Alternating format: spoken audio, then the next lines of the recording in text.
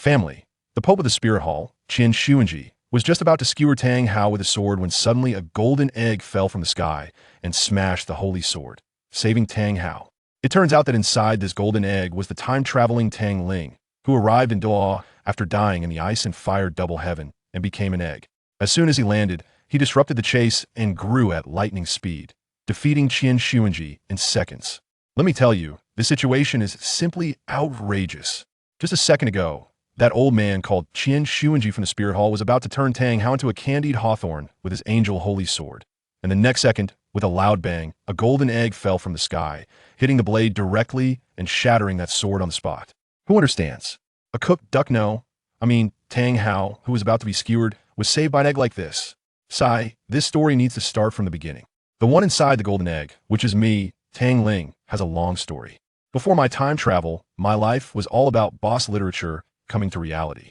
At 24, I was parentless and all alone. But don't get me wrong, I'm not some pitiful little thing. I started a business with my pocket money at 16, and by 20, my company became the leading firm in the city, earning me the nickname Walking Money Printer.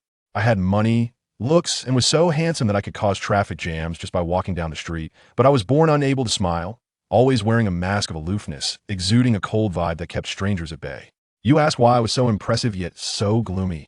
Because I had a serious problem. Since I was 3, it felt like I had a little sun in my heart, and every midnight, it would throw a party. That burning sensation was enough to roast me from the inside out. Each year it hurt more. Until the end, it felt like my soul was being roasted over a fire, flipping repeatedly without remembering to sprinkle cumin. Let's talk about that day. I was once again alone at the mountaintop, cosplaying as the melancholic little prince, waiting for the midnight chime to welcome my daily torture. This time, however, something new happened. As I was in excruciating pain, the worn silver bracelet on my wrist, which I had worn for countless years, suddenly buzzed and erupted with an icy chill. Good heavens, I was shocked. On one side was golden flames that could melt stones, and on the other was a cold current that could freeze the air into ice shards. The two forces began to throw a party inside me, and I was the cookie caught in between, crunchy and crisp. Who understands this feeling of ice and fire? It was the opposite of my electronic ibuprofen electronic steel wireball. In the last moments of my fading consciousness, I actually laughed, the first time in 24 years. Then everything went dark, and I was completely gone. When I regained consciousness, I found myself wrapped in a golden flame, transformed into a giant golden egg taller than a person, and with a whoosh, I shot towards the depths of the starry sky. As soon as I ascended, my cheap parents showed up. A stunningly beautiful woman, resembling me by about 70%, was holding my charred bracelet and crying like a rain of pear blossoms, pointing at a tall man next to her and unleashing a tirade. That man, who was my father, looked regretful, lamenting that he lost his wife and child for power, asking if he could still make amends. And guess what? A voice from who knows where told him that if he let everything go, he could get them back. You guess what happened? He hesitated for a moment, but ultimately chose power and turned into starlight and ran away. Good heavens, the annual Best Loved, but not fully loved award would be a shame not to give to you. Then I, like a shooting star, broke through time and space and directly landed in a place called Douluo continent. With a bang, I landed and stunned a pair of men and women who were fleeing for their lives. The man was called Tang Hao, handsome and fierce, wielding a hammer larger than himself. The woman was called Qian, gentle as water, cradling a newborn baby. Let me tell you, Qian looked at me with such warmth, as if I were her long-lost son. She curiously approached me, reaching out to touch me, but got burned by my scorching temperature. Tang Hao pulled her back. Just as he was about to say something, trouble arrived. The Spirit Hall is really bold, actually sending 2 titled law to hunt me down. Tang Hao protected Qian behind him, the Qian hammer crackling with electricity as he stared intently at the 2 figures flying in from a distance. One was a flamboyant man called Douluo, and the other looked like a ghost called Douluo. They were pressuring Tang Hao to hand over Qian. With Tang Hao's temper, could he endure it? He directly attacked. Good heavens, with his soul rings shining, they clashed together in a cacophony. Although Tang Hao was incredibly strong, he was outnumbered and soon found himself at a disadvantage. What's worse, the main character arrived. A man radiating golden light, with 6 wings on his back, descended from the sky, his aura 10 times stronger than those 2 combined.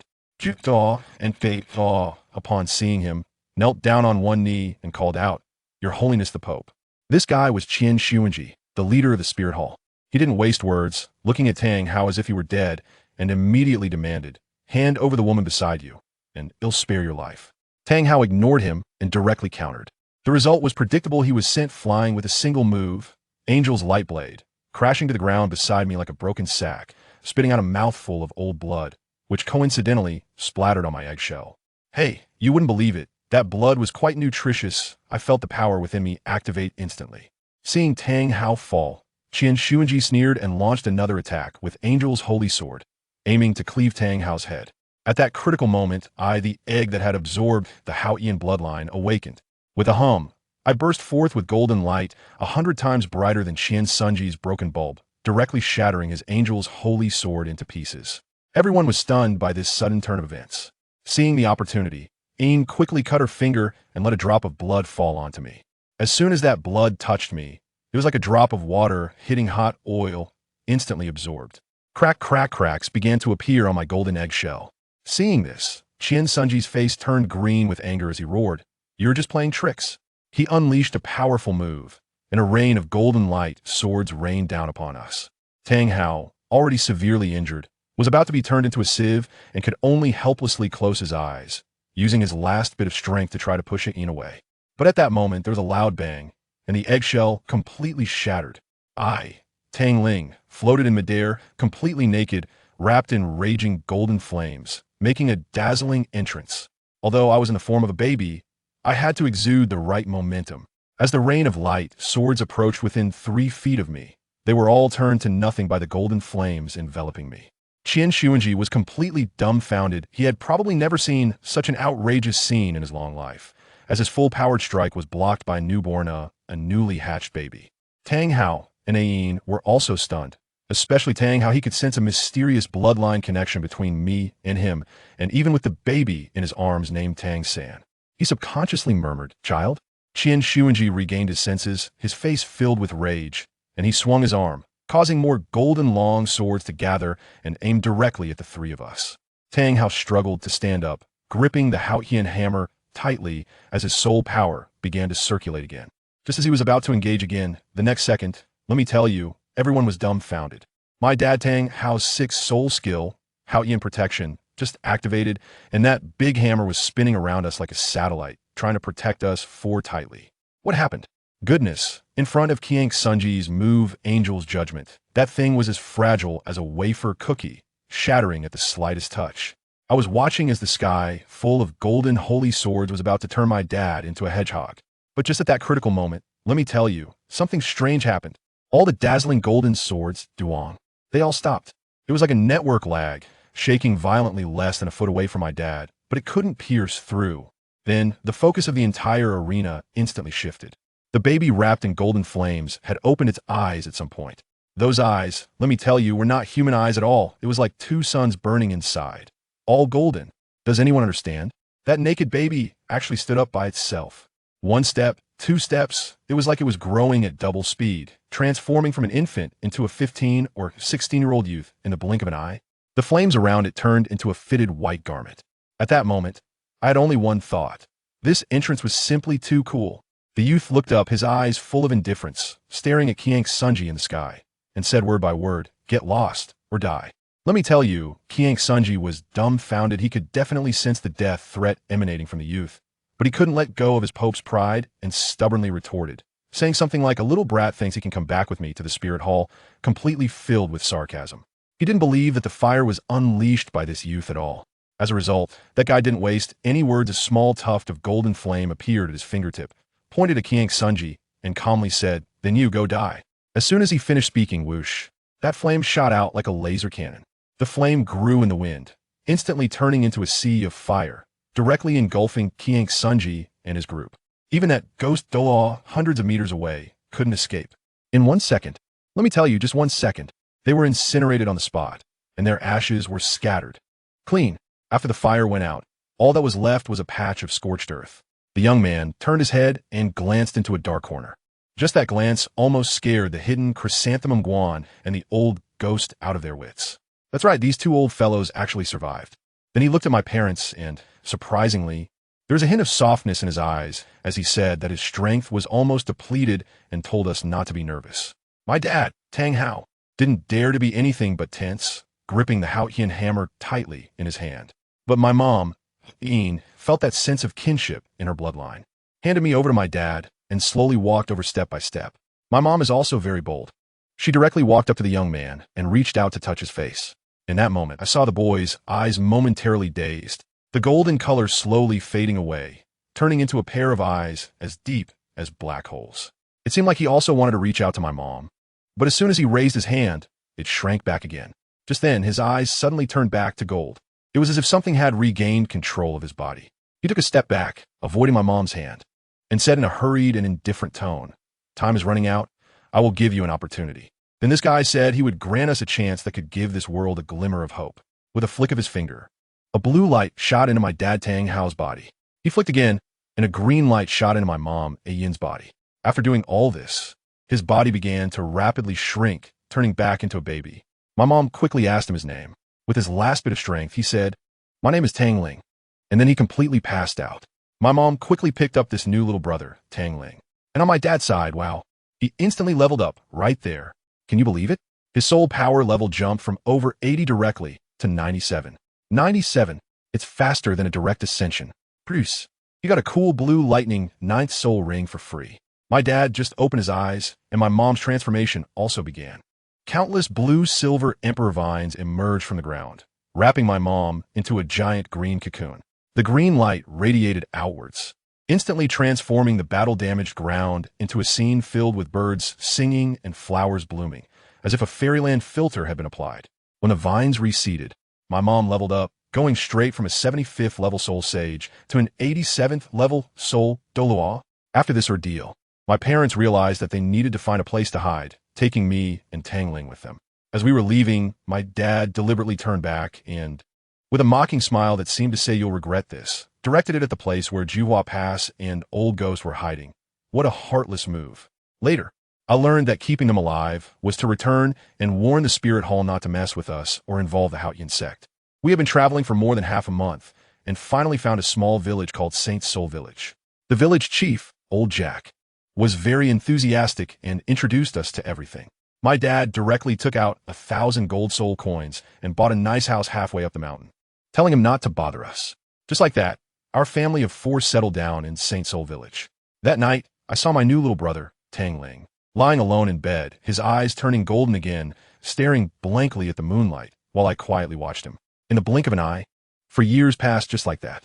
Tang Ling and I had grown into 6-year-old little kids. This guy, Tang Ling, was simply a prodigy. He usually didn't say a word and was as cold as ice, but when it came to cultivation, he was fiercer than anyone else. We had a great relationship, although it was mostly me talking and him listening. One day after breakfast, my dad called us over and said, "You're 6 years old now. It's time to awaken your martial souls." My dad gave us a lot of knowledge about martial souls, talking about weapon martial souls and beast martial souls, about strong attack and control systems. He even showcased his Haotian hammer with lightning, and when he activated his 9 spirit rings, it was truly imposing. Then it was my turn. As soon as I stepped up, a flash of golden light appeared, with a small hammer in my left hand and a blue-silver grass in my right. Twin martial souls. My dad was so excited that his hands were shaking, but he managed to hold it together and told me to step back first. Next up was Tang Ling. Wow, it was astonishing. As soon as he stepped into the formation, all the golden light surged into his body like crazy. He started trembling, golden flames erupted from him, and it was so hot that we had to step back. Suddenly, with a bang, all 6 awakening stones exploded right on the spot. Tang Ling's eyes rolled back, and he fell straight down from midair. "Xiaoling," my mom exclaimed, tried to catch him with a blue-silver emperor. But the golden flames were too domineering and bounced her off. Just as he was about to faceplant, my dad dashed forward and caught him securely. Let me tell you, at that moment, our whole family's hearts were almost jumping out of our throats. Luckily, my dad was quick. Otherwise, my brother's handsome face would have made direct contact with the ground. I tell you, my dad, holding the unconscious Xiaoling, looked completely dumbfounded. 6 awakening stones. That's equivalent to the energy reserves of 6 spirit kings, and they all shattered just to awaken my brother's martial soul. What does that even mean? Does anyone understand? My brother's martial soul must be the reincarnation of a golden devouring beast, right? My dad checked and found that Xiaoling was just exhausted. So he asked my mom to carry him back to the room to rest. He needed to talk to me about this twin martial soul matter. But no one knew that even though my brother had his eyes closed at that time, the eyeballs under his eyelids were no longer black. They were golden. And the absurdity didn't end there. My brother's consciousness was completely not in his body. It had been pulled by a mysterious force to a desolate place. It felt like being disconnected and then reconnected, only to end up on the wrong server. All around were cliffs and steep walls, with only one path and no choices. He was still in a daze when he suddenly felt a strong suction from behind, giving him no chance to react and dragging him backward. At first, he wanted to struggle, but then a voice in his mind called out to him. My brother, being carefree, simply gave up resisting and went along with it. The burning sensation grew stronger, and when he regained his senses, he found himself in a fiery world full of magma. In the center, on a domineering throne, sat not a person, but a mass of golden flames resembling the sun. The flame seemed to sense my brother's gaze, swayed a bit, and then suddenly dove down from the throne, zipping into my brother's body with a whoosh. My brother trembled all over, and a faint golden flame mark appeared on his forehead, with his eyes turning golden as well. Instinctively, he extended his left hand, and a dazzling flame erupted in his palm. He uncontrollably blurted out 2 words, Emperor Flame. As soon as he finished speaking, the throne shattered with a crack, exploding into 9 different colors of light, blinding him until he quickly closed his eyes. When he opened them again, he was back in bed with his head still buzzing with pain. Turning his head, he saw my mom sleeping by the bedside. This kid, rarely showing a gentle expression, wanted to quietly get out of bed to drink some water, but he overestimated his weak body. His legs went weak, and he almost fell flat on his face, barely catching himself on the bed. This little movement startled my mom awake. My mom was rubbing her eyes, looking at his silly frozen expression, and burst out laughing. My brother's face instantly turned red, both embarrassed and angry. So he simply laid down on the bed, closed his eyes, and pretended to be dead. My mom pinched his flushed cheeks and laughed, telling him to rest, well, before going out to make him something to eat. As soon as my mom left, I sneaked in. Seeing his despondent look, I couldn't help but pinch his cheek and burst out laughing. I lay down next to him and started complaining. Brother, Dad told me about twin martial souls, but I didn't understand a word he said. What did he mean? My brother propped his head up to look at me. I continued. He said to use the hammer in my left hand to protect the grass in my right hand. What does that mean? I spread my hands, one side holding blue silver grass, the other side a sparkling hammer, my face full of confusion. Who understands this? In my past life, I was just a straight guy who spent my life with hidden weapons, and now Dad is giving me riddles? My brother looked at me, and we exchanged blank stares, both completely missing the point. Finally, my brother managed to say, maybe we'll understand when we grow up. Well, this topic couldn't go any further. By the way, Dad said he would send us to Nodding Academy in half a month. Are you going? I nudged him with my elbow. To my surprise, he immediately replied without a second thought, I'm not going. What's so fun about a Junior Soul Master Academy? Goodness, he's spoiled. I directly grabbed his face and said, what do you care? You have to go with me. He couldn't argue with me and could only nod reluctantly. Once that was settled, he said he wanted to go to the mountain. I thought the moon would be nice at night, which was perfect for practicing the Mystic Jade Hand, so I let him go first. I was puzzled about why he was going so early. Actually, I knew my brother's personality was too cold like a little ice block. I hoped he could make more friends at the academy and not act like an old man all day. However, when I reached the mountaintop that night, I was stunned. My brother was lying in the grass, looking at the stars, but the grass around him was taller than me. The flower buds nearby had all bloomed ahead of time, almost like they were using special effects. Let me tell you, my brother has a huge secret. He is a walking plant growth catalyst, a natural cyber druid. His sweat and blood, when they drop on the ground or on stones, can instantly make them covered in moss. To prevent our home from turning into a tropical rainforest, he has to spend a lot of mental energy to suppress this power, and it's incredibly difficult for him. I tapped him on the shoulder, and he finally came to his senses. I pointed at the surrounding primeval forest, feeling both amused and helpless. Dude, I just arrived a little late, and you turned this place into this. How am I supposed to cultivate here tomorrow? He twitched the corner of his mouth and patted the ground, and the wildly growing grass seemed to receive a command, quickly retracting back. I pinched his face and said, when will you get rid of this problem? I'm really afraid that one day I'll wake up and our home will turn into a thatched cottage. He dodged my hand and calmly said, my martial soul is fire, which happens to restrain this vitality. We were lying there, and he started staring at the stars again. I teased him that he had become silly from reading too much, and he shot back with some fancy words, saying that there are golden houses in books. I replied that there are beauties in books too. He fell silent after that. This guy, aside from cultivating, just reads. It's been 4 years, and I can hardly remember the last time I saw him smile. I teased him, "Little brother, you're so boring. How are you going to get a wife in the future? How about when you grow up, I'll marry my daughter to you?" Hey, guess what? He had a look on his face like he wanted to hit me, but his ears were turning so red they were about to bleed. After enough teasing, we lay side by side and began to practice the mystic jade hands under the moonlight. My hands were still the same, white as jade, exuding a chill. But on my brother's side, something unexpected happened. As he practiced, his hands actually changed from white jade to a light golden color, and a layer of golden flames began to swirl around them, just like his martial soul. Wow, the mystic jade hands mutated directly. He was stunned himself, saying that this mutated version of the mystic jade hands felt at least 3 times stronger than the original and was incredibly domineering, completely no longer absorbing the moon's chill. After this incident, life became a lot less leisurely.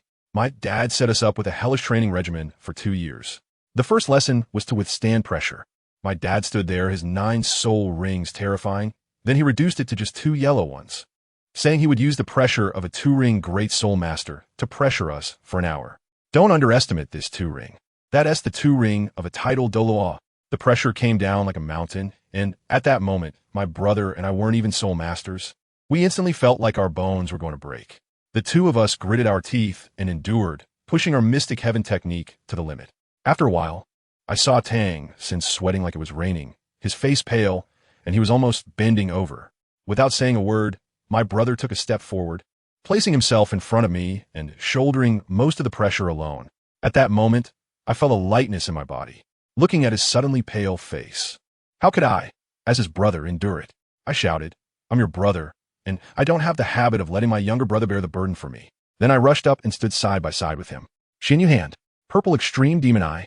We exchanged a glance and simultaneously activated our ultimate skills, raising our hands in a posture of bracing against the impact. An hour felt longer than a lifetime.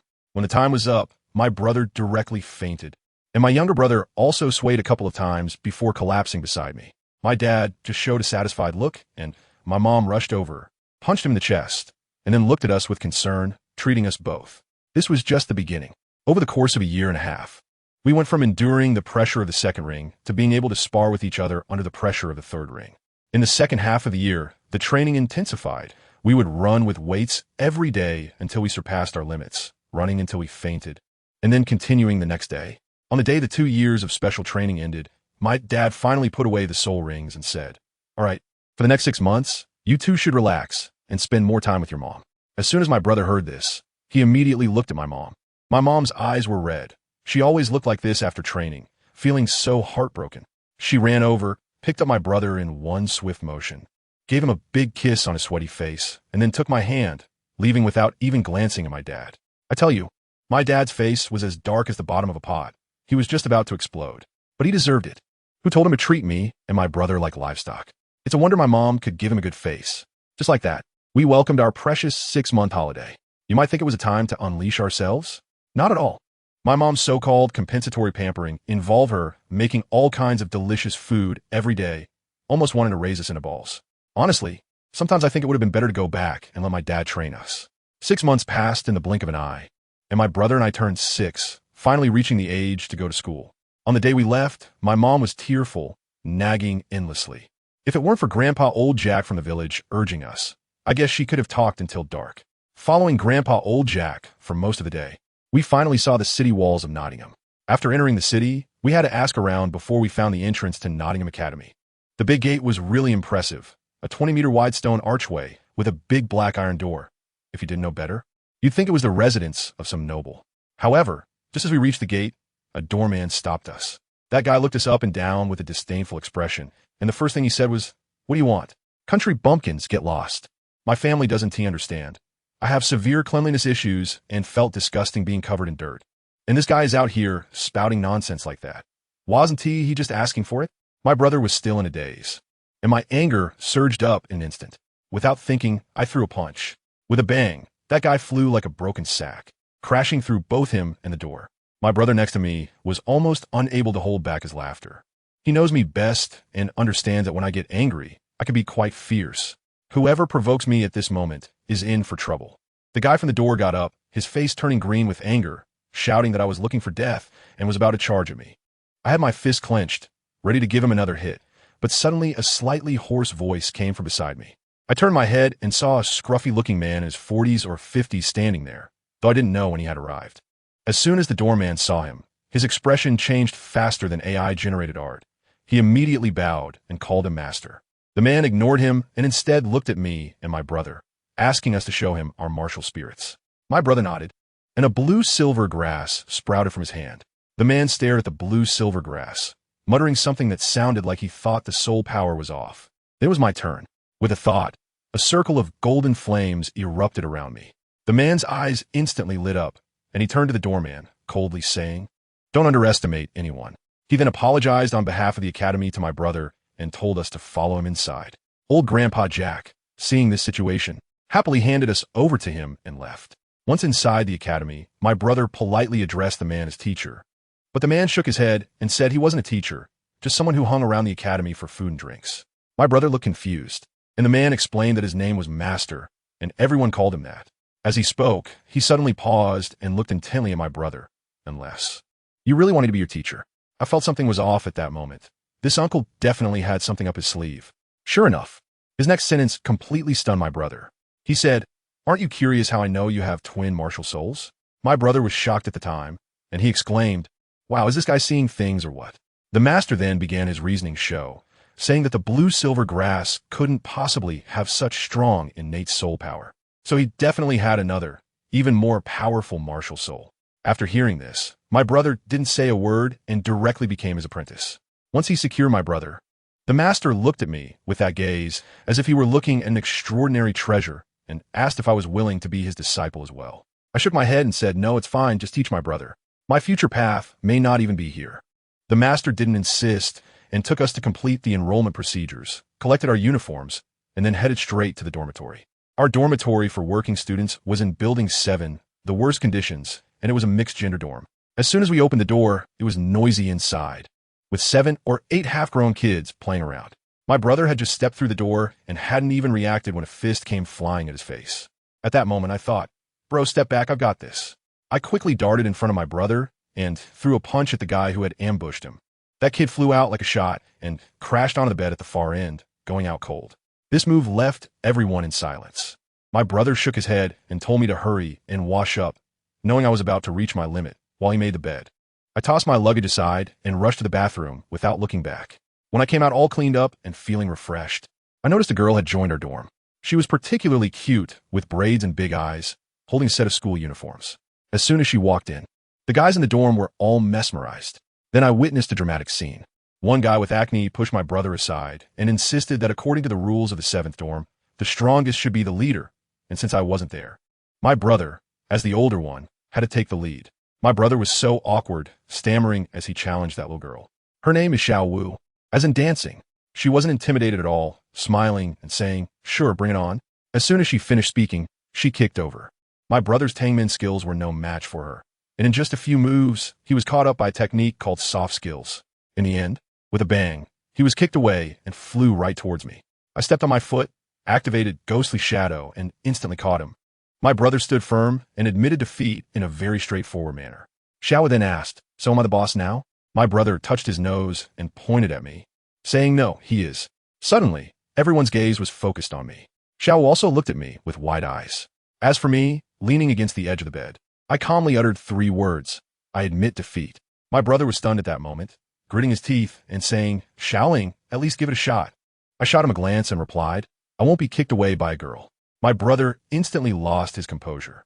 Seeing us bickering, Xiaowu interrupted us, then circled around us twice before plopping down on my bed, curiously asking, "Are you really biological brothers?" My brother instinctively replied, "Yes." I coldly said no. The air instantly froze. My brother looked at me, his eyes filled with helplessness. I stared at him and said word by word, "I told you. From the moment they abandoned me, I no longer have parents. I only acknowledge you." My brother wanted to defend them, saying that they might have their reasons. I shouted directly, "Shut up." Seeing the worried look in his eyes, I took a deep breath, suppressed the anger inside me, and turned to leave.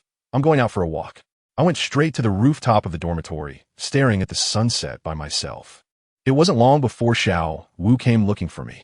She stood behind me for a while before softly asking, "Can you tell me your name?" I turned to look at her.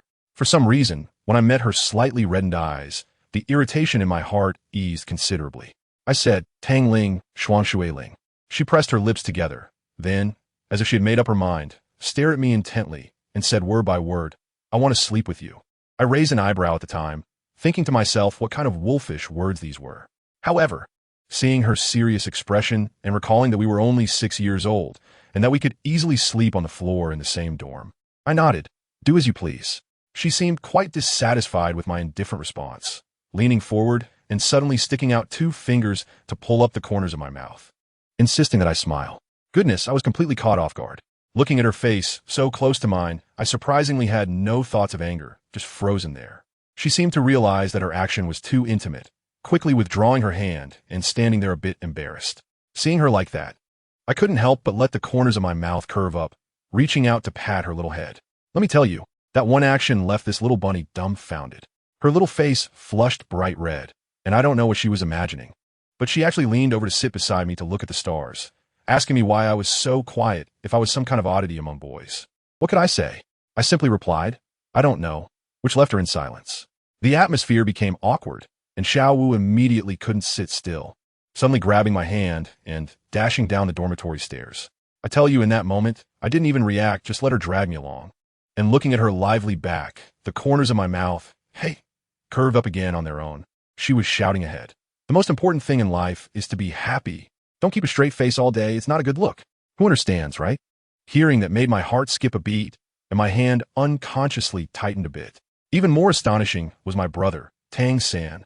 He happened to be in the dormitory, and when he turned around, good heavens, he saw the scene of me melting like a 1,000-year ice mountain through the window. Later, I heard him say he was shocked, saying he had never seen me smile like that. He thought I was completely taken by Xiao Wu and was secretly delighted, believing I had finally become normal. Xiao Wu pulled me along as if we were thieves, sneaking out through the half-open iron gate of the academy and running all the way to a nearby hill.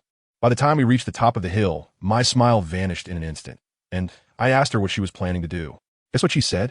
With her hands behind her back, she playfully stuck out her tongue and said, I'm not doing anything, just here to spar with you. I was speechless at the time, and I said, Sister, didn't I already admit defeat during the day? Why are we still fighting?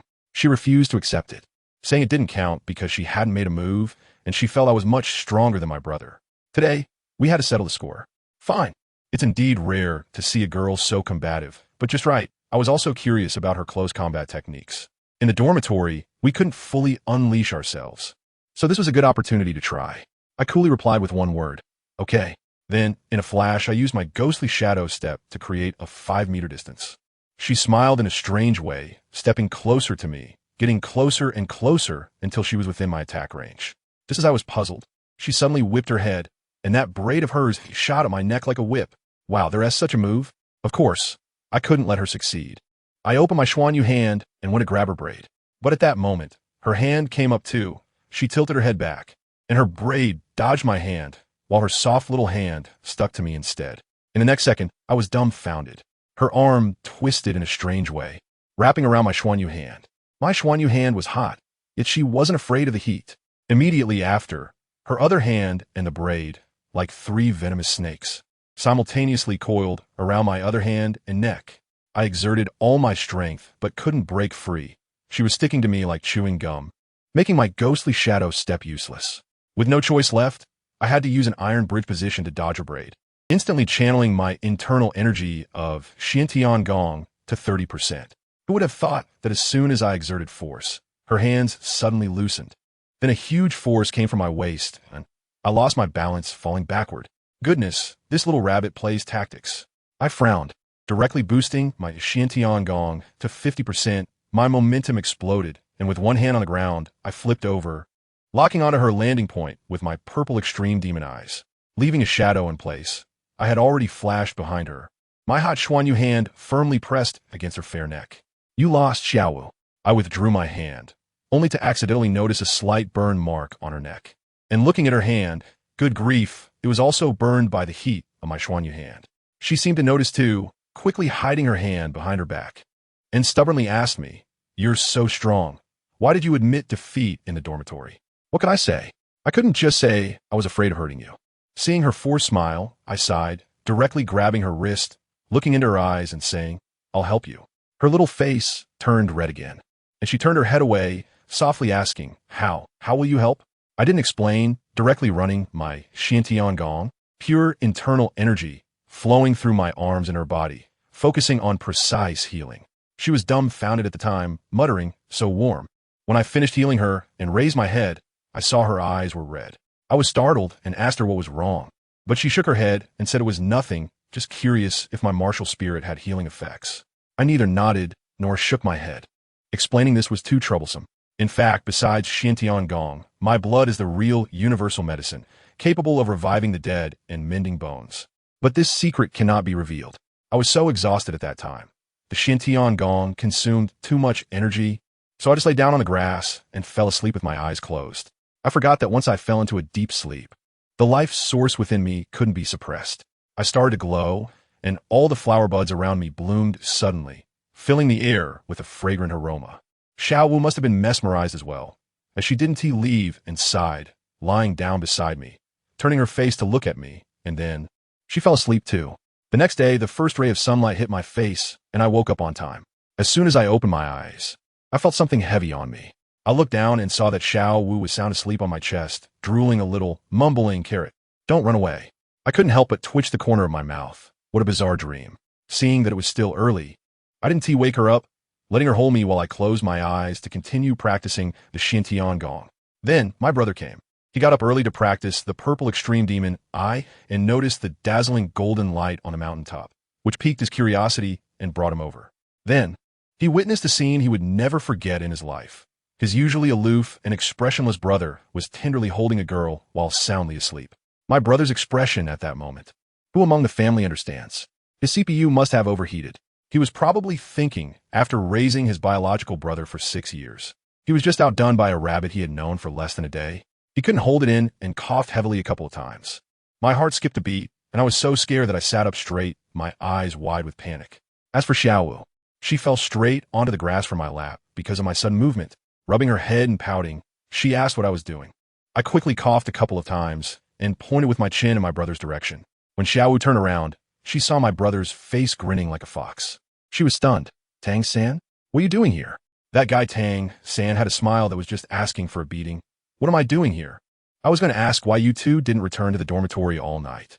I sensed Xiaoling's presence here and came to take a look. And what did I find? Just two people sleeping together. After saying that, he even winked at me. No matter how thick-skinned I was, I couldn't take it anymore.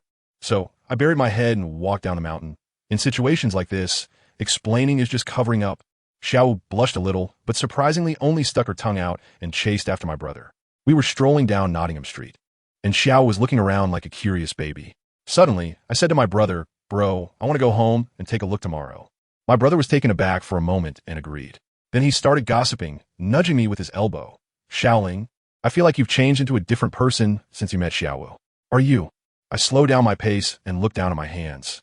Feeling a bit lost for the first time. I don't even know why when I see her, it feels like I've found something that belongs to me. When I see her hurt, my heart aches. There's a strange sense of familiarity, even though we only met yesterday. My brother saw me like this and stopped joking. At that moment, Xiao Wu ran back, grabbing both of us and pulling us towards the crowd. I sniffed the air and caught a whiff of blood. I frowned, broke free from her grip, and said, "I'll go check it out first." As I stepped forward, the people vanished from the spot. I squeezed into the crowd, jumped onto a high platform, and as soon as I activated my purple extreme demon eye, I saw an eagle, a completely dark gold one with emerald green eyes. This is a top-tier existence among flying soul beasts, but unfortunately, this one has only 10 years of cultivation, and its wings have been shot and injured by arrows. Its gaze filled with despair. My brother and Xiao Wu also followed me, and Xiao Wu looked at me with a hopeful expression. I knew she wanted to save it too. I nodded. This power of affinity with all things within me made it hard for me to bear this. Xiao Wu was a bit worried. There are so many soul masters here. How are you going to save it? I smirked and said, "Money can make the devil push the mill. When the person who shot it comes out, we can just throw money at them, right?" Tang Sin nodded vigorously beside me, shifting the blame to Xiao Wu, saying he thought the same way. Just then, Xiao Wu suddenly asked, "By the way, Xiaoling, didn't you come from a poor mountain village? Do you really have that much money?" Before I could respond, she seemed to think of something, suddenly straightened her back. A flash of red light surrounded her. A pair of fluffy rabbit ears stood up, and a yellow soul ring rose beneath her feet. Let's get to know her again. Xiao Wu, a level 11 one-ring battle soul master. My brother and I were both shocked. A century-old soul ring. I blurted out, looking at her. You didn't use your full strength last night. She stuck out her tongue while hiding behind my brother. My first soul skill is too powerful. I was afraid it would hurt you. Just as we were in shock, a middle-aged man with a bow and arrow walked out of the crowd, greedily reaching for the emerald-eyed golden eagle. I stepped forward, directly grabbing his wrist, and got straight to the point. Uncle, we won't buy this eagle. You name a price. The man initially didn't believe us, thinking we were just kids messing around. I was too lazy to waste words. Pulled out a bag of gold soul coins from my waist and threw it over. 500 gold soul coins, is that enough? The man took the bag, looked inside, and his eyes went wide. A 10-year-old soul beast cub is worth at most 300 to 400 gold soul coins, and here I was offering 500. He had no reason not to sell. Without saying a word, he took the money and slipped away. I squatted down, looking at the frightened golden eagle with blue eyes, and softly said, "Don't be afraid, I won't hurt you." To my surprise, it slowly moved closer to me. I reached out and grabbed the arrow lodged in its wing, snapping the arrowhead with a sharp crack. Then, disregarding the blood on its body, I hugged it tightly and turned ahead towards the academy. Upon reaching the entrance of the academy, the master was surprisingly waiting for us. He glanced at the eagle in my arms and said lightly, "10-year blue-eyed golden eagle? You must be the ones trading on the street." My brother quickly explained that I wanted to heal the eagle. The master nodded and led us to his dormitory. On the way, I used my soul power to probe the situation and discovered that things were not so simple. The arrow was imbued with domineering soul power, which had already shattered the eagle's bones.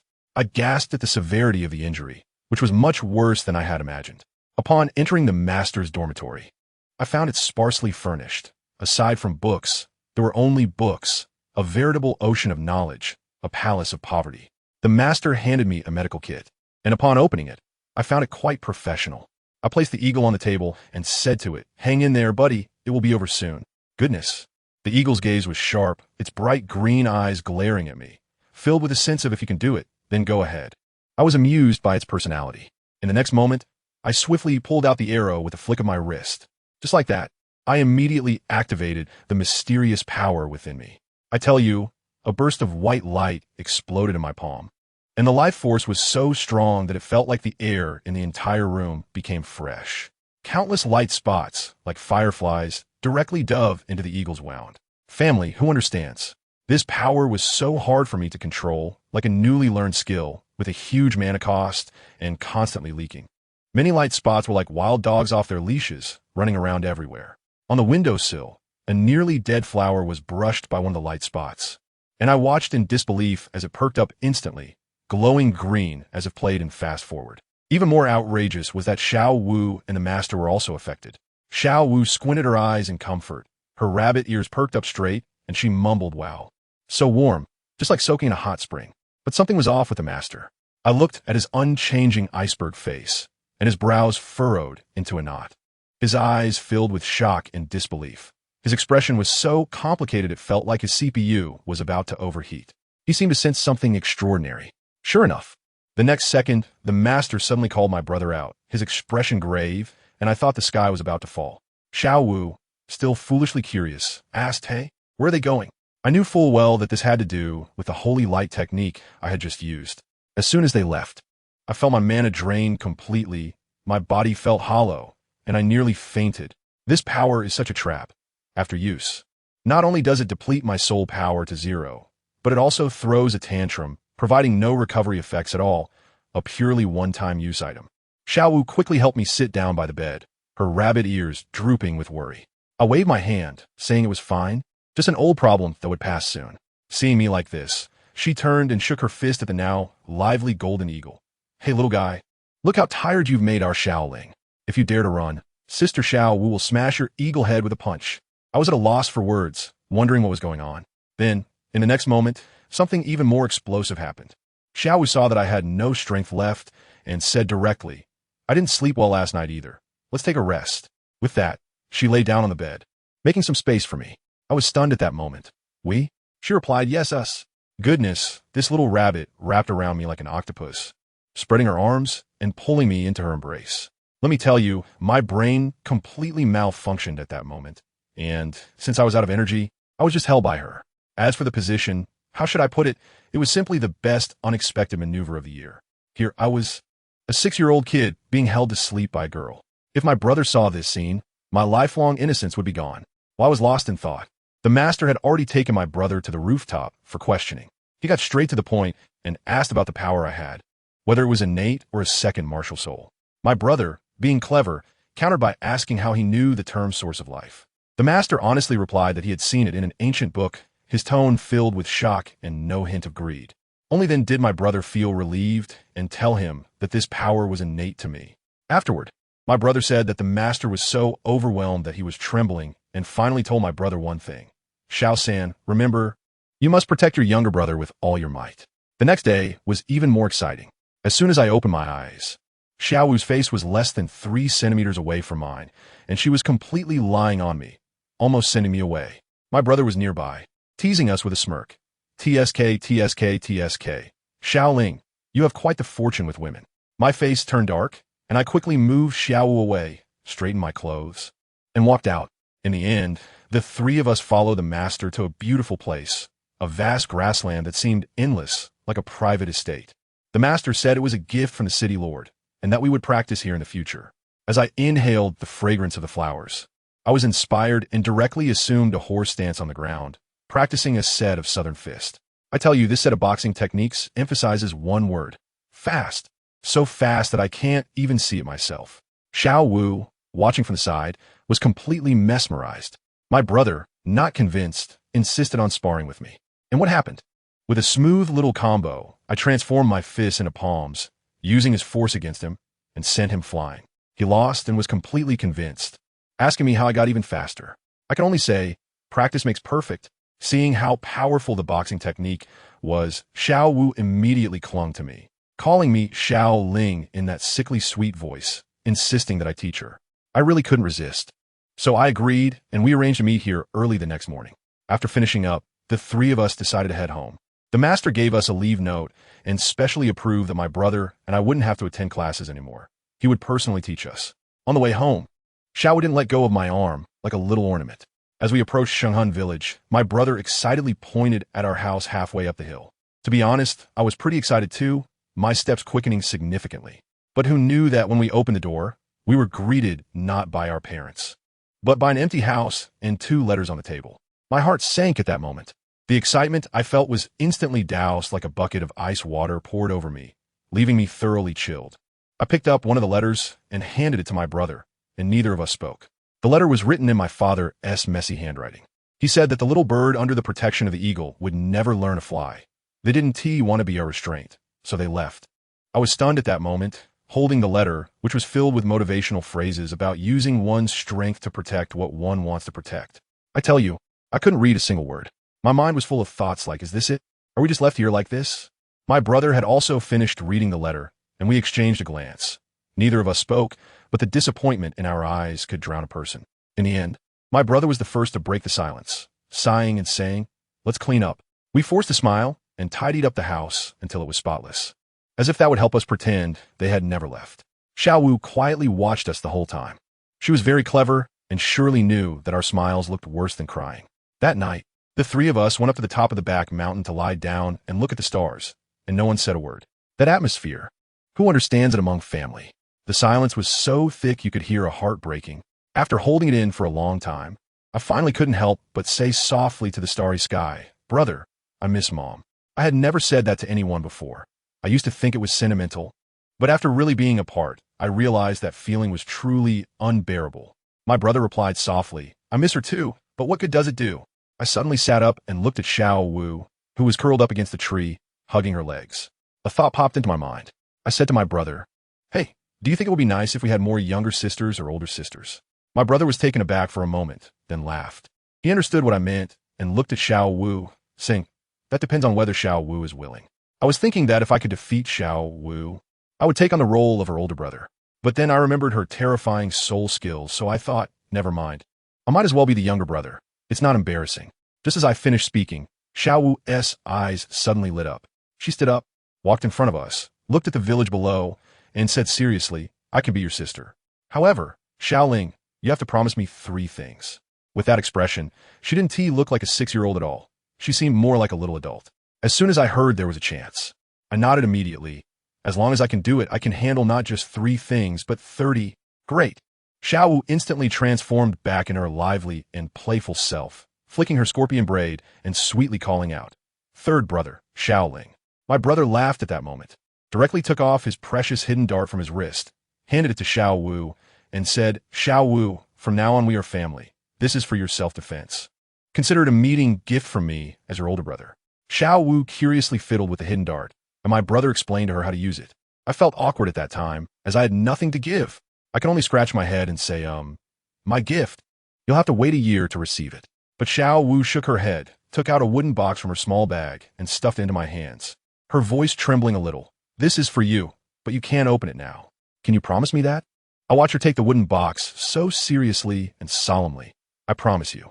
A year later, in the 7th dormitory of Nodding Academy, I quietly opened my eyes while everyone was fast asleep and crawled out of bed. I took out 3 blood-red jade pendants from my pocket, one engraved with 3, one with dance, and the last one with master, beside which lay a note. I glanced back at Tang San and Xiao Wu, who were sleeping soundly. Xiao Wu even had drool at the corner of her mouth, probably dreaming about something delicious. I couldn't help myself and leaned over to kiss her on the cheek, whispering, "Sister, see you in 5 years." After saying that, I didn't look back and jumped out of the window, making a clean getaway. What I didn't know was that as soon as I left, they both opened their eyes at the same time. My brother picked up the jade pendant engraved with 3 characters, then looked at the note I left behind. It said, "Brother, sister, I'm leaving. You have all become soul masters, and it's time for me to get my own soul ring. These 3 jade pendants are gifts for you and the master. Tell the master that wearing it can improve health, and perhaps even enhance cultivation. In 5 years, when you graduate, we will meet again." My brother smiled wryly as he handed another jade pendant to Xiao Wu and said, "I had guessed it long ago, but I didn't expect it to happen so soon." Xiao Wu took the jade pendant, merely glanced out the window, lay back down, and softly said then, "See you in 5 years, Xiaoling." 2 years later, in the star Luo Empire, in the forest of Panlong, I was sitting on a fire maple tree, holding a recently dead, century-old mandrake snake, when I saw a little girl sitting at the bottom of the tree.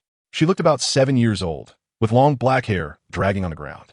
Although she was young, her figure was, cough cough, quite impressive. A gust of wind blew, lifting her long hair and revealing a breathtakingly beautiful face, though it was stained with tears, making it heart-wrenching to look at. She was talking to herself. "Sister, why? Is power really that important?" I couldn't help but speak out. "I don't know how important power is, but your life, it seems, is becoming less important." "Who?" She was startled and suddenly looked up. I jumped down from the tree. The platinum mask on my face was cold, and with a flick of my hand, a golden flame turned that snake to ash. I looked at her and said, "This is the Panlong Great Forest. If you space out like this, any 10-year-old beast could treat you as a snack." She opened her mouth, but didn't argue. After all, I had just saved her. Just then, not far behind her, a thunderous tiger roar echoed through the air. I was helpless at that moment and murmured, "You really won't let it go. Do you think I'm afraid of you?" I flashed in front of that girl in one step, and a faint golden flame erupted around me. The girl reacted quickly as well, instantly summoning her martial soul. A yellow 100-year soul ring lit up behind her, and the color of her pupils changed. Her left, I turned dark green, and her right, I became bright blue, with a phantom of a spirit cat appearing behind her. I said without looking back, "Be careful, this guy has been around for nearly 1,000 years. Take care of yourself, and don't get killed." As a result, the girl seemed quite proud and glanced at me, saying, "You should take care of yourself first. You don't even have a soul ring. How can you kill a 100-year soul beast?" I curved the corner of my mouth and didn't explain anything to her. I said, "My name is Tang Ling, Shuangshiling. What about you?" "Zhu Qing, Sanshiking." She introduced herself in the same way I did, and surprisingly, a hint of a smile appeared on her cold lips. In that moment, I didn't know what was happening, but an inexplicable sense of familiarity surged up, and I inexplicably took off the mask on my face. Zhu Qing stared at my face in shock and murmured softly, "So beautiful, more beautiful than me." I twitched the corner of my mouth and said, "Big brother, is this really the time to compliment me? That big guy called the Red Gold Flame Tiger is already charging over." I hurriedly explained the tactics to her. "This thing has over 900 years of cultivation. I'm a strong attack type, and you're a speed attack type. I'll be the main attacker, and you look for opportunities to sneak attack. Actually, I could handle it alone. I had encountered this tiger several times before and couldn't be bothered to fight it, finding it too troublesome. But now that there was Zhu Zhuqing with me, I couldn't let her get hurt because of me. The battle erupted in an instant. The tiger was the size of a small truck, covered in crimson crystals, with flames under its feet, moving like a mobile volcano. I used the ghost shadow misty steps, moving so fast that Zhu Zhuqing could barely keep up. The red gold flame tiger opened its mouth and shot a fireball the size of a grinding disc at me. I dodged to the side and charged straight at it. Seeing its attack miss, it became even angrier, opening its mouth to unleash a barrage of fireballs, completely sealing off all my escape routes. As I played dodgeball with the fireballs, Zhu Zhuqing made her move. She seized the gap in the tiger's attack and activated her first soul skill, Ghostly Phantom Strike, silently appearing at the tiger's side. The timing was perfect, but unfortunately, the gap in strength was too great. Her strike was no different from scratching the tiger's back, and instead, it instantly drew all the aggro to herself. Roar! The tiger, in pain, completely exploded with rage, turning around and unleashing a series of fireballs at Zhu Zhuqing. Oh no! My heart tightened as I saw Zhu Zhuqing struggling, her stamina rapidly depleting, and she was about to collapse. I panicked and maximized my purple extreme demon eyes, using ghost shadow misty steps to propel myself even faster. With a flick of my wrist, I silently shot a silver needle from my hidden sleeve. With a soft thud, it struck the tiger's head. The once invincible red gold flame tiger fell to the ground with a loud crash, dead on the spot. However, the fireballs it had spewed out were still flying towards Zhu Zhuqing. She had exhausted her soul power and could only despairingly close her eyes. Just in time, I dashed over and protected her beneath me, taking the brunt of several fireball explosions on my back. Since that time, I risked severe injury to save her. I had gained a little tail by my side. For the past 3 years, we had been adventuring in the Dragon Forest. Not long ago, with her help, I managed to absorb a 700-year-old ice silkworm spider soul ring, skyrocketing my soul power from level 10 to level 17. Zhu Zhuqing also had her own fortune, raising her soul power to level 18, and her martial soul mutated, adding cold energy to her attacks, making me secretly grumble about who really absorbed the soul ring. That night, we lay on the grass watching the stars. Zhu Zhuqing suddenly leaned over and said, "Do you want to know about me?" I looked at her and said, "If you want to talk, I'm here to listen. If you don't want to, I won't ask." She smiled and directly leaned her head on my shoulder, her body still a bit stiff. She told me everything about her background. The second young lady of the Zhu family from the Xinluo Empire, engaged to the second prince of the royal family. And her sister was to be the future empress. Because of the damn inheritance rules of the royal family, her sister wanted to put her to death for power, which was why she had to escape. By the end, her voice grew softer, carrying a hint of pleading. "Xiaoling, take me away. Escape from this polluted place." I didn't move, just let her lean there, looking at the stars in the sky, softly saying, "As long as you are willing, I can at any time." Another 2 years passed, and the 5-year period was up. Zhu Zhuqing and I arrived in Soto City of the Barak Kingdom. Zhu Zhuqing found it a bit strange. "Xiaoling, with our talents, we could go to any advanced academy.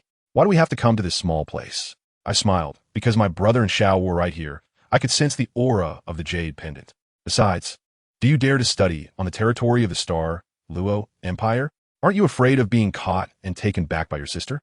"Oh, so it's for your sister." Zhu Zhuqing deliberately elongated the word sister with a mischievous smile. I helplessly flicked her on the forehead and said, "Let's find a place to eat and rest. Tomorrow, we'll go to Shrek Academy." Meanwhile, my brother Tang San and Xiao Wu had just entered Soto City and got into a conflict with someone at a hotel. The opponent was a handsome guy with yellow hair, looking young, but his eyes were quite eerie, having a dual pupil. He approached and started to tease Xiao Wu with lewd remarks. Before my brother could react, Xiao Wu exploded first, pointing at him and shouting, "You shameless pervert, acting like this in broad daylight." Upon hearing this, the young man not only didn't get angry, but instead became more excited, licking his lips as his aura suddenly surged. Goodness, his martial soul was the white tiger, his muscles bulging, a character for king appearing on his forehead, and his hands transforming into huge tiger claws with sharp blades glinting coldly. Even more exaggerated, 3 soul rings, 2 yellow and 1 purple, rose beneath his feet. Dai Mubai, martial soul, white tiger, a level 37 assault-type battle spirit master. He declared his name and level, and an overwhelming pressure came rushing towards them. Xiao Wu didn't care about that. A red light flashed on her body as her martial soul, Softbone Rabbit, manifested. With 200-year soul rings lighting up beneath her, Xiao Wu, Martial Soul. Rabbit, a level 29 assault-type battle spirit master. Please give me your guidance. As soon as she finished speaking, she shot out like a cannonball, kicking directly at Dai Mubai's chin.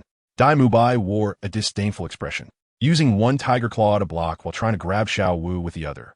In his view, it was easy to deal with someone at level 29 when he was at level 37, but he was overestimating himself. Xiao Wu's body slid strangely in midair, dodging his tiger claw. Then, with a sudden burst of strength from her blocked leg, she shook off his defense, wrapping her long leg around his neck and twisting her waist forcefully. First soul skill waist bow. Dai Mubai's body, which weighed over 100 kilograms, was swung around like a windmill by Xiao Wu, flying out in a complete 360-degree spin. I'm telling you, this isn't over yet. Dai Mubai is still in the air, and his first soul ring suddenly lit up while he shouted, "White Tiger Shield." A layer of white light instantly wrapped around him like a silkworm cocoon. But is our little Wu a vegetarian? Her second soul ring also lit up, and two pink little hearts shot out, directly ignoring his barrier and hitting Dai Mubai in the eyes. Second soul skill, Charm. First soul skill, waist bow, with the tip of her toes. Xiao Wu shot out like a cannonball, her long legs aiming to wrap around Dai Mubai's neck again. Unfortunately, this guy had learned his lesson and reacted quickly. He twisted his waist 90 degrees in midair, his gaze instantly shifting from dazed to alert. And his second soul ring lit up as he opened his mouth and spat out a light ball. White Tiger Radiant Wave. Wow, that light ball came at Xiao Wu's face like a little sun. I tell you, my brother Tang San, who was watching nearby, instinctively maximized his purple extreme magic eyes. But Xiao Wu? She surprisingly closed her eyes. Just as the light wave was about to hit her face, Xiao Wu suddenly went limp. It was as if she had lagged. The White Tiger Radiant Wave swooshed right through her body. Does anyone understand? This girl can quantum pre-entangle, right? When Xiao Wu opened her eyes again, both of her soul rings flashed together, unleashing charm and waist bow in rapid succession. Just as Dai Mubai's eyes regained clarity, he was once again confused, and Xiao Wu's legs locked around his neck. Then, with a forceful twist of her waist, bang, another shoulder throw, landing solidly on the ground. Xiao Wu landed steadily, but her brows furrowed. She could feel that Dai Mubai's protective white light hadn't been broken at all. This throw probably felt like just a tickle to him. Sure enough, Dai Mubai got up from the ground like it was nothing, cracking his neck, smiling at Xiao Wu, and retracting his martial soul. Not bad, Junior. You got some skills. That just now would have knocked out an ordinary 3-ring soul master. But unfortunately, it won't work on me. Seeing him retract his martial soul, Xiao Wu also released her attachment, huffed, and said while crossing her arms, "Of course. Your Xiao Wu's sister is not to be trifled with." Wait, what do you mean by Junior? Dai Mubai was mysterious, brushing off the dust from his clothes, and opened his arms. The two twin beauties immediately ran out from behind the pillar, each hanging on one of his arms. He turned and left, not looking back as he said, "You'll know in the future. If you need anything, come find me at Shrek Academy. Remember, I'm the evil eye White Tiger, Dai Mubai." Xiao Wu was so angry she stamped her foot, took the room key from the waiter, and turned to ask my brother, "Bro, what is that evil eye?" "Ah, evil eye lust tiger mean?" My brother twitched the corner of his mouth. "He's a wicked-eyed white tiger. Who cares? It's his fault for doing that during the day," Xiao Wu said angrily. My brother was also helpless and explained, "Did you forget? The teacher asked us to go to Shrek Academy. He called you Junior, so he must be a senior there." Then he curiously asked, "By the way, Xiao Wu, how did you dodge that light wave just now? It looked like teleportation." I looked at him and said, "Oh, that? It's just that I suddenly remembered the southern fist that Xiao Ling taught me." Xiao Ling? My brother was taken aback for a moment and asked, "What did he say?" Southern fist is not just a fighting technique, but an extreme speed, fast enough to be applied anywhere. Xiao Wu turned back and analyzed seriously. Just now, he didn't use his third soul skill, and I didn't use my full strength. If it really came down to a fight, if I used Southern Fist, the odds would be about 50-50. His soul power is 2 levels higher than mine, so it's no joke. After my brother heard it, his heart also sank. He estimated that even if he used hidden weapons, his chances of winning against Dai Mubai would only be about 40.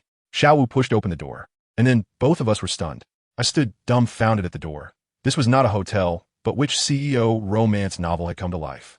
The spacious living room, over 50 square meters, was furnished entirely in silver, with a large red carpet covering the floor, adorned with rose patterns. The most ridiculous part was in the center of the hall, where a gigantic heart was made from 1,001 roses. It was so tacky that I could have dug out a 3-bedroom apartment right there. There was even a satin ribbon hanging above it, saying, "You are my one and only." My brother had on his face, "Xiao Wu, I feel like listening to you was a wrong decision." Xiao Wu didn't mind, tilting her head and saying, "What are you afraid of? I'm not your girlfriend, I'm your sister, and I'm your only one." As she spoke, she took out a notebook from the little bunny bag at her waist, which was filled with. She reached out her hand to my brother, pen. My brother took out a pen from his 24 bridges under the moonlight and handed it to her, saying, "It's no use for you to keep mentioning Shaoling every day. Anyway, we'll meet in 2 days, and who knows, maybe he already has a beauty by his side." Xiao Wu drew another line in her notebook and muttered softly, "I know. I never thought about keeping him all to myself. At least it should be divided into 3 parts. After saying that, she picked up a rose, smelled it, and with a face full of longing said, "In the future, I want to live with Xiaoling too." My brother rolled his eyes and walked straight to the bedroom, muttering, "You only have Xiaoling in your heart." As soon as he entered the bedroom, we were both stunned. A large heart-shaped bed took up half the room. Draped with pink tulle, it was truly dreamy. My brother's mouth twitched violently, and he turned to leave. "You sleep in the bed, I'll sleep on the sofa." After saying that, he went to the balcony to look at the stars, lost in thought. After a long time, he softly said, "Xiaoling, it's only 2 days left. Are you doing well?" What my brother didn't know was that in another building not far away, my long-lost brother Tangling was also standing on the balcony looking at the stars. A stunning figure, Zhu Zhuqing, gently wrapped her arms around his waist from behind. "When can you give me an answer?" Her voice was cold, but filled with tenderness. And guess what? My brother, the typical straight man, looked confused and asked, "Huh? What answer?" Zhu Zhuqing probably rolled her eyes to the heavens behind him. She took a deep breath, saw Tangling turn around, and even reached out to touch his face to check if he had a fever, completely ruining the romantic atmosphere. Unable to hold back anymore, she wrapped her arms around Tangling's neck, pulled him down, and pressed her rosy lips against his. Tangling froze, and after a while, he finally came to his senses and slowly embraced Zhu Zhuqing. They stayed like that for an unknown amount of time before parting. Tangling looked at the girl in his arms, and for the first time, a gentle expression appeared on his face as he softly said, "Really, I want to hold you forever." After saying that, he was taken aback himself, then chuckled as he princess carried Zhu Zhuqing into the room. He placed her on the bed and gently kissed the corner of her mouth before returning to the balcony. He didn't know that after he turned around, Zhu Zhuqing's lips curled into a satisfied arc. Back on the balcony, Tangling sat cross-legged, his consciousness sinking into his body. Let me tell you, there's a huge secret within him, like a ticking time bomb. He has a martial soul called Dian, incredibly powerful, but its true strength is sealed by a golden rune. Now the seal is loosening more and more, and once it breaks, that immense power will explode within him, and even the gods won't be able to save him. The next morning, Zhu Zhuqing sleepily hugged him from behind. Tangling held her hand, his voice a bit heavy. "Zhuqing, do you know about the seal inside me? Maybe one day, I won't exist anymore." Zhu Zhuqing rested her head against his back, her voice trembling yet incredibly firm. "It's because I know that I want to cherish it. If you die, I'll go with you. We'll live together." This sentence struck Tangling like a bolt of lightning, breaking through the dead end in his heart. His body trembled suddenly, and his black eyes instantly lit up. He suddenly laughed, turned around, and kissed Zhu Zhuqing fiercely, pressing his forehead against hers. His voice full of dominance and defiance. "Why reinforce it? One day, my body will adapt to this power. I want it to submit to me. It's mine. And so are you. For a lifetime, you can only be mine." He had figured it out.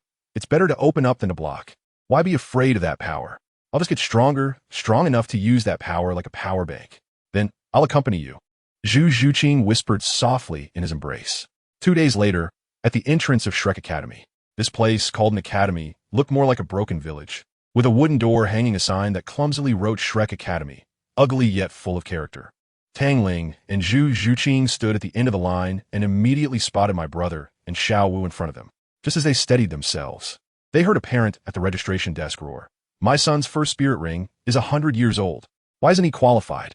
An old man with gray hair lazily explained, "Shrek is a kind of monster. We are a monster academy, only accepting monsters, not ordinary people. If you're over 12 years old or your spirit power is below level 21, don't waste your time." As he spoke, the old man's spirit power flashed, and 6 spirit rings, white, yellow, purple, purple, and black, rose from under his feet. A 6-ring spirit emperor. Good heavens! Even the gatekeeper is this formidable? Instantly, half of the people in line left. The parent was still not satisfied and insisted on a refund. The old man became impatient and shouted, "Mubai, someone is causing trouble." Just as the words left his mouth, a figure jumped down from a nearby tree, with 2 yellow and 1 purple spirit rings beneath him. It was Dai Mubai. He coldly stared at the parent. "Want a refund? Beat me, and you'll get all back." The parent, upon seeing the purple 1,000-year spirit ring, instantly wilted and ran away in defeat. Dai Mubai also noticed my brother and Xiao Wu, nodded, then glanced back and saw Zhu Zhuqing, frowning slightly before looking away. As for Zhu Zhuqing, seeing him again, her expression was calm. The past was long forgotten. Just then, the old man shouted to my brother, "Kid, girl, unleash your martial souls and state your ages." My brother and Xiao Wu released their martial souls at the same time, both with 2 yellow 100-year soul rings at level 29. The old man squeezed their wrists to measure their bone age, nodded. And then it was Tang Ling and Zhu Zhuqing's turn. Tang Ling smiled and took off the mask on his face. At that moment, my brother's body trembled violently, and Xiao Wu shouted directly, "Xiaoling, Tang Ling, Martial Soul, Emperor Flame, level 29, Attack Type Battle Soul Master." Tang Ling's voice was gentle and calm. Then, the most explosive part came. Golden flames ignited around him, and 2 soul rings rose beneath his feet. Not yellow, but purple. 2,000-year soul rings. Starting off with 2,000 years. Family, this is no longer just a lead. This is a direct ascension. The old man's jaw almost dropped to the ground, stuttering as he asked, What is your first soul beast?" "A 1,600-year ice silkworm spider." The old man was speechless, casually touching Tang Ling's hand as if that was enough to pass. Next was Zhu Zhuqing, also at level 29. The old man waved his hand.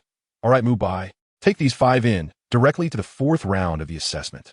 As soon as the old man finished speaking, Xiao Wu let out a cry and jumped into Tang Ling's arms, clinging to him. My brother also went up and punched him hard in the chest. "Welcome back." "Xiao Ling." "Yeah, I'm back." Tang Ling smiled, with Xiao Wu and Zhu Zhuqing each linking an arm with him. Dai Mubai led the way in front and turned around in astonishment to look at my brother and Tang Ling. "You are brothers?" My brother and Tang Ling exchanged glances and said in unison, "Yes, we are brothers." Goodness, the little beauty next to them, named Ning Rongrong, was completely stunned. Her mouth wide, open enough to fit an egg, probably wondering how these 2 handsome guys with such different styles could possibly be biological brothers. I'm telling you, that's not the main point. The main point is that we were moving forward when suddenly a guy selling sausages popped up beside us. This dude, dressed in gray cloth, with a full beard, had a pair of peach blossom eyes and a voice so high-pitched it gave me goosebumps. He squeezed his throat and shouted, "Sausages for sale, Oscar brand sausages. Wow, what a contrast. It's like he's going for a cyber split personality, right?" His gaze was restless, constantly glancing at the girls in our group, and both Xiao Wu and Zhu Zhuqing couldn't escape his attention. The most ridiculous part was that he didn't even spare Tang Ling, a big man, either. He was spreading the love evenly. Tang Ling's face darkened instantly, and the killing intent in his eyes was almost tangible. Just when he was about to take action to clear this visual trash, I tell you, the dramatic scene unfolded. Zhu Zhuqing, our aloof sister Zhu, without a second thought, grabbed Tang Ling's hand. Wow. The killing intent around Tang Ling instantly dissipated like a flood released from a dam. He even instinctively tightened his grip on Zhu Zhuqing's hand. Folks, who understands? This dog food was thrown out of nowhere. Next to them, Xiao Wu's bunny ears drooped down, and she looked completely deflated. You could smell the tension from 800 meters away. Dai Mubai saw the sausage seller trying to sneak away and immediately got angry, shouting coldly, "Little AO, you dare to run." The bearded man, called Little AO, froze as if he'd been hit with a paralysis spell and awkwardly scratched his head. Dai Mubai was furious, veins bulging on his forehead. "You're really embarrassing our academy. Hurry up and show the new freshmen what you've got. Don't let them fall for your tricks." Little AO had a constipated look on his face, but he didn't dare disobey. So he reluctantly stretched out his right hand, squeezed his soft voice, and shouted a soul curse I would never forget. "I have a big sausage." Puffed. I almost sprayed my soda out. I saw a flash of yellow light in his hand, and 2 soul rings rose up, and he really conjured up a sausage that looked exactly like the one sold on the street. My brother and Xiao Wu's expressions were simply spectacular, as if they had seen a ghost. But Tang Ling was really impressive. He didn't change his expression at all and directly took out money to buy 2 sticks. handing one to Zhu Zhuqing and coolly saying, "Eat this, it's not good to be on an empty stomach." Zhu Zhuqing remained calm, took it, and ate it in small bites. After finishing, she realized how strange our gazes were, and a slight blush passed over her face, but it was quickly suppressed. She then calmly explained, "His soul curse is a bit sleazy, but the healing effect is really good." Wow, I give full marks for that explanation. All right, gossip time is over. Dai Mu Bai led us directly to the fourth challenge. On the way, he educated us, saying that Shrek Academy has only accepted 42 students in 20 years, and now, counting him, there are only 3 students. There are even more teachers than students. The graduation requirements are even more outrageous. You must reach level 40 in your soul rank before turning 20, or you're out. The dean has made it clear, it's better to have none than to have a lot of useless ones. Our Shrek only takes monsters, not trash. I was so excited at that moment. Wasn't this tailor-made for us? We soon arrived at the place, where a middle-aged man was dozing off. Dai Mu Bai called out to teacher Zhao, saying we were here to participate in the 4th round of the assessment. Upon hearing this, teacher Zhao's eyes lit up, and he stood up from his chair. He wasn't tall, but his muscles were like steel lumps, exuding a strong sense of oppression. When he learned that all 5 of us had come without taking the exam, he became even more enthusiastic, saying he would personally oversee the final round. If we passed, we will be part of Shrek.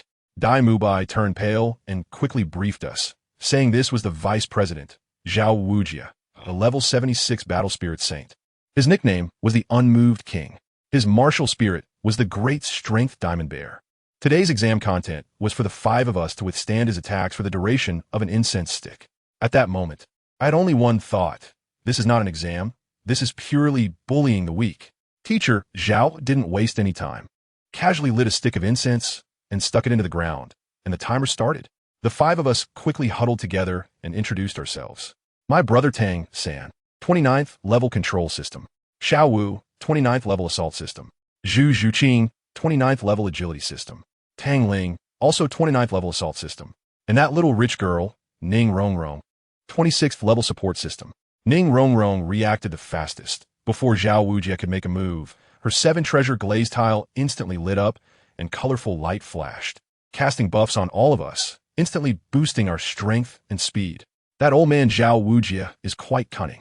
He saw that Ning Rongrong was a support and came up with a punch aimed at the ground, intending to take out our healer first. "Brother, protect the support," Tang Ling shouted loudly, and my brother reacted swiftly, swinging his blue silvergrass and directly pulling Ning Rongrong away from the spot. Just as she left, the ground beneath her exploded with a loud bang. That was close. Tang Ling caught Ning Rongrong, and the next second, he shot out like a cannonball. Xiao Wu and Zhu Zhuqing also moved simultaneously, one charging head-on and the other flanking from the side. My brother's blue silvergrass wrapped around from all directions. The combo was incredibly smooth. Tang Ling punched Zhao Wujia in the chest, while Zhu Zhuqing's phantom claw was outputting crazily on his back. It was like a chainsaw. And what was the result? Zhao Wujia seemed unfazed, like it was just a tickle. He was sent floating by our combo. Then his eyes widened, let out a roar, and activated his martial soul. The second soul ring lit up, and he shouted, "Great Strength Diamond Palm." Damn, the scene was like a bomb exploding on the spot. A strong burst of golden light erupted, and my brother's blue-silver grass shattered instantly. Tang Ling was the first to bear the brunt, while Zhu Zhuqing and Xiao Wu were directly blown away. Zhu Zhuqing fainted on the spot. This really angered Tang Ling.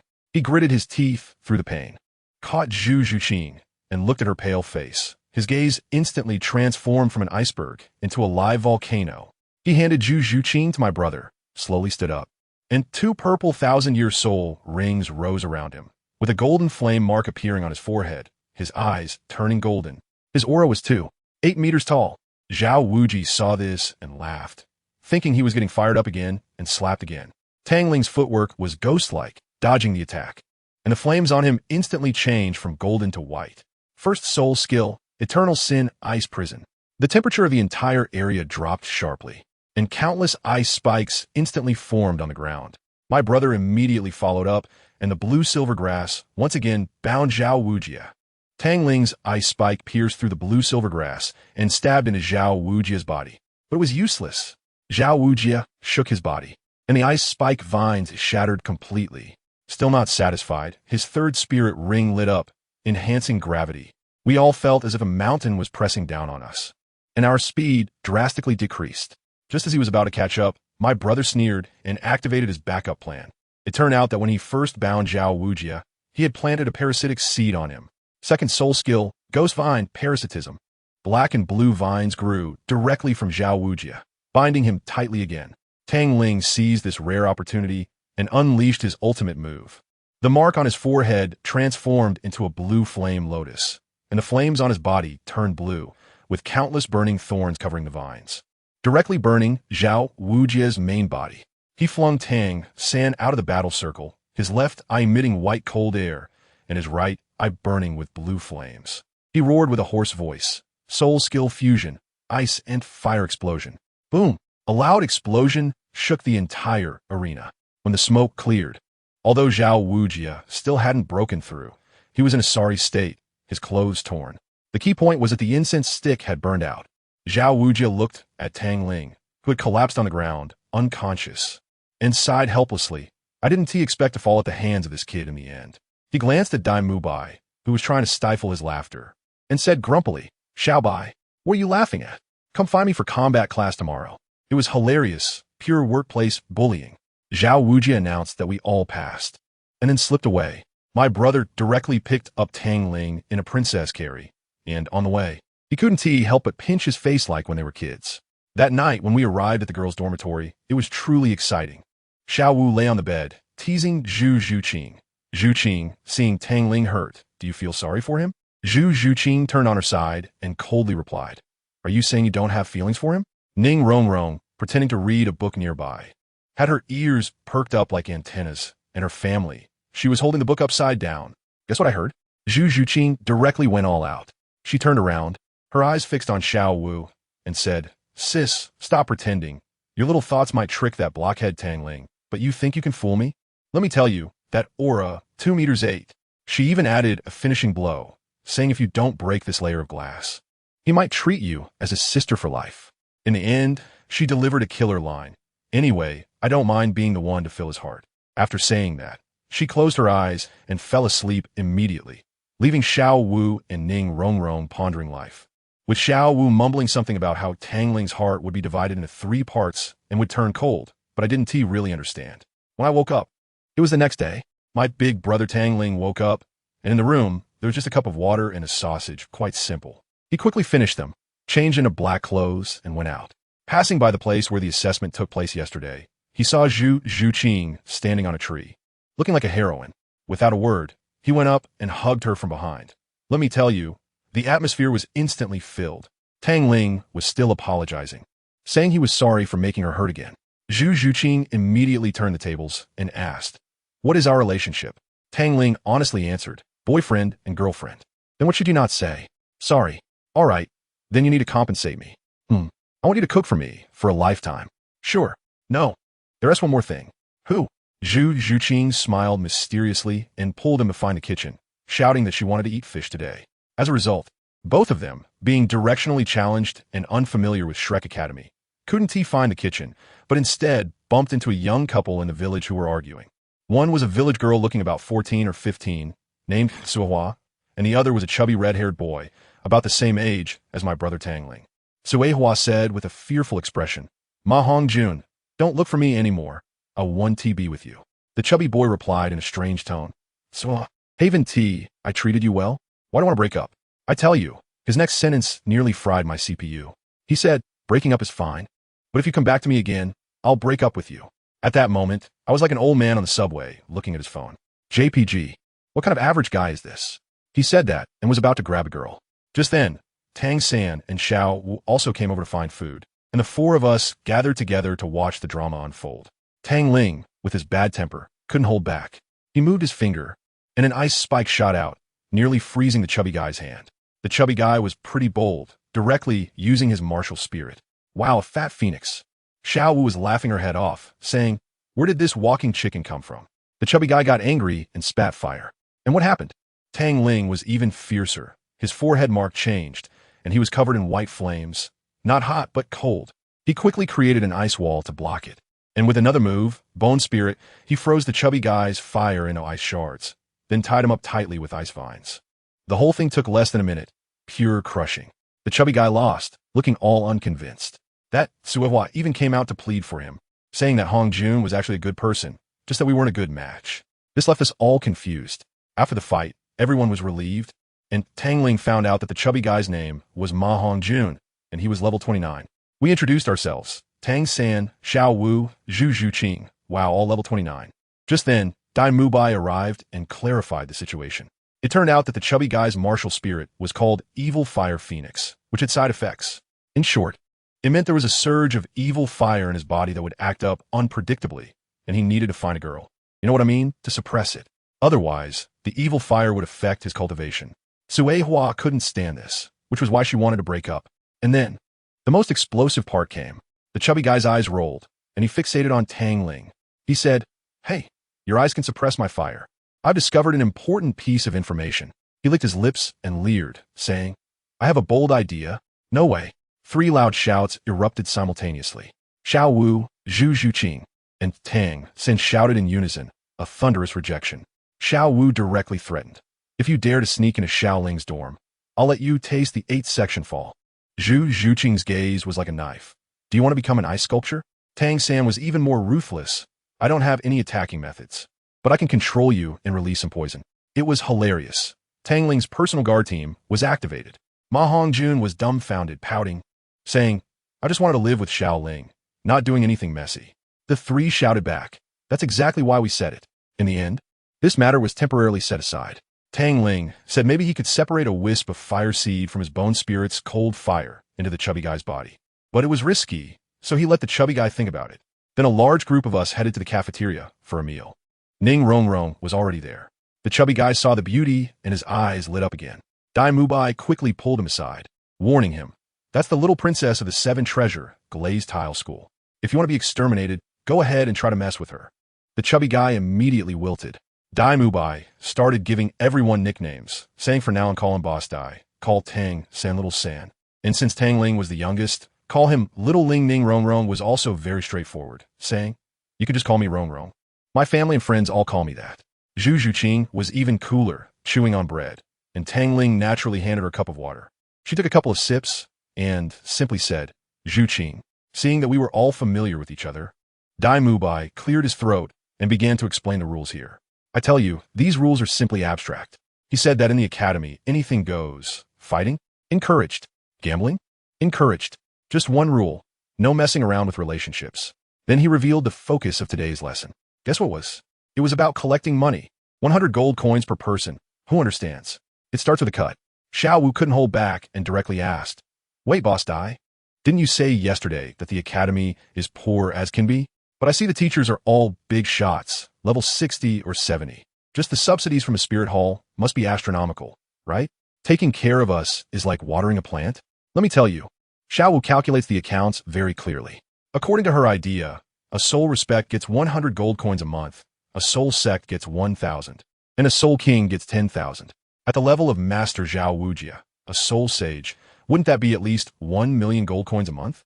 Then how could they be poor? But then Dai Mubai's words left us all silent. He said, "Dream on. The subsidies from the spirit hall are only given to those below level 40. Goodness, I couldn't help but exclaim. He said that once your soul power exceeds level 40, the subsidies are stopped on the spot, not a single copper coin. The country's intention is that above level 40, you're already a person of significance. Either work for the empire or join a big family. In any case, you can earn your own money. Don't think about taking advantage of the country any longer." Now we all understood why Shrek was so poor. It turns out that all our teachers are top experts pursuing freedom, unwilling to bow down for a few coins, not selling their lives to the empire, nor interested in joining any wealthy families. They just like to play on their own. Ning Rongrong also added that even if the empire offered them a noble title, they wouldn't want it, because that would be equivalent to signing a contract of servitude. And once a war breaks out, they would be forcibly conscripted to the battlefield. At this moment, Tang Ling, while eating Zhu Zhuqing's leftovers, chimed in, saying there are exceptions, like the top 3 sects, which are places that all soul masters dream of entering, strong enough that even the empire has to give them some face. Xiao Wu looked confused. What are the top 3 sects? Zhu Zhuqing calmly explained. Hao Yin sect, Blue Lightning Tyrant Dragon, and then their S. Rongrong's 7 Treasure Glazed Tile School. Just as they were talking, the sound of a gathering suddenly rang out outside. Dai Mubai quickly finished his meal and said, "Let us go. The dean is calling us." We hurried to the playground, and sleepy Oscar also arrived, munching on one of his own giant sausages. But, wait, who is this handsome guy? I was stunned at that moment, as I saw this guy with a clean-shaven face, not a single hair on his chin, looking like a handsome guy with peach blossom eyes. Tang Ling was even more taken aback. He stared at Oscar for a long time and seriously asked, "Aren't there only 8 of us in the academy? Who is this guy? He looks a bit familiar." Oscar almost spat out his sausage, stumbled a bit, and with a mournful face said, "Xiao Ling, no way. You just ate my sausage the day before yesterday, and now you don't recognize me?" Tang Ling suddenly realized, "Oh, you are that sausage. Oscar?" I was almost laughing to death beside them. Tang Ling's face blindness was truly unmatched. Oscar was smugly whispering to Tang San, saying, "Look, a beauty has arrived. We need to tidy up a bit," his target being Ning Rongrong, telling Tang San not to compete with him. Tang San was speechless and asked how old he was. Oscar confidently replied, 14. "My dad had me when he was 14. This statement nearly fried Tang San's brain. Just then, a middle-aged man walked over. I looked and thought, wow, isn't this the shady merchant uncle we met at the village entrance? He had such a distinctive look, with a face like a shoehorn and wearing square glasses, looking very shrewd. Xiao Wu recognized him too and was about to shout, but Oscar quickly covered her mouth and whispered, "Don't say anything. This is our dean, the four-eyed cat eagle, Flender, a soul sage at level 78. Even tougher than Teacher Zhao." Oscar added that the dean was very vengeful, but also protective of his own.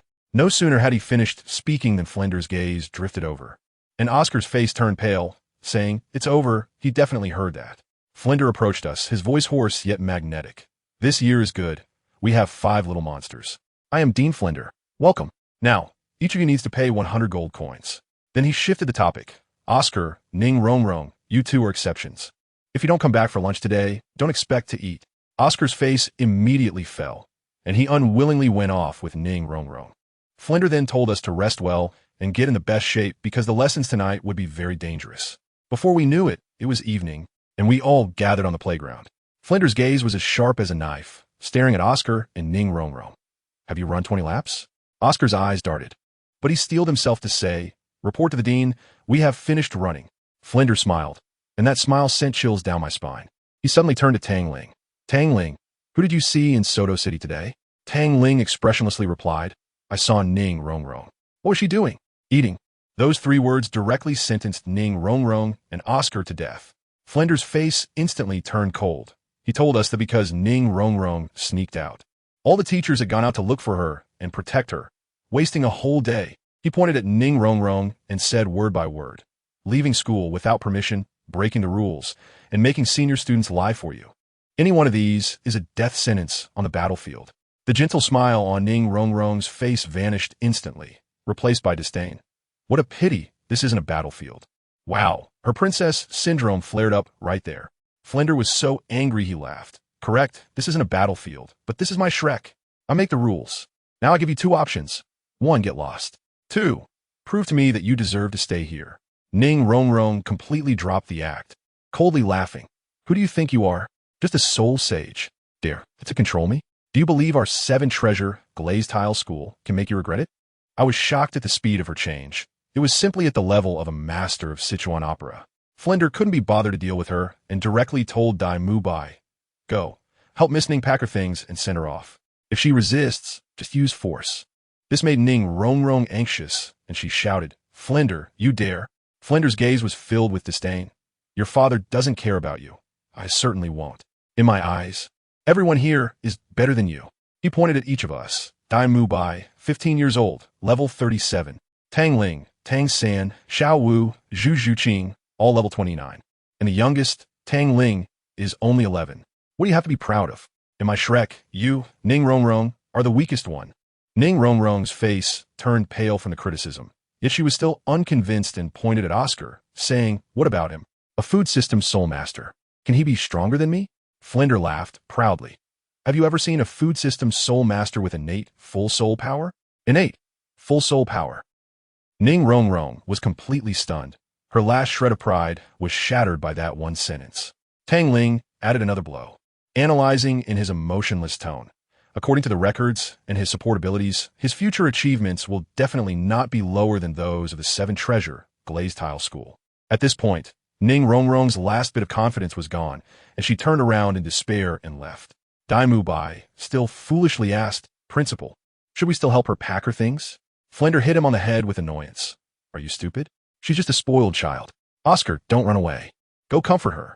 Once this was settled, Flender took us to our real first lesson. He led us at a run to Soto City, finally stopping in front of an enormous building.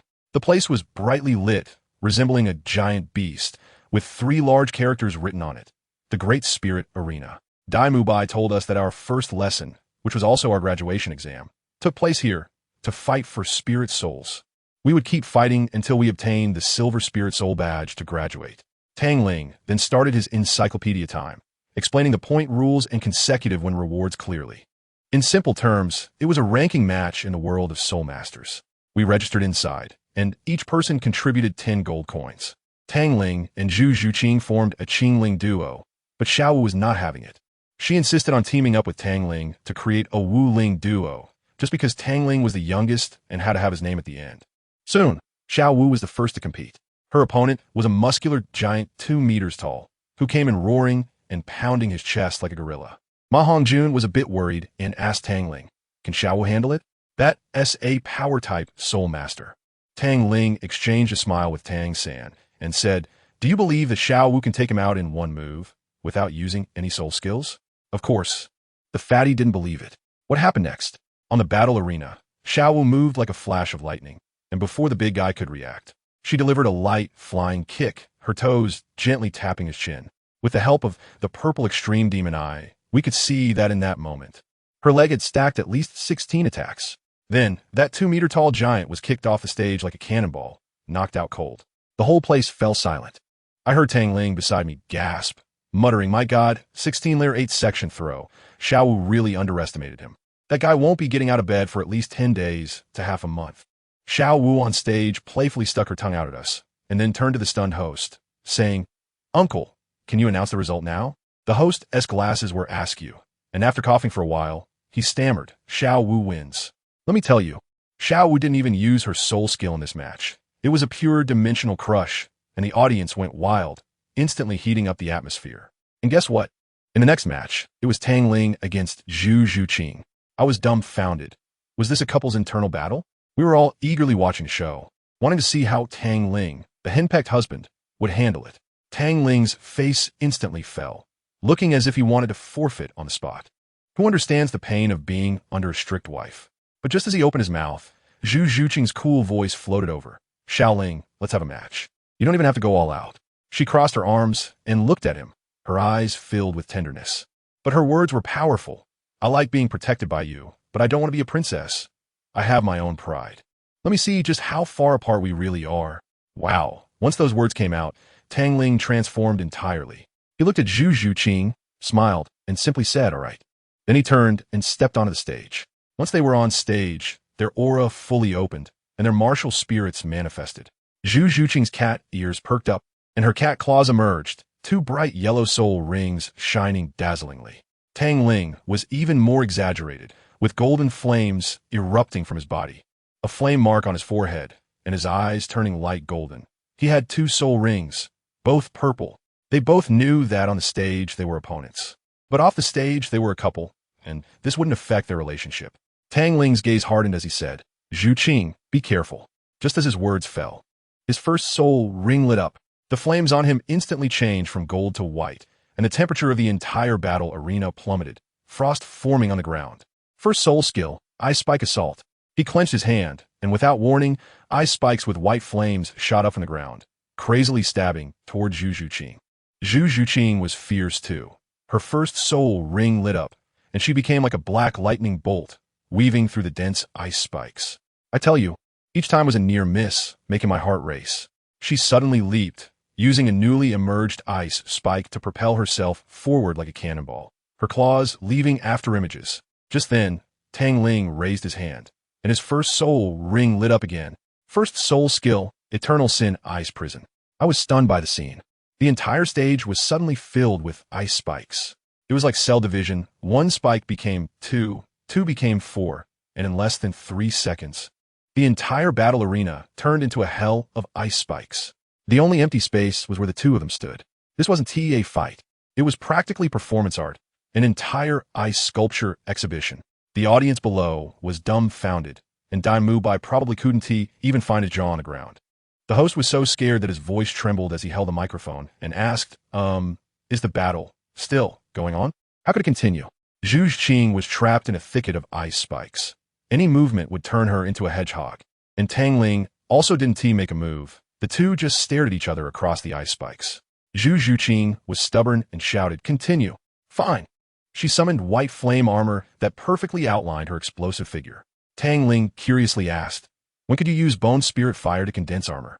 Xunji ignored him and set a condition. "If I break your eternal sin ice prison, you have to promise me 3 commitments." Tang Ling, with a doting tone, replied, "Don't say 3. I'll promise you 100. Then Xunji gave it her all, her spirit rings flashing wildly. And she used all her strength to shatter the ice spikes within a meter around her, but that was as far as she could go. Her soul power and physical strength were completely exhausted, and she swayed before falling backward. In the next second, Tang Ling appeared behind her, as if he had teleported, catching her securely in a princess carry. Xunji's face turned bright red, burying her head in Tang Ling's arms. He held her and softly said, "Silly girl. Why push yourself so hard? I promise you those 3 commitments." He carried Xunji to the edge of the stage and looked up at the host, saying, "I concede." The host was taken aback. "Huh? Oh," quickly announced Xunji as the winner. With each step Tang Ling took, the ice spikes behind him vanished. And by the time he left the stage, the entire battle arena was clean, as if nothing had happened. Dalu in the audience was so furious that he clenched his fists until they bled. In the resting room, Tang Ling replenished some of Xunji's soul power, and her complexion improved. Leaning on his shoulder, Xunji made a bold declaration. "The first commitment, I want you to never leave me for life." Tang Ling was taken aback for a moment, then leaned down and kissed her forehead, saying firmly, "I promise that commitment." Damn, this dog food is simply relentless, leaving no way out for single dogs. After those two were all lovey-dovey, it was time for Tang Ling and Xiao Wu's 2-on-2 match. Xiao Wu had been waiting in the corridor, puffing out her cheeks, her rabbit ears drooping, clearly sulking. Tang Ling, being his clueless self, asked if she was feeling unwell and reached out to touch her forehead, only to be swatted away by Xiao Wu, who dragged him onto the stage. Their opponents were 2 young men in their 20s, with their martial spirits being sheep. They immediately activated their soul skill, Trample, trying to create a shockwave. What happened? That little tremor felt like a tickle to Tang Ling and Xiao Wu. Xiao Wu swayed a bit, but quickly regained her balance, and seeing their chance, the 2 brothers charged at her using their second soul skill. Just as Xiao Wu steadied herself and was about to be hit, she remained calm and activated her second soul skill, Charm, shooting a pink light directly into one of the guy's eyes, leaving him dazed. As for the other one, she didn't even bother, because Tang Ling had already made his move. Countless burning green vines burst from the ground, instantly binding the other guy like a dumpling. Xiao Wu followed up with her first soul skill, Bow, and Kick, sending the charmed guy flying. Tang Ling also threw out vines, tossing the bound guy off the stage. The whole process was so fast it felt like hitting the fast-forward button. As soon as the host shouted start, the battle was over. After the match, we walked out. That fat pig, Ma Hongjun, with a lewd grin, said he wanted to visit the Dean's shop. Dalu immediately understood and warned him to be careful. But this fat guy lacked awareness and insisted on dragging Dalu along to vent, saying women are a resource, which infuriated Dalu, who told him to get lost. He then tried to flirt with Tang Ling, but instantly felt 3 icy glares, one which came from Tang San. The fat guy shivered in fright and ran away in disgrace. Halfway through, Dalu suddenly called out to Xunji. Tang Ling patted Xunji's head, telling her to come back early and walked ahead with us. Dalu stood in front of Xunji, looking bitter, and, after a long pause, he said 3 words, "I'm sorry." Xunji's gaze was filled with sarcasm. "Who are you apologizing to?" "Me? Dalu, you think too highly of yourself." She revealed everything from back then, saying after he ran away, she also fled, only to be hunted by her family for 3 years, eventually cornered by her own sister into the Stardow Forest when she was just a one-ring soul master. "I should thank you." Xunji's voice was as cold as ice. "If you hadn't run away, I wouldn't have thought to escape. I should thank my good sister even more. If she hadn't forced me into the forest, I wouldn't have met Xiao Ling. Now we were just classmates. At most partners who could trust each other's backs in the future, that's all. After saying that, she bypassed Dai Mubai and added, I might have hated you once. But when Xiao Ling almost died for knowing me for less than 10 days, I stopped hating. I only hate myself for not being strong enough. Dai Mubai. Pick up the pride you tossed aside. Dai Mubai stood there alone, as if he had lost his soul. On the other side, Tang Ling was sending Xiao Wu back to her dorm. When they reached the door, Tang Ling told her to rest early and turned to leave. Suddenly, a pair of small hands hugged him tightly from behind. Tang Ling froze. Xiao Ling, it's been 5 years. I'm really so worried about you. Xiao Wu's face buried in his back, her tears soaking his clothes. Tang Ling, being the dense one, seemed to have short-circuited, standing there frozen. After a while, Xiao Wu released her grip and turned to go back to the dorm, her back looking so dejected it was heart-wrenching. For some reason, Tang Ling felt a panic in his heart and instinctively reached out, grabbing Xiao Wu's wrist. In that instant, a scene flashed through his mind. A man who looked exactly like him, with a cold expression, turning to leave, followed by 3 crying girls. He felt a severe headache, trying to see clearly, but couldn't. Just when his head was about to split, Xiao Wu suddenly turned around, her rosy lips pressing directly against his. I tell you, Tang Ling's wooden head just overheated right on the spot. After Xiao Wu finished kissing, she licked her lips, looking like a fox that successfully stole a taste, and seductively blinked. You've grabbed my hand, so now you have a part of me too. Also, don't force yourself to think about those things. I think what we have now is just fine. Just before entering the door, she turned back and said, all right, Xiaoling, you can open that box now. After saying that, she skipped into the dormitory, leaving Tang Ling alone in the wind, feeling confused. He touched the corner of his mouth and returned to the dormitory, his mind still a mess. He simply sat cross-legged to start cultivating, but after finishing, he felt even more troubled. He had been stuck at the peak of level 29 for over a year now, and there was still no sign of progress. I was really annoyed at that time, and thought to myself, forget it, whatever happens, happens. This bottleneck is just a hurdle, I'll get through it sooner or later. With that thought, my eyelids felt heavy, and I just fell asleep. Guess what happened next? I fell asleep, but my imperial flame, martial soul, came out on its own. It was quietly burning in my hand, and then a strange little cold wind blew through the room, extinguishing the old oil lamp on my table. After that, both the wind and the fire disappeared, almost like some smart home system with a light-off service. Unbelievable. The next morning, I opened my eyes and felt a bit of weight on my chest. When I looked down, Zhu Zhuqing was sleeping on me like a little kitten. I couldn't help but laugh. That girl didn't even go back to her own room last night. She just came straight here after chatting with Dai Mubai. Well, it's been 5 years, and she said she can't sleep without me holding her, waking up in the middle of the night. Who can understand this? Who can withstand it? I quietly got up, thinking about making her some breakfast. Shortly after I entered the kitchen, I heard some movement behind me. When I turned around, I saw her sneaking over like a little thief, tiptoeing to steal the sweet and sour fish I had just cooked. I caught her red-handed and said, if you want to eat, just sit down and eat. No need to act like a thief. Her face turned a little red. She shot me a glare, and then sat down and started devouring the food. The speed was something you've never seen before, even more ferocious than Xiaowu. The plate of fish disappeared in just a few moments. It was quite a visual shock. After we were both full and satisfied, we headed to the place where we usually have classes.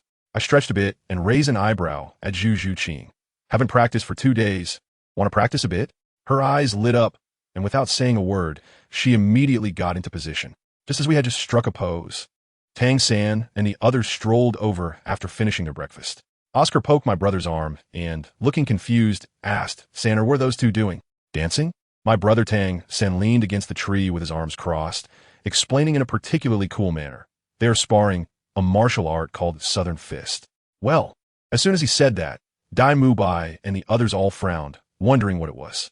Southern Fist? Never heard of it. Xiao Wu rolled her eyes adorably beside him, as if to say, a bunch of country bumpkins. In the next moment, Zhu Zhuqing moved. The speed was so fast that only a shadow was left behind, and Dai Mubai, a 3-ring soul master, could barely keep up with it. The whistling of her punches made the entire air buzz. As she threw a punch at me, I raised my hand to block it, and there was a dull thud. Immediately, her other punch was coming from my face. I tilted my head, and her fist brushed past my cheek. Taking advantage of the momentum, I bent down and threw a punch, only to have it blocked by her knee. We exchanged blows back and forth, our footwork becoming incredibly swift, leaving only our afterimages on the entire arena. The The few spectators beside us, except for my brother and Xiao Wu, were all dumbfounded. The fat guy, Ma Hongjun, was twitching at the corners of his eyes, swallowing hard and saying, Is this really practice? Even the wind from these punches can crack the ground? Dai Mubai was so shocked that he muttered to himself, They have no soul power fluctuations at all. This is purely the power and speed of their bodies. This speed is almost on par with the soul master of the second ring. Oscar, that kid, had his eyes turning green. As a support type, seeing such close combat ability, he must have been drooling with envy. After about 5 minutes, I focused my gaze, and my fist suddenly accelerated, stopping just 1 centimeter in front of Zhu Zhuqing's nose. She halted her movement and decisively said, I lose. I retracted my fist and said, You've improved. You're much faster than when we were in the Dragon Forest. She smiled playfully and replied, Of course. Practicing with you every day has to have some effect. Just then, Xiao Wu bounced over like a rabbit and leaped into my arms. Habitually, I rubbed her little head, while Zhu Zhuqing silently turned her head to the side. Suddenly, I felt a chill down my back. There are always schemers trying to harm me. I instinctively looked up, and to my surprise, there was that old rascal, Flinder, floating in the air with his martial soul, looking at me with an extremely strange smile. This is bad. That old fox is definitely trying to scheme against my southern fist again. Sure enough, the next day in class, Flinder first PUA'd Ning Rongrong, leaving the little girl in a daze before she obediently decided to stay. Then he shifted his focus and started teasing Oscar. Hey, little Oscar, why are you here so early today? Did you take the wrong medicine? Oscar shrugged helplessly, then patted my back proudly, saying, Dean, who made Xiao Ling's cooking too delicious? After I finished my meal, my strength increased, and I am now a level 30 food system soul master. Level 30? I tell you, as soon as these words came out, the whole place was stunned. Everyone, including Flanders, was shocked. A food-type spirit master, 14 years old and at level 30. What does that even mean? This could be considered a treasure if it were to be released. Dai Mubai also forgot about the teasing from earlier and asked in shock, Can Xiaoling's cooking really enhance cultivation? Oscar scratched his head and said, Not exactly. It might be mainly because I was already close to my bottleneck. I stood by silently, fully aware in my heart. Could I tell them that I secretly added a bit of the essence of life to every meal I made as seasoning? This is my exclusive secret recipe. I raised Zhu Zhuqing with this stuff for 5 years, and her physical condition is as good as a little monster. No matter how many injuries she sustains, as long as she doesn't die, she'll be bouncing back in no time. Flandre laughed heartily, praised Oscar, and then got to work. He cleared his throat and said, All right, today's lesson is very simple. There's only one task, which is to eat at least 1 sausage made by Oscar. As soon as Oscar heard this, his eyes lit up, and that lewd smile was impossible to hide. He stretched out his hands and began to chant his awkward spell that could make a 3-bedroom apartment. I have a big sausage. I have a small sausage. I exchanged a glance with Zhu Zhuqing and said 2 words, boring. We each took one and ate it without changing our expressions. As a result, my brother, Tang San, actually hesitated. Xiao Wu also frowned. I was a bit angry at that moment and directly looked at my brother, coldly saying, Brother, after 5 years, you've become even weaker. He trembled slightly, and his gaze even flickered. I continued to apply pressure. The old you wouldn't hesitate at all about this kind of thing. Have you forgotten what Mom and Dad said? I repeated to him what he said back in the day. Once you embark on the path of a soul master, there is no turning back. The only endpoints are life and death. Sometimes, you have to hit your own brother with a heavy hammer. Later, Flinder called us into his office. He immediately noticed that I was stuck at a level and said to me, You've been stuck at level 29 for over a year. Haven't you? I nodded. He continued, I have watched your battle with Zhao Wuji. You're a monster. Your first soul ring is 1,000 years old, and your soul skill attack power reaches soul master level every time. Therefore, your bottleneck is different from others. I have observed you for 2 days. You're the most perfect genius I have ever seen. However, your mindset is not sufficient. You are too anxious. You need to calm your heart. All right, this old guy still has some insight. I nodded and said, Understood, Dean. Just as I was about to leave, my brother Tang San grabbed my arm and whispered, Xiao Ling, tonight, behind the Shrek Academy. I smiled, patted him on the shoulder, and went out first. In the evening, I leaned against a big tree on the back mountain, almost falling asleep when I heard my brother's footsteps. He came over and sat down against the tree, and we just looked at the stars without saying a word. After a long while, he finally spoke. Xiao Ling, it's been 5 years. How have you been out there? I glanced at him. What do you think? In the Panlong Great Forest, soul beasts are everywhere, and there's also, well, a dead weight beside me. My brother laughed directly and nudged me with his elbow. If you let Zhu Qing hear you say that about her, do you think she would get angry? I thought about how Zhu Qing almost cut ties with me over a fish, and I really wasn't sure. After a moment of silence, my brother suddenly stood up, walked in front of me, and said with a fighting spirit, "We haven't sparred in 5 years. How about a match?" I tilted my head and looked at him, laughing. "Go ahead and hit me. Are you afraid of you?" As soon as I finished speaking, my brother's muscles instantly tensed up, and he activated the full set of Tang Sek's ultimate skills, the purple extreme demon eye and the Qian jade hand. Without saying a word, he struck a palm towards my abdomen. "Hey, that's nothing in front of my Wing Chun." My left hand appeared strangely in my abdomen, easily blocking his palm, and with a flick of my right hand, I sent him flying. While I was practicing, I was also teaching him, mumbling, "Let your heart guide your movements. Let your body follow your heart. Move with your feelings. Don't just memorize the techniques. Immerse yourself in the environment." Guess what? My words directly enlightened him. His southern fist, which he had been stuck on, suddenly progressed from the entry level to a small achievement on the spot. His whole aura changed, and he suddenly opened his eyes and grabbed my fist that I had thrown out. I looked at the arm he had grabbed and smiled. "Bro, a quarter of an hour, you still lost." After saying that, I pivoted on my left foot, and an invisible wave of energy exploded from my body, which was my boxing strength. It instantly knocked my brother away. After the fight, my brother went emo, lying on the grass, pulling out a dogtail grass and chewing on it, with a face full of sorrow. Lost again, still a quarter of an hour. I walked over and sat next to him, saying, "I don't know how many times I've defeated you, but this is the first time I've seen that expression on your face. Are you feeling defeated?" He stubbornly replied, "How is that possible? I tell you, I will never give up until I defeat you." I roll my eyes. "Are you weak?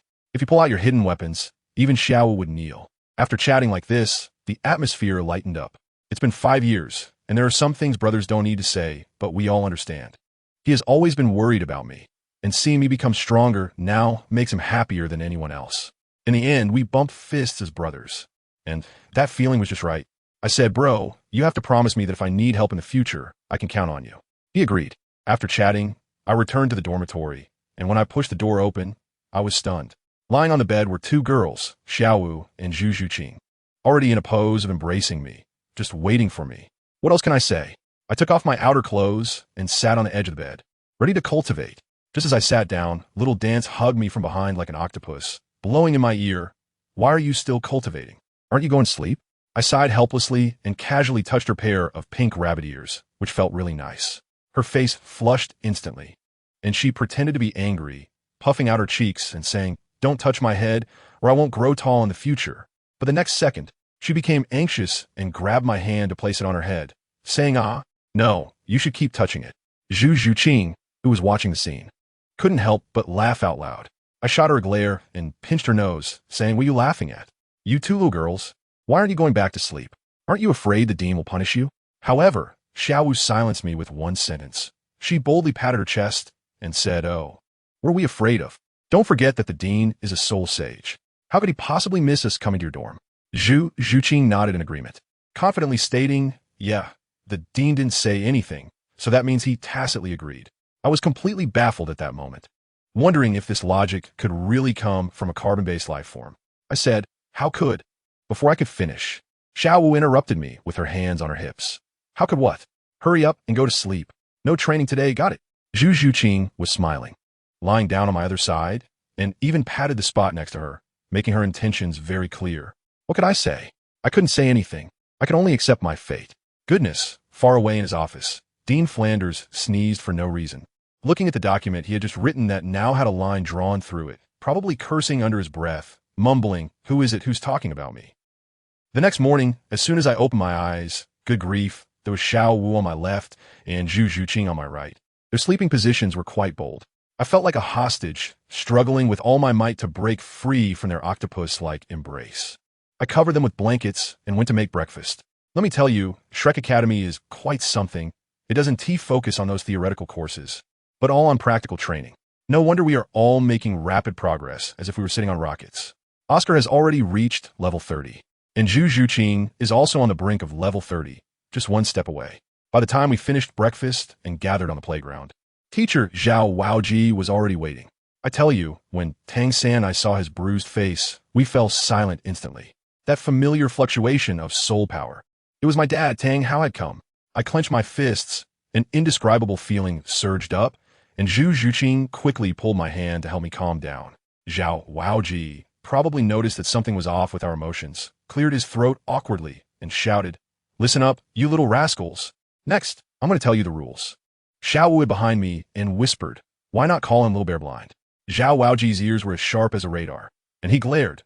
"Xiao Wu, what did you say?" I instinctively protected Xiao Wu behind me along with Tang San, and our movements were perfectly synchronized. Zhao Wujia glanced at the situation and probably couldn't be bothered to argue, snorting and saying, "All right, from here to the Stardow Forest. You all have to listen to my command. Don't go looking for trouble yourself. Of course, if someone is riding on your face and you still don't dare to retaliate, then don't say you are from Shrek. With me here, what is there to be afraid of? Move by, arrange the formation, and we'll set off in 5 minutes." That kid Dai Mu Bai really knows what he's doing. In no time at all, he arranged the formation clearly. He and Tang Sin took the lead. The two support members were in the middle, while I and Zhu Zhuqing brought up the rear. Focusing on being responsive, no one should even think about sneaking up on us from behind. Then we started our hurried march, which felt almost like a forced march. Once we started running, everyone realized how important Oscar's sausages were. At first, some were picky, but now everyone was eating them with gusto.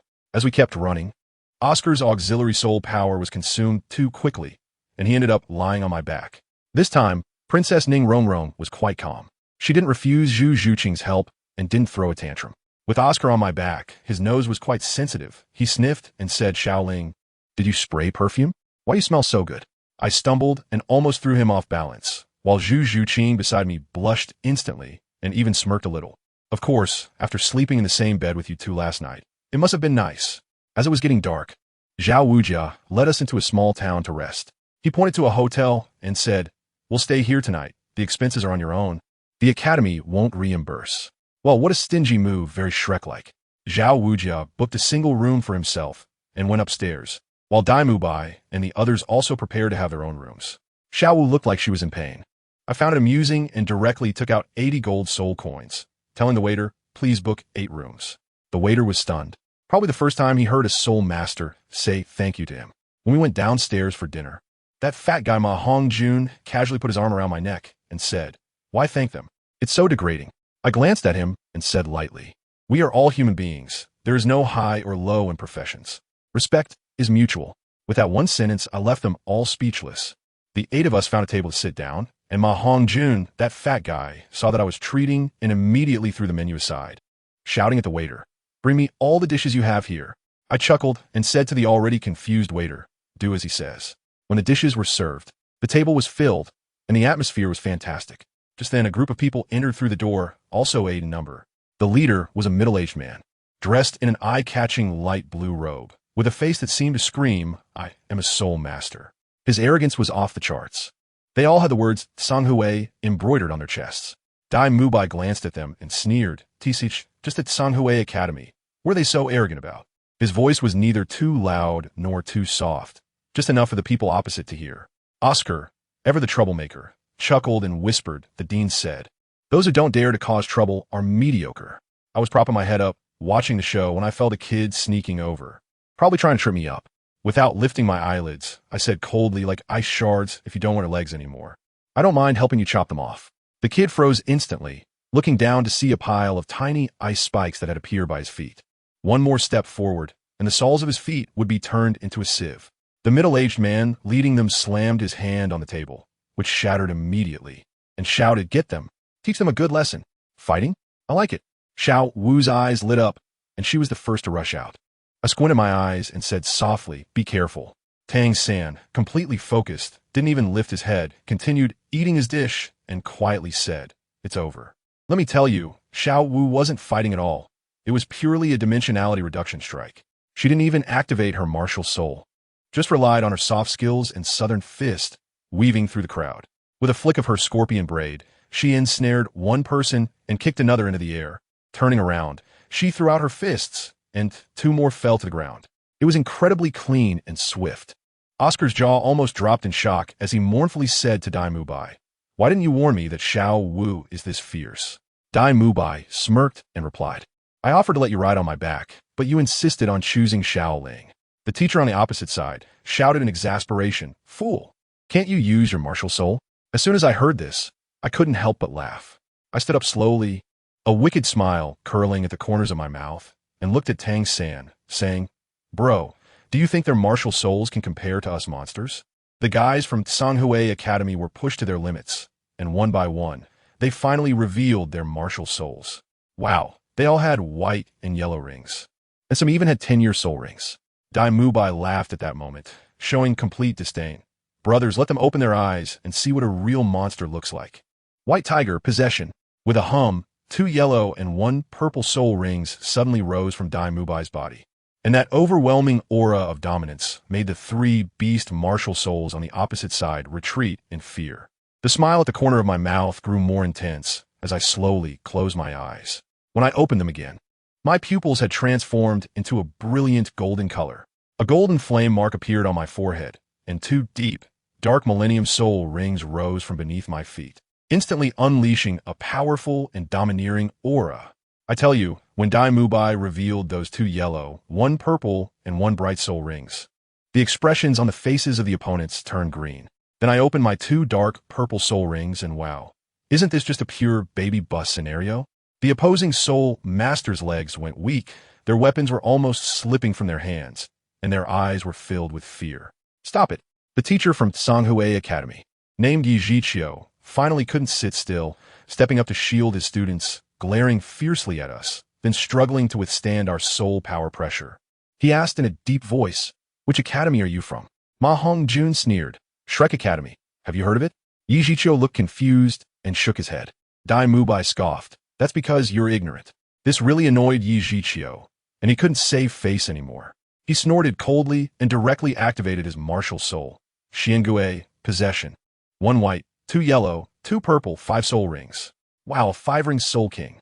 The powerful soul power pressure instantly rebounded, causing people in the restaurant to gasp in shock.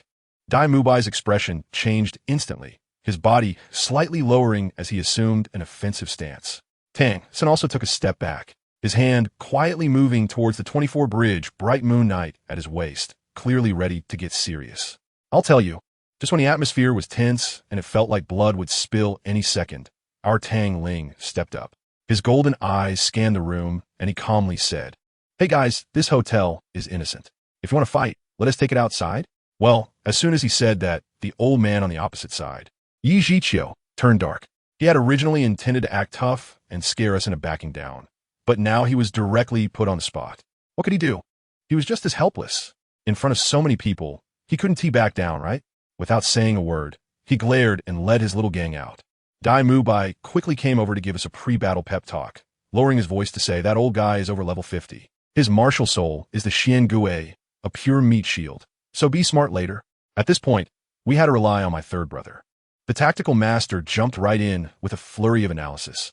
Listen up, he is a defensive type. His soul power is high, but his attack methods must be lacking. So we have a chance to fight. Me, Mubai, Xiaoling, and Zhu Qing will be the fast ones responsible for distracting him, playing around him like Qin Wang, circling the pillar, looking for gaps in his shell. Fatty, you stand on the outside and use your fire to roast him. Water counters fire and fire counters water. Oscar S. Sausage is more than enough, so spray him hard.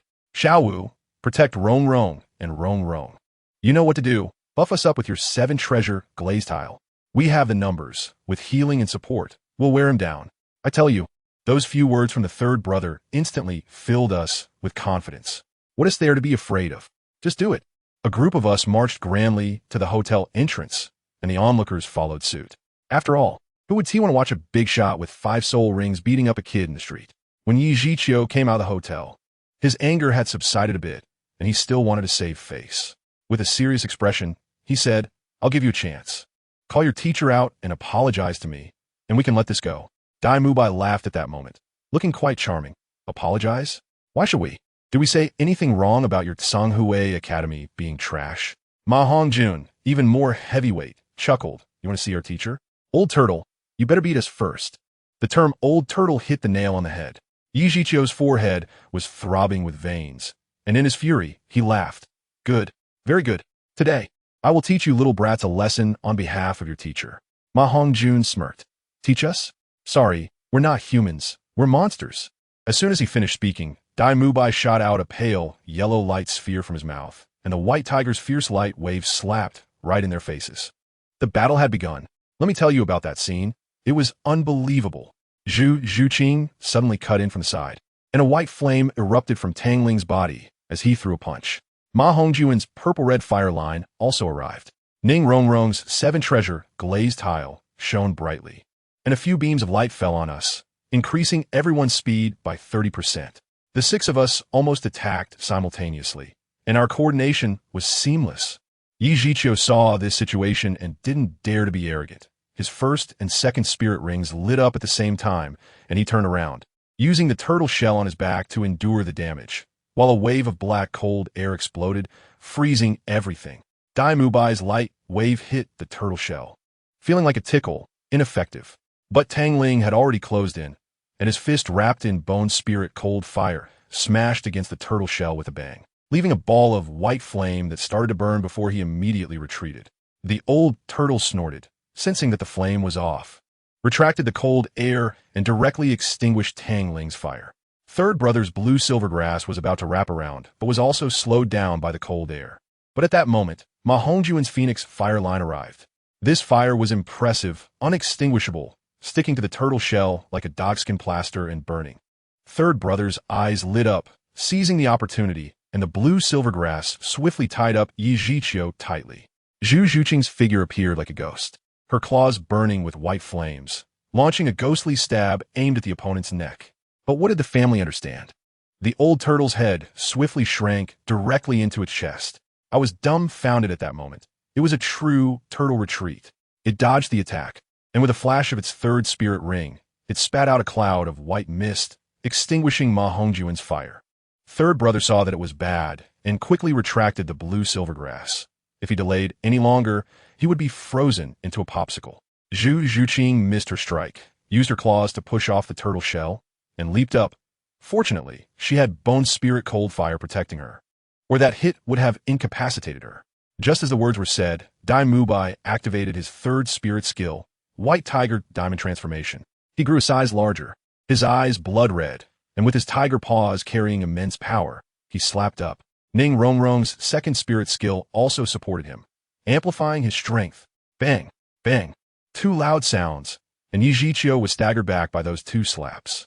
His head popped out again, and he opened his mouth to spray a mouthful of cold mist at Dai Mubai. Ma Hongjuan timely provided fire for protection, and when water met fire, steam enveloped the area, giving Dai Mubai the chance to slip away. Zhu Zhuqing fell from the air, activating her second spirit skill, Ghostly 100 Claws, and spun like a rotating blade towards him. Just then, a sinister smile appeared at the corner of Yi Zhiqiu's mouth. His fourth spirit ring lit up. Dark water waves, a circle of white, chilling ripples suddenly spread out from him as the center. Tang Ling sensed something was wrong immediately, but it was too late. The speed of the ripples was too fast, directly sending Zhu Zhuqing flying, and she spat out a mouthful of blood midair. When Tang Ling saw Zhu Zhuqing injured, his eyes turned red instantly. The ghost shadow mist moved to its peak, and he caught her in his arms just before she hit the ground. He checked her injuries, feeling both angry and heartbroken, and directly gave her a smack on the head, scolding, "What are you trying to prove?" Zhu Zhuqing leaned against Xiao Wu, still a bit weak, but stubbornly smiled and said, "I'm fine, I underestimated my opponent." Tang Ling handed Zhu Zhuqing over to Xiao Wu, slowly turned around, his gaze cold enough to freeze. He stepped toward Yi Zhiqiu, the flames on him changing from gold to pure white, a diamond-shaped ice crystal appearing on his forehead, and the temperature in the air dropped sharply. He coldly declared, "First soul skill, Eternal Sin Ice Prison." As soon as the words fell, the entire battlefield was enveloped in white mist. Countless ice particles burning with white flames formed within the fog. Then with a crisp sound, all the ice particles exploded, extending countless sharp ice spikes, instantly creating a net of ice spikes that completely sealed off Yi Zhiqiu. This guy went all out. Roar!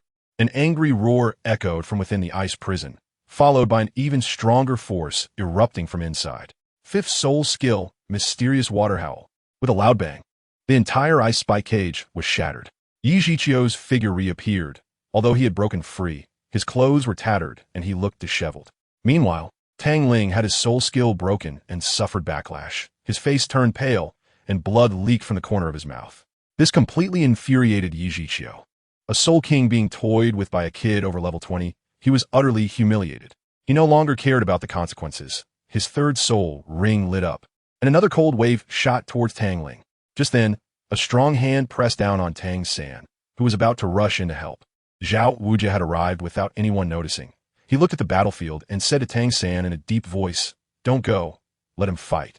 Then he turned to Zhu Zhuqing and pointed out sharply, "You made a mistake just now. You are a sensitive attack type, an assassin, not a berserker. If a sneak attack fails, you should retreat immediately, not charge in like a headless chicken. You need to control the violent emotions brought on by that power." Zhu Zhuqing fell silent, knowing Zhao Laoshe was right. On the battlefield, facing the incoming cold wave, Tang Ling relied on his bone spirit cold fire to form an ice shield to block it. The moment the ice shield shattered, the flames on him changed again. From the extreme cold white to scorching blue, the ice crystal on his forehead transformed into a blue lotus mark. Between his hands, he condensed a blue fireball the size of a basketball and hurled it forward. Second soul skill, Deadly Thorn. Yi Zhiqiu thought it was just a feint and sprayed a mouthful of cold mist at the fireball, which exploded into countless sparks. Just as he was puzzled, the sparks on the ground suddenly ignited, bursting into a blazing blue fire, instantly covering a 50-meter radius. Zhao Wujia's expression changed. Not good. This isn't a feint. This is a setup. Before he could finish, within the blue fire domain, countless dark green thorns burst forth from the ground, wrapping around the still reacting Yi Zhiqiu like venomous snakes. The thorns were covered in barbs and could even absorb blood, growing crazily as they fed. Yi Zhiqiu desperately unleashed his soul skill for defense. But the thorns tightened more and more, producing a clanging metallic friction sound, and it looked like his defenses were about to break. Just then, Tang Ling's body swayed. His soul power depleted, and he collapsed forward, darkness enveloping him. Zhao Wujia dashed forward and caught him before he hit the ground, muttering, "My little ancestor, if anything happens to you, your father will skin me alive." As Tang Ling fell unconscious, the blue fire and thorns disappeared in an instant. Yi Zhiqiu, freed, was both shocked and furious, pointing at Zhao Wujia and shouting, "Are you their teacher? Your academy's people are so arrogant. Aren't you going to give an explanation?" Zhao Wujia handed Tang Ling over to Tang San and lazily glanced at him, clicking his tongue. "A soul king, reduced to this by a great soul master. And you still want an explanation? Your Tsanghui Academy really is trash. What are you shouting about?" Zhao Wujia impatiently waved his hand. "Can't even handle an old turtle. Go back and practice more. As for you," he turned to Yi Zhiqiu, too lazy to even summon his martial soul, and slapped him directly. Yi Zhiqiu tried to withstand it with his turtle shell, but with a crack his proud shell was shattered by Zhao Wujia's slap. He flew out like a kite with a broken string. Zhao Wujia was still unsatisfied and rushed up, punching and kicking at Yi Zhiqiu in the air, and finally delivered another slap, knocking him unconscious. Meanwhile, the unconscious Tang Ling had a very long dream. In the dream, there were Xiao Wu, Zhu Zhuqing, Sange, and his parents, all smiling. Everything was beautiful. But suddenly, the sky cracked open, and a giant hand burning with black flames reached out, ignoring everyone, and grabbed him, trying to drag him into endless darkness. That extreme fear caused him to wake up instantly. He shot up from the bed, drenched in cold sweat, gasping for breath, his eyes still filled with the terror from the dream. "Shaoling." A familiar voice came, and Tang Ling turned his head blankly to see Zhu Zhuqing by the bed. "Qinger," he called out hoarsely, then tightly hugged Zhu Zhuqing, holding her as if afraid that if he loosened his grip, she would disappear like in his dream. I tell you, Zhu Zhuqing was probably stunned at that moment too. She hugged Tang Ling from behind and could feel him trembling all over. This guy, usually so cocky and arrogant, when had she ever seen him so scared? As a result, once he relaxed, he actually fell asleep just like that while holding on to her. Zhu Zhuqing initially wanted to push him away, but as soon as her hand touched him, her eyes rolled, and with a sly smile, she decided not to push him away. Instead, she just lay down on her side, curled up in his arms, and fell asleep too. Who understands, family? This was a masterful reverse maneuver, a high-level play. After a night passed, the next day Zhao Wuji's loud voice woke us all up. After breakfast, we headed straight to the Starry Forest. That place, how to put it, is like an upgraded version of a primeval forest. As soon as you step in, the air feels cool. Zhao Wuji immediately transformed into a serious face. giving us a safety lecture about not running around, not attacking soul beasts randomly, and that the support type should stay close to him, and so on, making our ears almost calloused from listening. In our formation, Daimubai was at the front, like a bulldozer clearing the way. As we walked, I suddenly felt a mysterious force calling me from the southeast, and a Tai Chi diagram flashed through my mind. Very strange. Just then, Zhao Wujia suddenly crouched down and said something was coming. He directly pointed at Zhu Zhuqing. You go take a look. Zhu Zhuqing instantly climbed up a tree. Like a real cat, silent and stealthy. After a short while, her cold voice came down, describing that thing clearly in just a few sentences, a flying snake. 3 meters off the ground, moving very fast, with a large fleshy crest on its head and a fan-shaped tail. Upon hearing this, Zhao Wuji's eyes lit up, and he shouted to Oscar, "Good kid, you're in luck. This is a phoenix-tailed coxcomb snake, a rare find." My brother Tang, San, immediately chimed in. How long? What color is under the wings? Zhu Zhuqing replied, 6 to 8 meters, with a light red color under the wings. My brother slapped his thigh and said, got it. From 1300 to 1800 years, just right for Oscar. This thing is super fast, has no poison, and the soul skill is most likely acceleration. Good heavens. It's a walking encyclopedia of soul beasts. Oscar heard this and was so happy that he was about to drool, rubbing his hands as if he was about to pop open champagne right there. Suddenly, my younger brother Tang Ling spoke up. Teacher Zhao, this one. Leave it to me and Xiao Qing to capture. As soon as he said that, the whole place fell silent. My brother Tang, San, almost choked on his breath. He wanted to say, what are you, a 20-something level soul master, making a fuss for? But the words got stuck in his throat. He suddenly remembered that my younger brother's first soul ring was a 1,600-year-old ice silkworm spider. His expression was uglier than if he had eaten a fly. Xiao Wu beside him was laughing so hard that her rabbit ears were shaking. As soon as he finished speaking, Zhu Zhuqing jumped down from the tree like a white lightning bolt and charged straight in. The phoenix-tailed coxcomb snake reacted quickly, dodging the vital spots. But its back still got scratched, making it cry out in pain. It spat out a colorful mist, and as soon as its flesh crown shone, it tried to speed away. But Zhu Zhuqing, let me tell you, her speed was faster than a snake on steroids. This girl is all about the attitude, chasing that snake and scratching it fiercely. In the end, I couldn't stand it anymore and created an ice shield to stop it. Then Zhu Zhuqing went in with a series of phantom ghost claw strikes, and the scene was a bloodbath. We were all swallowing hard. I could hear Zhao Wujin mumbling beside me, damn, is this girl more suited to be a strong attack type? I quickly shouted to stop. Chinger, take it easy. Don't beat him to death. We still need to leave some for Xiao Ao. Zhu Zhuqing then pouted and withdrew her hand, and when she walked back, she deliberately glanced at Oscar. Oscar was so scared that he shivered and immediately hid behind Daimubai. I tell you, that look was saying, try making my Tang Ling carry you again. Just as Oscar nervously raised the short knife I handed him, guess what happened? The classic scene unfolded as a loud shout echoed through the forest. Stop.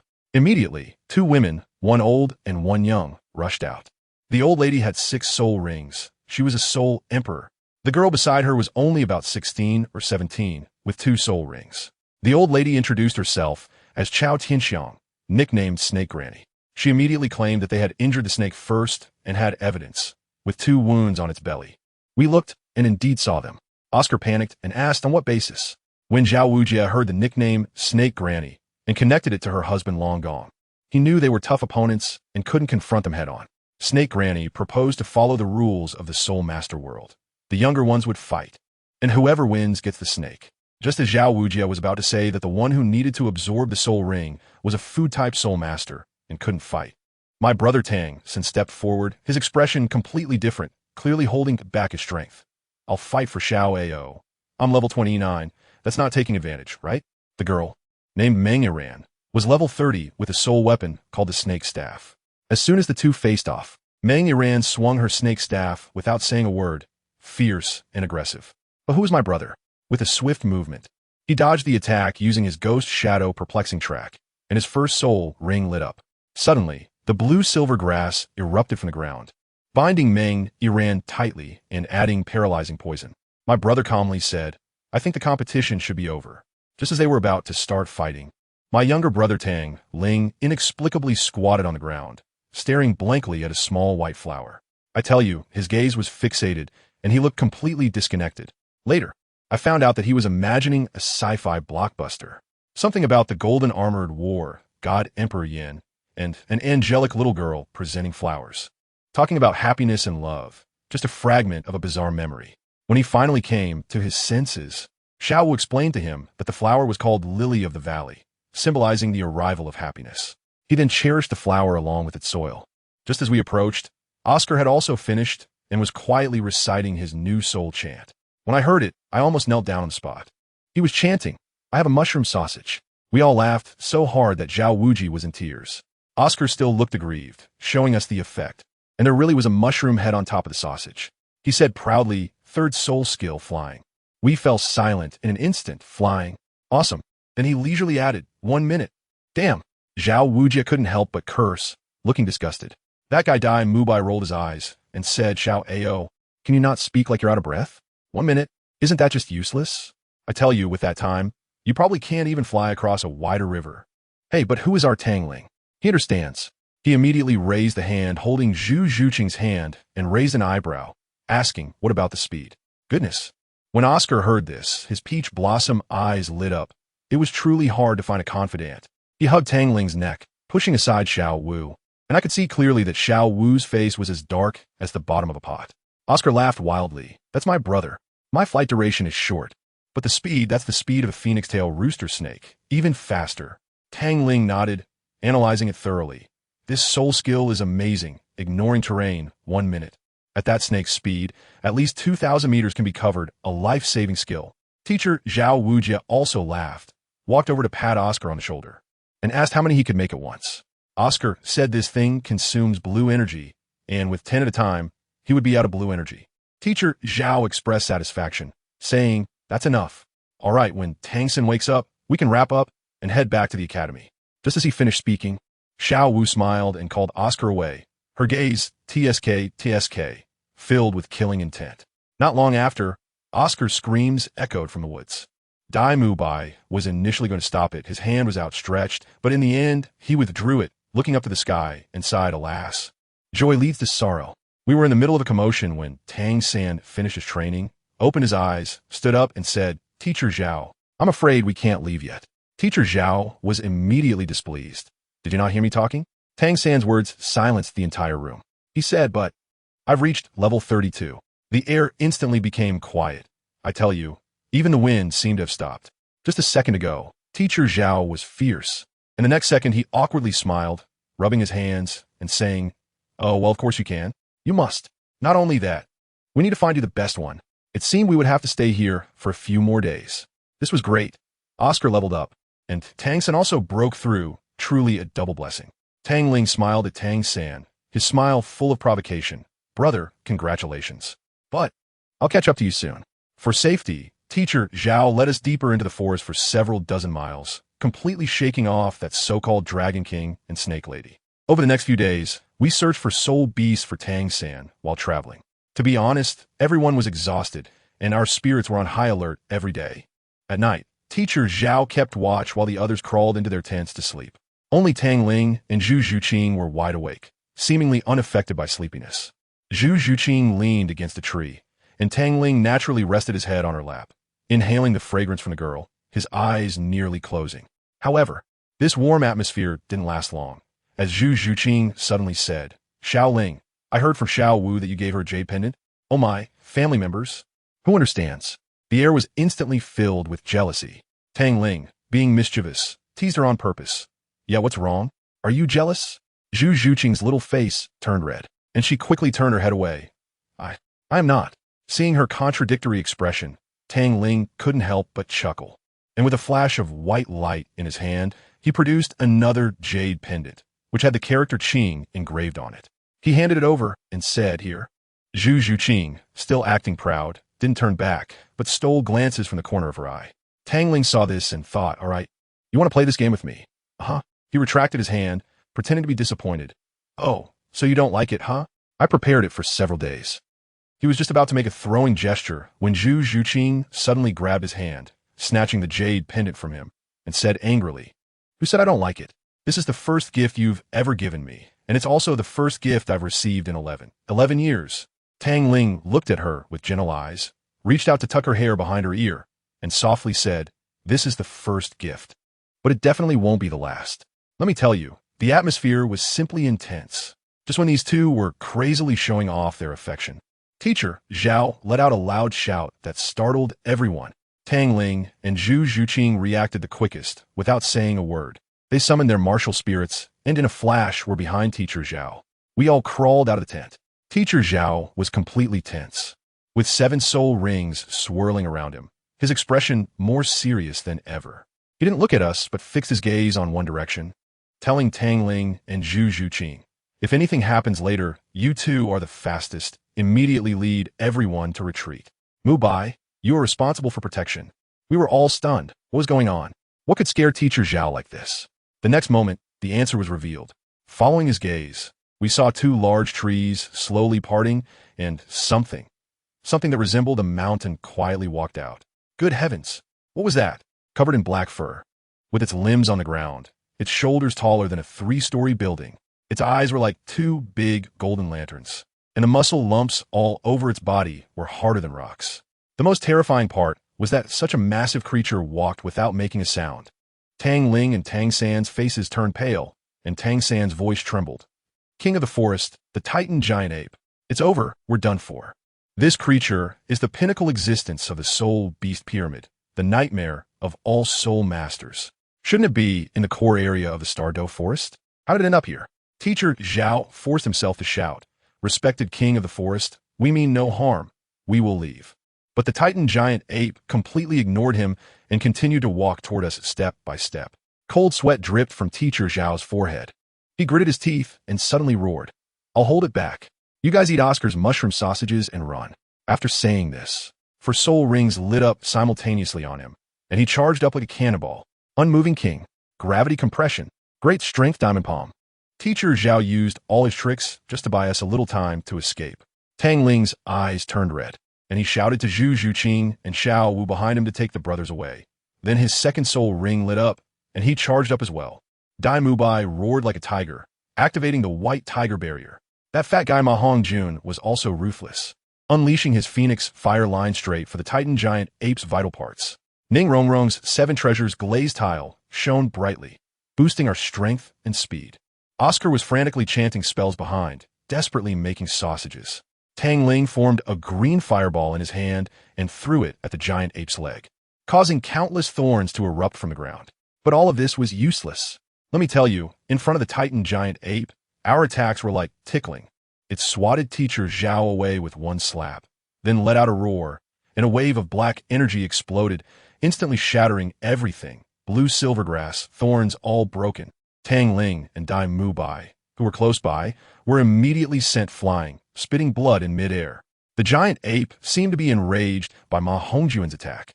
Its massive body leaped up and came crashing down, intending to crush us all into meat patties.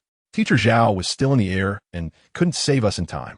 In this critical moment, Tang Ling didn't think twice. He swung out 2 green thorns, wrapping around Zhu Zhuqing and Xiao Wu's waists, and flung them in 2 different directions. Then, a burst of white light exploded from him. Layers upon layers of ice shields instantly formed, covering him like a pot lid. With a loud bang, the Titan giant ape landed. The entire ground shook. The ice shield shattered layer by layer, and Tang Ling spat out a mouthful of blood. But just as the last layer of the ice shield was filled with cracks and about to shatter, he saw through the gaps a scene he would never forget in his life. The Titan giant ape reached out its enormous claws and grabbed the just-landed Xiao Wu in its hand. "No, let go of Xiao Wu." Tang San's eyes turned red in an instant, and he charged forward like a madman, shooting dozens of hidden weapons toward the giant ape's eyes like meteors. Tang Ling also went all out, squeezing the last bit of soul power from his body, unleashing 4 consecutive ice-fire explosions at the giant ape. However, it was still useless. The giant ape simply closed its eyes and blocked all the hidden weapons. Tang Ling's self-created soul skill couldn't even make it sway. It was completely impatient now, grabbing Xiao Wu with one hand and exchanging a hard blow with Teacher Zhao's martial soul in the other. With a loud boom, Teacher Zhao staggered back, while the giant ape remained motionless.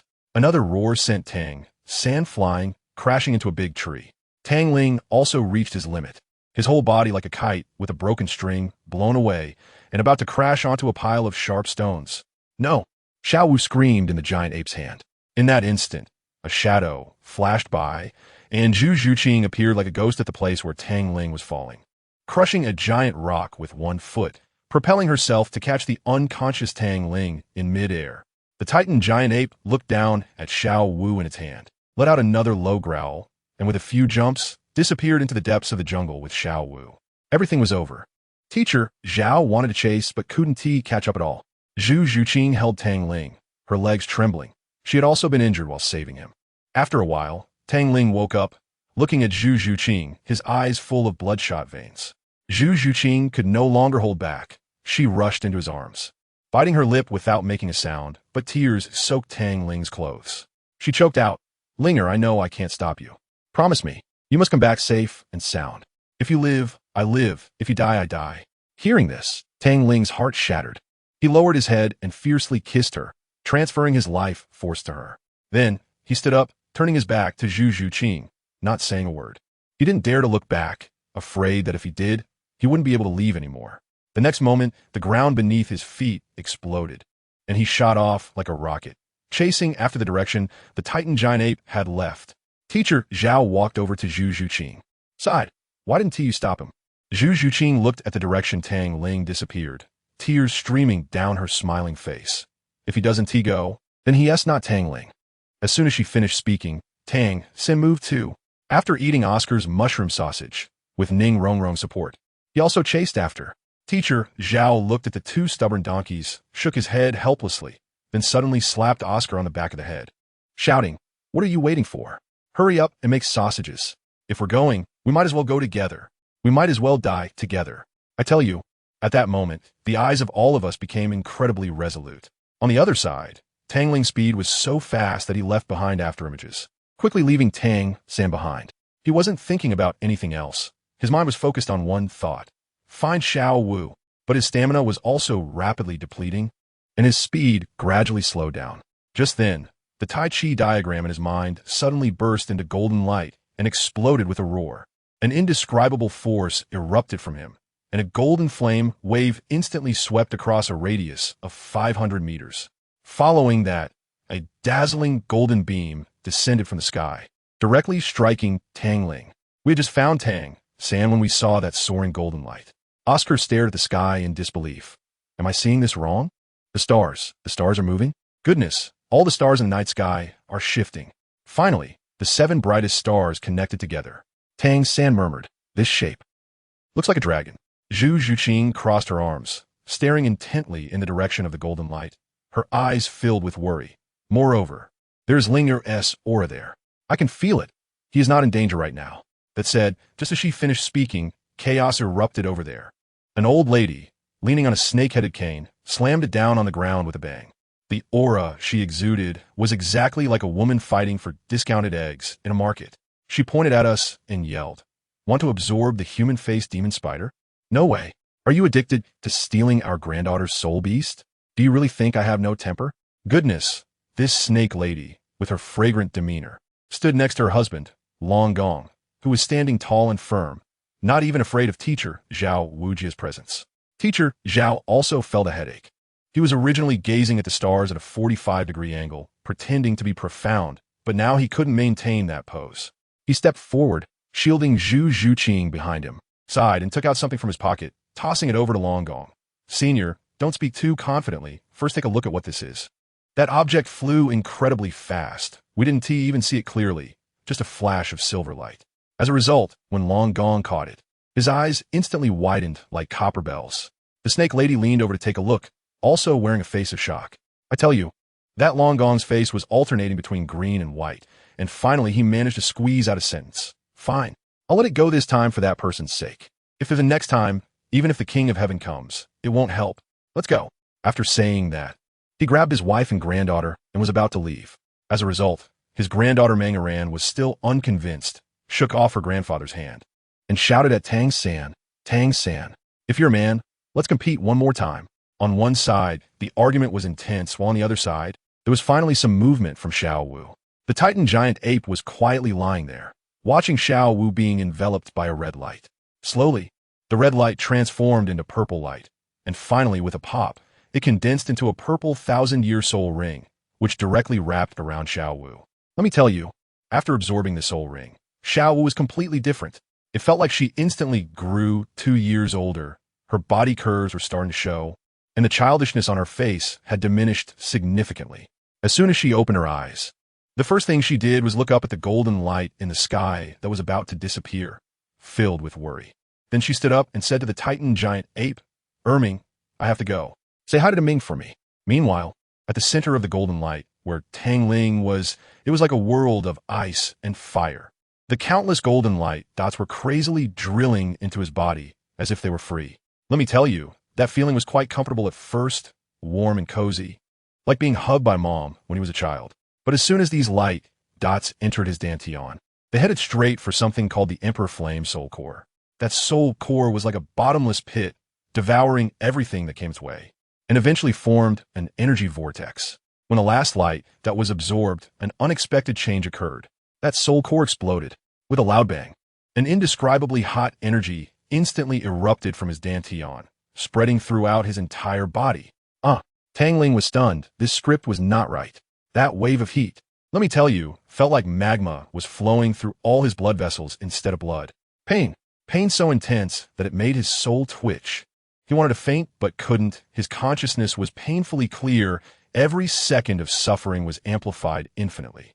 Then, with a loud roar, golden flames erupted from his body, and his white clothes disintegrated into ashes in less than 1/10 of a second.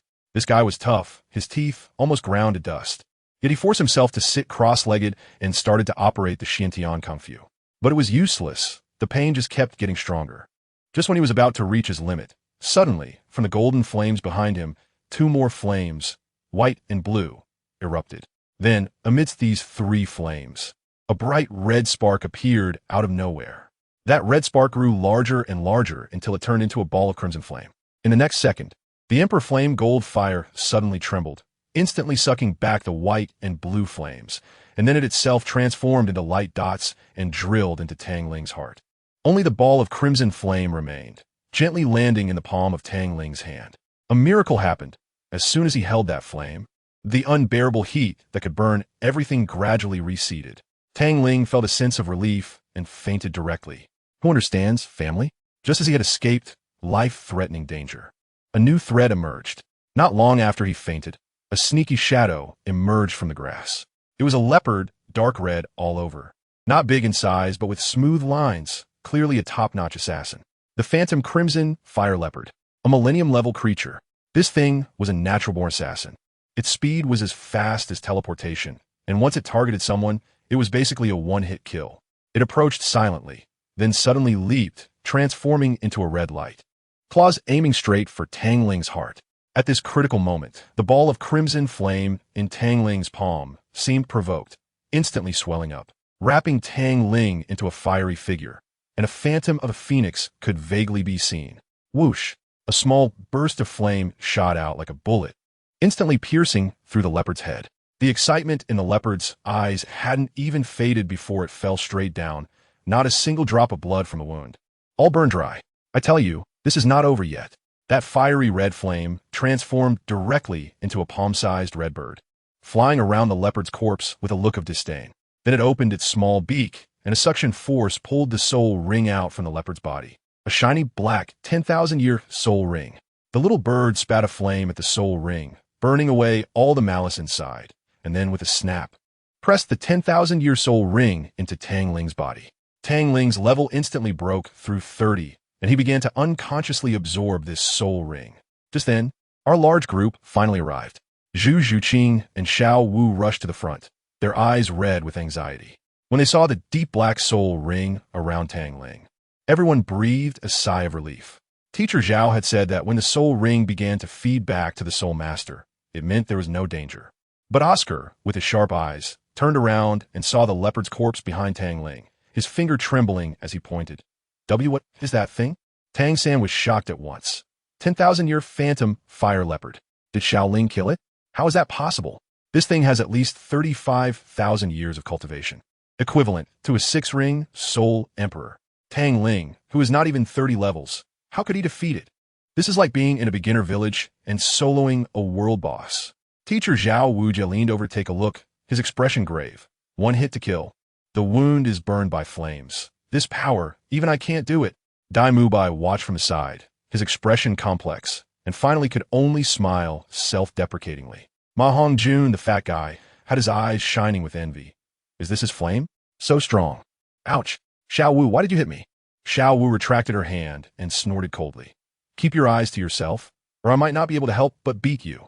Just as we were discussing, the red little bird flapped its wings and flew directly onto Zhu Zhuqing's shoulder, affectionately rubbing its little head against her neck. Zhu Zhuqing was stunned for a moment, then cradled it in her hands and smiled as she explained, Don't think of it as an ordinary little bird. This guy is called Flame Spirit, a creature born from flames. To be precise, it is the essence of the strange fire that Tang Ling has just awakened. Ma Hongjun muttered in disbelief. Just this? It doesn't look any different. As soon as he finished speaking, the little bird was displeased, letting out a chirp and shooting a small flame that ignited Ma Hongjun's mohawk hairstyle. By the time Ma Hongjun was flailing around to put out the fire, lying on the ground covered in soot and questioning life, Zhu Zhuqing smiled and added, The power of the flame spirit has been sealed and will gradually recover as Linger's strength increases. As for the other two flame spirits of his strange fires, the white one is sleeping inside me. Oscar was stunned. Life can be born from flames? Zhuqing, you're not joking, are you? While we were chatting here, Tang Ling finally woke up over there. As soon as he opened his eyes, he felt the surging power within him. The red little bird called out and flew back to his side, transforming into a ball of flame that merged into his palm. Linger, Xiao Wu called him softly. Tang Ling turned his head and saw Xiao Wu, and he was stunned. In the next second, he rushed over and tightly embraced her, his voice trembling. Xiao Wu, is it really you? I'm not dreaming, right? It's me. I'm fine. You're not dreaming. Xiao Wu buried her head in his chest, and they held each other like that. Once their emotions calmed down a bit, Tang Ling asked her how she managed to escape. Xiao Wu vaguely said that the Titan giant ape had released her. Just at this touching moment of reunion, Dai Mubai's cough broke the mood ahem. Xiaoling, I know you have a great physique, but can we put on some clothes first? There are girls here. Oscar even directly stood in front of Ning Rongrong and murmured, Truly brothers, breaking through on the same day, and being seen by us on the same day. But Xiaoling, your physique is really nice. Tang Ling's face turned red all of a sudden. Looking down, he realized he was completely naked. He abruptly pushed Xiao Wu away, swiped his finger on his belt, and with a flash of light, a set of black tight clothing appeared in his hand. He quickly put on the clothes, too embarrassed to lift his head. Ma Hongjun leaned in again, with a lewd expression, and asked, Xiaoling, what is your third soul skill? It can burn clothes? It must be related to fire, right? Tang Ling glared at him, closed his eyes to sense, then his mouth curled into a wild smile. It's another kind of flame called the Scarlet Serpent Demon Fire. As he spoke, a layer of crimson flame ignited on his body. The pressure from it made Ma Hongjun, who had a fire attribute martial soul, weak in the legs. When the flame was retracted, the red little bird appeared again on his shoulder, and he casually gave it a light tap on the head. The little bird was dissatisfied, flapping its wings to fly onto Zhu Zhuqing's shoulder, and rolled its eyes at Tang Ling. Oh, let me introduce, this is my new, the Scarlet Serpent Demon Fire's Flame Spirit. You can call her Qi Ling, Tang Ling said casually. Zhu Zhuqing shot him a white-eyed look. You really name things randomly. Mine is called Bai Ling. Hers is called Qi Ling. If you come up with a rainbow one next time, will it be called Qi Kai Ling? Why not? Tang Ling retorted. In the end, it was teacher Zhao Wujia's voice that spoke up. All right, as long as everyone is fine, let's hurry back to the academy. But Tang Ling, your naming is really terrible. As soon as we heard we could go back, we were almost moved to tears. These past 2 days in the Star-Do Forest felt like we were constantly teetering on the brink of death. Now, just seeing that shabby sign of Shrek Academy feels so familiar. Upon returning to the academy, Tang Ling didn't follow us back to the dormitory. He patted Xiao Wu and Zhu Zhuqing on the head and said, You guys go back and rest first. I'll bring you gifts tonight. After saying that, he tossed Qi Ling into Zhu Zhuqing's arms and turned ahead into Soto City. He wandered through the city and finally stopped in front of a remote blacksmith shop. A muscular man with scars on his face was dozing in a chair. Tang Ling walked over and respectfully bowed, saying, Uncle, hello. The burly man opened his eyes, looked him up and down, and in a deep voice asked, Kid, what do you want to forge? Tang Ling, feeling a bit embarrassed, rubbed his nose and said, Uncle, I'd like to borrow your blacksmith shop to forge something. The burly man chuckled and stood up, towering over Tang Ling. There are plenty of blacksmith shops in Soto City. Why did you choose my little corner? Uncle, please don't be angry. Tang Ling said, feeling even more awkward because yours is the only one where I don't have to wait in line. I have to say, that's downright face-to-face mockery. But the strong man didn't get angry. Instead, he laughed and patted his chest. Interesting. How about this? You fight me. And no matter if you win or lose, you can use this shop for free. Tang Ling was stunned. Uncle, Oh, stop talking nonsense. Young people are so wishy-washy. The strong man grabbed Tang Ling's arm, lifting him like a chick, and directly dragged him out of Soto City to an open space. Then, without saying a word, he summoned his martial soul, a gigantic iron hammer, taller than a person. 6 soul rings rose up beneath his feet. Yellow, purple, purple, purple, black. Black. A soul emperor at level 67. At that moment, I thought, buddy, you're a blacksmith, really? The burly man slung the hammer over his shoulder and excitedly licked his lips. Kid, don't say I'm bullying you. As long as you can force me to use my 5th soul skill, you win. Come on. Tang Ling saw the situation and realized he couldn't dodge, so he could only smile bitterly and nod. Uncle, let us keep it within limits. After saying that, his eyes sharpened and a golden flame ignited in his left hand. His aura fully unleashed. Tang Ling, Martial Soul Emperor Flame, Level 34 Assault System Battle Soul Master. Senior, please give me guidance. The burly man, Du Qing, laughed heartily, smashing his hammer down, causing the ground to crack instantly. Good. Du Qing, Martial Soul Black Mysterious Hammer, Level 67 Assault System Battle Soul Master. Senior, be careful. Tang Ling launched a big move right away, using his 2nd soul skill, Death Thorns. The golden flame in his hand instantly turned into a blue color, condensing into a fireball the size of a basketball, which he hurled directly at Du Qing. I have to tell you, the smile on that big man's face instantly vanished, like a sudden change in a Sichuan opera performance. A giant iron hammer, as tall as a person, buzzed and emitted a black light, swinging around and smashing toward my green fireball. With a loud bang, the fireball shattered into countless little sparks. I thought that was it, but then those sparks fell to the ground, and suddenly, whoosh, a sea of green flames surrounded the big man. Before he could react, countless thorny thorn vines shot out from the fire, wrapping him up tightly like an octopus. The vines were on fire, tightening and roasting him at the same time, and it looked painful just to watch. But that wasn't the end. I didn't stop my movements. As my 2nd skill was unleashed, my 1st skill, Eternal Sin Ice Prison, followed right after. In an instant, white icy mist enveloped him entirely. At first, the big man seemed quite disdainful, probably thinking, what good is this icy mist? Just a scraping treatment? But the next second, countless ice spikes exploded from the mist, instantly freezing him into a massive sea urchin. However, folks, he was a soul emperor. Could he be taken down so easily? Sure enough, with a loud blast, black light erupted from within the ice-spiked sea urchin, and with a roar, all the ice spikes exploded into fragments. That guy, Du Qing, without even breaking a sweat, hoisted the big hammer onto his shoulder, and the 3rd purple soul ring on him slowly dimmed. He stared at me, his expression incredibly complex. Kid, your skill is quite powerful. Even those with higher soul power would be seriously injured. But your martial soul, something's off. He looked at the fire burning in my eyes with a face full of disbelief. I took a breath and laughed. Senior Du, this is just the beginning. The main event is coming. 3rd soul skill, 9 Phoenix Burning Heaven. Flames erupted from my body, turning from white to bright red. The intensity of the fire seemed like it could pierce the sky. A sea of fire rushed directly towards him. At this point, Du Qing was genuinely alarmed. His sense of crisis skyrocketed. Black lightning crackled and surged from the large iron hammer in his hand as he slammed it down onto the ground. And at that moment, the last 2 black 10,000-year soul rings on his body lit up simultaneously. Little guy, the game is over. 5th soul skill, Black Mysterious Barrier. 6th soul skill, Black Mysterious Annihilation Kill. I tell you, his abacus was clicking loudly, trying to use one skill to defend and another to attack. Aim and take me out in one hit. His hammer struck a few times, splitting into 8. 4 of them circled around him like a golden bell, while the other 4 combined into a larger giant thunder hammer, directly striking toward my sea of fire. As a result, I smirked and said one word, divide.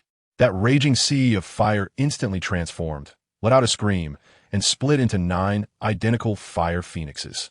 5 charged towards his turtle shell, while 4 collided with his thunder hammer. Boom, boom, boom, boom. 9 consecutive explosions shook the entire space. When the smoke cleared, I saw Du Qing's appearance and almost burst out laughing. Goodness, he looked all dirty and disheveled, like he just crawled out a chimney, and one of his 4 hammers was shattered by me.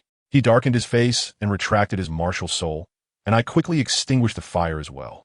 I was a bit overwhelmed at the time and foolishly asked, "Senior Du, does this mean I've won?" His face turned green when he heard that, and he yelled at me, "What win? I didn't use all my strength.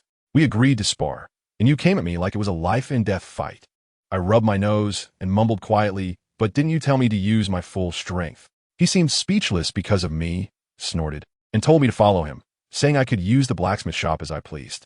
I followed him back, pushed the door open, and to my surprise, it was a complete mess. Even a doghouse would be more organized. My OCD kicked in right away, and it took me half an hour to clear out a spot to work. Of course, while tidying up, I casually pocketed a few pieces of rare metal, planning to take them back for my brother.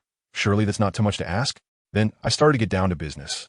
I took out 2 small crystals from my pocket, 1 purple and 1 pink, fired up the furnace, melted the iron, and the moment I picked up the hammer, my whole aura changed. The chaotic cloak hammering technique. Does anyone understand? This is a unique skill created by my father. My brother knows it, so of course, I have to know it too. Bang, bang, bang. The crisp sound of hammering echoed all night long. Just before dawn, 2 exquisite rings inlaid with crystals were born in my hands. I carefully placed the ring into the small box and took out 2 bags of gold soul coins from my pocket, placing them on the table before quietly leaving.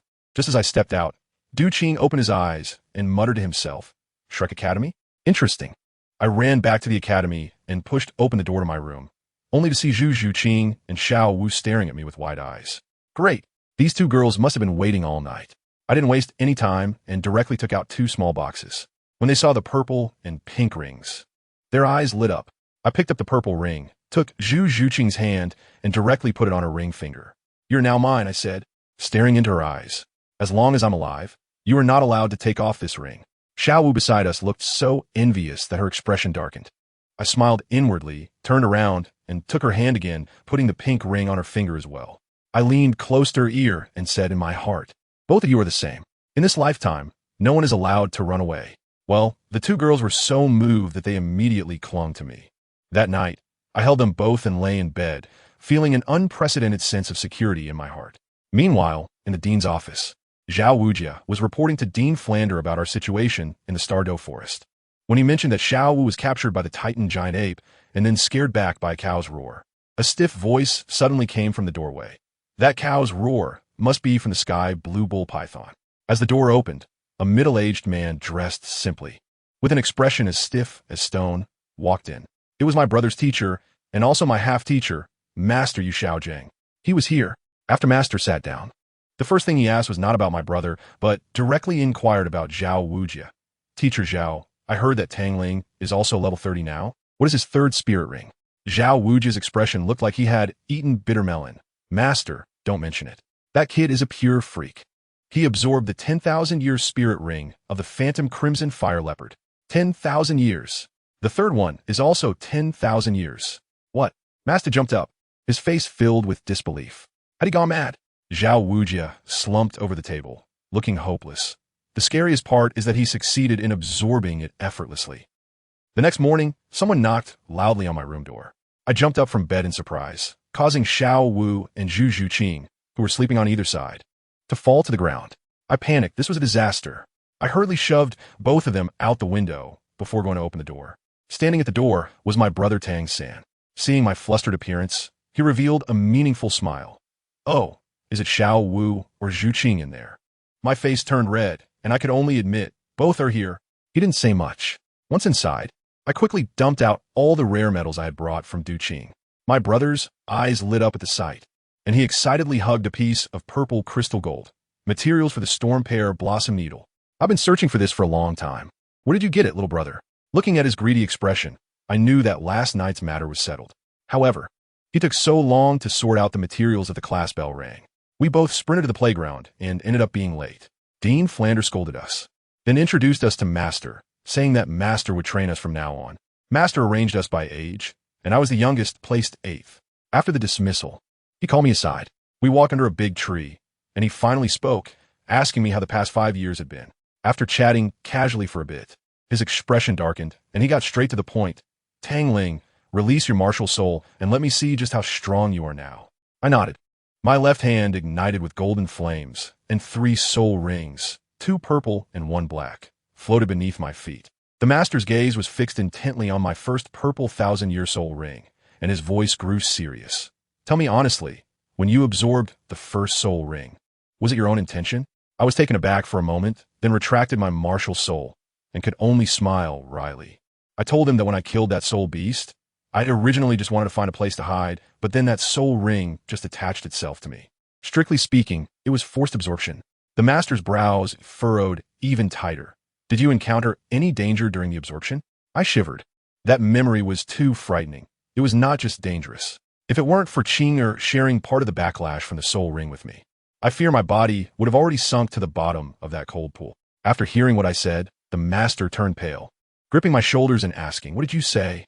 The Emperor Flame Martial Soul is not just forcing you to absorb the soul ring this time, but there are other issues as well. I told you. At that time, my expression was extremely serious. I pointed to the shiny, black, eternal spirit ring on my leg and shook my head. No, on the contrary, this went way too smoothly, which is a bit eerie. I had no idea when that spirit beast appeared. By the time I woke up, the spirit ring had already been absorbed, and there was not even a hint of rejection, not even the kind of spirit shock that Xiao Wu mentioned. Were you in a daze before the absorption? You better clarify your words. The master was getting anxious, his grip tightening a bit. I looked at his worried eyes and felt a warmth in my heart. So I went through everything from start to finish. Ever since I entered the Star Dough Forest, a Taiji diagram inexplicably appeared in my mind, and I felt like I was in sage mode, calm to the point of being frightening. Later, when Xiao Wu was taken away, I panicked and chased after her, and that Taiji diagram in my mind suddenly exploded. The feeling, let me tell you, was like being thrown into an alchemy furnace, almost cremating me on the spot. By the time that intense heat passed, I'd already fainted, and when I woke up, the 4th soul ring had come. After listening, the master squinted and pondered for a long time, finally letting out a long sigh and patting my shoulder. All right, as long as you're fine, don't think too much. He turned to leave, and I don't know where the courage came from, but I called out to him unexpectedly, "Master." My voice trembled a bit, and this question has been bottled up in my heart for too long. You once accidentally let it slip that I was still too young. Now, can you tell me why my parents left me and my brother back then? The master's back stiffened for a moment, and when he turned around, his eyes were filled with guilt. He simply said 2 words, "I'm sorry." Goodness, my heart sank at that moment. The sense of loss was overwhelming. I forced out a smile that looked worse than crying, lowered my head, and said, "Is it because I'm too weak?" I didn't ask any more questions and just turned around to leave. Actually, I'd already guessed this outcome, but to really not get an answer from a master felt like a piece of my heart had been taken out. I wandered alone on the small path of the academy, my mind a chaotic mess. "Mom and Dad, where are you?" It feels like there's a ticking time bomb inside me. Just 10 years left, and you won't even show your faces. You'd rather go see teacher Zhao than come and check on us? Who understands family? The feeling of watching life count down while the people closest to you are nowhere to be found is truly despairing. I can't tell anyone about this. I can't tell my brother, fearing he'll worry. I can't tell Xiao Wu, fearing she might do something foolish like Qing. Early the next morning, I was still groggy when that fatty Ma Hongjun kicked my door open with a bang, shouting in his sleazy voice, "Xiaoling, still sleeping? Hurry." He didn't finish his sentence before getting stuck because I was just putting on my clothes with my bare shoulders exposed. I expressionlessly put on my clothes and walked up to him, my gaze capable of freezing someone to death. "Ma Hongjun, you have some nerve, huh? Dare to kick my door?" The fat guy was so scared that he couldn't swallow properly, and a smile that looked worse than crying squeezed onto his face. The next second, my fist, as big as a sandbag, landed solidly on his left eye. By the time we gathered on the playground, the master's zombie-like face twitched slightly at the sight of Ma Hongjun's freshly minted panda eyes. Oscar, holding back laughter, quietly asked the fat guy, "What did you do to make Xiao Ling hit you so hard?" Ma Hongjun looked wronged. I saw that I was almost late, and in a panic, I kicked the door, then I got punched. I coldly added from the side. At that time, I was getting dressed. The whole place fell silent, and the atmosphere became very awkward. The master quickly stepped in to regain control. "All right, Oscar, first let Ma Hongjun recover." Then he straightened his face and directly started calling names. Dai Mu Bai, Ma Hongjun, Xiao Wu, Zhu Zhuqing, Ning Rongrong stepped forward. The 5 of them lined up, and the master directly gave them a task. You five, take down Tang Ling, Tang San, and Oscar. Remember, don't injure them seriously. Huh? Dai Mubai was bewildered. But seeing the master's unquestionable gaze, he could only nod. Xiao Wu winked at me, looking excited.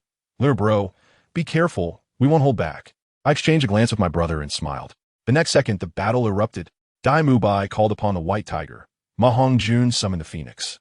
Zhu Zhuqing activated the Nether. Xiao Wu transformed into the Charming Rabbit, and Ning Rongrong's 7 treasures glazed tower shone brightly, directly enhancing her teammates with 2 beams of light, instantly maximizing their power and speed. I raised a ball of golden flames in my left hand, directly shielding my brother and Oscar behind me. That guy Dai Mubai had too much combat experience. He immediately activated his 3rd soul skill, White Tiger Vidra Transformation, making him look as strong as a bear, charging straight at my brother's blue silvergrass. On the other side, Zhu Zhuqing and Xiao Wu, like phantoms, came around from the side to attack me. Zhu Zhuqing's claws were engulfed in white flames, aiming for the back of my neck, while Xiao Wu's eyes suddenly turned pink as she silently unleashed her 2nd soul skill, Charm. I remember that when I looked up and met Xiao Wu's eyes, my mind went blank and I froze completely. Even Xiao Wu was taken aback, probably not expecting things to go so smoothly. She flicked her scorpion tail braid and wrapped it around my waist. Just at that critical moment, my body's instincts saved me. I instinctively squatted down to dodge Zhu Zhuqing's sharp claws, while simultaneously forming a small ice shield with my arm to block Xiao Wu's kicking leg. With a bang, the ice shield shattered, and I seized her calf, turning sharply and throwing a blue fireball at Zhu Zhuqing, who was sneak attacking Oscar. The fireball exploded, and countless thorns shot up from the ground, binding Zhu Zhuqing tightly. I shook my right hand, pushing Xiao Wu back 3 meters, and then unleashed my 1st Millennium Soul Ring, emitting a purple light. 1st soul skill, Eternal Sin Ice Prison. To my surprise, a large area of white ice mist rose under my feet, and countless ice spikes appeared out of thin air, surrounding Xiao Wu like a giant sea urchin. The master outside was dumbfounded, muttering this. Is this a domain? No, it's a pseudo-domain soul skill. But who was Xiao Wu? She was completely unfazed. A flash of purple light enveloped her, and she disappeared directly from my world of ice spikes. In the next second, she appeared behind me, her scorpion braid wrapped around my neck, leaping fiercely, her long legs locking onto my head, activating her 1st soul skill, Waist Bow. My brother is under immense pressure as well. Dai Mubai and Ma Hongjun teamed up, plus Ning Rongrong's abnormal support, and my brother's blue silvergrass is being countered severely. Just as Xiao Wu was about to throw me to the ground, a blue silver grass timely wrapped around my waist and pulled me back. We were back to back, both panting heavily. Zhu Zhuqing had freed herself from the thorns and charged towards Oscar once again. Little Ao, mushroom sausage. My brother and I shouted in unison. Oscar understood instantly and handed over 2 sausages. In an instant, illusory wings sprouted from our backs, and we soared into the sky. The ground troops were instantly dumbfounded, unable to reach us. Ma Hongjuan's Phoenix Fireline attack didn't have enough range, and Dai Mubai's ultimate move, the White Tiger's Light Wave, consumed too much soul power. I looked down at the 5 people below, white flames igniting in my hands, and the 1st soul ring lit up again. Scatter. Zhu Zhuqing reacted the fastest, shouting as she pushed Ning Rongrong aside and ran. Just at the moment they dispersed, countless ice spikes burst out of the ground where they had just been standing, nearly skewering Dai Mubai like a candied hawthorn. Zhu Zhuqing even used the ice spikes as a springboard, launching herself like a rocket and timing it perfectly to pounce as Oscar's flight time ended. My brother reacted quickly as well. The 3rd spirit ability was activated, and a huge spider web instantly blocked Oscar's way. Although Zhu Zhuqing's claws were sharp, the web had incredible toughness and couldn't be cut through for a while. Fatty. Phoenix Fireline. Dai Mubai shouted. Ma Hongjun spat out a mouthful of fire, instantly burning the spider web, and Zhu Zhuqing took the opportunity to escape. I watched this scene. My gaze turned cold. The flames on my body suddenly changed from white to crimson, and a shining black 10,000-year soul ring radiated with brilliance. 3rd soul skill, 9 phoenixes burning the sky. Let me tell you, that scene was unbelievable. A crimson sea of fire roared behind me, instantly coalescing into a giant fire phoenix, and then with a whoosh, it split into 9 identical giant fire phoenixes, with a momentum capable of destroying the world. descended from the sky, and directly smashed towards the 5 people on the ground. Boom, boom, boom, boom, boom. 9 consecutive thunderous sounds shook the entire playground. As the smoke and dust settled, Dai Mubai and the other 4 had small, unquenchable crimson flames burning on their shoulders, signaling the end of this internal battle. The master had us line up again and asked us for our thoughts. I was the first to speak, my voice filled with reflection. I was too careless, and I was used to fighting alone. When someone intervenes, I become hesitant, and this is my most fatal weakness. The master nodded, his expression softening a bit. It's good that you can recognize your own problems. However, this does not exempt you from punishment. He pointed to the school gate. Outside, there are the stones I prepared for you. Carry them on your back and run to Soto City, making 10 round trips.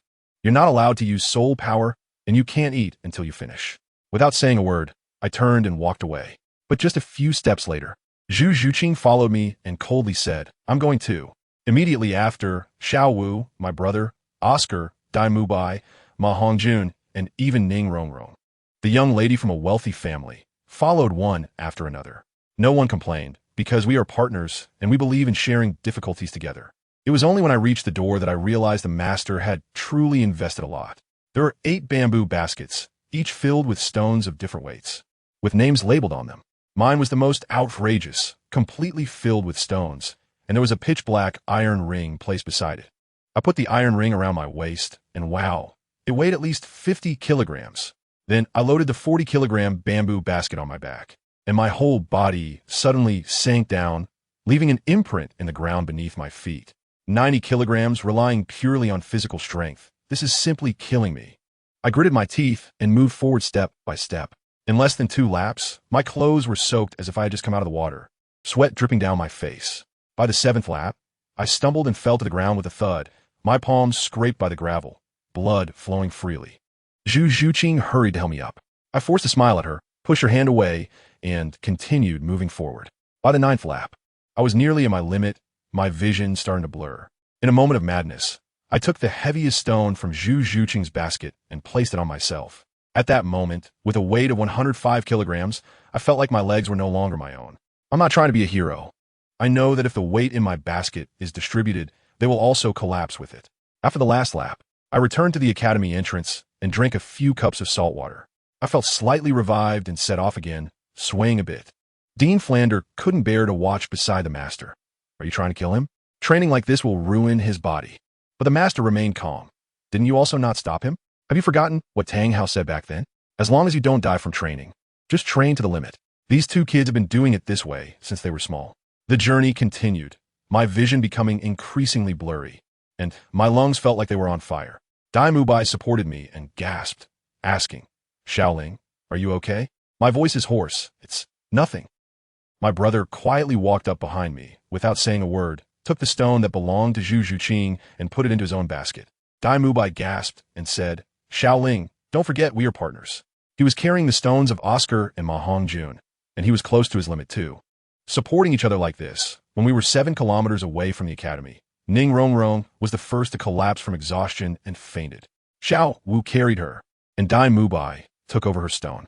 After walking another 2 kilometers, Oscar also fell, and my brother carried him, refusing to let go of the stone. Zhu Zhuqing was actually in the best condition. Her physique was good, and since I had previously taken away 15 kilograms from her, the 35 kilograms she was carrying now was the same weight as my brother's. Let me tell you, that meal this morning was simply a large-scale biochemical weapon experiment site. Goodness, Xiao Wu and Zhu Zhuqing, one with agility attacks and the other with strength attacks, plus Ning Rongrong as the support. The 3 of them got up before dawn, saying they wanted to make me a loving breakfast. And what did I get? 2 plates of dark, ominous-looking food that were still giving off strange black fumes. I swear, my vision went dark. Xiao Wu was shaking my hand and acting cute, her little face full of praise me, and my heart softened, but my mouth just wouldn't cooperate. I glanced over at Zhu Zhuqing, and although she was smiling, her eyes clearly said, Do you dare not eat? Who understands this was a matter of life and death? In a moment of desperation, I pointed to the plate of what could barely be recognized as crab remains in front of Ning Rongrong and said, You guys made 2 dishes for me, I get it, but Rongrong's dish, who is it for? Instantly, I tell you, everyone's gaze turned like a spotlight and focused on Oscar. Little Oscar froze, swallowed hard, and awkwardly scratched his head, saying, Rongrong, do you believe me if I say I'm not hungry? As soon as he finished speaking, Ning Rongrong's bright little eyes went dim, and she slumped over the table like a deflated balloon. Just then, Oscar's uncooperative stomach let out a loud growl. The whole place went silent. That sound was like thunder. Oscar's face instantly turned green. He shot me a resentful glare, and I gave him a slight smile, mouthing to him, "Brother, we share the burden." He resigned himself, picked up his chopsticks, broke off a piece of crab claw, and even waved it at me in solidarity, meaning let's go together. What could I do? I could only expressionlessly pick up Xiao Wu's dish, which was completely unrecognizable, and shove it into my mouth. Crunch! I swear, I felt like I bit into a stone. Holding back the urge to spit it out, I expressionlessly picked up a chopstick full of the dish made by Xunji. Wow, the explosion of sour, sweet, bitter, spicy, and salty flavors in my mouth made me tear up. But the two girls looked at me with hopeful eyes, so I could only speed up and focus on companionship.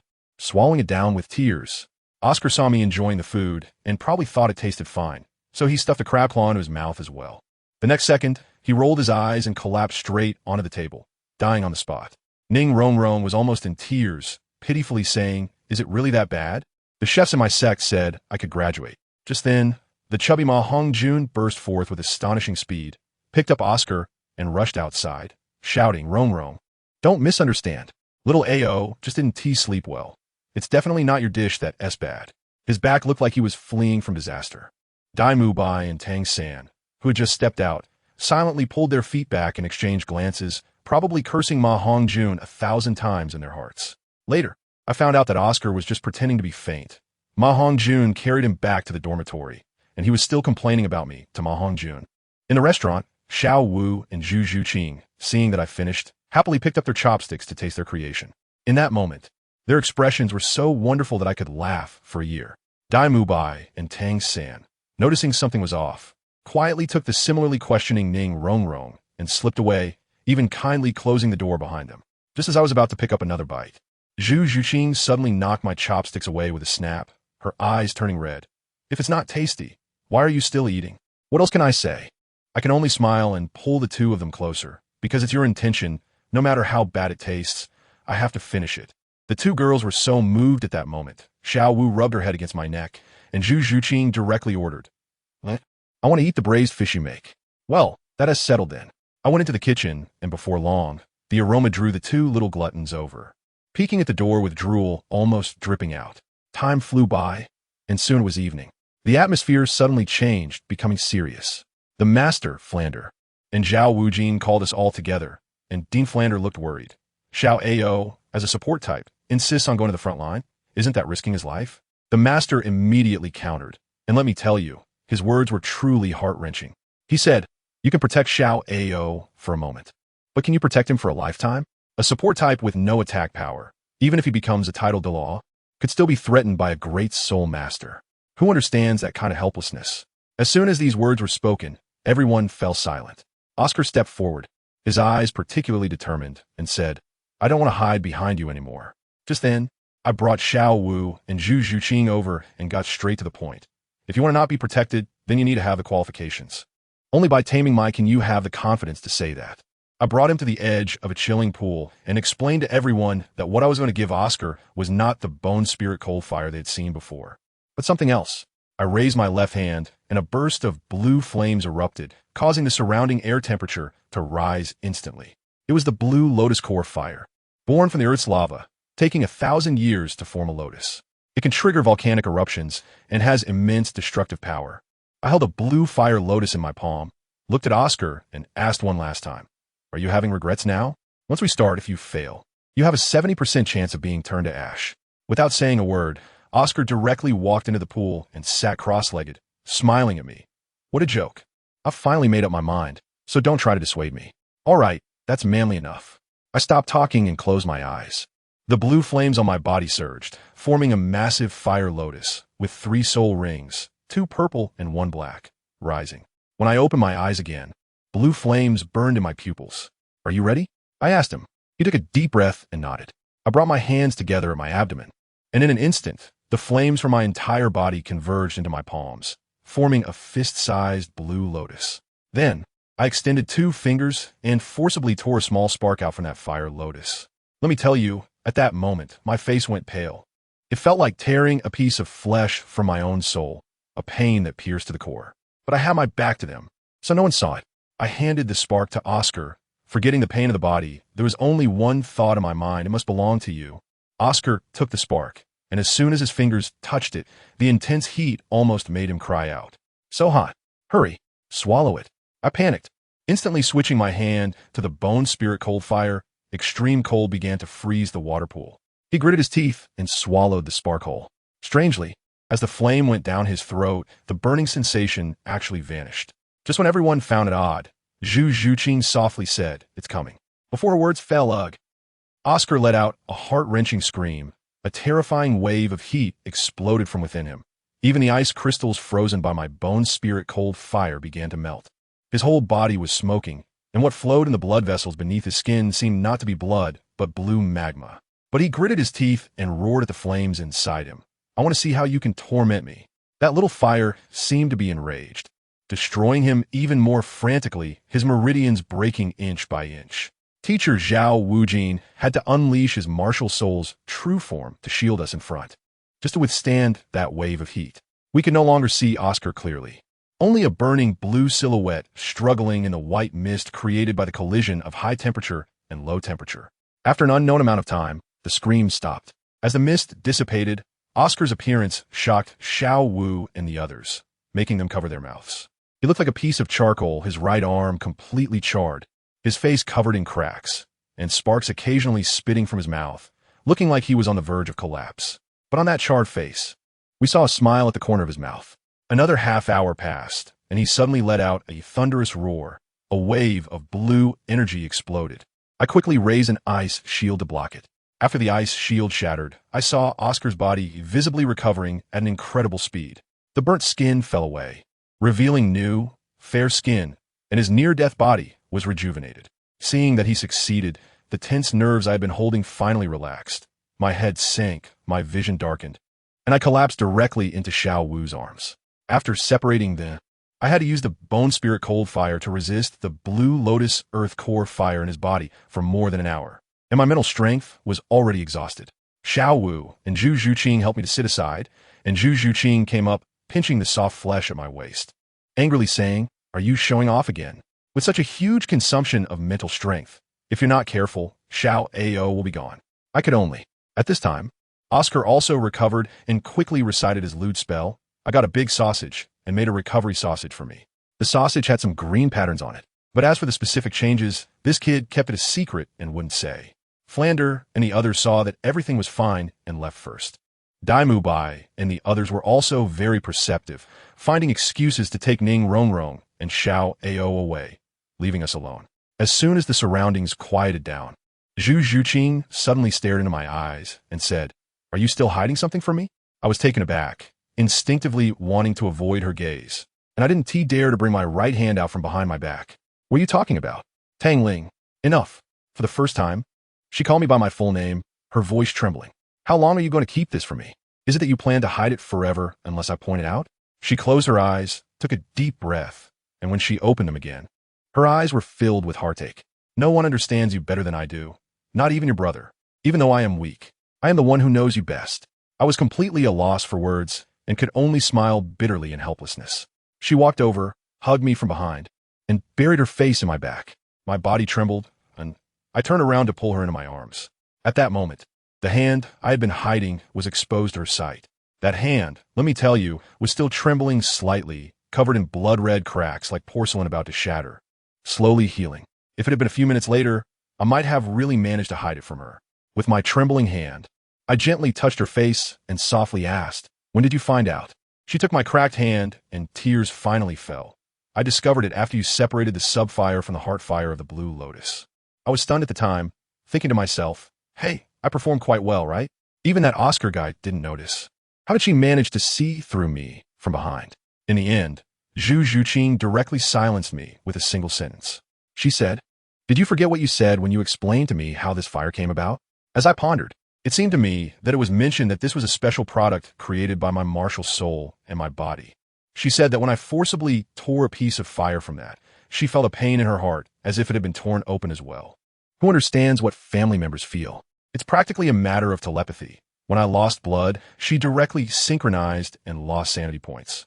She also said, later, the cracks on your hand became more and more exaggerated, and you deliberately created a lot of mist to block it, right? But as a result, you only made it more obvious, confirming my suspicions. Well, it's all true. I couldn't say a word. This girl has observation skills that are simply at the level of Leeuwenhoek. I can only quickly stretch out my already recovered hand, cup her face, and grin. Oh, it's all in the past now. Look, aren't you fine now? Just a small injury, a little rest, and you'll be back to full health. Zhu Zhuqing glared at me angrily, shaking her little fist in front of me. Tang Ling, I warn you, if you dare to hide things from me again, I'll make you pay. What else can I say? I can only surrender. All right, this is the last time, I swear. From now on, I will report everything to you. After saying that, I quickly kissed her on the forehead, and this matter was finally settled. We were wandering in the woods when she suddenly asked me, by the way, last time you went into the starry forest, didn't you say you felt something calling you? As soon as I heard this, I frowned. I told her that last time, an image of a Tai Chi diagram inexplicably flashed through my mind, along with a very strange scene. In the scene, there was a little girl with wings on her back, calling a guy in golden armor Lord Dian. And she also mentioned something about Lord Mingyu. I tell you, the most eerie thing is that I always feel like the person beneath that golden armor is myself. After hearing this, Zhu Zhuqing's entire demeanor tensed up. She said that fragments of memories that don't belong to her keep popping up in her mind. But each fragment has my shadow in it. Wow, this really cranked up the suspense. She looked at the small white flower I'd taken out from my storage belt and suddenly laughed, saying how could a big man like me keep a flower in a belt and that I should find a pot to plant it in. I felt a bit embarrassed at that moment and said that I had been busy training and forgot about it. She chuckled and said she would go buy me a flower pot in the evening.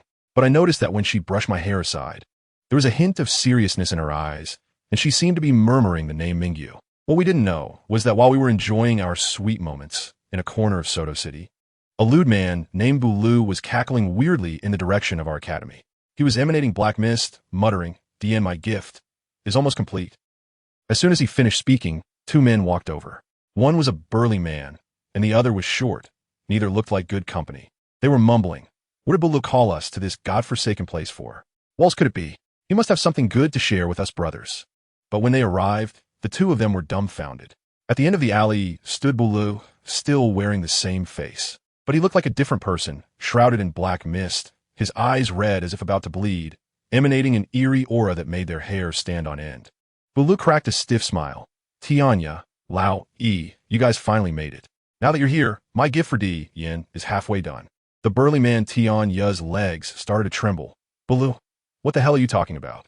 Are you crazy? As he spoke, 5 soul rings on his body lit up with a bang, and he turned to run. The other, Lao, also realized what was happening and ran in the opposite direction. And what happened next? He escape? Can you escape? Douluo, like a marionette, stiffly lifted his head and followed them step by step. The entire alley was instantly shrouded in black mist, forming a sealed space. As Tianya ran, he crashed into an invisible black wall, and when he turned back, he saw Douluo leisurely walking over, his 4 soul rings now turned black, emanating a fear that made one's soul tremble. Tianya broke down, damn. Douluo, I usually treat you like a brother. Why are you chasing me? Douluo grinned wickedly. It's precisely because you're my brother that I have to chase you. Come on, let's become stronger together. Stronger? Become a monster like you. Neither human nor ghost. Tianya shouted. This seemed to hit Douluo's sweet spot, as he suddenly laughed maniacally, his face still stiff.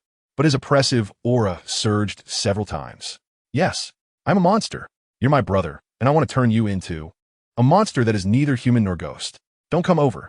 Tianya was completely panicked, wanting to unleash his 5th soul skill. But as soon as his soul ring lit up, a black misty hand reached out from the wall and crushed it. Even his martial soul was smashed.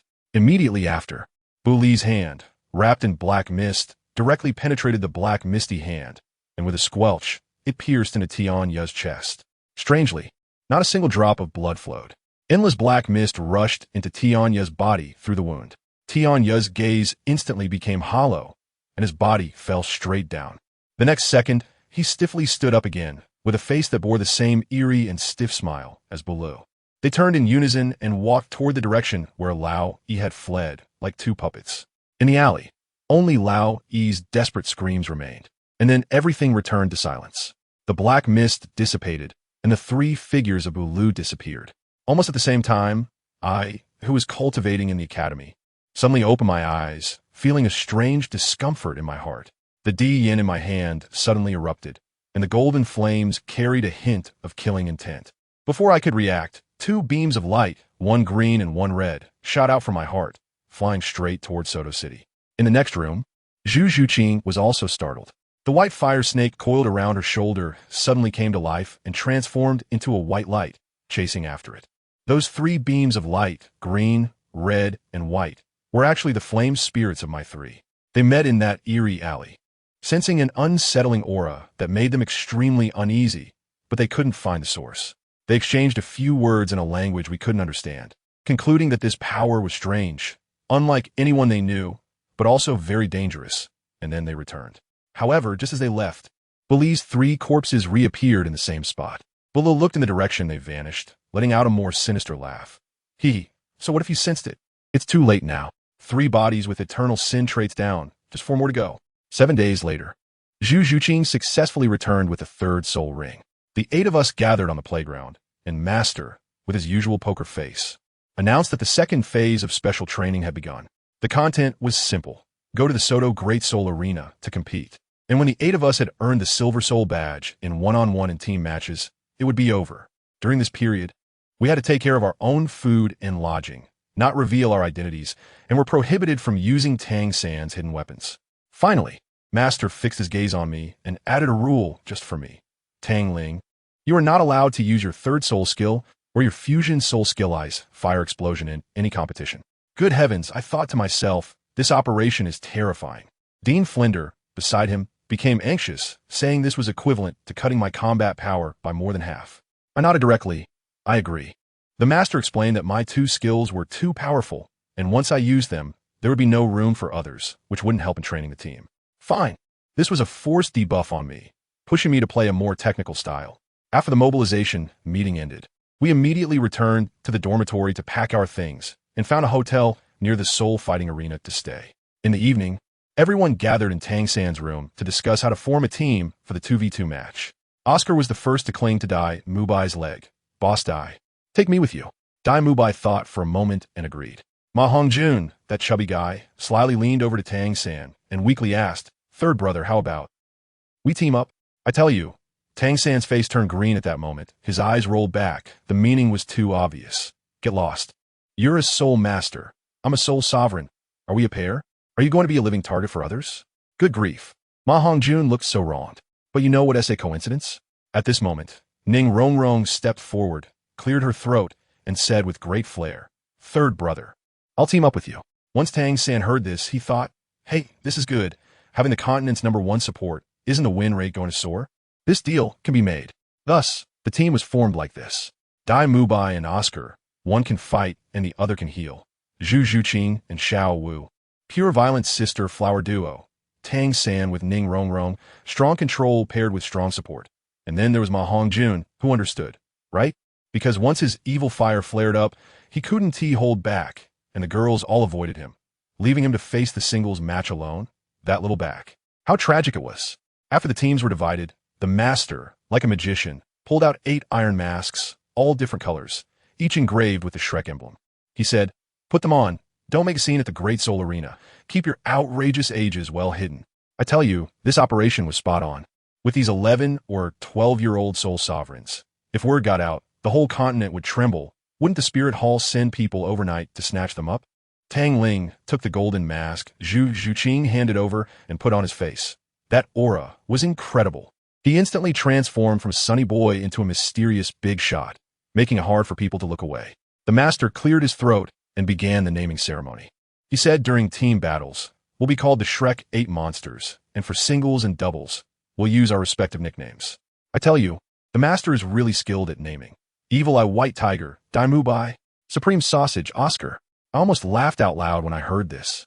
Oscar's face turned dark, but you can't deny it was quite fitting. Thousand Hand, Azura, Tang San, Evil Fire Phoenix, Ma Hongjun. 7 Treasures Glazed Tile, Ning Rongrong. Softbone Charming Rabbit, Xiao Wu. White Flame Spirit Cat, Zhu Zhuqing.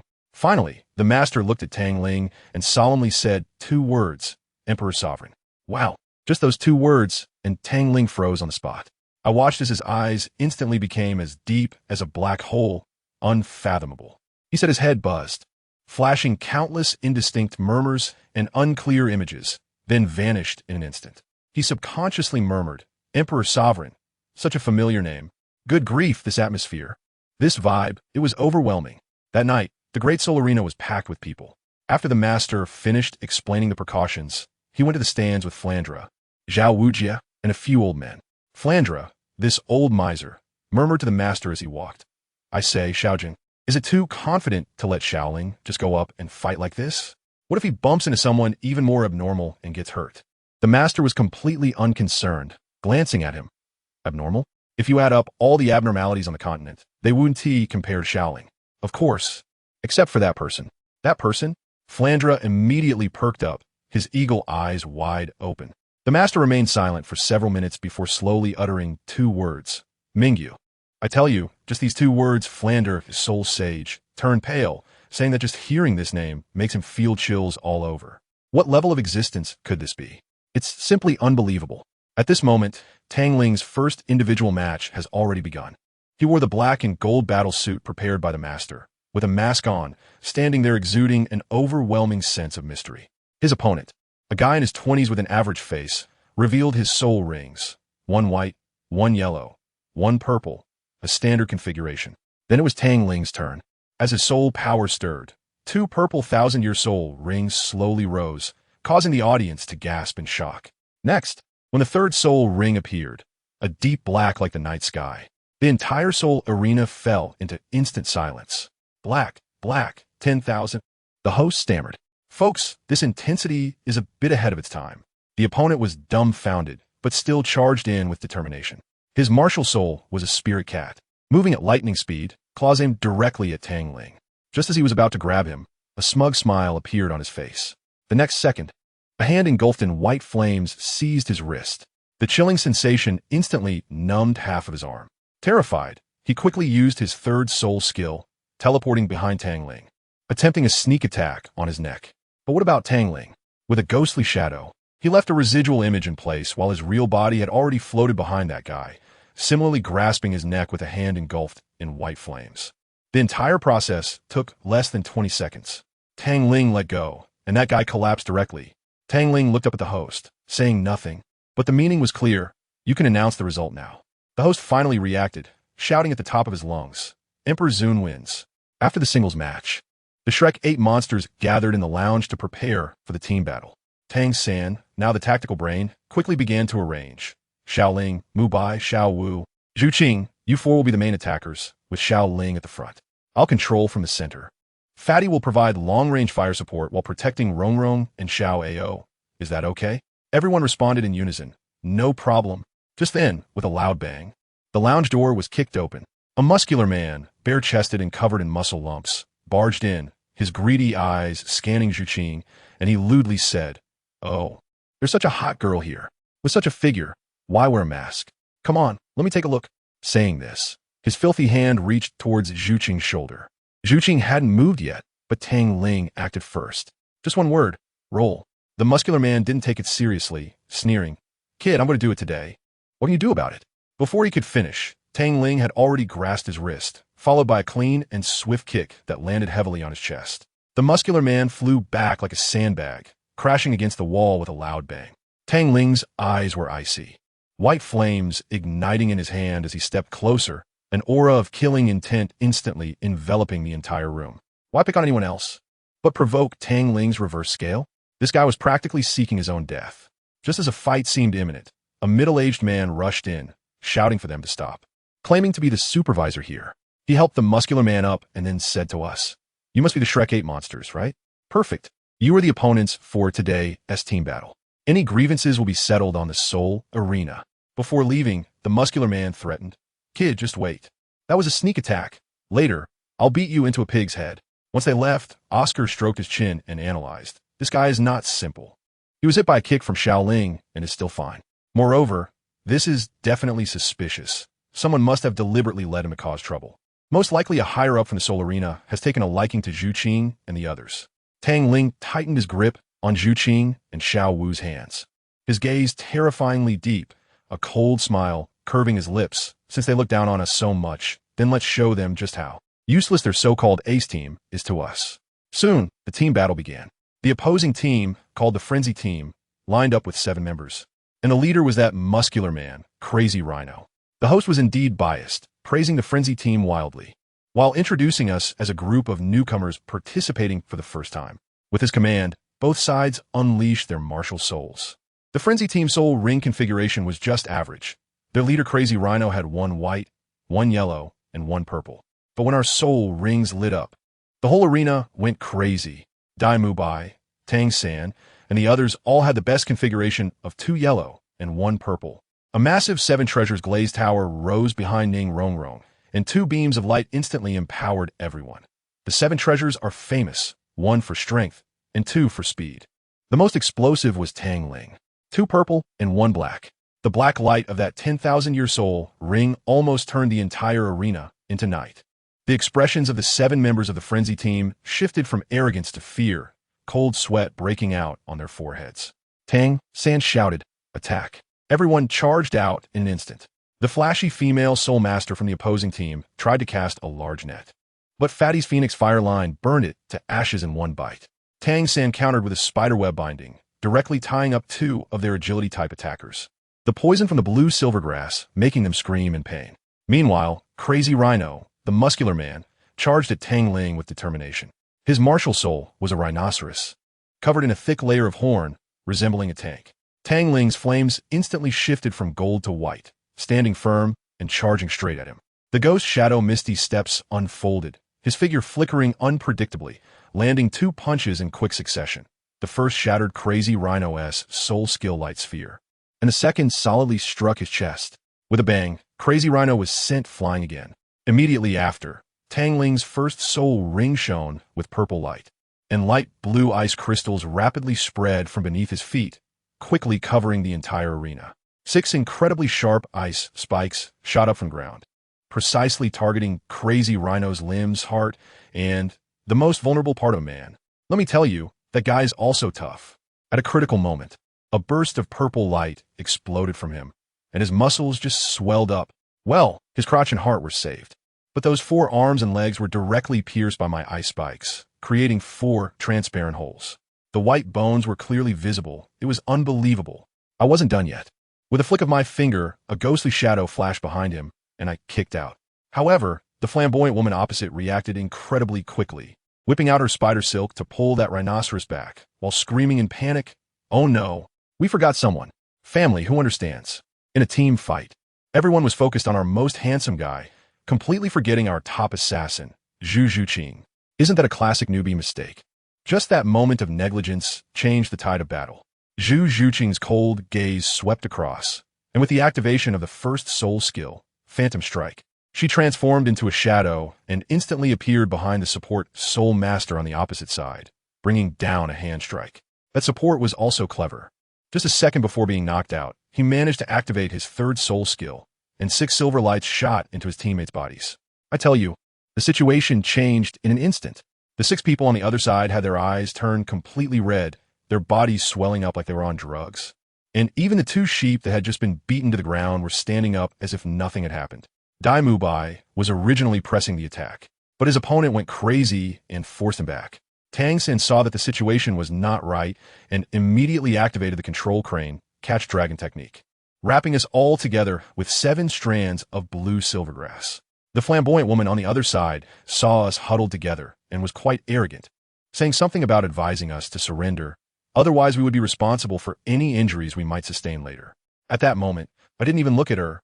I just pointed at the raging rhino that was still panting heavily, my voice cold as ice. "Get him for me." The woman misunderstood on the spot, thinking I wanted to take down the raging rhino, and immediately screamed, giving the order for a full assault. Let me tell you, I was trying to stay calm. I just wanted to ask him something. Who sent him to harass Zhu Qing? But they insisted on ramping up the intensity, and there was nothing I could do about it. Once they activated their frenzy, they weren't afraid of pain, acting like zombies, making it really hard to fight. When Tang San saw that our soul power was almost depleted, he decisively shouted, "Ascend." But I didn't move. I lightly tapped my toes on the ground, and a massive ice spike shot up from the earth. I stood on the tip of that ice spike, coldly watching them. Zhu Qing looked at me from above, the corners of her mouth curling up. She knew this game was about to end. I lifted my left hand, and the first spirit ring burst forth in purple light.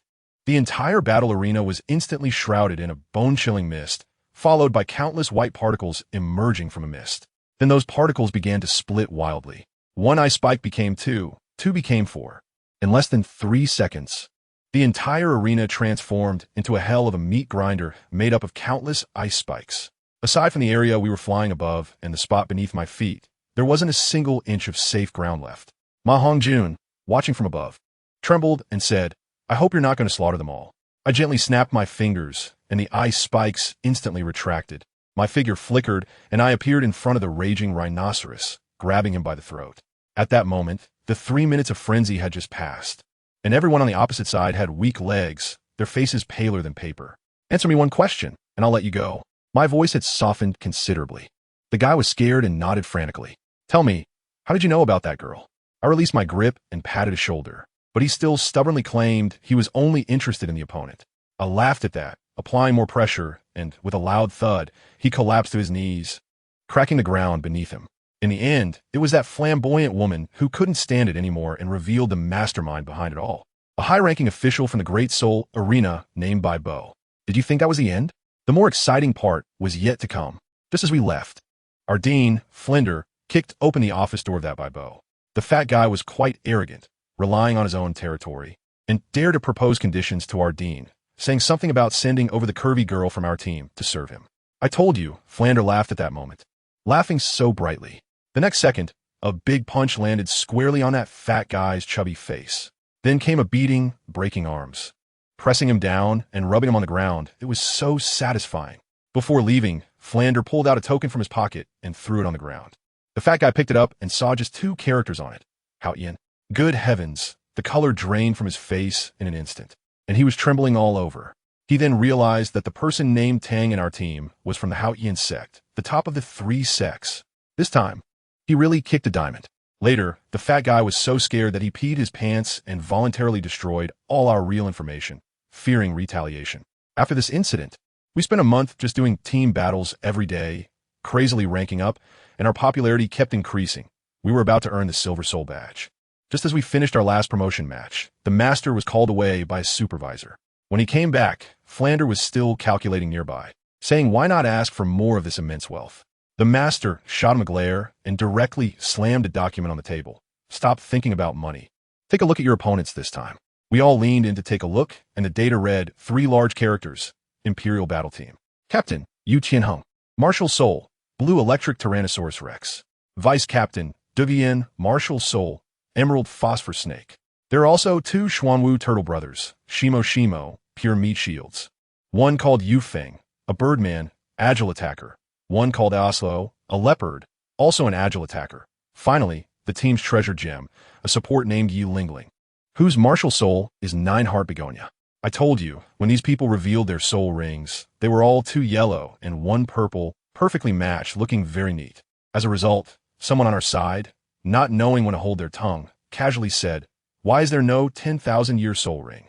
Well, that one sentence completely stumped the other side, and the atmosphere instantly shifted from a battle of experts to a bunch of rookies pecking at each other. Of course, we actually had confidence on our side because we had Tang Ling, this ace in the hole. The master has said that this guy is simply a hexagonal warrior. If you want him to be a strong attacker, he can blow you up. If you want to defend against him, he can hit you with a control skill right back, completely disregarding the rules of martial arts. So what if the data didn't team mention the opponent's soul skills? It doesn't team matter. We have Tang Ling, who specializes in countering whatever comes at him. This time, the master also gave the green light to Xiao San, saying, "Use the 8 spider lances." The master himself said that without Tang Ling, our winning rate would be less than 40. The pressure was on, so what else could we do? Just go for it. The 8 of us stacked our hands together, and that shout of Shrek will definitely win echoed throughout the VIP room. I glanced at Tang Ling, who was holding Zhu Zhuqing's hand and joking around with Dai Mubai and the others, completely disregarding the luxurious opposing team. The master looked at him with a complex expression, muttering something about Emperor and lonely life. I thought, with such cringe-worthy lines, it seems the master really believes Tang Ling will be extraordinary in the future. On the other side, in the third VIP room, it was magnificently decorated, resembling a royal palace.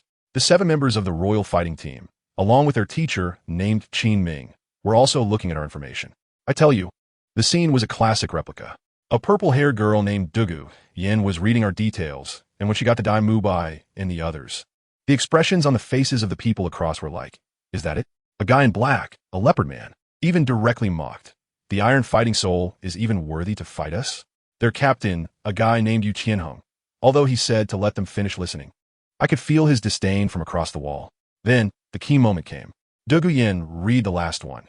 Member, Emperor Zun, Martial Soul, Emperor Flame. Level 34, Assault Type, Soul Master, Soul Rings. Suddenly, she stumbled over her words. Her expression was like she had seen a ghost. It was their teacher Qin who calmly spoke up for her. Soul Rings, 2 purple, 1 black. I tell you, as soon as those 4 words came out, the air in the entire room froze. Qian quickly snatched the documents, his eyes wide open like copper bells, staring intently at the few red characters. 2 purple, 1 black, 10,000 years, Soul Master.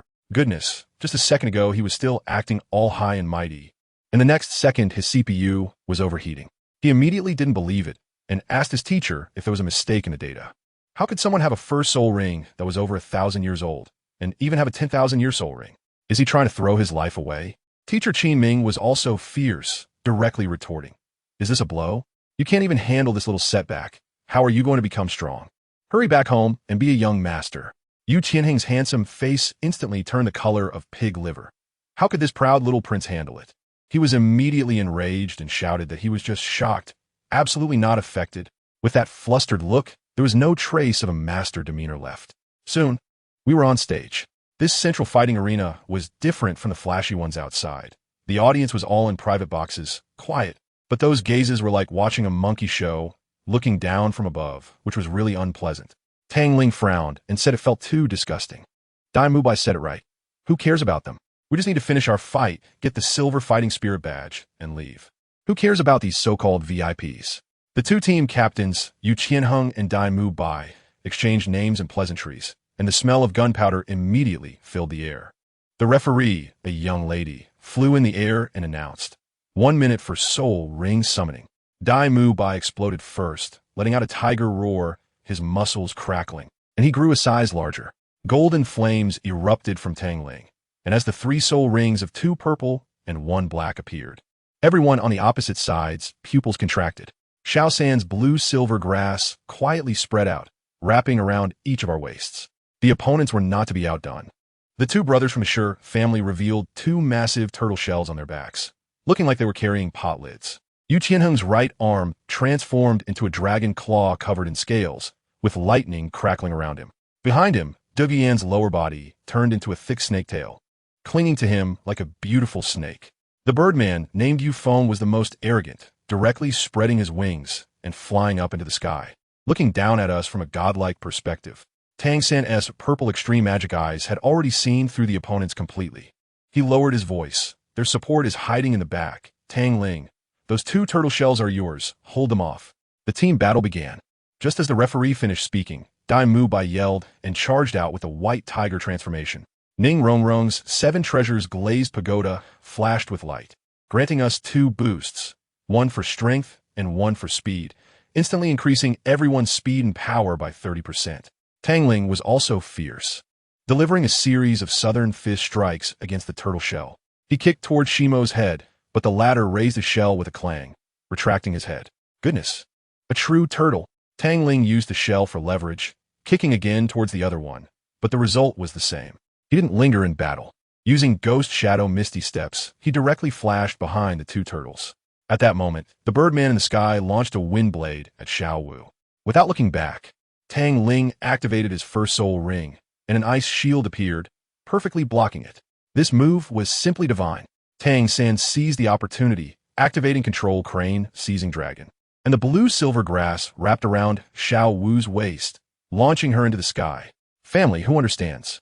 It was a high-altitude throw, but he was throwing his own wife. The birdman in the sky was dumbfounded, and Xiao Wu activated her second soul skill, Charm, emitting a pink light that instantly stunned Yufeng. In the next second, Xiao Wu bent her waist, wrapped her legs around his neck, and with a bang, brought him crashing down from the sky. In less than a minute of the match starting, the opposite side was already down one member. Dai Mubai and Yu Tianheng were also going crazy. Dai Mubai's White Tiger Radiant Wave clashed with Yu Tianheng's Thunder Fury, filling the arena with light and electricity.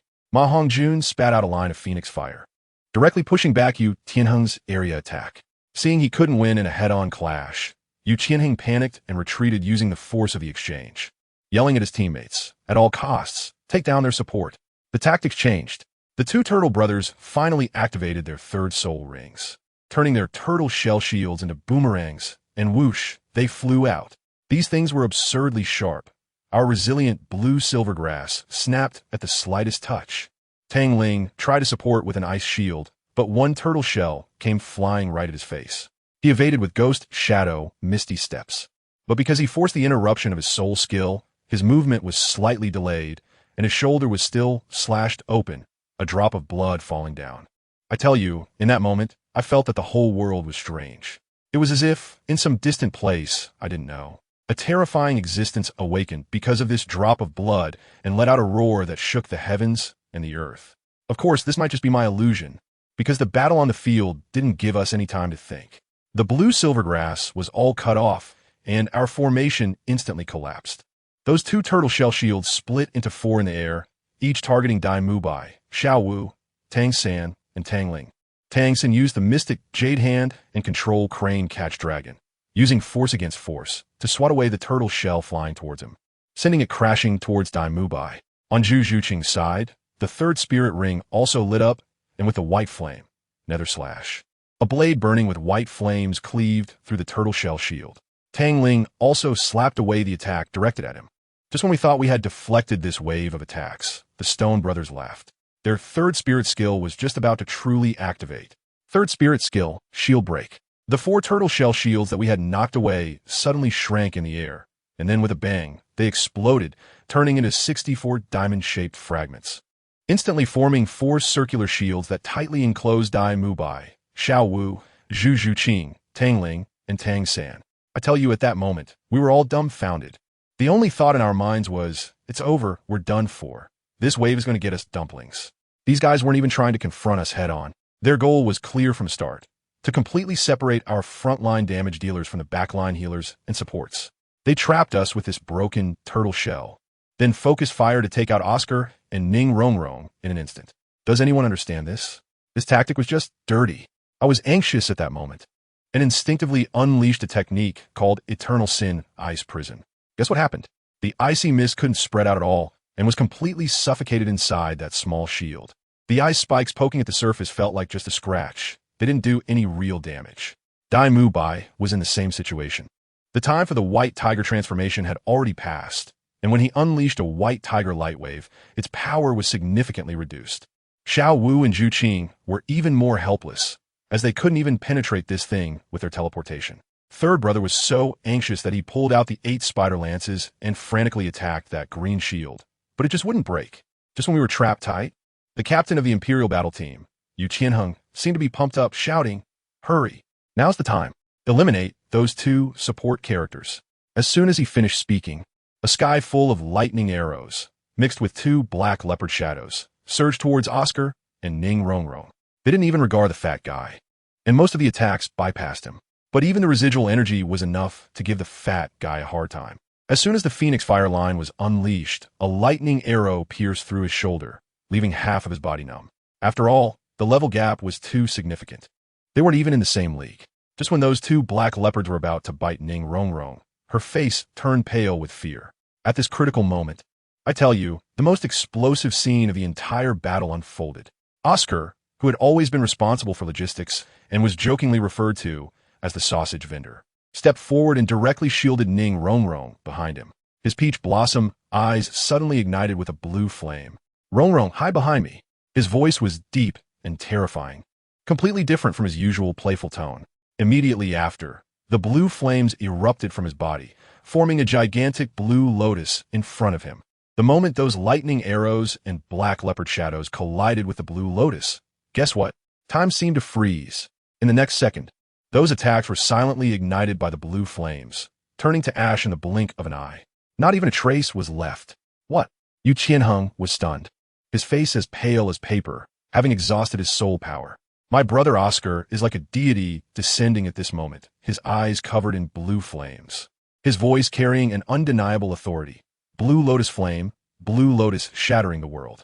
The enormous blue lotus on him exploded with a loud bang, transforming into countless tiny fire lotuses that floated down like snowflakes towards the members of the Imperial battle team. Let me tell you, that scene was both beautiful and terrifying, showcasing an elegant instant kill. The members of the Imperial battle team had long exhausted their soul power. They couldn't dodge, and even moving was a struggle, leaving them to watch helplessly as the deadly lotus floated towards them. Boom, boom, boom. 7 successive explosions echoed, and all members of the Imperial battle team fell to the ground. Although they didn't suffer fatal injuries, each one bore a mark of blue flames on their shoulders, completely losing their combat ability. The tide of the battle turned. We won. But the problem was, we were still trapped in these 4 broken turtle shells. The fat guy, not believing in evil, spat out another fire, causing the shield to shake. At that moment, a more bizarre conversation came from the Imperial battle team. The Black Panther's soul master shouted, "Graphite Stone Mill, what are you doing? Quickly deactivate your soul skills." As a result, the 2 brothers looked more miserable than if they had eaten shit, stuttering, We can't feel the presence of the 3rd soul skill anymore. What does that mean? It means that this skill has already slipped out of their control. They couldn't retract it themselves. Moreover, they said that the defense of this turtle shell was completely abnormal. Logically, it should have trapped us for half a minute at most. But now it had been 3 minutes. At that moment, my heart sank. The purple extreme magic, I had already seen through it. A faint trace of dark energy was entwined around the shield, which was particularly eerie. Just then, I suddenly felt a chilling gaze coming from a private room in the VIP section. In fact, we had no idea that in that private room, the rogue who had been incapacitated by Xiao Wu had bizarrely recovered. He was standing next to 2 lackeys, and all 3 of them were emanating dark energy. A black light flickered on the rogue's fingertip as he grinned sinisterly and spoke in a voice only he could hear, directed towards us. Hee. The game has begun, my brother. Yin. Oh no, I should call you Ling. Or Zero. Guess who you are? As soon as he finished speaking, the black light at his fingertips, along with the figures of the 3 of them, disappeared. In that instant, the 4 green shields that had trapped us finally crackled and dissolved into specks of light. As soon as we came out, Sango patted me on the shoulder and asked what was wrong, noticing my pale face. I asked him, bro, did you just see the black mist on that shield? Sango looked confused. Black mist? What black mist? Great, it seems like I was the only one who could see it. Daimu Bai, that guy was very carefree. He came over, put his arm around my shoulder, and excitedly shouted, "Who cares about the mist? We won. That's what matters." Later, the guys from the Emperor fighting team also came over to greet us. After losing, Yu Qianheng wasn't so arrogant anymore. He looked at me with a complicated expression and said seriously, "Next time, I hope you can fight us with all your strength." I nodded in agreement. Watching them leave, I could feel that these guys would become stronger next time. After the match, the host, Douluo, seemed to just wake up and excitedly announce the winner is the Shrek 8 monsters. The 8 of us stacked our hands together, chewing on sausages that restored Oscar's soul power, and the joy of victory was incredible. But the feeling of unease in my heart just wouldn't go away. What was that black mist? That contradictory feeling of both disgust and a sense of blood connection. What was it? I didn't go back to the lounge with everyone, but stayed outside lost in thought. Xiaowu quietly covered my eyes from behind, and I immediately guessed it was her. She wrapped her arms around mine and sweetly asked, "Why aren't you going in? Is there something on your mind?" I hesitated for a moment, but decided to tell her about the black mist. I pointed to the VIP room where the gaze was coming from, and with my purple extreme magic eye, I saw that black gas was seeping out from the crack in the door. Xiaowu followed my gaze, and the next second, she suddenly let out a painful muffled groan, her face turning instantly pale.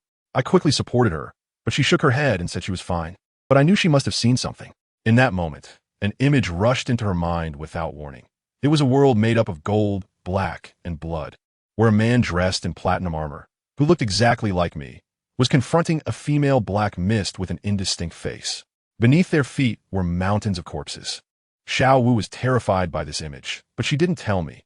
She just awkwardly made an excuse about her soul power being too drained. Although I was worried, I could only help her recover with the source of life.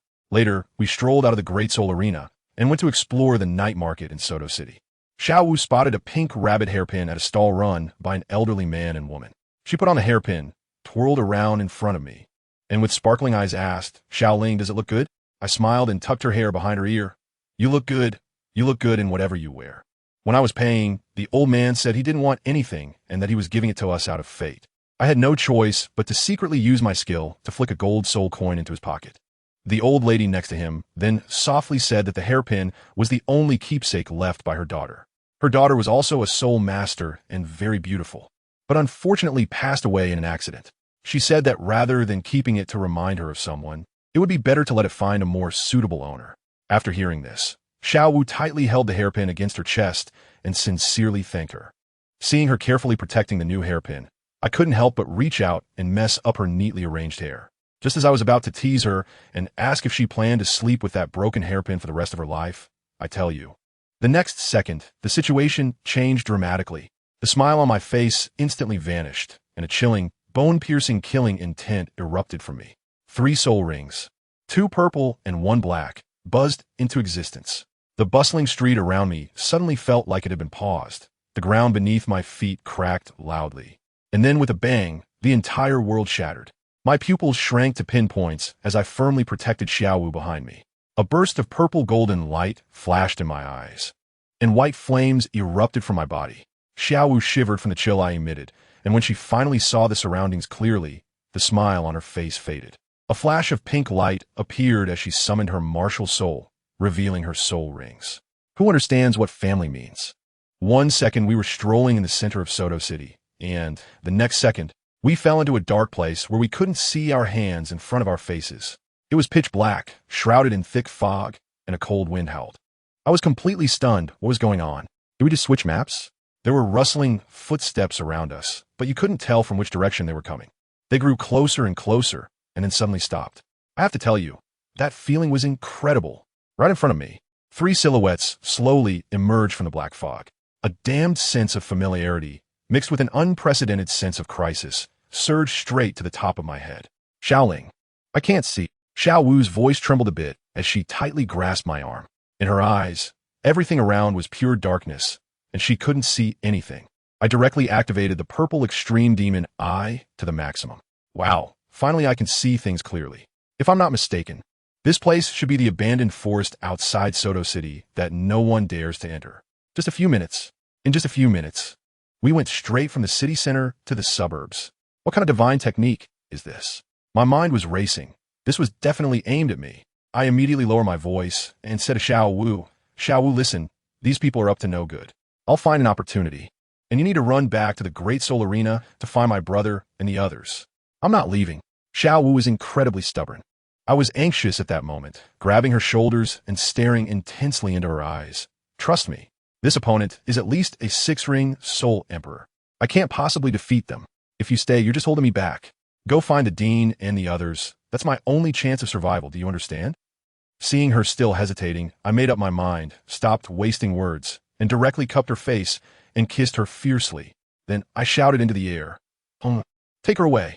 A crimson flame appeared out of nowhere, transforming into a fire phoenix over a person's height, directly lifting Xiao Wu and flying into the sky. Those 3 shadows, let me tell you, they just stood there watching like it was a show, not moving at all, even actively making way for us.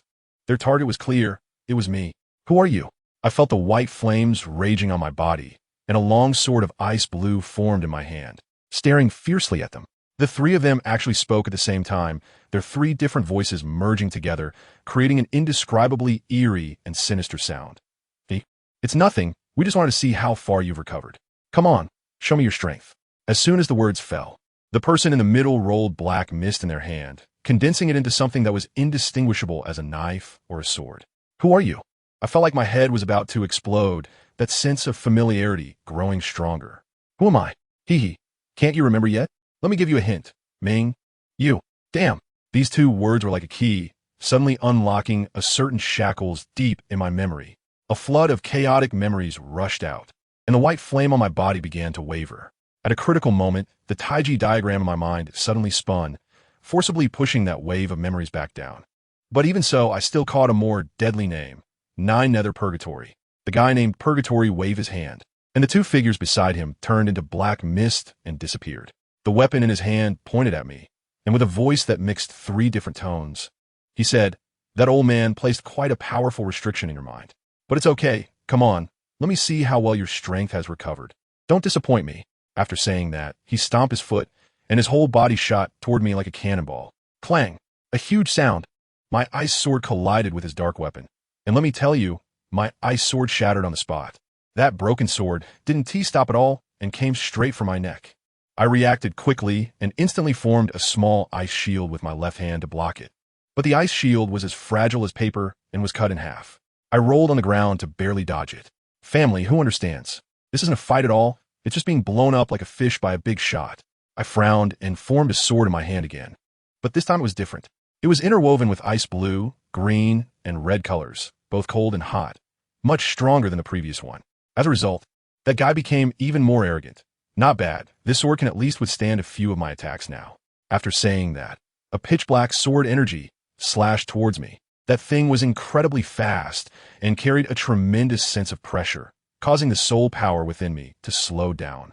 I dodged desperately like a ghost, but I was still a beat slow. The golden mask on my face was knocked off with a bang, and a deep gash was cut in my shoulder, exposing the bone, with blood splattering out immediately. I didn't even hum, and with a swift motion, I slashed back with a 3-colored sword light. My second soul ring lit up, and a green fireball hidden behind the sword light shot out. Oof, you're still too weak now. The guy didn't even notice the fireball behind him and cut through my 3-colored sword light with a single strike. Just as the words left my mouth, there was a bang, and the green fireball hit him square in the chest. Countless green thorns instantly grew from his body, binding him tightly. There's a chance. I activated my first soul ring without hesitation, and the Eternal Sin Ice Prison was unleashed. Countless ice spikes rushed towards him from all directions. And guess what? That guy, still bound, actually had a mocking smile on his face. The black mist rolled, and my death thorns withered away instantly. His body shook, the thorns shattered, and the black sword in his hand spun around him, releasing a circular sword aura even more powerful than before, which instantly sliced all my ice spikes into pieces. Damn, that sword energy broke through my attack, its power undiminished, charging straight at me. My pupils shrank to pinpoints, and I wanted to dodge, but my body couldn't keep up with my mind. With a splatter, bright red blood flew out. A longer gash was open on my chest, and I could clearly see the white bones inside. The excruciating pain made my face go pale as I stared at him fiercely. The third soul ring lit up, and a sharp phoenix cry rang out as a gigantic fire phoenix formed behind me. TSK, TSK, you actually get angry? For some reason, the more furious you are, the more excited I become. Ha ha ha, come on, let me see what you look like when you go all out. That guy was simply insane, and he slashed at me again with his sword. Third soul skill, Fire Phoenix, Burning Heaven. I roared, and the fire phoenix behind me let out a sharp screech, charging forward with my sword light. However, my sword light was instantly destroyed upon contact with his black sword light. Then, that pitch-black sword light continued its momentum and collided directly with my fire phoenix. Boom! A terrifying black shockwave exploded, and I barely had time to cross my sword in front of my chest. The next second, I was like a kite with a broken string, directly sent flying and crashing hard into a large tree. Puffed. I spat out a mouthful of blood, and the tricolor ice sword in my hand shattered into ice shards. My soul power was reduced to less than 1/5, not enough to even activate Eternal Ice Prison once. What's worse, my abnormal life source seemed to be suppressed by this black mist, healing incredibly slowly, and the blood wouldn't stop flowing. No, this is too weak. I can't even withstand the aftermath of the battle. How am I supposed to fight you with all my strength in the future? The mocking voice of the underworld echoed in my ears. I forced myself to stand up, wiped the blood from the corner of my mouth, and suddenly laughed. I ignited 2 flames, one white and one blue, in my hands, and then slammed them together. A powerful mental force surged wildly, controlling the fusion of the 2 flames. A fireball the size of a fist, colored in both white and blue, appeared in my hand. I hesitated for a second, then infused it with the crimson flame as well. My face instantly turned pale. I knew how powerful this move was, and with us being so close, the explosion radius would definitely cover me as well. I would either be dead or seriously injured, but there was no other choice. A brilliant tricolor fire lotus slowly took shape in my hand. I used the last bit of my strength to push it towards the approaching underworld. Just as I was about to perish, on the other side, my phoenix hunger had already returned to the Great Soul Arena with Xiao Wu. Let me tell you, the scene was like an air raid. The gigantic phoenix descended from the sky, and that overwhelming pressure even made the Lord of Soto City kneel. Our Shrek team was chatting in the lounge when Zhu Zhuqin suddenly felt a sharp pain in her chest, as if she were about to lose something important. She rushed outside. Immediately, Oscar and Tang San shouted, "Xiao Ling is in danger," and they all rushed out. Dean Flinder and the others reacted quickly, and without a word. They led everyone outside. As soon as they stepped out, they saw Red and Xiao Wu in the sky. In the next moment, our entire Shrek family jumped onto the phoenix's back and rushed towards me. Xiao Wu, with a tearful voice, explained what happened, and everyone panicked. Meanwhile, I saw that the world-destroying three-colored fire lotus was about to hit Mingyu's face, and guess what? He stopped, slowly raised his left hand, and uttered a single word, "Seal." My pupils suddenly constricted, my face filled with horror. I watched helplessly as my three-colored fire lotus, which was flying in midair, abruptly stopped just half a meter away from him, unable to move. Then, he extended a finger and lightly tapped on my fire lotus. The lotus, like a puncture balloon, quickly lost its color and was gradually devoured by the black mist at his fingertip. It was powerful, but unfortunately, it was useless against me. His voice suddenly echoed beside me. I turned my head, and he'd already appeared next to me, bending down and looking down at me, who was kneeling on one knee. "I didn't expect you to be this weak now." His cold hand brushed against my face. "Do you know? The first thing I did when I woke up was to come find you. You disappoint me so much." "What are you talking about?" I struggled to stay conscious, my voice weak. "You will understand soon." He lowered his head and whispered in my ear with a chilling voice, "I will give you 6 months. After 6 months, I will come to get you. We should go home. My brother." "Home? Brother?" At that moment, I had the expression of an elderly person on the subway looking at their phone. "Who are you, brother?" "I only have one brother, named Tang San." I forced down my disgust and said, "I think it's better if we go our separate ways." He straightened up and said, "The home I'm talking about is not an ordinary home, but a home that only the Lord of Chaos can enter." His figure began to slowly fade away, and the black mist gradually dissipated. "Remember, you only have 6 months. If you are unwilling, I don't mind letting your companions get hurt a little." Ha ha ha. His maniacal laughter echoed as the black mist completely vanished. The surrounding forest was left in utter ruin. The world before my eyes began to blur, and my consciousness started to fade. In the end, I vaguely saw 2 figures rushing towards me. Xiao Wu, Qing, Air. I murmured their names, my head tilted, and I completely lost consciousness. When I regained awareness, I found myself in a pitch-black, deathly silent place. Golden flames ignited in my hands, illuminating the surroundings, and the ground beneath my feet rippled like water. Then, in the blink of an eye, the scene changed again. The darkness receded, and a place filled with the sounds of birds and fragrant flowers, reminiscent of a computer desktop wallpaper, appeared before me. Just as I was enjoying this moment of tranquility, I heard the sound of metal stepping on grass behind me. I turned around and saw a figure clad in golden armor, exuding an overwhelming aura. He looked at me, his voice metallic yet familiar enough to send chills down my spine. "Surely, you have encountered the abyss. Here, you may call it the illusory Emperor realm." This voice was unmistakably my own. As if to answer my confusion, he resolutely removed his helmet with a clang. I was taken aback. "Family, that face looks exactly like mine. It's just like looking in a mirror." In an instant, I recalled countless nights, the figure in my dreams sitting alone on the throne. He took off his armor, wearing the same black tight-fitting outfit as me, and just crossed over me, looking at the blue sky. I was almost overwhelmed at that moment, and could only force myself to ask him, "Are you the brother mentioned in the abyss? Or you should give me an answer. Where exactly is this place?" That guy completely ignored my question and kept talking to himself, his voice sounding like metal scraping against metal, really unpleasant. Countless cycles have passed. Yet that seal has still been worn away by time. I was furious at that moment and turned around to shout at his back. "What reincarnation? What are you playing at with me? Who are you really?" Good heavens, he suddenly turned around, and that set of stunning armor appeared out of nowhere with a clang. The sound was powerful, and he said, "Who am I? Didn't you already have the answer in your heart when you saw me? I am you. Let me tell you. My CPU was overheating at that time. What the hell? Are you me? Am I you? Are we here reenacting an attack of clones?" He looked at me with a confused expression and added, "As for reincarnation, it's literally what it means. Moreover, you have the power of that guy from the abyss. So it seems you two have already crossed paths." My gaze turned cold. This matter cannot be ambiguous. We have crossed paths, but he mistook me for you. I've already said, "You are me. There is no difference." His tone was calm, as if he were simply saying the weather is nice today, completely unperturbed. I directly shot back at him. No difference? Sorry, in my world, I Tangling have one father, one mother, one brother, and two women who love me, plus a group of brothers who would stand by me no matter what. I'm just an ordinary soul master, so don't try to impose any value on me. And guess what? He actually started pouring me some motivational nonsense, saying it's our destiny, that we must sacrifice for the greater good of the world, and that this is the responsibility of the yang in the yin-yang heavenly way.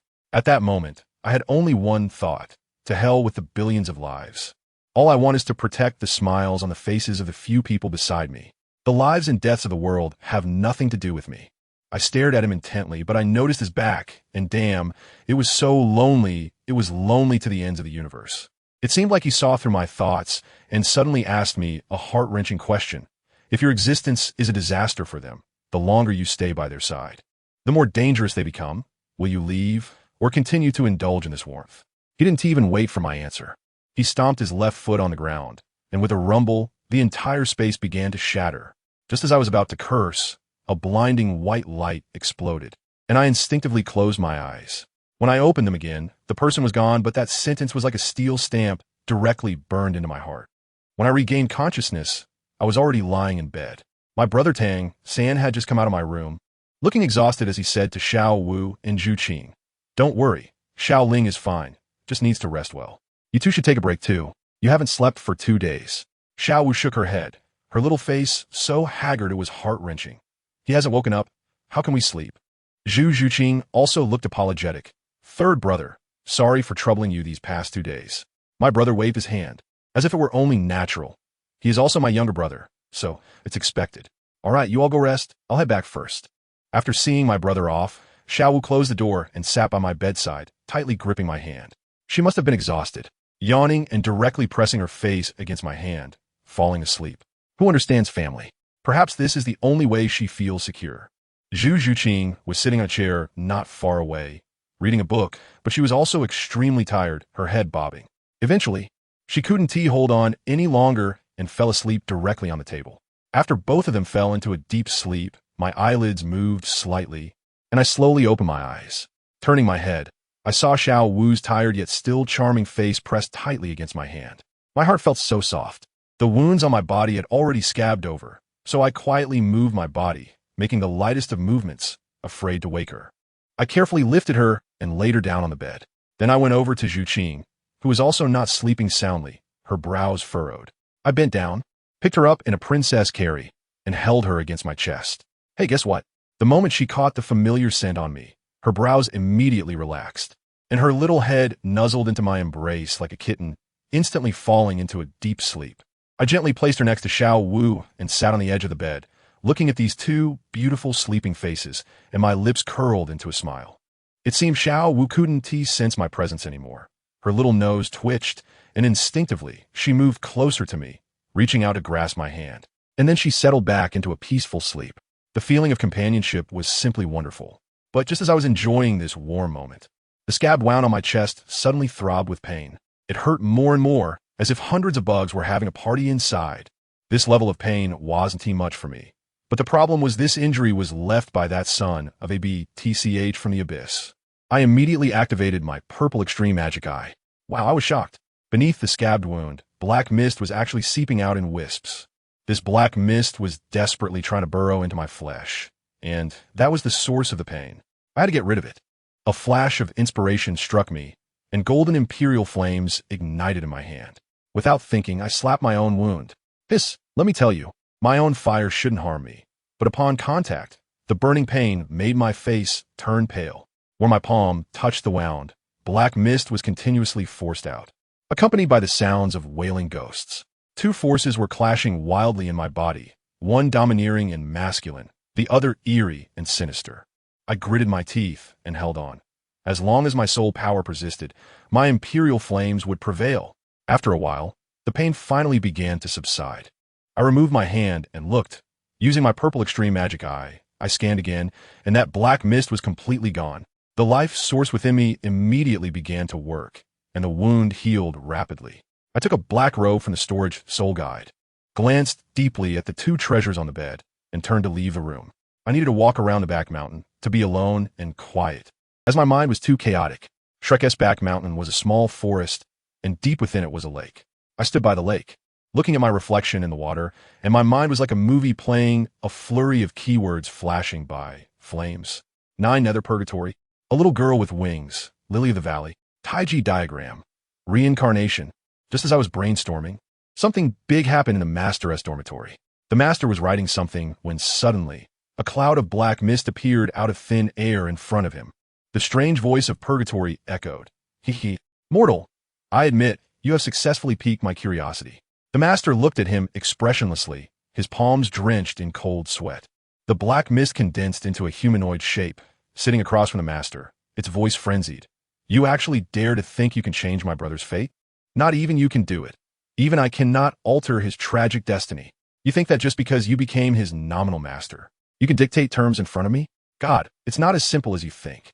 The closer he gets to those he cares about, the faster they die. You think I would help him? No.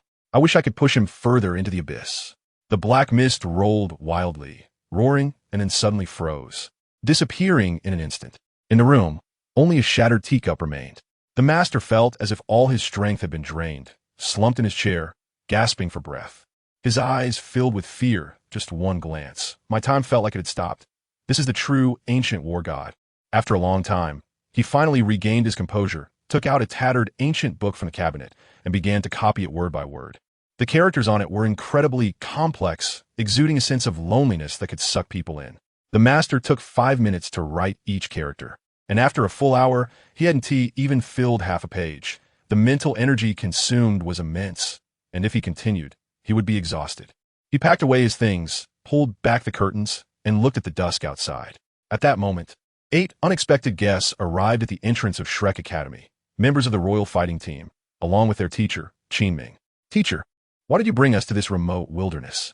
Osro complained while swatting mosquitoes. Qian ignored him and led them to our dilapidated school gate, a smile appearing on his face. As soon as Yu Tianheng and the others saw the words Shrek Academy, they instantly remembered us monsters, just as they were puzzled. I happened to return from the back mountain. Qian immediately became alert and shouted, "Who?" I walked out of the forest, my tone indifferent. Shouldn't you introduce yourself before asking who someone is? Under the moonlight, they could see my face clearly. Qian was momentarily taken aback and said, "Captain of the Royal Combat Team, Qian." Tangling, I replied with 2 words, glanced at them, and prepared to enter the academy. Osro's temper flared up immediately. What kind of attitude is that? I completely ignored him and walked on my own. Suddenly, Dugian tugged at Yu Tianheng and said, "Tianheng, don't you think his back looks a bit familiar?" Yu Tianheng frowned, and in an instant, he matched my figure with that of the long, black-haired person from the Shrek 8 monsters. Shrek Academy. Is it him? Qian smiled and explained that he graduated from here and was back to visit his teachers and junior students. I had just arrived at the dormitory when I saw my brother Tang Sin practicing on the roof. I called out, "Brother." He immediately jumped down from the roof, grabbed my wrist, and started checking my pulse. He frowned and said, "Your injury is mostly healed? It was still worsening when I checked this morning. What did you do?" I withdrew my hand and avoided his gaze. This matter cannot be spoken of. My brother saw that I didn't speak, and he didn't force me either, just sighed. "I know you won't tell Zhu Qing and the others, but won't you even tell me? I know best how strong the healing power of the life source within you is. The one who can make your wounds worsen is definitely not simple." I shook my head and changed the subject. "Bro, what's wrong?" "Thank you." My brother paused for a moment, then smiled, just like when we were kids, reaching out to ruffle my hair. "If you want to thank me, just take good care of yourself." "Brother, do you think we will see Mom and Dad again?" His hand stopped for a moment, then he patted my back, his tone incredibly firm. "We will definitely." He was comforting me, but also comforting himself. Yet in my heart, I was like a clear mirror. The appearance of that guy from the abyss made me feel panic for the first time. That kind of power was even stronger than my father's. I was scared. I felt like I was running out of time. After saying goodbye to my brother, I returned to my dorm, looking at the still sleeping Xiaowu and Zhu Qing, feeling bitter and sour inside. Early the next morning, I practiced my punches in the yard, the sound of my punches whistling through the air, sweat pouring down like rain. My brother leaned against the door watching and said, "It seems this injury wasn't without its benefits. Your soul power has increased by 1 level, now at level 35. I took a punch, wiped my sweat, and twitched my mouth. I'd rather not have this level than suffer that kind of pain again. Hee hee. My brother suddenly had a mischievous smile on his face. I heard some noise coming from your room last night. So I guess you were tormented quite well by Zhu Qing and the others, right? I directly ignored his teasing. At this time, Oscar and the others arrived one after another. The people from the royal fighting team came yesterday, and the master called us to gather, so it must be related to them. Oscar analyzed with a mischievous expression. My brother looked at me with his purple extreme magic eye and was shocked. Xiao Ao, you're already level 33? Oscar was so proud. I got lucky and accidentally broke through. Just as he finished speaking, Dai Mubai popped up from behind and slapped him on the back of the head. Look at you being so proud. Ma Hongjun also came over to join the fun, but was pushed away by Xiao Wu. Don't get so close to my little Ling. What if you lead him astray? Zhu Juqing also gave Oscar a cold glance. You two, stay away from him. I watched them play and laugh. Feeling warm and a bit heavy in my heart. How long can I still have this feeling? We arrived at the master's room, but the master only called my brother to go in. Inside the room, the master handed my brother a notebook, his expression unusually serious. Xiao-san, I know you've always been curious about Xiaoling's identity. I'm not very clear about it myself, but I can be certain that it is related to him. He gestured for my brother to open the notebook. Just as my brother flipped it open, deep within the starry forest, a mass of black mist suddenly opened its eyes and let out a disdainful cold snort. A weak butterfly thinks it can disrupt the trajectory? If it weren't for your master's sake, you would already be dead. The black mist rolled and contracted, gradually revealing a face, which was covered in black cracks, with a pair of scarlet vertical pupils that looked extremely sinister. Who understands? That face was unmistakably the previous Douluo. This body is too weak. Douluo rasped. Forget it. I've played enough. It's time to go back and focus on breaking the seal. As he spoke, a deep black diamond crystal suddenly emerged from his body. Douluo's body shook violently, his breath plummeting, turning into an emotionless puppet, stiffly responding, "Yes, my lord," before disappearing. The black crystal let out a sinister laugh, and a terrifying wave of black energy instantly swept across 100 miles, turning everything in its path to dust. After the wave passed, the crystal also vanished. Immediately after, a towering soul beast, 100 feet tall and covered in golden patterns, descended from the sky. Sensing the terrifying aura left behind, it let out a fearful roar and fled without looking back. Meanwhile, in the master's room, my brother Tang Sen opened the notebook, and when he saw the pattern on it, he couldn't help but exclaim, "This is the Taiji diagram." I tell you, at that moment, I was completely stunned. Tang Ling took a hit from the old man opposite him head-on, and his whole body staggered back like a kite with a broken string. Stumbling back more than 10 steps before kneeling on one knee, blood appearing at the corner of his mouth. But he still held tightly onto the thorn binding Xiao Wu, refusing to let go. Zhu Juqing had just steadied herself, shouted Linger, and charged back in. And guess what happened? Xiao Wu, who was already on the verge of collapse, suddenly flashed a sly smile. Wow, she had been holding back a big move. She forcibly squeezed out the last bit of her soul power and activated her second soul skill, Charm, targeting the old man, named Du Qing again. A pink light flashed, and the old man's eyes immediately went blank.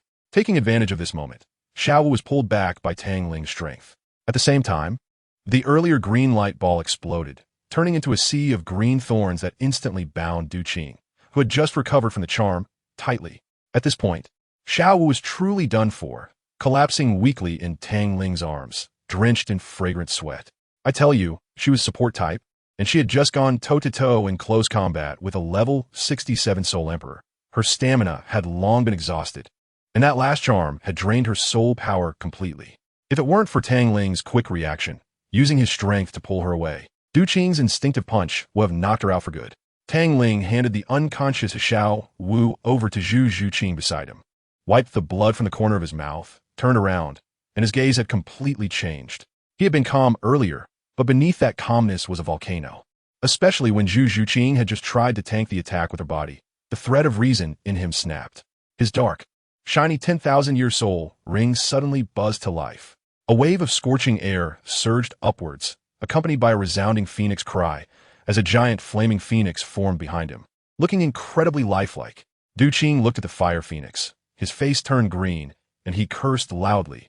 "You three little beasts are ruthless. Here comes that move again. Don't blame me for going all out." With a flick of his hand, the black mysterious hammer flew back into his grasp, and the sixth soul ring lit up. Sixth soul skill, black mysterious destruction kill. My goodness, the black lightning on that hammer instantly turned blood red, filled with a bloodthirsty aura, and even the hammer itself transformed. With a giant blade sprouting from the top, Qing trembled all over, shattering the thorns binding him, and leapt up holding that mutated hammer. His eyes red, as if he were about to kill. Tang Ling pointed forward, and the fire phoenix shot forward like an intercontinental missile, tearing through the air with its high temperature. The blood-red lightning collided with the crimson flames. Boom!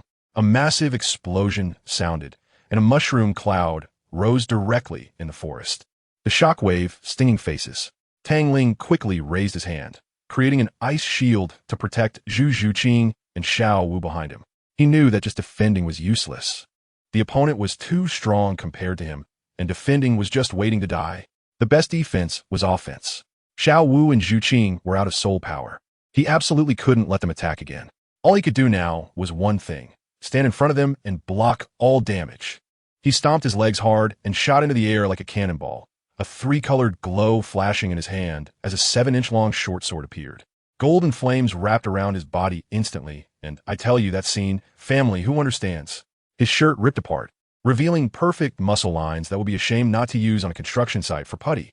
Golden soul power surged into the short sword, transforming its blade from bone white to a noble gold. Qing on the opposite side didn't dare delay, retracting the hammer and clenching his fists, compressing all the raging blood-colored lightning into his fists, ancient blood-colored characters appearing on them, making one heart race just by looking. Tang Ling descended from the sky, swinging his sword down. Qing let out a low shout, thunderstrike. Both fists struck hard towards the golden blade. Boom! In that instant, I felt like the whole world went silent, and the heavens and earth lost their colors. Until a crisp crack echoed, everything returned to normal. The sound came from Tang Ling's hand. His stunningly beautiful four-colored long sword was covered in cracks, and then it shattered. Meanwhile, Qing's fist hadn't even broken the skin. This was level suppression. There was no reasoning behind it. Just when the word God flashed through Tang Ling's mind, the Emperor Flame's soul core within him began to vibrate violently, and a kingly aura that looked down upon all life erupted uncontrollably, tinting his eyes with a barely perceptible gold. Shaoling. At that critical moment, it was Zhu Zhuqing's voice that pulled him back from that state. He forced a smile on his pale face. On the opposite side, Qing seemed calm, but upon closer inspection, his fists were trembling slightly. Guess what?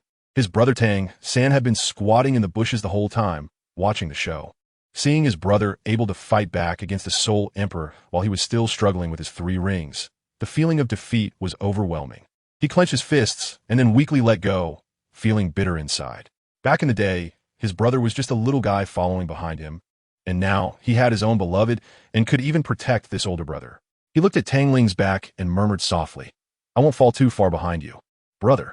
Now let us shift the scene to the god realm of Douluo.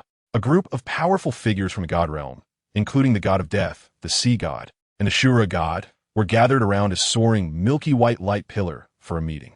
Sigh, that guy's going to wake up again. This seal can't hold much longer, sighed the god of death. Once he comes out, he might destroy everything, the sea god said with a serious expression. Just as he finished speaking, a chilling voice echoed throughout the space. Escape? Heh, you dare to say I'm escaping? A group of ridiculous and pitiful ants. With a swish, a figure enveloped in black mist appeared directly in front of the Shura god, grabbing his neck from a distance and lifting him up like a chick.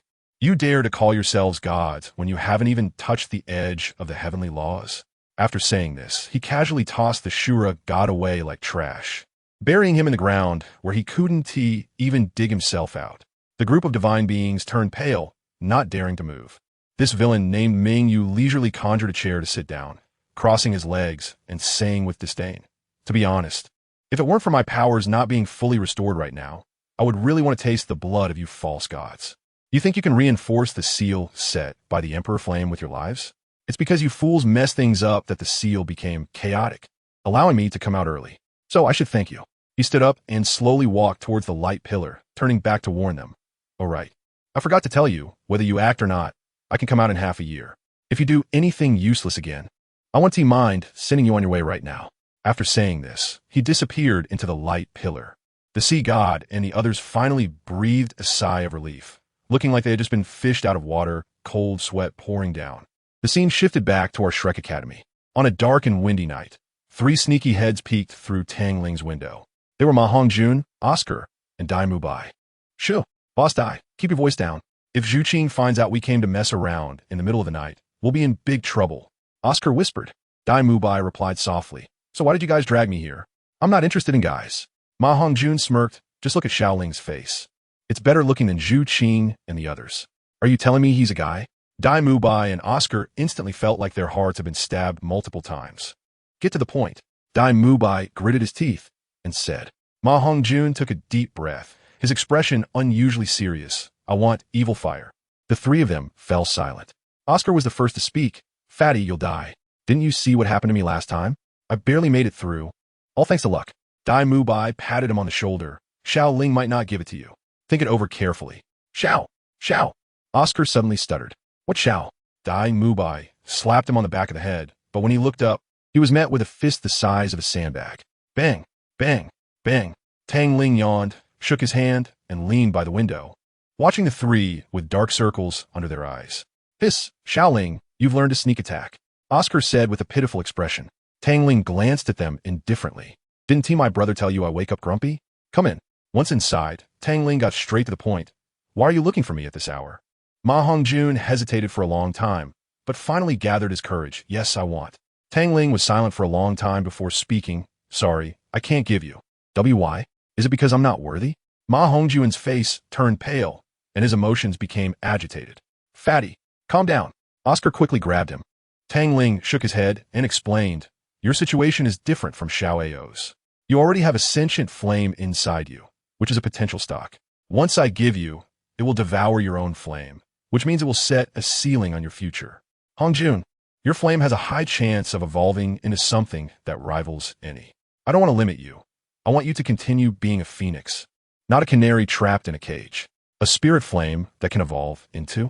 Ma Hongjun's small eyes instantly lit up, and he probably didn't hear a single word after that, wearing a smirking and annoying expression. Tang Ling saw this and thought, wow, it seems his morning grumpiness hasn't worn off yet. He smiled wickedly and punched Ma Hongjun in the other eye. Looking at Dai Mubai and Oscar, who were dumbfounded, he cracked his neck, clearly indicating, today no one is leaving unscathed. The next day, in the cafeteria, the three national treasures arrived with matching panda eyes. Xiao Wu stifled a laugh and asked, Dai Lauda, did you guys get robbed? Dai Mubai glanced sadly at Tang Ling and managed to say, yesterday, the three of us weren't paying attention while walking and accidentally bumped into a wall. 2 months of vacation passed in the blink of an eye, and our Shrek Academy is moving. The destination, the Tiando Royal Academy in Tiando City. Principal Flander stood at the old school gate, feeling a mix of emotions. With red eyes, Zhao Wuji patted him on the back. Come on, it's not like we're not coming back. At worst, I'll come back to accompany you in your old age. Flander glared. Am I that old? Zhao Wujia smiled wryly. We're all over 50, and none of us are married. It's quite strange. Flander looked at him disdainfully. That's because you all have high standards. Of course, if you had Xiaoling's looks, you'd have plenty of female soul masters coming to you. Zhao Wujia instantly lost his composure. Are you talking about us? You're the same. Flander was momentarily speechless and quickly changed the subject, waving his hand. All right, let's go. Once we set off, I tell you, it was like the beginning of a large-scale military training exercise. That old miser Flander really hit the gas and made us rely on our 2 legs to cover 400 kilometers in a day. Family, who understands? By the end, I felt like my legs weren't even mine anymore. After finally finding a small town to rest in, he still showed his stingy nature, cramming 5 guys into 1 room, while the 3 of us girls squeezed into another. The smell was unbearable. On the boys' side, Oscar collapsed as soon as he entered the room, and Dai Mubai wasn't happy, saying, you little brat, what are you tired from? You spent most of the journey hanging onto Tang Ling. Oscar shot back. If it weren't for my recovery sausages. Could you keep up with the principal's speed? Consuming soul power is tiring too, you know? Poor Ma Hongjun had it the worst. The chubby guy couldn't keep up and lay on the bed, completely lifeless. San remained composed, encouraging everyone to sleep quickly. At that moment, Tang Ling quietly poured water for everyone. Let me tell you, that water felt like it had been blessed. After Oscar and the others drank it, their fatigue instantly dissipated by more than half, and they all marveled at it. The girls here are even livelier. As soon as Ning Rongrong entered the room, she took off her coat and was just wearing a tank top, lying on the bed and started complaining. I'm exhausted. Then she began to envy Zhu Qing's figure, saying, Zhu Qing, your figure is just amazing. Unlike mine, I've got 2 little buns. Goodness, her little mouth was flapping, and she started making suggestive comments. Leaning over to Zhu Zhuqing and saying, I heard that letting a man help you massage can help you develop better. Did Tang Ling help you? Zhu Zhuqing, with her cold demeanor, shot her a look and replied calmly, I see you know quite a bit. That one sentence left Ning Rongrong speechless. At that moment, Xiao Wu had just finished showering and came out. Hearing their conversation, she chimed in and asked Ning Rongrong, Are you interested in Oscar? Ning Rongrong sighed, saying, Our sect has rules. 2 support-type soul masters cannot be together unless they pass the tests of 2 titled Douluos, which is basically impossible. After hearing this, Zhu Zhuqing suddenly said something particularly profound. Xiao Wu, you've always been carefree and don't understand the pain of a predetermined fate. Rongrong, you should be thankful your dad didn't force an arranged marriage for the sake of the sect. As soon as she said that, the room fell silent. Xiao Wu couldn't stay any longer and found an excuse to run out to find Tang Ling. Just as she reached the door, it opened, and Tang Ling walked out, blushing, while inside, Ma Hongjun and the others were still teasing, saying something about being in sync. Xiao Wu, feeling shy, shot Ma Hongjun a glare, and the fat guy immediately recalled the fear of being thrown around and quickly backed off, slamming the door shut. Tang Ling, however, was gentle and squatted down to use his soul power to massage Xiao Wu's sore legs. After they were being sweet for a while, Xiao Wu suddenly became serious, jumped into his arms, and quietly asked who the black mist person, Abyss, who had injured him before was. Tang Ling couldn't say, as he had no recollection of that person. Xiao Wu was very worried, saying, I have a feeling he will come looking for you again. She also pointed out to Tang Ling, You're too protective of us. We're not afraid of getting hurt. We're afraid that you're trying to shoulder everything alone. This statement left Tang Ling stunned, and he pondered over it by himself. The next day, let me tell you, the sun came out from the west. That old miser Flinder actually changed his ways. Not only did he book us a super luxurious hotel, but he also treated us to a big meal. Dai Mubai immediately sensed something was off, and sure enough, after the meal, Flinder's true colors were revealed. He smiled cunningly, saying, You've eaten my food and stayed in my place, so it's time to repay me, right?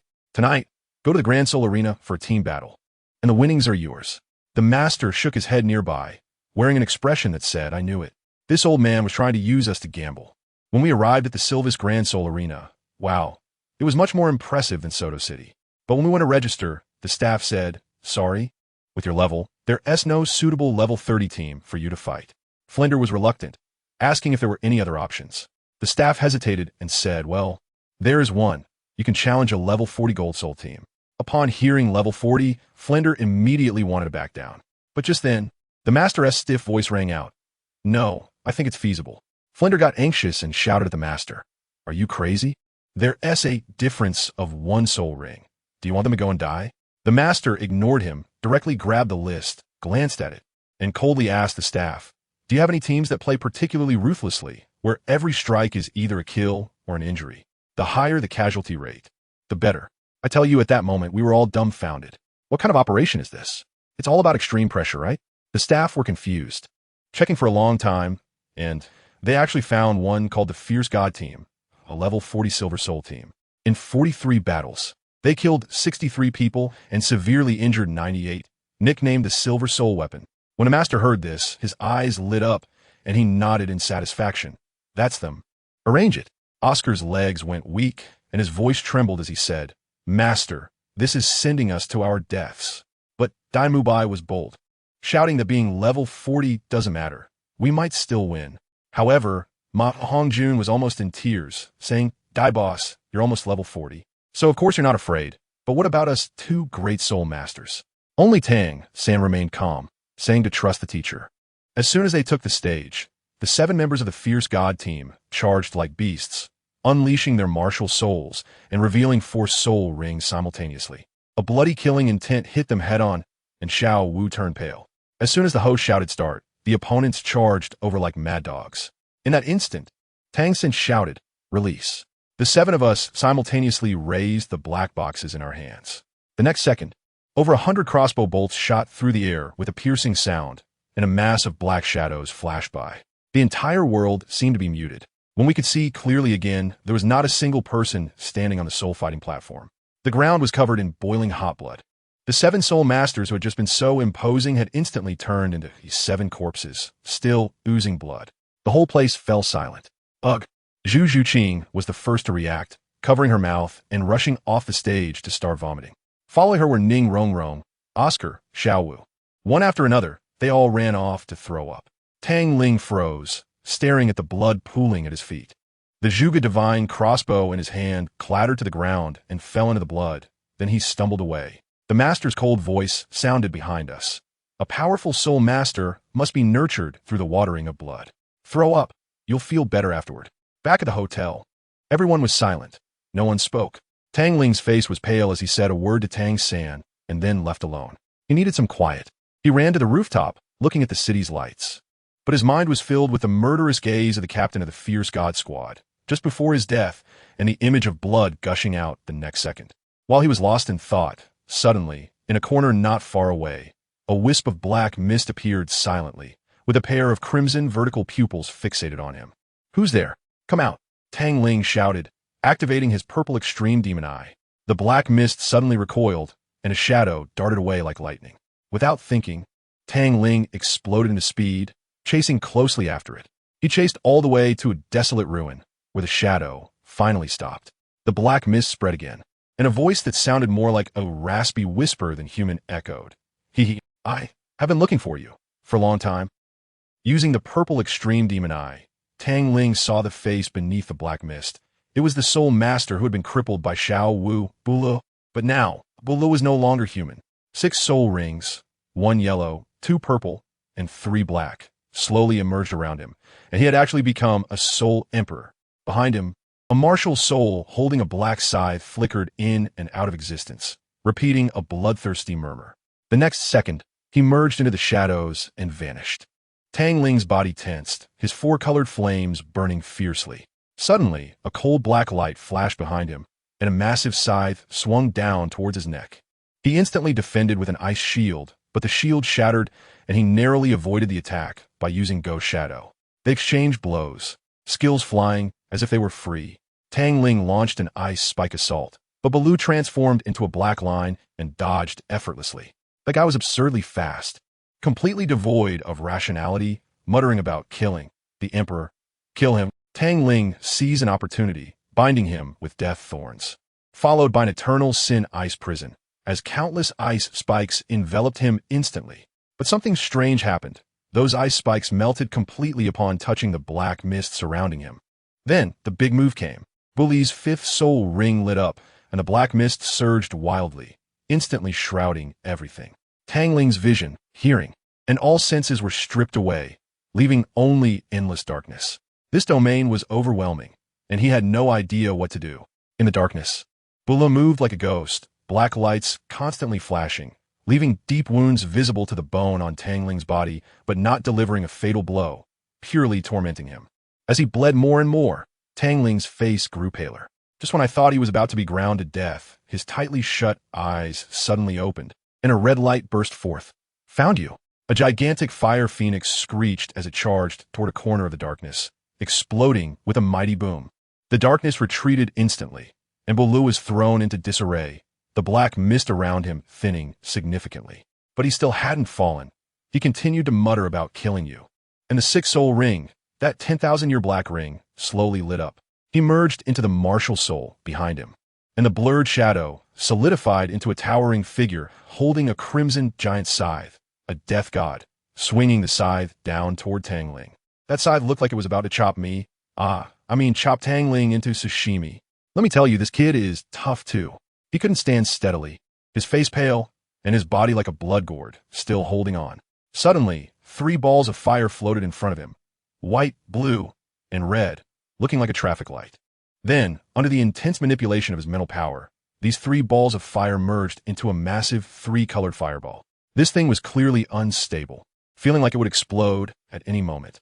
Tang Ling knew very well that at this distance, if it exploded, he would go up in flames too. But at that moment, he probably had only one thought. If I don't kill this shadow monster today, my brother and sister will suffer later. So let us do it. Let us destroy it together. He grinned, then detonated the 3-colored little gas tank in his hand. Boom! I tell you, that noise was so loud that it could be heard from 8 streets away. At the same time, Zhu Qing, who couldn't sleep in the hotel, felt a sharp pain in her heart that made her jump out of bed. She instinctively covered her chest, the feeling of palpitations still lingering, and when she looked up, she happened to meet Xiao Wu's eyes. Xiao Wu had also sat up, and as the two of them exchanged glances, there was no need to say anything. Their family understood that sixth sense of something happening to their husband, instantly heightened. Xiao Ling is in danger.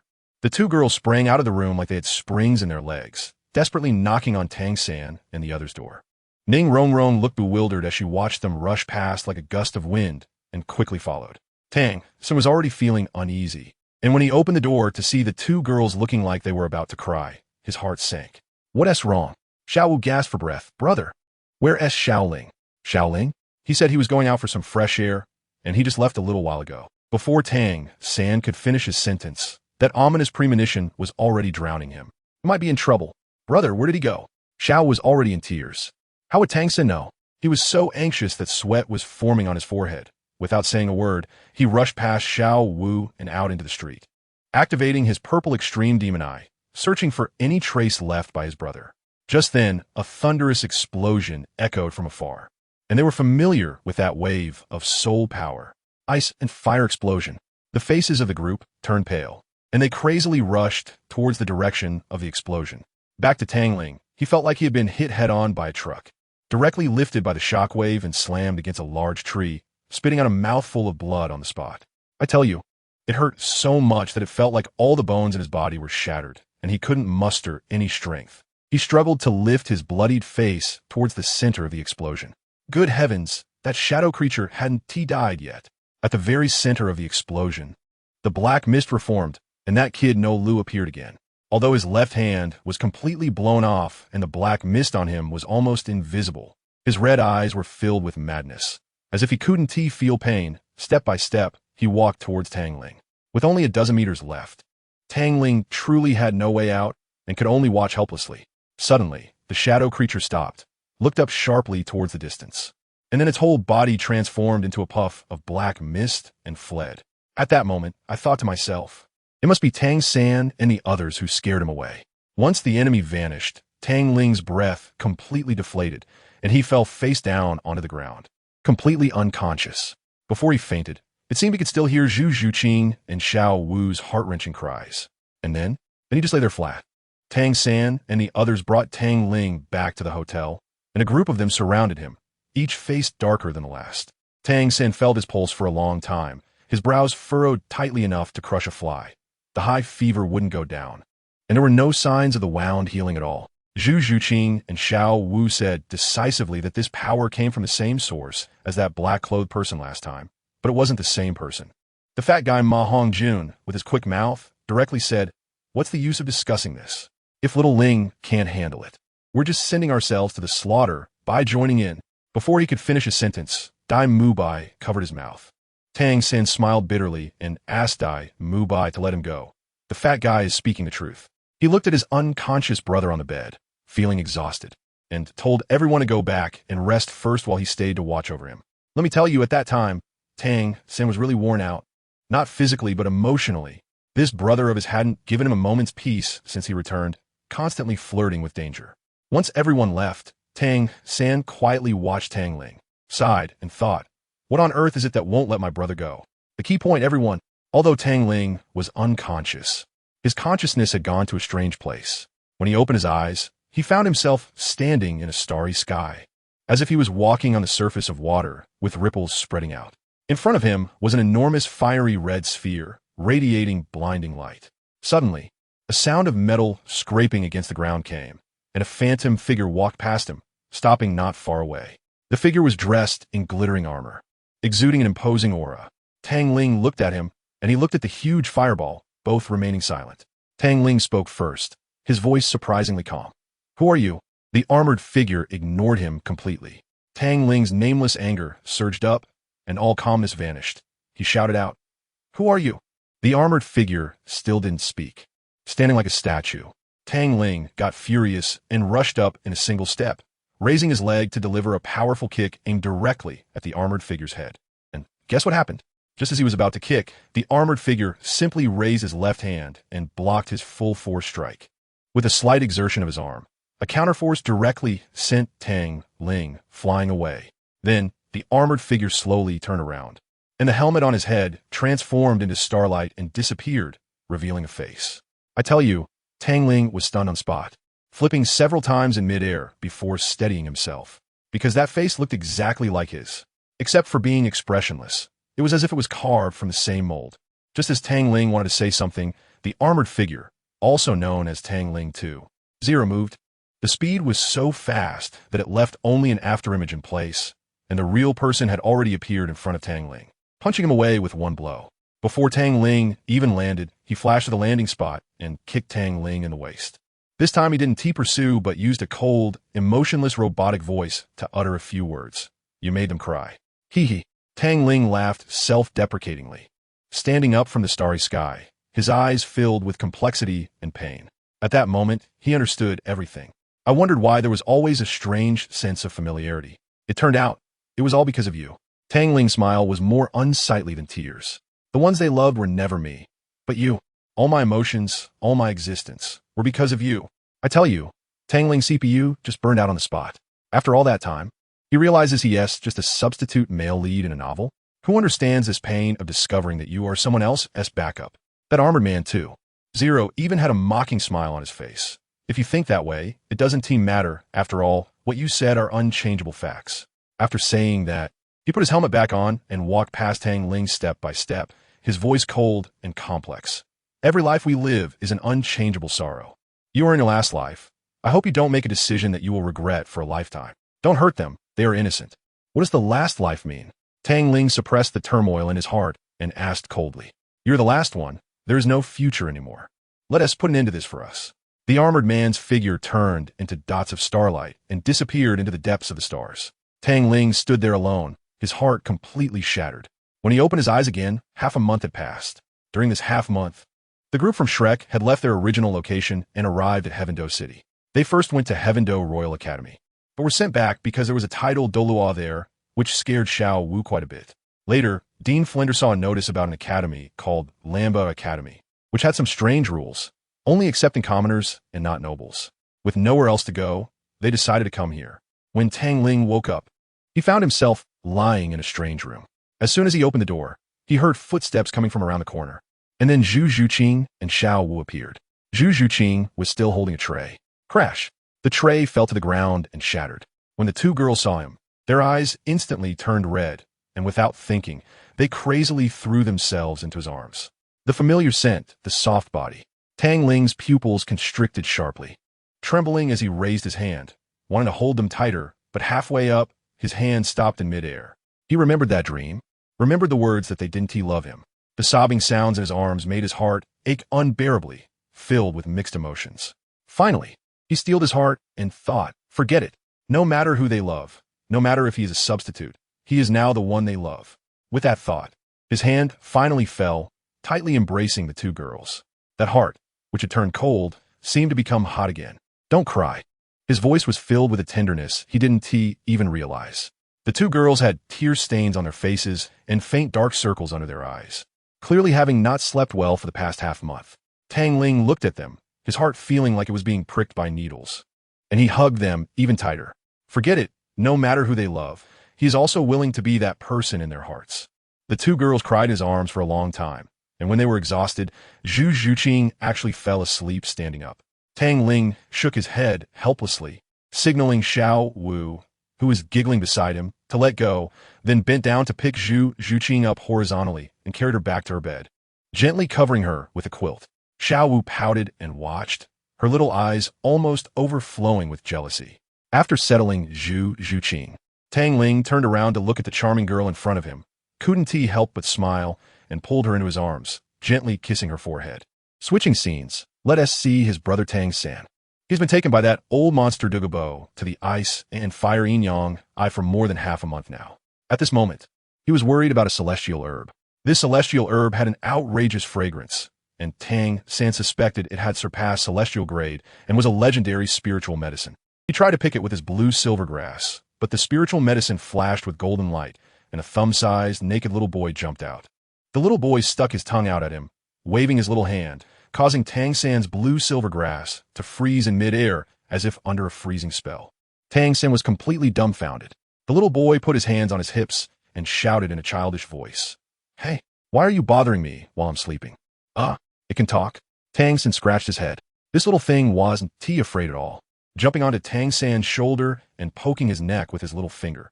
Hey, bothering this lordess sleep has serious consequences, you know? Tang San ignored him, already certain that this was the spirit of the spiritual medicine. Hey, did you hear what I said? The medicine spirit was anxious. Only then did Tang San slowly say, "I'm not called Hey, I'm called Tang San." Tang San? You humans are so troublesome. You even need to name yourselves. The medicine spirit sat on his shoulder, swinging its little feet. I'm called Hunyuan Kinglianua. When Tang San heard this name, he had never seen it in any classics and suspiciously asked, "Did you make that up yourself?" The medicine spirit rolled its eyes at him. "There is only one of me on the continent. It's normal that you haven't heard of me." Just as they were chatting, the old monster Douluo descended from the sky, gleefully saying, "Little monster, got defeated again? Even I can't handle this thing." "Don't think you can." Tang San glanced at the medicine spirit on his shoulder and smiled mysteriously. "That may not be the case. I've already made a gain here." He asked Douluo to check what Hunyuan Kinglianua was, and then asked, "Has my brother woken up yet?" Douluo told him that he hadn't woken up when he checked yesterday, but his injuries hadn't worsened, so he shouldn't worry. Tang San sighed and gave Douluo a bottle of the medicine he had prepared himself. Douluo, the old proud man, said he didn't care, but he took it and downed it in one gulp, even shamelessly asking Tang San for more poison. The relationship between the two is quite something. After Douluo left, the medicine spirit yawned on Tang San's shoulder. "You have a good relationship with that old man, huh?" "It's okay, a friendship across ages." "TC, I think he is really old. I'm over 100,000 years old. Calling him an old man is still a compliment. You look like you're only 2 or 3 years old. You're the one who is 2 or 3 years old." Back to Lamba Academy. Ma Hongjun was dozing off in class, snoring loudly. The teacher was so angry that he directly hit his forehead with a piece of chalk. After class, the fat guy sighed, saying that life was too boring. Dai Mubai was teasing a female classmate while saying, "You won't be able to relax for long. The elite competition across the continent is about to start, and you'll have to work hard then." Ma Hongjun didn't think much of it. Was Xiaoling around? Winning the championship is a piece of cake, right? Just as he finished speaking, a faint voice came from the classroom door. "If I participate in the competition, do you all not need to work hard?" Everyone turned around and saw Tang Ling holding Xiao Wu's hand, walking toward them. Xiaoling. Oscar was the first to react, rushing up to give Tang Ling a big bear hug. "You finally woke up." Dai Mubai also smiled and patted his shoulder. Tang Ling looked at the familiar faces, his lips slightly curling up in an almost imperceptible arc, gently nodding his head. A few boys gathered together to chat, while Xiao Wu ran to sit beside Ning Rongrong, her face full of happy smiles. As the class bell rang again, everyone returned to their seats, waiting for the next class to begin. However, this class was simply hell-level hypnosis. Let me tell you, that teacher lectured as if reciting a sutra, and probably only 2 people in the class were awake. One was my diligent brother Tang Ling, and the other was Oscar from the food department, who was just doing his job. I was sitting right next to Tang Ling, bored out of my mind as I watched him write furiously. As soon as the class bell rang, 2 guys who looked several years older than us came over. They stood in front of Tang Ling's desk, blocking all the light. I immediately felt something was off. These 2 weren't here for a friendly chat. Sure enough, before I could say anything, the girl sitting next to Tang Ling, Xiao Wu, suddenly stood up, fiercely protective. She pointed at the 2 guys and shouted, "What do you want? If you have nothing to do, get lost. Otherwise, don't blame me for being rude." The leader of the 2 big guys immediately darkened his face, completely ignoring Xiao Wu, and fixed his glare on Tang Ling, saying, "Kid, don't you know that no one is allowed to sit next to Xiao Wu?" I thought to myself, what kind of glitch-rich CEO plot is this? It's 2025, and there are still people playing this game? Tang Ling, however, remained calm, put away the script, and patted Xiao Wu's hand to comfort her before looking up at the burly man. Just that one glance made it obvious that the burly man flinched a bit. His Adam's apple moved, but he couldn't lose face in front of the goddess, so he chose to remain silent and directly unleashed his martial soul. Wow, he went all out in the classroom. 2 yellow and 1 purple soul rings rose up, and behind him, a giant gorilla's phantom suddenly appeared. He himself seemed to puff up, looking like a King Kong, pounding his chest and roaring, "Talon, martial soul mighty gorilla, Level 37 Assault Type Battle Soul Master. Please guide me. The aura was so intense that anyone who didn't know would think he was about to demolish the school. Meanwhile, Tang Ling stood up slowly, cracked his neck, and his soul rings lit up as well. Let me tell you, at that moment, everyone in the classroom was dumbfounded. 2 purple soul rings appeared first, which was already terrifying, but then the top ring, a shiny black 10,000-year soul ring, slowly descended. 2 purple and 1 black. Family, who understands? 2 purple and 1 black. This configuration is simply outrageous. It's outrageous to the point of being absurd. Next to me, Ma Hongjun couldn't help but complain. This guy knows how to show off his death wish. Oscar shook his head even more dramatically and said, "It's self-inflicted. He can't survive." Dai Mubai slapped him on the back of the head. "Speak normally." Oscar instantly backed down. In short, it's seeking death. Talon turned pale, but the circle of female classmates around them had hearts in their eyes. After all, Tang Ling was handsome, and his soul ring configuration was so impressive. Who wouldn't be mesmerized? Tang Ling's voice was not loud, but very clear. Tang Ling, Martial Soul Emperor Flame, Level 38 Strong Attack System Soul Master. Please give me guidance. Level 38. He's even 1 level higher than you. Talon's mentality probably collapsed, but with an arrow on the bow, he had to shoot, so he shouted and charged over. Not even using his soul skills, just wanting to rely on his fist to fight hard. At that moment, I couldn't help but laugh. You compare strength with Tang Ling? When he saw Talon's speed, it was as if he was watching a slow-motion replay. With a lift of his right hand, an ice shield materialized out of thin air. Then his palm turned into a fist, and he slammed it against the ice shield. A loud bang. As soon as Talon's fist made contact with the ice shield, it shattered. But before he could feel happy about it, an even more terrifying force came crashing back from behind the ice shield, colliding solidly with his fist. That powerful gorilla Talon was sent flying backward for over 10 steps, clutching his wrist and trembling, his eyes filled with shock and humiliation. His proud strength was shattered by a single punch. He was unwilling to accept it and roared as he charged forward again. Tang Ling raised an eyebrow, lifted his left hand, and the first purple soul ring lit up. Let me tell you, the temperature in the entire classroom dropped to freezing point in an instant. Just as Talon jumped into the air, he was instantly frozen, maintaining a punching pose and turned into an abstract ice sculpture. Ma Hongjuan's eyes twitched, probably recalling his own miserable experience of being frozen back in the day. Oscar leaned over to study it.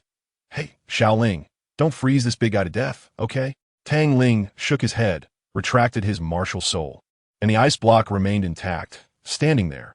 He won't die, just a little lesson for him. Xiao Wu was delighted, hands on her hips, saying, "That's how it should be. Who told him to bother me?" After that, Tang Ling invited us to eat. But as soon as Dai Mubai and the others saw Xiao Wu's who dares to be a third-wheel glare, they immediately shook their heads wildly. No, we don't want to eat dog food." Only then was Xiao Wu satisfied as she pulled Tang Ling away. That night, the moonlight was particularly beautiful, and they were out strolling, playfully chasing each other on the small road. It was so sweet. Later, Tang Ling suddenly grabbed Xiao Wu, pulled her in his arms. Their eyes met, and the atmosphere was electrifying. Then they kissed. After the kiss, Xiao Wu did something big. She took out a wooden comb from her pocket and handed it to Tang Ling, asking him to help her comb her hair. I tell you, this is not an ordinary hair combing. Xiao Wu told him that this comb was a relic left by her mother, and her mother had said that a girl's hair could only be combed by one man in her lifetime. If a girl lets you help her comb her hair, it means she is willing to entrust her life to you. Tang Ling was stunned at that moment. He remembered that when he was a child, his dad often combed his mom's hair.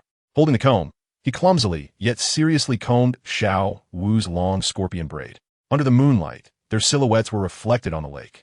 And at that moment, it was truly more beautiful than any idol drama. But did you think today would end sweetly like this? Naive. After sending Xiao Wu home, Tang Ling returned to his room, and as soon as he opened the door, he was greeted by Zhu Zhuqin, standing there with her arms crossed like a black cat sheriff, staring at him with a fixed gaze. That look in her eyes was just 2 words: stubborn. It was filled with a heart-wrenching stubbornness. Tang Ling said nothing and stepped forward to hug her tightly. Zhu Zhuqin leaned against his chest and said sulkily, "I know you definitely want to tell me what happened, so I want to ask." Tang Ling lowered his head and kissed her forehead. Zhu Zhuqin's face turned red instantly, and she playfully punched him, saying, "You thick-headed fool, I really don't know how I ended up liking you." Tang Ling held her, and Rare smiled. "It's too late to regret now. I won't regret it." The 2 of them were affectionate for a long time, and Tang Ling even took out the dishes he had cooked himself from the soul guide, and they ate together, one bite at a time. By midnight, Zhu Zhuqing fell asleep next to Tang Ling. Once she was sound asleep, Tang Ling opened his eyes. A strange thing happened. In his room, the space rippled, and a man in golden armor, with a stiff expression like a robot, appeared out of nowhere. Tang Ling was not surprised at all, as if he had known he would come. He gently moved Zhu Zhuqing's hand away and walked out of the room. The man in gold took a deep look at Zhu Zhuqing on the bed and then disappeared as well. The two of them arrived at the edge of cliff. Tang Ling spoke, his voice cold. Dian, why are you here? This man named Di Yin was basically Tang Ling's cyber spirit, a future version of himself devoid of emotions. Di Yin asked him why. Knowing he would leave in 2 months, he would still give these girls hope, making their future even more despairing. He said, I am you, but I cannot understand you. He even tried to use his penetrating power to see through Tang Ling, only to find that he could see nothing when it came to matters related to these girls. This statement completely angered Tang Ling. What I hate most is your attitude of looking down on everyone. A bone-chilling cold erupted from Tang Ling, and his legs engulfed in white flames, swept towards Dian's neck with a whoosh. However, Dian effortlessly blocked it and said, You hate me, but you are also hating the future you. I am not you. Tang Ling completely lost it, summoning Crimson Demon Fire in his left hand and Bone Spirit Cold Fire in his right, launching a dual fist attack that felt capable of instantly killing a Soul King. But golden flames erupted around Dian, forming a shield that blocked all attacks. After the fight, the two fell into silence again. Dian looked at the stars in the sky and said, Time is running out, hurry up. Then he disappeared, leaving Tang Ling alone, his gaze shifting from confusion to unwavering determination. The scene changed, and we were directly in space, the amount of information almost burning out my CPU.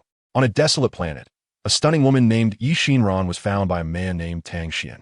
These two were clearly Tang Ling's parents. Yi Xinran was filled with hatred towards him, blaming him for harming her son and for abandoning everything for power. Tang Qian looked bitter and tried to ask for her help, but Yi Xinran drew a sword and held it to her neck, forcing him to leave. The blood that flowed out was actually blue. In the end, Yi Xinran transformed into a streak of light and flew away, and Tang Qian couldn't catch up. The scene cut back to the training ground at Shrek Academy. Today's training program was nothing short of hell mode. Shrek's 7 monsters against Tang Ling alone. I tell you, that scene was intense. Dai Mubai charged forward like a little tank after transforming into the White Tiger, while Ma Hongjun used his Phoenix Flame thrower from behind. Zhu Zhuqing played stealthily, circling around for surprise attacks, and Xiao Wu even teleported directly behind Tang Ling to deliver a powerful strike. Ning Rongrong was frantically buffing from the back, with the 7 treasures, 1 for strength, 2 for speed. The colorful light was raining down like it was free. Outside the arena, Master, Flinder, and Lu Erlong, the 3 big shots, were watching the battle. At first, Lu Erlong felt that Tang Ling was being overly praised, but Master simply said, the battle is about to end. Lu Erlong asked, Is that little boy going to lose? Master shook his head. No, he's going to win. Just as the words fell, the battlefield changed dramatically. Facing simultaneous attacks from 4 directions, a glint flashed in Tang Ling's eyes, and white flames erupted instantly, raising 4 enormous ice shields around him, forming an impenetrable fortress. Dai Mubai and Xiao Wu's heavy punches struck, but the ice shields didn't budge. Ma Hongjuan's Phoenix Flames were frozen into ice shards upon contact with the ice shields. Only Zhu Zhuqing's claws left a few white marks on them. Just as they were crazily trying to break the shields, Master said again, the battle is over. In the next moment, the 4 ice shields shattered with a loud crash, and 6 thorny vines engulfed in green flames shot out from within, moving so fast that they couldn't react in time, instantly binding Dai Mubai, Xiao Wu, Zhu Zhuqing, as well as Ma Hongjun, Ning Rongrong, and Oscar in the air, all falling to the ground like dumplings. I tell you, those 6 thorns flickering with blue flames seemed to have eyes of their own, and in an instant, they bound all 6 of them like Zongzi. But there were also 6 ice spikes precisely hovering in front of each of their necks, just a hair's breadth away. It was practically a brush with death. Next to them, Lu Erlong's eyes lit up, and his expression was one that seemed to say he was in love with the old woman. He couldn't help but praise. This combat power is just incredible. The Master squinted and took a deep look at Tang Ling, said nothing, sighed, and silently turned to walk back to the academy. Flanders and the others exchanged glances and quickly followed, leaving behind a group of Shrek dumplings questioning their lives. The scene shifted to that night when Tang Ling returned to the dormitory, exhausted. As soon as the door opened, the lights turned on. That guy, Dian, was already sitting in the chair like a grandmaster, tilting his head to look at him with an expression that seemed to ask what kind of performance he was putting on. Tang Ling was too lazy to bother with him, put down a pile of things in his hands, poured himself a glass of water, and just as he sat cross-legged to prepare for cultivation, he almost spat out a mouthful of old blood, which he forcefully swallowed back. Does anyone understand what it's like? His face turned pale in an instant. His whole body trembled like a sieve, and spiderweb-like cracks began to appear all over him. From his stomach, they crackled and spread throughout his body. His clothes instantly burned to ashes. Dian, who had his eyes closed, suddenly opened them, exploded in anger, and yelled, "How could this happen? How did the seal break into this state? What the hell did you do?" As the cracks were about to crawl up Tang Ling's neck, Dian cursed but didn't stop his hands. He swiftly pulled out a more powerful and profound golden flame from his chest, forming a spell seal that he slapped onto Tang Ling's back. As soon as that spell seal entered, the terrifying cracks on Tang Ling's body slowly began to heal, and he finally stopped shaking. When Dian retracted his hand, I noticed that his palm seemed to flicker, clearly indicating a huge consumption of energy. Once Tang Ling recovered and changed his clothes, Dian immediately bombarded him with a question. "What kind of death have you been playing at these past 2 days? The seal has become like this. Even with my help, you can't hold on much longer." Tang Ling leaned against the window, looking at the moon, and casually said, "I extracted the child flames of Bone Spirit Cold Fire, Scarlet Flame Demon Fire, and Green Lotus Earth Heart Fire." Goodness, that one sentence left Dian speechless. Extracting the child flames of 3 types of at once, what was this? This was a classic case of you are weak, you have your reasons. I am strong. I do as I please, highlighting a sense of reckless abandon. After a long pause, Dian finally managed to squeeze out a sentence. "Are you preparing for the future?" Tang Ling didn't answer. Just his gaze flickered uncertainly. After a long time, he said, "I don't know what to do. All I can do is give them enough strength to protect themselves." The atmosphere suddenly became heavy. On the other side, coincidentally, Tang Sen was currently in the Sunset Forest with the old poison master, Douluo, soaking there. Suddenly, he insisted on leaving, saying he needed to go back to celebrate his brother's birthday. The old poison master wouldn't let him leave just like that, and the two of them fought a noisy battle. In the end, the old poison master looked speechless. "Really? You risk your life with me just to go back and give your brother a birthday gift? Just say it. You made me look like an unreasonable villain." Saying this, he unceremoniously sent Tang San away, and before leaving, Tang San casually snatched a bunch of rare herbs. Just as Tang San set off, Tang Ling had already made up his mind to run away. He returned to his room, asked Dian for a thing called a photography stone, which was probably an ancient version of a GoPro that could record. Then he left 3 small bottles, a necklace, and a letter on the table, making sure everything was taken care of. He quietly pushed open the door, took one last look at the room he had lived in for a long time, then resolutely closed the door. Walking on the small path, the moonlight stretched his shadow long. When passing by the master's room, he stopped, looking at the master's shadow, still working inside, deeply bowing with a sincere gesture, silently murmuring, "Teacher, thank you." I tell you, that silhouette was filled with a sense of tragic farewell, as if he would never return. At that moment, Dian's voice echoed in his mind. "Aren't you going to see them? I can help you pause time, let you apologize to them face to face." Tang Ling didn't stop his steps, but his breathing faltered for a moment. "I'm afraid if I go, I won't be able to leave again." In that instant, I bet he must have cried, but the wind was too strong and no one saw it. As fate would have it, the wheels of destiny began to turn. He had barely walked a short distance when he looked up and was stunned. Tang San, his brother, was standing not far away, and that gaze transformed from confusion to shock, ultimately igniting into an overwhelming fury. "Brother." Tang Ling was dumbfounded, no matter how much he calculated. He never expected his brother would parachute back at this moment. Tang Sen stepped closer, his voice trembling. "Now, I finally know where my unease comes from. So you, without even a word, just wanted to leave? If I'd been a moment late, would you have vanished from the world? Speak." Tang Ling lowered his head and remained silent, which completely infuriated Tang San. Boom!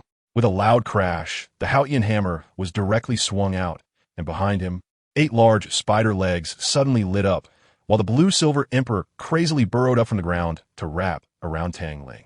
The momentum was such that no one could leave without an explanation today. But what happened? As the hammer came crashing down, it hit nothing but an afterimage. As the blue-silver grass wrapped around him, Tang Ling extended a finger, gently tapping the tip of the grass. I tell you, those countless blue-silver emperors instantly froze in midair, unable to move at all. Tang Ling looked at those vines with a complex expression and finally said slowly, "Brother, don't waste your effort. You can't defeat me. Let me tell you, my brother is a stubborn mule." After hearing what I said, he took a deep breath, and the purple light in his eyes shone like a searchlight, exploding instantly. He said, "I know, but for Zhuqing and Xiaowu, no matter what, I have to keep you here today." Goodness! As soon as he finished speaking, he shot over like a cannonball. His left arm was crackling with blue lightning, looking just like the skin of the Thunder King Yang Yongxin. He swung the Hao-Ian hammer and aimed it at my forehead while shouting. He said he would never allow me to run away like I did 7 years ago, without even making a sound. But he forgot that my ghost shadow displacement is no longer the same as it was back then. It's practically teleportation. When his hammer came down, it struck nothing but air, as I was already on his right side. He was so angry that he cursed, saying he shouldn't have taught me that move in the first place. He swung another hammer horizontally, but I raised my hand and with a bang, easily pressed down his big hammer. I exerted a little force, and he couldn't control himself. The hammer crashed into the ground with a bang. Bro, I'm not going back." He was also getting anxious, and as he turned around, those 8 spider legs stabbed forward like knives, while he raised the hammer in his hand again. Let me tell you, if it weren't for the fact that he was my brother, he would have been finished 800 times already. I blocked the spider spear with an ice shield and dodged, but his thunder hammer smashed the ice shield into pieces. After going back and forth for a few rounds, my brother was already gasping for breath, his soul power nearly depleted. In the end, he went all out, pouring all his soul power into the hammer, leaping into the air, lightning flashing, aiming to truly flatten me into the ground. What happened next? Just as that hammer was about to hit my face, I reached out a hand. Guess what? With a hum, an invisible energy wall directly blocked his earth-shattering strike. He was shaken so hard that his face turned pale, with not a drop of soul power left. At that moment, I signaled to my old partner D, Yin, to take action. The next second, who understands family matters? Time paused, centered around me. A huge invisible Tai Chi diagram locked down a 30-meter radius, freezing everything around. Falling leaves, flying birds, all halted in place. My brother remained in an attacking posture, frozen in midair, unable to move his eyes. After dealing with my brother, I slipped away. Outside, it was pouring rain, and I was running alone in the forest, looking quite disheveled. Dian pointed the way for me, saying there was a dilapidated wooden house ahead, but there was an aura of evil inside. I thought it was better than getting drenched, so I went over. Let me tell you, that guy in a room is even more explosive. As soon as I walked in, I saw a dry corpse lying on the floor, and a black-robed creature was sticking out its tongue and licking its lips, making that strange cackling laugh. The moment it sensed my presence, wow, the powerful blood energy on me made it drool. It transformed into a little bat and hung upside down on the beam, pretending to be dead. As soon as I entered the room, I was completely drenched and extremely annoyed. I directly channeled my soul power, and a burst of blue flames erupted from my body, instantly drying my clothes and hair. Then, when I looked up, I saw a bat pretending to be dead on the beam. I raised my hand and shot 2 hidden arrows at it, but the bat quickly dodged and landed, transforming back into a human form, a black-robed monster, with 2 large fangs bared, charging straight for my neck. I dodged to the side, and with a whip kick, I sent him flying over 10 meters. After he landed, a pair of blood-red bat wings spread out behind him, and his spirit rings lit up, 1 white, 1 yellow, and 3 purple, indicating he was a spirit king. I wasn't polite either. With 2 purple and 1 black spirit rings, I was a spirit master. I directly pressured him back with my aura. I first used ice mist to lower the temperature of the entire wooden house, and then a ball of green fire exploded, causing countless thorns to emerge from the ground, directly tying him up like a big rice dumpling. As a result, this guy turned out to be quite crafty. With a bang, he exploded into a swarm of blood-red bats, scattering in all directions. I activated the purple extreme demon eye, and with 1 sweep, I found over a dozen corpses piled in the corners of the room, men, women, old and young, all drained of life. My anger surged instantly. The black-robed creature, seeing my strong vitality, attempted to sneak attack me again from behind as if it had been injected with adrenaline. This time, a knife popped out from the tip of my shoe, and with a 360-degree spinning kick, I slashed its neck in 1 swift motion. It didn't die in 1 blow, but it was bleeding. Now it was completely mad. its wings turning as sharp as blades, trying to slice me in half. Unfortunately, it only struck a shadow. My real body had already appeared behind it, and with a move called Fire Phoenix Burning Heaven, a small crimson phoenix the size of fist shot through its back, turning its heart to ashes and killing it on the spot. After dealing with this guy, I set its body on fire and cleared away the victims' bodies with ice shards, digging a large pit outside to bury them together and erecting a nameless tombstone. Just as I turned around, I felt over 20 warm currents flowing into my body. I knew it was the souls thanking me. Snow began to fall, indicating that winter had arrived. I returned to the wooden cabin. It seemed I would have to stay here for a while. Qian helped me seal the broken doors and windows with barriers, and I started cleaning up, building a wooden bed in the corner myself. At night, looking out at the university alone, a wave of loneliness hit me. I took out the photography stone from my storage soul guide. It's like the holographic projectors we have in 2025, capable of projecting images using soul power. I played the images of our Shrek 7 monsters, Zhu Qing, Xiao Wu, and Big Brother Dai, and finally my brother. Looking at their smiling faces on the wall, I felt an immense ache in my heart. I asked Emperor Yin, do I still have a chance to go back? Even Emperor Yin couldn't answer. I hugged my knees, feeling particularly helpless. It wasn't that I was afraid my strength was insufficient. I was scared that by the time I returned, I would have changed so much that they wouldn't recognize me, that they would hate me. This confusion and fear could really destroy a person. Later, I strung that piece of photography stone into a necklace and hung it around my neck, curling up on the wooden bed and falling asleep. As soon as I fell asleep, I entered a bizarre dream. When I opened my eyes, I was shocked to find myself in a blood-red world. The sky was red, the ground was red, and the trees were red, with corpses hanging from them, dripping blood. I called out for Emperor Yin, but there was no response. I tried to activate my purple extreme demon eye, but my eyes felt like they were being pricked with needles. This place was wrong. Just as I was thinking about it, a hissing sound came, and a blood-red giant python over 100 meters long slithered out of the blood mist. Its blood-red eyes stared at me, as if looking at a buffet. It opened its mouth and let out a roar, lunging at me. The giant snake was incredibly fast, its massive mouth snapping toward me. I used Ghost Shadow to dodge, leaving a shadow that it bit into pieces. I retaliated with an ice spike. But the snake opened its mouth and let out a deafening roar, shattering all my ice spikes with a blood-colored sound wave. Moreover, this cursed place was getting more sinister. I felt it hard to breathe, as if my whole body was wrapped in cling film. The snake's tail whipped toward me like a whip, and I performed an iron bridge to dodge, simultaneously pulling out the Zhuge Divine crossbow. Whoosh, whoosh, whoosh. 16 crossbow arrows were not meant to injure it, but to make it close its eyes, taking advantage of the few seconds when it was blinded. I tightly bound it with burning blue fire thorn vines. Then I rubbed my hands together, merging the 3 types of strange fire: blue lotus earth heart fire, scarlet snake demon fire, and bone spirit cold fire, creating an ultimate invincible 3-colored fireball. Following that, I unleashed my ancient soul technique, Fire Phoenix Burning Heaven. A loud phoenix cry echoed as a giant fire phoenix appeared out of thin air, carrying the 3-colored fireball I had thrown, resulting in 2 massive explosions that turned it into ash. I cautiously added a few dragon whisker needles to confirm it was completely dead.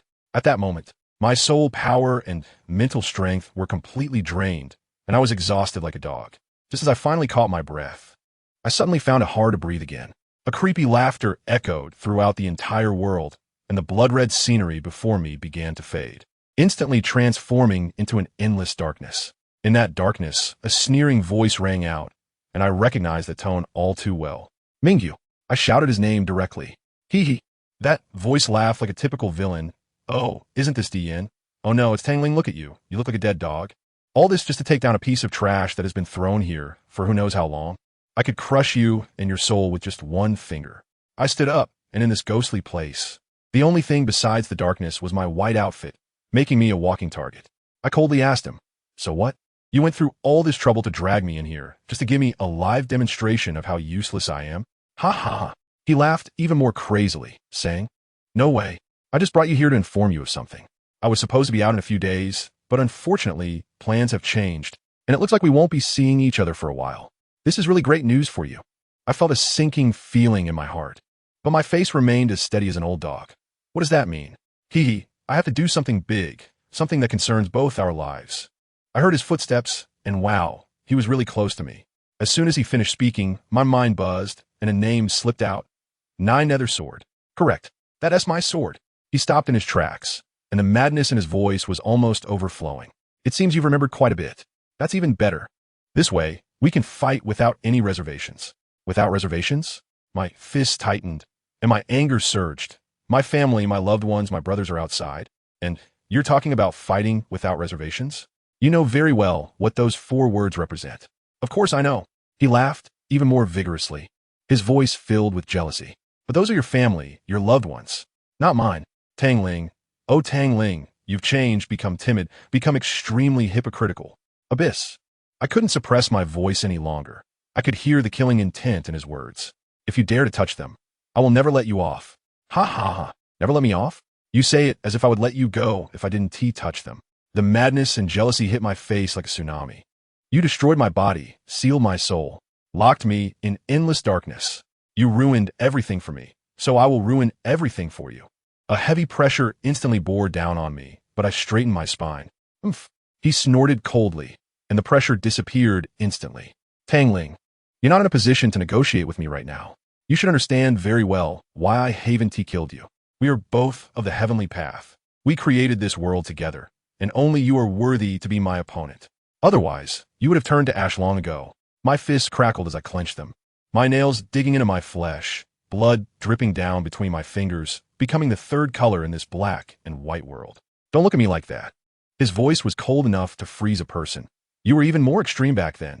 When your memories return, you will understand what I mean by extreme. Back then, you pierced my head with a sword, destroying my source of divinity. Now, I will let you taste the despair I felt back then.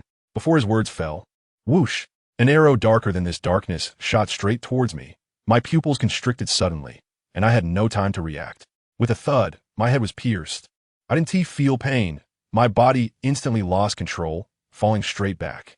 With a bang, the entire dark world began to shatter inch by inch with his maniacal laughter. I suddenly opened my eyes and found myself lying on the bed in a wooden cabin, staring blankly at the ceiling like a puppet. Mingyu's words echoed in my mind. I instinctively raised my hand, and it seemed like I could see countless lost souls wailing at me. I knew he was telling the truth. He had no reason to lie to me. Suddenly, the light dimmed as a figure blocked it. I turned my head, and Dian stood by the bed like a block of ice, staring intently at me. He must have sensed Mingyu's presence too. He has come. I spoke first, my eyes looking out at the snow. Dian nodded slightly. Where did he go? He left. To get his things. The Mingyu sword. Dian coldly spat out 3 words. I didn't answer, just staring at the campfire, my mind a chaotic mess. Would they, like someone like me, who was covered in blood? As soon as I said that, Dian was taken aback for a moment. Yes, it sounds nice to say it's about maintaining balance. But to put it bluntly, it's just slaughter. The stench of blood on me probably can't be washed away. I don't know if they like me or not. Dian's way of comforting people is so straightforward and unadorned. But I know that if I keep going like this, they'll start to worry about me.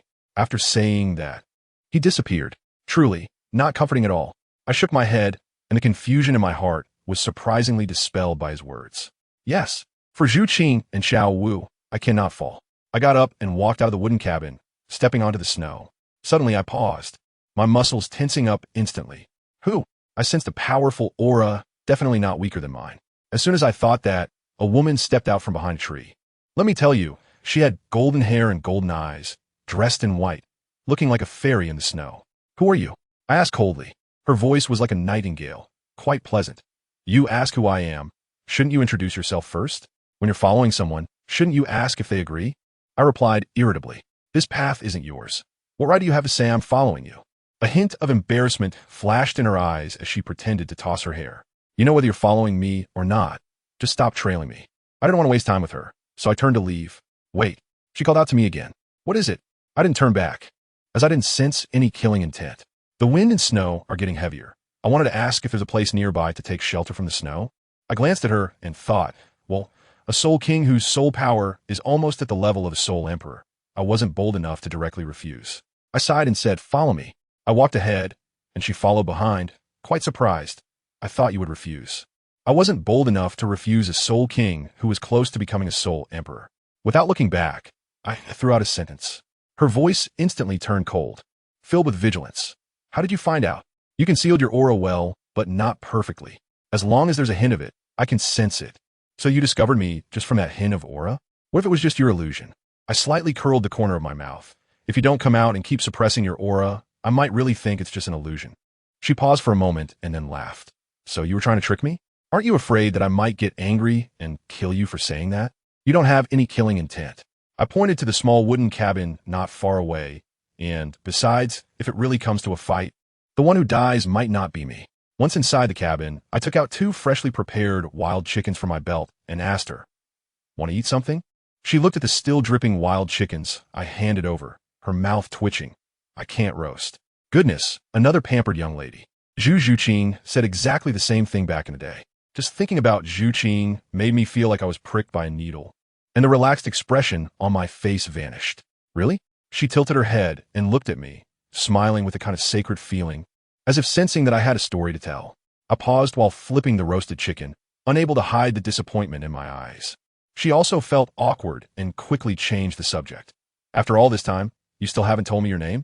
"Tang Ling," I said, throwing her the roasted chicken I had just cooked while putting away my own. "My name is Qian." She tore off half of the steaming roasted chicken and handed it to me, saying, "I can't eat that much, so here, this half is for you." I originally wanted to leave, but after hesitating for a moment, I sat down and started eating in silence. But who among my family understands? It's clearly a familiar taste, yet now it feels like chewing wax. Habit is truly a frightening thing when you're used to having someone around. Eating alone makes even the finest delicacies taste bland.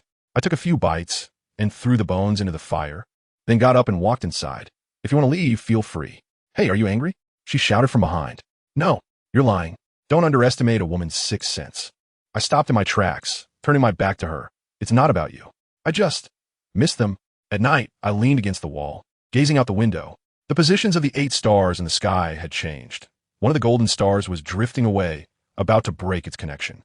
Suddenly, a pitch-black star dashed out, aiming straight for that golden star. Just then, the scene shifted. At Shrek Academy, my brother Tang, San was in a fierce battle with teacher Zhao Wujia.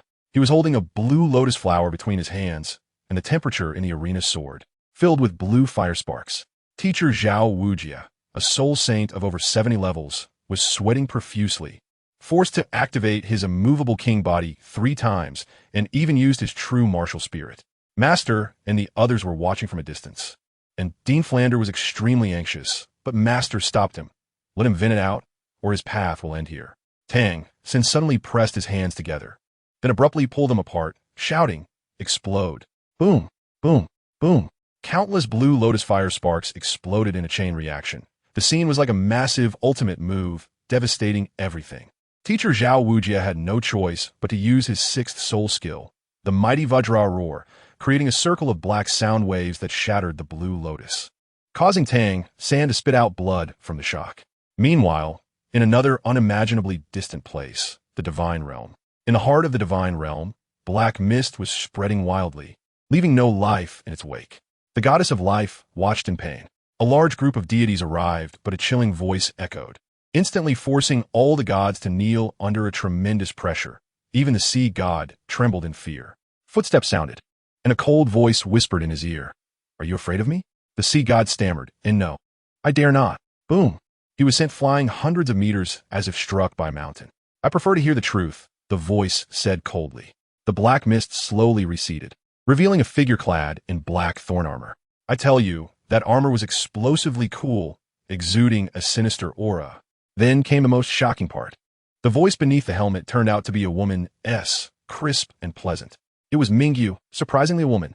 She casually drew the Azura sword from behind the god of Azura, waving it dismissively. "For what garbage?" Then she looked up, surveying the kneeling gods with a hint of amusement in her voice. "Little ants, get up." The sea god awkwardly flew back, blood at the corner of his mouth, his eyes filled with fear. Mingyu's gaze fell upon him, her crimson eye mask flickering with light. "You're quite good. You actually didn't die." The sea god was so frightened he buried his head even lower. That one glance nearly shattered his sanity. "And what about the sister who caused all this?" "Let me tell you, she was just 2 words bored." Fighting was like stepping on an ant for her. With a swish, the Azura sword disappeared, and her black armor transformed into a white dress, making it look like some kind of performance art. The next second, she smirked. That smile was 3 parts aloof and 7 parts malicious. She said, "Oh, can 2 come at once and make him feel something?" "Interesting, very interesting." Family, who understands? This sister directly put on a face that said she loved the chaos, and even muttered, "Reincarnator? Interesting." The scene shifted to Douluo continent. In a small wooden house amidst heavy snowfall, where Tang Ling was going crazy in front of Qian Renshue. He was clutching a small broken flower, looking as if he had lost his soul. Qian Renshue couldn't watch anymore. It was just a broken flower. What was so fascinating? With a wave of her hand, she took the flower away. "Goodness," Tang Ling exploded. "I really regret bringing you here." His tone was so cold it could freeze icicles. Qian Renshue was no pushover either. Arms crossed, leaning against the wall. "You're only at level 39. I'm 2 major ranks above you. Why are you fighting me?" Tang Ling stood up, his eyes flashing with golden light. "No more nonsense. Let us fight." The next second, the two of them started a brawl. Qian Renshue was fast. With a flash of golden light, her sword lunged for his neck. However, Tang Ling summoned a 3-colored flame sword from his palm, clashing against hers with a clang.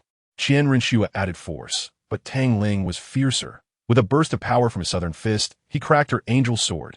Didn't he forget to add, "Use your full strength, or you'll get hurt." At that moment, I thought, "Brother, you're nailing this act." Qian Renshue was momentarily stunned, activating her martial spirit. 6 pairs of wings unfolded. Her soul rings lit up, radiating brilliance. But Tang Ling was even more outrageous. His soul rings burst forth too, 2 purple and 1 black. Qian Renshue was dumbfounded. "Are you absorbing at a higher level or inheriting divine power?" Tang Ling scoffed. "God, that little power doesn't impress me." They exchanged blows, ice spikes, chains, flaming phoenixes, and holy swords. The effects were like they were free. Qian Renshue unleashed her ultimate move, the 5th soul skill, Holy Sword, increasing her attack power by 300%. Tang Ling countered with a fire phoenix. Just at the crucial moment, Tang Ling suddenly got distracted, turning his head sharply toward the south, and the power of his fire phoenix weakened instantly. With a puff, Qian Renshue's holy sword struck his chest, causing blood to gush out. Qian Renshue was stunned, but what about Tang Ling? He acted as if nothing had happened, ignoring the wound on his chest. His eyes filled with terror as he turned and ran out, his speed astonishing, as if a ghost were chasing him. He felt it. That big sister, Mingyu, had descended. He was running for his life toward Shrek Academy. Meanwhile, at Shrek Academy, Tang San was taking out a celestial herb called Heartbroken Red, claiming only those with true love could pick it. He had Zhu Zhuqing and Xiao Wu give it a try. Then something outrageous happened. Zhu Zhuqing dripped blood, and the flower swayed. Xiao Wu also dripped blood, causing the flower to burst with red light and then split into 2. Ma Hongjun beside them was stunned. This thing could be a twin? The little herbal spirit next to Tang San directly revealed the truth. The flower blooms in twin births. This means both have loved the same person to the extreme, and they are likely reincarnators. As soon as the words left his mouth, Tang San looked up at the sky. "Hey, what is that? A black star?" The next second, he spat out a mouthful of old blood. Immediately after, that black star, trailing a tail, crashed down near them with a loud bang. As the dust settled, a woman in black armor stood there. I tell you, just her presence brought a terrifying pressure that slammed down like Mount Tai. The teachers of Shrek, Master Lu Erlong, Zhao Wujia, and the others tried to summon their martial spirits to resist, but what happened? She didn't even lift her eyelids, and with an increase in pressure, several loud thuds echoed as 4 soul saint-level experts were directly forced to the ground, unable to move a single finger. Tang San panicked, no longer hiding his strength. His left hand summoned blue silvergrass, while his right hand suddenly pulled out the Haotian hammer. But Mingyu didn't even look at him. She directly teleported to Zhu Zhuqing, asking face to face, "Why aren't you running?" Zhu Zhuqing was tough, fiercely protecting Xiao Wu behind her, unwilling to run. She stared at Mingyu. "It's you." Mingyu laughed. "Oh, you've seen me?" Zhu Zhuqing replied, "I haven't seen you, but I've seen your black mist." Mingyu waved her hand. "Oh, those 2 trash? I originally wanted them to help me with some work, but now they're no longer needed." She sat down on the throne of black mist, crossed her legs, and looked at the 2 girls with great interest. "I just came to see what kind of girls can make him fall in love," she said, and sniffed the heartbroken red on Xiao Wu's chest before disdainfully tossing it back. Xiao Wu was anxious and grabbed the flower, looking up to ask, "Are you talking about Xiaoling? Do you know where he is?" Her eyes were filled with both hope and urgency. Let me tell you, even the underworld was silenced, probably because it had never seen such a scene. She turned her head away, feeling a bit uncomfortable, but when she turned back, she met Zhu Zhuqing's identical gaze. Goodness, the boss of Yin and Yang had been forced into an interrogation room feeling. In the end, she became a bit angry and embarrassed, saying, I know, but I'm not telling you. I've waited for him for billions of years, but I don't have the patience to wait for him to regain his strength for another 100 years. As soon as she finished speaking, let me tell you, Zhu Zhuqing exploded right there. The flicker of hope in her eyes went out in an instant, and she instantly turned as cold as ice. Xiao Wu stepped forward, standing beside her, and their expressions clearly indicated that they were ready to fight. The next second, Zhu Zhuqing made her move. Her cat paw, carrying a chill, swiftly swiped toward the throat of the underworld woman. Does anyone understand? The murderous intent in that girl's words just now was completely genuine, clearly indicating that it was a fight to the death. And guess what? The underworld woman, good grief, her waist was as flexible as if it had no bones. She easily tilted her body to dodge, the claw just brushing past her cheek. Then she pointed her toes and executed a Thomas spin on the spot, skillfully grabbing Zhu Zhuqing's wrist. Before Zhu Zhuqing could react, she performed another reverse spin, her elbow sharp as a knife, directly pressing against Zhu Zhuqing's neck, just a few centimeters away. At that moment, I thought to myself, it's over, something's going to happen. As a result, that crazy woman gave a charming smile, pulled her elbow back, and slapped Zhu Zhuqing right on the chest, saying, the feel is pretty good after that. She added some force and directly sent Zhu Zhuqing flying. This girl knows how to act like a rogue. Zhu Zhuqing was pushed far away, blocking the little dance who wanted to rush in. The two of them stared fiercely at Mingyu. In the next second, Zhu Zhuqing's whole body went down, her posture resembling that of a cheetah ready to pounce. Then came an even wilder move. Mingyu actually imitated her and crouched down in the same way. But the aura was different, let me tell you. Zhu Zhuqing was a cheetah, and she was like a prehistoric dragon ready to break free. The oppressive feeling was far ahead. The two of them collided like two bolts of lightning. The sound of clashes was intense. Zhu Zhuqing went for a heart strike. Mingyu blocked. Zhu Zhuqing swept her leg towards her head. She performed a backflip to dodge and retaliated with a kick to Zhu Zhuqing's back. With a loud bang, Zhu Zhuqing flew out like a kite with a broken string, flipping several times in the air before barely landing, staggering back several steps, the ground cracking beneath her feet, and blood appearing at the corner of her mouth. Mingyu, as if nothing had happened, casually twisted her neck and commented, not bad instinct for combat, but your body is too fragile. Can you endure that? Zhu Zhuqing wiped the blood away and charged again. This time she unleashed her ultimate move, white flame armor bursting forth from her body, making her look like a Valkyrie. What happened next? Just as her claws were about to touch Mingyu's clothes, Mingyu moved. It was so fast that it was barely visible. One hand grabbed Zhu Zhuqing's wrist, while the other pressed down on her shoulder, dark mist emanating from her fingertips. Darker and scarier. That white armor, let me tell you, it shattered like paper, scattering everywhere. Zhu Zhuqing's scream was so tragic it made my heart ache. Meanwhile, thousands of miles away, Tang Ling was in a fight, suddenly spitting out a mouthful of blood without warning, swaying and collapsing, muttering to Yin. If you dare to touch them, I will definitely make you pay. The voice was eerily calm, but everyone knew this was the calm before the storm. Over here, little Dance could no longer watch. She instantly teleported over and delivered a whip kick imbued with phoenix flames towards Mingyu. Mingyu finally took it seriously, releasing Zhu Zhuqing and turning to punch against Little Dance. Both took a few steps back, and Mingyu was a bit surprised. Oh, little rabbit, you've hidden quite well. Little Dance took the opportunity for a soul skill flash, scooped up Zhu Zhuqing, and returned to their original spot in less than a second. Mingyu just watched, made no attempt to stop them, floated back to her throne in midair, leaving a line. Looking forward to seeing you next time. By then, we might be enemies. Then she vanished. As soon as she left, the overwhelming pressure instantly dissipated, and Tang San and the other's legs softened, all sitting on the ground. But no one cared about themselves and hurried to check on Zhu Zhuqing. They saw Zhu Zhuqing trembling in pain, groaning. She felt like every cell in her body was being torn apart, but at the same time, the barrier between her and that strange fire inside her was disappearing. Her martial soul, that phantom spirit cat, began to mutate in front of everyone. Zhu Zhuqing gritted her teeth, enduring the excruciating pain, finally realizing that the strange fire inside her had never truly recognized her. It had only treated her as a house. Now, because of Mingyu's actions, this fire finally acknowledged its master. Meow. A graceful and noble cat's meow came from Zhu Zhuqing's mouth. scaring Dai Mubai and the others back down to their seats. Zhu Zhuqing opened her eyes, and a brand new martial soul appeared beside her. It was still a cat. But wow, it had 9 tails. The tips of the tails were white, and its eyes looked like they were burning with flames, both cool and cute. Ma Hongjun was completely bewildered. Zhuqing, you also have a dual martial soul? Zhu Zhuqing ignored him entirely. The master came over, took a look, and said it was a mutation of the martial soul. Little Dance suggested, then we need to give a new name. The 9-tailed cat rubbed against Zhu Zhuqing with a look of expectation. Zhu Zhuqing thought for a moment and asked it, how about I call you Ice Flame Spirit Cat? The cat even seemed to think about it, and then nodded. Ning Rongrong looked enviously, wanting to pet it, but the cat disdainfully dodged away and instead coldly meowed twice at Little Dance before turning into a speck of light and disappearing. Oscar, seeing Ning Rongrong's disappointment, actually piped up in a high-pitched voice. Am I not cute? Buddy, you have a bit of oil on you.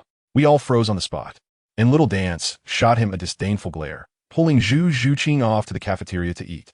At the dining table, Zhu Zhuqing calmly said, I'm already level 40. Little Dance's food instantly lost its flavor. She had finally surpassed her at level 39, and in the blink of an eye, she was overtaken again. What kind of situation is this? Meanwhile, in the snowy, ghostly place, Tang Ling lay in the snow, covered in blood, but his wounds were healing rapidly. Qian Rinxue was watching him nearby, her brow furrowed. She noticed that although this man looked cold as ice, he seemed to be hiding something inside. Sure enough, Tang Ling began to mumble in his sleep, calling out to Qinga, then Little Dance, and then his brother. I tell you, he's trapped in his own demons. In a world entirely made of mirrors, Tang Ling is screaming in pain. Around him, the mirrors flash with sweet memories of him and Xiao Wu, Zhu Zhuqing, Tang San, and others from the past. Things like helping you comb your hair, wandering the world, and I will protect you. But then the scenes shift, turning into a horror movie. A devilish voice whispers in his ear. Enough? No, it can't be like this. Then he sees it. In a mirror, Zhu Zhuqing is lying in a pool of blood, her neck still bleeding, the light in her eyes fading bit by bit, her lips moving. 3 words crashing into his mind like thunder. I hate you. Tang Ling holds his head, crazily telling himself this is fake. But those 3 words echo in his ears, unrelenting. Next, he sees Xiao Wu's throat being cut by a black long sword. The red flower in her hand, stained with blood, slowly wilting. Who can bear this? Tang Ling completely breaks down, his body shaking like a sieve, leaning against the mirror, sliding weakly to the ground, his eyes hollow, utterly devoid of light. Meanwhile, at Shrek Academy, Xiao Wu and Zhu Zhuqing, who are practicing, suddenly feel a sharp pain in their hearts, as if they're about to lose something most important, both feeling extremely anxious. In the mirror world, Tang Ling keeps his eyes closed, surrounded by dead silence. He doesn't know how long it has been, but those beautiful memories start flashing in his mind again. His mother told him to be responsible for the girl who helps him comb his hair for a lifetime. Xiao Wu's hopeful expression when she asked him to comb her hair. His brother Tang, since standing in front of him, saying, I'm not dead yet. It's not your turn to step up.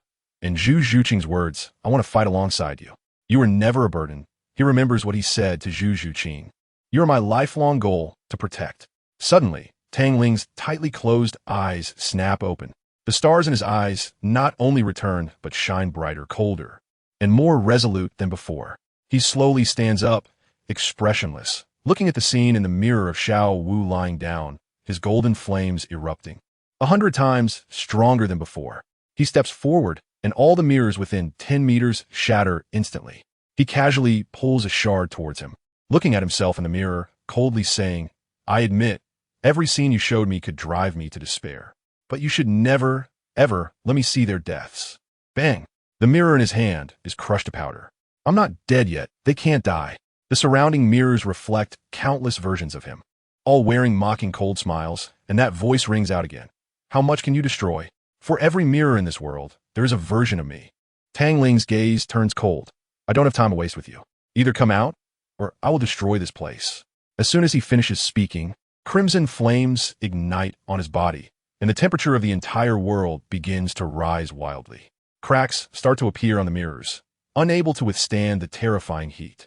A phoenix cry echoes, and flames gather behind him into a massive phoenix illusion, standing atop its head like a deity. He stretches out his arms and lightly calls out, Qi Ling, fly higher. Higher still, I don't believe this cursed place can have no flaws. I tell you, as Qi Ling takes me to an altitude of 1,000 meters. When I open my eyes, the purple light sweeps across, and wow. It's like I activated X-ray vision. All the mirrors are cracked like a spider web, except for one, completely intact. Target locked. I grip with my left hand, and the third soul skill is unleashed, fire wind burning heaven. No need to aim. A ball of flame instantly transforms into a fire phoenix, rushing towards that one surviving mirror with a loud boom. With a crisp crack, the mirror shatters into pieces. A shadow shoots out from inside. Try to dive into another mirror, but then it looks around and is dumbfounded. Who understands? Looking around, it's all hazardous houses. Not a single one is livable. I jumped down directly from a height of 100 meters and landed steadily in front of it. That feeling was simply too cool. I mentioned before that my voice is cold enough to freeze, so don't make me smash all the mirrors here. The dark figure slowly unfolded, and only then did I see clearly what it was. Goodness, what the heck is this? Its face was covered in wrinkles, resembling a dried orange peel, with completely black eyeballs and no whites at all. Its ears were pointy, and it was probably only about 3 meters tall, grinning menacingly at me. The vibe was simply the latest in abstract art for 2025. I'll say it again, let me out. I stepped back in disgust, smelling the stench of rotten eggs in the air. And guess what it said? It licked its lips and said, "What a beautiful shell you have. How wonderful it would be if I could take your place." I laughed at that moment. Buddy, just look at you. Thinking you could take over me? Do you even deserve it? Do you even have what it takes? I couldn't be bothered to talk much with it. And a small fire phoenix had already appeared at my fingertips, just waiting for my command. As soon as that thing saw it had no place to hide, it instantly broke down and started screaming. I finally waited for this opportunity. I clearly caught your weakness. You live like a puppet on strings. Why? Why did I still fail? It even asked me why. Because you're just a keyboard warrior, only good at playing mind games with your mouth. When it comes to real action, you're nothing but trash. I looked at it and calmly said, "You fight for your so-called freedom, while I fight to protect my brothers behind me. Our paths are different. There's nothing more to say. You can't afford to play, and I can't afford to lose. Understand?" It seemed stunned for a moment, and in that instant, the fire phoenix in my hand had already pierced through its body. That guy even said thank you in the end. Family, who understands? This heart demon was quite polite. When I opened my eyes again, good heavens, it was already bright outside. Just as I finished fighting the boss, the scene shifted to the back garden of Shrek Academy, where Xiao Wu and Zhu Zhuqing were about to start fighting too. The reason? The reason was incredibly absurd. The two girls were lying in a sea of flowers looking at the moon, which was quite beautiful, but then Xiao Wu glanced at Zhu Zhuqing, looked down at herself. And that little expression, TSK, she instantly couldn't hold back. She attacked with a dragon claw hand, going straight to the point. Zhu Zhuqing was startled. Her face turned red instantly, and the two of them directly started wrestling in the flower sea. You throw a punch, I kick a leg, no spirit beasts involved. Just pure hand-to-hand combat. Petals were flying everywhere, special effects maxed out. Luckily, it was midnight, otherwise the next day, the Academy headline would be, "Shocking. Two campus beauties in a disheveled state in the flower sea at midnight." After enough commotion, the two of them lay in the flowers looking at the stars, and the atmosphere suddenly turned emo. Xiao Wu hugged her legs, her rabbit ears drooping, saying she was afraid that one of the stars falling from the sky was her. Zhu Zhuqing comforted her, saying that since she was so strong, she would definitely be fine, and when she returned, she would absolutely be a brand new version of herself. I just came out of the illusion, feeling completely at ease.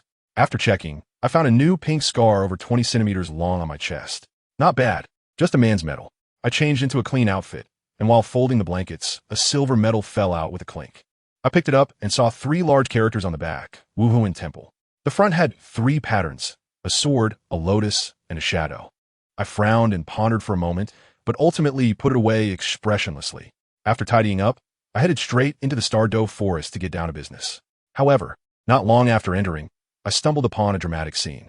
A soul king named Wang Meng was chasing a soul master named Zhao Ran. For what I gathered, Wang Meng was a thankless wolf. He had been saved by Zhao Ran's family's young lady in the past, but now he was trying to kill her whole family for a soul bone. Zhao Ran had already lost an arm and was cursing loudly. Wang Meng, completely blinded by rage, swung his weapon madly and accidentally hit the rock I was dozing on, sending stones flying into my face. I tell you, my temper flared up in an instant. When he turned to see me, without a second thought, he swung his blade again.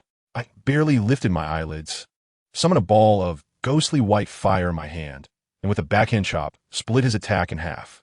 He seemed momentarily stunned, probably not expecting me to be so fierce. In the next second, I vanished from my spot and appeared behind him like a ghost without a word. I clenched my fist and struck. Boom! The world fell silent. He was directly punched into the rock, dying on the spot, and even his body was buried by the rubble, clean and tidy. Zhao ran on the ground, was dumbfounded. I originally didn't want to meddle, but as I turned to leave, he called out to me. This guy was also tough, knowing he wouldn't survive. He bit off a jade pendant from his neck and said it was a low-level soul guide device, entrusting the soul bone inside to me, insisting that I deliver it to the young lady of the fire family.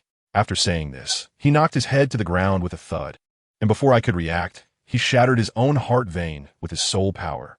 I stared at his corpse in silence for a long time. This was his own choice, and I couldn't interfere. In the end, I conjured a ball of fire and turned him to ash, resting in peace, or rather, resting in the wind. I tucked away the jade pendant and continued deeper into the forest, a small creature stealthily following behind me. I ignored it, and not far ahead, I encountered a 20-meter-long mandrake snake that lunged down from a tree. I quickly created an ice shield to block its fangs, followed by a fireball that hit its face. Smooth as can be. After dealing with it, I turned back and called out to the little creature in the bushes, "Come out and chat, my little follower." As soon as I finished speaking, a palm-sized purple kitten emerged from the grass, looking up at me with a pair of bright blue eyes, incredibly adorable. I felt a special connection with it, so I squatted down and petted its head, and it even licked my palm with its tongue. All right then, you can stick with me from now on. 3 days passed in the blink of an eye. I named the kitten Ziyu.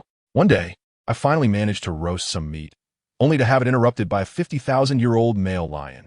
How could I tolerate that? I immediately unleashed a luxurious combo of Death Thorn and Eternal Sin Ice Prison, turning it into a hedgehog with countless ice spikes. This little guy, Ziyu, even jumped onto my shoulder and flaunted in front of the lion's corpse. I gave it a slap on the head, lifted it up, and poked its belly. You're more eager to eat than anyone else, and quicker to act dumb when you make a mistake. You're just a cat version of Ma Hongjun. The little one blinked its innocent big eyes and looked at me pitifully. Fine, how could I really hold it against it? I had no choice but to throw it on the ground. Go bring me back some food. In just a few minutes, Ziyu returned dragging 2 cleaned wild chickens. After eating my fill, I lay on a giant rock, gazing at the stars in the sky, while Ziyu lay on my stomach, contentedly stroking its little belly. Let me tell you, life is quite comfortable right now. I was just about to take a nap when the photography stone hanging around my neck suddenly lit up. Wow, it projected a 3D hologram right in the sky. Zio, who has never seen anything like it, reached out with her paw, trying to grab it. Her little expression was simply adorable. I was thinking of checking the previous records, but before I could even take a good look, a huge roar suddenly came from afar. Roar! Let me tell you, that noise made the entire forest shake 3 times. The little one in my arms was so scared that it first stood on end, frantically trying to burrow into me, trembling all over. I could only soothe it by stroking its fur, and gradually the little thing calmed down. I squinted and looked in the direction of the sound. My curiosity instantly piqued. I told Zio, "You stay here obediently, and I'll go take a look." But what happened? It stubbornly refused, its claws gripping my clothes tightly, meowing pitifully.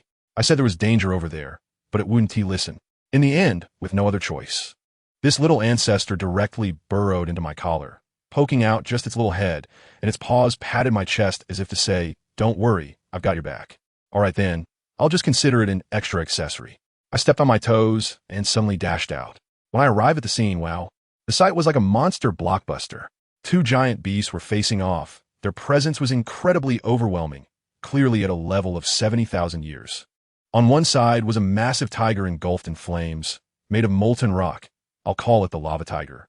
With each step it took, a pit of lava formed on the ground. The temperature was frighteningly high. On the other side was a slightly smaller creature, but its aura was even more fierce. It was pitch black, looking somewhat like a lion and somewhat like a dog, with a tuft of black fur at the tip of its tail that resembled a flame. Its 4 paws were covered in deep purple scales, looking incredibly cool. The lava tiger was clearly short-tempered. It couldn't hold back and roared before pouncing. What happened next? I can only say it looked fierce, but it was all show. The black creature, which I later learned was called the Howling Celestial Hound, didn't take the tiger seriously at all. As the tiger lunged at it, it didn't dodge or evade. With one swipe of its paw, it smacked the lava tiger away as if swatting a fly. I crouched on a nearby tree, holding my breath, watching the scene unfold. Zio also peeked out from my collar, watching with me. The ensuing battle was a one-sided massacre. The howling sky hound tossed the lava tiger around like a ball, and when it grew bored, it crushed its throat with a single paw, then stepped on the corpse and howled to the sky, declaring its dominance. I looked at the howling sky hound, calculating in my heart. Its strength was decent, just right for me, as I hadn't found a suitable soul ring these past few days. You'll be my 4th KPI. It seemed to sense my gaze and turn its head. Hey, our eyes met. I smirked, reached out, and pressed the head of my purple cat back into my clothes, then jumped down from the tree, confidently walking towards it. There's not much to talk about with soul beasts. Do I expect to say hello and ask, can I have your soul ring?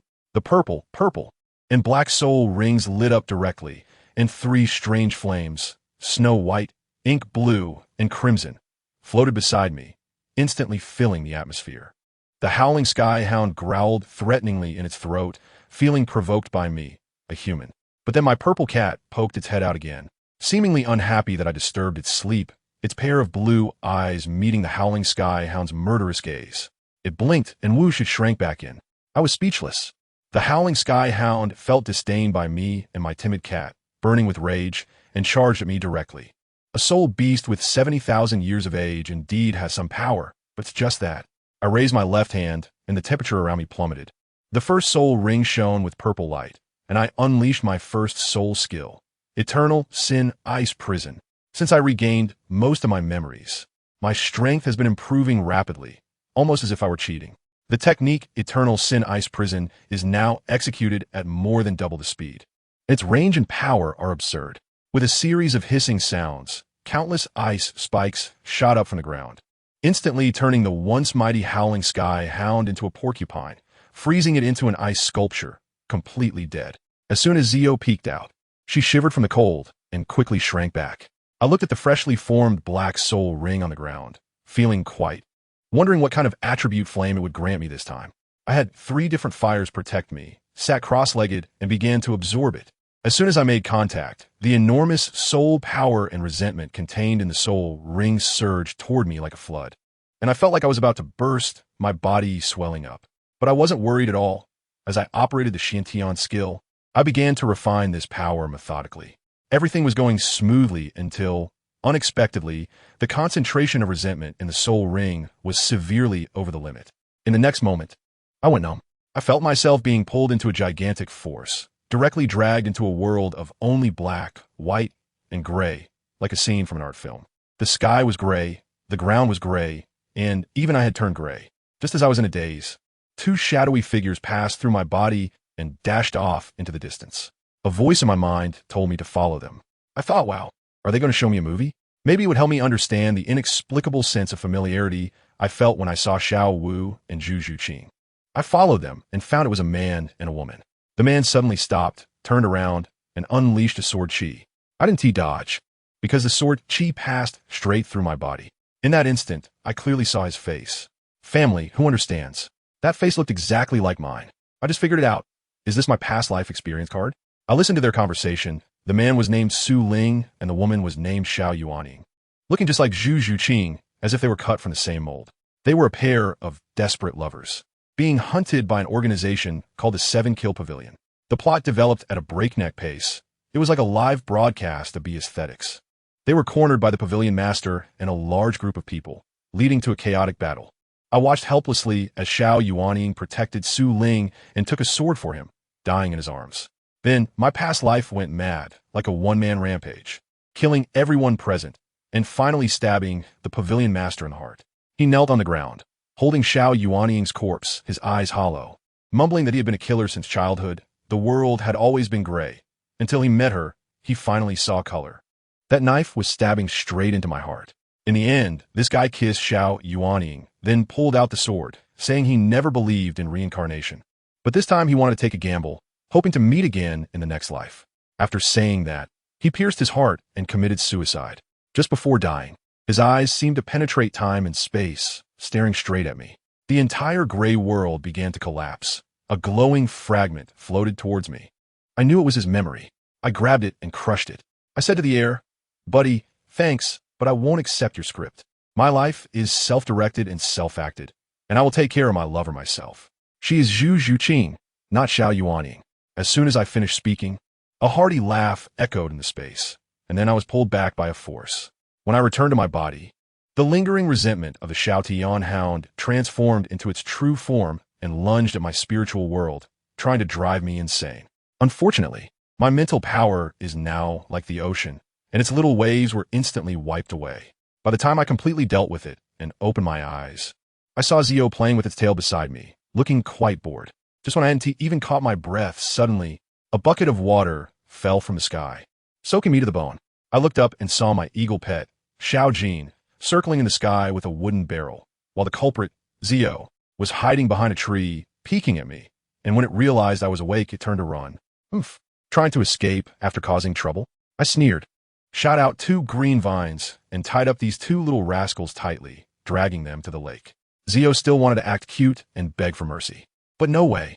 I grabbed the flesh at the back of its neck, first throwing the terrified Xiaojin into the water, then tossing Zio in too, and I jumped in after them, giving them a thorough wash.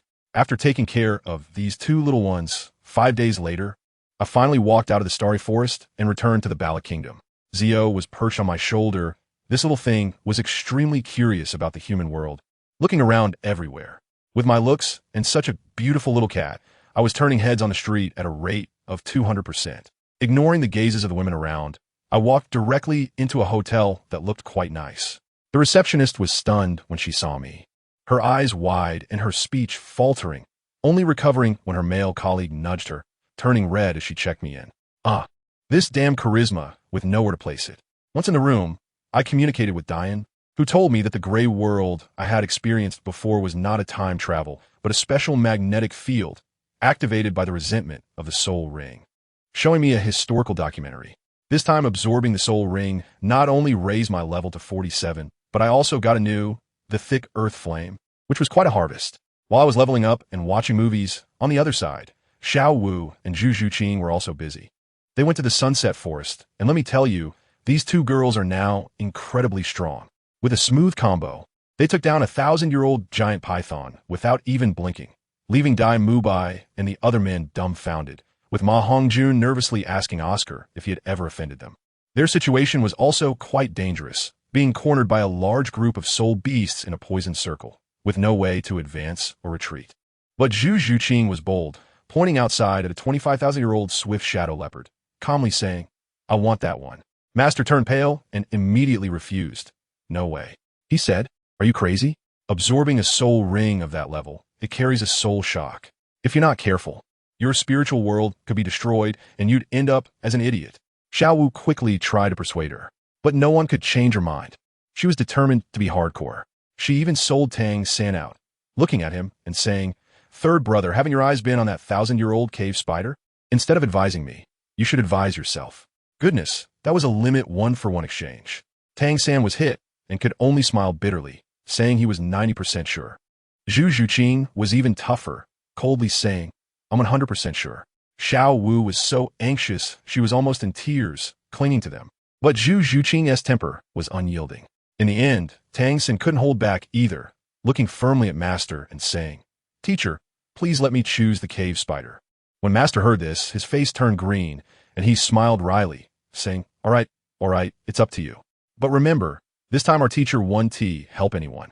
Your survival depends entirely on yourselves. Let me tell you, that old man, Master, is purely retreating to advance, trying to scare those 2 into retreating. Tang San is clear about this, but this time he's determined. However, he hadn't had the chance to express himself yet, and when he turned around, good grief, Zhu Zhuqing was gone. That girl didn't even listen to the nonsense Master was saying behind. As soon as the words left his mouth, she had already transformed into a black shadow, rushing straight towards the shadow leopard. Xiao Wu was so anxious she was stomping her feet, gritting her teeth, and followed after her. On Tang San's side, he quickly prepared and reached out to Oscar. "Little A.O., give me a few flying sausages. I need them urgently." Oscar was worried sick, rolling the sausages while advising. "Third brother, this eternal soul ring is really no joke. Listen to the Master. It's too dangerous." "No." Tang San only said one word, took the sausages and stuffed them into his pocket. His gaze was incredibly determined. Dai Mubai and the others also gathered around, saying to let them know if there was anything they could help with. Tang San shook the mushroom sausage in his hand and patted the hidden weapons at his waist, making it clear Bro, I have plenty of tricks on my sleeve. I can even play kite in the air to take it down. He looked in the direction Zhu Zhuqing had rushed out, sighed. The real danger is Zhu Qing. She is going in for a solid head-on clash. On the other side, Flinder and the other teachers were extremely anxious. Flinder was in a hurry. Xiao Gang, are you really not going to intervene? Master shot him a glance and said nothing. Lu Erlong next to him added with a hint of sarcasm. That's the disciple he raised like a son. How could he really not care? In the end, Master couldn't hold back any longer and lowered his voice. Just in case if there really is a deadly danger. I'll have to rely on you. Look at this old man, purely a knife mouth with a tofu heart. On the battlefield, the fight had already begun. Xiao Wu and Zhu Zhuqing directly used their martial spirits. One was engulfed in crimson flames, her pink rabbit ears standing up, both cute and fierce. The other erupted in a frosty white flame, her entire being resembling an ice sculpture goddess. Her figure was simply explosive. I'm telling you, the cooperation of these two is seamless. Xiao Wu's third spirit skill, instant teleportation, allowed her to flash right in front of the shadow leopard, and she immediately unleashed a mental shock directly at its eyes. Bam! The leopard was momentarily stunned. In that instant, Xiao Wu vanished again. Furious, the shadow leopard roared, thinking to itself, "You little rabbit think you can play with me?" It turned and saw Zhu Zhuqing, striking down with a claw, aiming to smash her into a pulp. But Zhu Zhuqing didn't T-dodge at all. She slightly lowered her body, activated her third spirit skill, and instantly formed two 1-foot-long ice blades in her hands, crossing them above her head. With a full-force south fist, the ground beneath her cracked as she withstood that thunderous claw. The leopard, being an old hand, sensed danger from this woman. Just as it wanted to retract its claw, Zhu Zhuqing shouted, "Xiao Wu." In the blink of an eye, Xiao Wu teleported back. This time she appeared directly in front of the leopard, activating her second spirit skill, Charm. The leopard's eyes glazed over for a moment, and then Xiao Wu's first spirit skill, Waist Bow, followed up. Her small frame bent into a crescent shape, and with a kick infused with pink energy, she struck the shadow leopard right on its head. This kick stunned the leopard, causing it to not only fail to retract its claw, but instead to strike down even harder. Zhu Zhuqing was waiting for this opportunity. Like a sharp sword, she shot upward to meet the claw, swinging her dual blades. With a whoosh, blood spattered everywhere, as if it were raining red. Immediately after, the blade was aimed at the leopard's throat. In midair, Xiao Wu spun like a top, delivering a whip kick towards the leopard's forehead. The leopard was truly frightened now. Its body flashed with black light, and it disappeared into the forest. In its frantic escape, Xiao Wu and Zhu Zhuqing's attacks nearly hit each other. But who would understand that? Top-notch synergy is like this. Zhu Zhuqing instantly severed her spirit skill, transformed her blades into hands, and tilted her body just in time for Xiao Wu's whip kick to barely graze her hair. Following this, Zhu Zhuqing swiftly caught the descending Xiao Wu, landing steadily. The entire process fluid and seamless, without needing a word of thanks. The leopard, hiding in the forest, had one claw dripping blood, its eyes filled with resentment and greed. It relied on its speed, circling in the woods, looking for an opportunity to ambush. Guess what happened next? Zhu Zhuqing and Xiao Wu exchanged glances and smiled. An ambush? Today, let us show you what covering fire means. Zhu Zhuqing casually conjured a pale, white fireball and tossed it into the forest. Boom. A vast area instantly transformed into an icy wasteland. Xiao Wu's eyes lit up at the sight, grinning. Zhu Qing, you're so wicked, using them for experiments. But I like it. Saying this, she also conjured a crimson fire phoenix and threw out. Boom. Another area turned into a sea of flames. Now, things are getting exciting. You throw an ice ball, I throw a fireball, as if they cost nothing, turning the forest into a realm of ice and fire. This operation was simply a physical transcendence, emphasizing love and peace, physically. Daimu Bai and the others behind were dumbfounded, Ma Hongjun stammering out two words, I wow. As the last safe zone in the forest remained, the leopard must be hiding there. Zhu Zhuqing and Xiao Wu raised their hands simultaneously, one pale, white fireball, one crimson fire phoenix, both launched at the same time.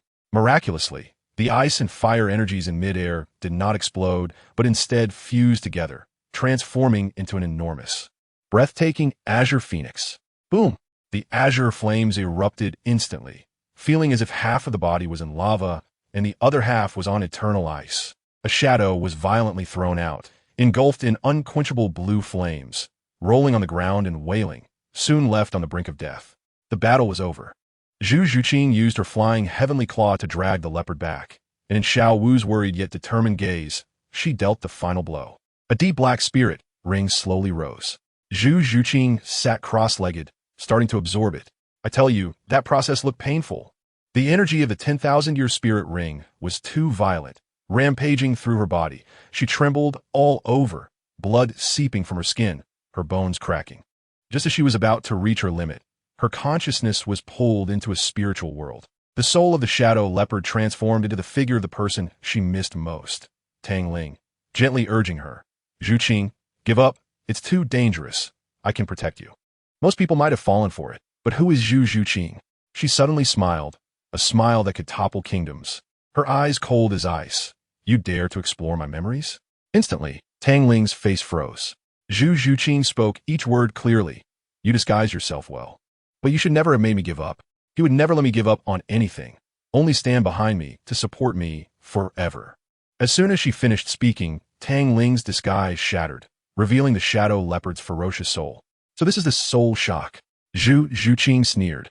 Her soul, having merged with the bone spirit cold fire, was already abnormally strong, far beyond what a mere 20,000-year spirit beast could shake. You've provoked me. Zhu Zhuqing's soul burst forth with an icy chill, charging forward, her hand raised with a knife, slicing through the air and tearing the shadow leopard's soul into pieces. In the outside world, the violent black spirit ring instantly became docile. Zhu Zhuqing suddenly opened her eyes, yellow, purple, black, 4 spirit rings lined up neatly. Her spirit power skyrocketing to level 44. Just as we cheered for Zhu Zhuqing's successful advancement, 1,000 miles away in the Bala Kingdom, the real Tang Ling also suddenly opened his eyes. He sensed a familiar yet sinister aura. You again. Before he could finish speaking, Tang Ling's figure disappeared from the room, transforming into a shooting star heading towards a dense forest outside the city.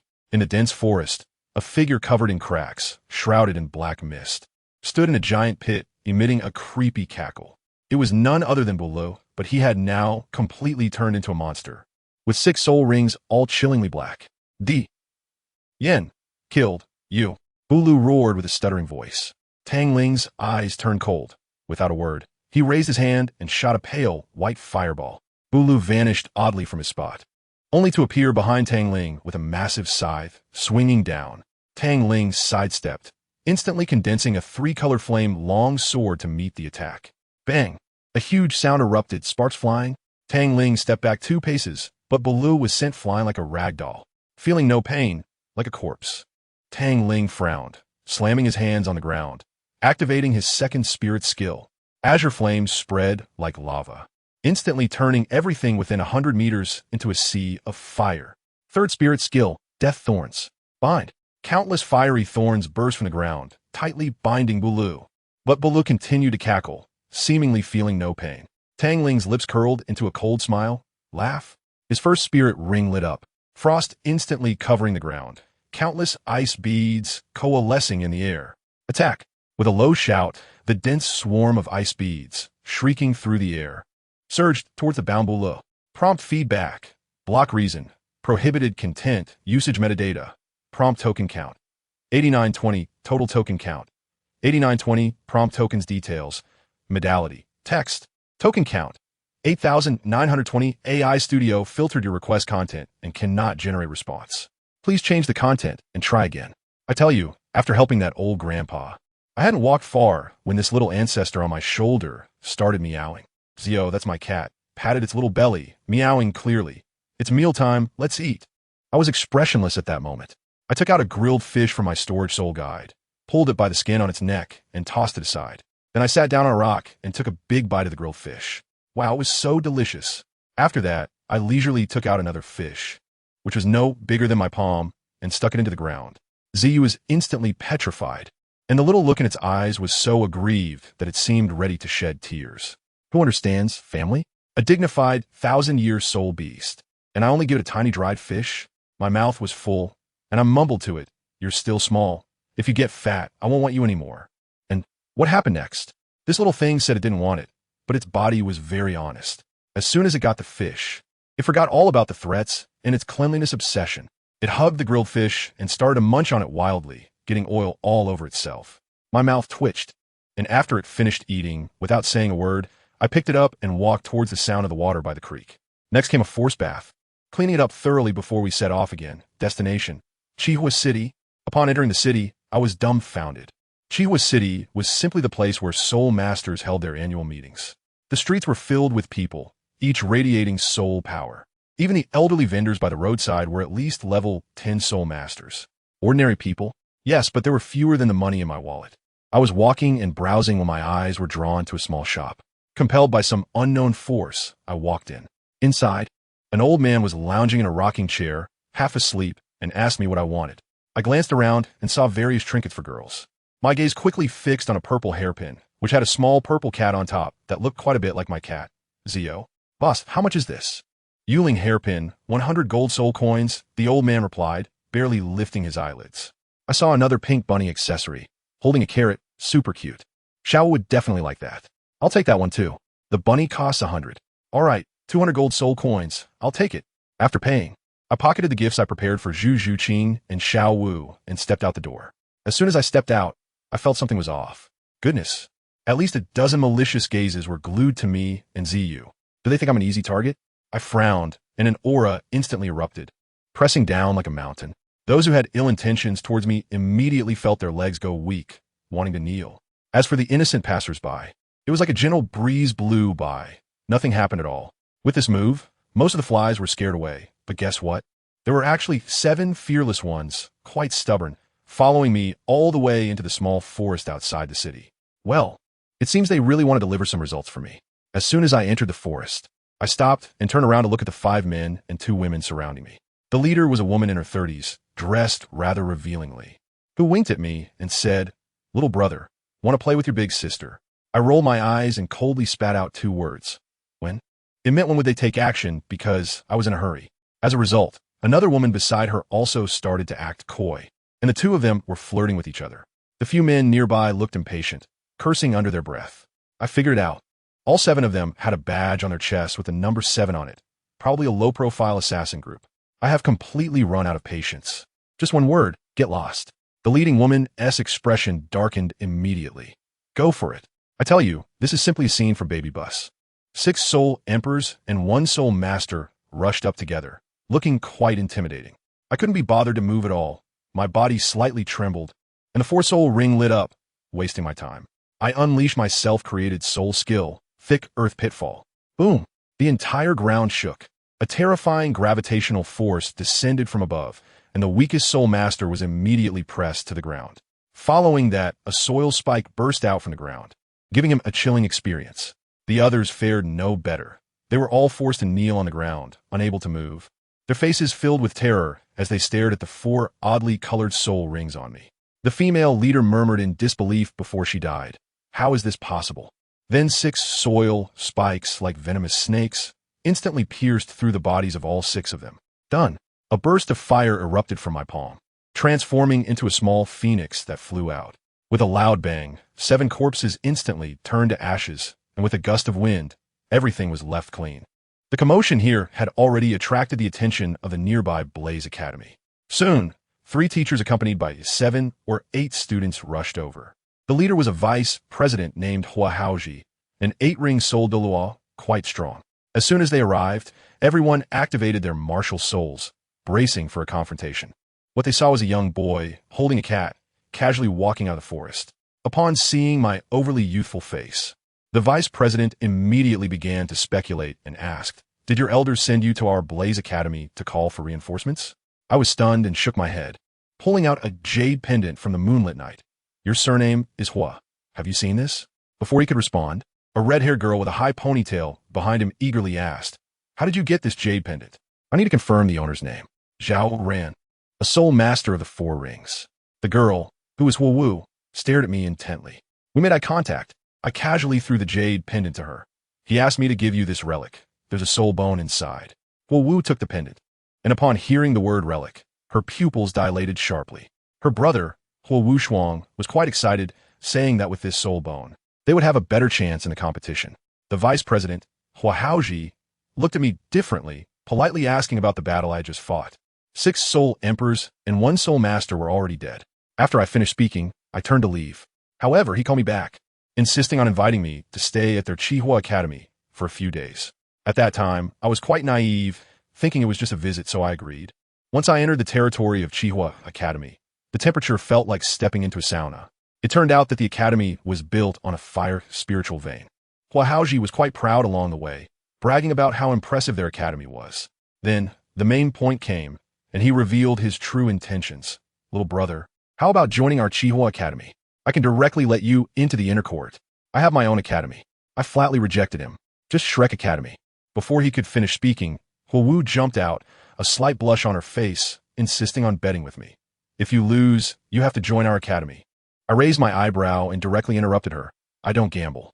She immediately froze, with a look on her face as if to say, how could you? I looked at her and uttered 3 words that changed her and everyone around her's expression. Too weak. Say that again. Huowu exploded on the spot. I couldn't be bothered to waste words. With a sharp gaze, I unleashed my full momentum. In that instant, the 87th level vice president, Huoji, turned pale and almost knelt down before me. I instantly withdrew my momentum and coldly looked at them. So what now? Do you still think you're strong? The entire place fell silent. The atmosphere was so awkward it could make a 3-bedroom apartment feel cramped. In the end, it was that old fox of a vice president who smoothed things over and took me to a guest room. As soon as he left, my teacher, Dian, wandered out from the space, leaning against the windowsill with a lazy expression. Mortal thoughts are so complicated.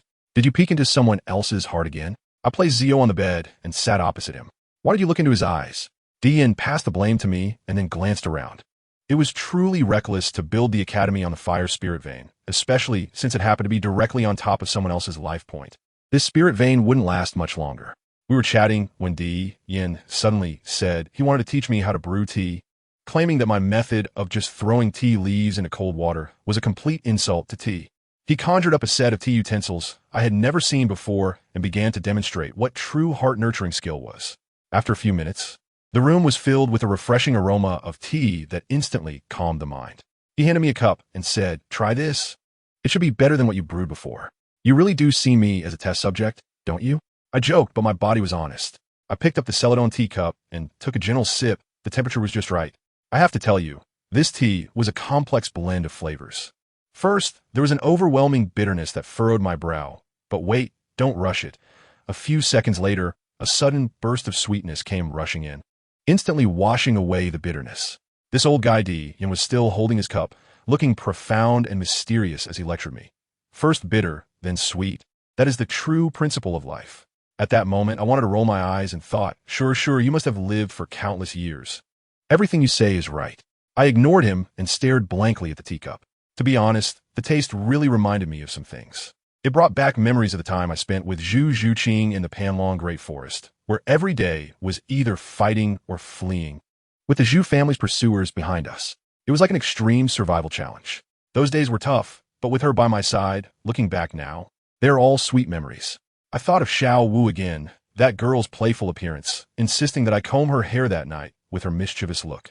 As I thought about it, the sweetness in my mouth seemed to intensify. My lips unconsciously curled up. And guess what?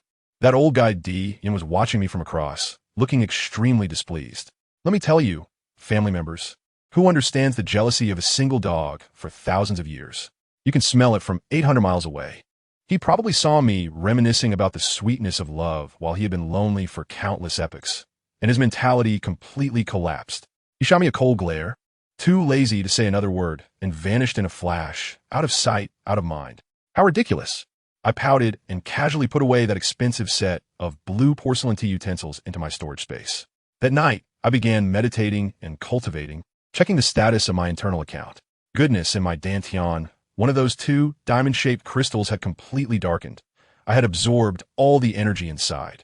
The other one, however, had its golden flames burning even stronger, and the seal had been broken by 1/5. What a feeling, refreshing.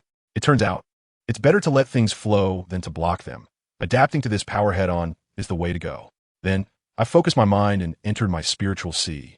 Let me tell you, while other spiritual seas might just be small ponds, mine is like a vast, golden ocean, boundless. Even more impressive, a gigantic black and white taiji diagram hung above the sea, spinning while dropping white light points. Those white points were all fragments of Dian's memories, and after falling, they were absorbed by my golden ocean.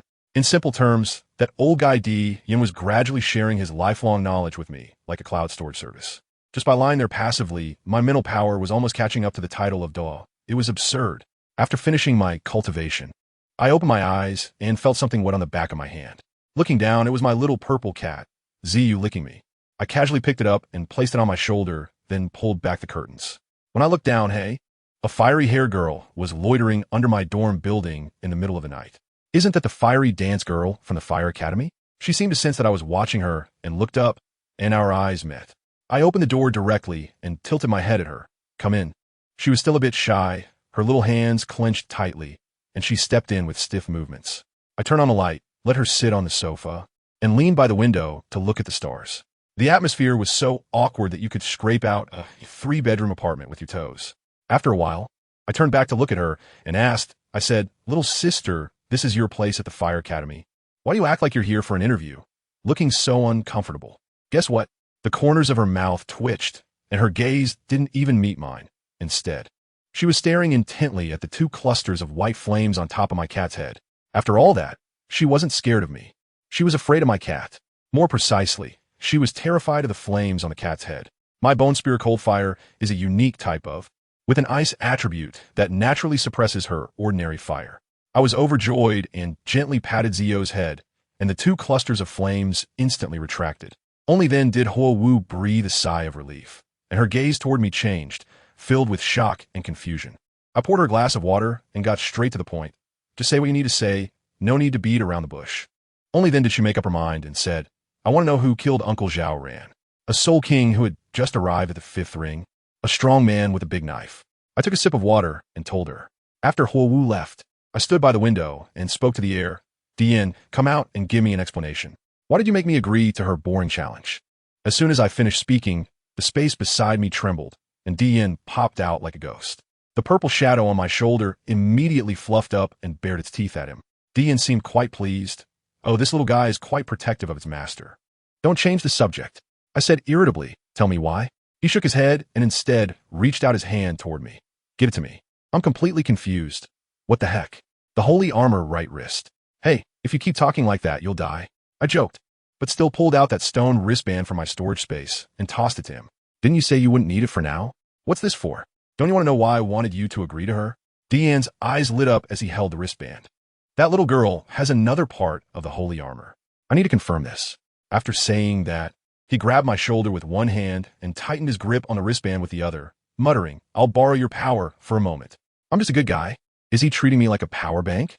2/3 of the soul power in my body was instantly drained by him.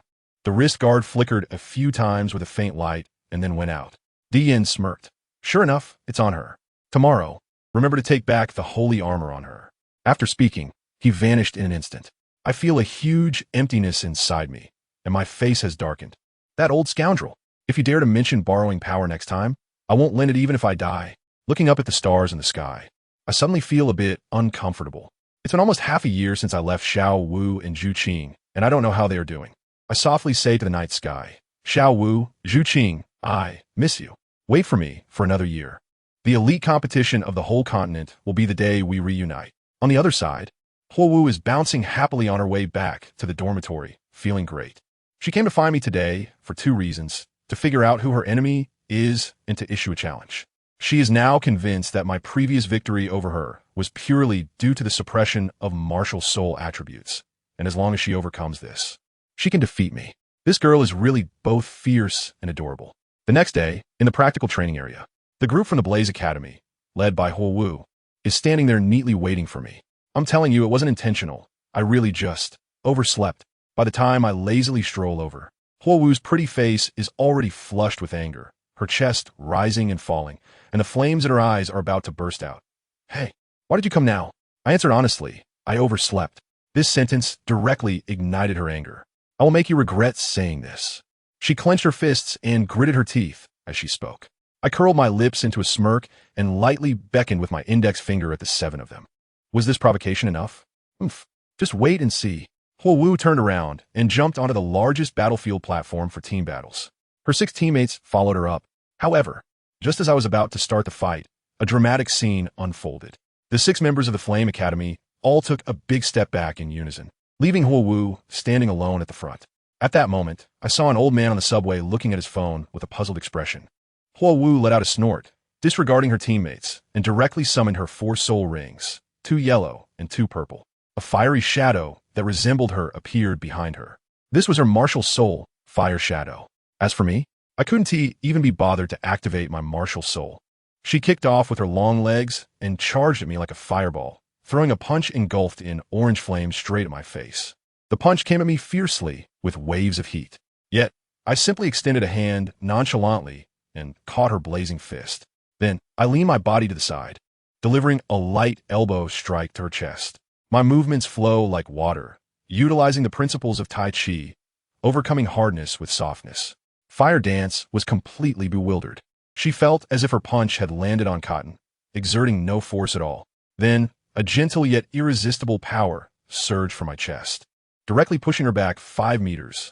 After she steadied herself, the flames on her arms burned even brighter as she stared at me intently and suddenly said, "If you're not serious, it's an insult to me." I was taken aback for a moment, and then I smiled a bit awkwardly and said, "Sorry, I will take it seriously from now on." As soon as I finished speaking, let me tell you, my whole aura suddenly changed.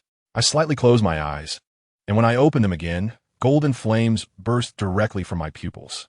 Immediately after, Bayu, 2 purple and 2 black soul rings began to rhythmically move up and down around me, giving the opponent a small shock from the soul rings. I tell you, this golden flame is not hot, but it's quite mysterious. Everyone present, regardless of their martial soul or beast martial soul, starts to tremble. It's a fear that comes from deep within their DNA. I raise my left hand to cover half of my face and directly speak to the Emperor Flame brother inside me, saying, "Brother, seal 80 of my power, thanks. I want to have some fun with them." Okay, a voice resounds in my mind. In an instant, I feel as if I've been hollowed out. My soul power, physical attributes, and even soul strength all drop by 80. Who understands this, family? I have to debuff myself before a fight. Who can I reason with about this? Opposite me, Fire Dance, that little girl is quite resilient. The martial soul suppression seems to have no effect on her. Her small fists are clenched tightly, and her gaze has become particularly calm. As expected of a control type, controlling oneself before a fight shows some skill. The wind blows, and our hair rises. Our eyes collide in the air, sparks flying. The next second, we both move at the same time. Boom! A large and a small fist collide directly, and orange flames explode all over the place, only to be instantly extinguished by the aura around me. As Fire Dance gets closer, she finally sees clearly. Good heavens. My eyes are not pupils at all, but 2 small flames burning in gold. As for that gaze, how should I put it? It's both cold and proud. As if looking at everyone is like looking at ants by the roadside, but if you look closely, there's a hint of unspeakable tenderness and loneliness hidden within. I grasped her left hand with my left hand, and just like that, we held hands with one hand while the other hand was wildly punching each other. I combined Tai Chi and the diamond fist, each punch making her feel like she was about to die, but I wasn't really hurting her. I wasn't being gentle. I was using all of my remaining strength to hit her with about 20 of my power. Another heavy punch, and Huowu gritted her teeth, pouring all her soul power into her right fist, the flames changing from orange-red to crimson, clashing hard against me. With that clash, our joined hands separated. He stood firm, while she stumbled back, stepping back 5 big steps and directly retreating to the edge of the ring. I felt like I hadn't been this excited in a long time. My blood was starting to boil. Huowu realized, oh no, there was no way out. One more step back and she would fall off. She clenched her silver teeth, and her 4th soul ring suddenly lit up. A large fireball began to form in her hand.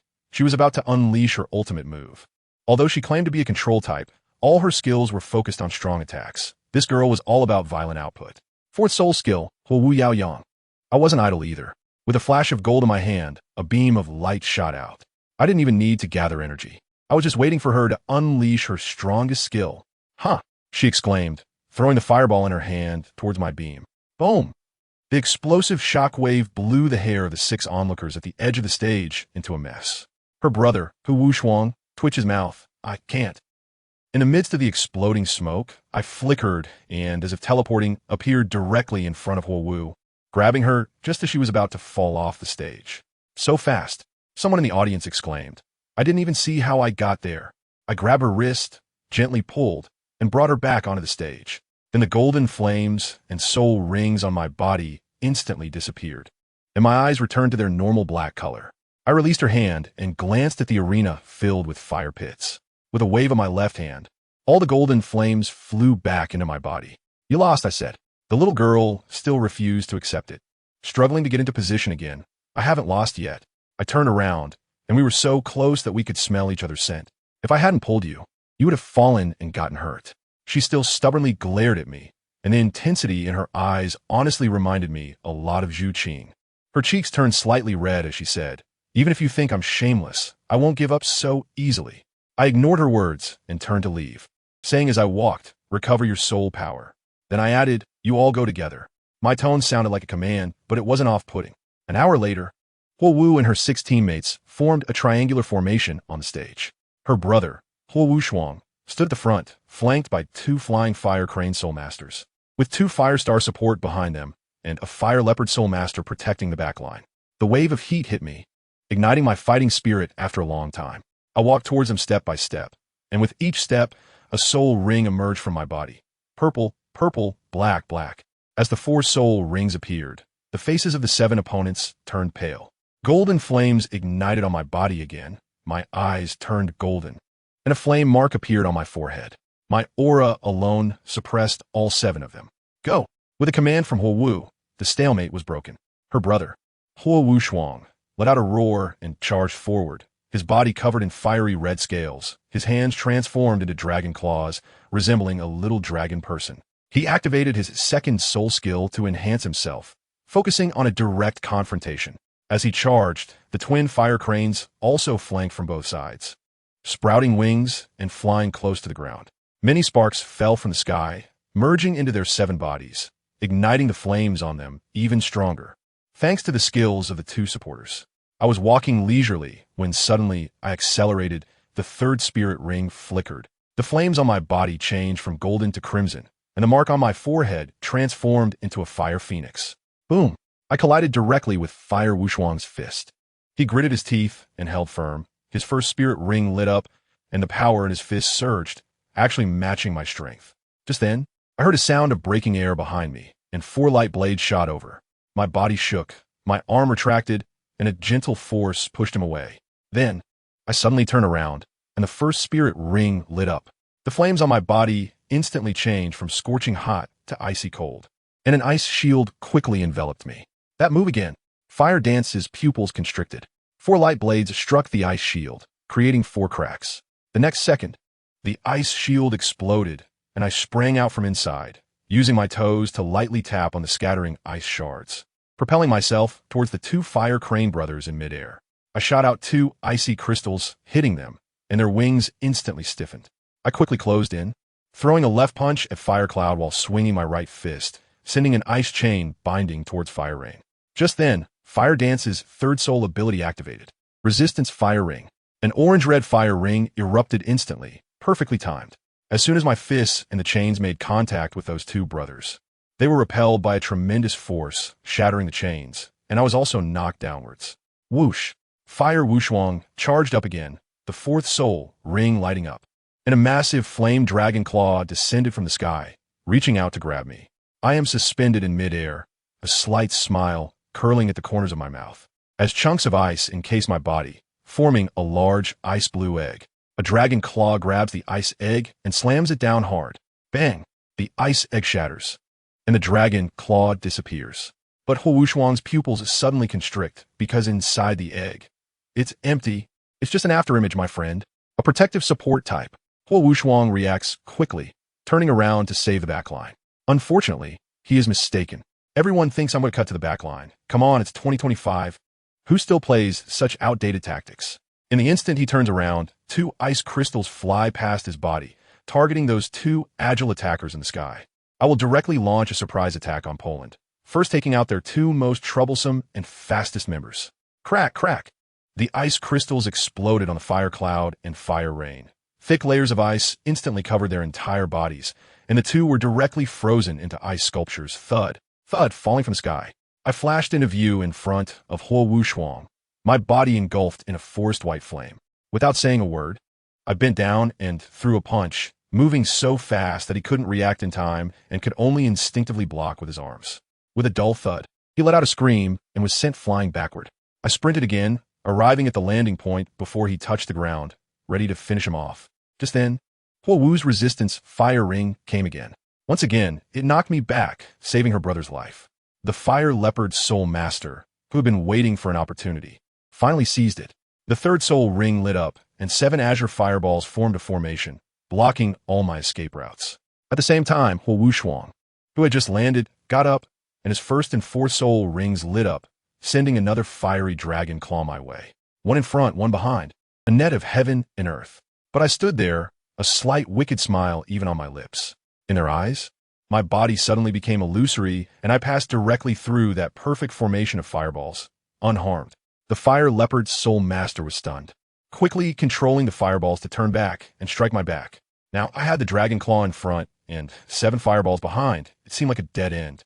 But they didn't know they had fallen into my trap. Boom! The dragon claw and fireballs exploded simultaneously on me, but what erupted was not flames, but piercing cold ice. Retreat! Huo Wu screamed. A white mist of ice instantly spread out, covering Huo Wuxuang and the fire leopard soul master. A thick layer of ice instantly formed on them, freezing their soul power and following in the footsteps of those 2 fire cranes. I slowly walked out of the icy mist, my footsteps sounding like they were stepping on their hearts. Now, only the fire dancer and those 2 pale-face support members were left on stage. The 2 supports were doing their utmost, pouring all their soul power into the fire dancer. Her face flushed with excitement. The 4th soul ring lit up again, and a fireball, even larger and more dazzling than the one from the previous duel, formed above her head, resembling a small sun. 4th soul skill, Fire Dance Radiance. She shouted, merging all her soul power into it, then threw it towards me with all her might. Exhausted from depleting her soul power, she stumbled and fell to the ground. Under everyone's gaze, I was engulfed by that blazing white fireball. But in the next second, a dazzling crimson light burst forth from the white flames, instantly enlarging and scattering all the white fire, forming a lifelike fire phoenix in midair. What is absolute bloodline suppression? A mere mortal fire dares to challenge the? I walked unscathed to Huo Wu, the flames on my body slowly extinguishing, and then I reached out my hand to her. She was taken aback for a moment, but still placed her hand on mine. I gently pulled her up as I withdrew the flames. Those 4 guys who had been frozen in ice also thawed, the ice chunks falling to the ground and instantly turning into white mist. I turned to leave when Huo Wu suddenly called out to me. Wait a minute. I looked back at her and asked, is there anything else? She bit her lip and asked, how much effort did you really use on us? 80%, I replied casually. She stared at me. Are you sure it's 80%? Overthinking, I said, dropping those 3 words as I turned to leave. It's just a game. As I reached the door, I remembered something and stopped, saying, I promise you that if I won, I could make a request. There's something you have that I need, so hand it over. What is it? She asked, looking puzzled. A stone, a part of a complete set of armor. She looked even more confused. You fought me for a broken stone? But she still pulled out a stone leg guard from her soul guide and threw it to me. Are you sure you want to trade that condition and your Tai Chi for this useless piece of art? She asked. I took the leg guards, confirmed the material, and put them away. Looking at her, I said, this thing means a lot to me. Teaching you Tai Chi counts as me taking advantage of you. She smiled wryly and said, even if you don't teach me, I would still give it to you. I'm the one taking advantage here. I really don't want to take advantage of you. I'm speaking from the heart. I've tormented your entire team and still want the most important thing from you. And I feel guilty about it.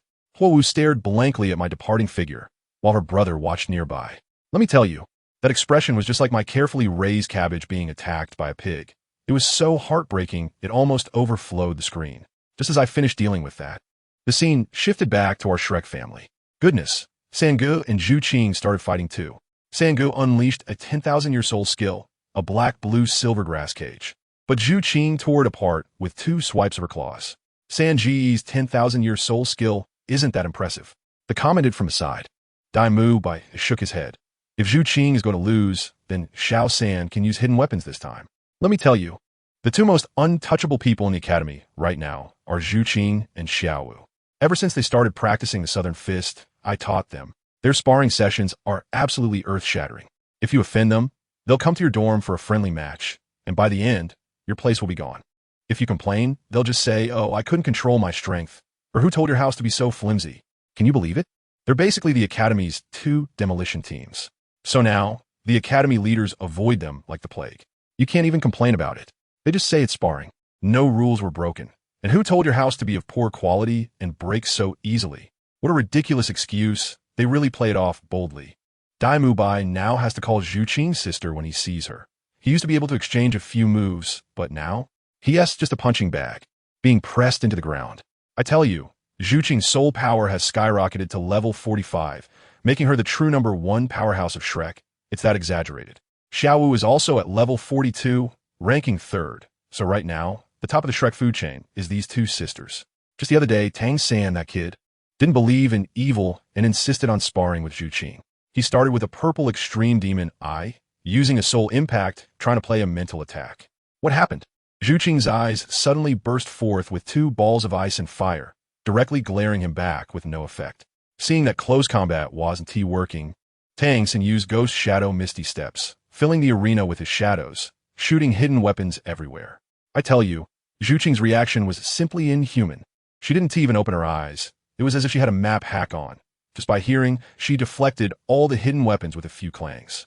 Tang San got anxious and used the Control Crane Catch Dragon to push her back a couple of meters, quickly using the Heavenly God Claw to create distance, and then shot a spiderweb binding at her. He thought it was a good plan.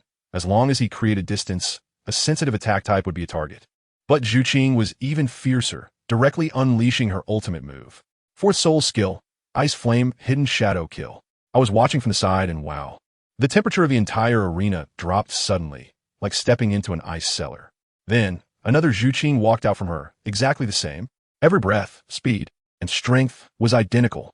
At that moment, Dean Flinder's face turned green, asking the master which one was real, and even the master was stunned, saying he couldn't tell them apart. There's a chance that the one with the mark is the fake, deliberately released to confuse people. Then the 2 Zookings split, one going left and the other right, moving so fast they created tornadoes. Tang San was left dumbfounded, standing still, pulling out the Zhuge God crossbow and unleashing a barrage. What happened? The arrows all passed right through the shadows, completely useless. While he was still in a daze, the 2 shadows on the ground disappeared in a flash. Tang San sensed something was off and quickly released a blue-silver prison. But guess what? Inside the cage was Zhu Qing's martial spirit, a decoy. The real Zhu Qing had already flashed behind him, ice blade at his throat. Tang San was completely stunned, and after a long pause, he finally said, I lost. But you know what? These 2 were actually gambling. The bet was that Tang San would cover their meal expenses for a month. Turns out these sisters were so broke they couldn't afford food and were looking for Tang San, the big sucker, to foot the bill. Later, teacher Lu Erlong introduced us to 5 substitute team members preparing for the Continental Elite competition. The first 4 were quite normal, like Tai Long and Huang Yuanji. Until the last one. I tell you, when that girl came out, the whole place went silent. With silver hair, she looked like something out of an AI drawing, named Gu Yuna. 16 years old, level 44, martial spirit silver dragon king, with soul ring configurations of purple, black. At that moment, the master's expression was like his worldview had collapsed, his mouth agape wide enough to fit an egg. His martial spirit theories were shattered once again. This Gu Yuna was also something else. She immediately communicated with Xiaowu and Zhu Qing, setting up a private chat for later that night. Then she quietly mouthed 3 words to Tang San. Reincarnated? This startled Tang San. Then she glanced at Oscar, and his face turned pale. I don't know what she said to Oscar, but Dalu Bai was still trying to persuade Oscar to pursue Rong, while Oscar looked like he'd seen a ghost, shaking his head vigorously. Then came the master's hypnosis time. He spent the whole afternoon explaining the competition rules, blabbering about preliminaries, advancement rounds, and finals. I tell you, my brain was about to crash, while Ma Hongjun and the others had already fallen asleep with drool coming out. Probably only Tang San was trying hard to stay awake. After finally waiting for the master to finish and leave, Tang San was exhausted, lying flat on the grass. Then, that silver-haired girl, Gu Yuna, quietly sat down next to him. They exchanged a glance, and Gu Yuna waved her hand, creating a mental barrier around them. Wow. The intensity of her mental power made Tang San look like a little chick in front of her, totally not on the same level. This girl is definitely a hidden big shot. When this big shot spoke, she left me speechless. Her voice was beautiful, but as cold as ice shards. She said, You have the scent of a reincarnator on you, although it's fading fast. I smiled wryly at the time and said, Sister, don't mess around. I'm really not a reincarnator. As a result, she looked at me like I was an idiot and started to educate me. She said a reincarnator is someone who is reborn with the memories and obsessions of their past life, a loophole that has bypassed the underworld's KPI assessments. But now, the laws of the universe are becoming stricter, and such bugs have long been fixed, making it almost impossible for there to be reincarnators anymore. She squinted her eyes, and wow, her gaze was sharp as a knife, stabbing right into my heart. Unless you're not from this world at all. I tell you, as soon as she said that, I felt a chill run down my spine. This secret, not even my parents know. How does she know? My hand trembled, and I pulled out the precious yen Wong talisman from my pocket. Who understands this feeling? It's like you're anonymously gossiping, and then a big influencer reveals your ID number on the spot. And guess what? She didn't even bat an eye, and just like that, the yen Wong talisman in my hand was instantly in her grasp. She held it like it was a walnut, opened the box, and glanced at the poison needle with a look of disdain before closing it and tossing it back to me. The look in her eyes clearly said, This is it? At that moment, I felt like my Tang Sec's ultimate skill had been utterly humiliated. I was still feeling anxious, while Guiana had already acted as if nothing happened, running to the sea of roses to meditate in the middle of the night, exuding an air of calmness. After a while, the space in front of her twisted, and an old man suddenly appeared out of nowhere. The old man hunched over and fell to his knees with a loud thud, scared like a quail. Guiana didn't even open her eyes and coldly asked, Did I tell you not to bother me? Have your ears been stuffed with donkey hair? The old man trembled as he took out 2 broken pieces of stone from his pocket, claiming they were treasures he found for her. With a flick of her hand, the items flew into her grasp, and after a quick glance, she put them away. Then she told the old man, Su-ing, you should leave. Upon hearing this, the old man panicked and said, Miss, you don't want me anymore?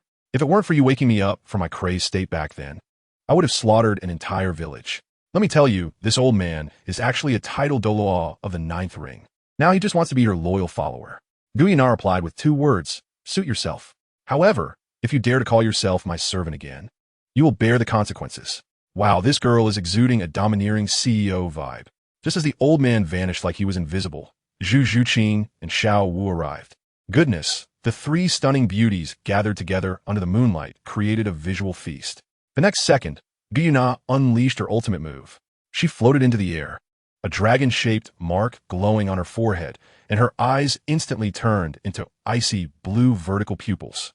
Then, bang, bang, bang, soul rings exploded one after another. 2 purple, 4 black, 3 red. I was already dumbfounded by this point. And finally, bang, a silver one, a total of 10 soul rings. Family, who has ever seen 10 soul rings? This directly fried my CPU. Zhu Zhuqing and Xiao Wu were also stunned, still processing what was happening. When Guiana suddenly appeared in front of them, pointed at their foreheads, and whoosh, pulled their consciousness into a brand new world. When they opened their eyes again, they were standing on top of a skyscraper. Below them was bustling traffic, bright lights, and a cyberpunk city that never sleeps. Xiao Wu was dumbfounded, pointing at the cars on the road, asking Sister Na, what is that? Is it a carriage without horses? Guiana lightly replied, You guessed it, I'm a goddess. Unfortunately, there is no reward. She even playfully flicked Xiao Wu's nose. Wow, this girl is both fierce and flirty. Then she began saying, Think about it, Tang Ling will live forever, while the 2 of you will slowly grow old and eventually turn to dust. He can only watch helplessly. How painful would that be? Let me tell you, this is too heart-wrenching. But then she quickly followed up with a sweet promise, saying, Don't worry with me around. I guarantee you will also become gods, and the strongest kind. The most explosive part came next. She said this world is called Earth, also known as Blue Star, and it is part of her memories. Then she looked at them, speaking every word clearly. Moreover, like him, I also come from this world. This him referred to Tang San. Before Zhu Zhuqing and Xiao Wu could fully digest this shocking revelation, Guiana waved her hand, and the scenery changed again. They entered a place called a hospital, directly passing through the wall into an operating room. On the operating table, a woman was in agony, giving birth. In a particularly dangerous situation, the machines were beeping chaotically, and the doctors were in a panic, asking the woman, Do you want to save the mother or the child? The woman used her last bit of strength to say, Save the child. My goodness, this mother is truly heroic. Then came the most heartbreaking scene. The baby cried out, and the mother looked at him one last time, smiling as she passed away. The ECG turned into a straight line. Even more tragic was yet to come. The doctor called the child's father, simply saying that they saved child. On the other end of the line, a screeching sound of emergency brakes followed by a loud crash. In one day, both parents were gone. The newborn baby, who had just fallen asleep in the incubator, suddenly opened his eyes and began to cry heart-wrenchingly, as if he knew he had become an orphan the moment he was born. The doctor, who was the mother's close friend, probably overwhelmed by the psychological pressure, couldn't bear the blow and directly handed in her resignation and left. The newborn baby was sent by the police to a place called an orphanage, which is essentially an orphanage. The old headmaster of the orphanage, an old gentleman with the surname Tang, took him from the police, holding him in his arms while looking into his pure black eyes, saying, "From now on, you will take my surname Tang. Don't think about anything else. Just live happily, starting from zero. From now on, your name will be Tang Ling." The baby in his arms, Tang Ling, surprisingly giggled at the old man, reaching out his tender little hand to grab his beard. The old and the young share a moment of happiness in the orphanage. But let me tell you, this warm scene couldn't last even a second before it shattered with a snap. Guyana waved her hand, and time fast-forwarded. The little baby who was babbling instantly grew into an 8-year-old boy. Goodness, this 8-year-old Tang Ling was running quickly into the orphanage with a lunchbox. His face was like a scaled-up version of a handsome boy. The orphanage had long been empty, leaving only him and the old gentleman relying on each other. He opened the door, and the room was bare, but he still carefully arranged the food on the table. I tell you, just 2 simple dishes and a bowl of soup, yet he arranged it as if it were a state banquet. Then he hurried to help the ailing Tang Xunji up from the bed. The old man was coughing heavily, his eyes cloudy, looking at Tang Ling with both heartache and comfort. "Grandpa, it's time to eat." Tang Ling poured the soup into the big bowl, pushed it towards his grandpa, and held his small bowl to start eating the white rice. The old man's hands trembled as if he had Parkinson's disease, and he placed a chopstick full of vegetables in a Tang Ling's bowl, saying he should eat more to grow. He even wanted to swap his own big bowl of rice with Tang Ling's family, who understands. This child is so sensible, it makes one's heart ache. He firmly pushed the rice back, saying he had a small appetite and couldn't finish it. In the end, the old man had no choice but to scoop a large portion of rice from his bowl into Tang Ling's bowl, and only then did he hold the bowl, taking tiny bites as if he were savoring some delicacy. I was feeling a bit emotional when Guyana suddenly said, "Let me show you something." A silver light flickered in her eyes, and the scene in front of us instantly changed. We saw the old man wrapped in golden chains, frantically absorbing the milky white light that represented good karma emanating from him. Xiao was dumbfounded and asked, "What is this?" Guyana smiled wryly and said, "Causality. I'm telling you, this is simply a top-notch tragedy aesthetic script. Tang Ling is such a hard-luck child, pure and simply a doomed lone star. Whoever gets involved with him is bound to have bad luck. His biological parents met their end this way, and now it's the old man's turn. That little bit of good karma can't withstand the overwhelming cause and effect against Tang Ling. Once it's exhausted, the old man will die." As soon as the words fell, the scene changed, directly cutting to a hospital. Oh my, little Tang Ling was desperately clutching a doctor's white coat, crying heart-wrenchingly, shouting that his grandfather cannot die. The doctor was also helpless, patting his shoulder before leaving. Then, the operating room door opened, and a bed covered with a white cloth was wheeled out. The nurse let him take a last look. I watched his trembling little hands slowly lift the white cloth, revealing the old man's face that would never smile again. At that moment, his entire world collapsed. He curled up in a corner, repeatedly murmuring, "Grandpa, Grandpa," and it broke my heart to see him like that. From that day on, Tang Ling changed. The cheerful child was completely gone. His gaze became cold and deep, and there was no trace of warmth on his face. Did you think this was the end? Not at all. Guyana waved her hand again, and the scene shifted to a seaside, where an already grown-up Tang Ling, dressed in a suit, looked stunningly handsome, but exuded an aura that warned others to stay away. The moon that night was an eerie blood red. As the moonlight shone on him, golden patterns instantly cracked open on his skin, causing him to tremble in pain, nearly biting his teeth to pieces. Guyana explained that this was a power called Imperial Flame inside him that had nowhere to go. It erupted once every month on the 1st and 15th. On nights of the full moon, like a punishment, at least 24 times a year, each one more painful than the last. I thought to myself, what kind of grave did this guy dig up in his past life to be treated this way in this life? Later, he went alone to his grandfather's grave. Carrying 2 bottles of high-proof white liquor and a handful of white roses, he walked lonely through the cemetery. At the tombstone, he opened a bottle, pouring 1 cup on the ground and downing the other, choking and coughing. He spoke to the tombstone. "Grandpa, I'm sorry. If I weren't by your side, would you have not died?" As he spoke, a grown man suddenly knelt down, tears flowing like pearls from a broken string. He poured cup after cup for himself, saying others say drinking can relieve sorrow. In the end, he directly hugged the cold tombstone and cried himself to sleep, mumbling in a daze, "Grandpa, little Ling, I miss you so much." After that, it seemed he resigned to his fate, knowing he would bring misfortune to those around him. So he completely shut himself off, living like a deserted island. But this guy was truly impressive. Even so, he managed to build a business empire called the Tang Group from scratch, a 72-story skyscraper, exactly the age when the old man passed away. But guess what? He rejected this overwhelming wealth. In a high-level meeting, he expressionlessly announced that he was leaving, giving all his shares to a female secretary named Tang Yanhong. The people below exploded. He couldn't even be bothered to make up an excuse.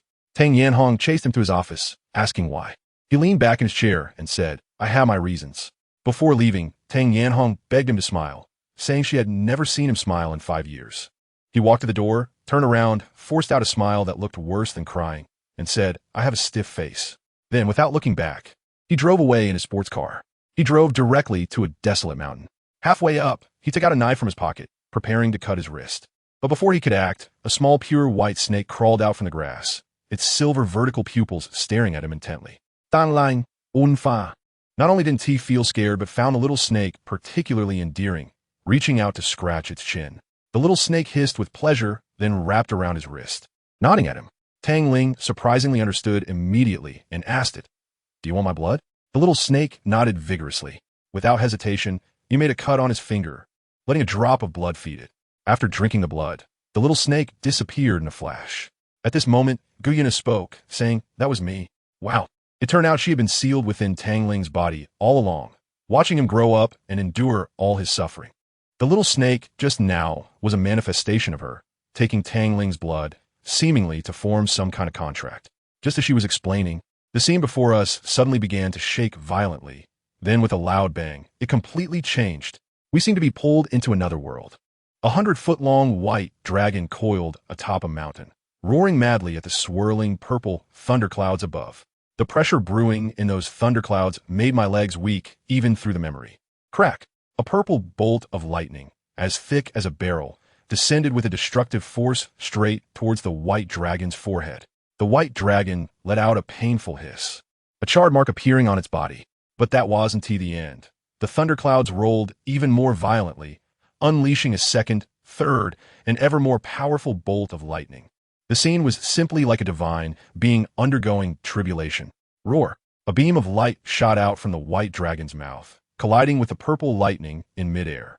The purple thunder and the white light stood off for a moment, with the white radiance exploding first, shattering into ice-like fragments, scattering in the air. The power of that purple lightning was also significantly diminished as it clashed with the white beam, and it struck the white dragon again, adding another charred mark to its body. Zzzz. Boom! The thunderclouds rolled again, without any hesitation, unleashing another purple lightning strike, which was even stronger than the last. The thunder tribulation, each strike stronger than the last. As long as it could withstand the 9 layers of thunder strikes, it could pass through the tribulation.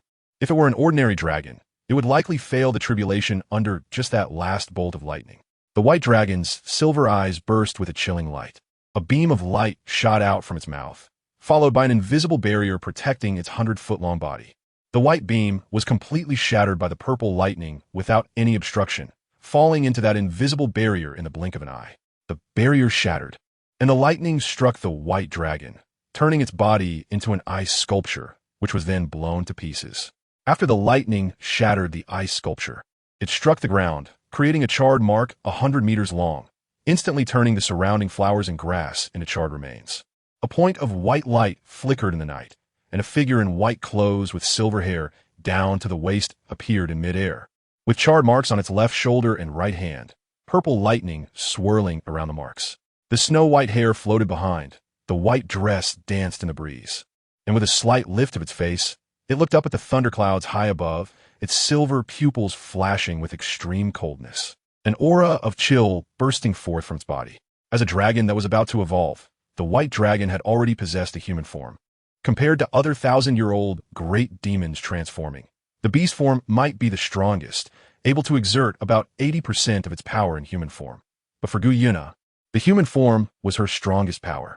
Facing the thunder tribulation, it was not specified that one must use the beast form to undergo the tribulation.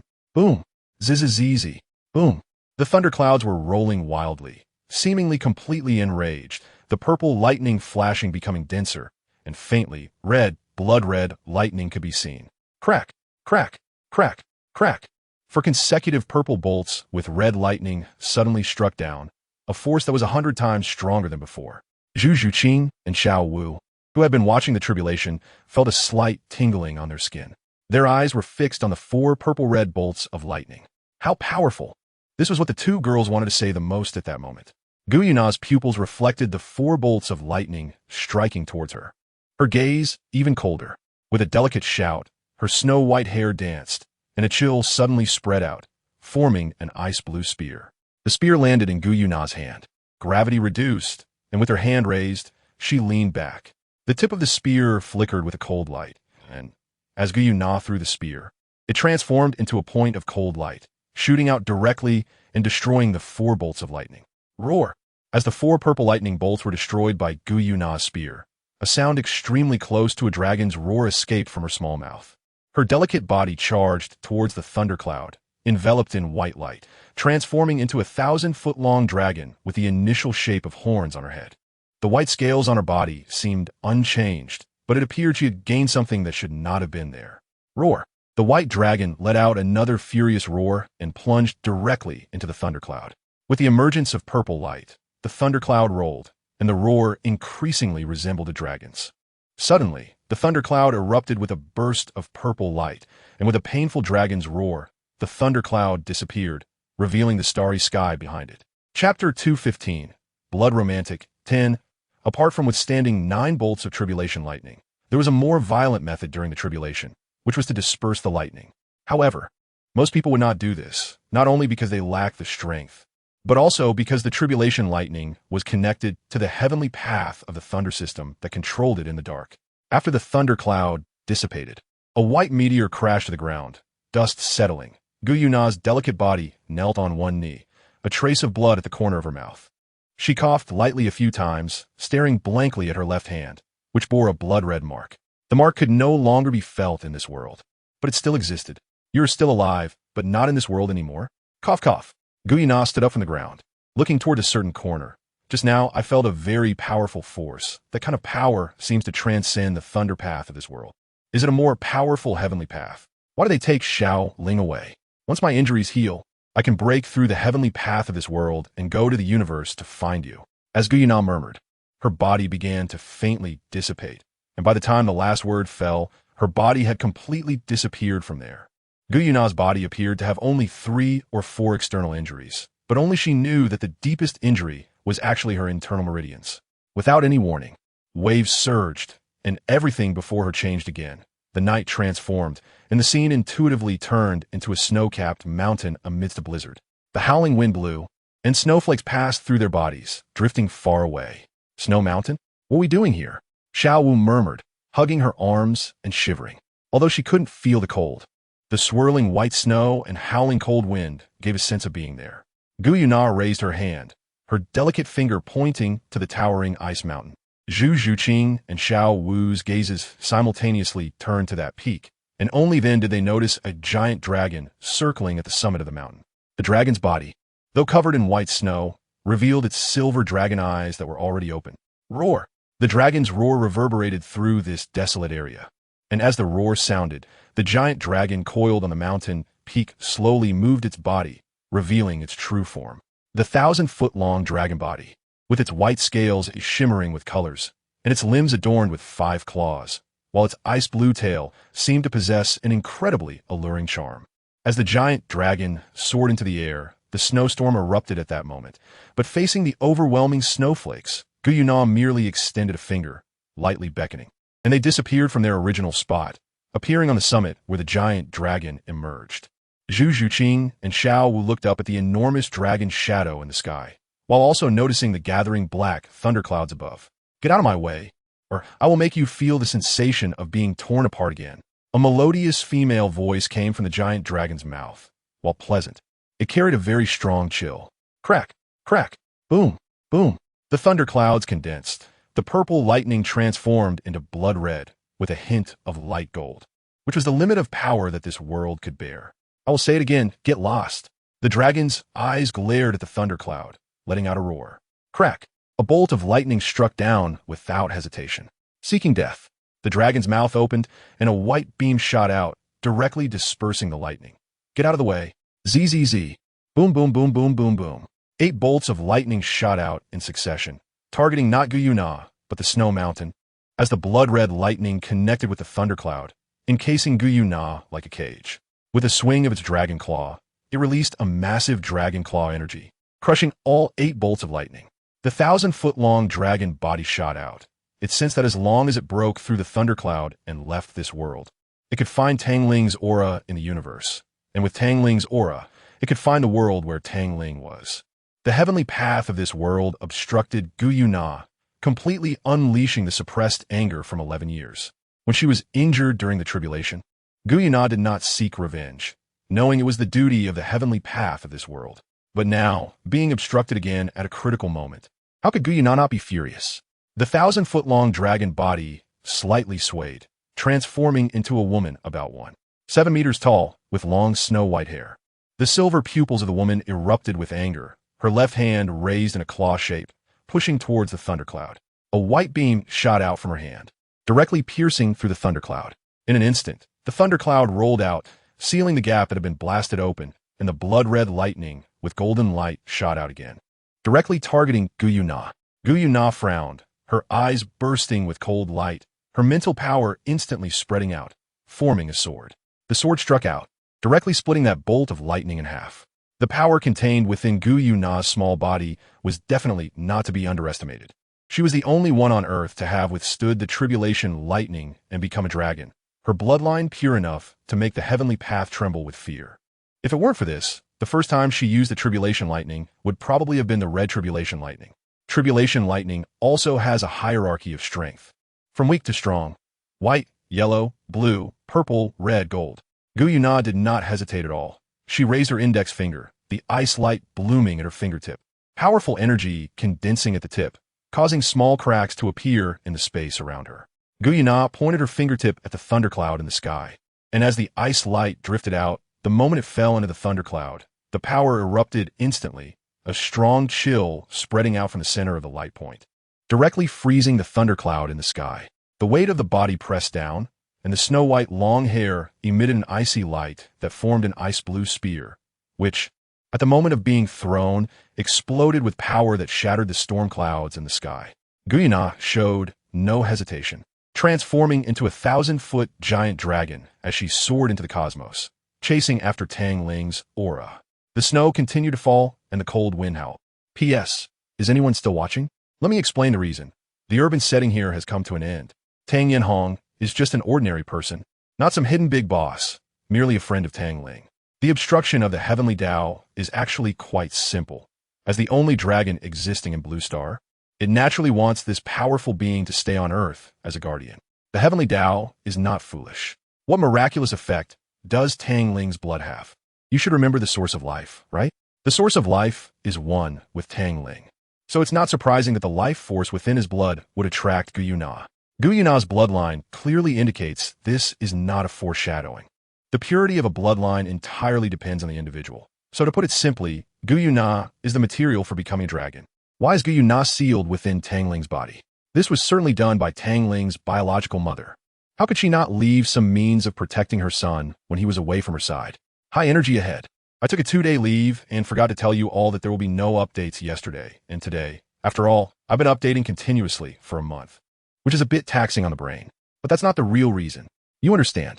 A major choice in life is about to come.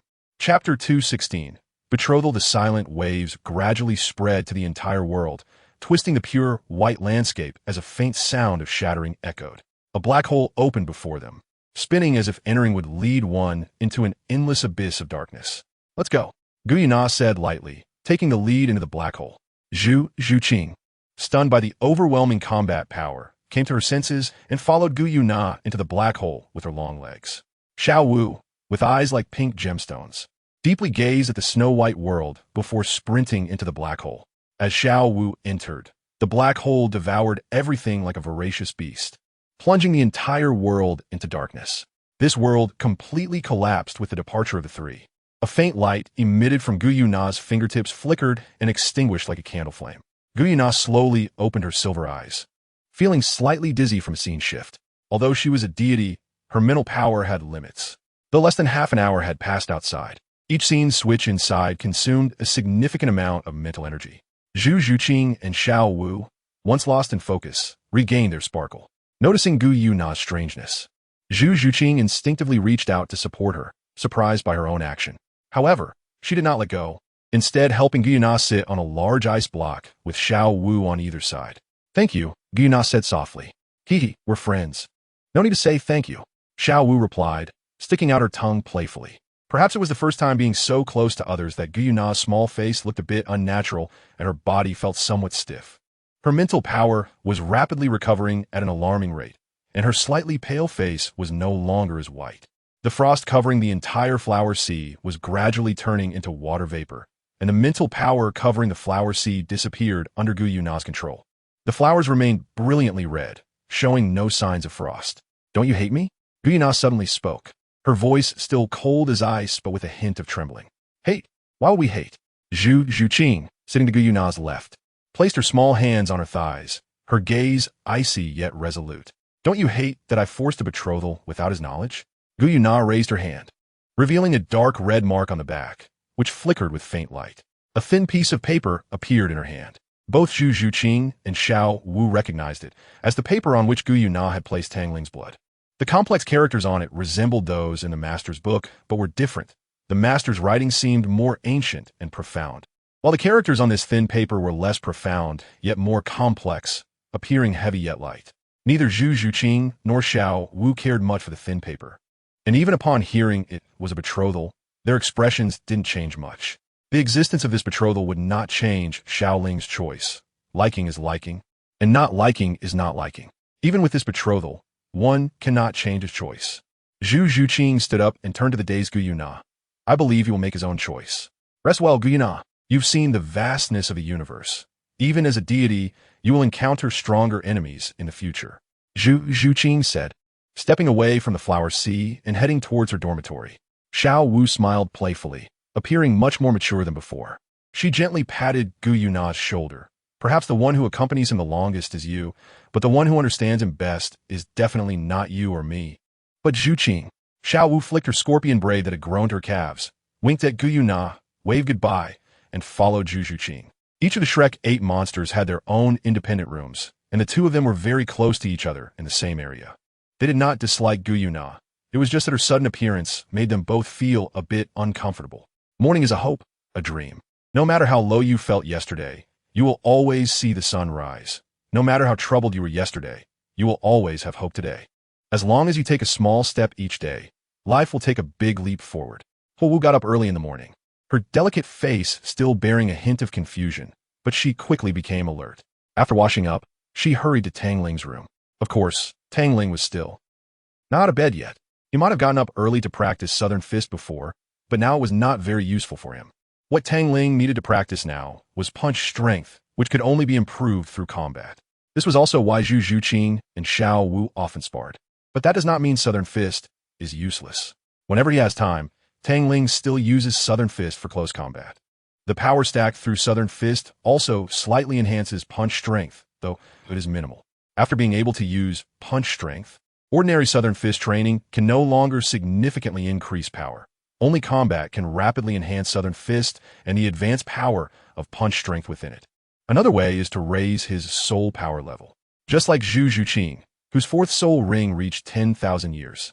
Her Southern Fist has surged to a stacking level of 67 layers, and her punch strength has also increased by 40% compared to before absorbing the fourth soul ring. Although Xiao Wu also obtained her fourth spirit ring, the level of the South Fist stacking only reached 57, and the power of her punches was only enhanced by 20%. Tang San's proficiency in the South Fist has always been lower than that of the two girls. Even his physical fitness cannot compare to Xiao Wu's. When Xiao Wu is serious and compares herself to Tang San, who hasn't used hidden weapons, Tang San seems like a being that Xiao Wu could easily be defeated by. Although Tang San's fourth spirit ring is also 10,000 years, its level is clearly not as high as Zhu Zhuqing's, whose is around 20,000 years, while his is merely a 10,000-year cave spider. The South Fist stacking only reached 43, and he still has not comprehended the power of his punches. It's not that Tang San's comprehension ability is poor. Rather, he has too many things to cultivate. Xiantian Kung Fu, Purple Extreme Demon Eyes, Ghost Shadow Misty Steps, Xianyu Hand, Controlling Crane, Catching Dragon. And he also needs to spend most of his time cultivating soul power, leaving very little time for practicing South Fist. In contrast, Zhu Zhuqing and Xiao Wu are different. They devote their entire hearts to the South Fist, with even less time spent on soul power cultivation compared to South Fist. Compared to them, Tang San's talent is much stronger, but in a certain aspect of talent, he is not as good as the two girls. In terms of soul power level, Tang San is not as good as Zhu Zhuqing and Xiao Wu. Even with Xiantian Kung Fu as a mental method, he cannot compare to Zhu Zhuqing and Xiao Wu. And even Dai Mu Bai, who has reached level 44, cannot compare to them. Zhu Zhuqing has reached level 45, while Xiao Wu has reached level 42. Most of their time is spent on cultivating punch power and the South Fist, yet their soul power level can still improve so quickly, which proves that in terms of soul power talent, they surpass Tang San. This is precisely why Zhu Zhuqing is stronger than Tang San, and even Dai Mu Bai cannot compete with Xiao Wu. With their understanding of the South Fist, if its power can become stronger and the stacking level higher, even the most ordinary 100-year spirit ring soul skill, combined with the South Fist and punch power, could rival the 10,000-year soul skill of a Soul King. Furthermore, in their understanding of strange fire, Zhu Zhuqing and Xiao Wu have left him far behind. The morning air is very clear, but in the Academy of Blazing Fire, the morning air is scorching. Although it is not very uncomfortable for Tang Ling, it is quite unbearable for Ziyu without the two on her head. Ziyu lay on Tang Ling, her fluffy cat paws gripping the fabric of Tang Ling's chest. Her small eyes filled with unhappiness as she stared at the sleeping Tang Ling. As the blood-dissolving pill was gradually refined by Ziyu, her body seemed to become lighter, and her purple fur became smoother, feeling like touching a ball of cotton. Tang Ling's perception is already much stronger than that of ordinary soul masters, and being stared at continuously by Ziyu makes him feel very uncomfortable. His hazy eyes opened to see Ziyu's unhappy gaze. With one hand, he pinched the back of her neck and lifted her up to his front. Tang Ling, who was in a bad mood upon waking up, stared deeply at Ziyu for a long time before tossing her to the distant sofa. He raised his left hand, forming a ball of icy white flame, and threw it at the still airborne Ziyu. Ziyu's fur stood on end as the icy white flame wrapped around her, shrinking to the size of a pinky finger and hovering above her head. The chilling aura instantly spread throughout her body, causing Ziyu to shiver and cutely bare her teeth at Tang Ling. The coldness quickly faded, the heat in the air receding, becoming somewhat cool, which made Ziyu comfortably squint her eyes and curl up on the sofa to continue refining the blood-dissolving pill. The crescent heart mark between her brows emitted streams of fine energy, flowing throughout Ziyu's body and finally converging in her eyes. As time passed, the crescent-shaped mark on Ziyu's forehead became somewhat faint. It would probably be completely depleted in less than 3 days.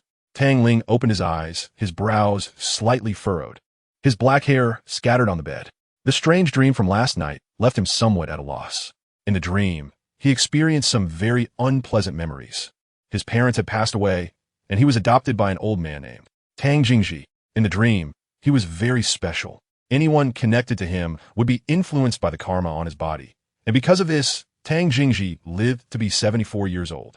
For some reason, just thinking of Tang Jingji's name would bring to mind a kind smile. Tang Ling's hand instinctively pressed against his left chest, his heart inexplicably aching, as if he had lost something very important. What was going on? Wasn't that a dream? Tang Ling's pupils slightly constricted.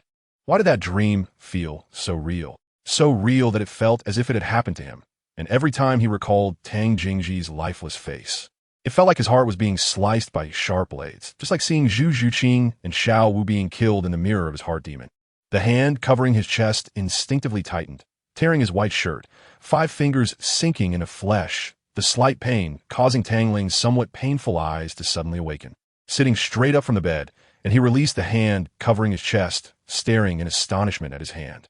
His black hair was somewhat disheveled behind him, and his chest was rising and falling violently, reflecting his unstable emotions.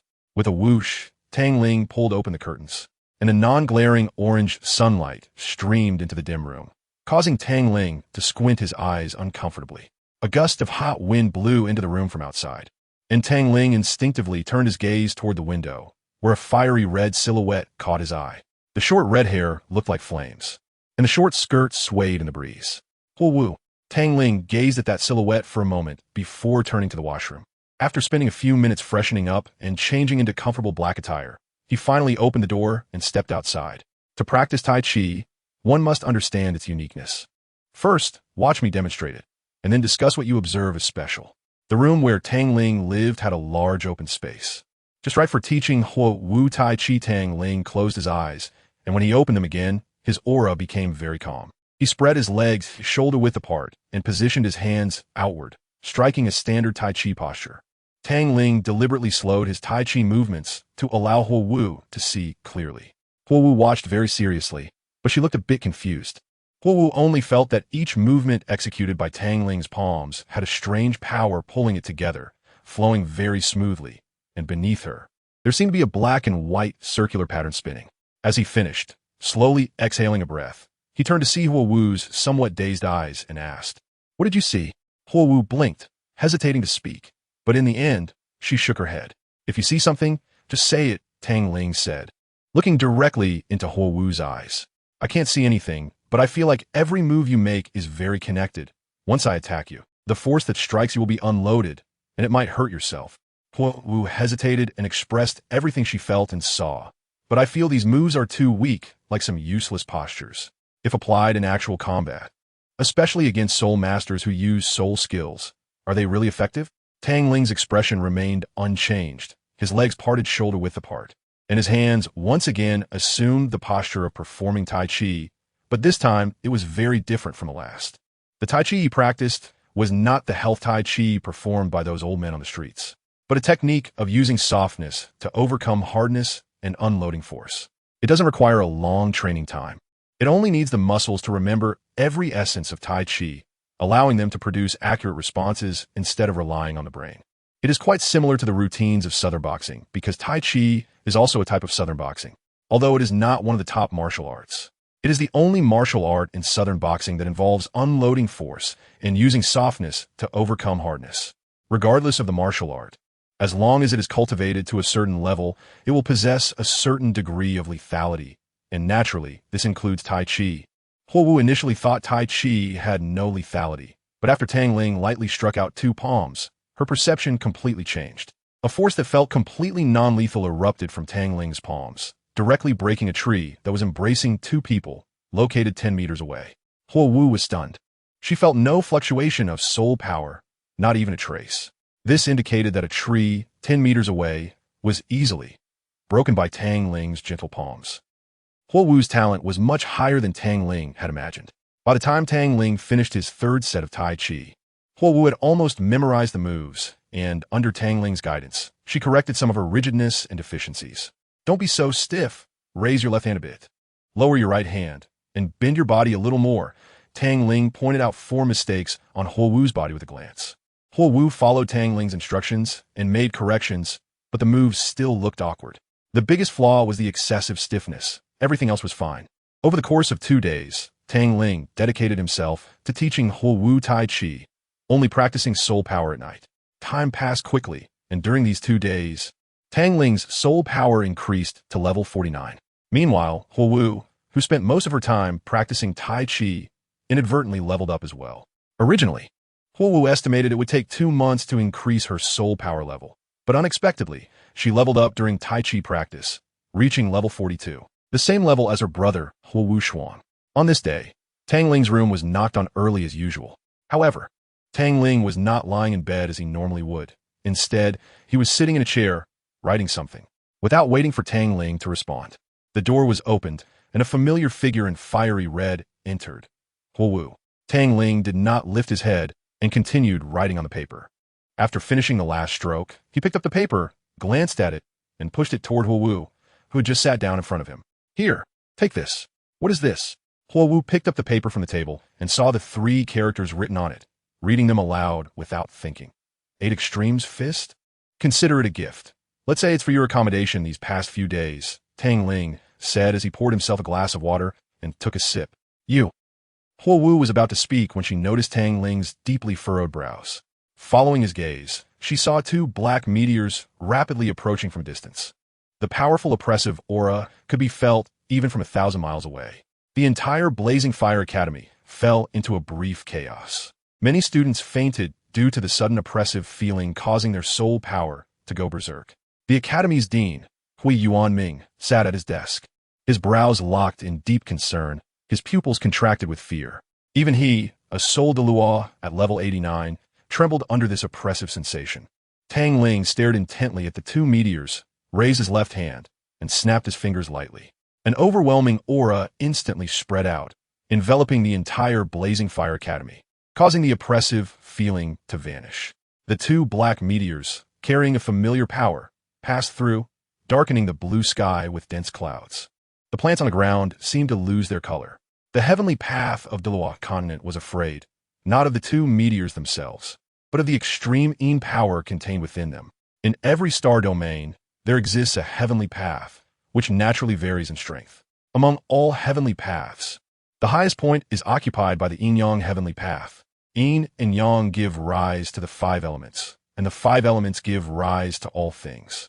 The Yin-Yang heavenly path is divided into 2 powers, extreme Yin and extreme Yang. A heavenly path that governs only a small world would naturally fear this pure extreme Yin power. The heavenly path of Douluo continent could easily crush these 2 individuals carrying a tiny bit of extreme Yin power, but by doing so, it would have to bear the wrath of the Lord of Extreme Yin, Mingyu. The extreme Yin power these 2 individuals carried was slightly more and purer than that of the unhappy one, although it was far less than 1/1000th of her extreme Yin power. However, their strength would certainly see a qualitative enhancement. The voice of Dian echoed in Tang Ling's ear. I can't help you with anything. Just be careful. You need to live to go back and see them. Tang Ling never thought of escaping. Even if he wanted to, he couldn't. Suddenly feeling a weight on his shoulder, Zio leaped onto Tang Ling's shoulder, calling out to him. Her beautiful pupils held a hint of confusion, as if asking Tang Ling, are you going to abandon me? Tang Ling gave Zio a deep look, not pushing her away, but instead turning his gaze to Huowu. He lightly tugged at the corner of his mouth, but said nothing more. His left hand reached for the bed, and a pulling force emanated from his hand, causing a package to fly out from the bed and land in his palm. The moonlight shimmered at his waist, and the package in his hand vanished. Tang Ling looked at the 2 black meteors on the horizon, their light shrouded by darkness. As if hope was devoured by despair, his brows furrowing deeply. Huowu's face was pale, but unlike the other students of the Blazing Fire Academy, she still had the strength to forcefully approach Tang Ling, biting her lip. Before she could speak, brilliant golden flames suddenly ignited on Tang Ling's body, and he transformed into a meteor flying out of the window. There was no so-called farewell. If it weren't for the time spent writing the 8 Extremes Fist, Tang Ling would have likely left the Blazing Fire Academy much earlier. Tang Ling hated goodbyes, so he disliked saying goodbye to others and also hated it when others said goodbye to him. Tang Ling, will we meet again? If fate allows, we will. Unlabeled Chapter 1. Don't know what's going on. I have no clues at all. Am I too nervous? But I still have some confidence in my strength. Can everyone forgive me? Chapter 219. Battle of the 2 Puppets. What Huowu didn't know was that when they met again a year later, the brilliant golden light she was now gazing at would become the person she most wanted to chase and surpass in her life. A thin piece of paper had been stored in the storage soul guide by Huowu. For her, the content written on this paper was worth as much as a soul bone, and in some sense, even more than a soul bone. Huowu had a strong and stubborn personality, but after Tang Ling demonstrated his strength by crushing the 7 most powerful students of the Flame Academy, her pride was completely shattered by him. Even in victory, Huowu did not see any pride or excitement on Tang Ling's young face. There was only indifference, as if winning was as simple as eating or drinking to him. The soul bone, which could have been obtained without effort, was personally returned because of a promise. And for a worthless stone to be exchanged for 2 types of martial arts was surprising. After spending 10 days together, nearly every day with Tang Ling for half a day, she still didn't know much about him, except for a chance encounter where she saw 3 projections. At that moment, The tenderness in Tang Ling's eyes and the smile at the corner of his mouth were something Huo Wu had never witnessed before. She raised her left hand, and a fiery red soul bone appeared in her palm, which was the left arm bone of fire attribute that Tang Ling had returned to her. It was a soul bone of very high quality that matched Huo Wu perfectly. Absorbing this soul bone, her rank in the Continental Elite competition would surely improve. And perhaps defeating the Godwind Academy was not impossible. Huo Wu murmured while staring at the fiery red left arm bone. She was one of the 7 chosen by the Flame Academy to participate in the Continental Elite competition, and the only one with a soul bone. Soul bones were extremely rare, especially one that was so compatible with her. Huo Wu had completely branded Tang Ling as her lucky star. As for the previous sense of oppression, she categorized them as passing strong individuals, unconsciously ignoring the detail that the pressure had dissipated after Tang Ling's snap of his fingers, and viewed his departure as merely coincidental. Tang Ling couldn't fly, but he understood how to use techniques to stay in the air. If one looked closely, they would notice that every time Tang Ling flew a distance, his body wrapped in golden flames would pause slightly. Looking down at his feet, one would see 2 ice blue blocks floating in the air. Tang Ling would lightly tap his toes on the ice blocks, and after his body shot out, the ice crystals would explode into ice shards, with the pause lasting less than a second, making it look like he was continuously flying in the air. 2 black meteors gradually enlarged in Tang Ling's pupils, and the sense of oppression from his powerful strength intensified as the distance closed. Even without Yin telling him, he had guessed that after killing Dalu, the next step would be for Mingyu to enhance the strength of the puppets she created. The 3 meteors were quickly approaching one another, and feeling the increasingly heavy sense of oppression, Tang Ling's expression darkened. His eyes suddenly burst forth with a more brilliant golden light, the golden glow shooting out like waves falling onto a lake. Purple extreme magic eyes. Soul shock. The 2 black meteors momentarily halted, as if they had been struck hard on the forehead, and at that instant, the black mist immediately spread out, engulfing the sky in complete darkness, as if the entire continent was shrouded in despair. At this moment, all those awakened with martial souls across the continent felt the fear from their martial souls. Whether they had beast martial souls or weapon martial souls, whether they were useless soul masters or genius soul masters, the emotion of fear was unmistakably clear in their hearts. In the Stardo Forest, located between the Heaven Do Empire and the Star Luo Empire, all soul beasts in the Sunset Forest within the Heaven Do Empire and the Panlong Forest in the Star Luo Empire were prostrating on the ground. Even the rare 10,000-year soul beasts in the Star Do Forest were trembling, their pupils contracting with intense fear. The golden light on Tang Ling suddenly surged, and 4 soul rings of purple and black moved rhythmically around him, the 4th soul ring faintly glowing. The earth trembled silently, and a giant fist made entirely of stone burst forth from the ground, smashing towards the 2 figures wrapped in black mist without hesitation. 4th soul skill, Earthfall. The 2 figures shrouded in black mist were indistinct in appearance, but their pupils were not like human pupils. They were blood red, devoid of whites, and the black mist emanating from their eyes was even more pronounced and terrifying than the thin black mist surrounding them. They shared a common characteristic with Dalu. Their pupils exhibited no spirituality, resembling the lifelessness of corpses. Among them, one shorter figure's red light in its eyes flickered noticeably. The stone fist exploded without warning into numerous small stone fragments, and during the flight, the tiny stones transformed into dust. "Dian!" Tang Ling exclaimed softly, and an even more dazzling golden flame ignited on him, resembling a golden sun, the brilliance becoming somewhat blinding. As his voice fell, Dian, who was in the imperial domain, felt his light golden pupils contract to a point. Waves began to ripple outward from Tang Ling, and a light golden barrier appeared, isolating him from all external connections, like a pot lid covering him and the 2 black figures. This barrier appeared small, but the space inside reached millions of miles. However, there was no sign of life within. A view of 1,000,000 miles revealed only the dull yellow sand, without a trace of green or any signs of animal habitation. Cough, cough. Damn, if I still had even a fraction of my previous strength, I wouldn't be this weak. Dian's light golden pupils obviously dimmed significantly, and his handsome face was filled with exhaustion. Tang Ling, this space is a special area created using nearly 40% of my soul power. Theoretically, this space can be considered another world, but in a sense, it is still part of the Douluo continent. You will soon encounter this. Dian's voice entered Tang Ling's heart directly, and the weak tone caused Tang Ling's pupils to contract slightly, the golden flames on him flickering, reflecting the complexity within his heart. Chapter 220, Battle of Two Puppets. Are you crazy? Tang Ling squeezed out 3 words through clenched teeth, the golden flames burning on him, swaying even more violently. He had not forgotten Dian's current condition, a soul body, and a soul body that was countless times weaker than during his peak. A person has 3 most important parts: the body, the mind, and the soul. The martial soul awakened by a soul master is part of the soul. Once a martial soul is destroyed, it is equivalent to destroying the essence of that person's soul, and the person will completely become a fool. In the era of the fallen gods, perhaps without a body, one could still exist, but without a soul, it meant that the person had completely disappeared from the world, with no reincarnation, as reincarnation is tied to the soul. A body without a soul becomes an empty shell, like a house vacated by its owner, where any creature capable of leaving its soul can take residence. Yin used nearly 40% of his soul power. Although it would recover, the speed would be very, very slow unless there were heavenly treasures that could restore soul power. I'm not crazy. I just did what I should do.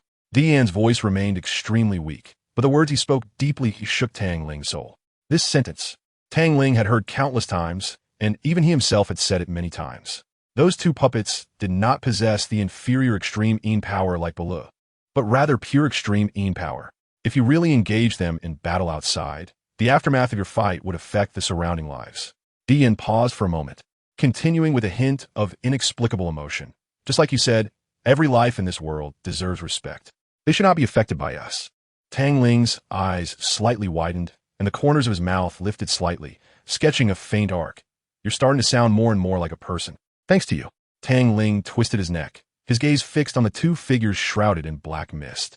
His golden pupils flickered noticeably, and the 4 soul rings that moved rhythmically on him emitted their own radiance. In that instant, Tang Ling had adjusted his state to the most perfect condition. In this unique world, the extreme Yin power on Tianya and Lao did not darken the sky like it did outside. Their thin black mist was slowly spreading.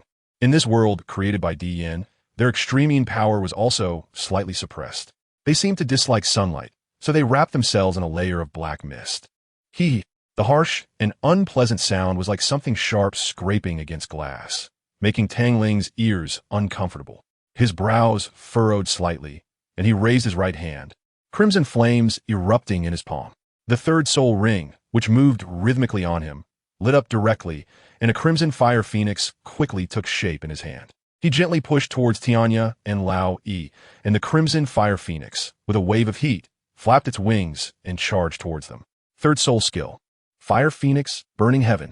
Tang Ling's 3rd soul skill, Fire Phoenix Burning Heaven, had powerful penetrating power and could be detonated anywhere at any time with his intent. With Tang Ling's current strength as a level 49 soul master, the explosive energy generated was enough to destroy a soul emperor. And even a soul saint would suffer severe injuries from such explosive power, including defense-type battle soul masters. However, under such a strong attack, Tianya and Lao Yi's reactions were quite calm. Both raised their hands simultaneously, and the thin black mist suddenly surged out, forming 2 black, hideous giant claws in an instant. Both of their arms swung simultaneously, and the black giant claws flew out, directly grabbing the crimson fire phoenix. As Lao Yi and Tianya's palms slowly closed, the jagged black spikes on the black giant claws pierced directly into the body of the fire phoenix, which flapped its wings like a living creature and let out a mournful scream before being ripped apart by the 2 hideous giant claws, scattering into crimson sparks. Tianya and Lao Yi's movements were perfectly synchronized, like one person, as they simultaneously swung their fists at Tang Ling. The 2 hideous giant fists ignored the scattering crimson sparks and directly barreled towards Tang Ling, perhaps due to the pure extreme Yin power within them. Their use of extreme Yin power was noticeably smoother than Belize, without the sense of stagnation he had. The thin black mist swirling around the 2 hideous giant fists added an eerie quality to them. Tang Ling stood expressionless, motionless, as if he hadn't seen the 2 giant fists. However, his hands and eyes had already undergone significant changes. The purple extreme demon eye and the Xianyu hand activated simultaneously, just when the 2 giant fists were only 10 meters away from Tang Ling. Lao Yi's extended fist suddenly opened. One of the giant fists transformed into a black giant claw, fiercely reaching for Tang Ling. The tips of the giant claw resembled 5 finger-like sharp spikes, slightly curved and exuding a sharp cold glimmer. The red light in the eyes of the short black shadow, Tianya, flickered noticeably, and the space around the hideous giant fist rippled slightly before it disappeared, leaving only a hideous giant claw continuing to reach for Tang Ling, seemingly wanting to tear him to pieces completely. The speed of the ghost shadow mysterious steps may not be the fastest among the steps included in the Southern Fist, but in terms of eeriness, ghost shadow mysterious steps could indeed be considered the first. Just as the sharp claw was about to touch Tang Ling, his body suddenly exploded, crimson flames rolling out, instantly forming a crimson fire phoenix. Without any warning, it exploded with a bang, completely annihilating the giant claw. Tang Ling's body appeared in the air like a ghost, with 2 light blue ice crystals hovering beneath his feet, making a faint sound. At that moment, the golden flames on Tang Ling transformed into crimson, and his purple-golden eyes narrowed slightly as he looked in a certain direction. The crimson suddenly turned into a chilling white, and a cold air began to erupt outward from Tang Ling as the center. He raised his left hand, and the first soul ring suddenly lit up, white, icy mist spreading from his palm, further increasing the coldness in the air. The left hand, shrouded in white, icy mist, gently pushed in that direction, and 2 light, blue ice crystals shot out from his palm. First soul skill, Bone Spirit Cold Fire, innate skill Freeze.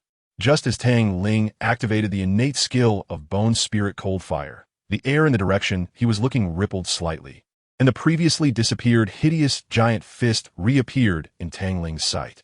Wherever the light blue ice crystals passed, even the air froze, and the ice crystals shot at the hideous giant fist, exploding upon impact. A coldness 100 times colder than the cold air erupted suddenly. Chapter 221, Battle with 2 Puppets Bone Spirit Cold Fire. As one of the most special, its unique innate ability is definitely among the top on the ranking. The stronger Tang Ling becomes, the stronger this unique innate ability will be. Once Tang Ling's strength reaches a certain level, this innate skill could even freeze time. What is time? That is a law. Apart from Di Yin and the underworld during their peak periods, no one can casually alter the timeline. Shatter. A voice filled with coldness came from Tang Ling's mouth. He didn't even glance at the hideous giant claw that had been shattered into pieces, and his body flickered as he dove from the air, a mass of earthy yellow flames erupting in his hand. The thick earth flame, a type of flame that is born from and resides in the earth's core, contains earth attributes.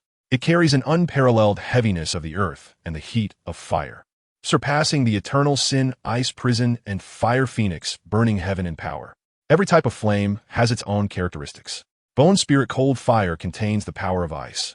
Qing Lian Earth Core Fire contains the power of wood. Thick Earth Flame contains the power of the earth, and Fire Phoenix Burning Heaven contains a pure fire power. The earthy yellow color is ubiquitous in this world, but the earthy yellow in Tang Ling's hand is purer and more dazzling. As Tang Ling dove down, the earthy yellow flames that erupted from his left hand gradually intertwined with the crimson flames on his body. The earthy yellow flames seemed to become more intense. Resembling chunks of rock, the earthy yellow infused with crimson, falling like a meteor from the sky. Every detail on the battlefield determines life and death. Overlooking a small detail may very well lead to being claimed by the Grim Reaper. Whether it was Tang Ling or Tianya and Lao Yi, who were controlled by the extreme power of the underworld and only retained a trace of rationality, neither wanted to die. In the ochre world, the black mist resembled a giant mouth of an abyss, and in the darkness, 2 pairs of strikingly scarlet eyes emitted a strange red glow, one high and one low, both exuding an extremely bloodthirsty and eerie red light. At that moment, the black mist, which was slowly engulfing this world, suddenly came to a halt, the thin black mist roiling like boiling water. Tianya's eyes emitted an even more bloodthirsty aura, and a scarlet blade slowly materialized in front of him, accompanied by 7 deep black soul rings. A pair of grayish-white hands, resembling those of a corpse, slowly grasped the blood-red blade. A low, hoarse chuckle filled with endless killing intent echoed, and at the same moment, the blood-red blade in hand suddenly swung, sending a crimson light blade crashing down toward a meteor falling from the sky. As the blood-red light blade passed, the space cracked inch by inch, yet it healed at an astonishing speed. When the blood-red light blade collided with the meteor in mid-air, a loud roar resonated throughout the space, causing a 100-meter radius to completely collapse around the 2 attacks, only to heal completely in an instant.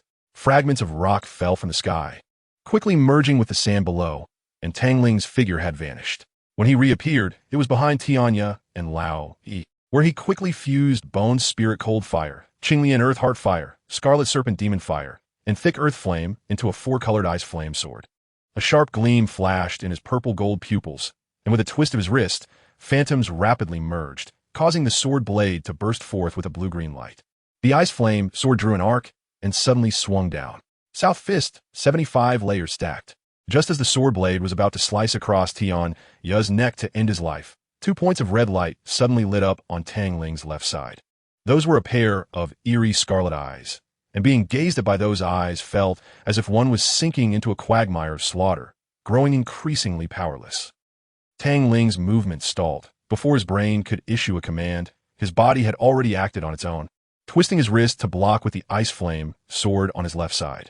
A loud clang resounded as a black hammer struck the sword body hard, producing a light sound from the ice flame sword, and a tremendous force surged from it, causing Tang Ling to retreat nearly several dozen meters while his feet remained planted on the ground.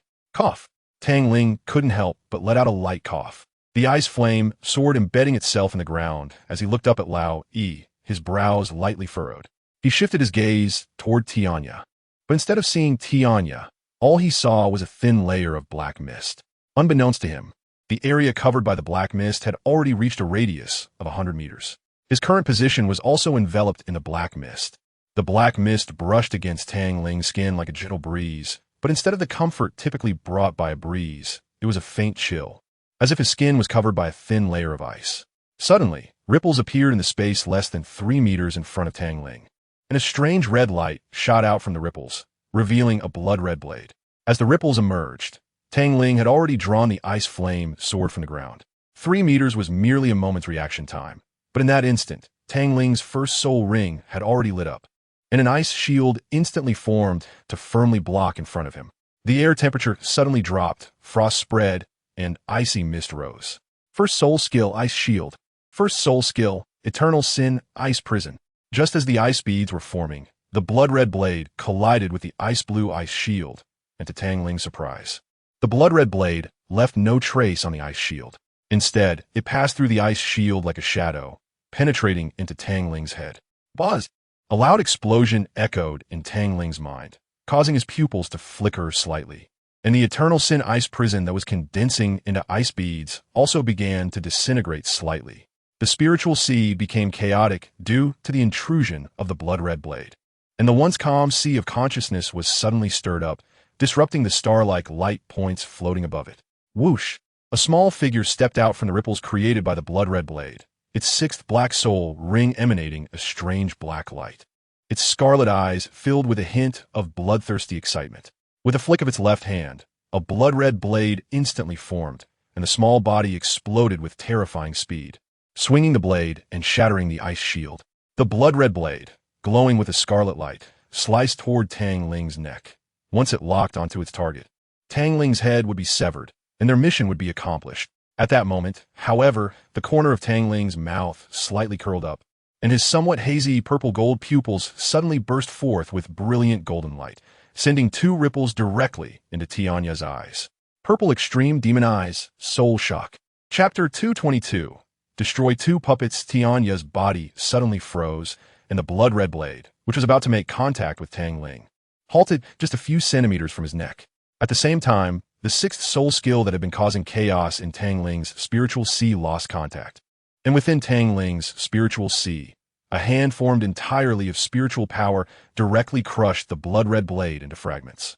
Tang Ling did not even know how strong his spiritual power was, but Tianya's soul skill actually attempted to destroy Tang Ling's nearly infinite spiritual sea, which was utterly overestimating itself. The reason he did not destroy the invading soul skill immediately was that he needed to draw out Tianya, a troublesome character with strong spiritual power. Not only that, but he also possessed the ability to slip into the void. Including this time, Tianya had already used his ability to slip into the void 3 times. The first time to make that giant fist disappear, the second time to let Lao Yi shift position to ambush him, and the third time now. As for how Tang Ling was so certain, It was because the black mist surrounding Qian had become so thin that it was almost invisible. Although the underworld was one of the Yin-Yang heavenly paths, it was impossible to forcibly implant a top-tier talent into an ordinary person. It could be done, but the cost would be a depletion of 10% of the extreme Yin power. 10% of extreme Yin power seemed small, but the power contained within it was enough to destroy the entire Douluo continent. Whoosh, whoosh, whoosh. Blue fire serpents began to spread wildly around Tang Ling's feet, rapidly engulfing the entire area shrouded in black mist like flowing water. A cluster of blue flames blazed fiercely in Tang Ling's eyes, and thick blue thorns emerged from the blue flames, carrying countless sharp spikes. The thorns, like giant pythons, quickly wrapped around Tianya and Lao Yi's bodies, continuously tightening and constricting, with the spikes piercing into their bodies like blades, binding their movements. Second soul skill, Death Thorns. ZZ, ZZZ, ZZZ. Ice beads instantly formed, and ice spikes extended from the ice beads, which astonishingly began to multiply like cell division.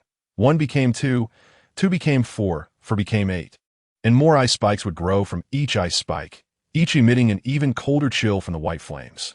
In an instant, the black mist was dispersed by ice spikes, and within a kilometer, all that met the eye were ice blue ice spikes. The ground was already covered with a thick layer of frost, and the surrounding temperature had dropped to a terrifying level. First soul skill, Eternal Sin, Ice Prison. The red snake demon fire within him was constantly restless, and a bright phoenix cry sounded from Tang Ling's fingertips. A point of crimson flame began to burn wildly at his fingertips, gradually forming a vivid crimson fire phoenix. He gently pushed his fingertips forward, and the fire phoenix flew out like a sharp arrow. Third soul skill, Fire Phoenix, Burning Heaven. Just as the fire phoenix flew away from Tang Ling's fingertips, his body darted out like a ghost, flickering as he concealed himself among the ice blue ice spikes. When he reappeared, he was already outside the range of the ice spikes. And at that moment, his right hand, surrounded by circles of golden flames, was raised. With a deafening roar, his pale golden palm slowly closed. With Tang Ling's movement, all the ice spikes responded like venomous snakes receiving a command, baring their fangs. Each ice spike ignited a cluster of eerie white flames, enveloping the tips of the ice spikes and forming a massive white python coiled on the ice spikes, which charged downwards. Rip! A thorn was shattered by the black mist swirling around the old goose, but at that moment, another thorn shot out from the green flames, filling the void left by the shattered thorn. In his crimson pupils, white snakes carrying countless ice spikes lunged at him. As his pupils slightly dilated, countless white figures completely engulfed him, and he once again experienced the unparalleled pain and fear that only a human could feel. Having long lost the sense of pain and fear, countless white giant pythons, carrying the ice spikes, directly pierced into the old goose's body, causing black lotuses to bloom on him, while the light blue ice spikes turned him into a porcupine. In the agony of being completely submerged by the ice spikes, under the emotion called fear, a faint survival instinct erupted at that moment. He almost instinctively retracted all the black mist wrapped around him back into his body. But because he made such a foolish decision instinctively, the extreme Yin power contained in the black mist instantly devoured all his existing consciousness. The old goose's body was suspended in midair by an ice spike that pierced through it, his mouth curling into a grim smile, and his bones emitted sounds like exploding bamboo tubes. His black robe directly exploded into fragments, and as he turned his head to the left, it twisted at an angle that a human could never achieve. 2 sharp teeth protruded from his mouth, opening as an invisible energy gathered within, emitting a sound akin to iron scraping against glass. The invisible force erupted from the old goose's mouth like a tsunami, overwhelming power, instantly destroying the ice spikes and thorns. The ice spikes within 100 meters were instantly obliterated, and chunks of ice fell to the ground, transforming into clusters of white flames. The green thorns followed suit, and the white and green flames intertwined in the desert, seemingly giving rise to blue-white lotuses blooming silently. Ouch! A low, hoarse voice emerged from the old goose's mouth. His lowered head lifted, and his crimson eyes slightly lost focus, a black light appearing in his pupils, which instantly devoured the crimson, turning his eyes into an eerie black. Crack! A hand grasped the ice spike that pierced through the old goose's body, and the ice spike was instantly crushed into 2 segments. The body, with no covering, still floated in midair. One segment of the broken ice spike still embedded in the old goose's lower abdomen, while the other had turned into ice shavings. Puffed. The old goose cried out in pain, but his actions were brutally rough, grasping the tip of the ice spike and directly pulling out the one embedded in his lower abdomen. A mass of black mist burst forth like blood, but in an instant, it intertwined to heal the wound. Crack! The ice spike in the old goose's hand was directly crushed, his crimson tongue licking his lips. He raised his left hand and suddenly clenched it, causing a figure resembling a torn sack to fly out from the center of the explosion. It was Qian, who had already lost both arms and a leg. Chapter 223. The furious Tang Ling, Qian's broken body, was lifted by the old goose in the air. The black mist swirling around Qian was slowly healing his wounds. Even the wounds from his severed arms and leg were gradually growing granulation tissue. The recovery speed was very slow, but if an ordinary person saw it, they would surely be terrified. As everyone knows, even a titled Douluo cannot regenerate severed body parts on their own. Of course, there are exceptions if soul bones are involved. However, it was clear that Qian had no soul bones. And even his soul power was not pure soul power, but a new force formed by the mingling of soul power and the extreme power. This force could normally use martial souls and soul skills, even making martial souls and soul skills 100 times stronger than before, and could provide endless soul power. But this kind of power comes at a cost, as their human consciousness could be devoured by the extreme power at any moment, just like the old goose now. Giggling, the triangular shapes at the corners of the old goose's mouth easily sliced through his own lips, and his sharp teeth clashed against his intact teeth, completely destroying the latter. Thick liquid dripped from his sharp teeth onto the ground, corroding it and leaving behind black scorch marks. Huh! A strange sound emerged from the old goose's throat, his black eyes resembling endless black holes that ensnared the soul. The Qian he held was struggling weakly, his gnome-like body resembling that of a 7- or 8-year-old child, seemingly aware of his impending fate, his crimson eyes filled with unwillingness and resentment. Puffed. Two sharp teeth mercilessly pierced through Qian's carotid artery, drawing out his extreme power. Gurgle, gurgle, gurgle. The extreme power was absorbed by the old goose at a terrifying speed, and Qian's body trembled violently as the extreme power flowed away, his crimson eyes flickering in unwillingness before finally extinguishing mercilessly. The old goose continued to absorb without mercy, like a glutton who would never know satisfaction. In the air, 1,000 meters above the ground, Tang Ling stood atop the 100-meter-long red spirit, a hint of concealed anger flashing in his purple-gold pupils. He raised his left hand, and the fourth soul ring lit up. The ground trembled, centered around the old goose. Ground spikes shot up from the yellow sand without any warning, like a giant python hunting. Fourth soul skill, thick earth pitfall formation.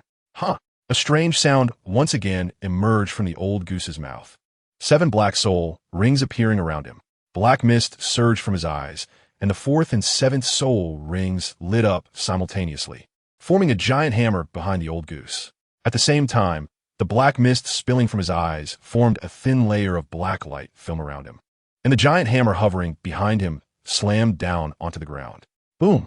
The black energy, carrying countless yellow sands, spread out in all directions.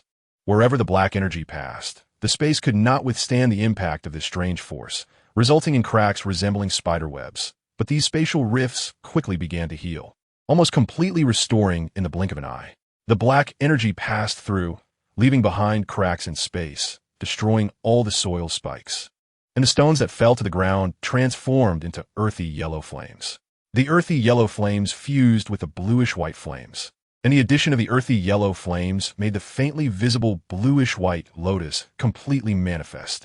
The integration of the thick earth flame gradually calmed the violent power of the bluish-white flames, and the 3 types of flames perfectly combined to form tricolor fire lotuses. The more beautiful something is, the more dangerous it becomes, and these tricolor fire lotuses seemed like beautiful bombs, ready to explode at the slightest touch. The black energy subsided, and the old goose still held the lifeless Qian in his hand. The 2 sharp teeth that had pierced Qian's carotid artery finally left his neck. But after the teeth withdrew, Qian's body withered away as if it had been dead for hundreds of years, turning into a skeleton. The old goose showed no respect for his teammate's corpse, directly plunging his hand into Qian's body as if searching for something. In less than 3 seconds, a sinister grin slowly formed at the corner of the old goose's mouth, as if he had found what he was looking for. He withdrew his left hand from Tianya's corpse, holding a blood-red blade, which was Tianya's martial soul, a spirit-type attack martial soul. As the blood-red blade was pulled out, Tianya's body completely turned to dust in just a few seconds, scattering in this desert world. In the sky, at 1,000 meters high, Tang Ling raised his hand and looked down at the changes below, his expression unchanged. His purple-golden pupils returned to their usual indifference, showing no intention to attack or interrupt the old goose, just quietly watching. The old goose slowly raised his head, his pitch-black pupils like an endless abyss, captivating the soul. And their gazes collided in the void, both their powers boiling simultaneously. The old goose slowly twisted his neck, the sinister smile at the corner of his mouth becoming even more menacing, and dark lightning snaked out from his body like little serpents, enveloping the blood-red blade in a thin layer of lightning. Tang Ling's thin lips parted slightly, and the crimson flames on his body transformed into earthy yellow. The intense heat caused the space to slightly distort, and the Qian beneath him let out an excited cry, its massive body carrying Tang Ling to a higher altitude. The wind blew Tang Ling's long hair, his black robe rustling, and he raised his right hand, the fourth soul ring lighting up. The ground shook continuously as grains of yellow sand were drawn by an invisible force, gathering behind Tang Ling like a waterfall flowing upstream, coalescing into a massive fist 100 meters in size. Fourth soul skill, thick earth descent. The wind howled in Tang Ling's ears, and the second purple soul ring among his 4 soul rings suddenly expanded, detaching from his body and floating beside the giant fist. The purple soul ring pulsed with waves of scorching heat, and blue flames surged endlessly from the soul ring, slowly blooming into a gigantic blue fire lotus. Second soul skill, Death Thorn. Not enough, still not enough. A trace of barely perceptible fatigue was in Tang Ling's voice as he pressed a hand to his chest, accurately finding the head of Zihu, gently rubbing it. Stay inside, don't come out. Meowha breath of turbid air was slowly exhaled, and a dazzling golden light flashed across his purple-golden pupils. The first and third soul rings lit up in succession, and almost the moment the soul rings illuminated, Tang Ling's face turned pale. At this moment, Tang Ling was recklessly unleashing the terrifying power within his body. The faint golden flame mark on his forehead resembling a burning golden flame, radiating a golden light more brilliant than the 4 types of strange fire burning behind him. Chapter 224, The Flourishing Age of Strange Fire. Scorching waves of heat surged forth from the faint golden mark, and a cluster of flames appeared, spreading across Tang Ling's body like fire snakes, with ancient characters flowing like brands within the flames as the fire snake spread. Tang Ling's arms extended out to the sides, and the power surging from within made him unconsciously clench his fists. The distorted air emitted a cracking sound, and, as his closed eyes opened, his pupils were no longer the familiar black or purple golden, but 2 real golden flames. His black hair rapidly turned golden from the tips, and the golden fire snakes that spread enveloped Tang Ling entirely. The surrounding space twisted, shattered, and repaired continuously in the unique high temperature of the imperial flame. 1 purple and 1 black soul rings spun out from Tang Ling's body, arranging themselves in the order of the soul rings, surrounding Tang Ling within 4 types of strange fire. Standing on Qi Ling's back, Tang Ling could feel Qi Ling's body trembling with excitement, and he seemed to be infected by that excitement, his previously depressed fighting spirit beginning to revive, every cell seemingly craving battle. Tang Hao had once told Tang San that Tang Ling was a born warrior, destined for battle, not only because of the first time he witnessed such shocking power, but also because in the infant Tang Ling's eyes, he saw boundless battle flames.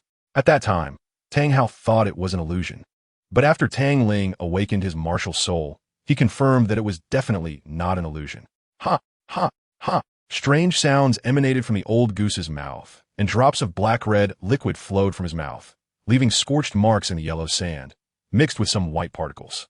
Black magical patterns appeared on the old goose's skin like the poison of maggots, intertwining to form a bizarre black pattern that looked both ferocious and filled with a soul-capturing pressure.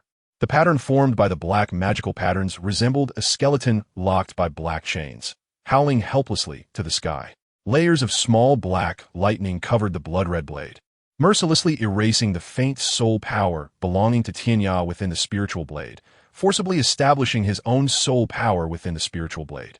Forcing his soul power into the spiritual blade, Besides the 7 black soul rings on his body, black soul rings gradually appeared on the blood-red spiritual blade.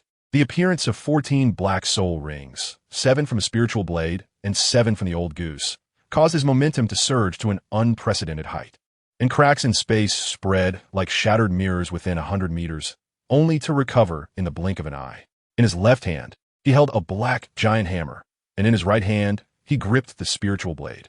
The giant hammer bore unique black patterns which, while the same color as the hammer, stood out prominently. Small black lightning snaked across the hammer surface, exuding an unparalleled violent aura.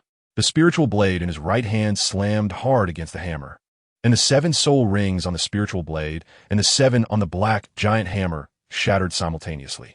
As the spiritual blade and the black giant hammer touched, the spiritual blade transformed into a blood-red flow, merging with the black giant hammer, and the dark hammerhead began to emit a bizarre red light, with streams of blood-red liquid gathering on the hammer surface, forming a strange and complex blood-red pattern. At the moment when the blood-red color was fully formed, the black giant hammer suddenly began to expand rapidly, growing 3 times its original height. Waves of brutal aura began to invisibly destroy the surrounding space, and 10 black soul rings appeared one after another atop the giant hammer. The old goose's mouth stiffened into a sinister smile, its teeth completely destroyed except for 4 sharp fangs, and drops of scarlet liquid slid down from the corner of its mouth, carrying white objects that fell to the ground. The black patterns carved into its skin began to writhe, as if alive, and the hands, also tainted with black patterns, gripped the hammer's handle, slowly lifting it. The old goose's body visibly sank a little, this small movement highlighting the hammer's weight. The intense desire for battle did not make Tang Ling lose his rationality or the chance for a single strike to kill. Suddenly, the voice of Qian echoed in his mind. Tang Ling, you only have 1 last minute. Regardless of whether you can kill you or not, that body can no longer withstand the invasion of the extreme Yin power and is on the verge of collapse. Otherwise, it wouldn't have absorbed that dwarf's power to strengthen itself. What you need to do is to endure this 1 minute. If you can't hold on, the extreme Yin power within you will erupt, and this world may very well be thrown into chaos by it, leading to its destruction. Dian's words did not stir much in Tang Ling's heart. His hands, extended to the sides, slowly gathered above his head, and as they merged, he turned his wrists, causing the ice flame sword to suddenly materialize in his hands. 4 types have erupted simultaneously with unparalleled energy: Bone Spirit Cold Fire, Qinglian Earth Heart Fire, Qilian Demon Fire, and Thick Earth Flame, all converging into a fiery stream atop the ice flame sword. Golden flames began to spread from the sword's hilt, gradually enveloping the entire ice flame sword. The 4-colored fire lotuses blooming on the sword blade were dyed pure gold, and as more and more fiery currents surged in, the number of golden fire lotuses blooming on the blade increased. Holy flame! Judgment! His lips parted slightly, and a voice devoid of emotional fluctuation emerged. Gripping the ice flame sword tightly, he suddenly struck down, unleashing a sword energy that stretched 100 meters long.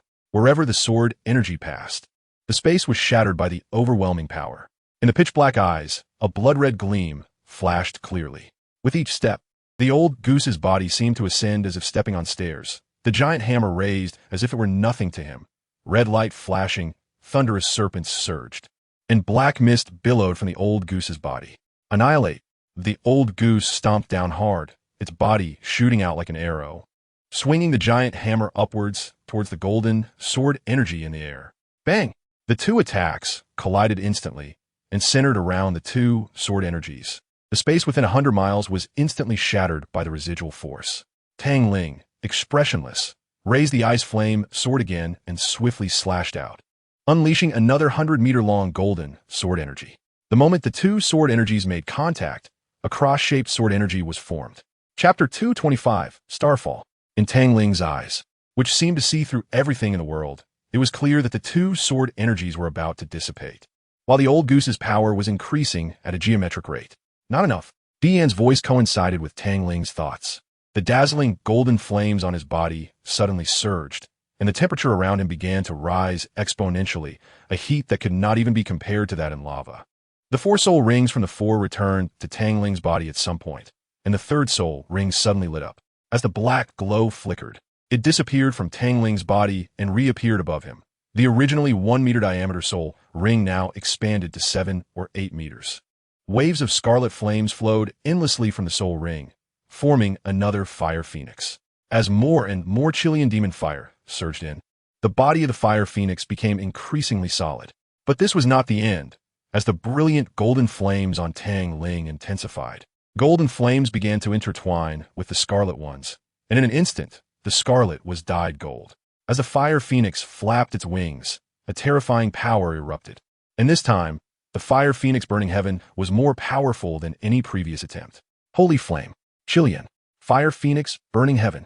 Strands of golden flames overflowed from Tang Ling's eyes, the sword tip pointing directly at the point of intersection of the two attacks. Screech! The resounding cry of the phoenix echoed across the heavens and the earth. The massive phoenix body dove down, and, in the blink of an eye, it collided fiercely with the old goose's giant hammer. The two forces, Holy Flame, Judgment, and the golden fire phoenix, resisted the old goose's annihilation together. And with this fire phoenix burning heaven, the old goose's soaring momentum began to gradually sink. Cracks began to appear on the old goose's body, for which black gas started to dissipate, transforming into pure power that vanished in this world.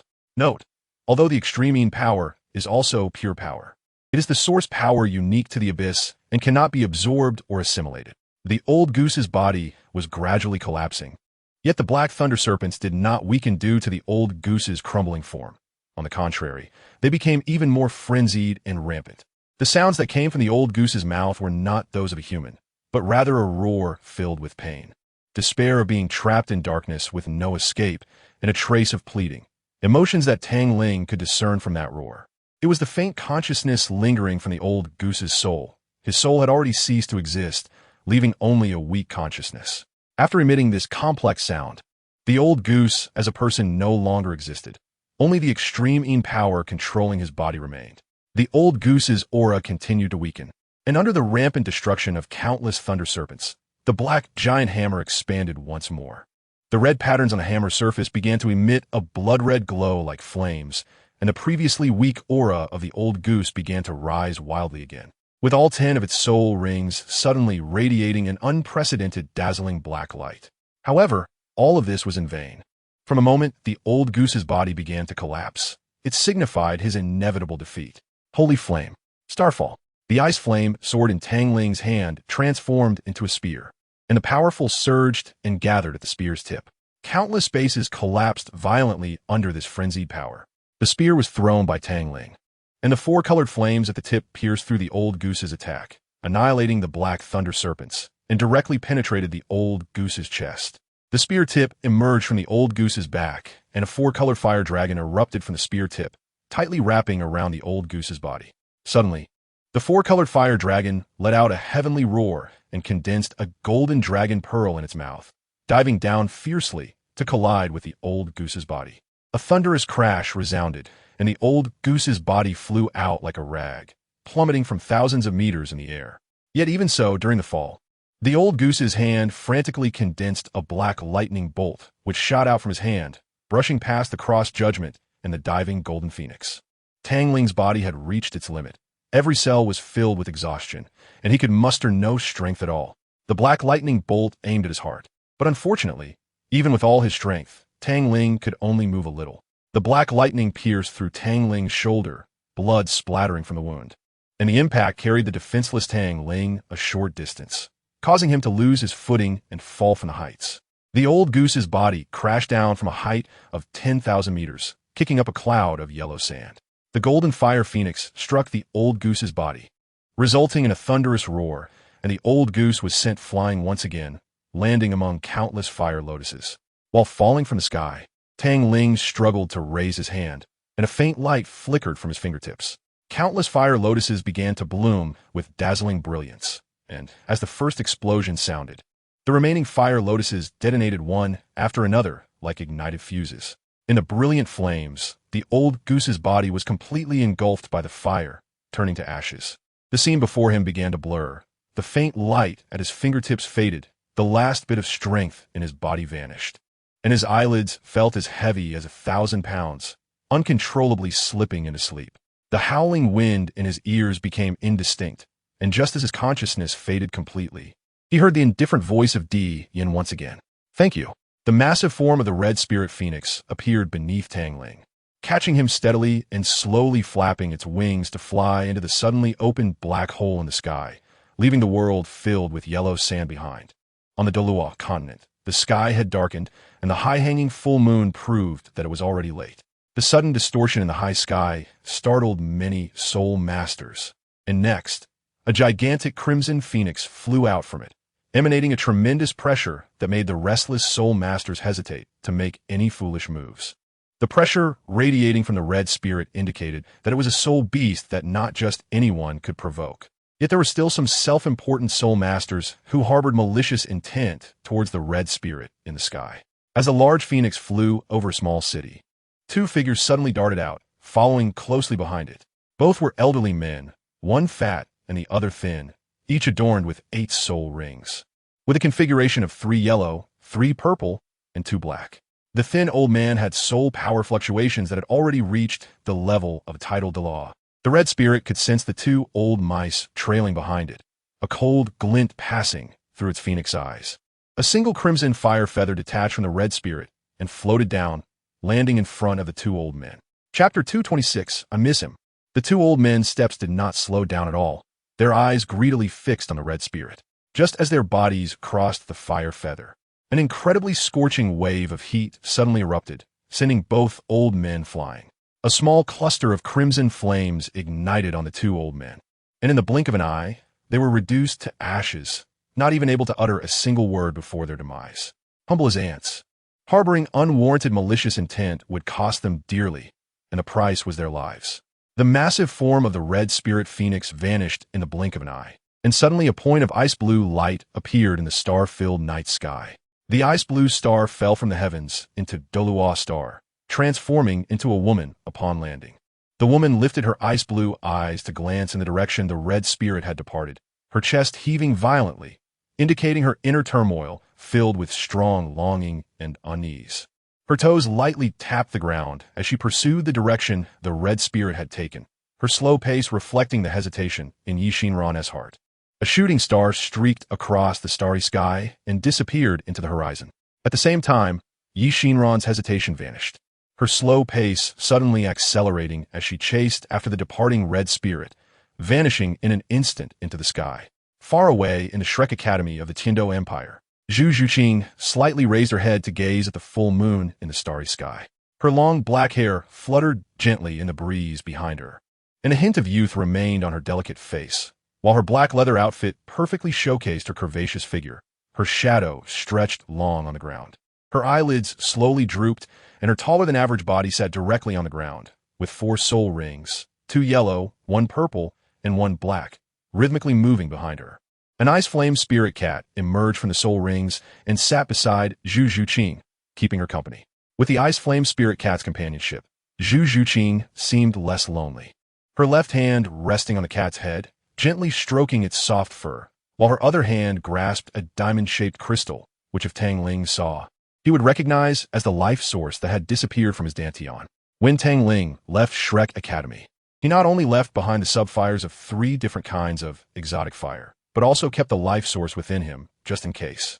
The vigorous life force of the life source could help them alleviate fatigue, and it had a special connection with Tang Ling. If anything happened to him, the life source would react abnormally. Originally, the life source was held by Tang San, but after a few minutes, he handed it to Xiao Wu, who then gave it to Zhu Zhuqing, so the life source had remained in Zhu Zhuqing's possession all along. I miss him. Zhu Zhuqing leaned her forehead against the ice flame spirit cat's forehead, murmuring softly, her black pearl-like eyes filled with longing and sorrow. I wonder what he is doing. If he's hurt again, and if he faints with no one to take care of him, what will happen? Zhu Zhuqing seemed to transform into a chatterbox, endlessly rambling to the ice flame spirit cat, her voice filled with longing for Tang Ling. As she spoke, Zhu Zhuqing's voice suddenly stopped, letting out a soft sigh. She hugged the ice flame spirit cat's neck, slowly closing her eyes. Her breathing, which had become somewhat hurried, gradually stabilized. When she opened her eyes again, she had transformed back into the cold-faced Zhu Zhuqing. Meow, the ice flame spirit cat, extended its tongue to lick Zhu Zhuqing, rubbing its head against her, its 9 tails swaying like whips behind it, with silver pupils revealing a hint of concern, as if it were worried about Zhu Zhuqing. It's nothing, just, I miss him too much. Unknowingly, it had almost been a year since they had parted. It felt like 1,000 years had passed. Zhu Zhuqing vigorously rubbed the ice flame spirit cat's head, thinking that the next time he returned, she would definitely have him try the braised fish she made herself. The sparkle in the ice flame spirit cat's eyes suddenly dulled, its whole body stiffening slightly. On the outskirts of the Stardow forest, a gigantic crimson phoenix descended from the sky, lowering its proud head. Tang Ling's body was gently lifted by an invisible force and slowly placed on the ground. The phoenix let out a silent cry, and as it flapped its wings, crimson fire feathers scattered, landing on the ground and erupting in a wave of heat, forming a natural protective circle that securely shielded Tang Ling within. The intense heat caused any soul beasts wanting to approach to instinctively retreat.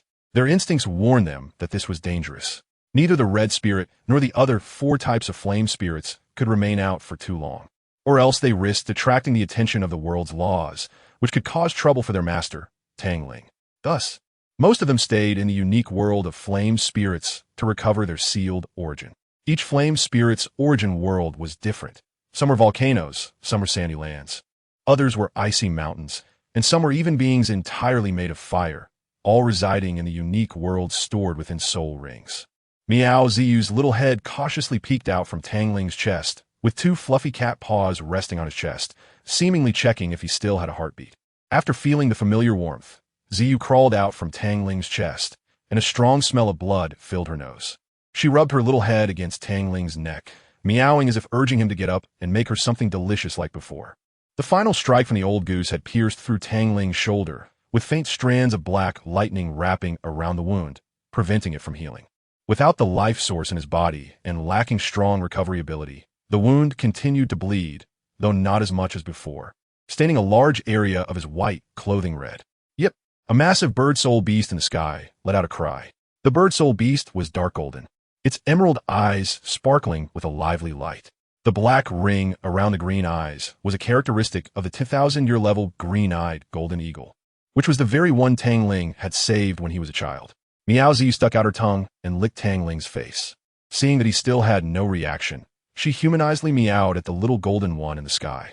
At that moment, Tang Ling's eyelids suddenly twitched, and the fiery sensation in his throat made him involuntarily cough a few times. His black pupils were slightly dazed as he instinctively called out, "Water." Chapter 227. The moonlit spirit cat. The sudden sound startled the 2 little creatures who were communicating in the language of soul beasts. Ziyu's tail behind her wagged constantly, expressing her joy, and she instinctively pressed her head against Tang Ling's face. Cough, cough. Tang Ling's face turned an eerie pale due to excessive blood loss. His magnetic voice sounded as if he had just walked out a desert, becoming a bit hoarse. Water. Ziyu's little head that was pressing against Tang Ling's face stopped. Her little ears twitched slightly, and her petite body suddenly radiated a pearly white light, like a dazzling star in the night, transforming into a beam of light and flying towards the source of the faint sound of flowing water. In less than a few minutes, Ziyu returned with a lotus leaf in her mouth, which held a small amount of water that spilled out occasionally as she moved. The icy water entered Tang Ling's throat through his cracked lips, slightly alleviating the fiery pain. With a heavy cough, he spat out a mouthful of dirty blood, and the feeling of a stone pressing down on his chest disappeared. His vacant eyes gradually regained focus. The pearly white glow on Ziyu began to dissipate, and a flash of joy appeared in her beautiful eyes as she licked Tang Ling's face, expressing her concern for him. The intense pain in Tang Ling's shoulder made him involuntarily groan in agony. The soreness all over his body and the absence of soul power in his dantian left him with no strength at all, making even speaking a luxury. He could only move his eyes to glance at Ziyu before slowly closing them, the mutated Xiantian gong in his body struggling to operate, drawing the spiritual energy from the heavens and earth to convert it into his own soul power. Unlike before, Ziyu didn't lick Tang Ling's face or press her head against him. Instead, she quietly squatted on the ground, as if guarding him. The little golden one soaring in the sky also landed on a tree, exuding an aura befitting a 10,000-year soul beast that caused some low-level soul beasts to flee in haste. The pitch-black world was as deep as Tang Ling's eyes, with fragmented scenes flashing before him. He stared expressionlessly, his eyes showing no ripples. Time passed second by second, the sun gradually rising and setting, the full moon hanging high, and the roars of beasts echoed deeper in the forest. Suddenly, two brilliant golden lights shone in the dark night, and at the same time, Tang Ling leaped up from the ground, his black eyes keenly fixated on the forest ahead, his thin lips slightly parted. "Senior, are you not coming out yet?" In a certain part of the night forest, footsteps gradually sounded. A woman who looked to be in her 20s appeared before Tang Ling. She wore a light blue long dress, her long black hair reaching her waist, and her ice blue eyes concealed a hint of inexplicable emotion that made Tang Ling feel uneasy. A faint smile graced her exquisite face. The moment Tang Ling saw the woman's eyes, he froze, feeling a call from his bloodline that made him furrow his brows slightly. This feeling softened the otherwise distant expression on his face. The woman, having stopped her steps at some point, raised her foot again, eventually stopping at a safe distance of only 5 meters from Tang Ling. She stared at his face for a long time, her lips twitching several times. Yet she still didn't say anything. Ziyu bared her teeth, her petite body lightly jumping onto Tang Ling's shoulder, sitting there and watching the strange female human. She sensed an unusual aura in the air. In the imperial domain, Dian was not sitting on his distant throne, but rather on a wooden chair, with his back to the mountains and rivers, brewing tea for himself. Thick white mist rose from the teacup, filling the air with a faint fragrance. The moment of choice had come. "Tang Ling, what will you choose? Will the future really become as beautiful as you say?" Dian slowly raised his head, his eyes, which had already held some emotion, slightly narrowed as he stared at the screen floating before him, softly murmuring, "Will you miss the warm past or embrace the cruel future?" A gentle breeze blew, dispersing the white mist and releasing a strong tea aroma. Dian lowered his head again, his long fingers gently fiddling with the teacup, his thoughts drifting away with the tea fragrance. The faint sting from his shoulder and the minimal soul power in his soul core made Tang Ling's brows gradually furrow. The strange emotion in his heart had settled, and his black pupils had returned to their usual indifference. He deeply gazed at the woman for a moment, preparing to tell her to leave when he caught sight of many purple lights and heard something moving in the grass. The little golden one circling in the sky also suddenly issued a warning, and Ziyu on his shoulder bared her teeth, letting out a low growl, her claws extending with sharp tips. "Danger!" Without the slightest hesitation, for soul rings, 2 purple and 2 black, appeared around him. He raised his left hand, azure flames burning fiercely in his palm, a scorching wave of heat surging out as a thorny azure vine shot from his hand, wrapping around the woman's slender waist and forcefully flinging her to the left. At the same time, a spider leg glowing with purple light brushed past the woman's dress. The thorn in Tang Ling's hand transformed into azure fire particles that dissipated in the air. After nearly a day, most of his soul power had been used to repair his body's injuries, leaving almost none in his soul core. And the wound on his shoulder had not had time to heal. Although it had stopped bleeding, it had not scabbed over. With this one movement, the wound was suddenly disturbed, and a trickle of crimson blood began to seep out again, the previously calmed black lightning starting to stir once more. Ugh! Tang Ling couldn't help but let out a painful moan, his right index finger pressing on several acupoints on his left shoulder, temporarily stopping the blood. When he looked up, he was met with a large group of human-faced magic spiders. Those purple lights were the eyes of the human-faced magic spiders and the purple glow on their spider legs. Meow Ziyu bared its teeth and leaped down from Tang Ling's shoulder. As it landed, its agile body began to emit a faint white jade-like glow. In an instant, it transformed into a 3-meter-tall, cat-like soul beast, with silver fur resembling auspicious clouds on its limbs, paired with vibrant purple fur, making it look like a divine beast treading on clouds. The U.S. Spirit Cat, an incredibly fearsome soul beast that feeds on moonlight and has a terrifyingly fast cultivation speed. This soul beast only exists in ancient texts and has appeared only once in nearly 10,000 years, and that one is already dead. Tang Ling had seen that ancient book by chance when he was very young. The bloodline within Ziyu is the orthodox inheritance of the U.S. Spirit Cat, the second U.S. Spirit Cat to appear on the Douluo continent. It is even purer than the first one that appeared. Chapter 228. Human-faced demon spider Ziyu's streamlined body slightly crouched on the ground, blocking Tang Ling's path, baring its fangs and letting out low growls. The pressure of a 1,000-year-soul beast was instantly released, perhaps due to its bloodline. Ziyu's 1,000-year soul beast pressure was different from that of an ordinary 1,000-year soul beast. Although its cultivation had just entered the 1,000-year mark, It was enough to rival the pressure released by 10,000-year soul beasts. As the pressure radiated out, everything around seemed to freeze for a moment. Xiao spread its wings and flew high into the sky, occasionally letting out cries, while the pressure of the 10,000-year soul beast descended from above. Tang Ling bit down hard on his tongue, forcing himself to concentrate all his energy. His tall figure straightened again, his fingertips flickering with golden light before quickly extinguishing. There was not a trace of soul power, no powerful spiritual energy. His body was so weak that it felt like a gust of wind could knock him down. Even so, Tang Ling's eyes remained calm, quietly watching the dense purple light spots appearing in the depths of darkness. The faint metallic smell reaching his nose told him that this soul beast was highly toxic. The dense purple light spots made it clear to Tang Ling that there couldn't be just one soul beast. It was likely a group of soul beasts. The woman who Tang Ling had subconsciously saved had somehow come to his side. Compared to Tang Ling's seriousness, she appeared very relaxed, a gentle smile evident on her lips, giving off a soft, flowing feeling. "Thank you." The woman's voice was melodious, like a lark. Tang Ling shook his head. He did not consider himself a good person, but he wouldn't just stand by and watch innocent lives perish before him. At least within his capacity, he would try to save anyone he could. As for those who recklessly jumped around in front of him, he wouldn't mind sending them to meet their maker himself. This woman next to him gave him an inexplicable sense of familiarity. He moved his lips but didn't say anything, his fingertips brushing against the moonlit night. Retrieving 2 silent darts. After hesitating for a moment, he handed one of the silent darts to the woman.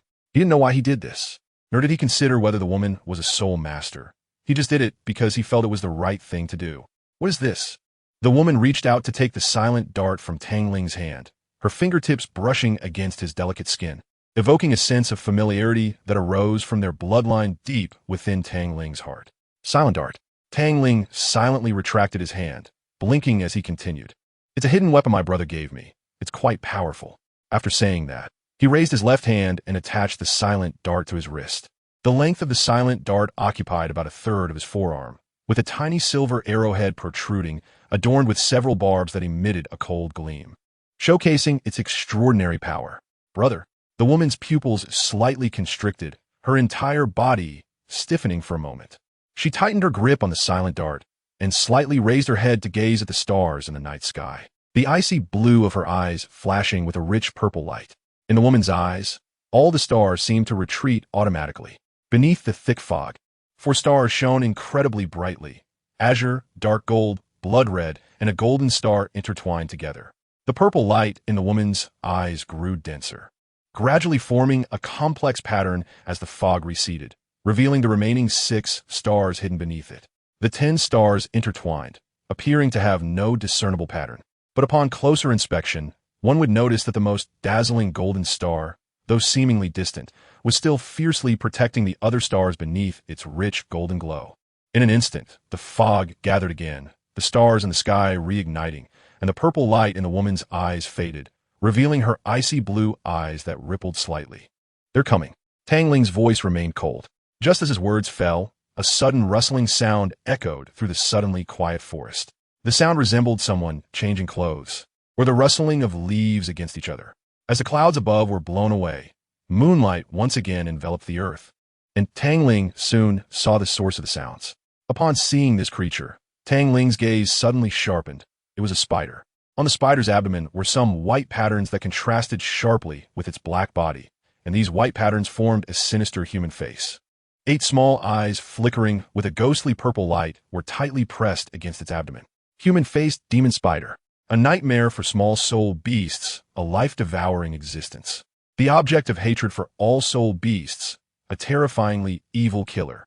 Originally solitary, human-faced demon spiders now appeared in dense clusters, as if something was driving them to gather together.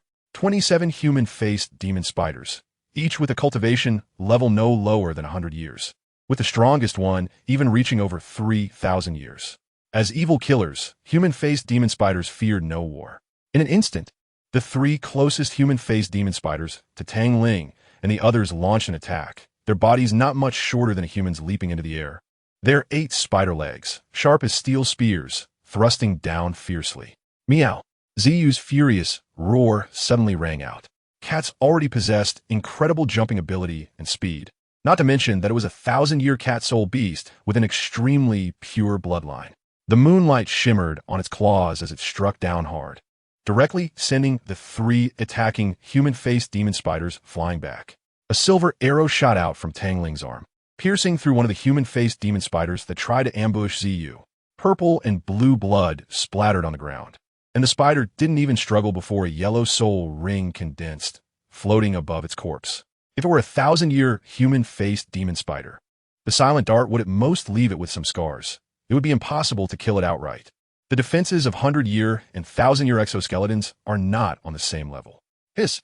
A hissing sound emerged from the crowd of human-faced demon spiders, and they began to move their 8 legs irregularly. Suddenly, among the group, a 100-year human-faced demon spider spat out a massive purple web from its mouth. The web was enormous, nearly 100 meters in diameter, with a putrid smell and thick purple liquid dripping from it. The vegetation on the ground was corroded by the purple liquid, instantly turning yellow, as if it had its life force drained away. Be careful. Don't get touched by the web. It's toxic. Tang Ling's warning made Ziyu stop its action of wanting to smash the web directly with a slap. Leave it to me. Chapter 229. Breaking the spider swarm, a voice as sweet as a lark suddenly rang out, and at the same time, a dazzling ice-blue crescent-shaped sword energy swept through, causing the temperature to drop suddenly, even forming a thick layer of frost on the ground. The crescent-shaped ice-blue sword energy exploded upon touching a spider web, spreading a light blue mist and freezing the entire web in a thick layer of ice. Ziyu leaped up and struck the frozen web with a claw, unleashing a powerful soul force that shattered the web into fragments. Such strong control. A hint of chill carried by the breeze brushed against Tang Ling's face, and as the coldness swept over him, he blinked, releasing a silver arrow that pierced through the black shell of a human-faced demon spider. Hiss! The hissing sound rang out again, and the swarm of human-faced demon spiders suddenly went into a frenzy, charging at him recklessly, each of their 8 purple eyes glinting with a hint of blood red. Their killing intent completely ignited. Tang Ling sidestepped, rolling on the ground to avoid a sneak attack from a human-faced demon spider. A flash of silver light appeared on his arm as 2 silver arrows shot out, piercing through the attacking demon spiders. Before he could stabilize his footing, the sound of air being cut reached him from behind. Tang Ling quickly turned, his hands glowing faintly gold, radiating intense heat. Lowering his body slightly, he unleashed a barrage of punches, creating afterimages as he struck out. The sound of an explosion echoed as his fist collided with 2 spider legs that resembled long spears, both parties stepping back 2 paces. Without giving the human-faced demon spiders a chance to react, Tang Ling surged forward, lifting his left leg and executing a sweeping kick. The human-faced demon spider, not expecting such power from a seemingly insignificant human, could only react when it saw the kick coming. Unsurprisingly, it was sent flying by Tang Ling's leg, revealing its most vulnerable human face. Crack, crack, crack, crack. A series of explosive sounds erupted from Tang Ling's right hand as dark shadows shot out.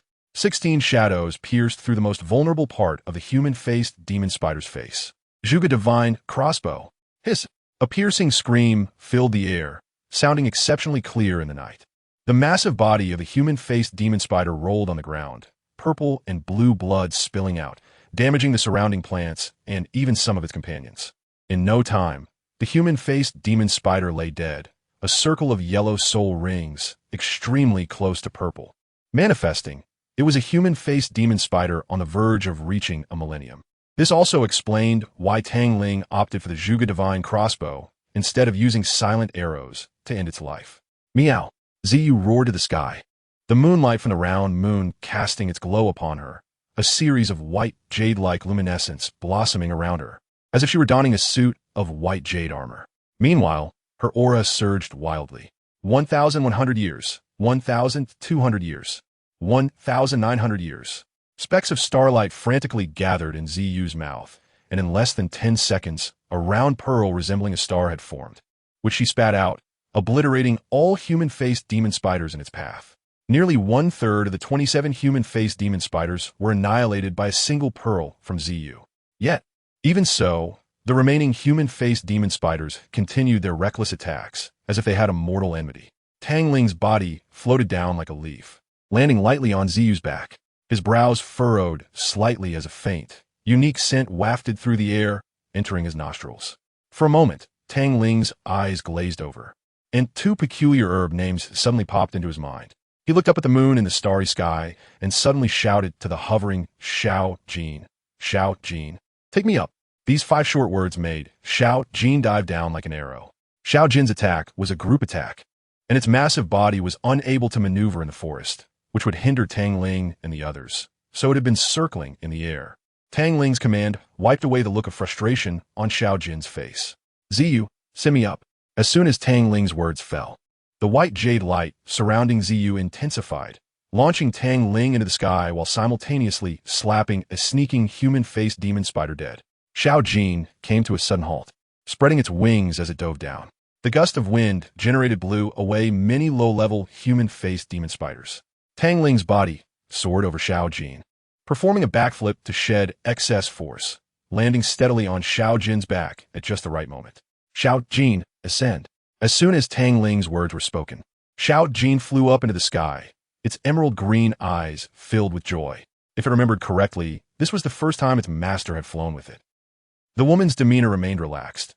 She did not use silent arrows, but instead flicked her fingers to unleash ice blue light blades, slicing the attacking human-faced demon spiders into pieces.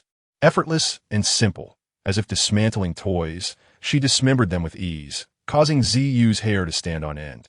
Since the moment Tang Ling leaped onto Xiao Jin's back, the woman's gaze had not left him, watching as he soared higher and higher.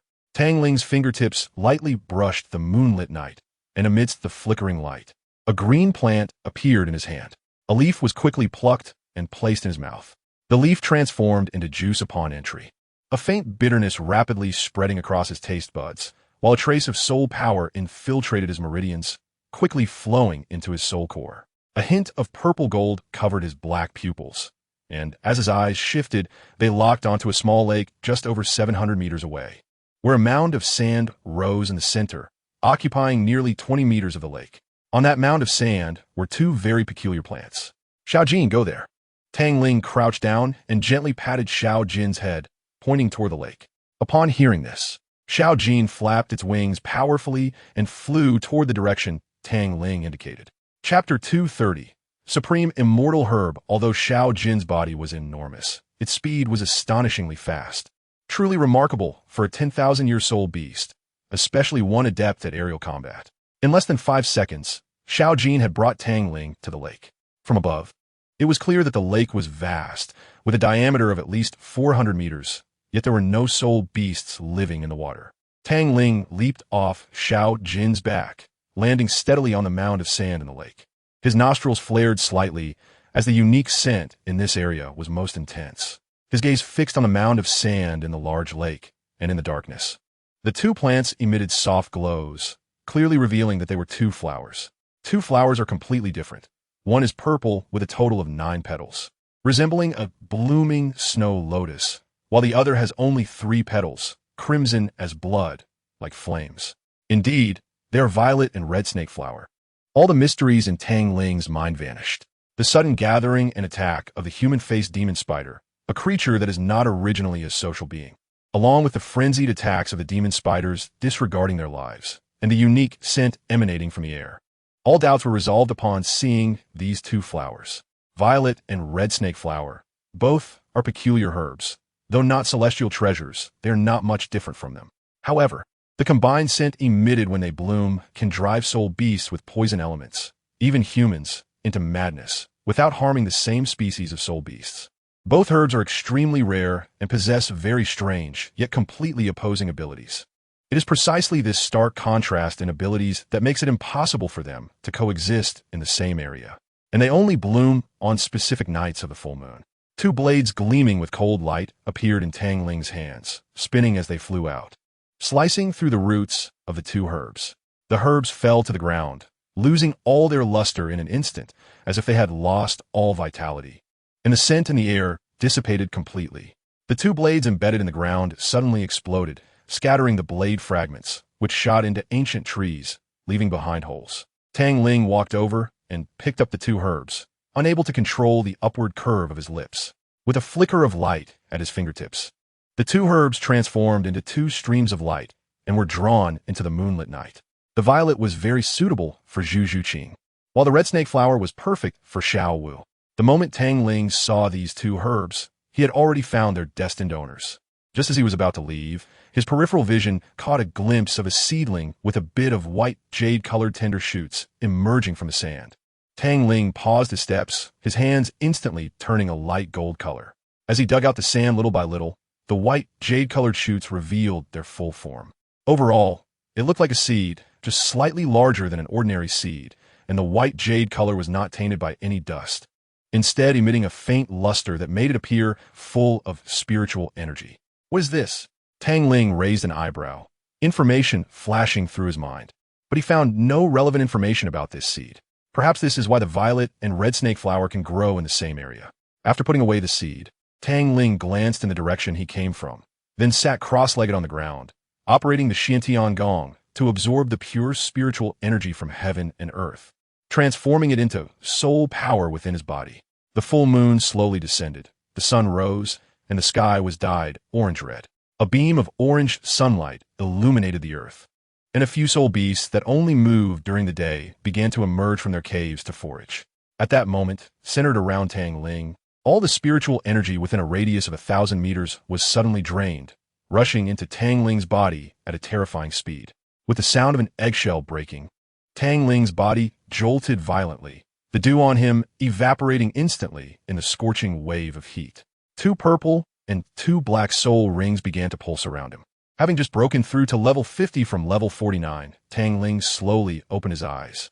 Raising his left hand, brilliant golden flames appeared, and without any hesitation, he pressed them directly against the still healing wound on his right shoulder. Sizzle, sizzle. As the golden flames touched the wound, they emitted a sound akin to roasting meat, and the golden flames continuously devoured the strands of black lightning. Tang Ling's body was pure and contained no impurities.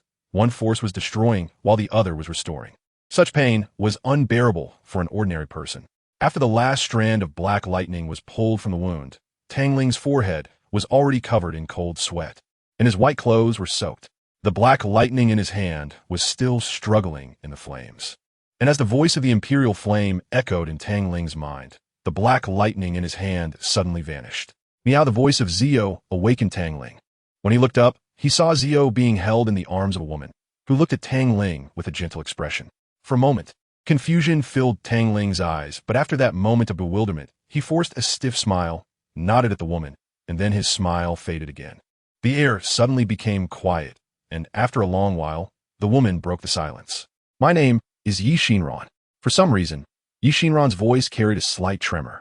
Tang Ling. The simple 2 words came from Tang Ling's mouth, straightforward and direct. That's a nice name.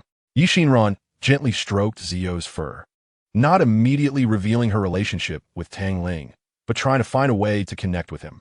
However, her personality was not chatty. On the contrary, like Tang Ling, she was also someone who spoke little, making it difficult to get closer to him. Thank you for the compliment. Tang Ling hesitated for a moment and continued. Could you please leave for a bit? Why? Yi Xinran was taken aback, her voice filled with unease. Did she show any flaws? Why does he want me to leave? Does he dislike me?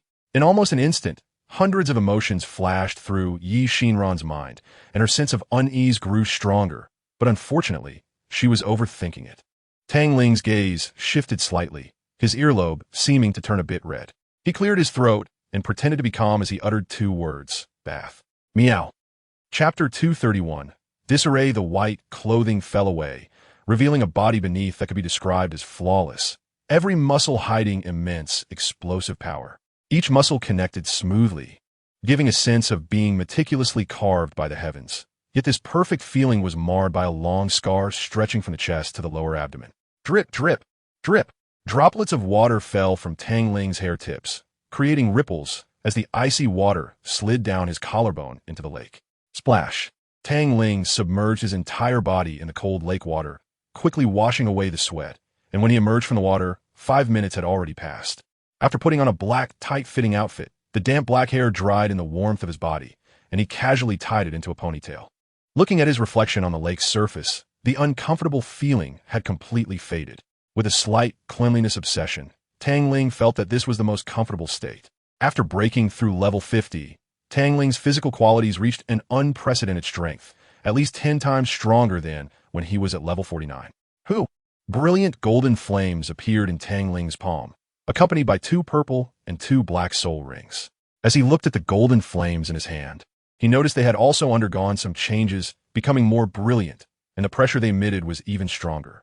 In the center of the golden flames was a white light point resembling a star, wrapped at the core of the flames, as if protecting something of utmost importance. Tang Ling silently gazed at the white light point in the golden flames, and his heart, which had not beaten violently for a long time, suddenly began to race. A scene suddenly flashed in my mind. A kind-faced old man squatting in front of an expressionless short-haired boy, followed by a gentle voice ringing in my ears. Child, in this world, there is gain and loss. If you gain something, you must be prepared to lose it, no matter how bitter or tiring life may be for us. Living is the greatest mercy this world can offer. The abrupt image that invaded Tang Ling's mind caused a sudden, intense pain in his head, like a key unlocking a tiny crack in a firmly locked memory. As time passed, the image quickly faded, and the sharp pain gradually subsided. The hand pressed against his temple, slowly lowering, his pupils dilating as he stared blankly at his own hands, as white as jade. The sourness in his heart made Tang Ling's eyes well up with tears, and he suddenly clenched his fists, looking up at the sky and roaring. Even the heavens have things they cannot accomplish, let alone humans. In Shrek Academy, Zhu Zhuqing, whose body moved as swiftly as a spirit cat, suddenly hesitated in her steps. This slight pause caused Dai Mubai, who had always been unable to do anything about Zhu Zhuqing, to have a sudden flash of inspiration. His fourth soul ring lit up, and light spheres like shooting stars began to gather. With a roar from Dai Mubai's tiger claws, endless meteors shot out. Fourth soul skill, white tiger meteor shower. Zhu Zhuqing's expression remained unchanged, even as those powerful meteors were within arm's reach.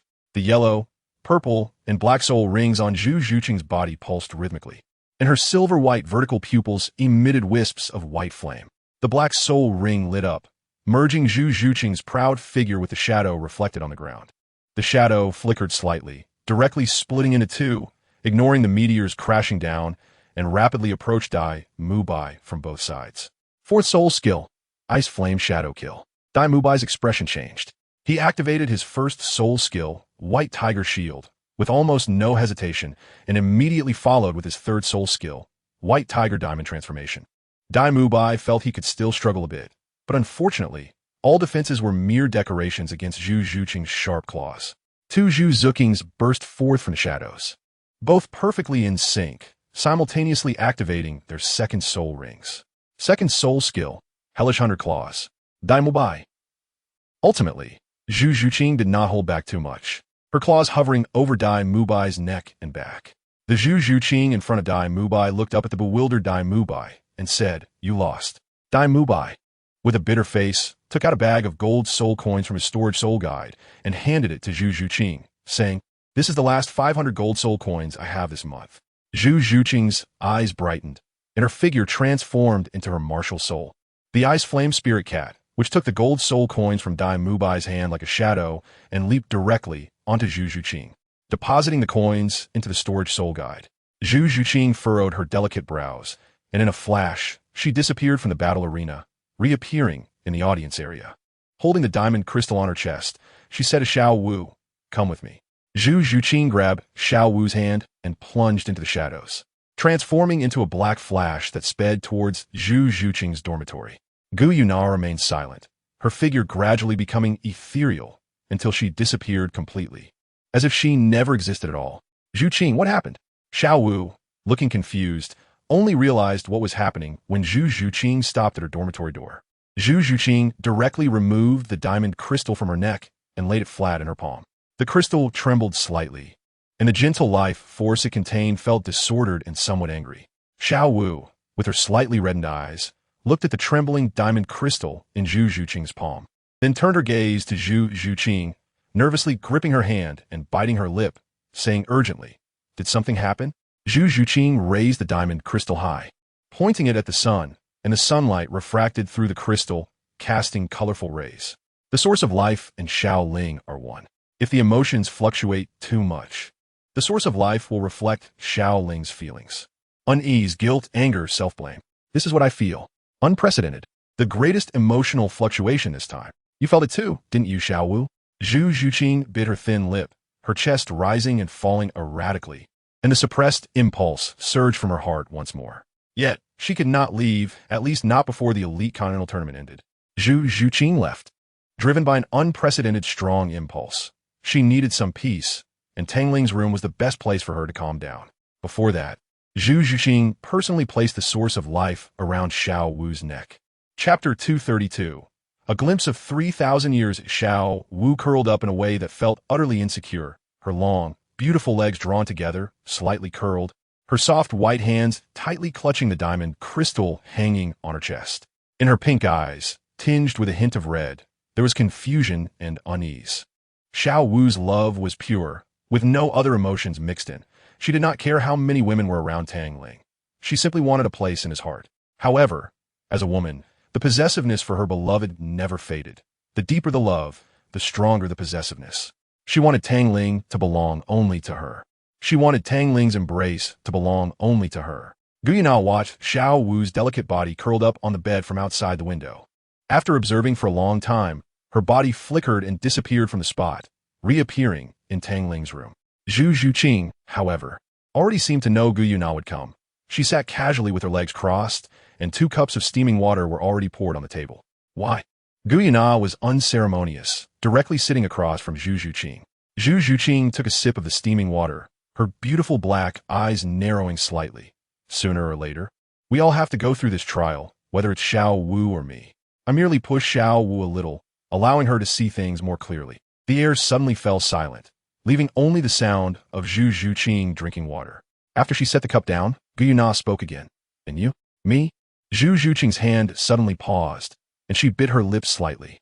As her black eyes blinked, she seemed to see a man tightly embracing her, exuding a heart-wrenching loneliness and despair, along with a phrase that made her heart, which had finally calmed down, ripple like stones dropped into a lake. It turns out that this world is not just gray. There is also red. After a long silence, Zhu Zhuqing lifted her delicate face to look at the lily of the valley flowers blooming on the balcony and slowly said, "This world has never only been gray, nor only red. There are many more astonishing colors. I want to accompany him to see." Guyana. A faint milky white light glowed in Xiao Wu's palm, and the rich vitality calmed her disordered little heart. Her slightly reddened eyes slowly closed under that gentle power. In that moment of closure, Xiao Wu clearly saw the milky white light rushing into her forehead. Her soul seemed to be dragged into an endless abyss. Her delicate body bound tightly by vibrant green vines, feeling as if her soul was about to be torn apart. At that moment, a warm sensation from deep within her soul emerged, as if she were soaking in warm water, healing the pain of her soul that felt like it was being ripped apart. When Xiao Wu opened her gem-like eyes again, the scene before her left her completely frozen in place.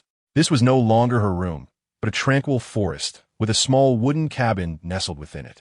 The scent of the forest lingered at her nose, a gentle breeze stirred her hair, the grass on the ground swayed slightly, and leaves spiraled down from the trees. Everything in front of her felt so real. A yellowed fallen leaf landed on her, but did not stay, instead passing through her body and falling to the ground. Just as Xiao Wu stared blankly at the fallen leaf on the ground, a woman's agonized wails came from the nearby cabin, accompanied by a man's voice that, although unclear, conveyed deep concern and urgency that Xiao Wu, being sensitive to emotions, could still feel. Xiao Wu took a step, blinked her beautiful eyes, and raised her hand to knock on the door, but her jade-like hand passed straight through the wooden door without any obstruction. After hesitating for a moment, she walked directly into the small wooden cabin. The cabin was simple yet warm. Though small, it had everything it needed. The woman's agonizing cries came from another small room in the cabin, and without hesitation, Xiao Wu walked in. What greeted her was a man in white, sweating profusely, kneeling beside the bed, holding a woman's hand tightly. The woman lying on the bed was drenched in sweat, her hair soaked. And most striking was her large belly and a large pool of water on her lower body. The woman's cries grew increasingly intense, and the water on her lower body became more and more, with hints of red. Under Xiao Wu's helpless yet curious gaze, a baby was born. She expected a loud cry, but what she heard instead was the blue lightning outside and the woman's weak voice, stained with blood, whispering, "Let me hold the baby." Is it normal to lose so much blood during childbirth? Just as Xiao Wu was puzzled, the woman, with one hand holding the baby who was looking at her mother with dark eyes, weakly raised her other hand to caress the man's face. The woman's pale, fragile, and unimaginably weak appearance suddenly reminded Xiao Wu of an unbelievable term: difficult labor, massive bleeding. "I'm sorry." The woman's weak voice reached the man's ears, causing his eyes to glisten with tears. He bit his lip tightly to hold back his tears, his shoulders shaking as he pulled the woman tightly into his embrace. "I'm sorry, I lied to you again." The woman curled up in the man's arms, one hand holding the baby, the other around the man's waist, whispering regretfully, "Xiao." The man rested his chin on the woman's head, feeling her body gradually growing cold, and softly said, "Let's name the child. Let's call him Bai Ling." The woman's voice was weak and barely audible, her eyelids closing uncontrollably. Suddenly, the baby in her arms began to cry loudly, as if sensing that it was about to lose something important. "Don't be sad. If it weren't for the child, I might have died long ago." Cough, cough. Su Yin coughed heavily, continuing in a weak voice, "I was already fatally injured. Before I die, being able to give you a child makes me very satisfied. Unfortunately, I can no longer accompany you. I hope the child won't resent me." The man nodded vigorously, tears uncontrollably streaming down his face. The woman's hand, which had been raised, ultimately did not touch Bai Ruoxing's face. It fell weakly, and her life force completely vanished at that moment. Bai Ruoxing tightly embraced Su Yin's cold body, letting out a painful roar. An invisible aura erupted instantly, and the cabin was whipped by a violent wind. Tears fell from his eyes, dripping onto the woman's hair, and her long, dark hair flew wildly in the wind, gradually turning from black to gray, and then completely to white. The baby was also crying, its clear voice becoming slightly hoarse from the wailing. Chapter 233. A glimpse of 3,000 years. The storm in the room gradually calmed down, and the rain outside pattered softly. Occasional flashes of lightning and rumbling thunder seemed to mourn for the departed. Tick-tock, tick-tock. The wooden cabin was simple and still leaking water. This warm home seemed to know it had forever lost its mistress and appeared to be crying. The baby's cries gradually quieted down, as if it had cried itself to exhaustion, and the fingers holding Bai Ruoxing fell into a deep sleep. The cabin continued to drip water, and Bai Ruoxing buried his head in the woman's black hair. When he raised his head again, his clear black and white eyes were filled with bloodshot veins, filled with numbness. Bai Ruoxing raised his hand, brushing through Su Yin's long black hair. The smooth strands flowed through his fingers like water, combing them over and over again. So skillfully it was heart-wrenching. He had always loved to comb Su Yin's long hair when she was alive, and she would curl up like a little cat in his arms, acting spoiled. Unfortunately, he would never hear her melodious laughter again or feel her warmth. Just thinking about it made Bai Ruoxing's body tremble slightly, and the baby in his arms seemed to sense his pain, showing signs of waking up. Why? Why couldn't I be cruel back then? Why did I have to let you give birth to the child? Bai Ruoxing's hands clenched tightly, his nails digging into his flesh, blood dripping through his fingers onto the woman's dress as he murmured to himself, like a madman talking to himself. In truth, both he and the onlooker, Xiao Wu, understood that his love for Su Yin surpassed his love for himself. Asking him to do what Su Yin did not want to do was more difficult than killing him, even knowing that Su Yin would die after giving birth. Bai Ruoxing still respected Su Yin's choice. His current regret was merely an outpouring of self-hatred. Su Yin's wish was to leave behind a bloodline for Bai Ruoxing before dying, while Bai Ruoxing simply wanted to be with his wife. Yet, such a simple wish was completely lost the moment Su Yin closed her eyes. Xiao Wu knelt on both knees, paying tribute to this great mother. All mothers in the world who give life to their children deserve respect, especially those who abandon their own chances of survival for their children's sake. It's not about whether it's worth it, but whether it should be done. Just as Bai Ruoxing was engulfed in the sorrow of losing his wife, the unease that had long existed in Xiao Wu's heart grew more intense. A flash of lightning split the dim sky, followed by a thunderous roar. As the thunder faded, howls of wolves echoed one after another. When the light from the lightning illuminated the wooden house, Xiao Wu clearly saw two silver threads entangled around Bai Ruoxing and Su Yin, and the silver thread on Su Yin had already snapped, while the one on Bai Ruoxing was tightening little by little. What is this? Xiao Wu blinked her beautiful eyes, and when she looked again, the threads seemed to have never appeared, with no trace proving their existence. Was it an illusion? Xiao Wu frowned, and just as she was lost in thought, The wall of the wooden house suddenly exploded, countless fragments flying. And a giant wolf with silver fur and a crescent-shaped silver mark on its forehead emerged from the debris. The giant wolf was at least 5 meters long and 2 meters tall, its eyes glowing faintly red, baring its teeth and threateningly growling at Bai Ruoxing. Little greedy wolf. Bai Ruoxing, buried in Su Yin's black hair, raised his head, and a fleeting glimmer of blood appeared in his bloodshot eyes. How dare you threaten me? The smooth black hair flowed through his fingers like water. Get lost. A massive aura was instantly released, directly pinning the greedy wolf to the ground. With a flick of Bai Ruoxing's fingers, a burst of energy struck the greedy wolf, sending its body flying out of the wooden house through the hole it had created. Ha! As expected of Bai Ruoxing, one of the strongest among humans. Outside the wooden house, the greedy wolves crouched on the ground, as if subjects bowing before an emperor. At the front of the pack stood a middle-aged man with silver hair and silver eyes, looking cultured and elegant. If it weren't for the greedy wolves bowing, he would truly look like an ordinary person. Bai Ruoxing gently placed his wife on the bed, and the baby beside Su Yin, his cold gaze fixed on the middle-aged man outside the wooden house, who seemed like a king among the greedy wolves. The Wolf King. Bai Ruoxing raised an eyebrow, gently grasping his right hand, a blue longsword appearing in his hand, the tip pointed at the Wolf King. His tone as cold as a chilling abyss. Do you want to die? The two gazes collided in the void, an invisible pressure causing the crouching greedy wolves to tremble. Ha! Still the fearless Baizun, huh? The Wolf King suddenly burst into mad laughter, his cultured demeanor shattered, tilting his head with a twisted smile. Silver eyes erupting with a fierce killing intent. You, heavily injured, with less than a third of your peak strength, still have the courage to say such words? Killing you is enough. Bai Ruoxing casually twirled his sword, blue sword energy swirling around the blade, a fierce wind rising, his white hair dancing, aura fully unleashed. And he charged fiercely at the Wolf King. Then I will see where your confidence comes from. A flash of crimson appeared in the Wolf King's silver pupils, and a strong bloody aura collided violently with Bai Ruoxing's blue energy, followed by a muffled roar as both Bai Ruoxing and the Wolf King staggered back 2 steps. Their gazes sparked in the void, their bodies disappearing and reappearing simultaneously thousands of meters in the sky, colliding with a piercing sound, disappearing and reappearing in different locations after each impact.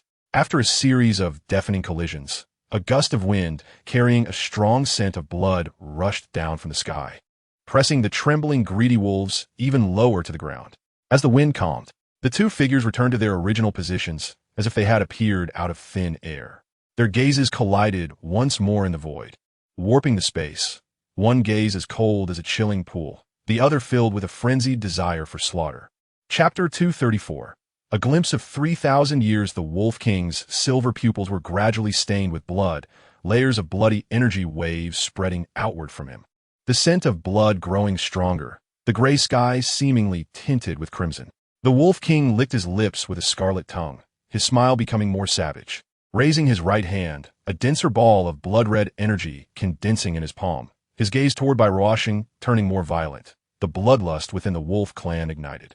Greedy Wolf Mark. His right hand suddenly clenched tightly, the gem-like blood-red sphere in his palm exploding, waves of blood-red energy surging outward, sweeping over the trembling greedy wolves. Their eyes turning crimson in an instant, a blood-red wolf head mark appearing on their foreheads. One by one, the greedy wolves stood up under the natural bloodline pressure from the Wolf King, baring their fangs at Bai Ruoxing and letting out howls. The blood-red energy waves rampaged, forcing Bai Ruoxing to take a step back uncontrollably. With a slight raise of his eyebrows, he flashed and positioned himself in front of the bed, raising his right hand to create a wall of wind that blocked the raging energy waves. Bai Ruoxing's calm gaze suddenly turned icy. A gust of wind blowing through his white hair, streams of blue energy converging into a blue tornado. The original blue tornado was only 2 meters tall, but as the gentle breezes gathered, it rapidly expanded, transforming into a massive blue tornado in the blink of an eye. The blue tornado ravaged the heavens and earth, uprooting giant trees from the ground and shredding them into countless fragments. Oof. This is not the territory you humans dominate. This is the domain of us ferocious beasts. You have no right to run wild here. The blood-red greedy wolf mark appeared on the Wolf King's forehead, his originally silver eyes now filled with blood red. pointing at Bai Ruoxing in the wooden house with his index finger, speaking with madness and brutality. All of you attack. Tear him to pieces for me. As the Wolf King's frenzied voice echoed, the blood-red, greedy wolf marks on the foreheads of the greedy wolves emitted a faint red glow, their claws extending from their limbs. With the appearance of the greedy wolf marks, their fears seemed to vanish. Unafraid of the raging hurricane or death, they directly charged their ant-sized bodies against the massive blue tornado. As the greedy wolves were shredded by the tornado, the air was stained crimson, the scent of blood growing stronger. Faced with the continuous deaths of his kin, smelling their blood in the air, the Wolf King showed no mercy. Instead, he grew even madder, his crimson eyes emitting a faint red glow, his smile shifting from madness to a somewhat sickly demeanor. Bai Ruoxing ignored the collisions of the greedy wolves, bending down to hold Su Yin's hand against his face. His cold gaze turning gentle the moment he saw Su Yin's beautiful face. As a peak-level practitioner of the Lingxi realm, he could be considered one of the strongest in this world, so powerful that he could, in certain moments, foresee or even see his own life and death. And at that moment, Bai Ruoxing saw his own death. Escape? Bai Ruoxing pressed his lips together. He couldn't do it. For him, death felt more like liberation, while living was a torment. Bai Ruoxing took off the jade pendant hanging around his neck. The pendant was white jade in color, oval-shaped, and intricately carved with the character Bai, each stroke exuding a sharp sword intent. Linger, please forgive me for being such an unworthy father. Bai Ruoxing placed the pendant around Bai Ling's neck, gently tapping her nose with his index finger, the first time he actively interacted with her. Do not resent your mother. If you must hate, then hate your father. Bai Ling seemed to hear Bai Ruoxing's words, murmured softly, twitched her delicate nose, waved her small hand, and continued to sleep. Father is going to chase after your mother now. Bai Ruoxing leaned down and kissed Bai Ling's cheek from the moment your mother died. Your father also died. Bai Ruoxing slowly turned his head to look at the greedy Wolf King outside the wooden house. Ener, wait for me. The azure tornado had been forcibly torn open by the greedy wolves, and only 2 or 3 remnants of the pack remained, still dazed. A streak of azure sword light, carrying overwhelming killing intent, burst forth from the wooden house, and the remaining greedy wolves followed in the footsteps of their fallen companions.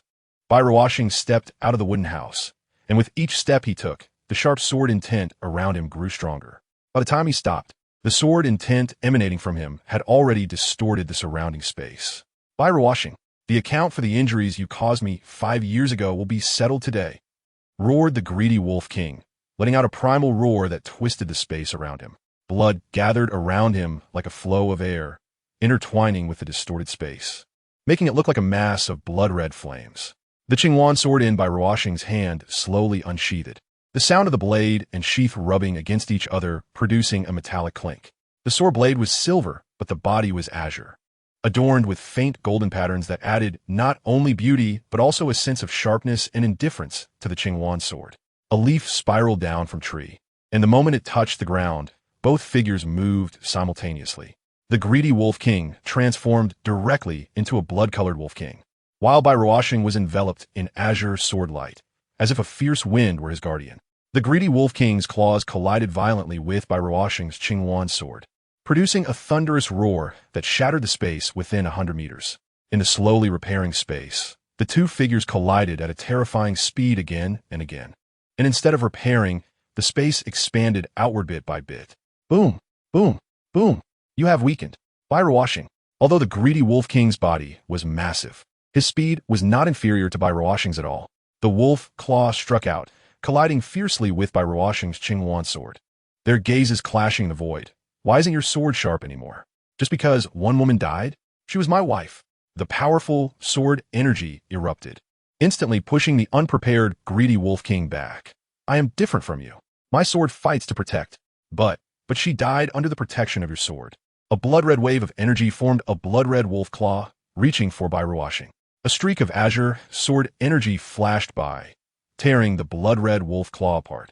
From the moment your heart stirred, it was destined that you would die by my hand. Chapter 235. A glance across 3,000 years from the moment your heart stirred, it was destined that you would die by my hand. Every word spoken by the greedy Wolf King was like a sharp thorn, ruthlessly tearing open the bloody wounds deep in Bai Ruoxing's heart, stabbing fiercely into his core. At the moment Bai Ruoxing's spirit faltered, a mental attack struck fiercely at his soul, causing his head to spin slightly. In less than a second, he regained his composure and instinctively looked up in the direction of the greedy Wolf King. A blood-red halo shot out from the greedy Wolf King's crimson eyes, instantly entering Bai Ruoxing's own eyes. The greedy Wolf King's body, engulfed in flames of blood-red energy, suddenly erupted, faint howls of wolves echoing from within. A blood-colored wolf head mark condensed at the center of Bai Ruoxing's forehead. The moment the wolf head mark was formed, the originally fragmented world in Bai Ruoxing's eyes suddenly vanished. The green grass swayed with the breeze, roses bloomed, releasing a faint floral fragrance, and butterflies danced in the air. The Qingwan sword in his hand transformed into a blooming rose, and not far away, a familiar silhouette danced gracefully, with butterflies fluttering around her. The silhouette's dance gradually came to a halt, her face unable to hide the smile as she squinted her eyes. Preparing to ask how the dance was when her entire delicate body was suddenly embraced by Ruoxing, who had appeared by her side without her noticing. Ruoxing, what's wrong? Her ethereal voice carried a hint of concern as she gently patted Bai Ruoxing's back, as if soothing a child. It's nothing, just wanted to hold you. Breathing in Su Yin's fragrant hair, Bai Ruoxing closed his eyes in satisfaction, the rose in his hand falling to the ground. At that moment, he felt an unprecedented sense of peace. A pale hand glimmered with a faint bloodlight, piercing through Bai Ruoxing's chest without hesitation and crushing his heart. How could this happen? From the very beginning, you knew it was all fake. Why didn't you resist? The greedy Wolf King's hand withdrew from Bai Ruoxing's chest, hot blood gushing out, with a few drops even splattering onto the greedy Wolf King's face. Are you seeking death? Are you looking down on me? If you underestimate me, I can kill you. The greedy Wolf King was indeed a killer, but not a fool. Bai Ruoxing, as one of humanity's strongest, had fought him at least 100 times. As enemies, they could not be unaware of each other's abilities. Both were peak experts in the Void Realm, and the destruction they caused to space was due to their powers. The greedy Wolf King's bloodthirsty laws and Bai Ruoxing's profound wind laws both had a certain level of destructive effect on the restoration of space, which is why the speed of recovery was so slow. After she died, my heart also died. Bai Ruoxing's voice was incredibly weak. Even if his physical body was reduced to ashes in the Void Realm, as long as his soul remained intact, he could still seize another body or use heavenly treasures to reconstruct his physical form.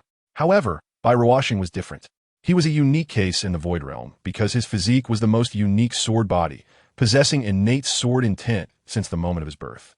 From birth to the end of his life, those with the Void sword body had their soul, consciousness, and sword intent fused with their physical body.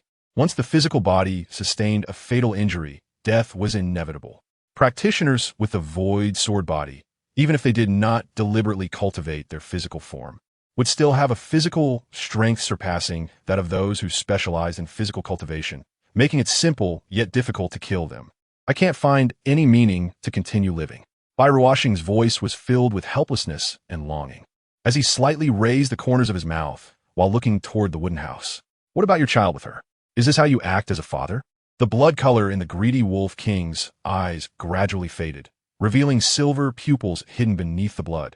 You could have accompanied him as he grew up, given him a bit of warmth of home, at least allowing him to have a beautiful childhood. He will understand.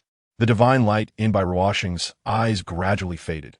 When he met the woman he loved most, someone he loved beyond his own life, he would understand why I would do such foolish things in the eyes of others.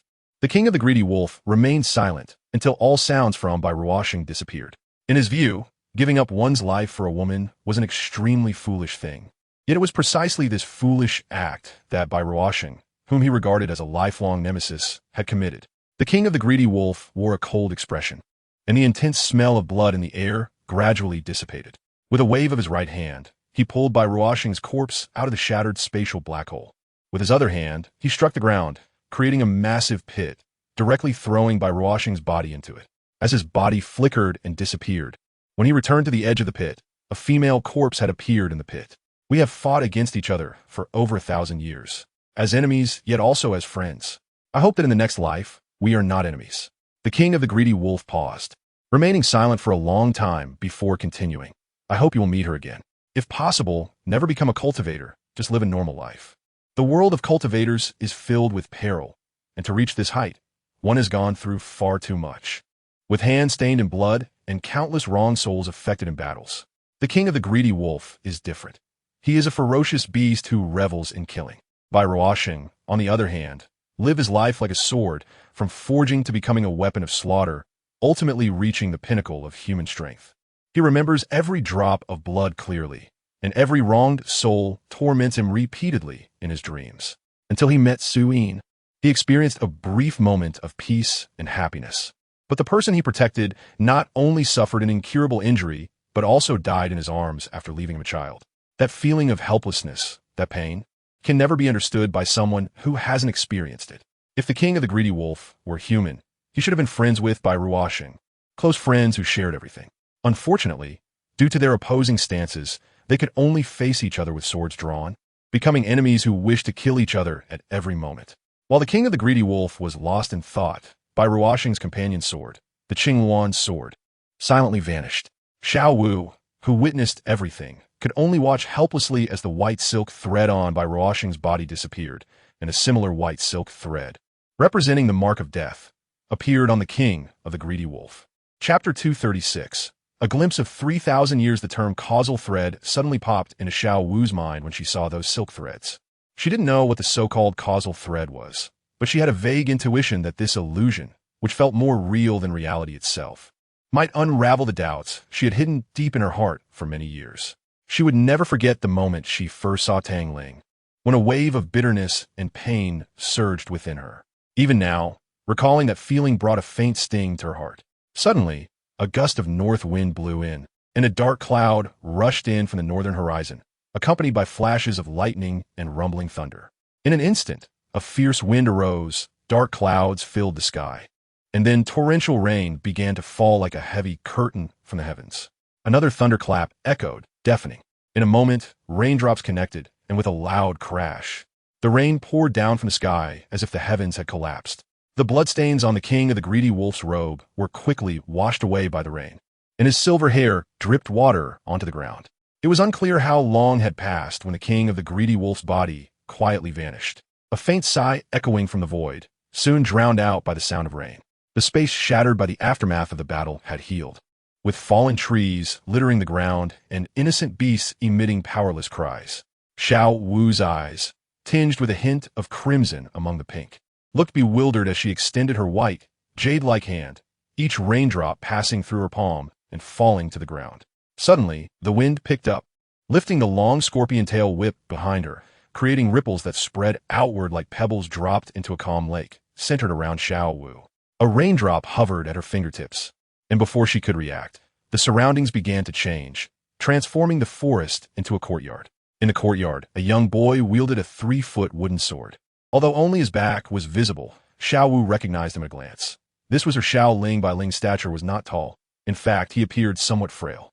His long black hair was casually tied into a ponytail hanging behind him, and his flawless face, seemingly carved by the heavens, bore no expression.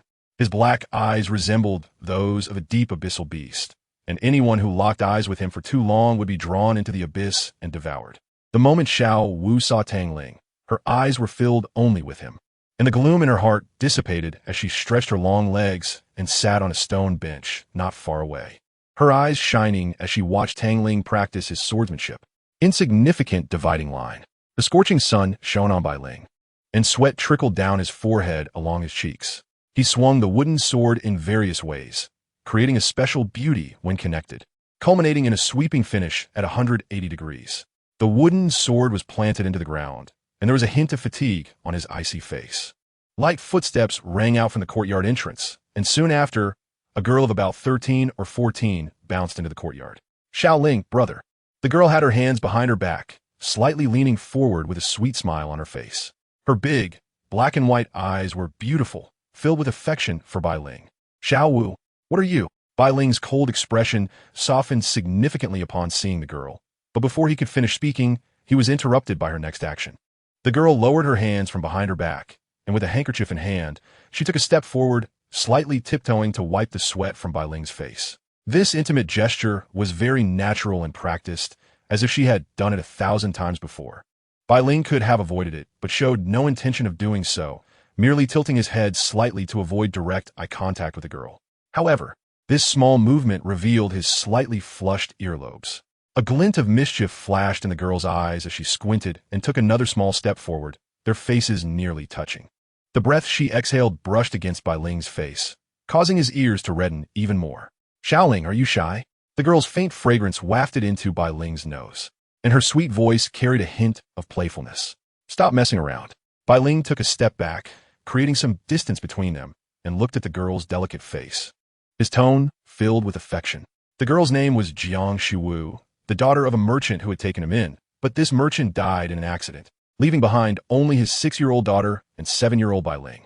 Since then, the two had depended on each other for survival. Because Bai Ling was a year older than Jiang Shiwu, she called him brother directly. Although they were not true siblings, they were closer than real siblings. Bai Ling spoke little, often maintaining a cold expression, while Jiang Shiwu's personality was the complete opposite, embodying playfulness to the fullest. Despite living together for 7 years, Bai Ling would still often blush at Jiang Shiwu's teasing, which was also her favorite thing to do. Jiang Shiwu's expression suddenly changed, and she huffed. If Xiao Wu stops causing trouble, will brother continue practicing swordsmanship? It was like this before. As long as Xiao Wu didn't come to see her brother, he would keep practicing his sword, sometimes even skipping meals. Is the sword in his hand more important than his sister? Jiang Shiwu's sudden change in expression left Bai Ling a bit taken aback. Who would have thought that the smiling sister from a moment ago would suddenly become fierce? Thinking that his sister was really angry with him, he had no choice but to release his grip on the wooden sword.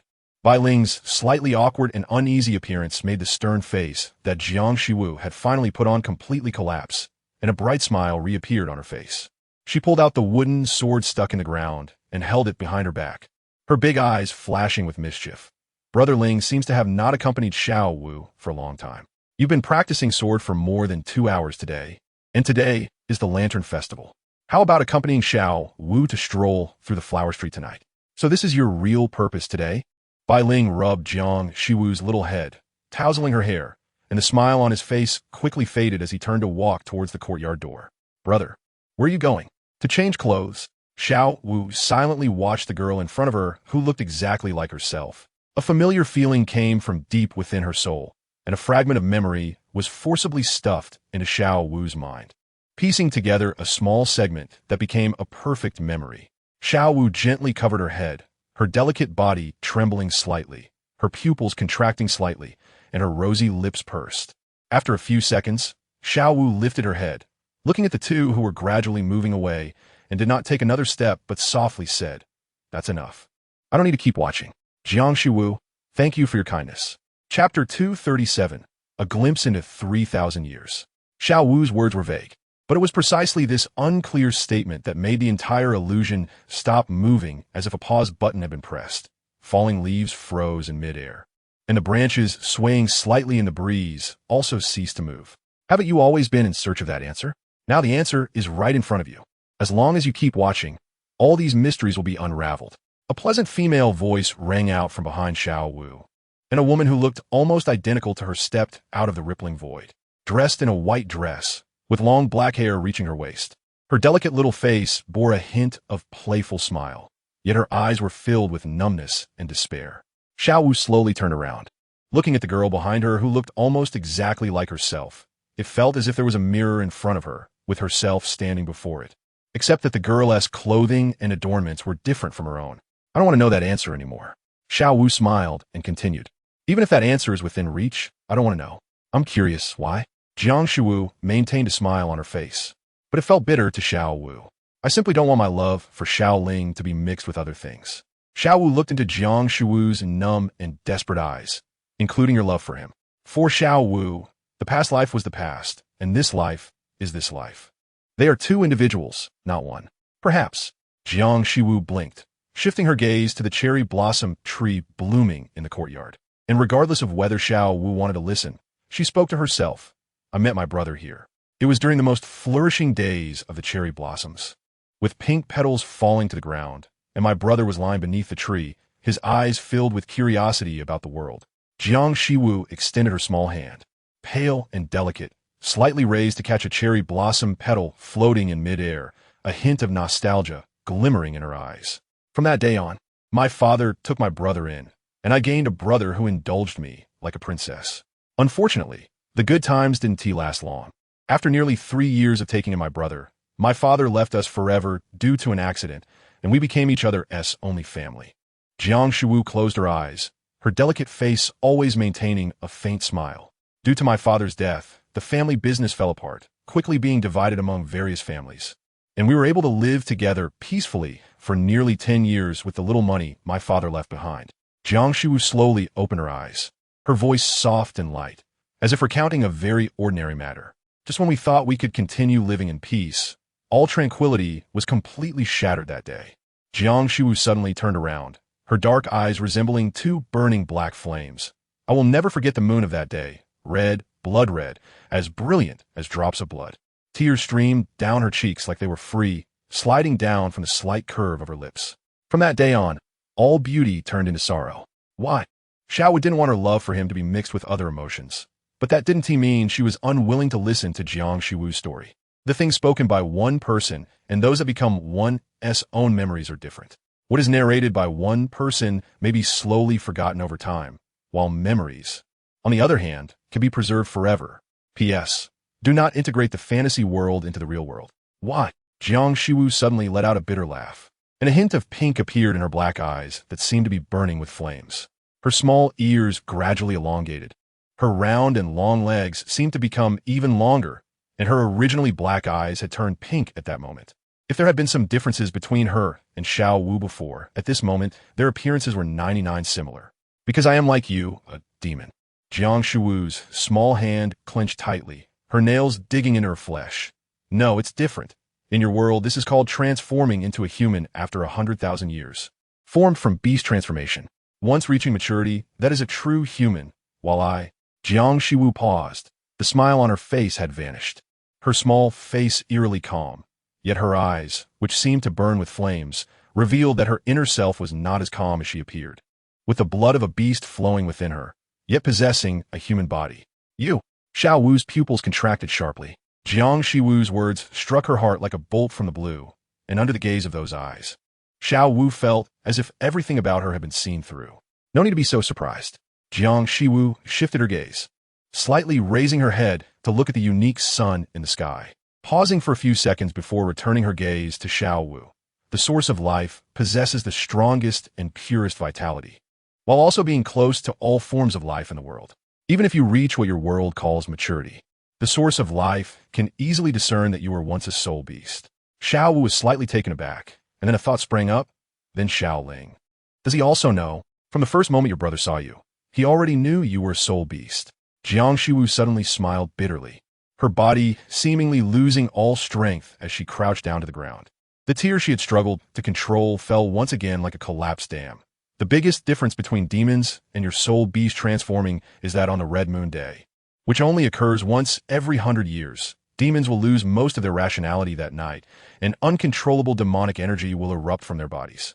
Jiang Shuwu bit her red lip, the anger in her eyes fully erupted, her black hair flying wildly, and a terrifying aura resembling a giant abyssal beast with a gaping mouth. I am a special rabbit demon among demons, and during the time the red moon appears, I only lose my rationality for a short incense time. With my brother's strength, it would be exceedingly simple to hold me, who has no cultivation, for an incense time. However, no one expected that during that brief incense time, the most powerful organization among cultivators appeared in our small town. Chapter 238. A glimpse of 3,000 years. The flames of anger in Jiang Shuwu's eyes seemed to materialize, twisting the space around her. The aura of demons is completely different from that of cultivators. As long as demonic energy appears, all cultivators will sense it, not to mention that it appeared almost completely uncovered in front of those cultivators. Qing'a town was filled with ordinary people, aside from my brother. The only cultivator was a town mayor at the 3rd level of blood refinement, who had always lived in a remote small town and had no understanding of demons. Xiaowu crouched beside Jiang Shuwu, gently patting her back with her small hand. Perhaps influenced by the anger radiating from Jiang Shuwu, Xiaowu's delicate face also showed a hint of anger. Tick-tick. Jiang Shuwu struggled to suppress her emotions, but the more she suppressed them, the more distorted the surrounding space became. Tears fell like pearls on a broken string, and her body trembled with anger. In front of those powerful cultivators, my brother and I were as insignificant as ants to them. Their disdainful and lofty gazes deeply pierced my brother's proud heart. It was precisely because they looked down on us that they left only a small cultivator to kill us while they headed west out of the town. Even if it was just a small cultivator, his cultivation level was not something my brother could match. Yet even so, my brother never once thought of abandoning me to escape. Even his blood continuously oozed from his wounds. Even when faced with the choice of life and death, he did not take a step back, just like when others bullied me as a child, always standing in front of me, blocking all dangers. Bang, bang, bang. The distorted space around Jiang Shiwu suddenly shattered, revealing a milky white world behind the illusion. Xiaowu was startled by the sudden shattering of the space. But it was just a momentary shock. She didn't know how to feel or what to say. As a listener, Xiaowu could only silently listen as Jiang Shiwu narrated her life word by word. When we all thought we were heading to the underworld together, a blue long sword that had been hidden by my father flew out from my father's room, directly slashing the cultivator. Afterwards, that blue long sword also shattered before our eyes, bit by bit. My brother and I both saw that the sword's hilt was engraved with the words Qing Wan. Jiang Shiwu slowly exhaled a breath of turbid air, and from then on, my brother and I were always on the run. I had advised my brother several times to abandon me. As long as he handed me over to them, they would definitely let my brother go, because in their eyes, my brother was just a mortal. But my brother, who had never been angry, for the first time lost his temper at me during one of those discussions. Time and again on the run, my brother was injured time and again. He practiced day and night like a madman, and his cultivation rose at a terrifying speed visible to the naked eye. I didn't know when my sibling bond with my brother changed. Perhaps it was because he always stood in front of me, or perhaps it was my brother's meticulous care that deeply ensnared me in his tenderness. I craved the tenderness my brother gave me, but on his 18th birthday, our disaster struck once again. Xiaowu's heart suddenly tightened, and an ominous premonition grew stronger. That time, shadows filled the sky, among which were humans ranked among the top 3 strongest cultivators. When Jiang Shiwu mentioned the word human, a cold light flickered in her eyes that could freeze frost. My brother and I, facing thousands of cultivators, each of whom was not weaker than the 7th level of the Hell Realm. Jiang Shiwu gritted her teeth against her red lip, but even so, my brother still stood in front of me, as he always had. In that moment, I seemed to return to the time when I was bullied as a child. When my brother first stood in front of me, it turned out, from that moment on, my heart only belonged to my brother. But I realized this too late. Jiang Shiwu's voice trembled, but the corners of her mouth strangely lifted. They would never have thought about who they were truly killing. My brother died, perishing in that overwhelming sea of golden flames. And I, too, had lost my reason to continue living, embracing my brother's corpse as we both perished in the golden flames. In the moment I closed my eyes, I felt the immense power within the flames. Even a trace was enough to destroy the entire world. Jiang Shiwu's brief life came to an end here. From birth to death, her life revolved only around her brother. The intense emotions contained in her words, anger, hatred, attachment, and deep, profound love, made Xiaowu's heart tremble deeply. My brother once said I was easily swayed by emotions, but in truth, it has never been me who is truly swayed by emotions. Perhaps it was a one-time release of all the suppressed emotions from the bottom of my heart that allowed Xiaowu to see the true smile on Jiang Shiwu's face at this moment. Unmasked, even if that smile was sad, it was better than a fabricated smile. As Jiang Shiwu's emotions changed, the cherry blossom tree in full bloom also gradually withered, growing. Pink petals scattered like snowflakes throughout every corner of the small courtyard, as if they were bathed in a sea of flowers. Beautiful. Jiang Shiwu's emotions had completely calmed down, and the characteristics of a demon did not vanish. She turned slightly, her pink eyes looking at Xiaowu, a faint hint of envy appearing in her eyes, which then dissipated, replaced by relief. Without any warning, Jiang Shiwu reached out and pulled the dazed Xiaowu into her embrace. Her red lips slightly parted, whispering near Xiaowu's delicate ear, "Take good care of him, and do for me what I have not done." Xiaowu was slightly taken aback. She clearly saw Jiang Shiwu's body gradually dissipating at a visible speed. The speed of disappearance was rapid, with the scattered light points flickering before completely vanishing. Jiang Shiwu released Xiaowu, stood up from the ground, arms outstretched, her black hair flying, a sincere smile on her exquisite face. More and more light points appeared, and Jiang Shiwu's body became increasingly ethereal. As she completely dissipated, her pink eyes were fixed on the blooming cherry blossom tree. The white light points resembled bright stars in the night sky. In the face of Jiang Shiwu's choice, Xiaowu did not stop her. Not only because she could not stop her, but also because she understood that Jiang Shiwu's remaining soul had been waiting for this moment. Chapter 239, Evolution of the Super Martial Soul. Some may think Xiaowu is cold, but in this world, there are no perfect people or things. For Jiang Shiwu, disappearing forever is not an escape, but rather a liberation. Time will not stop for anyone, and for Jiang Shiwu, who only wanted to stay in the past, this is a torment. It wasn't until Xiao Wu's arrival that she finally found her release. Seeing Xiao Wu is like seeing her former self. He said he liked my smile, so I kept smiling.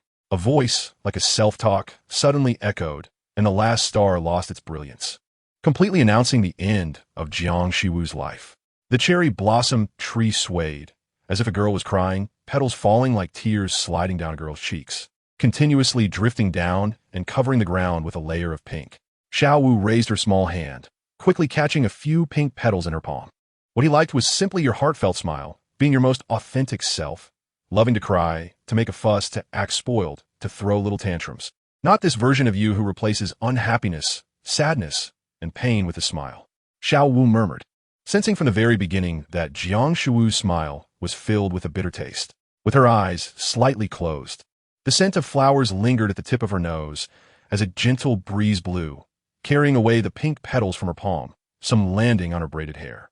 Xiao Wu stood alone in a world filled with petals, a strong impulse rising within her heart to see Tang Ling, to rush into his embrace and enjoy the warmth that belonged only to her. The feeling was unprecedentedly intense. Her heartbeat quickened inexplicably, a warm sensation rising in her heart, growing stronger and stronger, gradually turning into a blazing heat. It became hotter, as if she had been thrown into a furnace. Xiao Wu couldn't help but open her half-closed eyes, her originally pink eyes now tinged with a bit of crimson, completely turning red, like two crimson flames burning. Her fair skin turned red at that moment, as if she had accidentally been scalded by boiling water. Xiao Wu let out a painful groan, a crimson phoenix mark appearing on her forehead, flames of crimson rising and swirling around her, directly burning her clothes to ashes and exposing her perfect figure to the air. The intertwining crimson flames formed a red egg, and as the view pulled back, it became clear that this egg was enveloped in a raging crimson fire. A hint of pink quietly emerging within the crimson flames, revealing a soft-boned rabbit with all white fur, its limbs on the ground. Two prominent crimson diamond crystals adorning its long ears. Its originally pink eyes had completely turned crimson, just like Xiao Wu's. It was Xiao Wu's martial soul, the soft-boned rabbit. At this moment, Xiao Wu's martial soul exhibited a peculiar state, seemingly both fearful and enjoying some kind of baptism, her body undergoing subtle changes in a flickering state. Meanwhile, outside this illusion, Xiao Wu was also undergoing changes, torrents of crimson flames erupting from the phoenix mark on her forehead, incinerating everything within 100 meters to ashes, forming a sea of fire. At the center of the sea of fire stood an egg as tall as a person. The dazzling crimson color and the rising temperature in the air immediately attracted the attention of everyone at Shrek Academy, both teachers and students rushing towards it. But when they saw the towering sea of crimson flames, everyone was stunned. It wasn't just the spectacular sight, but because they clearly felt their martial souls trembling in fear. Whether they were weapon or beast martial souls, all shivering at that moment. When Flandra, Lu Erlong, and others arrived, they discovered this strange scene. Although there were thousands of people present, it was eerily silent. This color of flame, is it the scarlet demon fire? Flandra looked at the crimson sea of flames in surprise, the corners of his eyes twitching, his face darkening. Could it be that Xiao Ling has returned? And to give me such a huge surprise right away, how much will it cost to restore this area? Zhao Wujia. Master, Lu Erlong. So, that last sentence is what you wanted to say, right? Just then, the crowd suddenly stirred, and two graceful figures stepped out from behind them. Zhu Zhuqing and Gu Yuna looking solemnly at the center of the sea of fire. Zhu Zhuqing's obsidian-like eyes suddenly ignited with a white flame, wisps of fire drifting from her eye sockets, an icy chill emanating from her, as if her gaze could penetrate the raging sea of fire to see what she wanted. A wave stirred, and an elegant, cold cat's meow echoed from behind Zhu Zhuqing. As the ice flame spirit cat, reaching Zhu Zhuqing's thigh, stepped out gracefully from the void, its 9 tails burning with white flames. The sudden cat's cry brought a stabilizing force to Zhu Zhuqing's ears, making her body tremble slightly, instinctively taking a step back, the white flames from her eyes dissipating. Her cool face showing a hint of surprise. The moment of surprise vanished quickly. This series of events ended within 5 seconds, almost in the blink of an eye, leaving most people unresponsive, only feeling a cold breeze pass by, with only Flandra, Lu Erlong, and Zhao Wujia, who had reached the rank of Soul Sage, noticing. As the temperature of the air returned to normal, Zhu Zhuqing gently raised her hand and stroked the ice flame spirit cat's head, looking at Flandra and the others. Feeling a bit apologetic for her earlier rudeness, Dean, Teacher Erlong, Teacher Zhao, Master, I'm sorry, I was just too nervous about Xiao Wu. It's fine. Lu Erlong affectionately patted Zhu Zhuqing's head, glancing coldly at the trembling three with a smile. They wouldn't dare complain. Zhu Zhuqing and Xiao Wu made Lu Erlong's maternal instincts surge. She could be fierce with anyone, but with these two, she couldn't be. Of course, Guyuna, who had remained silent, was also included in Lu Erlong's list of loved ones. Teacher Erlong, let us get them out of here for now. It would be best to give them a break or force them to leave the academy for 3 days. Guyuna's melodious yet cold voice was like a sweet spring beneath a chilling pool, making one feel cold yet with a hint of sweetness. Chapter 240. Evolution of the Super Martial Soul. Guyuna's voice entered Lu Erlong's ears out of nowhere. She didn't even feel any fluctuations of soul power, proving the terrifying degree of Guyuna's control over soul power, at least much stronger than her, a soul sage. A thought flashed through her mind, and out of trust in Guyuna, she did not intend to probe further. Suddenly, 2 brilliant blue flames shot from her eyes. Pieces of blue dragon scales covering her body like armor, 2 yellow, 2 purple, and 3 black soul rings slowly rising. The pressure of a 7-ring soul sage instantly released. The dragon's roar, captivating the attention of all students. Astonished, surprised, confused, bewildered, and awed, various gazes fell upon Lu Erlong. Do they all think they're strong? Why come here to make a fuss without practicing properly? All of you disperse. Lu Erlong's commanding voice echoed in their ears. Perhaps unable to find any excuse to make them leave the academy for a while, Lu Erlong straightforwardly said, I'm giving you 3 days off, and you can't return to school during this time. Flandra. Lu Erlong is after all the former dean, and to be strict, this group of students respects Lu Erlong more than the current Dean Flandra. Sometimes, what she says is more effective than Flandra's words. So, Guyuna sought the former Dean Lu Erlong instead of the current Dean Flandra. The crowd quickly dispersed, with a large portion heading home directly, while a small number of students returned to their dorms to pack their things. After the crowd dispersed, Flandra gathered the teachers together and sent them to the edges of the academy to keep watch and prevent the curious students from returning suddenly. Tang San and the others did not leave the academy like the other students. Instead, they approached Zhu Zhuqing. Tang San looked at the crimson sea of fire with some concern and asked, Will Xiao Wu be in danger inside? No, Zhu Zhuqing shook her head, a hint of joy appearing on her cold little face. This is a good thing for Xiao Wu. Sensing the puzzled gazes around her, Zhu Zhuqing did not hide anything and explained, the Chilean demon fire inside Xiao Wu is about to completely merge with her. Once the fusion is complete, Xiao Wu will gain unexpected benefits. Zhu Zhuqing deliberately paused for a moment, slightly lowering her gaze to look at the ice flame spirit cat crouching on the ground. It might even lead to a second evolution of her martial soul. When Xiao Wu absorbed the Chilean demon fire, her martial soul underwent a minor evolution. At that time, the Chilean demon fire did not truly recognize Xiao Wu as its master. It was more like just changing residences, with the rent being the permission for Xiao Wu to use a small portion of its power. It was the same as Zhu Zhuqing's martial soul before its evolution.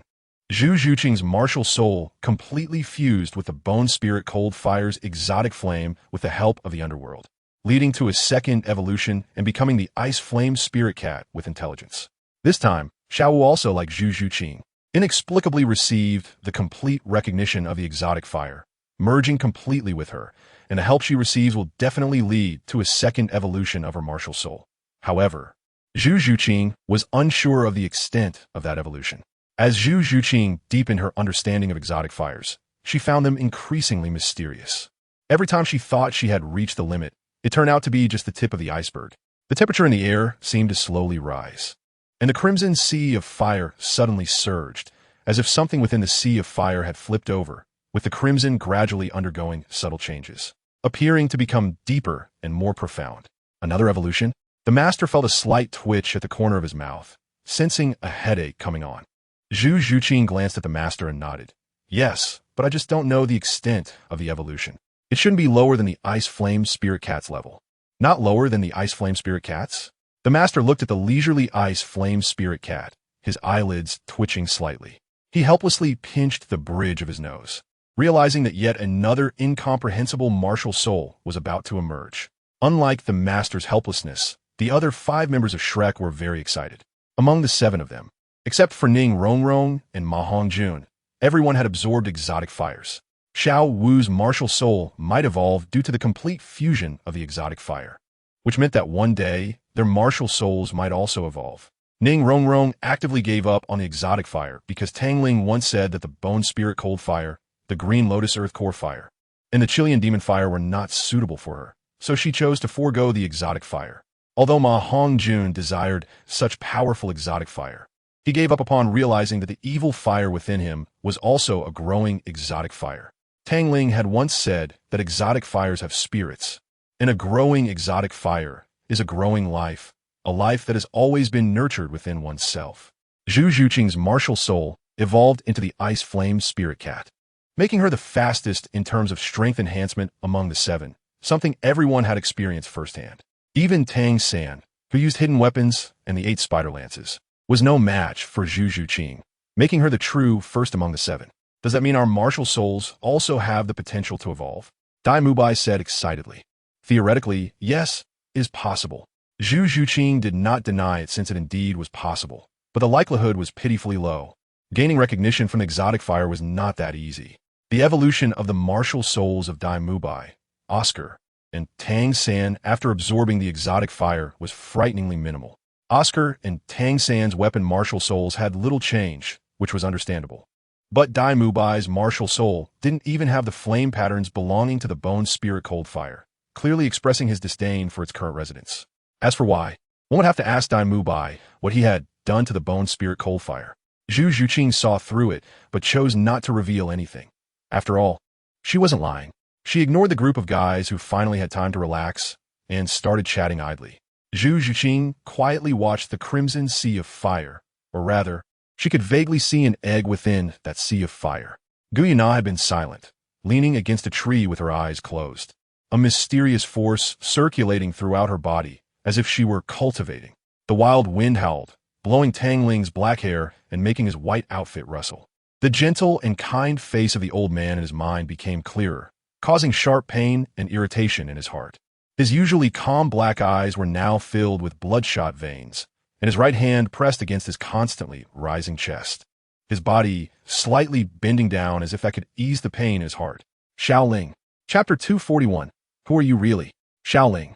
The melodious female voice was like the waves by the sea, instantly pulling Tang Ling back from the edge of the abyss. All the abnormalities on his body dissipated in an instant, but the gentle and kind face of the old man in his mind did not disappear like the physical abnormalities. Instead, it was engraved in his mind, impossible to forget. Tang Ling took a deep breath, closed his eyes to adjust his mindset, and then looked at the worried Yi Xinran. Yi Xinran's concerned gaze was as piercing as the sun, making Tang Ling hesitate to meet her eyes.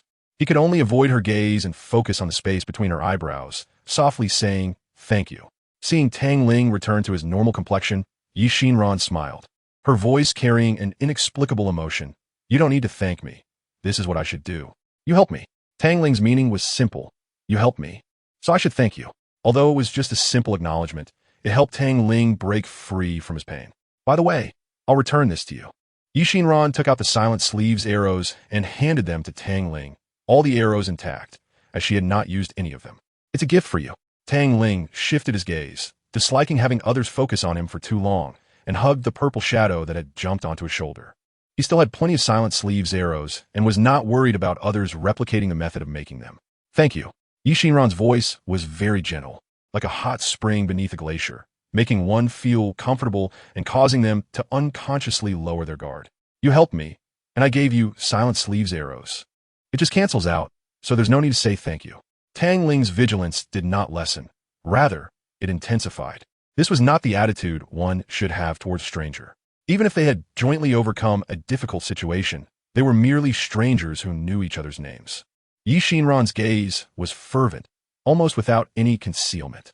This kind of gaze felt familiar to Tang Ling, as if he had seen it somewhere many years ago.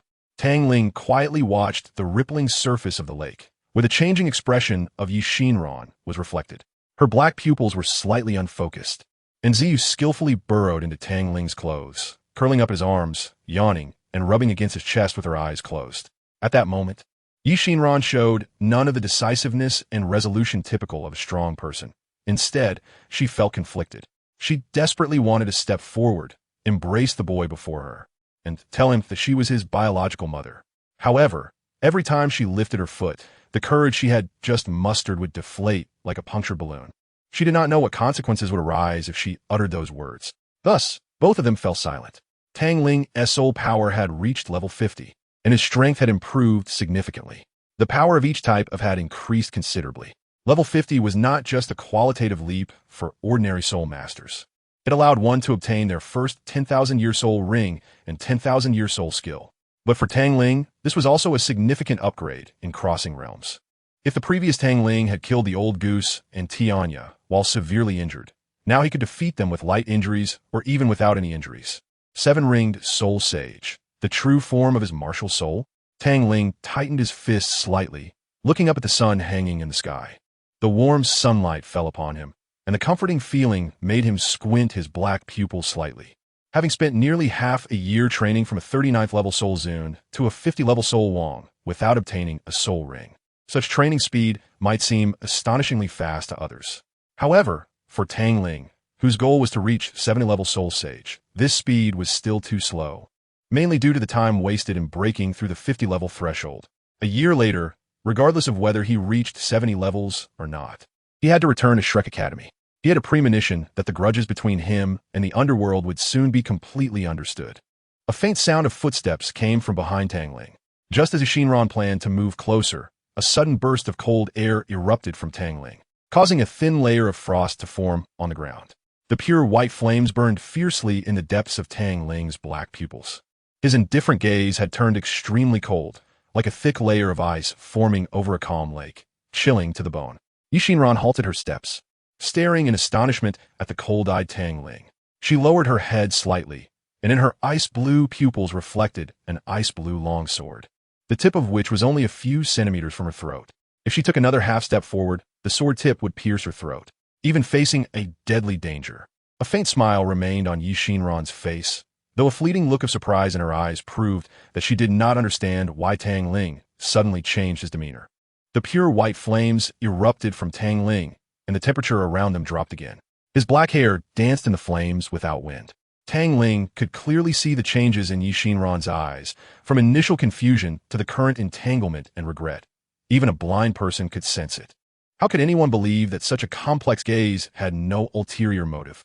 Moreover, the strange feeling of being with Yi Xinran made Tang Ling feel extremely uneasy. Thoughts flashed through his mind, and the ice-flame sword in his hand entwined with the pure white flames, making the sword appear even more intimidating. Tang Ling would not easily trust someone, nor would he easily harbor thoughts of killing. However, this woman before him truly gave him an unprecedented sense of crisis. I don't know what your purpose is in approaching me, but I really dislike this feeling. Tang Ling certainly had no murderous intent. Having been nurtured by the pure power of the source of life for nearly 15 years, his desire for killing, which could be described as evil, was pitifully small, even non-existent. Throughout it all, the people Tang Ling had killed were all those who took pleasure in murder or those tainted by the extreme power of the underworld, who knew only slaughter. The smooth blade of the ice flame sword blocked half of Tang Ling's face, its surface reflecting his handsome face and the pure white flames burning in his eyes. Yi Xinran's red lips moved a few times, but the words she wanted to say were swallowed back helplessly. Feeling the cold wind brush against her skin, her ice-blue pupils displayed an indescribably complex hue. The luxurious ice-blue gown could not hide her perfect aura. The coldness mixed with gentleness bore an astonishing resemblance to Tang Ling. Chapter 242, Please teach me. I have no ill intentions towards you. Yi Xinran's voice remained as melodious as a lark's song, making it hard for one to let go of their guard. Do you believe what you're saying?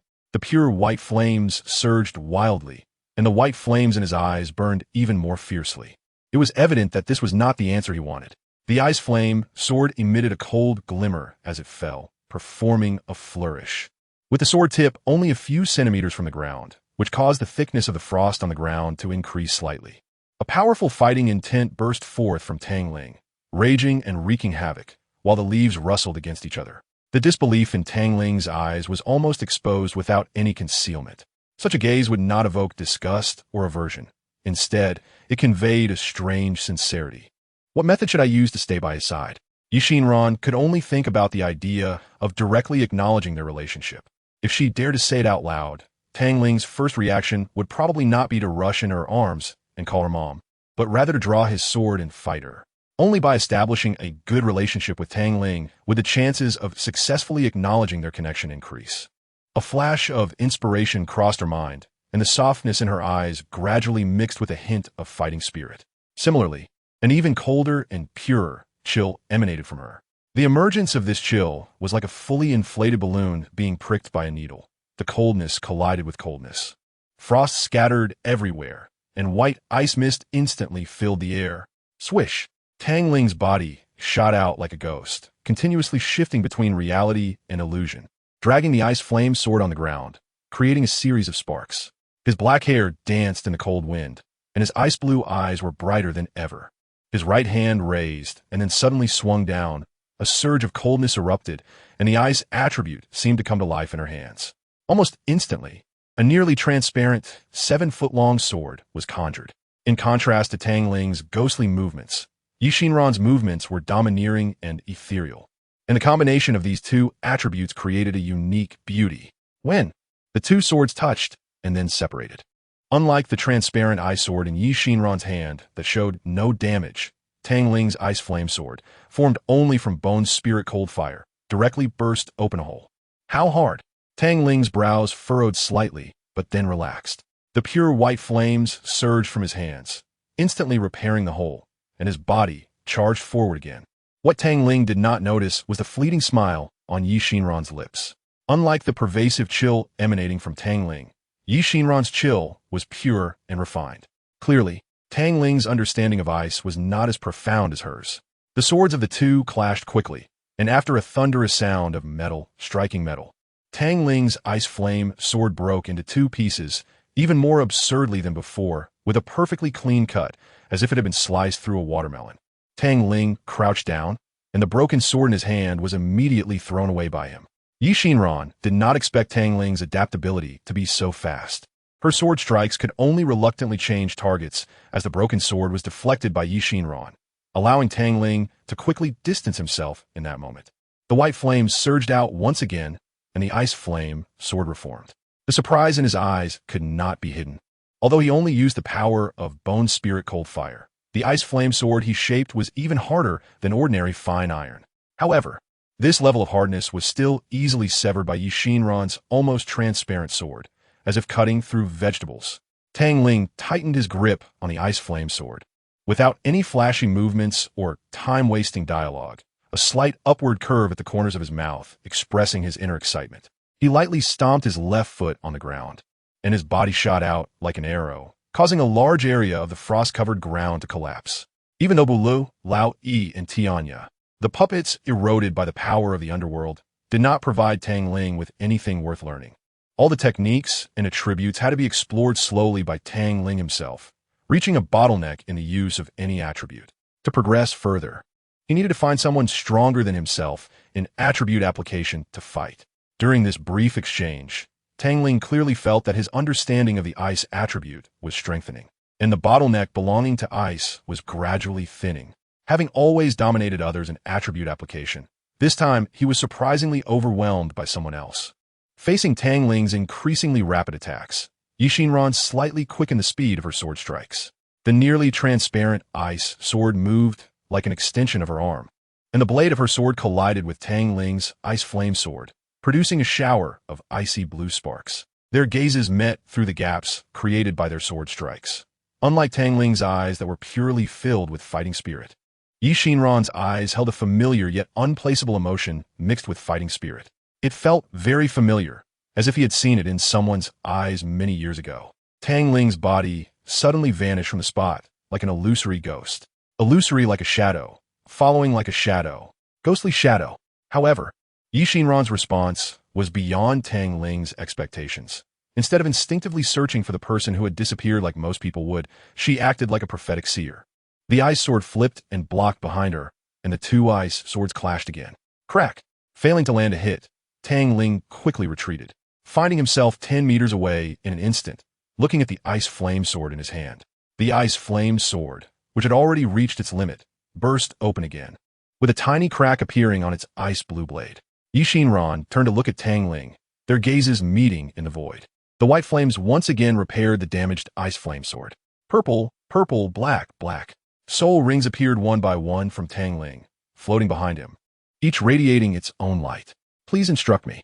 Tang Ling held the repaired ice flame sword, performing a standard gesture of respect, when suddenly the second, third, and fourth soul rings disappeared, leaving only a solitary purple soul ring floating above him, its soul power fluctuations still at level 50. Except for the first soul ring, the other three were hidden by the flame spirits after communicating with Tang Ling, temporarily restricting the use of any other exotic fire powers apart from Bone Spirit Cold Fire. To help Tang Ling better understand the power of ice, please instruct me. Yixinran returned the gesture, her ice blue pupils still fixed on Tang Ling, but this time filled with seriousness. Chapter 243. Ice. In ice, the opportunity to close the distance between the two might lie in this battle of ice against ice. The icy mist grew denser, with frost covering nearly a 300-meter radius on the ground, and the air temperature dropped to a terrifying level at that moment. Her black hair danced wildly in the flames, and her black eyes, burning with white flames, turned completely white, resembling someone born without pupils, which looked a bit frightening. A white flame mark appeared between her brows, like a candle flame burning on a candle. Tang Ling never wasted words. The first soul ring lit up, and the soul power flowed along a special trajectory. The ice flame sword was thrust into the ground, thickening the frost on the surface quietly. Suddenly, spikes of ice broke through the frost cover continuously, like giant pythons hunting, lunging at Yixinran. First soul skill, ambush. A pair of ice blue wings quietly unfolded behind Yixinran, gently flapping as they lifted her into the air, narrowly avoiding the onslaught of ice spikes. She moved like a seer, dodging each attack by a hair's breadth. The ice blue wings gently flapped, keeping Yixinran suspended in the air. A thin layer of ice blue light enveloping the wings behind her, emanating an extremely cold and chilling aura. The ice blue light suddenly exploded, with tiny ice blue lights forming into ice blue beads, which then transformed into ice cones. All the ice cones were of uniform size, reflecting a real ice cone like shattered mirrors. The chilling light raised an invisible sense of crisis in Tang Ling, with her jade-like index finger pointing at Tang Ling, giving him no chance to react. All the ice cones seemed to receive a command and violently shot down towards Tang Ling. Years of battle had instilled in Tang Ling an instinct. Even if he could only use the first soul skill, he knew how to respond to such danger. The delicate purple hue stood out in the icy world. Just as the ice cones were about to crash down on Tang Ling, the white flames suddenly surged, creating an ice wall that stood before him like a fortress. First soul skill, Ice Shield. The dense ice cones attacked like locusts, indiscriminately covering a wide range. And apart from the one defensive soul skill, Tang Ling could not unleash more effective attacks. Eternal Sin Ice Prison required charging time, and he had little confidence in whether it could withstand the ice cone assault. The only thing he could do was deploy the almost instantaneously cast Ice Shield as a protective measure. Ghostly Shadow. There had to be a place to dodge. Tang Ling did not believe he could emerge unscathed from such an onslaught of ice cones with barely any gaps. He had to return unscathed. Tang Ling's eyes narrowed slightly, his pupil-less eyes peering through the densely packed ice cones to Yixinran in the high sky, where more ice cones were continuously forming, like an endless swarm of locusts aiming to destroy everything. The piercing cold wind sliced through Tang Ling's exposed skin like a cold blade, making his white pupils almost constrict to a point. This bone-chilling sensation, which had not appeared since acquiring Bone Spirit Cold Fire, resurfaced, and it was not pleasant at all. The ice shield trembled under the ice cone barrage, and with a faint cracking sound, a tiny crack appeared on the shield, gradually expanding outward, soon covering the entire ice shield with a network of cracks. Tang Ling's gaze returned to Yixinran, and a bright white flame erupted from his body. Wisps of white fire floated out from his eyes, and the first soul ring lit up again, conjuring another ice shield before the ice shield in front of him completely shattered. This ice shield was different from any he had used before. The huge round shield was adorned with raised lines that intertwined to form a complex pattern. When the ice spear collided with the ice shield, it was evident that the patterns on the shield had a slight rebound and force-dissipating effect. Boom! With both hands extended to the sides, the surging flames soared into the sky, dispersing the white clouds.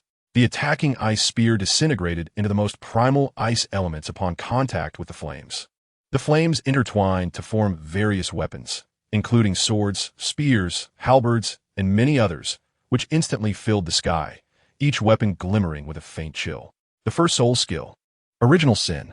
Tang Ling stood among the overwhelming array of weapons like a god of war emerging from the flames, his eyes revealing a hint of fatigue despite being devoid of visible pupils. 2/3 of his soul power had been drained, yet a faint smile remained on his face.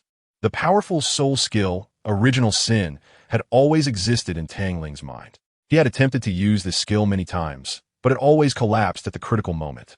He felt that it lacked something very important, something that supported the entire execution of Original Sin. At the moment Yi Xinran launched her attack, Tang Ling finally broke through his mental block and found what was missing. His inability to delve deeper into the use of ice elements was also due to that missing element, which had become a bottleneck. Every pore in his body seemed to open up, greedily absorbing the jubilant ice elements in the world, like a king welcoming them. Time seemed to stop at that moment. The flames danced, gradually synchronizing with Tang Ling's heartbeat. With his left hand open, the ice elements gathered wildly, slowly blooming into a stunning ice blue rose in his palm. He gently tapped the petals of the rose with his right index finger, and in an instant, the ice blue rose scattered into countless ice blue light spots, like a flock of startled birds. Let me try the power of Original Sin. Tang Ling's tall figure appeared small, yet dazzling among the myriad of weapons. As his voice fell, he pointed his index finger toward Yi Xinran in the sky, and the weapons seemed to gain their own souls, attacking Yi Xinran in the way that suited them best. Perhaps feeling threatened, the ice blue light surrounding Yi Xinran intensified, and her wings suddenly stretched back. Countless ice beads floated around her, transforming into beautiful ice blue feathers. Sky feather style. Her ice blue eyes suddenly lit up, and innumerable ice feathers shot out like arrows. Chapter 244. The sound of the tide in the azure sea. 1. Various weapons and ice feathers collided, producing a flurry of sparks. The crisp sounds of clashing and shattering rang out continuously. The broken ice feathers and damaged weapons fell from the sky, transforming back into pure ice elements just before hitting the ground. As the countless weapons and ice feathers continued to wear each other down, Tang Ling and Yi Xinran were not idle either. The surging white flames slowly receded, and a gigantic white python, hundreds of meters long, emerged from the flames. Flicking its tongue, its ice blue vertical pupils shining like lanterns in the night, Tang Ling lightly leaped and landed on the python's head. The already dazzling ice blue intensified hundreds of times, resembling a blinding ice blue sun, painting the entire sky in ice blue hues. A fierce roar erupted from that ice blue sun as a massive phoenix flew out, pure ice blue in color, unlike the dazzling crimson of the serpent. Snowflakes began to fall from the sky, and the already low temperature dropped to a terrifying level. Yi Xinran's wings had disappeared, standing as if on flat ground behind the phoenix. Her ice blue eyes had not left Tang Ling since the battle began, and the occasional flicker of tension in her gaze, though deeply concealed, was still caught by Tang Ling. "Are you afraid of hurting me?" Tang Ling pressed his lips together, a rare smile appearing on his face in front of a stranger. Even though it was a forced smile, it was a significant progress for Yi Xinran. The smile retracted, and his eyes blinked back to reveal black pupils. The giant python raised its head, flicking its tongue and letting out a low hiss, assuming a posture ready to attack. Screech! The ice phoenix emitted a piercing cry, flapping its icy wings as it spiraled in the air, its agile pupils reflecting a hint of disdain at the sight of the giant python. It was the disdain of an aerial creature towards a land creature that could not fly. Tang Ling. Hiss! Bai Ling was extremely displeased right now, and with a thought, she conveyed a message to Tang Ling. After receiving his approval, a layer of white light quickly wrapped around her entire serpent body, and a pair of illusory wings made entirely of flames appeared on Bai Ling's back. With a gentle flap, she soared into the sky, carrying Tang Ling with her. The two colossal beings engaged in battle in the air. Tang Ling stood on by Ling's head wielding the ice flame sword, while Yixinran held the nearly invisible ice sword on the back of the ice phoenix. As the two giants clashed, their ice swords continually collided, producing a sharp metallic clang. 10 times, 100 times, 1,000 times. Senior Yi, let us decide the victor with one move. Tang Ling's hand gripping the ice flame sword trembled slightly as he looked at the still calm Yixinran. From the moment they began to clash, he knew he had already lost. He was not Yixinran's opponent. Even if he used other, or even his most powerful killing move, he could not defeat her. He felt an overwhelming pressure from her, even stronger than when Old Goose and the others combined. All right, Yixinran smiled faintly, a sharp glint flashing in her ice-blue pupils. The nearly transparent, long sword crossed in front of her, its blade wrapped in a faint aura of sword intent. The purple soul ring spun out, and the shimmering purple aura carried a hint of white. The sudden drop in air temperature caused white ice mist to begin to contract, forming countless ice beads that looked like a mass of ants. From the ice beads extended ice spikes, which then split into more ice spikes, suddenly elongating like the fangs of a venomous snake, capable of delivering a deadly bite. The first soul skill, Eternal Sin Ice Prison. Compared to the previous Eternal Sin Ice Prison, this time it was clearly stronger. The most obvious difference was that the charged soul skill had transformed into one that almost omitted the charging time. Additionally, the fully retracted white flames appeared ordinary, but contained an astonishing level of attack power. The layered ice spikes resembled a massive sea urchin, and the densely packed spikes gave off a tingling sensation. Zing! The sound of a sword ringing came from the center of the Eternal Sin Ice Prison, and then an ice-blue sharp sword light shot out like an unstoppable meteor cutting through the sky, shattering all the ice spikes in its path. Countless ice shards fell like snowflakes, and Yixinran appeared like a snow fairy, walking out from the swirling ice with a long sword in hand, facing Tang Ling. You are very strong. I lost, Tang Ling said, slightly shifting his gaze to focus on Yixinran's forehead. It is basic courtesy to look at someone while talking, but Yixinran's gaze was truly strange, making Tang Ling feel uncomfortable, so he settled for looking at her forehead instead. For Tang Ling, losing was just losing. There was nothing wrong with admitting it. No, if I were your age, I would definitely lose, Yixinran said with a smile as the ice sword shattered in layers. Time is like sand slipping through fingers. No matter how hard one tries, it cannot be held. The orange sunlight casting on people brings a faint warmth. Tang Ling casually ignited the dry wood in front of him, tilted his head, and watched the sun about to set completely on the horizon, feeling happy about the day's end. With this day gone, the time until they meet again had decreased by 1 day. Yixinran sat in front of Tang Ling, with the dry wood burning between them. She looked at Tang Ling, who was gazing up at the sky, and asked inexplicably, "What are you thinking about? Do you miss your family?"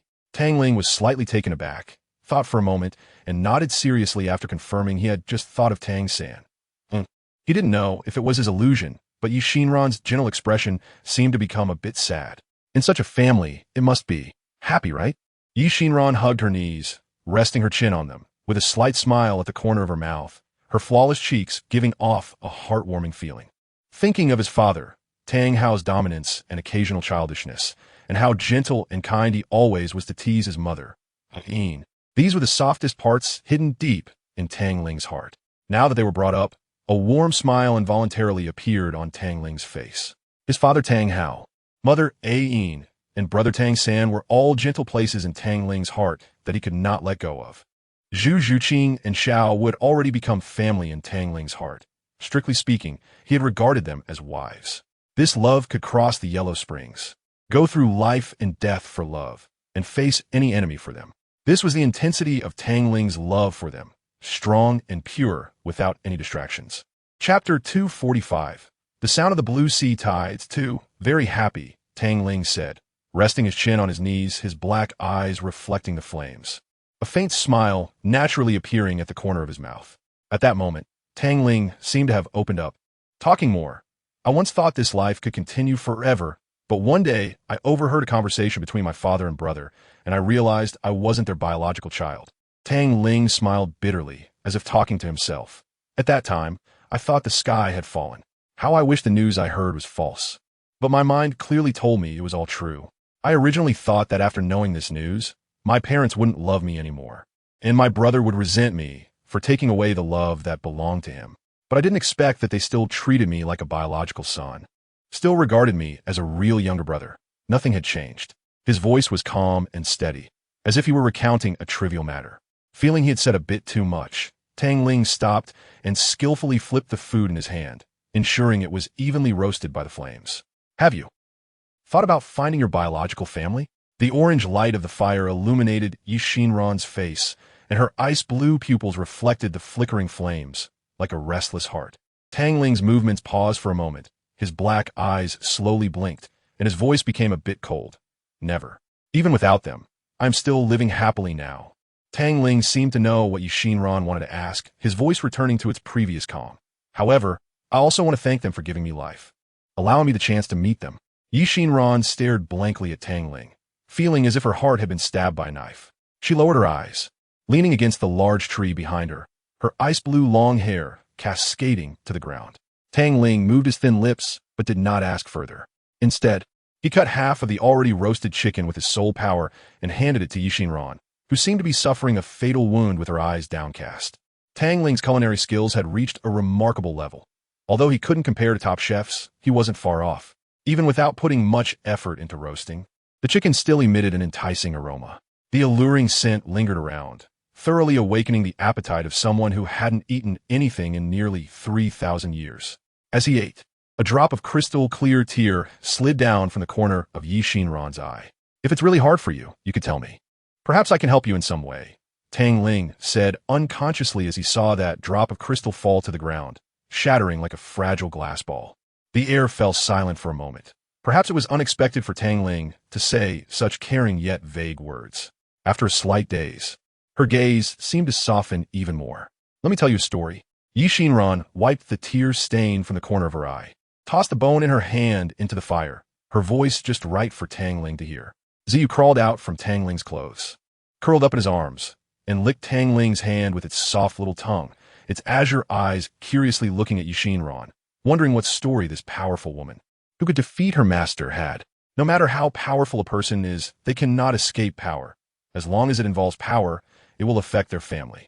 Power is an endless abyss that magnifies people's deepest desires and drags them into the depths. Yi Xinran raised her right hand, a snowflake floating on her index finger. There was a woman whose husband was someone devoured by power and desire. For the sake of power, he disregarded everything, even slaughtering an entire kind-hearted tribe, simply because that tribe hindered his quest for power. He became increasingly unfamiliar and ruthless, and the once heavy love turned into calculated exploitation. Into how to maximize benefits. That woman naively thought he would come back, that he could break free from the depths of desire, until her newborn child went missing, and only then did she realize he would never return. No one could invade his territory. Only one person could take the child away. It was only at that moment she truly understood that the child's birth would only distract him. Even nurturing someone who would share the power that belonged to him, and her existence was dispensable. Love disappeared, turning into benefits. The snowflake on her index finger quietly dissipated, just like the deepest hope for him vanished completely. That woman left, searching the entire universe for her child. Until one day, she found him. Yi Xinran's eyes turned slightly red, but he has a new home, a home that lacks neither a father's love nor a mother's love. Tang Ling fell silent. He finally understood whose familiar gaze Yi Xinran had seen. That gaze was the same as the one he had seen in his mother. The woman didn't know what to do. She was unsure whether she should acknowledge him and disrupt his peaceful life. Crystal-clear tears swirled in her reddened eyes, seemingly resisting something fiercely, yet they never fell. Can you tell me what I should do? So, do you see me as your child? Is that why such a gaze appeared on me? Tang Ling gently brushed through Ziyu's silky hair. He had never thought in that direction. The closest might be biological parents, but to that completely unaware child, their parents were like heaven. Even if he knew, his adoptive parents would still be heaven, irreplaceable forever. Tang Ling paused before continuing. Never think about replacing them, because it's impossible. What you can do is maintain a good relationship with him. Perhaps become his mother's sworn sister or younger sister. Why? A glimmer flashed in Yi Xinran's eyes. Once you have that kind of relationship, you can share your matters with him, which will evoke a sense of sympathy in that child. And there is a small chance he might recognize you as his godmother. So even if he doesn't acknowledge you, he would still call you mom, wouldn't he? Then, what is the difference between recognition and non-recognition? What Tang Ling didn't know was that, Not long after, his words would truly become a reality. In the Imperial realm, Qian rested his forehead on one hand, a slight smile on his lips, his golden pupils filled with amusement. Tang Ling, you really are a genius. Chapter 246, The Sound of the Tide 3. This outcome, whether good or bad, is the best ending for both you and that child. Tang Ling's pupils reflected the flickering flames, his index finger gently stroking Ziyu's chin. Ziyu seemed to enjoy Tang Ling's touch, comfortably narrowing her eyes. This is enough for me. As long as he can call me Mom, I will do anything. Yi Xinran instinctively overlooked the probability issue Tang Ling mentioned, her ice blue eyes shining like never before. Time is the most mysterious thing. For some, it flows quickly like a stream, while for others, it feels like a 1,000-pound boulder crushing them, making every step incredibly difficult. The sun is hot and beautiful. Its rise signifies a brand new day, and it also represents Tang Ling's journey to find soul beasts in the Douluo forest. Originally alone with a cat, now there was a woman beside him, making things a bit livelier. At least he wouldn't only hear the roars of soul beasts. As for why he let Yi Xinran follow him, the reason was quite simple. Tang Ling couldn't defeat her. What kind of soul beast are you planning to search for? During their slow progress, Yi Xinran suddenly broke the silence. A water attribute soul beast, the azure sea purple pattern scorpion. Tang Ling continued walking without stopping, casually replying. Choosing the azure sea purple pattern scorpion, an extremely rare soul beast, was a conclusion Tang Ling and Qian reached after much discussion late at night. A scorpion? Yi Xinran's eyelids twitched slightly. The creature seemed to evoke extremely unpleasant memories for her. Yes, a very peculiar type of scorpion. Unlike other crawling soul beasts, it lives in water, is entirely azure, and has very unique patterns, quite beautiful. Tang Ling patiently explained the characteristics of the azure sea purple pattern scorpion. Although beautiful, its attacks are filled with deadly poison. As his spiritual power began to explore, in the area closest to the center of the Douluo forest, 10,000-year soul beasts were almost everywhere, while 100-year and 1,000-year soul beasts had become rare. The azure sea purple pattern scorpion and the human-faced demon spider are among the more powerful species of soul beasts. The human-faced demon spider enjoys killing, while the azure sea purple pattern scorpion, although not bloodthirsty, is very fierce. When encountering an azure sea purple pattern scorpion, soul beasts or humans typically have only one choice. Either the scorpion dies, or they're tortured to death by its poison. The azure sea purple pattern scorpion prefers to stay in water. It rarely comes ashore unless it needs to feed. 15,000 meters ahead is a large lake. The scorpion you want should be there. Yi Xinran's expression was slightly unnatural.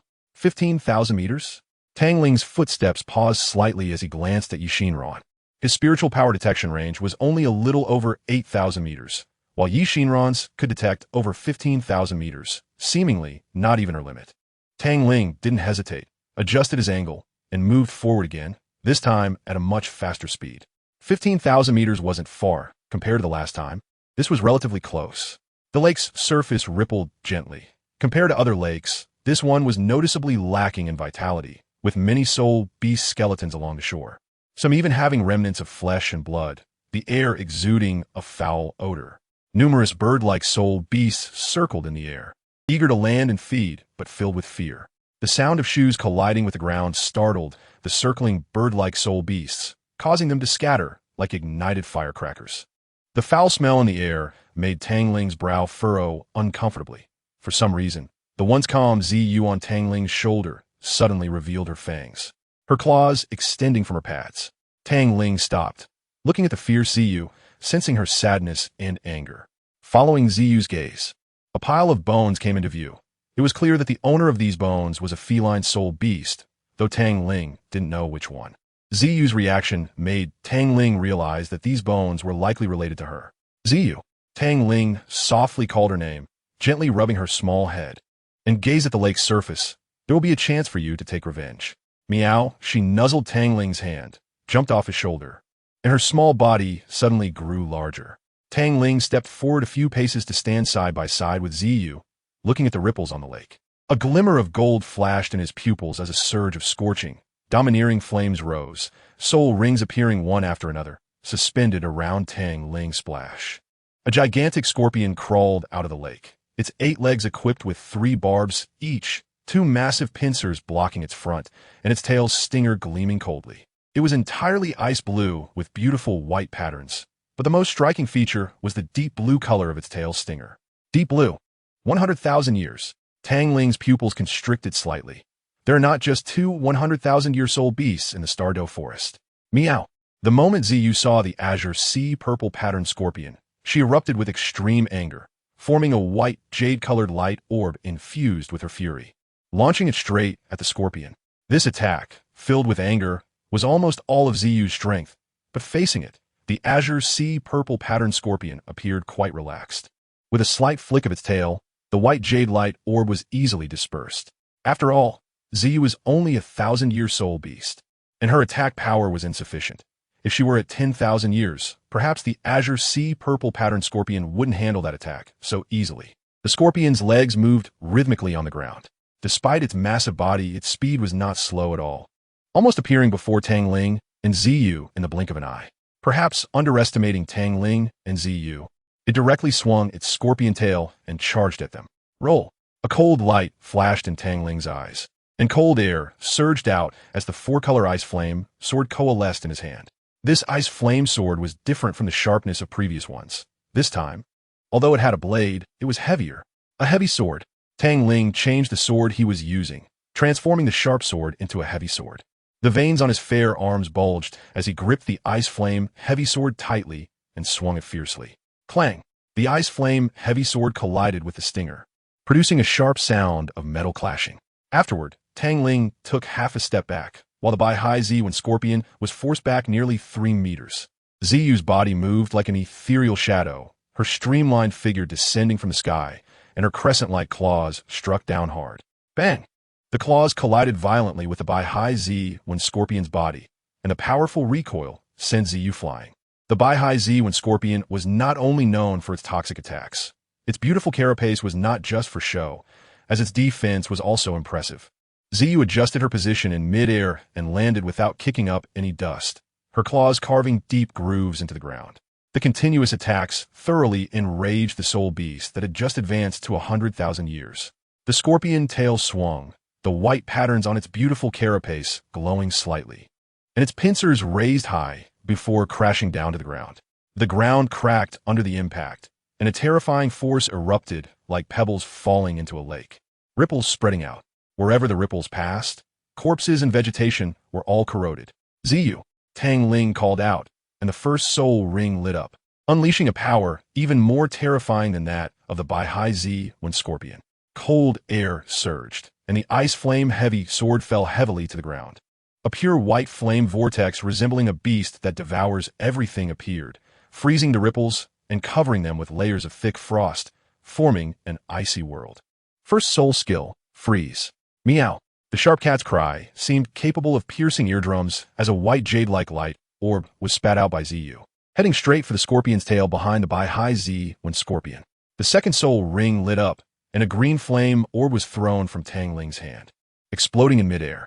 The green sparks fell onto the frosted ground, igniting like they had landed in oil, and flames quickly spread, green thorns shooting out from the fire, binding the unprepared Bai Ziyu scorpion tightly. The thorns continuously tightened, their sharp spikes piercing through the carapace's defense. Second soul skill, death thorns. Boom! The white, jade-like light orb exploded upon colliding with the scorpion's tail. Perhaps the attack power was insufficient to breach the Bai Ziyu scorpion's defenses, but the explosive shock produced would still make the scorpion feel uncomfortable. Tang Ling dragged the ice flame heavy sword, his body flickering as he arrived at the left side of the Bai Ziyu scorpion. With a swing of the heavy sword, he directly sent the struggling scorpion flying. Whether human or soul beast, everyone has weaknesses, especially crawling soul beasts, and at this moment, the Bai Ziyu scorpion had exposed its relatively weaker abdomen compared to its entire armored body. Ziyu leaped high, her left claw raised, and the crescent-like claws shimmered with a faint moonlight, which quickly enveloped her body. The claw struck directly against the armored abdomen of the Bai Ziyu scorpion. Boom! The Bai Ziyu scorpion was sent flying once again, landing directly in the lake, splashing water all over Tang Ling's Ziyu. Tang Ling's eyes twitched slightly, feeling uncomfortable with his clothes sticking to his skin. Meow Ziyu shrank her neck and adorably called out to Tang Ling. To be honest, If the small Ziyu had this kind of feeling, it would be truly cute, but with her massive size, Tang Ling really couldn't feel that cuteness. Feeling deflated? The blue lotus core fire rose, drying his wet clothes with intense heat as he gazed at the churning lake. Miao Zi rubbed her enormous head against Tang Ling and attempted to lick his face with her tongue, but Tang Ling shot her a glance, stopping her. Feeling deflated? Then let us end this. Raising his left hand and gently waving, a thick thorn emerged from the blue lotus core fire. Like a giant python reaching into the lake to drag out the Baihai Zi Wind Scorpion, which was continuously struggling to escape the deathly bind of the death thorns. Second soul skill bind. Tang Ling walked step by step toward the Baihai Zi Wind Scorpion, dragging the ice flame heavy sword. The surface of the ice flame heavy sword seemed only slightly wider and thicker compared to the previous ice flame sword, but for Tang Ling, who was dragging it forward, he could feel the substantial change. The ground behind him was marked with deep grooves carved by the ice flame heavy sword. Veins bulged on his fair skin as he swung the ice flame heavy sword down, easily piercing through the Baihai Zi Wind Scorpion's defenses and into its head, almost instantly ending its life. The ice flame heavy sword's blade nearly penetrated the entire body of the Baihai Zi Wind Scorpion. Strands of red energy coalescing above its corpse, and a red ring appeared on the body of the Baihai Zi Wind Scorpion. The red was not deep, very faint, and one could even see a bit of black at the edge. This was a soul beast that had just advanced to 100,000 years, and whose cultivation was not stable.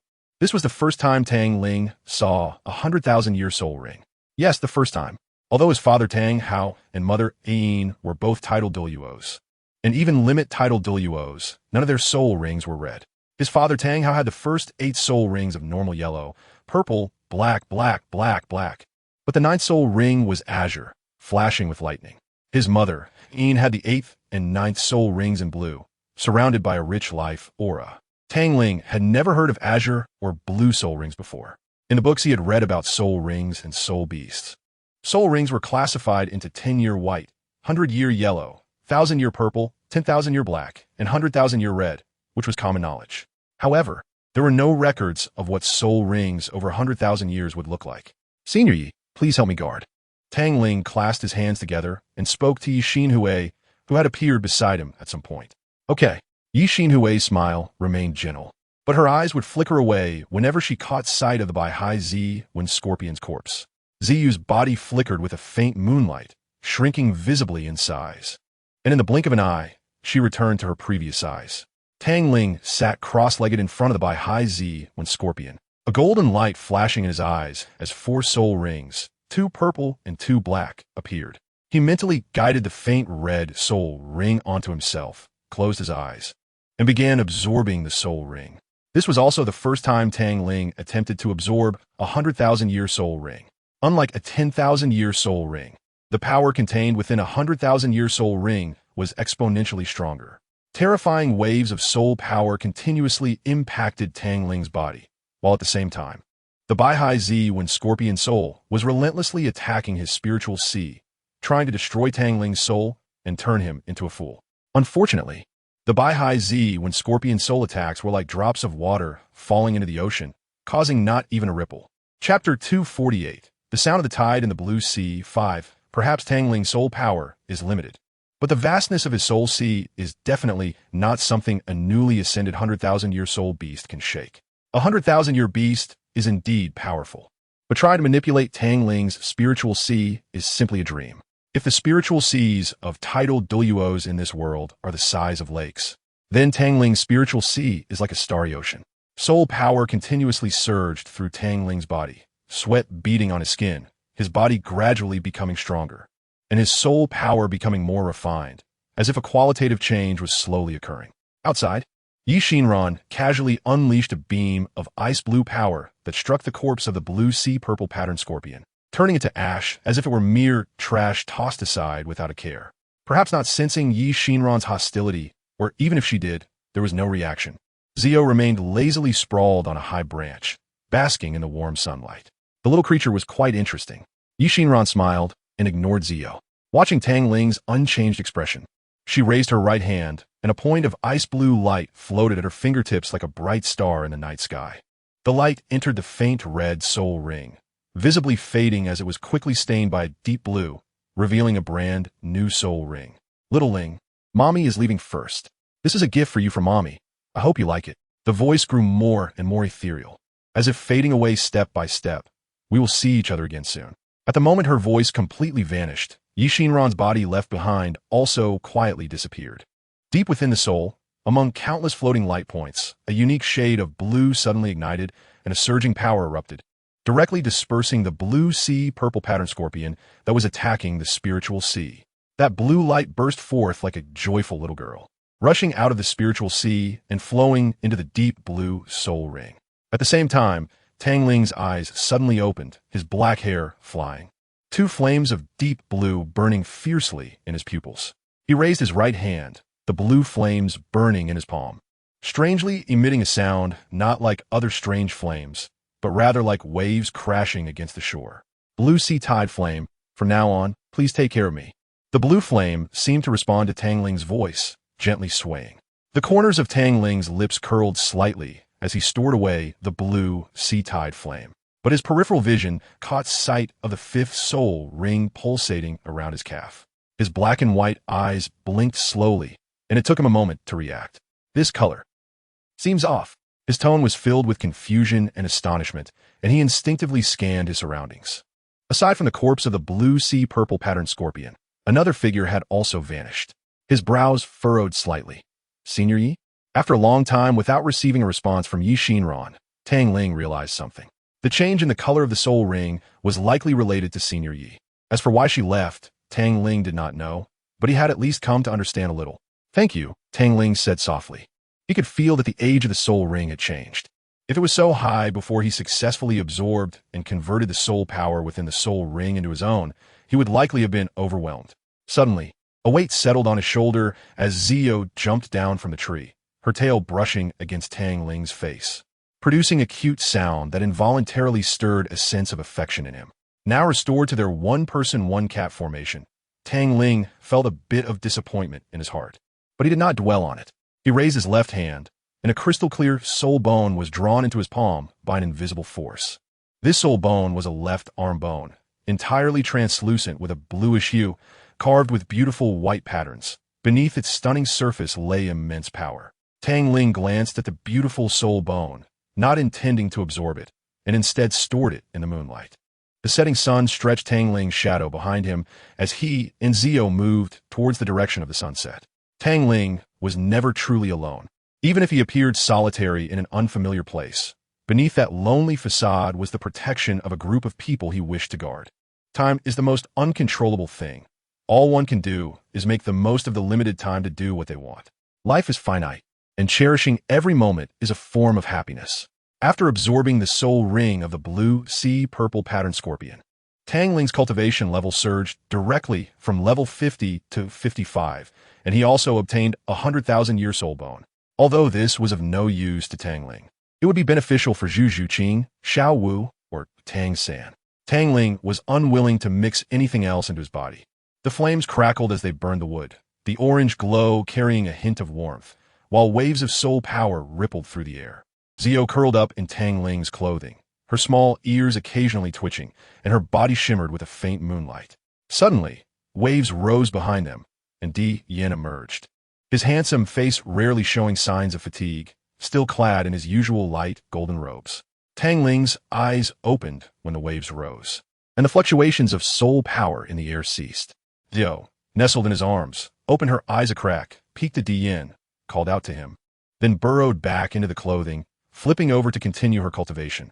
Di Yin rubbed his forehead, plopping down next to Tang Ling, showing none of the demeanor one would expect from a heavenly being, instead resembling a mere mortal. What's wrong with you? Since their first encounter, Tang Ling had never seen any other expression on Di Yin's face. Seeing him like this for the first time piqued Tang Ling's curiosity. You're not surprised at all by the significant change in your own soul ring, and you didn't even check your body? Di Yin's face darkened, and while his tone remained as calm as ever, a hint of annoyance beneath his words only deepened Tang Ling's confusion. So, you checked for me? Tang Ling frowned, tilting his head to ask. He suddenly felt a bit anxious about hearing from Di Yin that Yi Xinran had indeed done something harmful to his body. Yi Xinran, the woman he could not see through, always gave him a special sense of affection and trust. Chapter 249, The sound of the tide in the blue sea. 6. You seem quite nervous. Dian chuckled lightly, leaning against the big tree behind him, narrowing his beautiful light, golden eyes slightly. Don't worry, this time it's not a bad thing. Rather, it's a good thing, beneficial for you without any harm. Adjusting his posture to make himself more comfortable, he continued, this soul ring has inherited too much power. Once the blue sea tide flame awakened from deep within your soul, it directly forged its own realm within the soul ring, unlike other strange flames that need to be reconstructed bit by bit. Dian rubbed his forehead again. After all these years, the blue sea tide flame still hasn't changed its hasty personality. Not only did it fail to forge its realm properly, but it also created a mess. So, Tang Ling raised an eyebrow, his voice tinged with a hint of teasing. It's been busy channeling power and comforting that little brat. Dian clearly caught the teasing in Tang Ling's eyes and said unhappily, do you think it's simple to bundle together hundreds or thousands of fine threads and have to sort them out one by one? Next time you must try it. The undisguised resentment in his tone made Tang Ling feel a bit awkward. In short, I'm really not happy right now. Dian squinted at Tang Ling, his combative instincts stirring. Shall we spar a bit? That was exactly what Tang Ling had in mind. He glanced around the environment, his voice slightly tinged with excitement. Let's change places. Sure, but Dian looked at Tang Ling's chest with disdain. Just as Ziyu's little head popped out from Tang Ling's collar, locking eyes with Dian. Are you sure you want to bring this little thing along? Dian didn't hide his contempt, his tone filled with strong disgust. I won't hold back. What if I accidentally hurt it? Meow. Ziyu pretended to glare fiercely at Dian, but was immediately met with a glare in return. Under Dian's glare, Ziyu instantly shrank back into Tang Ling's arms, her little paws clutching at Tang Ling's clothes, looking aggrieved. All right, you're a dignified heavenly Dao, and you're actually bickering with a little cat. Tang Ling felt a mix of amusement and exasperation. The conflict between Dian and Ziyu actually began during their first meeting. Back then, Ziyu was all dirty, and they looked identical, sharing the same aura. As a result, Ziyu mistook Dian for Tang Ling and kept rubbing the dirt on him. Who is arguing with it? I'm not petty enough to argue with a little creature. Seeing Tang Ling place Ziyu on the ground, Dian let out a sigh of relief. After all, he was genuinely afraid of hurting the little one. It was the first time a creature dared to smear dirt on him, and to be honest, it felt quite nice. Tang Ling took out some food that Ziyu liked from a moonlit night and placed it on a clean cloth before nodding at Dian. Dian stood up from the ground, a flash of extreme gold briefly flickering in his light golden pupils. A fierce wind swept through, and the bodies of the two suddenly vanished, leaving Ziyu happily eating in place. Yellow sand flew everywhere, and the barren ground was devoid of life. With yellow being the only color in this world, the quiet world suddenly stirred with a fierce wind as Tang Ling and Dian appeared, their powerful auras erupting at once, the raging wind lifting grains of yellow sand that stung the exposed skin. The collision of their auras ended in an instant, and both raised their hands simultaneously. The scorching and surging blue lotus core fire spread forth, thorns breaking through the ground, resembling vicious giant pythons lunging at Dian. Second spirit skill, Death Thorns. Facing the oncoming thorns, golden flames surged from Dian's hands, and the intense heat wave instantly burned the thorns to ashes. The temperature in the air dropped sharply, and a thin layer of frost formed on the ground, covering nearly thousands of meters in the blink of an eye. White ice mist rose up, and as it swirled, menacing ice spikes shot out, gleaming coldly as they aimed at Dian. First spirit skill, Eternal Sin Ice Prison. A slight smile curved at the corners of Dian's mouth as he faced the icy onslaught. His palms faced each other, flames surged wildly, and the air seemed to warp under the unbearable heat. Suddenly, he stretched out his hands, and the heat wave rolled out, annihilating all the ice spikes upon contact. Dian's strength completely overwhelmed Tang Ling's in every aspect. Even as a remnant soul, the power he possessed was enough to effortlessly destroy the entire Douluo continent. Even when suppressing his strength to match Tang Ling's, Dian knew how to easily counter such attacks with his experience. The flames surged wildly. The air distorted under the intense heat, and the rampaging golden fire gradually converged, forming a golden five-clawed dragon behind Dian. The phoenix's cry seemed to pierce through eardrums as the third spirit ring spun out, suddenly enlarging, revealing a world made entirely of magma within it. A crimson phoenix flew out from the spirit ring, flapping its wings as it circled in the air. Third spirit skill, Scarlet Spirit. Fire Phoenix, Burning Heaven. The golden dragon and phoenix, both free-flying creatures, clashed in the air, their cries resonating continuously. The yellow sand on the ground suddenly flowed like water. As earthy flames burned on Tang Ling, pressing down on Dian with a heavy sensation akin to the earth itself. Dian's body momentarily stilled. The earthy flames did not feel hot, but rather heavy, like a boulder weighing him down and restricting his movements. His left hand rose, and the earthy light suddenly brightened. The ground twisting and trembling as a giant hand covered in earthy flames emerged from underground, crashing down towards the immobile Dian, as if something terrifying was about to crawl out from beneath the surface. Fourth spirit skill, heavy earth and rock. Dian's body was incredibly small compared to the massive rocky hand. Yet even so, Tang Ling did not dare to let his guard down. Just as the rocky hand was about to strike Dian, his body suddenly twisted, and in his light golden pupils, one could clearly see the golden flames burning. Golden flames erupted from his hands as he turned, crouched, twisted his waist, and unleashed a powerful punch. Boom! A violent gust of wind raged, lifting the yellow sand and blocking Tang Ling's sight. Amidst the explosive sounds came the sound of shattering. Chapter 250, Sound of the Blue Sea Tides, 7 Boom! A violent gust of wind raged, lifting the yellow sand and blocking Tang Ling's sight. The explosive sounds accompanied by the sound of shattering. Purple gold engulfed Tang Ling's eyes. And in a moment he saw the covered area through the yellow sand. Tang Ling, without any hesitation, shot out, not forward but backward, retreating rapidly. As the yellow sand dispersed, the covered area was revealed, showing only shattered rocks and no sign of Dian. Good reaction.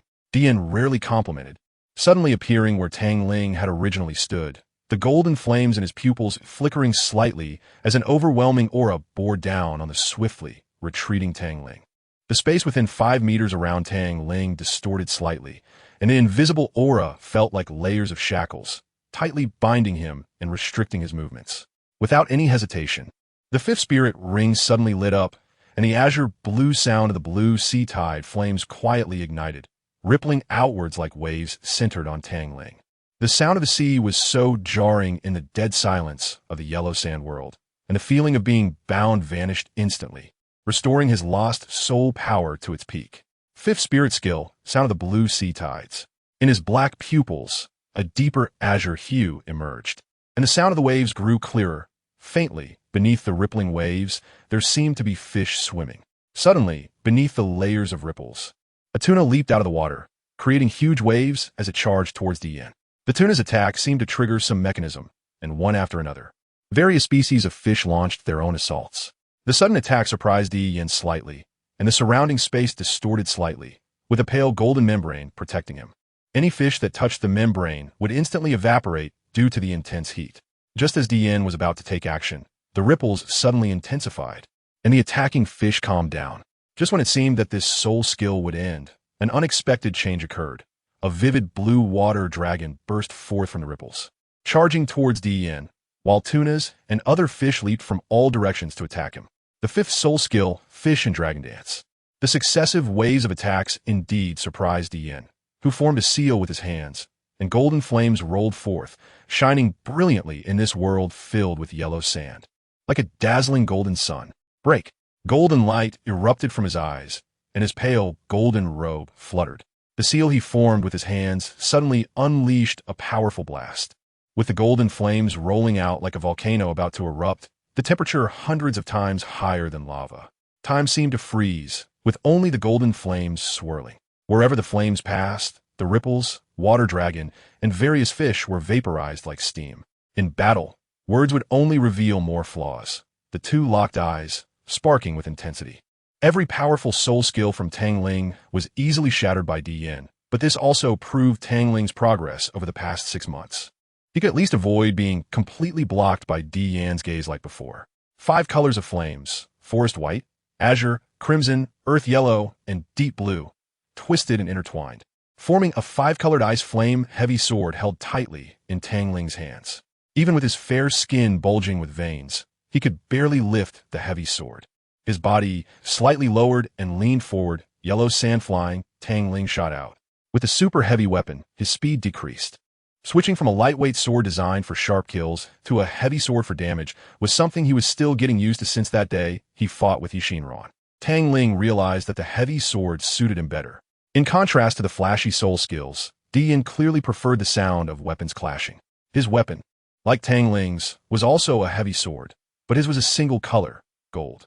Dian's understanding of the heavy sword naturally surpassed Tang Ling's, and for Tang Ling, who was still inexperienced with the heavy sword, Dian's skills were worth learning. The clash of heavy swords produced a tremendous roar, creating a shockwave centered around the two.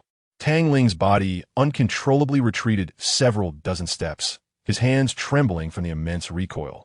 Just as he was still adjusting, Dian's heavy sword came swinging again. Dian's assault was incredibly fast. Tang Ling could only manage to cross his heavy sword in front of him. With a loud crash, Tang Ling was sent back nearly several dozen meters. If he hadn't planted the ice flame sword into the ground to relieve the impact, he might have been sent even further. Tang Ling's eyes were fixed on Dian's sword movements. Seeing another attack coming, he pulled the ice flame sword from the ground, steadied his slightly chaotic heartbeat, lowered his body slightly, using his right leg as a pivot, veins bulging on his arms. With force from his waist, he spun 360 degrees, slamming the ice flame sword towards Dian's heavy sword with a roaring sound. Clang! Flames erupted, and a more powerful shockwave suddenly burst forth. This time, neither retreated. A fleeting look of surprise flashed in Dian's eyes, and the corners of his mouth lifted slightly as he looked at Tang Ling's hands. Tang Ling's hands were trembling, with the flesh at his palms already torn, blood oozing out. Dian's intent was clear. You are already injured. Continuing will only worsen your condition. Continue. Ignoring the stinging pain in his hands, Tang Ling tightened his grip on the ice flame heavy sword, fierce flames burning in his black eyes, a fire named excitement. The heavy swords clashed continuously, sparks flying, and roaring sounds echoed. Tang Ling's body kept advancing and retreating. Each time he was pushed back, his movements with the heavy sword grew smoother. Drip, drip, drip. Blood slid down the sword handle to the tip, falling to the ground and forming a blood-red flower. All right, let's stop here. Noticing Tang Ling's increasingly pale face, Dian halted his movements. I can. Continue. His head felt heavy, and the world before him suddenly blurred. After stumbling a few steps forward, everything went black. Dian quickly moved to Tang Ling's side, catching him as he fell. Gazing at the ice flame heavy sword still tightly held in Tang Ling's hand, seemingly understanding something. Chapter 251.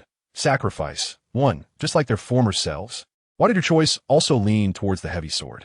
Dian gently tapped the ice flame heavy sword with his fingertip, and it shattered instantly, transforming into purest power.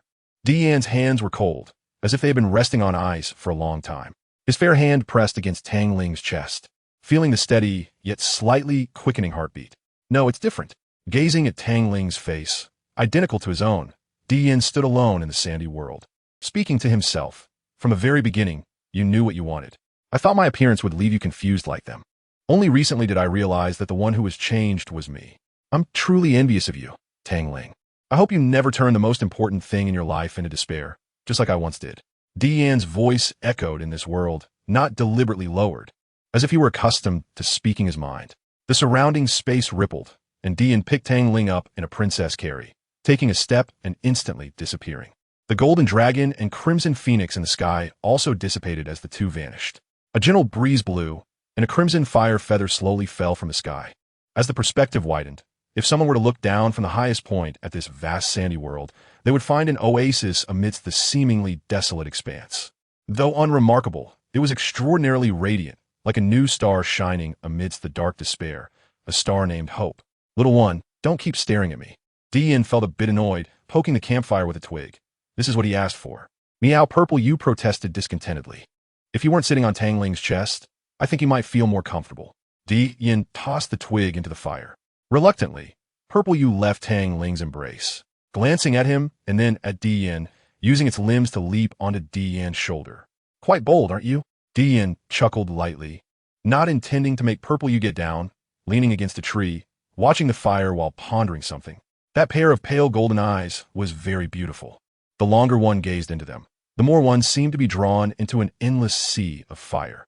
It was unclear whether it was a trick of the mind, but standing on Dian's shoulder, Ziyu seemed to see a figure shrouded in black mist and a person enveloped in brilliant golden flames.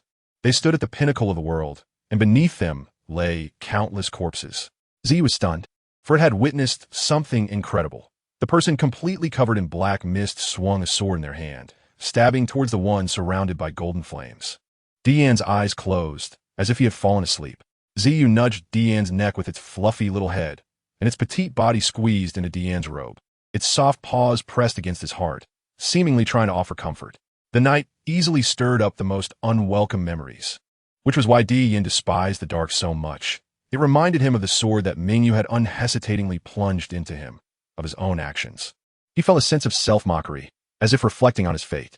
Time passed, and the endless darkness was gradually broken by the sun rising on the horizon, casting orange-red sunlight onto Tang Ling's face. Tang Ling slowly opened his eyes, instinctively scanning his surroundings. The sun had just risen, and the darkness around had not yet fully receded. The flames had already extinguished, and across from him sat Dian, who was meditating with his eyes closed. Thanks to being nourished by the life source of the sun and moon, there still lingered the power of the life source within him. The wounds on his hands had healed, showing almost no signs of injury. He glanced at the area on Dian's chest, which had silently vanished. Upon returning, he had already changed into a different outfit. When he returned, Dian had opened his eyes, and Ziyu was also placed beside him, still fast asleep, showing none of the characteristics one would expect from a millennium-old soul beast, looking just like a little lazy pig. Dian, can you still traverse worlds now? Suddenly, Tang Ling blurted out this question. Yes. Dian answered Tang Ling's question without any surprise. Could I trouble you with something? Tang Ling looked at Dian, his voice very low. Yes. Dian did not wait for Tang Ling to articulate his request, directly agreeing. But right now, I can only let you stay there for 3 days. If it exceeds this time, it will be very difficult to return. 3 days is enough. Tang Ling smiled, deeply exhaled, and nodded at Dian, signaling that he was ready. Close your eyes. It might feel a bit uncomfortable. As Dian's voice fell, a golden beam of light descended from the sky, enveloping Tang Ling. The surrounding air slightly distorted, and Tang Ling's body vanished. A sense of dizziness washed over him, as if he had fallen into a tornado, with his skin being torn by the raging wind. When Tang Ling felt his body touch the ground, he endured the discomfort and opened his eyes, greeted by a strange yet bustling city. Before he had gone to Douluo continent, Tang Ling had lived in such a vibrant city, even though now he only had some memories of his grandfather, Tang Jingji. Relying on his instincts, Tang Ling walked step by step towards the northeast. His attire was not uncommon in the thriving metropolis. It was his appearance that attracted attention. The Qian Cemetery was the largest cemetery in Lingyi City, located in the central area of the city, not far from Tang Ling. At his pace, he reached the Qian Cemetery in less than 2 hours. Entering the cemetery, Tang Ling followed his instincts, walking step by step towards Tang Jingji's grave. Just as he was about to approach, he stopped, his eyes focused ahead. In front of Tang Jingji's tombstone knelt a woman in white, burning paper money and quietly whispering something. Tang Ling did not step forward to disturb her, quietly watching her pay her respects. After a full hour, the woman finally stood up to leave, and as the two brushed past each other, the woman suddenly froze. Tang Dong. Her voice was very low, only audible to Tang Ling. Sorry, you have mistaken me for someone else. Just as Tang Ling glanced at the woman and was about to leave, she suddenly grabbed his hand. Wait. Realizing her rudeness, the woman quickly released her grip, a faint smile appearing on her face as she continued. I might be a bit presumptuous, but may I ask you something? Speak. Tang Ling frowned slightly. What is your name? The woman seemed quite nervous, carefully asking the question. Tang Ling did not hesitate and stated his name. Just as the woman's smile became even brighter, she noticed the confusion on Tang Ling's face, which was gradually maturing from youthful innocence. Her smile slowly faded, and with a disappointed sigh, she took out a business card from her bag and handed it to Tang Ling, saying a simple thank you before turning to leave. Tang Yinhong. Tang Ling read the name on the card aloud, instinctively frowning. The card was put away, and he resumed his steps towards Tang Jingji's grave. Although it was only a short distance of a few meters, it took Tang Ling nearly 10 minutes to walk, as if every step was incredibly difficult. When he saw the black and white photo on the tombstone, his eyes quickly filled with tears, his lips quivering as he slowly uttered 2 words, Grandpa. His straight body trembled slightly at that moment, and the missing memories surged forth like a collapsed dam, every memory of Tang Jingji flooding back in that instant. The tears in his eyes finally fell helplessly, and he bent his knees, kneeling on the ground. Grandpa, Xiao Ling has come to see you. His voice was hoarse, as if burned by flames. I'm sorry, Grandpa, I'm sorry. Tears were an extremely rare thing for Tang Ling. He even once thought he had no tears at all. It was only now that he realized he too could shed tears. Under the suddenly darkened sky, a light rain began to fall, gradually intensifying into a torrential downpour, with thunder and lightning cracking in the sky, drenching Tang Ling's clothes in an instant. Suddenly, a blinding silver light flashed in the sky, and the moment the light disappeared, Dian walked out from the waves, standing behind Tang Ling, holding an umbrella to shield him from the rain. The rain mixed with Tang Ling's tears, watching Tang Ling kneeling on the ground. Dian's lips moved several times, but he could not utter a word. If Grandpa hadn't adopted me, would his later years not be tormented by illness, but instead leave this world in happiness and peace? Tang Ling's mutterings were all heard by Dian without missing a word. In this world, there are no ifs. Dian looked at the smiling black and white photo on the tombstone. Cry, in front of the grandfather who treated you as his own and viewed you as his lifelong pride. You can once again be a child, a 14-year-old child. Tang Ling seemed to have not heard Dian's words at all, allowing the tears at the corners of his eyes to slide down. The torrential rain under the dim sky began to lessen with the passage of time. I know my grandfather is already reincarnated, and he must have been reborn into a good family. But for some reason, there seems to be a barrier in my heart that I can never overcome. My fists are tightly clenched, and I punch the ground fiercely, splashing water everywhere, causing cracks to form on the surface. My chest heaves violently with anger, and my voice becomes hoarse as I roar, because I know that it is because of my existence that my grandfather's life has been so full of twists and turns. I have never given my grandfather even a day's happiness. All I brought him was disaster. Tang Ling looked at Dian, his right hand clutching his chest, leaving behind streaks of blood. You want me to get over it? How could I possibly get over it? Dian was like a parent, silently listening to Tang Ling's deep resentment, his resentment toward himself. In fact, Dian had listened to their resentment in every reincarnation, from understanding to numbness, and now to tenderness. He never spoke while listening, but now, Dian realized he could do something. Bang! Without any warning, Dian's fist struck Tang Ling's face hard. His light golden eyes stared at the Tang Ling lying in the rain, and he threw away the umbrella, standing in the downpour. The rain quickly soaked Dian's clothes, and standing in the rain, it seemed as if he had let go of some inner turmoil. If there were a pill for regret in this world, would you take it? Dian grabbed Tang Ling by the collar, squinting his light golden eyes at the tearful Tang Ling. Do you dare say you would? I. Dian growled softly, not giving Tang Ling a chance to continue. You wouldn't. Do you know why I am so certain? Because your eyes say you wouldn't. Not even a hint of hesitation. Lying in the rain, Tang Ling stared blankly at Dian. He, who always loved cleanliness, was lying in muddy rainwater for the first time, and the first thing he thought was not getting up, but wondering why. Why? You have always been clear about it. Or perhaps you have forgotten. Then let me help you remember. Dian let go of Tang Ling's collar and looked at the black and white photo on the tombstone. He said he was proud of you. Those 5 words struck Tang Ling's heart like a thunderbolt. His black eyes trembled slightly as he looked at the dim sky, remembering that the day before his grandfather went to the hospital, his grandfather had said the very same words. Proud of me? What do I have that makes my grandfather proud? Tang Ling felt as if his soul had been sucked away, staring blankly at the dim sky. Faintly, he seemed to see his grandfather, Tang Xunji, in the air, his grandfather's smile still so kind. Grandpa, why aren't you even to bed so late? Little Tang Ling was like a porcelain doll. Anyone who saw him wanted to hold him in their arms. Ha! Grandpa hasn't been out to see the stars or breathe in the fresh air for a long time. Tang Xunji stretched in the old recliner. Staying indoors all the time makes him feel like he is almost going moldy.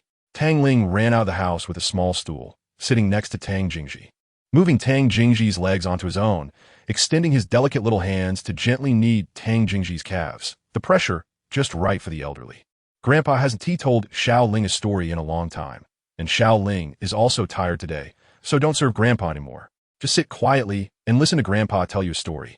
There was an indulgent look in Tang Xunji's cloudy eyes.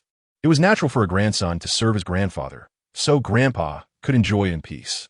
Moreover, serving Grandpa while listening to him tell stories was the happiest thing, for Xiao Ling Tang Ling's hands didn't stop, skillfully kneading Tang Xunji's calves, with no complaints. Mature and steady, making one feel heartbroken. Chapter 253, Worship 3. Let Grandpa think about what story to tell. Xiao Ling Tang Xunji's voice was very deep, filled with the vicissitudes of time. Let's tell Xiao Ling about Grandpa's past. Tang Ling's smile froze for a moment, then he nodded seriously, his little hands showing no signs of stopping, listening to his grandfather's voice full of experience. From the first time he disregarded his family's objections to adopt the first orphan to establishing the Fuan Welfare Institute, Tang Ling listened intently. Even though he had heard this story dozens of times, and even if he could write it down word for word, he still listened seriously, without any impatience, without throwing any childish tantrums. Listening to the old man's voice full of experience and kindness, Tang Ling felt how beautiful this moment was. Wishing time could forever stay at this moment, allowing him to serve his grandfather well for his entire life. But the young him did not know his uniqueness. His innocent thoughts would not only never be realized, but would also accelerate the destruction of such wishes because the causal line had already penetrated into the old man's soul. Unfortunately, all of Grandpa's hard work in his life was destroyed by those unscrupulous merchants. A hint of nostalgia appeared in Tang Jingji's cloudy eyes, not because of the closure of the Fuan Welfare Institute, but because he had lost many children who used to call him director or grandpa. Grandpa, you said that good people are rewarded and evil people are punished. It's not that there is no retribution, but the time has not yet come. Tang Ling's smile was very infectious, and seeing Tang Ling smile, Tang Jingji couldn't help but laugh along. The moonlight illuminated the earth, and the old and the young conversed in the night. Despite the significant age difference, their conversation had no barriers from the era, and the laughter they occasionally emitted made the air seem a little more lively. Tang Jingji was already 72 years old, and at this age, one generally becomes easily fatigued. During this conversation with Tang Ling, he had already yawned several times. Grandpa, let me help you inside a rest. Tang Ling glanced at the moon in the sky, preparing to assist Tang Jingji back to rest. Tang Jingji waved his hand, struggling to stand up from the recliner, his face bearing a kind smile. Bending down with one hand touching Tang Ling's head, the other pointing at the round moon in the sky. The smile under the moonlight had a hint of unusual paleness, but it was obscured by the moonlight, and went unnoticed by Tang Ling. Beautiful? Beautiful. Xiao Ling, you have always been so sensible since you were little, never making Grandpa worry about anything, but Grandpa is very afraid. Tang Jingji rubbed Tang Ling's hair, secretly telling Xiao Ling that Grandpa actually has superpowers. He just saw the future you. It is because he saw the future you that Grandpa is afraid. Because at that time you were crying, and there was no longer a smile on your face. Grandpa, let Grandpa finish speaking. Tang Jingji sighed, pinching Tang Ling's little face, and said solemnly, Grandpa is afraid that such a you will really appear in front of Grandpa. Grandpa hates that kind of you. No matter what happens, Grandpa is proud of you, and no matter what happens in the future, Grandpa only hopes you are always happy. The sky cleared up again, just like Tang Ling's heart. Indeed, even if I were given a pill for regret, I wouldn't take it, not only because Grandpa wouldn't let me, but also because of them. Tang Ling got up from the ground and bowed 9 times in front of Tang Jingji's tombstone. The haze in Tang Ling's eyes completely dissipated. He stood up from the ground and sat beside the tombstone, taking out 2 wine cups from the moonlit night. Dian glanced over and silently disappeared. He poured 2 cups of wine, placing one in front of the tombstone and picking up the other. Grandpa, you've always called out wanting to drink, and now, Xiao Ling is here to drink with you. Tang Ling shook the wine cup in his hand and downed it in one go. Just that one cup made Tang Ling's face turn as red as a monkey's, but his throat burning painfully as if he were about to lose his voice. But he didn't stop and continued pouring more wine. After drinking 3 or 4 cups in a row, he leaned against the tombstone, feeling drowsy. Dian, let's go home. A beam of light descended from the sky, enveloping Tang Ling. When the light disappeared, all that remained was an empty wine bottle and a pure white lily of the valley. The white petals gently swayed in the breeze, as if someone were waving goodbye. In a myriad of worlds, on an inconspicuous planet, a figure shrouded in thick black mist stepped on a mountain of corpses, the sinister sword in hand, dripping with blood. A crimson light flickered, the black mist receded, revealing a menacing armor that resembled thorns, and a demonic figure radiated an alluring aura against the backdrop of the armor, capable of stirring the deepest desires within anyone who casts a glance. The sinister sword was embedded in the corpse beneath, the figure's hands propped on the hilt.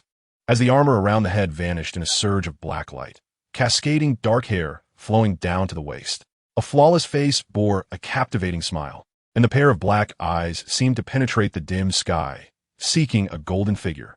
A melodious female voice echoed in this desolate world, and a black silhouette knelt on one knee, bowing its head silently behind the figure of the underworld.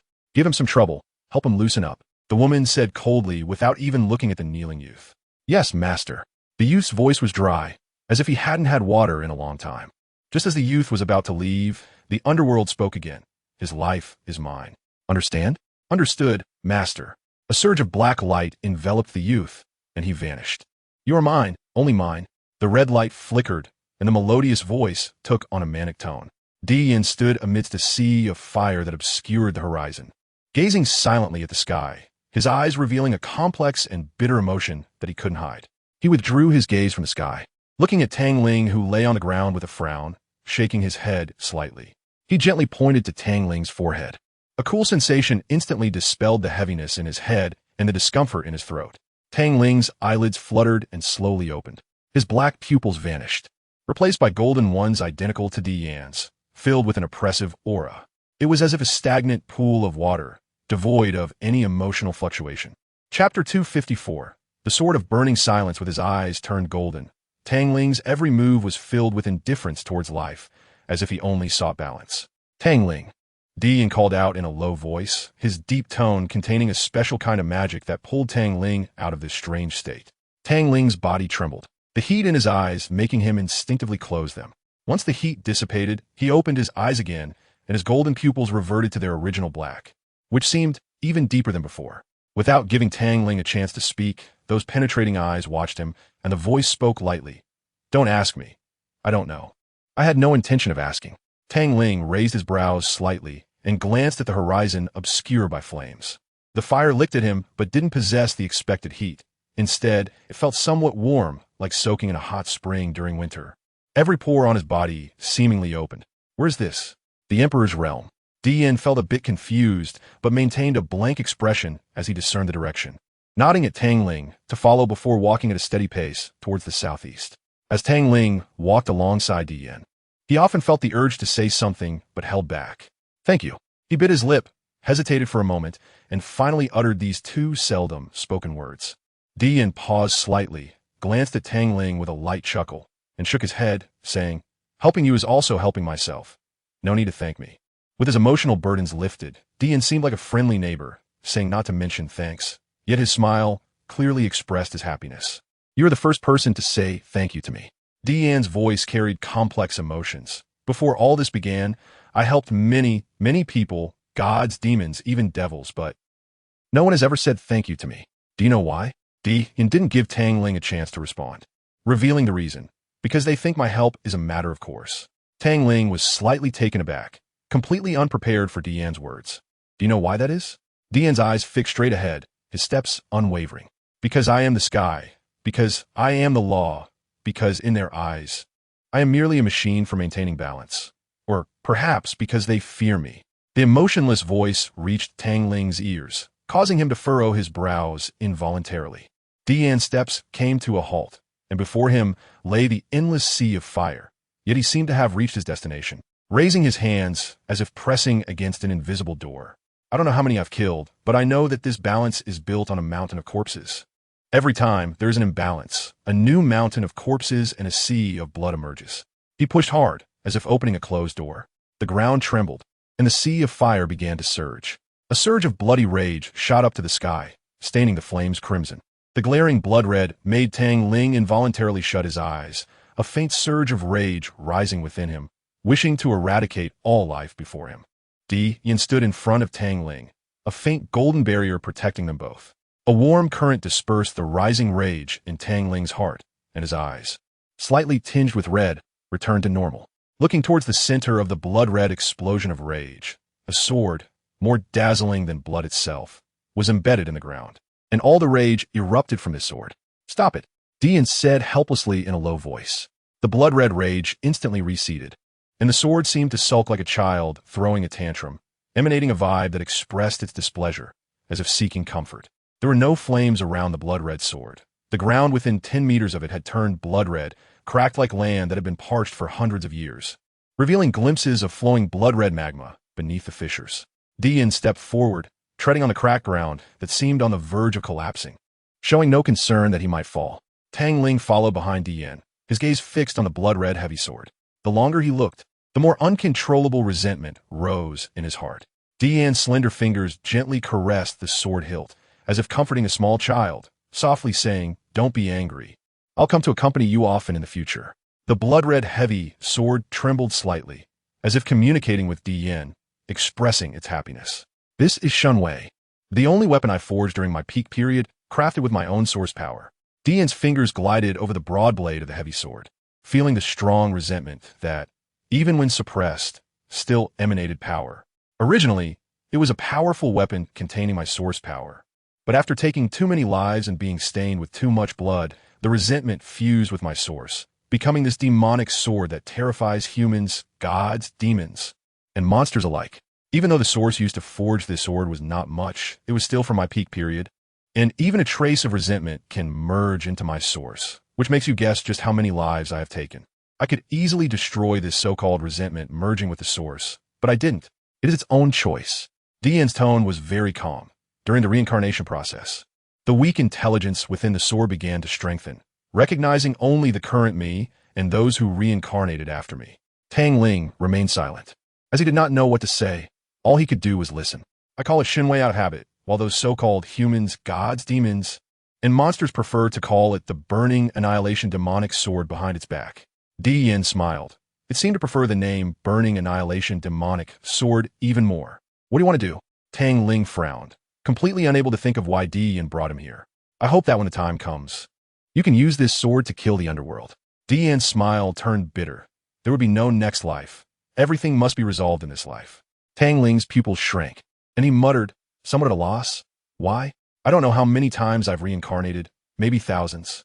But you're the most special one because you are the only reincarnation of a mortal body among all the reincarnations.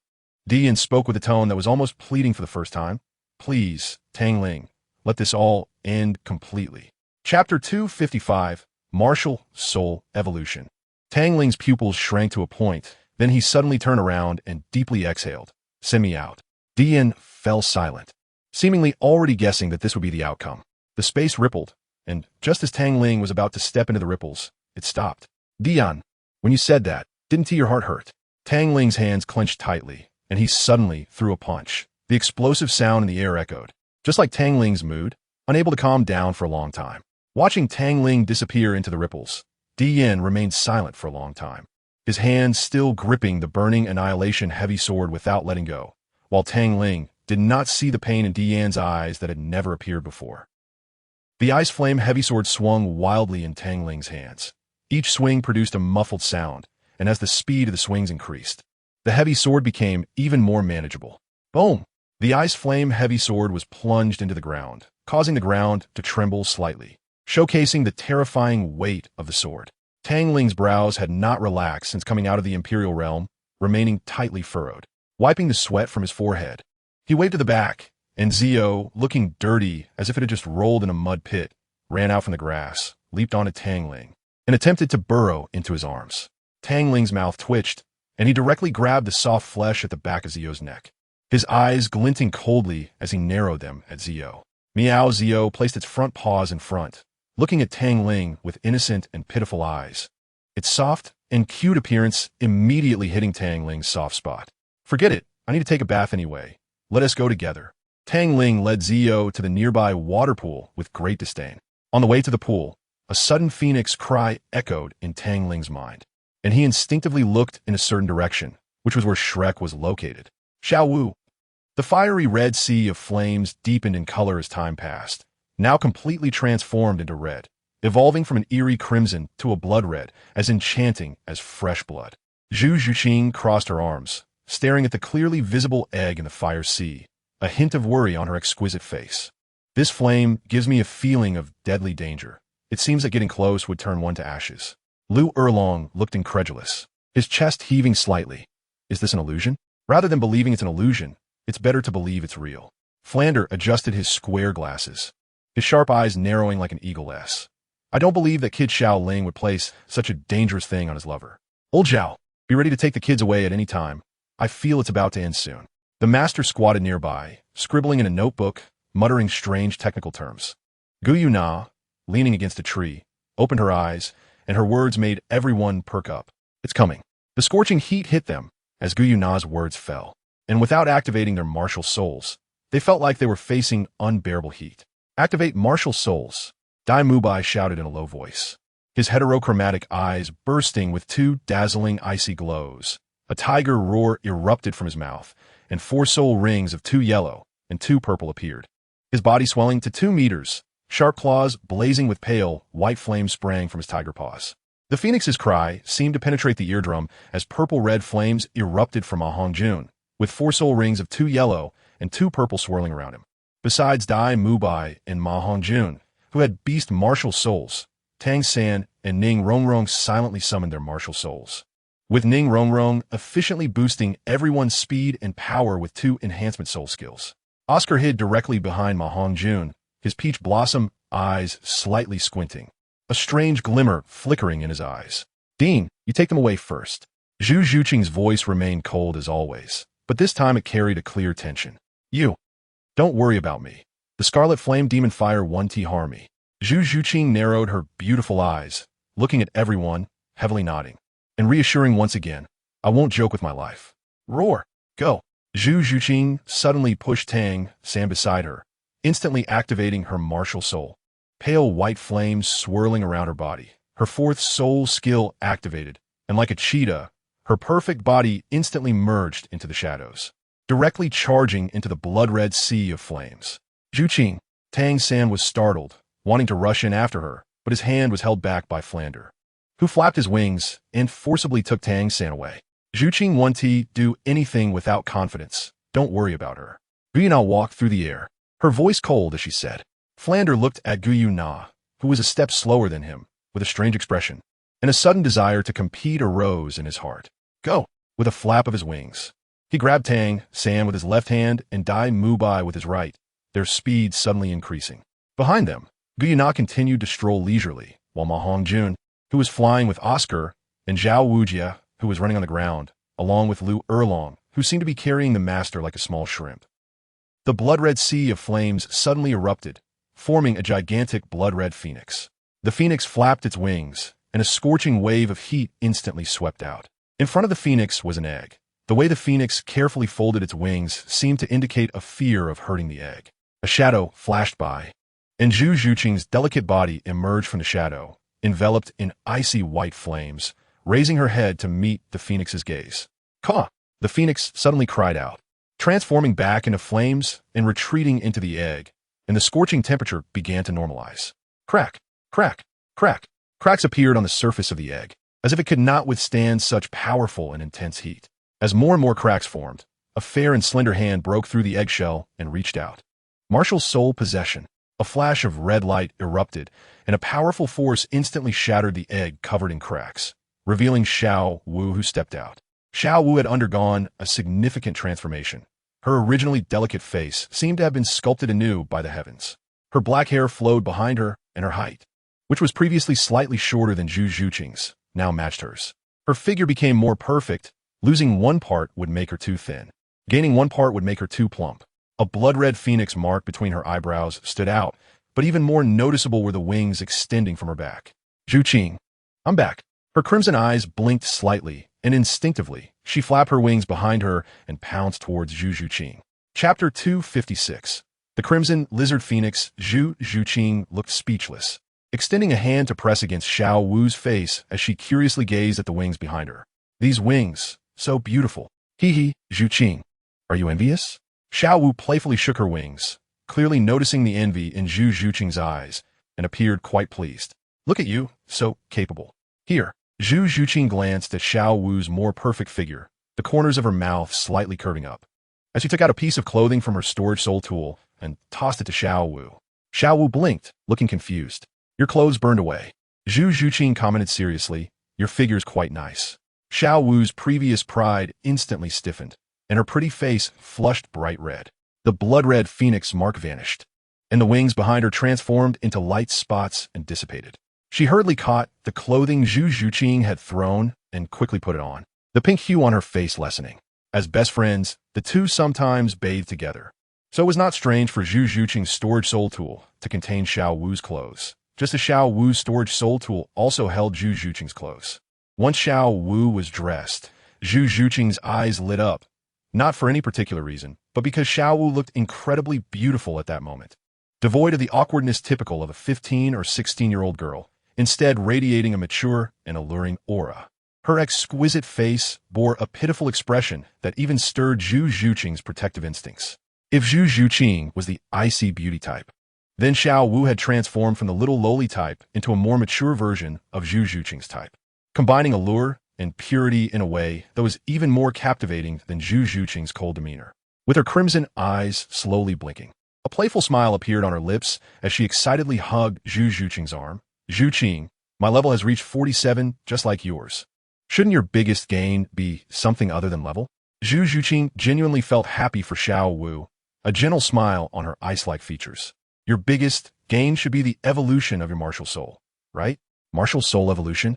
Xiao Wu frowned slightly, shaking her head as she replied, it's not martial soul evolution. It's martial soul replacement. Martial soul replacement? Zhu Zhuqing searched her mind for all knowledge about martial souls, but found no information on martial soul replacement. Yes, I'll tell you when everyone returns. Xiao Wu removed the life essence wrapped around her wrist, treating it like a bracelet, and placed it around Zhu Zhuqing's neck. Zhuqing, you know I'm not human, but a soul beast, right? When you fully receive the recognition of the Zi fire, if I'm not mistaken, that feeling of being seen through was brought by you. Although Xiao Wu's tone was questioning, it was very firm. Her small hand tightly held Zhu Zhuqing's icy hand. Her flowing black hair gently swaying in the breeze, and a special fragrance wafted into Zhu Zhuqing's nose. Yes, Zhu Zhuqing affectionately patted Xiao Wu's head. No matter if you're a soul beast or something else, as long as you love him, then it doesn't matter what you are, I will treat you like family. Just like Xiao Ling said, at the moment you confess to me, you became mine. I won't imprison you or keep you in my little world. I will strive to give you freedom, happiness, and joy. But if anyone wants to harm you, they must step over my dead body. Zhu Zhuqing's eyes revealed deep affection and love. She would never forget the determination that shone in Tang Ling's eyes when he said that. A momentary daze appeared in Xiao Wu's eyes, and vaguely, a scene floated before her. No matter if you're human or demon, in my eyes, you will always be my sister. No matter how powerful he is, if he wants to take you away, he must step over my dead body. Bai Ling gripped a heavy sword, blocking Jiang Shuang's path, her frail body seeming to be able to withstand the heavens for her, creating a space for her. Unfortunately, such a good seedling had been enchanted by the demon. An old man with white hair waved the heavy hammer in his hand, his murky eyes flashing with a glimmer of light. At this age, to grow to this extent, if we let continue to grow, it will likely threaten our status. Brother, Xiao Wu. Bai Ling expressionlessly swung her heavy sword, showing no fear of death. Having prepared for death upon learning that Jiang Shuang was a demon, she charged forward without hesitation. Go, don't look back. Xiao Wu's arm revealed blue veins, her pupils shimmering with moisture. The warm breath escaping her red lips formed a white mist in the air as she suddenly said, winter has come. Yes, winter has come. Zhu Zhuqing smiled, feeling the cold wind blowing. Zhu Zhuqing casually conjured a long bench, and the two chatted about trivial topics. Most of the conversation revolved around Xiao Wu discussing matters from her past life, while Zhu Zhuqing answered her questions, and during their back and forth, Xiao Wu's slightly dull mind became much more perceptive. Half an hour later, Flinder entered with a dark expression, leading everyone through the academy gates. While Zhao Wujia continued to mock him mercilessly, the more Zhao Wujia mocked, the darker Flinder's expression became. Zhao Wujia, you've really been mischievous lately. Do you think I'm a sick cat just because I didn't send you flying? Flinder squeezed out a sentence through clenched teeth, his fists cracking ominously. Hee hee. I broke through to level 79 yesterday. Now I'm at the same level as you, so it won't be as easy to beat me as before. Zhao Wujia said with a smug smile. Hee hee. Sorry, I accidentally broke through to level 80 last night. Flinder's face twisted in a grimace as he spoke the word Zhao Wujia least wanted to hear. 80? Zhao Wujia was completely bewildered. As everyone knows, the higher the soul power level, the slower the speed of leveling up. Once reaching the level of Soul Sage at level 70, even leveling up by one level could take 2 or 3 years, which is considered quite fast. After finally reaching the level of Flinder, who had always been one level higher than him, now he was being told that on the same day he was still a Soul Sage, while Flinder had already reached Soul Douluo. So what if he reached level 80?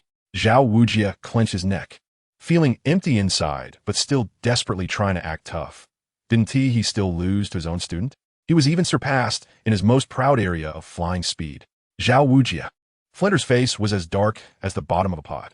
I guarantee that if I don't beat you to the bed for 10 days and half a month, I absolutely won't let you go. Zhao Wujia scoffed, patting his own chest, and said the most cowardly words. Would you dare to hurt me? The super big meat shield? If you seriously injure me, who will help you take damage? Flender. Oh no, I forgot about that. Chapter 257. Red, Lian Demon Phoenix Get Lost. Flender angrily punched Zhao Wujia, his face dark, and led everyone towards the location of Zhu Zhuqi in silence. Zhao Wujia, as a meat shield, was quite important in hunting soul beasts, not only because he had thick skin and could take a beating, but also because of his special gravity soul skill, which could save a lot of time when chasing fleeing soul beasts. The closer they got, the more heartbroken Flender felt. The academy looked like a fire scene. A large area was dark and charred. How much would it cost to repair this? My white jade stone bench. I spent 10 copper soul coins to buy this in the black market. As Flender walked, he sighed, as if the gold soul coins in his pocket had grown wings and flown away. Listening to Flender's incessant complaints was like hundreds of flies buzzing around Lu Erlong's ears. Lu Erlong clenched his fists tightly, and just when he was about to explode, the master suddenly reached out his rough hand and held Lu Erlong's clenched fist. Don't be angry, you know Flender's greedy nature, the master said gently. Lu Erlong, who was about to erupt like a volcano, immediately wilted, hugging the master's arm like a little girl, wearing a blissful smile, and crazily throwing dog food at Tang San and the others. Dai Mubai had a bitter face, and he only wanted to find a girlfriend who could cuddle and lift him high. But first, he needed to resolve the troubles of the Star Luo Empire. Dai. Boss Dai. Ma Hongjun tugged at Dai Mubai's sleeve, looking infatuated at something not far away. What? Dai Mubai disdainfully shook off Ma Hongjun's hand. A beauty. Ma Hongjun still looked infatuated. A beauty? Dai Mubai frowned and followed Ma Hongjun's gaze. His heterochromatic eyes suddenly released a wolf-like gaze, of course. That kind of wolf with a knife. Fairy Ma Hongjun rubbed his palms, looking eager, drool almost dripping to the ground. Indeed, earlier Xiao Wu's looks were not low. Especially her long legs were very attractive, and now she had almost changed to an even more perfect and flawless face, paired with a more perfect figure, along with a charm that left men almost defenseless. All the male gazes in the vicinity immediately focused on Xiao Wu. Lu Erlong and Ning Rongrong instinctively showed envious expressions, while Gu Yuna, who had always been indifferent, showed no signs of envy in her eyes, because she was already perfect enough. Tang San's eyes flashed with surprise. Then his brows furrowed as he elbowed Oscar beside him. Just as he was about to remind Dai Mubai and Ma Hongjun, he inexplicably retracted his hand. With his hands crossed casually, he tried to minimize his presence, wearing a strange smile, waiting to watch the drama. Oscar blinked his peach blossom eyes, touched his silver short hair, and being smart, he instantly understood a lot. He grabbed Ning Rongrong's small hand without explaining anything and quietly watched the show. Xiao Wu was very sensitive to the gazes on her, most of which were amazed, but among them, there were two extremely annoying gazes that made her suddenly very uncomfortable. Her little temper ignited like lit dynamite and exploded. What are you looking at? Xiao Wu's crimson eyes flickered with a chilling glare. Oh no. This was the only voice in Dai Mubai and Ma Hongjun's hearts. All the talk about beauties and fairies turned into Xiao Wu's furious and unpleased expression. They shivered violently, feeling a slight pain all over. Hee, Sister Xiao Wu. The chubby Ma Hongjun was utterly shameless, instantly cowering behind Flender, his chubby face showing undeniable fear. His martial spirit was terrified, like a bullied little girl trembling in a corner, and this fear was directly conveyed to Ma Hongjun's mind, causing him to involuntarily show fear. In fact, anyone present with a beast martial spirit would feel this way, though the feeling was very faint. However, Ma Hongjun was an exception because he had a still-growing, strange fire within him, and his martial spirit was a phoenix-type martial spirit. On the other hand, soul masters with weapon martial spirits did not have this feeling at all because their martial spirits could not sense the fear brought by the Red Lian Demon Fire. Red Lian Demon Fire, one of the 9 holy flames of the extreme Yang Heavenly Path, one of the Yin-Yang Heavenly Paths. When the Red Lian appears, all demons bow down in submission. As long as one possesses the Red Lian Demon Fire, they're the true emperor among demons. Even Xiao Wu herself did not know that her had such characteristics. Xiao Wu's pair of star-like, dazzling crimson eyes sparkled with excitement, and her rosy lips parted to say what Ma Hongjun least wanted to hear. Since you all came to my door, that's even better. It saves me from finding other excuses. Xiao Wu clenched her delicate fist and beckoned to Dai Mubai and the others. Let's have a spar. Dai Mubai's face darkened, and he instinctively covered his soul guide. During this time, his gold soul coins had been flowing out like water.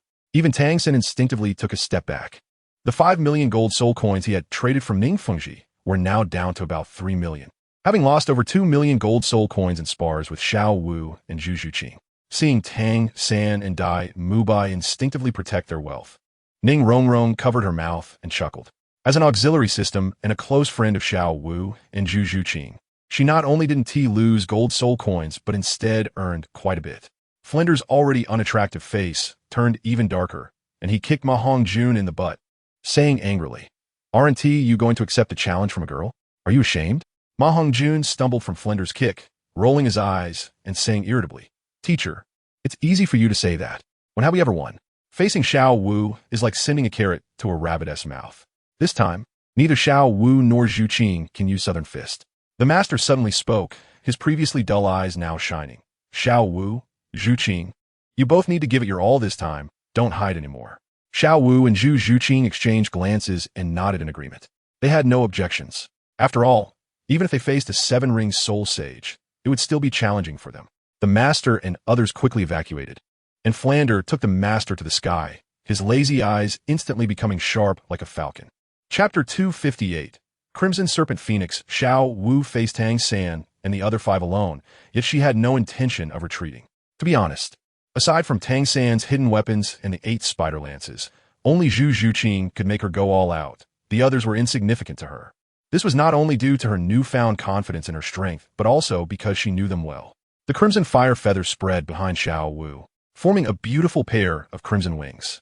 As the 4 soul rings of yellow and purple appeared one by one, a layer of crimson fire feathers covered her shoulders. Her crimson round pupils transformed into vertical ones, and a crimson crown with platinum accents appeared on her head, with a scarlet gold phoenix mark appearing on her forehead. The crimson wings flapped slightly, lifting Xiao Wu into the sky, instantly establishing her dominance. White Tiger Possession. A strong pale light burst forth from Dai Mubai. His chest puffed up, bones cracking as his muscles swelled, and his golden hair turned into a mix of black and white, with a few black strands forming a king character on his forehead. The 4 soul rings of yellow and purple swirled around him, and a surge of soul power erupted, creating a wave of pressure like a tide. "Yeah!" A piercing howl erupted from Ma Hongjun's mouth, a scorching wave of air rolled out, and crimson flames shot up into the sky. His arms were covered in blood-red feathers, exuding the aura of a bird king. The 4 soul rings of yellow and purple pulsed with even hotter waves, as if something was about to awaken. Ning Rongrong held a 9-treasure glazed tile pagoda in her hands, her glass-like azure eyes flashing with rainbow light, while the 4 soul rings of yellow and purple danced around the small pagoda. Compared to the impressive martial spirits of Dai Mubai and others, Tang San's martial spirit seemed rather ordinary, even mediocre in comparison. A purple-black-blue-silver grass appeared in his hand, with the 4 soul rings of yellow and purple swirling around it. Oscar's peach blossom eyes flashed with a green glow, and the appearance of the 4 soul rings of yellow and purple made everyone aware that he was ready with his big sausage at any moment. A chilling wave swept through. Zhu Juqing was already covered in a layer of white flames, her body slightly crouched, with the 4 soul rings of yellow, purple, and black pulsing. The ice flame spirit cat burst from the void, merging with Zhu Juqing. Meow. A piercing cat cry carrying coldness came from Zhu Juqing, her black pupils turning into silver vertical ones, with a white snake pattern appearing between her brows. Dai Mubai, Ma Hongjun, and Zhu Juqing stood at the forefront, with Ning Rongrong and Oscar at the back and Tang San in the middle. This was their usual formation. 9 treasures are famous. The first is strength. The first soul ring on the 9-treasure glazed tile pagoda shone, casting rainbow light on Dai Mubai. 9 treasures are famous. The second is speed. The second rainbow light enveloped herself, Tang San, Dai Mubai, and Zhu Juqing, who was already engulfed in white flames. 9 treasures are famous. The fourth is defense. A layer of thin rainbow light enveloped everyone, enhancing their defense. Dai Mubai was entirely shrouded in a strong golden light, as if he had been gilded. His blood-red eyes revealed a bloodthirsty aura, muscles bulging exaggeratedly, and black horizontal stripes appeared on his skin, exuding the dominance of a beast king. Without hesitation, he directly activated his 3rd soul skill. 3rd soul skill, White Tiger Diamond Transformation. A white light sphere burning with icy white flame spewed forth from his mouth. 2nd soul skill, White Tiger Radiant Light Wave. Facing Dai Mubai's White Tiger Radiant Light Wave, Xiao Wu lightly raised her left hand, and a crimson fireball instantly formed. flinging it towards Dai Mubai's White Tiger Radiant Light Wave. Boom! The fireball created casually collided with Dai Mubai's White Tiger Radiant Light Wave in midair, canceling each other out. A cyan-purple light sphere was flung from Tang San's hand in a peculiar manner. The light sphere exploded, and strands of purple-black-blue-silver grass instantly formed a web, enveloping Xiao Wu. Third soul skill, Spider Web Binding. Brother, your blue-silver grass is useless against me. As Xiao Wu blinked her eyes, crimson flames surged forth, faintly emitting the cry of a phoenix. Tang San's spider web binding was instantly dissolved by the intense heat of her exotic fire. Tang San's blue-silver grass was indeed impervious to water and fire, but what Xiao Wu possessed was not ordinary flames, but exotic fire. Even Tang San's Qinglian Earth Heart Fire was not enough to compete with Xiao Wu, who could wield most of the power of exotic fire. Xiao Wu's pupils shot forth 2 beams of crimson light, and the first yellow soul ring lit up. Second soul skill, Crimson Serpent, Bewitch. Don't look at Xiao Wu's eyes. Tang San instinctively shouted, almost automatically using his purple extreme magic eye. In response to Tang San's shout, everyone subconsciously averted their gazes. A faint fragrance filled the air, and the crimson mist spread around them without anyone noticing. Oh no! Tang San's mind went blank for a moment. He hadn't expected Xiao Wu's soul skill to change so greatly after her martial spear transformation. Zhu Zhuqing's silver vertical pupils burst forth with a cold light, and a chilling aura spread from her, covering Tang San and the others' clothes with frost. With a sudden shiver, everyone was pulled out of the bone-chilling cold, breaking free from Xiao Wu's enchantment, and the surrounding crimson mist vanished. Xiao Wu and Zhu Zhuqing's southern fist had always left a deep impression.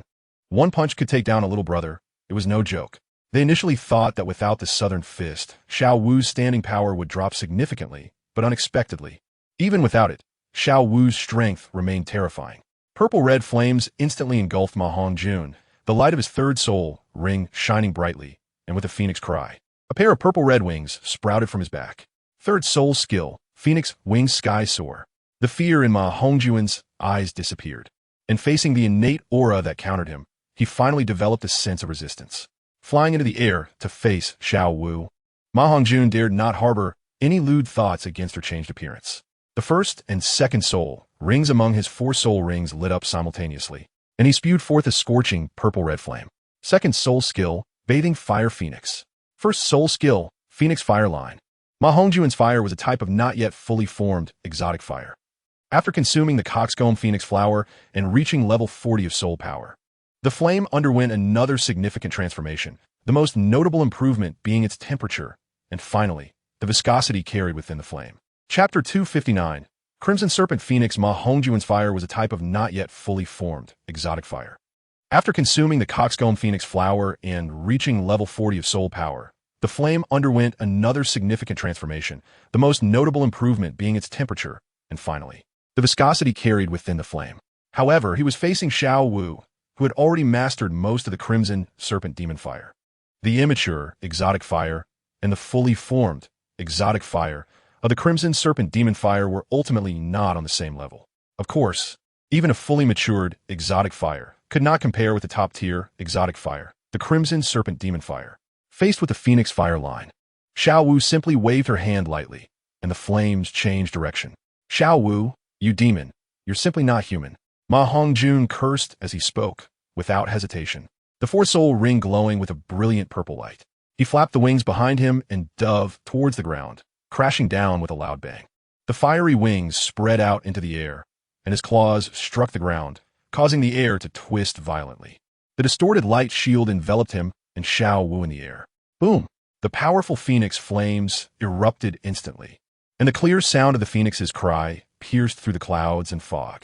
A dense, fiery phoenix shape erupted from the ground, lifting Ma Hongjun's body into the sky in an instant. Fourth soul skill, Phoenix Roar.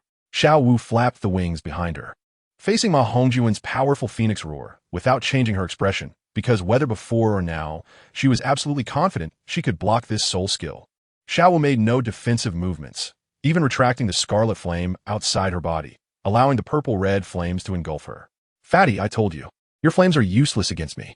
Xiao Wu's voice echoed in the flames, and, as the last word fell, the soaring flames were torn apart by streaks of scarlet flames, allowing Xiao Wu to step forward as if walking on solid ground in the air.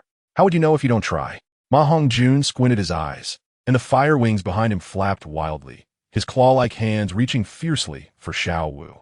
Ma Hongjuan's fourth soul skill was originally divided into two phases. The first phase was a backhand restriction, and the second part was the most terrifying Phoenix lava charge. But it seemed he had been bullied too badly by the two girls recently, so he added a third phase, called Phoenix Skybreak. Ma Hongjun used the stickiness of his flames to form sharp claws on his hands. Utilizing the powerful impact from the Phoenix lava charge and the flight ability of his third soul skill, Phoenix Wing Sky Soar, to deliver a strong claw strike to his opponent. Facing Ma Hongjuan's seriousness, Xiao Wu also put away her playful attitude. When others were serious, giving it their all was a sign of respect for the enemy. This was something Tang Ling had said, and she always kept it in mind. Be careful. A scarlet light shone in Xiao Wu's vertical pupils, and the first soul ring on her wings lit up, making the edges of her beautiful wings seem sharper. First soul skill, Scarlet Lian, Wing Slash. Her delicate body suddenly shot out, and as she flapped her wings, the air made a tearing sound. Ah! At this moment, Ma Hongjun felt his blood boiling, as if he had fallen into magma, scorching hot.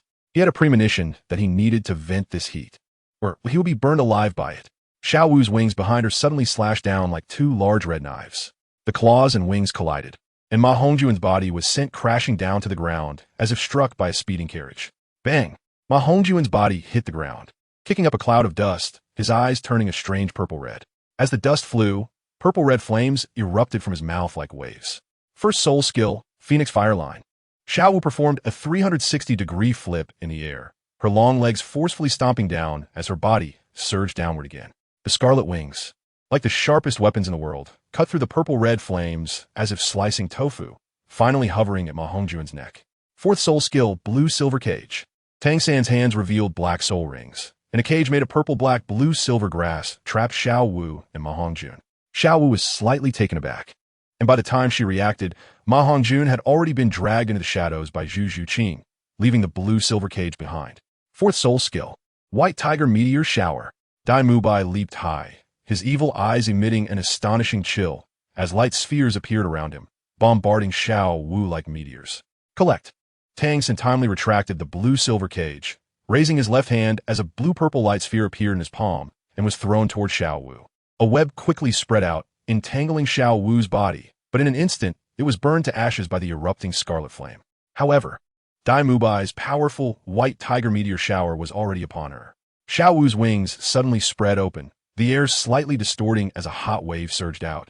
A layer of scarlet light, membrane, firmly protecting Xiao Wu. Light spheres crashed against the membrane, shaking it continuously but failing to break through. Dust swirled, obscuring Xiao Wu's figure, and Tang San's ears twitched, sensing something. Suddenly, he shouted, "Mubai, be careful." Just as Dai Mubai was about to speak, he saw the scarlet wings hanging around his neck. Dai Mubai whoosh. Xiao Wu vanished once more. Tang San's eyes shone with purple light as he scanned the surroundings, and 8 spider-like legs, as vibrant as blood, sprouted from his back. External soul bone, 8 spider lances. Sila, Sila. Xiao Wu appeared mysteriously behind Ning Rongrong and Oscar, the scarlet wings hovering at their necks. Oscar, Ning Rongrong, eliminated. Zhu Zhuqing was taken aback, not even realizing what had happened. Was this teleportation? No, it wasn't. The lack of soul power fluctuations seemed to indicate a more perfect displacement skill than teleportation. 6 against 1. Now only Tang San and Zhu Zhuqing were left. Xiao Wu had been in the air all along, and Zhu Zhuqing had no chance to attack. Xiao Wu's actions seemed to eliminate any chance for Zhu Zhuqing to make a move. Tang San's mouth twitched, and he bitterly smiled. Xiao Wu, can't you show a little mercy? Xiao Wu playfully blinked, flapping her wings and hovering in the air, smiling as she said, "Brother, that won't do. If I don't spur you on, how will you grow?" Sigh. Tang San sighed helplessly, the 8 spider lances slightly extending. The more beautiful something was, the more dangerous it was. Xiao Wu was aware of the toxicity of the 8 spider lances, and everyone knew it too. Therefore, when Tang San used the 8 spider lances, it meant he was serious. Xiao Wu's first soul skill, Scarlet Lian, Wing Slash, was a continuous soul skill. As long as she had soul power, this skill would continuously be added to her wings. The metallic lost wings swung fiercely, charging toward Tang San below. Chapter 260, Scarlet Lian Phoenix. Tang San exhaled a breath of turbid air. Xiao Wu's sudden change in soul skill and the explosive increase in power indeed surprised him. But he was also accustomed to it, as only they had truly earned the recognition of his E fire. Tang San's body moved, charging toward the descending Xiao Wu, the 8 spider lances behind him continuously stabbing out, colliding with Xiao Wu's wings. The first 8 spider lance collided with Xiao Wu's wings, producing the first explosive sound, followed by the second, third, and fourth as more 8 spider lances stabbed out.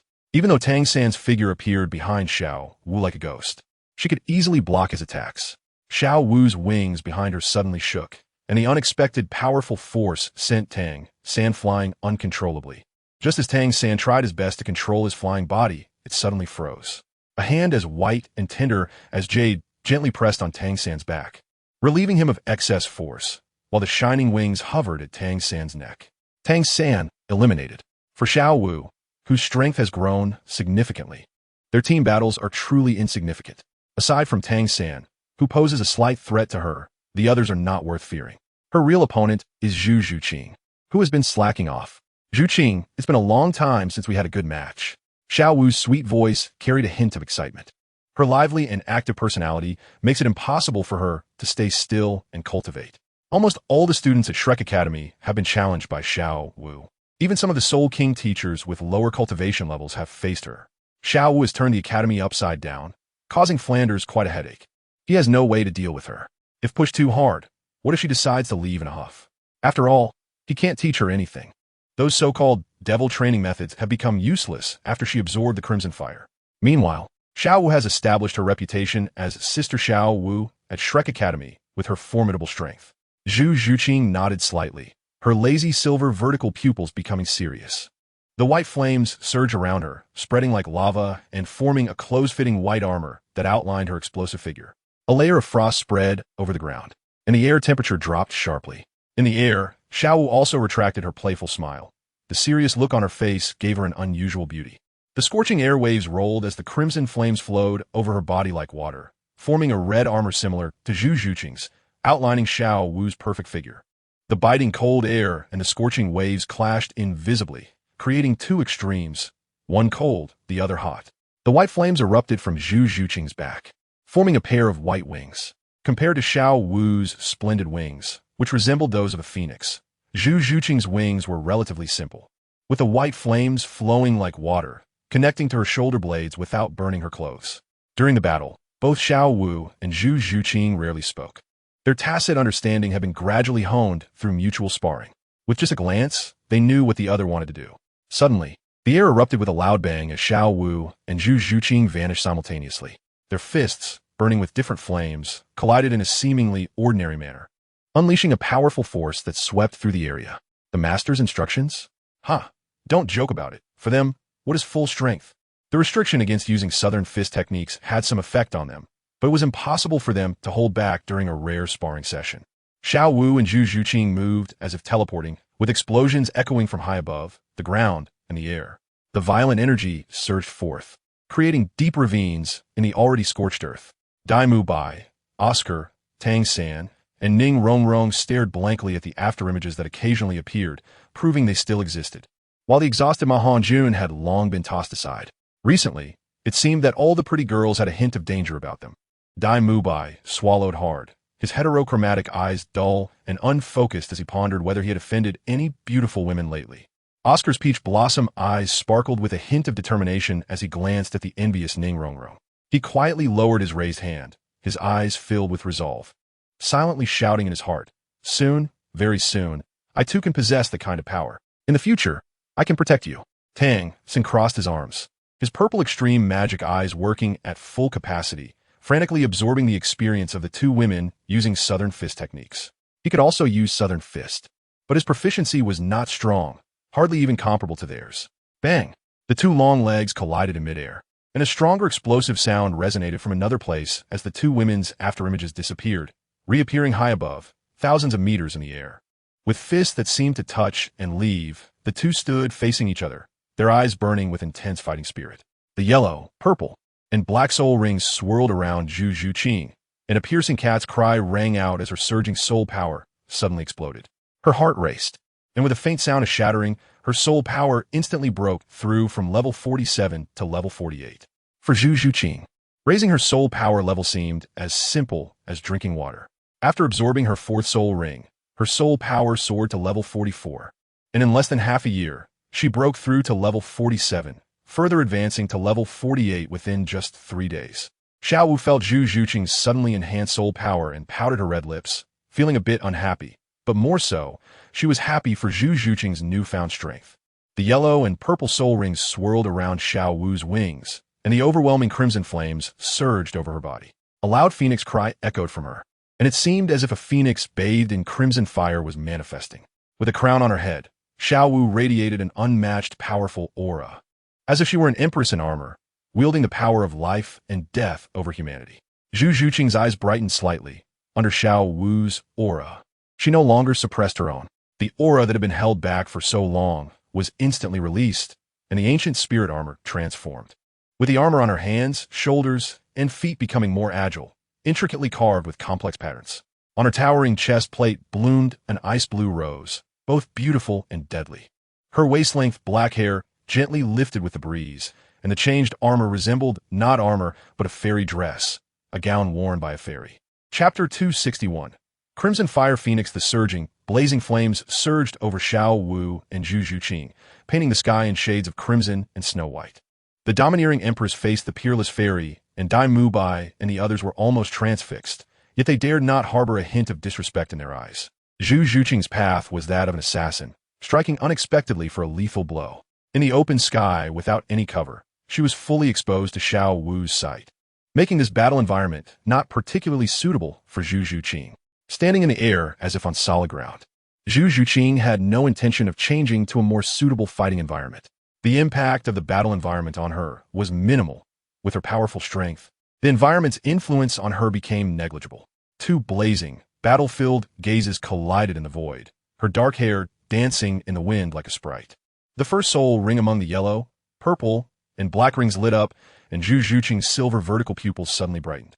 Her explosive figure flickered like a fleeting light, and in an instant, she appeared behind Xiao Wu, her claws burning with white flames reaching for Xiao Wu's neck. First soul skill, Ice Flame Stab. Xiao Wu's combat instincts had greatly improved from battling Zhu Zhuqing and fighting in the Great Soul Arena. The moment Zhu Zhuqing disappeared, Xiao Wu's body instinctively reacted.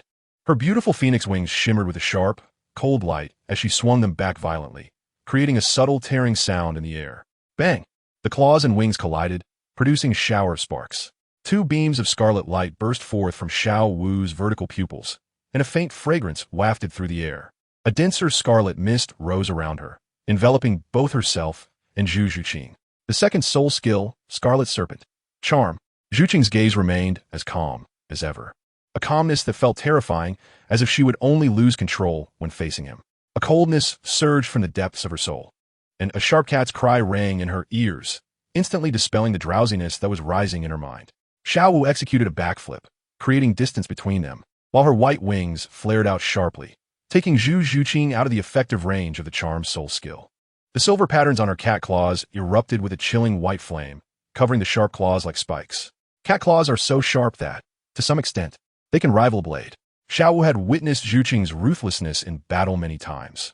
When faced with life and death choices in the fighting arena, she often chose to risk her life to achieve victory. The soul is the weakest, yet also the most sensitive.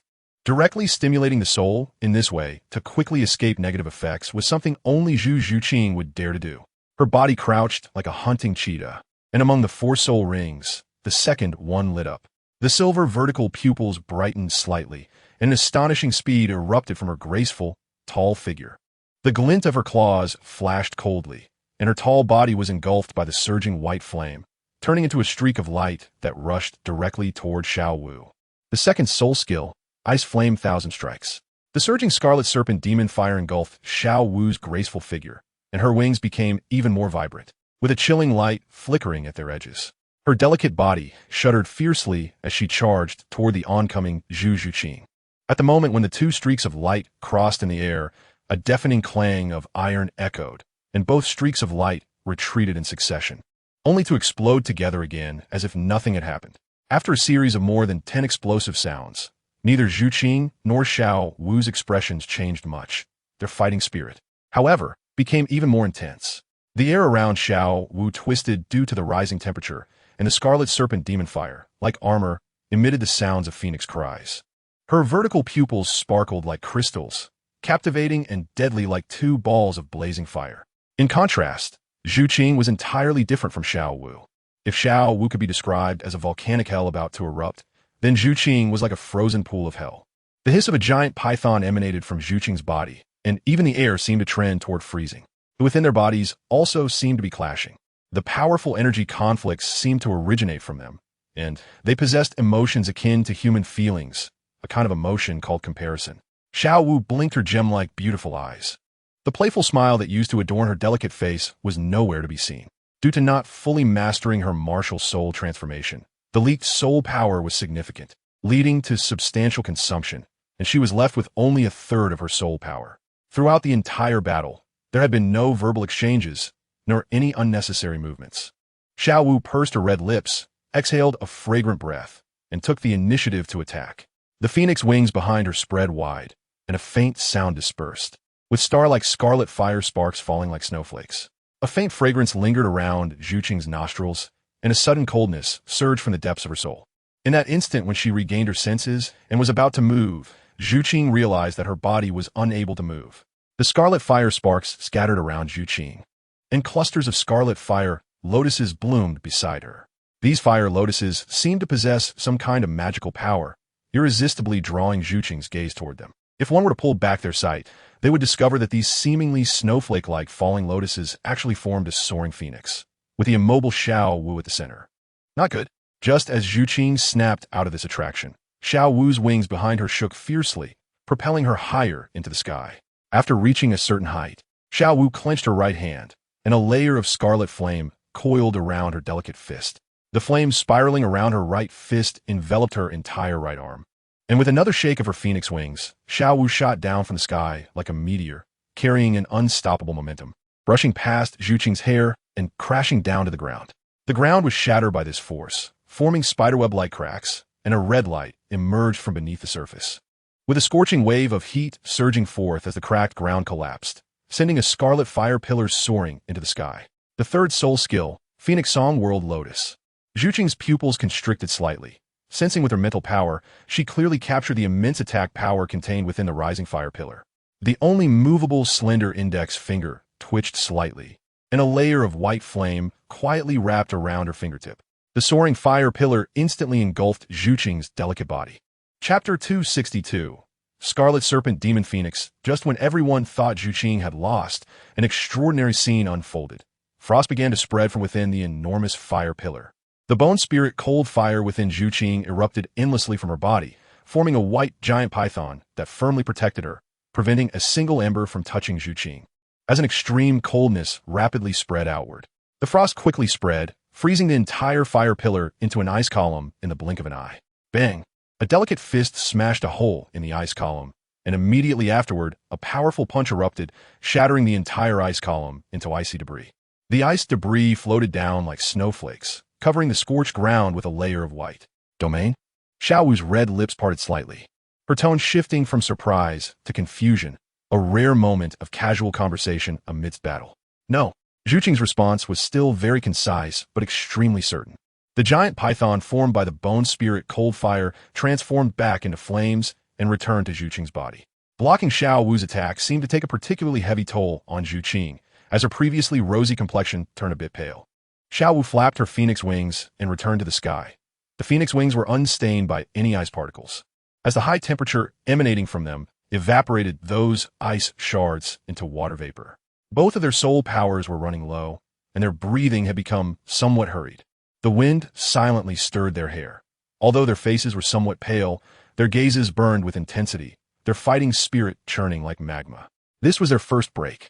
Without the clash of powerful auras, without the physical collision of flesh, without the fierce confrontation of powerful soul skills, the air was eerily calm. Both Zhu Qing and Xiao Wu knew this was their final strike. Zhu Qing's vertical pupils were incredibly keen, her body crouched like a hunting cheetah, and a piercing cat's cry emanated from within her. The black high-heeled combat boots lightly tapped the air, as if they were tapping on the surface of a lake. The chilling white flames burned behind Zhu Qing, and amidst the ripples, a figure slowly stood up. Her explosive figure was wrapped in a black fitted outfit, black high-heeled combat boots, waist-length black hair, silver keen vertical pupils, and a flawless delicate face. What was even more terrifying was that beneath Zhu Qing, the four soul rings of yellow, purple, and black were still rhythmically pulsating. The fourth soul skill, Ice Flame Hidden Shadow Kill. The two Zhu glanced at each other and smiled simultaneously, their third soul rings lighting up at the same time. Their hands were enveloped in white flames, forming blades that flickered with a sharp, cold gleam. Both Zhu extended their blades, and when they clashed, sparks flew. This was the third soul skill, Ice Flame Slash. The bodies of the two Zhu gradually became ethereal until they completely disappeared. These were two phantoms, and to conserve soul power, Zhu did not rely on any soul energy. Instead, she used the explosive speed generated by the power of Southern Fist covering her legs. Xiao Wu slightly parted her red lips, exhaling a breath of fragrant air. After stabilizing her breathing, strands of crimson flames danced in her red vertical pupils, making the surrounding environment seem to freeze. Under the keen observation of the Phoenix God's eye, every subtle change in the surroundings was instantly reflected in Xiao Wu's mind. In the seemingly still image in her mind, the two Zhu continued to slowly swing their blades in front of and behind her. Her muscles instinctively responded faster than the signals conveyed by her mind, and her slender waist bent backward at a terrifying angle, showcasing her body's incredible flexibility. One blade brushed past the tip of Xiao Wu's nose, while the other grazed her throat. The signals in her mind were not about evasion, but how to make more effective attacks, for she believed in her instincts, in her training of Southern Fist, and in everything he had taught her about martial arts. The crimson fist energy flowed from the tip of her shoes to the heel of her crystal high heels, forming a scythe-like light blade. Her right leg kicked out fiercely from bottom to top. If hit, the body would be cleaved in two by the light blade. Almost simultaneously, the first soul ring on the phoenix wings behind Xiao Wu flickered, and using her left leg as a pivot, her entire body executed a sudden left somersault. The phoenix wings swung sharply to the side, and a streak of light cut through the air with a piercing sound. As the afterimage dissipated, Xiao Wu steadied her delicate body. Her beautiful vertical pupils, resembling crimson gemstones, slightly narrowed. Although she was shocked, she was not panicked. Instead, she immediately became alert. Zhu exhibited the assassin profession to its fullest, embodying the meaning of being shadowless and the concept of a guaranteed kill. If she had not practiced Southern Fist and instead focused on soul power, perhaps her level would be higher than it is now. But in a spar, she would definitely be overwhelmed by Zhu rather than having stalemate. Xiao Wu closed her eyes. Her petite ears moved slightly as the sound of the breeze entered her ears from all directions, like a densely woven spiderweb. As long as she moved, even without any sound, it would surely hinder the flow of the wind. Suddenly, a faint sound, almost inaudible, reached Xiao Wu's ears. Although it was just a sound, the direction of the wind changed in two places. Her eyes snapped open, bursting with two beams of red light, and the previously still fourth soul ring suddenly lit up. A scorching wave of heat instantly erupted, creating a special distorted magnetic field centered around her. This magnetic field was very similar to the magnetic field formed by Ma Hongjuan's fourth soul skill, but its function was completely different. In this magnetic field, Xiao Wu entered a brief state of invincibility, ignoring all physical and magical damage, as those attacks would be blocked and negated by this magnetic field. The only way to break this magnetic field was through brute force. The appearance of this strange magnetic field blocked Zhu attack, forcing her to reveal her presence again. With both Zhu, one above and one below, sandwiching Xiao Wu in between. Flames of fire feathers fluttered open, forming red fireballs that densely populated the area like stars in the night sky. Her long, straight legs slightly bent, and her crimson pupils burst forth with a terrifying brilliance. Her small fists flickered with red light and suddenly struck out. The innumerable crimson light points spread like a spider web, covering a wide range, almost encompassing several hundred meters, with fireballs trailing crimson tails. Each light point contained terrifying power, creating deep pits in the ground where they landed. This was the fourth soul skill, Phoenix Meteor Fall. Zhu did not expect that Xiao Wu had such a hidden move. Although she suspected that Xiao Wu's fourth soul skill was powerful, she did not anticipate it to be this formidable. The body that was blown away by the magnetic field stopped falling, and a snake-shaped mark faintly appeared in the center of her vertical pupils, as if time had stopped flowing at that moment. Chapter 263. Strange Eyes. Zhu strange eyes and Xiao Wu's divine eyes had the same effect, which was to infinitely slow down or even stop all things in their line of sight, especially when facing dense, seemingly unavoidable attacks. However, in Zhu view, these light points, like falling meteors, blocked all her escape routes. Those seemingly open gaps were the most dangerous places. The only way to block this soul skill was to withstand it. Dodging would only make those attacks even more intense. The snake-shaped mark in her vertical pupils began to fade until it disappeared, and the still image began to flow.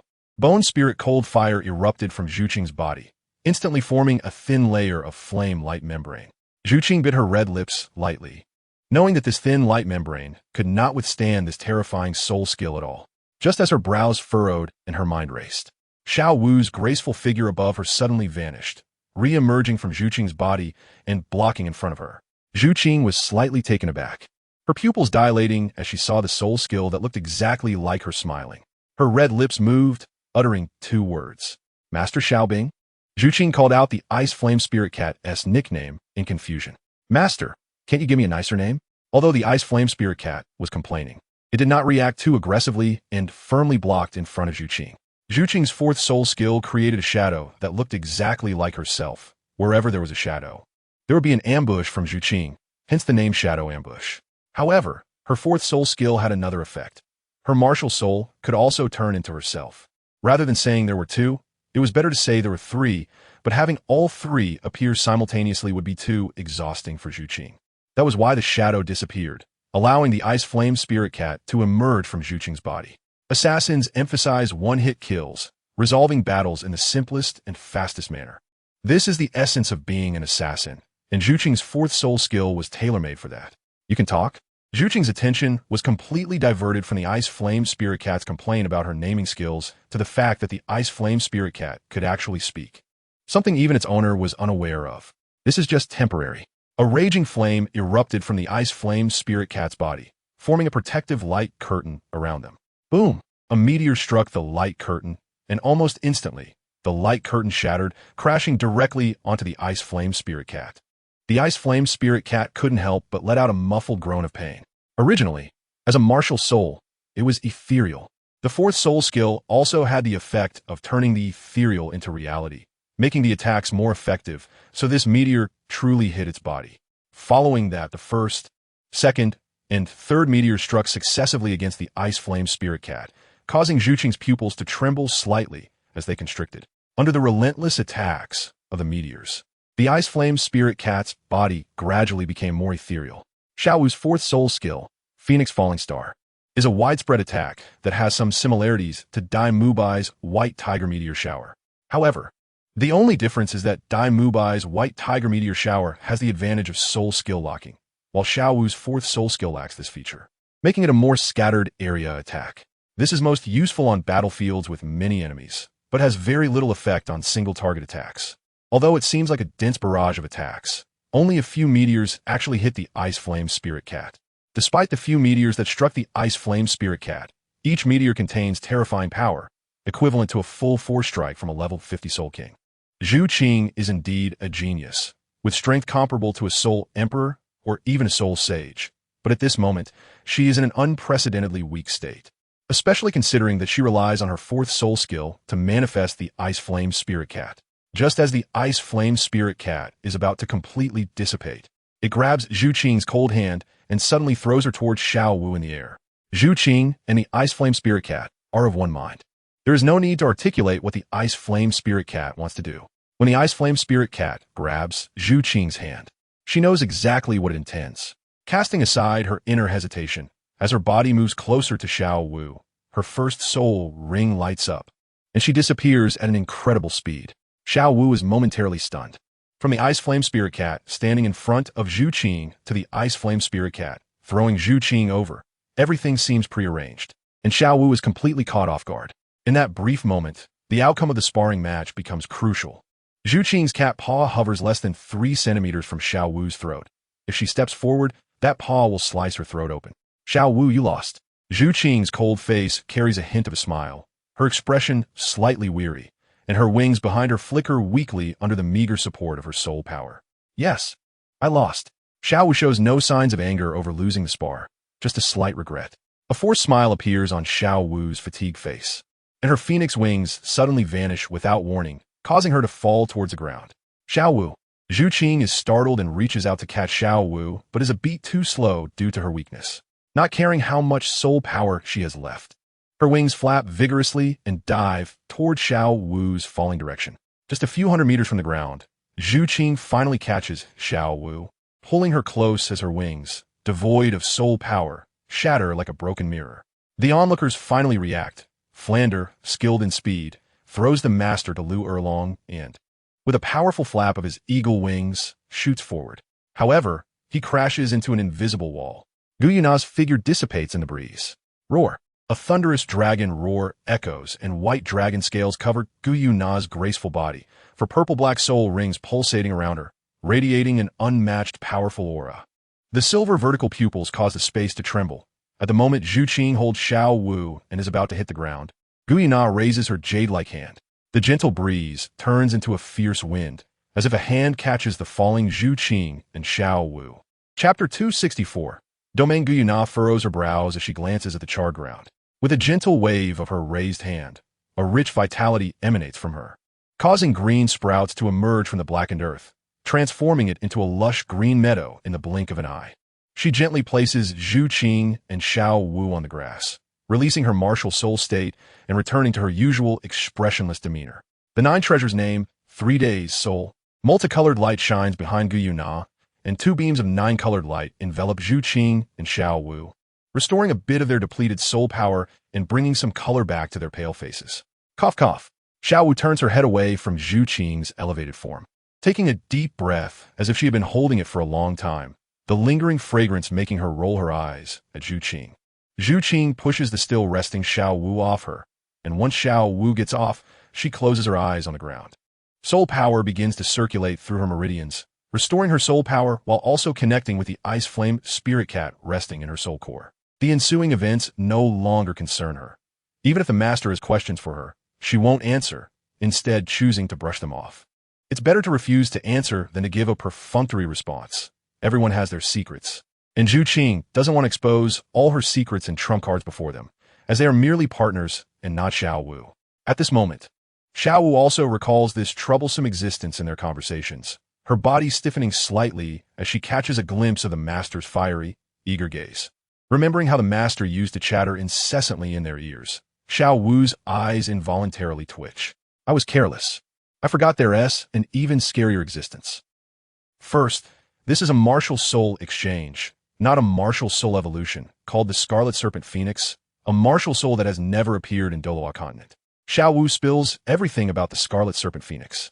The Scarlet Serpent Phoenix can be considered both a martial soul and an independent entity, similar to Zhu Qing's, capable of simple communication with its master. Martial soul exchange? The master furrows his brows, asking for clarification. Martial soul exchange means transforming the original martial soul into another type of martial soul, with all soul skills changing accordingly. Xiao Wu purses her red lips, focusing her gaze on Zhu Qing. Zhu Qing's martial soul is actually an exchange too, not an evolution. It's just that Zhu Qing's martial soul is so well suited to her that it hasn't changed much, but has instead been used to enhance her body. There's something Xiao Wu hasn't said. Zhu Qing currently shows no signs of change, but as her level increases, her body will be increasingly transformed by the subfire, becoming more powerful. It could even evolve from a mortal body into something else. Xiao Wu, is this your full strength? Ning Rongrong asks, clutching Xiao Wu's arm, her beautiful blue eyes filled with curiosity. This might be my full strength, but regarding Zhu Qing. Xiao Wu blinks her gemstone-like crimson eyes. She definitely held back. I can feel it. If I were the enemy, I would have died long ago. Xiao Wu's words weigh heavily, pressing down on the remaining Shrek 5 monsters like a mountain. So, how terrifying is Tang Ling's strength? And how powerful is the person opposing Tang Ling? Tang San's fist clenches tightly, his nails digging deep into his flesh, unease and restlessness rising from within. He leaves under the gazes of others, heading toward the back mountain. The sky gradually darkens, and the master leaves after Xiao Wu's perfunctory answers, leaving only Gu Yuna, Xiao Wu, and Zhu Qing, who is still in her cultivation state. In the darkness, Zhu Qing slowly opens her eyes, glancing at the drowsy Xiao Wu, finally fixing her gaze on Gu Yuna, asking a question that instantly wakes Xiao Wu. Do you have a domain? Zhu Qing's inquiry even stunned Gu Yuna for a moment. With a delicate smile on her exquisite little face, she did not hide it and directly said, yes. How to obtain a domain? Zhu Qing was not one to beat around the bush. Her straightforward and decisive style resembled Tang Ling's. Feeling, Gu Yuna placed her hand on the towering structure. her tone very calm. Only by feeling can one obtain the domain that suits oneself best. Feeling? Xiao Wu lightly tapped her red lips with her index finger, looking confused. Yes, there is another, quicker method, which is to inherit someone else's domain, such as the god of killing domain and the angel domain in this world. Gu Yuna sat down on the ground, next to Zhu Qing. But what belongs to others is ultimately someone else's. Only what belongs to oneself is the most suitable. God of killing? Angel? As the third princess of the Star Luo Empire, Zhu Qing naturally knew the existence of domains, but did not know how to obtain them. Nor had she seen a domain, otherwise she wouldn't have asked such questions. Yes, 2 useless domains. Gu Yuna nodded, her icy little hand resting on Xiao Wu's shoulder. Giving a light laugh. Forget it, rather than talking about it. Why not show you what is called a domain? A massive spiritual force instantly spread out, forming a barrier of spiritual power. Her pupils turned into vertical slits, and as dragon scales appeared, 10 soul rings appeared one after another. Each new ring making the air feel somewhat oppressive. Purple, purple, black, black, black, black, red, red, red, silver. 10 soul rings, especially the last silver soul ring, was the most dazzling. Her vertical pupils slightly focused, and in an instant, her entire body was enveloped in a layer of elemental power, wood's vitality, earth's breath, fire's intensity, water's gentleness, and gold's killing intent. The elemental power began to spread out, enveloping not only herself, but also Xiao Wu and Zhu Qing. The domain is merely a magnetic field completely controlled by oneself. As long as one's understanding is deep enough, the domain will naturally be realized. Gu Yuna's fingertips flowed with 5 streams of light, representing the 5 elemental forces of gold, wood, water, fire, and earth. The fire element at her fingertips erupted with a dazzling light. In the eyes of Zhu Qing and Xiao Wu, the surrounding environment changed, the lava roiled, and the scorching heat waves made Zhu Qing furrow her brow. The fiery red world suddenly transformed into a vast blue ocean. Even the air smelled of the sea. The blue world changed again, revealing green leaves, with green plants full of vitality. A gentle breeze blew, and the leaves rustled. The lush green world abruptly transformed into yellow, with yellow sand everywhere. Without giving Zhu Qing and Xiao Wu time to react, the lifeless yellow changed again. This time, even the sky turned golden, with weapons stabbed into the ground, each emitting a chilling aura. Chapter 265. Farewell Forest Overlord. The icy cold ice element, the raging wind element, the destructive thunder element. Each transition of elements filled Xiao Wu and Zhu Qing with a strong interest in this magical magnetic field called a domain. My domain is called the elemental domain. The 5 colored streams of light flowing from Gu Yuna's fingertips intertwined and separated like spiritual snakes. Although my domain is not powerful, it is the most suitable domain for me. The elemental domain is not strong. Only Gu Yuna would dare to say such a thing. Thank you for telling us this. Zhu Qing bit her lip, feeling a bit embarrassed. What are you thanking me for? Sooner or later, we will all be family. Gu Yuna playfully winked at Zhu Qing, revealing her childish nature. Zhu Qing smiled bitterly, looking up at the starry sky. No one would willingly share their man with another woman. Even the most mature women would find it hard to let go in this regard.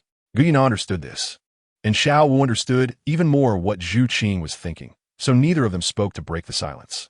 My and Xiao Wu's acknowledgement is useless. The calm did not last long before Zhu Qing broke it, looking at Gu Yuna and continuing. If you really think that using that so-called marriage contract can bind Xiaoling, I can seriously tell you that it is absolutely impossible. I know. Gu Yuna was very calm, a comforting smile on her face, her eyes revealing gentle affection. You actually know? Then you should understand even more that he is not himself. Zhu Qing was obviously a bit agitated, her chest heaving up and down. Yumi and Xiao Wu are all different. Just as Zhu Qing wanted to continue speaking, a jade finger lightly pressed against her red lips, stopping her from going on. This place has always belonged only to him. Gu Yuna's delicate hand grasped Zhu Qing's somewhat cold hand and placed it on her left heart. The heart was beating steadily, without any turbulence. The wind blew their hair, intertwining it together, just like their 3 hearts, which only beat for one person. The Stardew Forest at night was beautiful, adorned with many plants that could glow in the dark and luminous insects like points of light. In a certain area of the center, where 10,000-year-old beasts roamed and 1,000-year-old beasts were as common as dogs, Tang Ling lay on the ground. Watching the projection cast by the photography stone, his eyes filled with overflowing tenderness. Only by looking at the projection could he alleviate his longing. The storage space in the photography stone was not small, yet in just a few days, it had already filled up with projections. The two girls, smiling like flowers, deeply touched the suppressed tenderness in Tang Ling's heart. His fair hands, as exquisite as art, couldn't help but reach out, but after all, what was in front of him was merely a projection, not real people, and his hand passed right through the image. The tenderness in Tang Ling's eyes suddenly vanished without a trace, turning cold and indifferent. He turned his head to the left, toward the dark depths where hundreds of green eyes had appeared without him noticing. Seeking death. The voice was chilling, like a cold pool from the underworld. Tang Ling was in a very bad mood, even feeling a bit angry. The dark clouds dispersed, and the moonlight shone down on the earth again. Tang Ling could clearly see the owners of those pairs of green eyes in the darkness, packs of rock wolves glaring at him, their crimson claws digging into the ground and leaving deep grooves, their green eyes filled with bloodlust and greed. Rock wolves are vastly different from ordinary wild wolves. They have no fur on their bodies, as their skin is covered with earthy brown rocks. Most of this pack of rock wolves had a cultivation level of over 3,000 years, among which 3 had a cultivation level of about 30,000 years. These 3 10,000-year rock wolves were also different from ordinary rock wolves. Their earthy brown rocky skin had cracks through which fiery red substances could be seen flowing. Roar!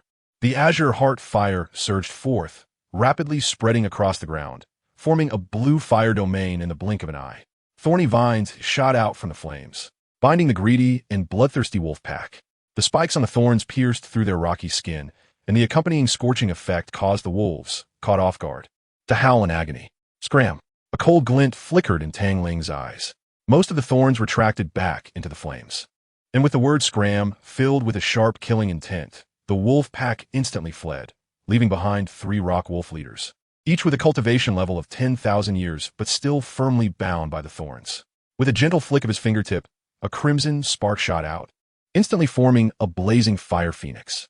The scorching wave surged wildly as the fire phoenix lunged forward, leaving the 3 leaders of the rock wolves with no resistance, turning them to ash before they could even let out a cry. Retracting the projection cast into the night sky, the killing intent in his eyes dissipated, returning to his original indifference, as if the massacre just committed was not his doing.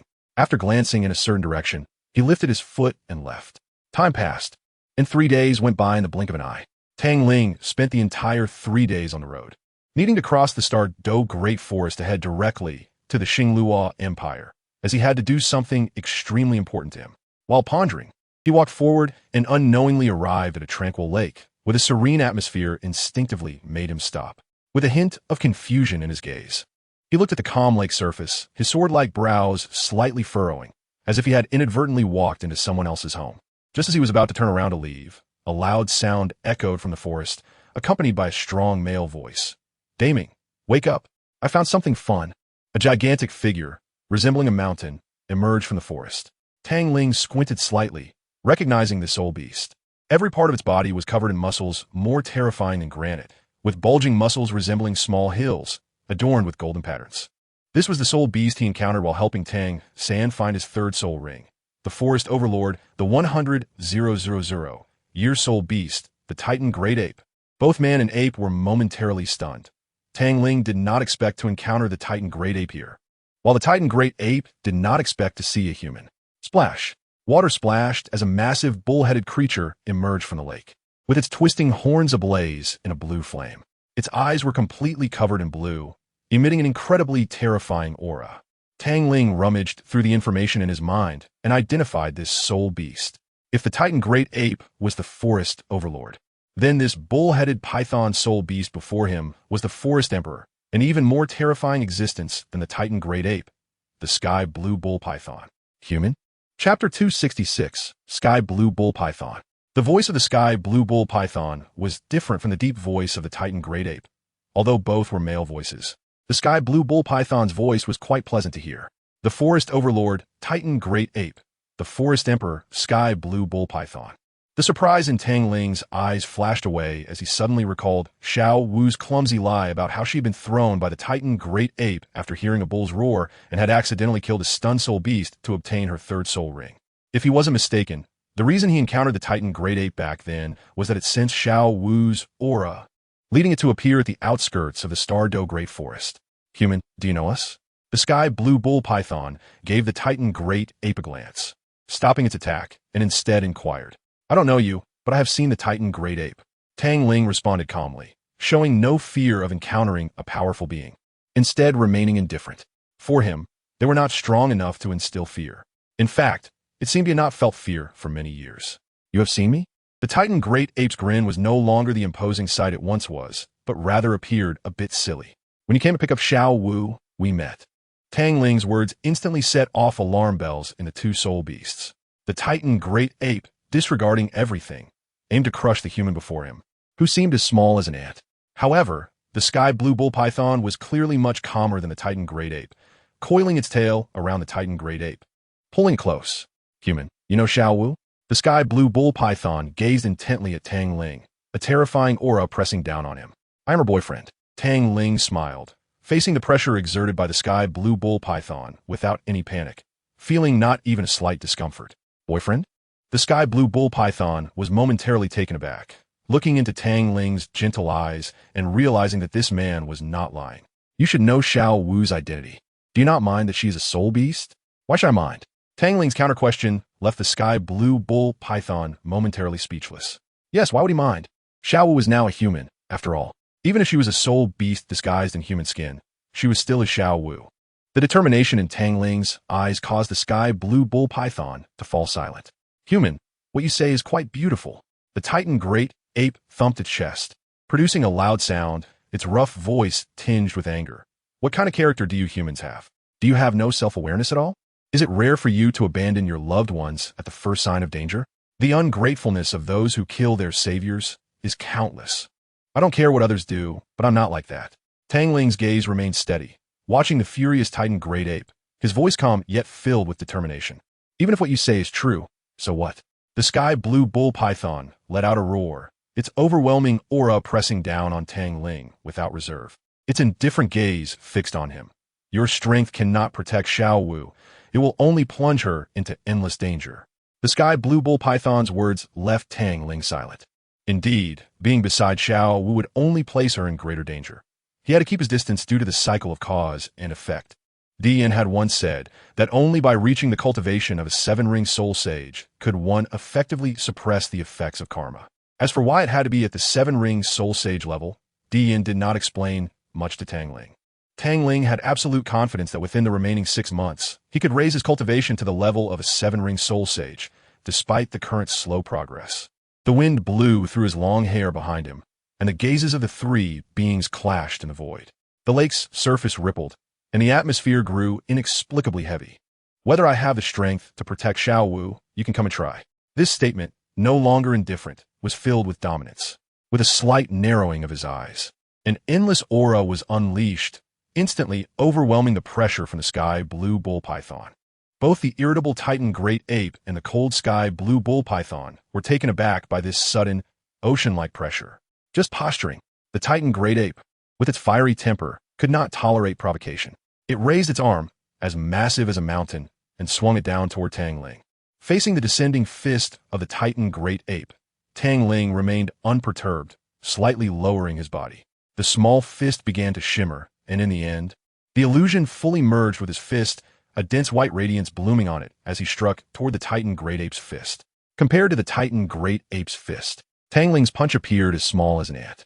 Under the incredulous gaze of the sky blue bull python, Tang Ling's seemingly ordinary punch sent the Titan Great Ape, with its mountain-like size, staggering back dozens of steps. The calm eyes, like still water, showed no change. With a fierce left hand, he slowly gestured towards the Tianqing Yomang and the Titan Giant Ape, flames burning in his palm as soul rings appeared one after another beneath Tang Ling's feet. Although Tang Ling's soul power had only reached level 55, it left the Tianqing Yomang and the Titan Giant Ape speechless for a long time. They had never seen such an unprecedented combination of soul rings. Purple, purple, black, black, and deep blue. Among countless challengers, titled Douluos were not rare. But they had never encountered a 1,000-year soul ring as the first one, and even fewer had a red 9th soul ring, let alone a deep blue one. I will prove that I have the ability to protect Xiao Wu, Tang Ling said seriously, knowing that the 200,000-year soul beasts in front of him were very likely to be Xiao Wu's family. I'm looking forward to it. The Tianqing Yomang crawled out of the lake. During its conversation with Tang Ling, a large part of its body had been submerged in water. But now it was fully revealed, and surprisingly, it was even larger than the Titan Giant Ape. You are the most special challenger we have encountered. Even though you are special, we will not hold back. It is my utmost honor. Tang Ling placed one hand behind his back and bowed to the 200,000-year-soul beasts, completely retracting all softness at that moment. Please give me your guidance. The Titan giant ape laughed heartily. Kid, you are really increasingly to my liking. The Tianqing Niumang also smiled, recognizing the purity in this human. They say the eyes are the windows to the soul, and after living for 100,000 years, whether beast or human, it was the first time it had seen such pure eyes.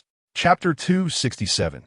Slowing field, gravity field. The Titan giant ape had no intention of holding back, raising its hand to grab at Tang Ling. The surrounding trees were flattened, ancient trees appearing as fragile as branches before the Titan giant ape. Tang Ling moved as soon as the Titan giant ape did, not retreating to create distance, but instead running toward the giant hand that was reaching for him. During his rapid movement, the second soul ring beneath Tang Ling's feet quietly lit up. Tendrils of green lotus earth fire spread from beneath his feet, thick thorns emerging from the flames. Just as the Titan giant ape was about to grab Tang Ling, the thorns tightly bound the giant hand like a hunting python. Tang Ling's second soul skill was the only control-type soul skill he possessed. The thorns had sharp spikes, and the spikes were imbued with the scorching green lotus earth fire. No matter how thick the Titan giant ape's skin was, the spikes would pierce through it directly, drawing its blood. Nourished by the blood, the thorns grew rapidly, climbing in circles and piercing into the Titan giant ape's skin, making it feel as if it were being bitten by lice. With its free hand, it swatted toward Tang Ling. The Titan giant ape was known for its strength and powerful physique. As a 100,000-year-old beast with ancient bloodlines, its power was undoubted. A single slap from it could severely injure a soul Douluo, if not kill them. Flames erupted from its palm, instantly forming a heavy sword. The damage from this heavy sword came from its own weight. The heavier it was, the greater the damage.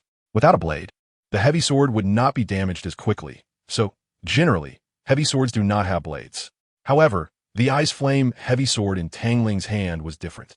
It was formed from the pure fusion of 5 types of, and even if it were damaged, it could be reformed in moments. The Titan giant ape only felt a slight heaviness in its arm, then saw a scene it had never dared to imagine.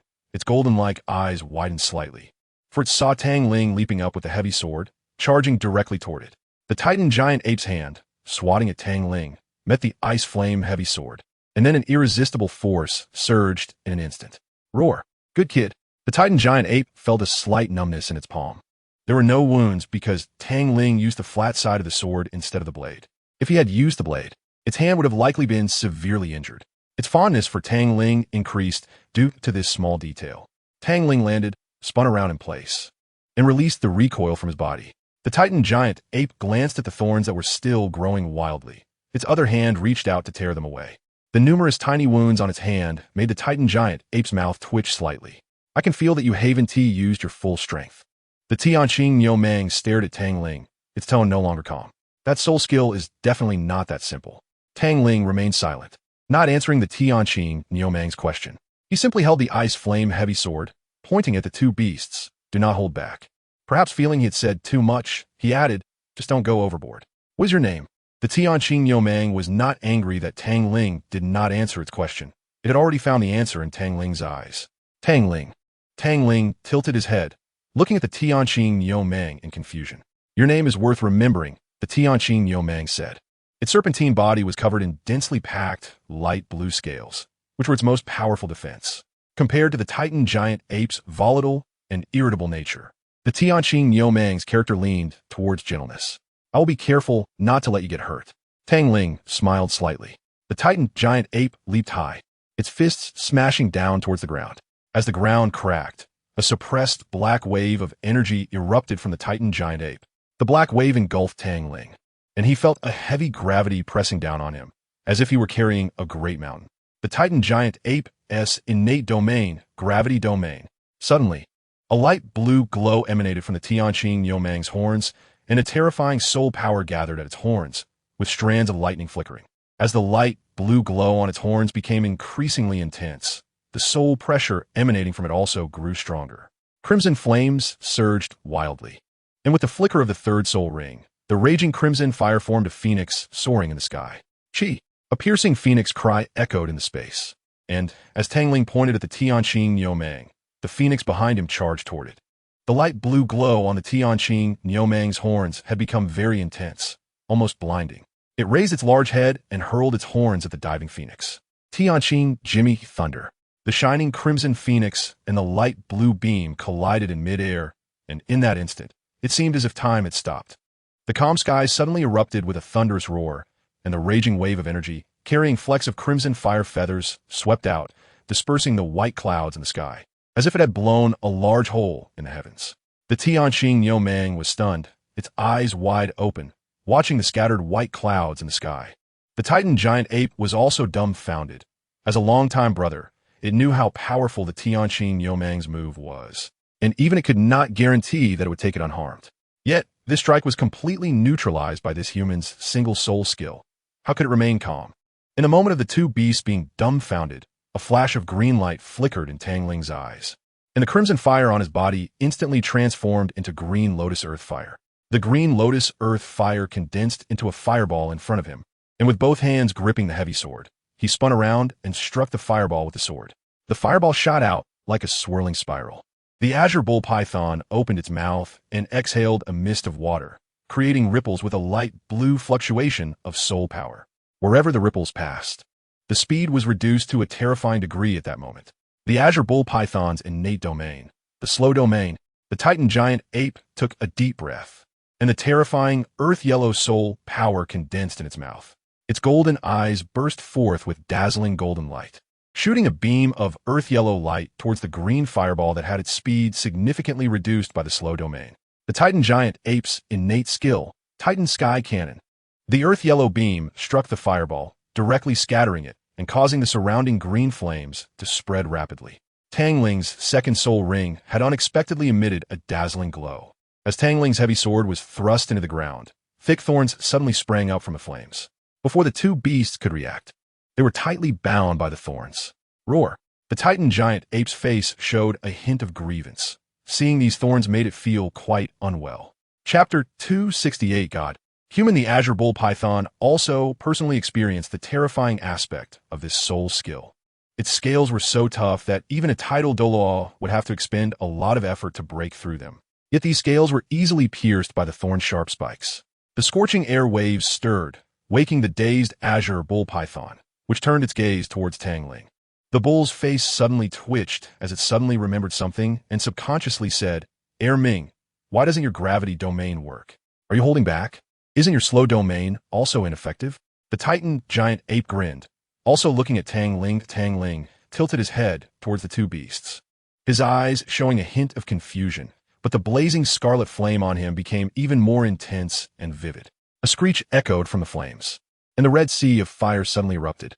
A towering crimson fire phoenix, hundreds of meters tall, slowly opened its eyes amidst the falling sparks. Each feather of the fire phoenix appearing so lifelike, as if it were a living being staring at the two beasts. The two beasts suddenly felt a heavy pressure. Without any warning, the vividly lifelike fire phoenix flapped its wings and charged towards the two beasts, the intense heat causing the air to start distorting. The fire phoenix, towering over 100 meters, made the two beasts' pupils gradually enlarge. Just as they thought Tang Ling would kill them, the fire phoenix suddenly made a sharp turn, brushing past their bodies and soaring high into the sky, crashing into the high altitude with great force. Boom! A thunderous roar sounded, and before the roar could completely settle, a sound like breaking glass echoed. The two beasts instinctively looked up at the sky. The sky, has it broken? The black hole appearing in the sky could be clearly seen from any corner of the Douluo continent. On an inconspicuous small island in the middle of the ocean, 9 people who looked like sculptures simultaneously opened their eyes, gazing at the black hole in the sky. This is, the god has made a move? A stunningly beautiful woman murmured. In the spirit hall, the Pope's hall, a woman sitting on the throne opened her eyes covered in rich blackness. A breeze blew by, and the woman's figure vanished without a trace. At the highest point of the Pope's hall, the female protagonist stood still, silently staring at the black hole in the sky as the black slowly faded from her eyes, turning around and walking down the steps step by step. God! In the spirit hall, the offering hall. Every being who could stay in the offering hall had made significant contributions to the spirit hall. The moment the black hole appeared, 18 tidal Douluo appeared simultaneously at the entrance of the offering hall, watching the black hole in the sky slowly repair itself. The first, an old man with white hair, took a glance and turned back into the offering hall, leaving behind a saying as he entered, "The god has made a move. mortals better not seek their own demise. In the thick sea of blood, a muscular man clad in grim armor, with 2 pairs of bat wings on his back looked up, the rich blood color covering his eyes, gazing at the blood-red round moon in the sky. A sinister smile emerged on his face as he murmured, "Kill. We need more slaughter. Let us kill in the depths of depravity, foolish humans blinded by desire." At Shrek Academy, the 3 girls emerged from their rooms, looking up at the abyss like black hole in the sky. Xiaoling. Collect. Tang Ling raised his hand, and with the command, the thick thorns detached from the 2 beast bodies and returned to the flames, the blue lotus heart fire flowing back into Tang Ling's hand like a torrent. The sudden appearance of the black hole in the sky disappeared just as quickly, and when it completely vanished, the 2 beasts also came back to their senses. "You are a god?" The azure bull python looked at Tang Ling in disbelief. "Human." Tang Ling lowered his hand, turning his head away. "Humans can have such destructive power?" The Titan giant ape pounded its chest, making a loud sound. "Erming, no rudeness." The azure bull python glared at the Titan giant ape unhappily. "TCH, if they really wanted to kill us, they would have done it already. Why would they waste words with us?" The Titan giant ape took a few steps forward, crouching down and bringing its head close to Tang Ling. "You didn't lie to me. You really are human? Why would I lie to you?" Tan Lang smiled, looking at the numerous tiny wounds on the Titan giant ape's body. He thought for a moment, then extended his hand, using his palm as a knife to slice into his own hand. Bright red blood emitted a fragrant aroma, floating in the air and gathering into 2 blood beads. "Tang Ling, what are you doing?" "I'm fine. I often get injuries like this. You don't need to harm yourself." Seeing Tang Ling cut his hand, the Titan giant ape suddenly panicked, feeling concern for his big brother, who was injured and yet caring for a human he had only just met a few hours ago. The azure bull python suddenly felt that this Erming might not be worth raising. "Here." Tang Ling handed one of the blood beads in his hand to the Titan giant ape. Hearing the Titan giant ape say that, he shook his head and said, "Eat it, it'll heal you." The Titan giant ape did not hesitate, opening its mouth and swallowing the blood bead Tang Ling offered. Surprisingly, this blood had no fishy taste. In fact, it was slightly sweet. The small wounds on its body began to heal bit by bit, and within just a few seconds, they were completely healed. Tang Ling handed the other blood bead to the azure bull python. The azure bull python hesitated for a moment, but also swallowed the blood bead. Its scales completely healed within seconds. "Roar. Tang Ling, you are indeed a strange human." The Titan giant ape shook its head, a smile appearing on its monkey-like face. "But you are to my liking. I've decided that from now on you are my brother. If you ever need anything, come find me.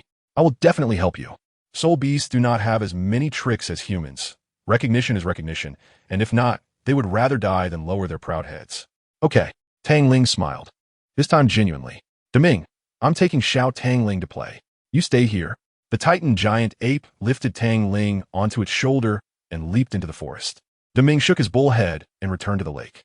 The Stardow forest is vast, almost dozens of times larger than the Tiando Empire. Standing on the shoulder of the Titan giant ape, Tang Ling remained still regardless of how much the Titan giant ape jostled. "Erming, you are the emperor of the forest. Shouldn't you be managing the soul beasts?" Tang Ling watched as the Titan giant ape swung a human-faced demon spider's leg and smashed it to the ground, saying, "Management? I guess you could say that."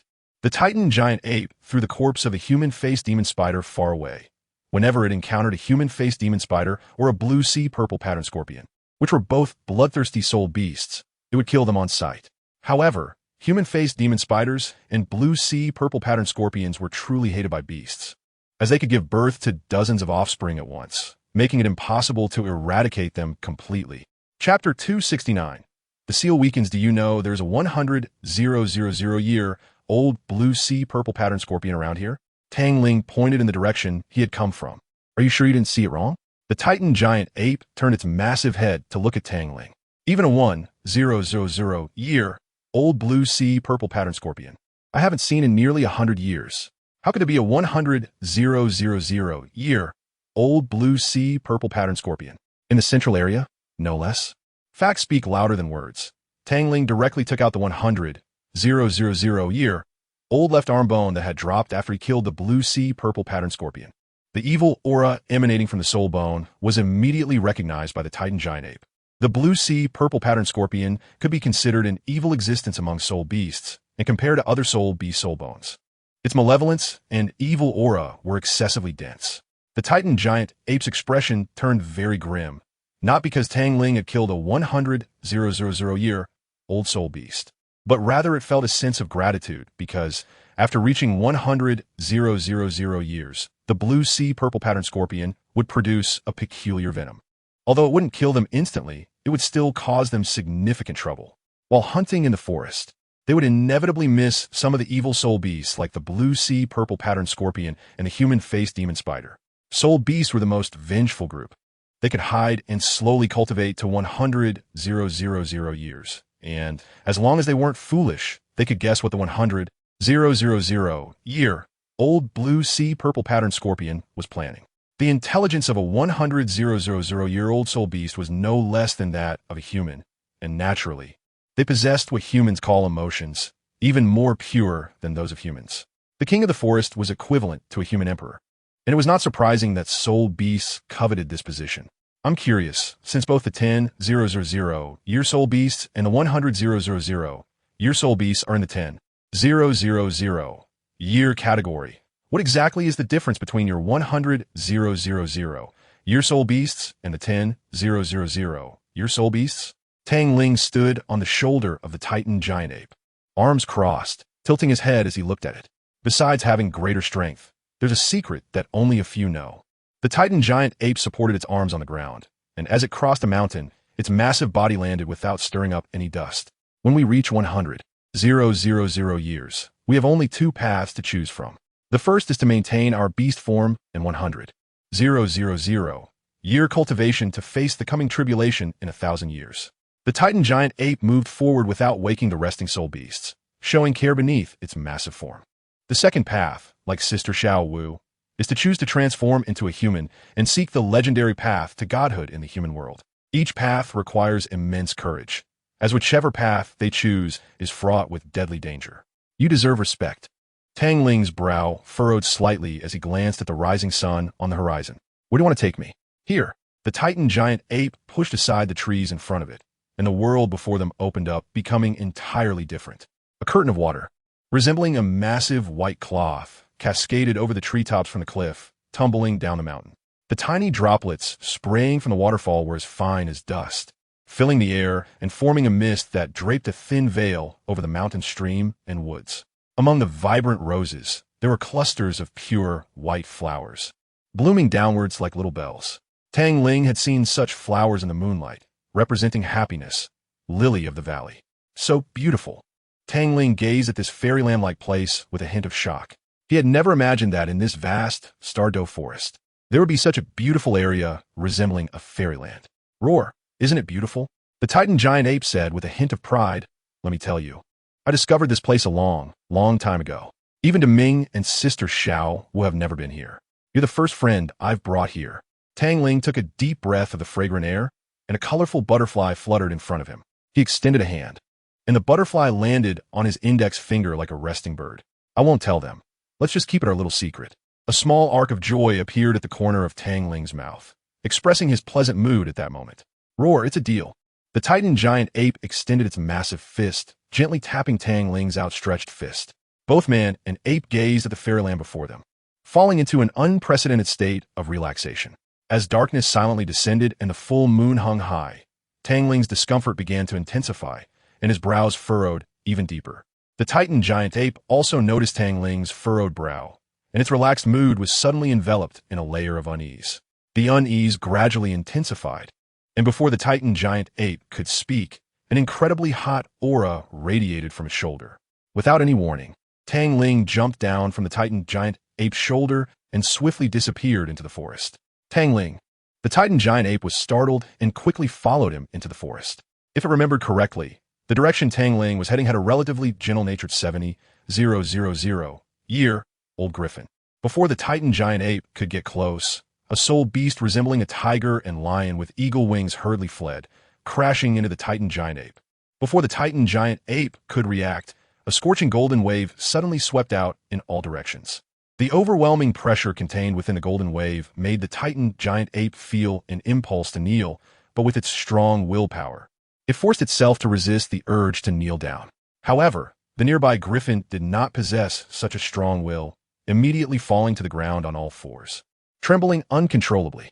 Even the trunks of the trees began to bend at a visibly rapid pace, but the only one unaffected was the small purple cat on its back. "Don't come over." Tang Ling's hoarse voice came from the forest, stopping the purple shadow from returning. "Meow. I'm Fine." Tang Ling, in the forest, gritted his teeth and squeezed out those 3 words through clenched jaws. His handsome face was as pale as paper, and his deep black eyes were now being tainted by gold, with golden cracks appearing in the whites of his eyes.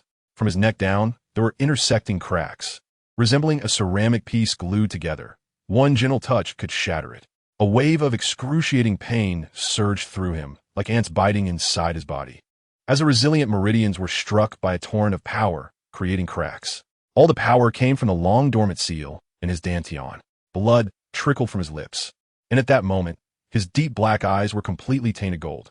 A piercing sound rang in his ears, and the instant he lost hearing. The world before Tang Ling underwent a complete transformation. Chapter 270. The lush forest began to become blinding, a dense golden light swallowing all colors.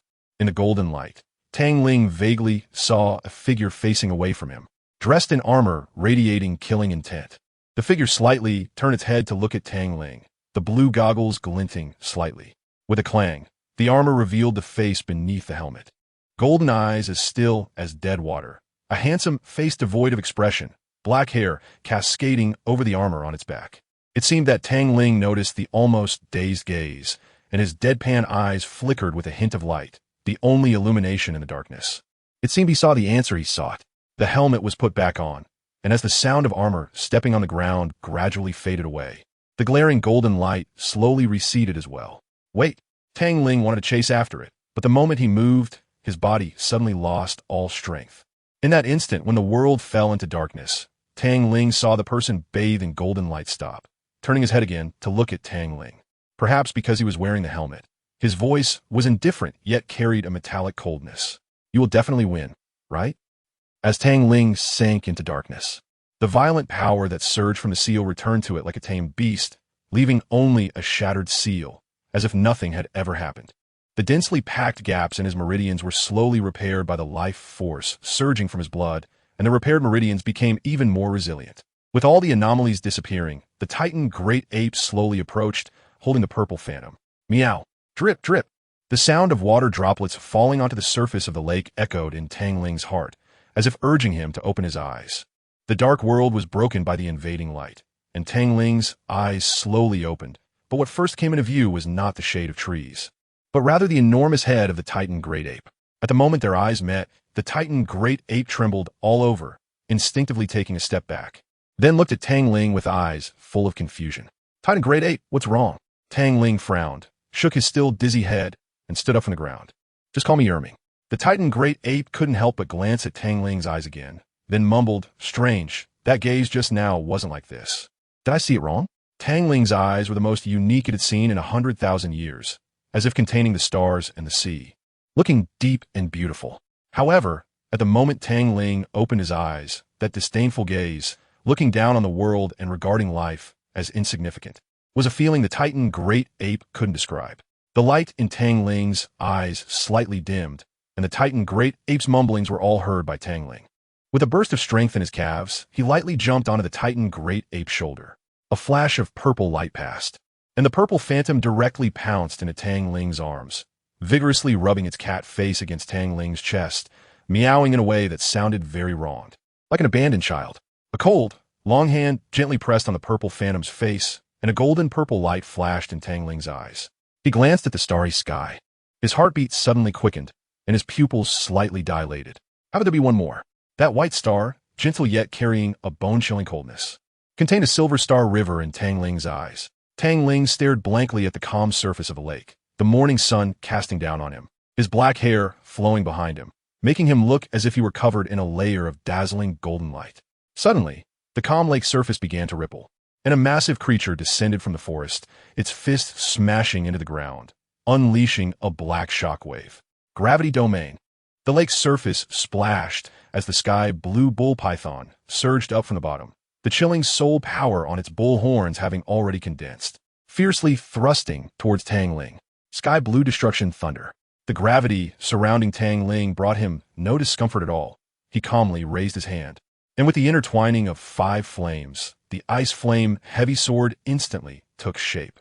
With a forceful twist of his waist, he suddenly hurled the ice flame heavy sword, which had never left his hand during the battle. The ice flame heavy sword roared through the air directly toward the sky blue bull python's sky blue destruction thunder. The sky blue destruction thunder was shattered by the heavy sword, but the sword was also deflected off course. The ground cracked, and Tang Ling's body shot out, almost instantaneously reaching the ice flame heavy sword. His long, fair hand had turned to pale gold, and at the moment he grasped the ice flame heavy sword, it was enveloped in spiraling white flames. The air suddenly dropped, and a thin layer of ice formed on the lake surface. Just as Tang Ling's heavy sword was about to strike the sky blue bull python's head, the python suddenly looked up at Tang Ling, its bull face surprisingly wearing a hint of a smile. Waves rippled as the sky blue bull python's innate domain, the slowing field, instantly expanded. Tang Ling's body paused for a moment, and it was this pause that gave the Titan great ape an opportunity. A terrifying yellowish soul power condensed in the Titan great ape's mouth, compressing the air to a terrifying degree, and a yellow beam of light shot out towards Tang Ling. Titan great ape's innate skill, Titan Sky Break. The heavy sword that was about to crash into the sky blue bull python's head had no choice but to change direction, and a chilling bone spirit fire surged, covering the entire sword, swinging it fiercely from bottom to top. A white sword energy surged out and collided with the Titan Sky Break. The white sword energy sliced through the Titan Sky Break like cutting through vegetables, charging straight at the Titan great ape's body. Roar! The Titan great ape let out a deep roar, fully aware of Tang Ling's strength. Its golden eyes turned crimson in that moment, and the golden patterns on its body suddenly brightened. The airwaves it emitted continuously destroyed the surrounding trees, and it raised its massive fist, smashing it into the ground. The ground trembled, and a tall wall of earth rose abruptly between the white sword energy and the Titan great ape. The sword energy struck the suddenly erected wall, leaving a deep sword mark covered in frost. Tang Ling landed on the lake's surface as if it were solid ground, a hint of surprise flashing in his eyes. But he didn't dwell on it too much. The 5 soul rings of purple, black, and deep blue pulsated, unleashing a terrifying wave of soul power. The sky blue bull python shouted, "Erming, what are you still hiding for? Tang Ling is about to use his soul skill. I have no soul power left." The Titan great ape said in a low voice, tightening its body even more. The sky blue bull python. Chapter 271. Star Luo Empire. 1. Tang Ling lightly tapped the icy surface of the lake with his toes, and as his body soared into the air, his first soul ring quietly lit up, the coldness in the air suddenly multiplying several times. Tang Ling looked like a war god bathed in flames, spreading his arms as the flames surged even more fiercely, shooting skyward like an erupting volcano. With the white flames pulsating deep within Tang Ling's eyes, various weapons materialized out of thin air, floating behind him. First soul skill, Original Sin. The flurry of weapons made the sky blue bull python's eyes twitch. As a soul beast of 100,000 years, it didn't want to utter the words "I concede." A terrifying soul power gathered in its mouth. And unlike the sky blue destruction thunder, which was oppressive and powerful, the energy it was gathering was a milky white soul power exuding coldness. Although it couldn't compare to the chill emanating from Tang Ling, it was still very terrifying. The soul power within the sky blue bull python was mobilized in a complex manner, and the milky white light in its mouth grew increasingly radiant. Its bull eyes sparkled, and at the same time, the milky white beam of light was also unleashed. Tang Ling gently tapped with his fingertips, causing ripples in the air. Various weapons behind him shot towards the milky white light beam emitted by the heavenly azure bull python in the most suitable offensive manner. There was no spatial explosion, no strong shockwave. The calmness was terrifying, accompanied by a stifling silence. The Titan great ape poked its head out and slightly raised it. Suddenly, its golden eyes widened to the extreme, filled with disbelief yet also a sense of inevitability. 7 or 8 broken weapons were wrapped in thick ice, falling onto the lake's surface, but more weapons densely hovered around the body of the heavenly azure bull python, with sharp blades in almost every corner, resembling a porcupine. Though these spikes were deadly, as Tang Ling landed, the weapons disassembled into their most primitive elements at his will. Even the broken weapons wrapped in ice on the lake's surface were also dissolved. Tang Ling silently extended his hand, his black eyes gazing at the dejected heavenly azure bull python. "You really don't give me any face. Your strikes are truly ruthless. While the heavenly azure bull python grumbled, it also picked up an inconspicuous stone from the lakebed and threw it at Tang Ling. Tang Ling caught the stone thrown by the heavenly azure bull python. The material was incredibly familiar to him. He already had two pieces in his possession, which were the left wrist guard and left leg guard, and this piece in his hand was one of the fragments of the holy armor, specifically the right leg guard. Tang Ling had obtained 3/7 of the 7 fragments of the holy armor, with only the right wrist guard, chest armor, helmet, and most importantly, the elemental belt of the holy armor left. How can one grow if they hold back? Tang Ling squinted. His strength had always been suppressed significantly to match the two beasts, but even so, he could easily dominate them. The 100,000-year soul beasts could be said to be the pinnacle of soul beasts, yet to Tang Ling, their combat was full of flaws. He believed that even Zhu Qin could inflict damage on the two beasts. It feels like these 100,000 years have been in vain. The Titan Great Ape muttered as it dispelled the stone wall, which then transformed back into soil. This soul skill was a powerful skill it comprehended during the recent battles with Tang Ling, called Titan Guardian. The innate skill we realize through our bloodline and 100,000 years of time is, in fact, not as practical as the skills we have comprehended through our battles with you in just a few days. The heavenly azure bull python shook its large bull head, sensing the lingering chill in the air. The Titan Great Ape had comprehended Titan Guardian, its innate talent even surpassing that of the Titan Great Ape. Naturally grasping an even more powerful attacking skill, the heavenly azure freezing wave. One offense, one defense. While powerful, it also gave them a greater chance of survival. They were indeed 100,000-year soul beasts, but they couldn't withstand an onslaught from a large group of tidal Douluo. Tang Ling, are you really leaving? After a few days of sparring and communication, they had grown somewhat familiar with Tang Ling thinking about the separation tomorrow. The Titan Great Ape felt a bit reluctant. Yes, I have to do something very important. A deeper cold glimmer flashed in Tang Ling's profound black eyes. If you need our help with anything, feel free to come find us. We will definitely help if we can. The heavenly azure bull python's deep blue eyes also carried a hint of reluctance. These few days might have been the happiest time it had experienced in 10,000 years. Tang Ling lightly leaped onto the shoulder of the Titan Great Ape, a faint smile on his lips as he nodded gently. The Titan Great Ape jumped lightly and disappeared into the dense forest. With its massive body and the powerful aura it unconsciously emitted, no soul beast would dare to provoke them, and their speed would also increase. Which was one reason Tang Ling asked the Titan Great Ape to take him away. After all, the time wasted had been a bit too long. Tang Ling, you haven't really rested well for 3 days. Take this opportunity to rest properly, the Titan Great Ape said while on the move. Then I'll trouble you. Tang Ling did not refuse, sitting on the shoulder of the Titan Great Ape, leaning against its rock-like tough skin, and closed his eyes.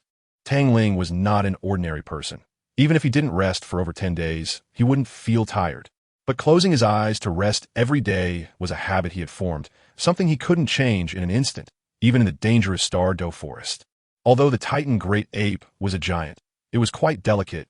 While traveling, it did not make much noise, and even the shaking was minimal. A day passed in the blink of an eye. When Tang Ling opened his eyes, he saw a high cliff. Still a bit dizzy, he looked at the Titan Great Ape and asked, Ming, why did you bring me here? Roar, I think I took a wrong turn. Tang Ling replied, it's not exactly wrong. Jumping down here is just the edge of the Douluo forest. It's just a bit high. The Titan Great Ape poked its head out to take a look, but shrank back a bit nervously. Just drop me off here. Tang Ling jumped down from the shoulder of the Titan Great Ape, glancing at the somewhat daunting height of the cliff, and said expressionlessly to the Titan Great Ape, how about we take a detour? It won't waste much time. The Titan Great Ape scratched its head, looking a bit foolish. Just here is fine. Tang Ling took out 2 jade bottles from his moonlight and handed them to the Titan Great Ape, saying a gift for you. Gift? The Titan Great Ape blinked and took the jade bottles from Tang Ling's hand, suddenly feeling its massive body shudder. Isn't this your martial soul? Can this be gifted to others? Chapter 272, Star Luo Empire 2. Tang Ling shook his head. He himself didn't know how to explain this strange fire, so he was too lazy to waste breath on an explanation. This looks quite important. Are you sure you want to give it to us? The Titan Great Ape held the 2 small jade bottles, feeling that they were very hot in his hands, as he could sense the power within them. Despite its 100,000-year cultivation, it was intimidated by the aura emanating from the small jade bottles. Don't want it? Tang Ling teased, glancing at the glaring sun in the sky, saying, it's getting late. I have to leave. Tang Ling extended his hand, tilting his head and smiling as he said, "See you again." The Titan great ape fell silent, the reluctance difficult to express, and it extended its massive fist to gently touch Tang Ling's before turning to leave. 3 days might not seem long for two soul beasts that had lived for 100,000 years, but in this short span of time, they had made a friend they truly respected. "I believe in Xiao Wu, so I will also believe in you." Watching the Titan great ape's disappearing figure, Tang Ling murmured. Tang Ling never easily trusted a stranger, but this time was different. As time passed, he could vaguely sense the goodness or evil in people's hearts. A larger part of the reason was due to the familial-like relationship between the Titan great ape and the heavenly azure bull python and Xiao Wu, which made Tang Ling choose to trust them. Patting the purple shadow curled up in his clothes, Tang Ling jumped off the high cliff. As his body fell rapidly, 5 soul rings of purple, black, and deep blue flashed by. The third soul ring erupted with crimson light on Tang Ling's back, and a pair of splendid and fiery red wings quietly unfurled. Third soul skill, Crimson Fire Wings. The red wings flapped gently, propelling Tang Ling's body forward at high speed. The heat emanating from the wings causing even some 1,000-year or lower 10,000-year soul beasts to shiver in fear. The sound of the wind howling in his ears. The environment beneath him rapidly receding. Why give it to them? Although this thing is not very precious to you, it is as valuable as a divine object to them. Dian's indifferent voice reached Tang Ling's ears. Turning his head, he saw Dian casually walking beside him. Soon, the entire universe would fall into chaos. Even the small Douluo star would be affected, and might even be destroyed because of it. The wings behind Tang Ling suddenly trembled, and the speed increased sharply. Simultaneously answering Dian's question, Z-Fire might be able to buy this world a glimmer of hope. Xingluo City is the capital of the Xingluo Empire, and the most prosperous place in the entire empire, as the imperial city of the Xingluo Empire is located here. The prosperity of the Xingluo Empire is indeed stronger than that of the Tiando Empire. Unlike the Tiando Empire, the Xingluo Empire does not have the chaotic and complex influences of the Seven Treasure Glazed Tile sect, one of the top 3 sections. Because of this, the control of the Xingluo Empire is subtly above that of the Tiando Empire. Although the Tiando Empire has many strong individuals, it is clear that they are not united with the Empire. In this situation, the Xingluo Empire is naturally a little stronger than the Tiando Empire. The Xingluo Empire has 3 major families: the Dai family, the Zhu family, and the Su family. Among them, the royal Dai family and the Zhu family's direct line have always been in a state of marriage because their martial spirits possess a powerful martial spirit fusion technique. Although the Su family is not as strong as the Dai and Zhu families, it also holds considerable power within the Xingluo Empire. Among them, the Su family's Star Crown martial spirit is a top-tier martial spirit, and the head of the Su family, Su Qing, is an 89th level soul Douluo, just one step away from becoming a title Douluo. After entering Xingluo City, Tang Ling went straight to his destination, the Zhu family. The status of the Zhu family in the Xingluo Empire is second only to the royal family, and their residence is as magnificent as a royal palace. His gaze fell on the plaque engraved with the words Zhu family, and his mental power instantly spread out, causing Tang Ling's expression to freeze into a layer of cold ice in an instant. The conversation of those two voices was filled with strong disdain and killing intent. Every word was like a spark, instantly igniting the dry leaves into a roaring blaze. Dian beside him deeply sensed Tang Ling's intense, killing intent and anger, gently stroking the head of Ziyu in his arms, ripples appearing behind him as he retreated step by step until he completely vanished into the ripples. Meow? Ziyu's little claws scratched at Dian's neck, her eyes revealing her confusion as a being with 10,000 years of cultivation. Do you know why your master is so angry? Dian looked at the endless sea of flames before him and quietly said, because that is his only reverse scale. The brilliant and scorching golden flames erupted completely from Tang Ling, an overwhelming and oppressive aura instantly released, causing the ground to crack as if unable to bear Tang Ling's weight. With every step he took creating fissures. He raised his hand and gently pushed forward, sending a fireball crashing into the plaque engraved with the Zhu family's name. The Zhu family's plaque was thus silently turned to ashes. With a loud bang, Tang Ling retracted his foot that had kicked the door, silently maintaining a cold expression as he stepped inside. Presumptuous! An angry roar erupted from deep within the Zhu family, and an elderly man with white hair emerged from a corner, staring at Tang Ling, who was enveloped in brilliant golden flames, his eyes filled with killing intent. Tang Ling coldly glanced at the old man and then withdrew his gaze, but just that one glance instantly pressed an endless oppressive aura onto the old man. Bang! The old man's mind went blank, and he knelt on the ground, his forehead instantly covered with cold sweat. As Tang Ling took another step, the others were even weaker than the old man. Before they even saw Tang Ling, they were already kneeling under the pressure of his aura, not even qualified to receive his gaze. As Tang Ling gradually advanced deeper, the strength of the Zhu family members became increasingly formidable. Yet the aura around Tang Ling also grew stronger. Suddenly, Tang Ling stopped moving, coldly gazing at a middle-aged man sitting in the main seat and a charming woman around 20 years old beside him, while ignoring the others as if they were air. The head of the Zhu family, the middle-aged man sitting in the main seat, furrowed his brows, suppressing the surging anger within, and coldly looked at Tang Ling, wrapped in golden flames, saying coldly, "Kid." Tang Ling gave no time for the rough man to continue, raising his hand and directly sending a fireball flying forward. Looking for death, Zhu Jinhao, the head of the Zhu family, let out a loud roar, the chair beneath him instantly shattered by the surge of soul power. With 2 yellow, 2 purple, and 4 black soul rings moving around him, he let out a piercing cat-like scream while dodging Tang Ling's fireball. Chapter 273. Head of the Zhu family Tang Ling restrained his aura, coldly observing the 7 individuals who had activated their martial spirits, each of whom possessed 7 soul rings. Except for the only woman present, who was a 4-ring soul master. Waves of pressure descended upon Tang Ling, but he remained unperturbed, glancing at them with a slight frown. Even the gravity domain of a 100,000-year soul, beast, titan, giant ape, equivalent to a tidal Dalu, could not slow down Tang Ling's movements, let alone the auras released by these soul saints and soul Douluos. Tang Ling gently stepped forward, placing his foot on the steps. The crisp sound of his footsteps resembling the beginning of a horror story. Almost instantly, the aura Tang Ling had retracted was released again, even stronger and more oppressive. Thud, thud. Without any surprise, at the moment the aura was released, everyone was pressured to kneel down, with no one remaining standing, including the soul Dalu. Tang Ling's eyes swept over the charming woman with a hint of confusion, several big question marks popping up in his mind. With each step Tang Ling took forward, his aura grew stronger. By the time he entered the main hall, nearly everyone's foreheads were almost touching the ground. What kind of person is Tang Ling?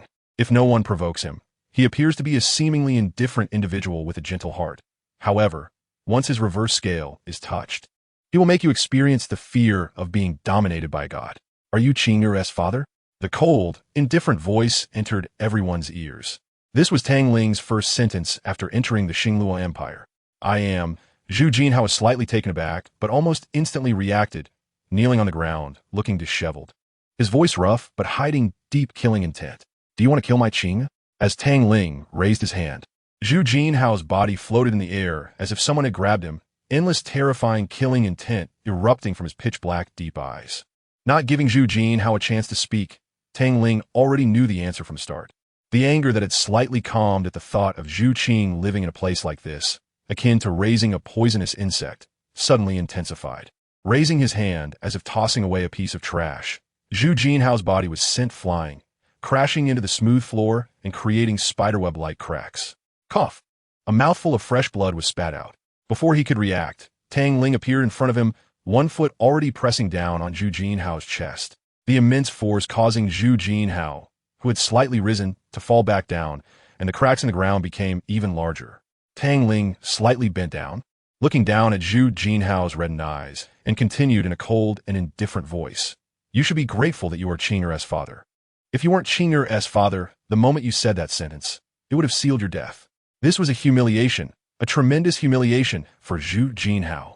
As the head of the Zhu family, one of the 3 great families of the Xinluo Empire, his pride was no less than anyone else's. Yet, such an untouchable existence for ordinary soul masters was now being trampled underfoot by a boy. What do you want? Zhu Jinhao's face twisted in rage. His pride shattered and trampled into pieces by this boy. He was not a fool. If this boy wanted to kill him, just by applying a bit more force with the foot on him, he could be directly stomped to death. I only want one thing, and that is Qing's marriage certificate. Under the pressure exerted by Tang Ling, Zhu Jinhao was forced to take out the marriage certificate of Zhu Zhuqing that he had on him. At the same time, he saw the marriage certificate. Tang Ling also removed his foot from Zhu Jinhao's body. After putting away the marriage certificate and retracting his released pressure, just as he was about to leave, he suddenly thought of something and swiftly returned to the Zhu family's main hall. Looking at the charming girl covered in fragrant sweat, Tang Ling suddenly said, "You are Zhu Juyan?" Everyone was stunned, including the charming girl herself, who quickly reacted, standing up and calmly nodding. "I am." In the astonished and disappointed gaze of Zhu Juyan, the elder she once respected didn't even glance at her, quietly lowering their heads and leaving, including her own father who abandoned her without a word. "I did not target you. The pressure was not released on you." "What?" Tang Ling looked at Zhu Juyan, who resembled his Qing'er by about 50 to 60%. Although his voice softened a lot, it was still filled with indifference. Zhu Juyan smiled, a tired and forced smile, not answering Tang Ling's question. As she walked past him towards a certain direction, she instead asked an unrelated question. "You were the one who saved my sister, Zhu Qing, in the Dragon Pan Forest, right?" "It was me." The two fell into silence, with Tang Ling following behind Zhu Juyan until they stopped in front of a room. Zhu Juyan's slender hand gently brushed the doorknob, her eyes flashing with a hint of nostalgia and pain, maintaining a forced smile as she softly said, "This is Zhu Qing's room. You can go in and take a look." As the door was pushed open by Tang Ling, it was not as dusty as he had imagined. Instead, it was relatively clean, revealing a uniform white color. Apart from a few pink, cute pillows lying on the bed, it was simply pitifully sparse. The moment Tang Ling stepped into the room, Zhu Juyan's voice rang in his ears. "Is she doing well?" "She's doing well. Thank you." Just 3 brief sentences contained extremely remarkable emotions. Zhu Juyan left, and in the moment she turned, she put on a charming smile, a smile like a mask that could never be removed once worn. Tang Ling stood in the room, his eyes seemingly able to see through the constraints of time, witnessing Zhu Qing's small body doing various things in every corner of the room. Tang Ling shook his head, his fingertips gliding across the cool surface of the desk, sitting silently on the pure white bed, gazing at the simple and clean room. Out of the corner of his eye, he caught sight of a sudden black object on the bed, instinctively pulling out something from beneath the pillow. It was a black notebook. As he opened the notebook, he saw the words Zhu Juqing written in a very childish and awkward manner, as if just learned to write. Crooked and a bit ugly, yet inexplicably cute. Almost instinctively, Tang Ling's lips curved into a pleasing arc, turning to the next page. He found only 2 short words written, Diary. Chapter 274. Zhu Qing's Diary, Xinghua year 843, clear sky. Today is Zhu Qing's 3rd birthday, but everyone seems to have forgotten about it. Even Dad and Mom have forgotten this very, very important day for me. A little bit sad, but the little princess Zhu Qing has a generous heart, so I forgive them. Xinghua year 843, clear sky. I don't know why Dad got so angry at Mom. He actually hit her, and Mom cried. It hurt so much. Xinghua year 843, clear sky. Mom doesn't know where she went. I haven't seen her for a long, long time. I miss Mom's sweet and sour fish. The things my sister makes are really too awful, not even as good as what my second sister makes. Xinghua year 843, overcast. So boring. I don't know what everyone is busy with. No one plays with me anymore. Xinghua year 843, light rain. It actually rained today. My sisters finally have time to come and play with me. So happy. I don't even know what to play with my sisters. I want to go out for a stroll. Tang Ling flipped through the diary page by page. The handwriting went from crooked to increasingly elegant, and the intervals of time written on it grew longer. He could sense that Zhu Qing was becoming increasingly unhappy through the lines of text. When Tang Ling flipped to the next page, he found that one page had been roughly torn out, apparently containing something that made Zhu Qing very, very unhappy. Tang Ling fell silent. The torn-out page should be related to Zhu Qing's mother and involved something that scared her. He flipped another page and continued to read. To love someone might be like this. One cannot help but explore her secrets, especially the little secrets she doesn't want you to know. Xinghua year 845, clear sky. This year I'm already 5 years old. I haven't seen Mom for 2 years. Today is Mom's birthday, and I still haven't given her the birthday gift I prepared. Could it really be like my sisters said, that Mom really abandoned us? Xinghua year 845. Heavy rain. In 3 days, it will be my birthday. I wonder if Mom can come back to celebrate my birthday with me. I miss Mom's sweet and sour fish. Xinghua year 845, clear sky. I hate Dad. I miss Mom. Tang Ling read every word in the diary seriously, feeling as if his heart was being squeezed. When he saw the 4 words, I hate Dad, his eyes narrowed slightly, feeling an impulse to beat Zhu Jinhao again. His fingertips brushed over each word on the paper. This diary had a faint fragrance, not very strong but very familiar. Flipping to the next page, when he saw the first word, Tang Ling's pupils slightly contracted as he murmured, "Is it starting?" Xingluo year 846, clear sky. Today is the day I awaken my martial soul. As expected, I awaken my father's martial soul, which is also the inherited martial soul of the family, the Nether Cat. With a decent martial soul rank and innate soul power of level 8, one level higher than my sister. I don't know why, but my father and sister seem to look at me differently, a bit strangely. Xingluo 846, Xiaoyu. Today is the 5th day since awakening my martial soul. And today, I encountered an assassination attempt by a level 10 soul master. It's strange, how did a level 10 soul master, without even a soul ring, manage to enter the Zhu family? The guards of the Zhu family are all great soul masters. Logically speaking, he shouldn't have been able to enter the Zhu family at all. There's only one possibility. He must be a member of the Zhu family or an assassin hired by someone from the Zhu family. I haven't offended anyone. Who wants to kill me? Xingluo 846, Xiaoyu. Today I made a marriage contract with a member of the Dai royal family, someone I haven't even met, just for the sake of a so-called martial soul fusion technique, to ruin a girl's happiness? What kind of ridiculous reason is that? Today I also learned that my sister made a marriage contract with a royal Dai family S. Davis many years ago. My fiancé Dai Mubai. I saw cowardice and evasion in his eyes. I finally understand. All along we have only been tools of the family. Xingluo 846, Tianqing. Today I heard some very bad news. My second sister's fiancé died. It's strange. A royal family member has died, and the Dai family seems completely unfazed. Xingluo 846, Tianqing. I finally found him. The one who always wanted to kill me. That person is actually my sister. Why has it come to this? Why has my sister become like this? Xingluo 846, Tianqing.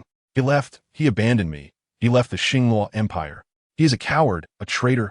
He didn't even have the courage to come and see me. Xingluo 846, Tianqing. So that's how it is. It turns out it's because of that lofty throne that my sister wants to kill me and become the so-called queen. How ironic, blood sisters in the end. A title is more important. Well, after all, that is the status of being above all others. Mom, I miss you so much. Xingluo 846, heavy rain. I found a meaning of my existence. How ironic that my existence is destined for death.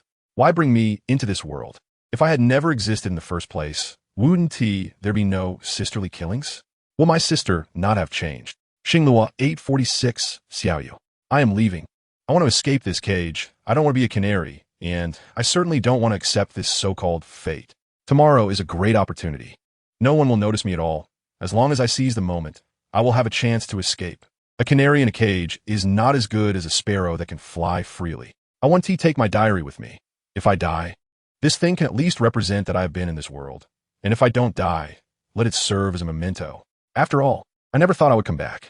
If there is an if, I hope this diary can be brought back to me by the one who can protect me for a lifetime and treats me with tenderness. She has fulfilled one of her little wishes. Tang Ling's lips curled slightly as she glanced at the pure white room and put away the diary in her hand. In a flash, her figure disappeared like a ghost, as if she had vanished in a thin air, without even opening the door. Other than the missing diary under the pillow, almost nothing else had changed. In Tang Ling's eyes, this white world no longer had any reason to exist. In her world, only his presence was allowed. Chapter 275, Dai Tianqing. The Xingluo Imperial Palace is the so-called Dai family, the residence of Dai Mubai's family. The entire palace is located in the center of Xingluo City, the most prosperous area, where armored palace guards patrol continuously. The sound of metal clashing against the ground echoing in a dull rhythm, very orderly. Each guard has a fluctuation of soul power, with the lowest being a great soul master. Just walking down the street, Tang Ling attracted the attention of many. Almost everyone regarded her as a special existence, not just because of her looks, but also the unique aura she exuded. Due to the special nature of her martial soul, as Tang Ling's strength grew, certain changes began to occur within her, both in her aura and her gaze, which had lost their initial innocence. Her black pupils reflected the magnificent palace, and in her sight, there were blood-red lines of causality surrounding the entire palace, revealing a surge of murderous intent and resentment. Tang Ling knew that sooner or later, this so-called royal Dai family would be destroyed unless someone transcended the mortal realm, Only then could all the causal lines be obliterated. But that god would have completely become a useless god. Stop. A team of patrolling guards blocked Tang Ling's way, and the captain of the patrol spoke coldly. Show your command. Tang Ling's slightly indifferent gaze met the patrol guards, and at that moment of eye contact, an overwhelming aura was instantly released. As the powerful yet suppressed aura surged forth, the sound of kneeling echoed, and all the patrolling guards knelt on one knee, cold sweat dripping from their foreheads. Step aside. Tang Ling frowned slightly, feeling a bit uncomfortable, glanced at the patrol guards, and retracted her aura, speaking coldly. She had no ill will towards these patrol guards, even though she had no good feelings towards the great families of the Xinluo Empire. Almost instinctively, all the patrol guards and sentinels made way. Tang Ling walked into the palace unimpeded. This palace felt like a cage. No matter how splendid it was, it couldn't arouse any interest in Tang Ling. Her eyes filled with disgust. When Tang Ling completely disappeared, the patrolling guards who were kneeling all collapsed to the ground. No one could imagine how terrifying that volcanic-like hot yet desperate aura truly was. Deep within the palace, in a study, a robust figure clad in a dragon robe sat in front of a chair reviewing memorials, but his mind was completely elsewhere, as his left hand wandered inside the disheveled phoenix robe of a graceful woman. The woman's face was flushed, her eyes hazy as she looked at the robust man, allowing the middle-aged man to act as he wished, soft moans escaping her red lips. Dai Tianqing is the emperor of the Xinluo Empire, and also the head of the Dai family. While reviewing memorials, he was engaged in a scandal with the empress, showcasing his debauchery. Yet, it was precisely this foolish emperor who seized the throne in the struggle for power. To obtain the throne, he had to personally kill his own brother or cousin. This was the only way to secure it. The woman, filled with seductive charm, lay languidly in Dai Tianqing's embrace, her narrow phoenix eyes shimmering, her face flushed with satisfaction. Dai Tianqing licked his lips, a wicked smile on his face, pulling Zhu Mei's slender waist and flipping over to press her beneath him. Just as he was about to make a move, suddenly, a chilling sensation rose from his heart. The surrounding atmosphere began to rise wildly, the air growing warmer, an oppressive and scorching aura enveloping the entire palace. As footsteps sounded, the door was pushed open, and a tall, handsome young man with black hair and black eyes slowly walked in. Glancing at the man and woman still maintaining their shameful posture, Tang Ling's lips twitched slightly. He wasn't a fool and naturally understood what they wanted to do. His eyes lowered slightly, and a layer of pink stained his ears. It seemed he had come at the wrong time and interrupted someone else's good deed. Dai Tianqing awkwardly climbed off Zhu Mei, his face, which bore a three-part resemblance to Dai Mubai, looked very unpleasant. His sinister eyes held a hint of killing intent. Anyone would be in a bad mood when disturbed at such a moment. Zhu Mei adjusted her disheveled phoenix robe, stood behind Dai Tianqing, licked her alluring red lips with her small tongue, and swayed her figure slightly, her phoenix eyes fixed on Tang Ling with a flash of astonishment. He truly was a stunningly handsome man. Tang Ling could clearly feel the killing intent radiating from Dai Tianqing, but he didn't pay much attention to it. After all, he had disrupted someone else's intimate moment. Interesting, he was not from the palace. Dai Tianqing twisted his neck, and his words suddenly dripped with chilling, killing intent. Since he is not from the palace, then he deserves to die even more. Who among those who can intrude into the palace is not a bad character? Dai Tianqing was no fool. Blood-red light flickered in his sinister eyes, and then 4 yellow, 2 purple, and 5 black soul rings appeared around him. A pair of blood-red vertical pupils locked onto Tang Ling, releasing a tyrannical aura. Like Dai Mubai, he also possessed a white tiger martial soul, but Dai Tianqing's was even more imposing, with blood-red patterns on it, and the tiger's claws appearing even more vividly red. A flash of purple gold passed through Tang Ling's eyes, and he raised an eyebrow. A rank 94 title Douluo. Indeed, he was the emperor of the Star Luo Empire. This was the first title Douluo he had encountered. Although Ming and Ming's powers could rival a title Douluo, they were indeed beast forms. However, this martial soul was quite strange. Although they were both white tigers, Dai Mubai's martial soul was pure, unlike the filled with malice of Dai Tianqing's. In comparison, Dai Mubai's martial soul resembled a young tiger. Is this the reason why the Dai family members want to kill each other? To allow their martial souls to evolve. Tang Ling's gaze passed over Dai Tianqing and fell on Zhu Mei behind him. Zhu Mei also had 2 yellow, 2 purple, and 5 black soul rings. And her level was even more powerful than Dai Tianqing's. She was actually a rank 96 title Douluo. Moreover, when her martial soul manifested, it was silent, and the soul power fluctuations emitted were extremely weak, almost negligible, which was characteristic of an agility type titled Da. Tang Ling became intrigued. His black hair floated without wind, and 5 soul rings of purple, black, and deep blue instantly released, with a majestic and pure soul power flowing like a vast river. Blinding golden flames began to spread from the palm of Tang Ling's hand, enveloping his entire body in an instant. A blue soul ring? An astonished voice escaped from Dai Tianqing's mouth. Seeing the 5 soul rings moving around Tang Ling, he grinned and laughed wildly.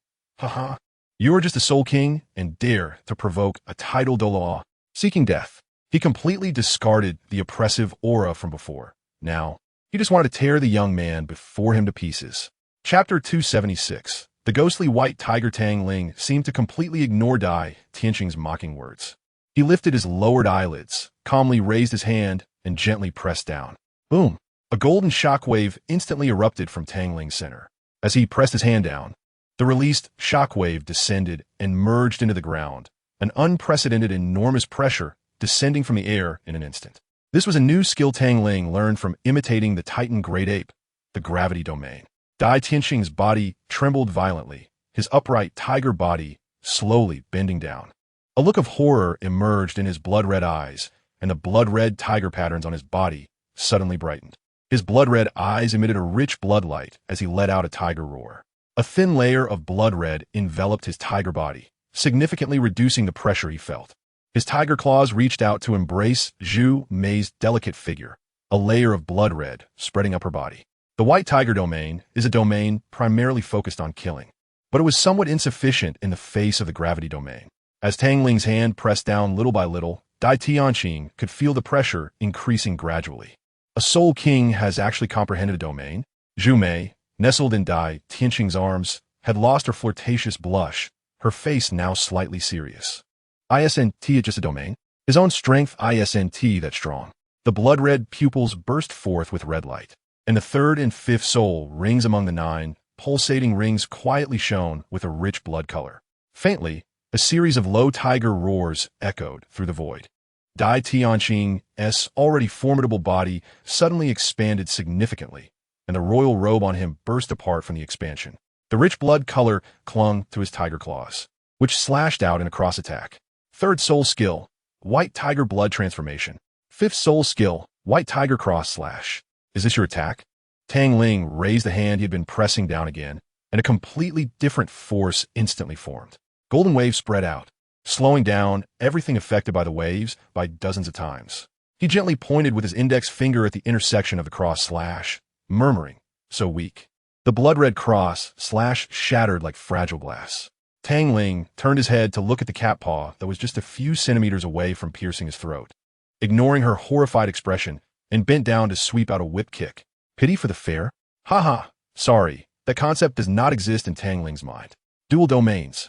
Zhu Mei's body was sent flying out through the wide-open door, crashing heavily onto the ground, ignoring the blood trickling from her mouth. Her phoenix eyes looked at Tang Ling in shock, her heaving chest indicating her disbelief. Tang Ling lightly clapped his hands, looking indifferently at Dai Tianqing. Those who could reach this position were indeed all deeply scheming individuals. If Tang Ling were someone arrogant who looked down on his enemies, he would probably be dead by now. Roar! Dai Tianqing let out a furious roar, the smooth stone slabs beneath his feet cracking as he charged forward, his tiger paw slamming directly toward Tang Ling's head, bending his waist, clenching his fist, and striking out in one go. Dai Tianqing's body was like a broken sack, sent flying by Tang Ling's strike, creating a large pit next to Zhu Mei. Dai Tianqing could clearly feel a fiery pain in his chest. Struggling to crawl out of the pit, he looked at Tang Ling's relaxed demeanor, an overwhelming fury rising from deep within him. I will kill you. As the emperor of the Star Luo Empire, he had never been so embarrassed, not even during the competition for the throne. Living in luxury and being obeyed was his daily routine, and intimate moments with his empress and consorts were essential parts of his life. Yet now, he had been effortlessly punched away by a teenager. How could he possibly tolerate that? He valued his face more than anyone else.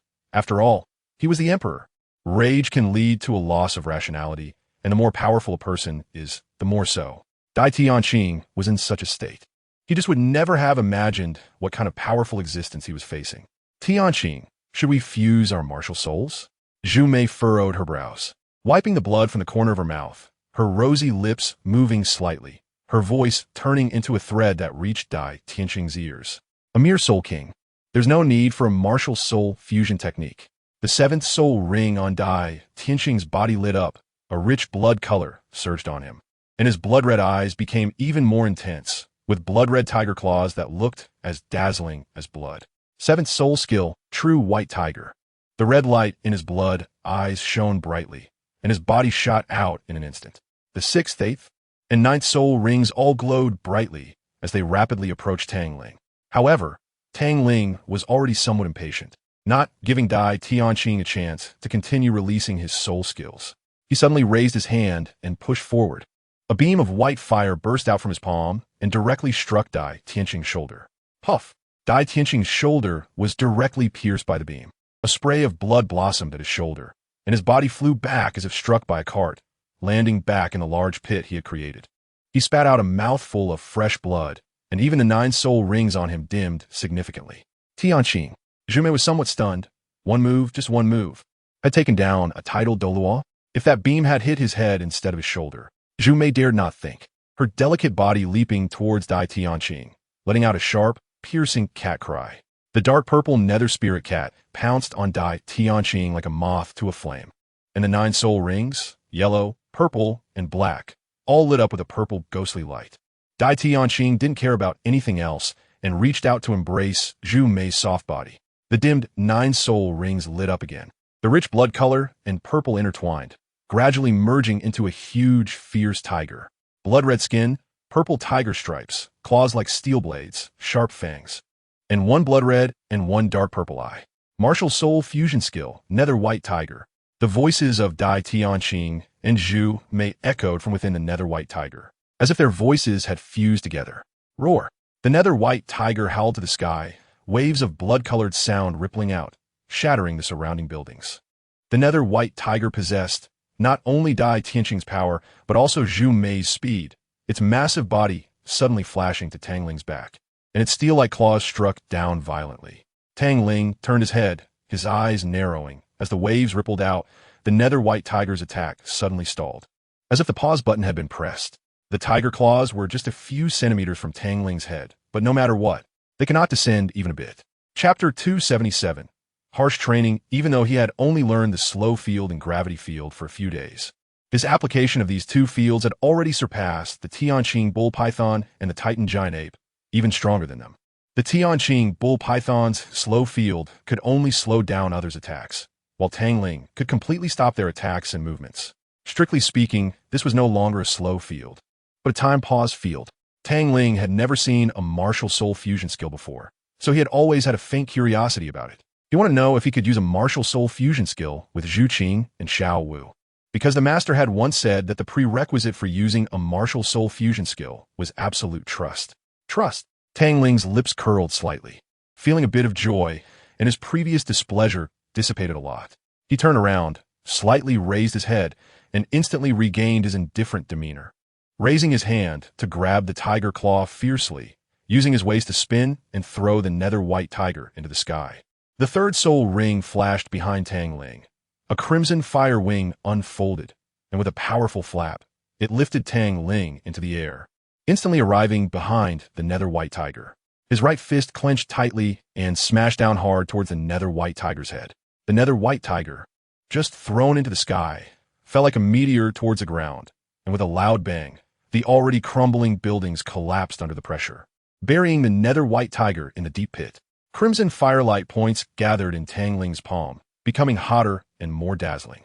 A beam of crimson light shot out from his palm, directly striking the area where the nether white tiger was buried. Dust swirled, and a massive tiger body burst out from the dust, its enormous figure like a bolt of lightning carrying a sharp gleam, directly attacking Tang Ling. His eyes slightly narrowed. Tang Ling felt it clearly. Each attack from the nether white tiger was filled with intense killing intent. If Dai Tianqing were not Dai Mubai's father, he would have probably become a corpse by now. Even so, he couldn't escape the punishment. Tang Ling raised his hand, and a golden ripple expanded instantly from him. enveloping the entire star Luo palace. His delicate, long hand pressed down fiercely. Suddenly, without any warning, even time seemed to pause for a moment. An invisible gravity descended from above, pressing down heavily on everyone in the star Luo palace.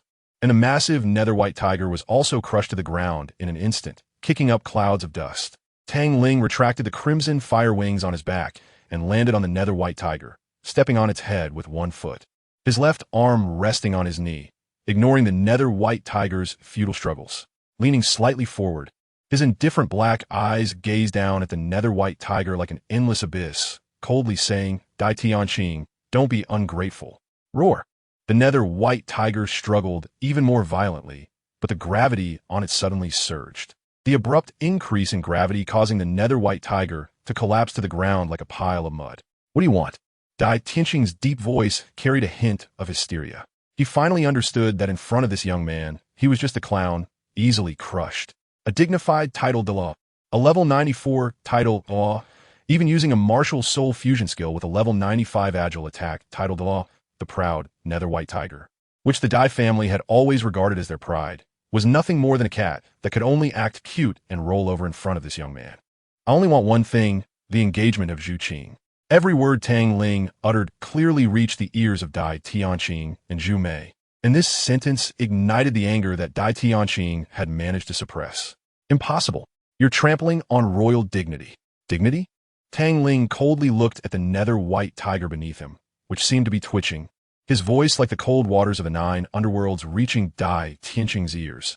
"Then tell me, whose foot are you under now?" The nether white tiger's struggles instantly froze. And under hundreds of times the gravity, Dai Tianqing could only roar to vent his anger. Tang Ling had completely lost his patience, his footsteps pressing down hard, golden threads spreading from his feet to envelop the entire nether white tiger. When the golden threads covered the nether white tiger completely, it trembled violently, as if ice met fire, gradually melting away, revealing the furious Dai Tianqing and the unconscious Zhu Mei. "Choose one, death or hand over the engagement. This thing is just a piece of waste paper to you, right?" Qian shook the 2 engagement letters in his hand, very puzzled. "These are indeed 2 pieces of waste paper, but..." Tang Ling pursed his thin lips, revealing a smile, and continued, "But I know, she has always had a knot in her heart. Perhaps even she herself hasn't realized it. Even now, every time she faces Mubai, she becomes somewhat unnatural." Qian suddenly felt a bit of heartache, a strange feeling that was inexplicably unpleasant, and he directly plunged into the waves. A hand quietly reached out from the waves and dragged Tang Ling into the turmoil. "Special training starts today. You can't come out until you reach level 70. But don't worry, I'll use teleportation to send you back to the so-called Heaven Do Empire. Little guy, stop looking, you can't escape. Meow." The howling wind filled Tang Ling's eardrums, and when he opened his black eyes, he was greeted by a flowing red-golden scene. The scorching heat made this place feel like a giant furnace. Even standing at a high altitude, there was a feeling of being roasted to a crisp. This was an enormous cave, with rolling heat waves rising here. Boom! The sky was covered by dark clouds, and purple-golden lightning snakes danced within the clouds. A terrifying force emanating from the clouds, causing a sense of foreboding to rise in Tang Ling's heart. A powerful force struck from behind, catching the unprepared Tang Ling off guard. He lost gravity and fell into the cave. Instinctively, he flapped the crimson wings on his back, only to realize in shock that he had lost contact with the crimson wings at some point. Tang Ling's body was immersed in the magma. His white robe almost instantly turned to ashes. Fortunately, his long black hair shimmered with a faint golden light and was not burned by the golden-red magma. The high temperature contained in the golden-red magma exceeded Tang Ling's expectations. Almost the moment he fell into the magma, the scorching sensation caused his face to lose its color and turn pale. He gritted his teeth, silently enduring this unimaginable heat, with beads of sweat the size of mung beans sliding down his cheeks, evaporating before they reached his chin due to the high temperature. Chapter 278. Time Galaxy. Tang Ling felt every inch of his skin burning with a stinging pain. It had been a long time since he felt such a sensation, and his body gradually lost control amidst the pain.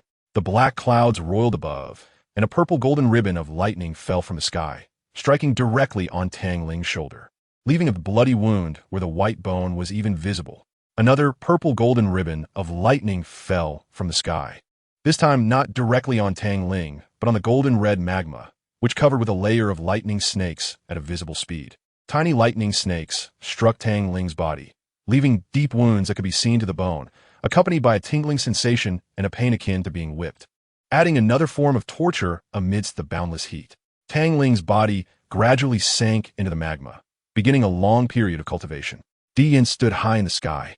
A small purple cat perched on his shoulder, and a blood-red heavy sword floated beside him, covered in scarlet patterns that looked like cracks, emanating boundless malice.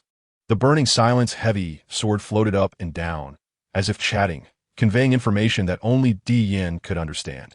He can endure it, don't worry. Dian shook his head, watching Tang Ling, who had already disappeared in the cave. He has something he wants to protect. With this obsession alone, he cannot be defeated in this trial of tempered body. After saying this, Dian looked up at the roiling black clouds. Guests will be arriving soon. Buzz. The burning silence heavy sword trembled violently, and a blood-red wave surged into the sky, carrying endless malice and battle intent. All right, let us fight one last time. Dian's hand brushed over the broadsword body, his voice tinged with a hint of reluctance. The world before him turned into a golden-red haze. Every cell in his body screamed in pain, and the world grew increasingly blurred, as if it would completely fall into darkness at any moment. This feeling, so familiar, Tang Ling murmured, his body trembling in pain. This pain seemed to have appeared in his mind before. A woman's soft and melodious voice suddenly echoed in his ears. Qing, air. Everything before him seemed to freeze. Everything around seemed to flow backwards. Scenes flashed before his eyes. Familiar forests, familiar voices, familiar scents, familiar people. You said you would always protect me. Tang Ling's pupils trembled violently. The continuously flickering images suddenly froze. Amidst a beautiful starry river, flowers bloomed, and under the starry river, two tightly embraced figures appeared. Even this bit of pain is unbearable. How can I protect them?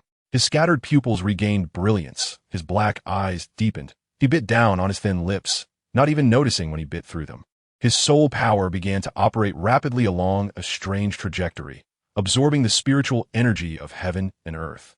Purple-golden lightning struck down continuously from the black clouds, and many bolts struck directly at Tang Ling, while the lightning snakes roaming in the magma grew stronger, continuously adding wounds to Tang Ling. The deep wounds that could be seen to the bone kept increasing while simultaneously healing, and his body's strength gradually enhanced unknowingly. Heaven Do Empire, Shrek Academy. The pitch-black scorched earth had been restored by Guyu Na with elemental power, even more vibrant than before, turning it into a natural camouflage training environment for plant-type soul masters. Xiao Wu and Zhu Qing's room was still lit up in the dark, very conspicuous. Their rooms were not far apart, just next door, and a shout could be heard. Creak.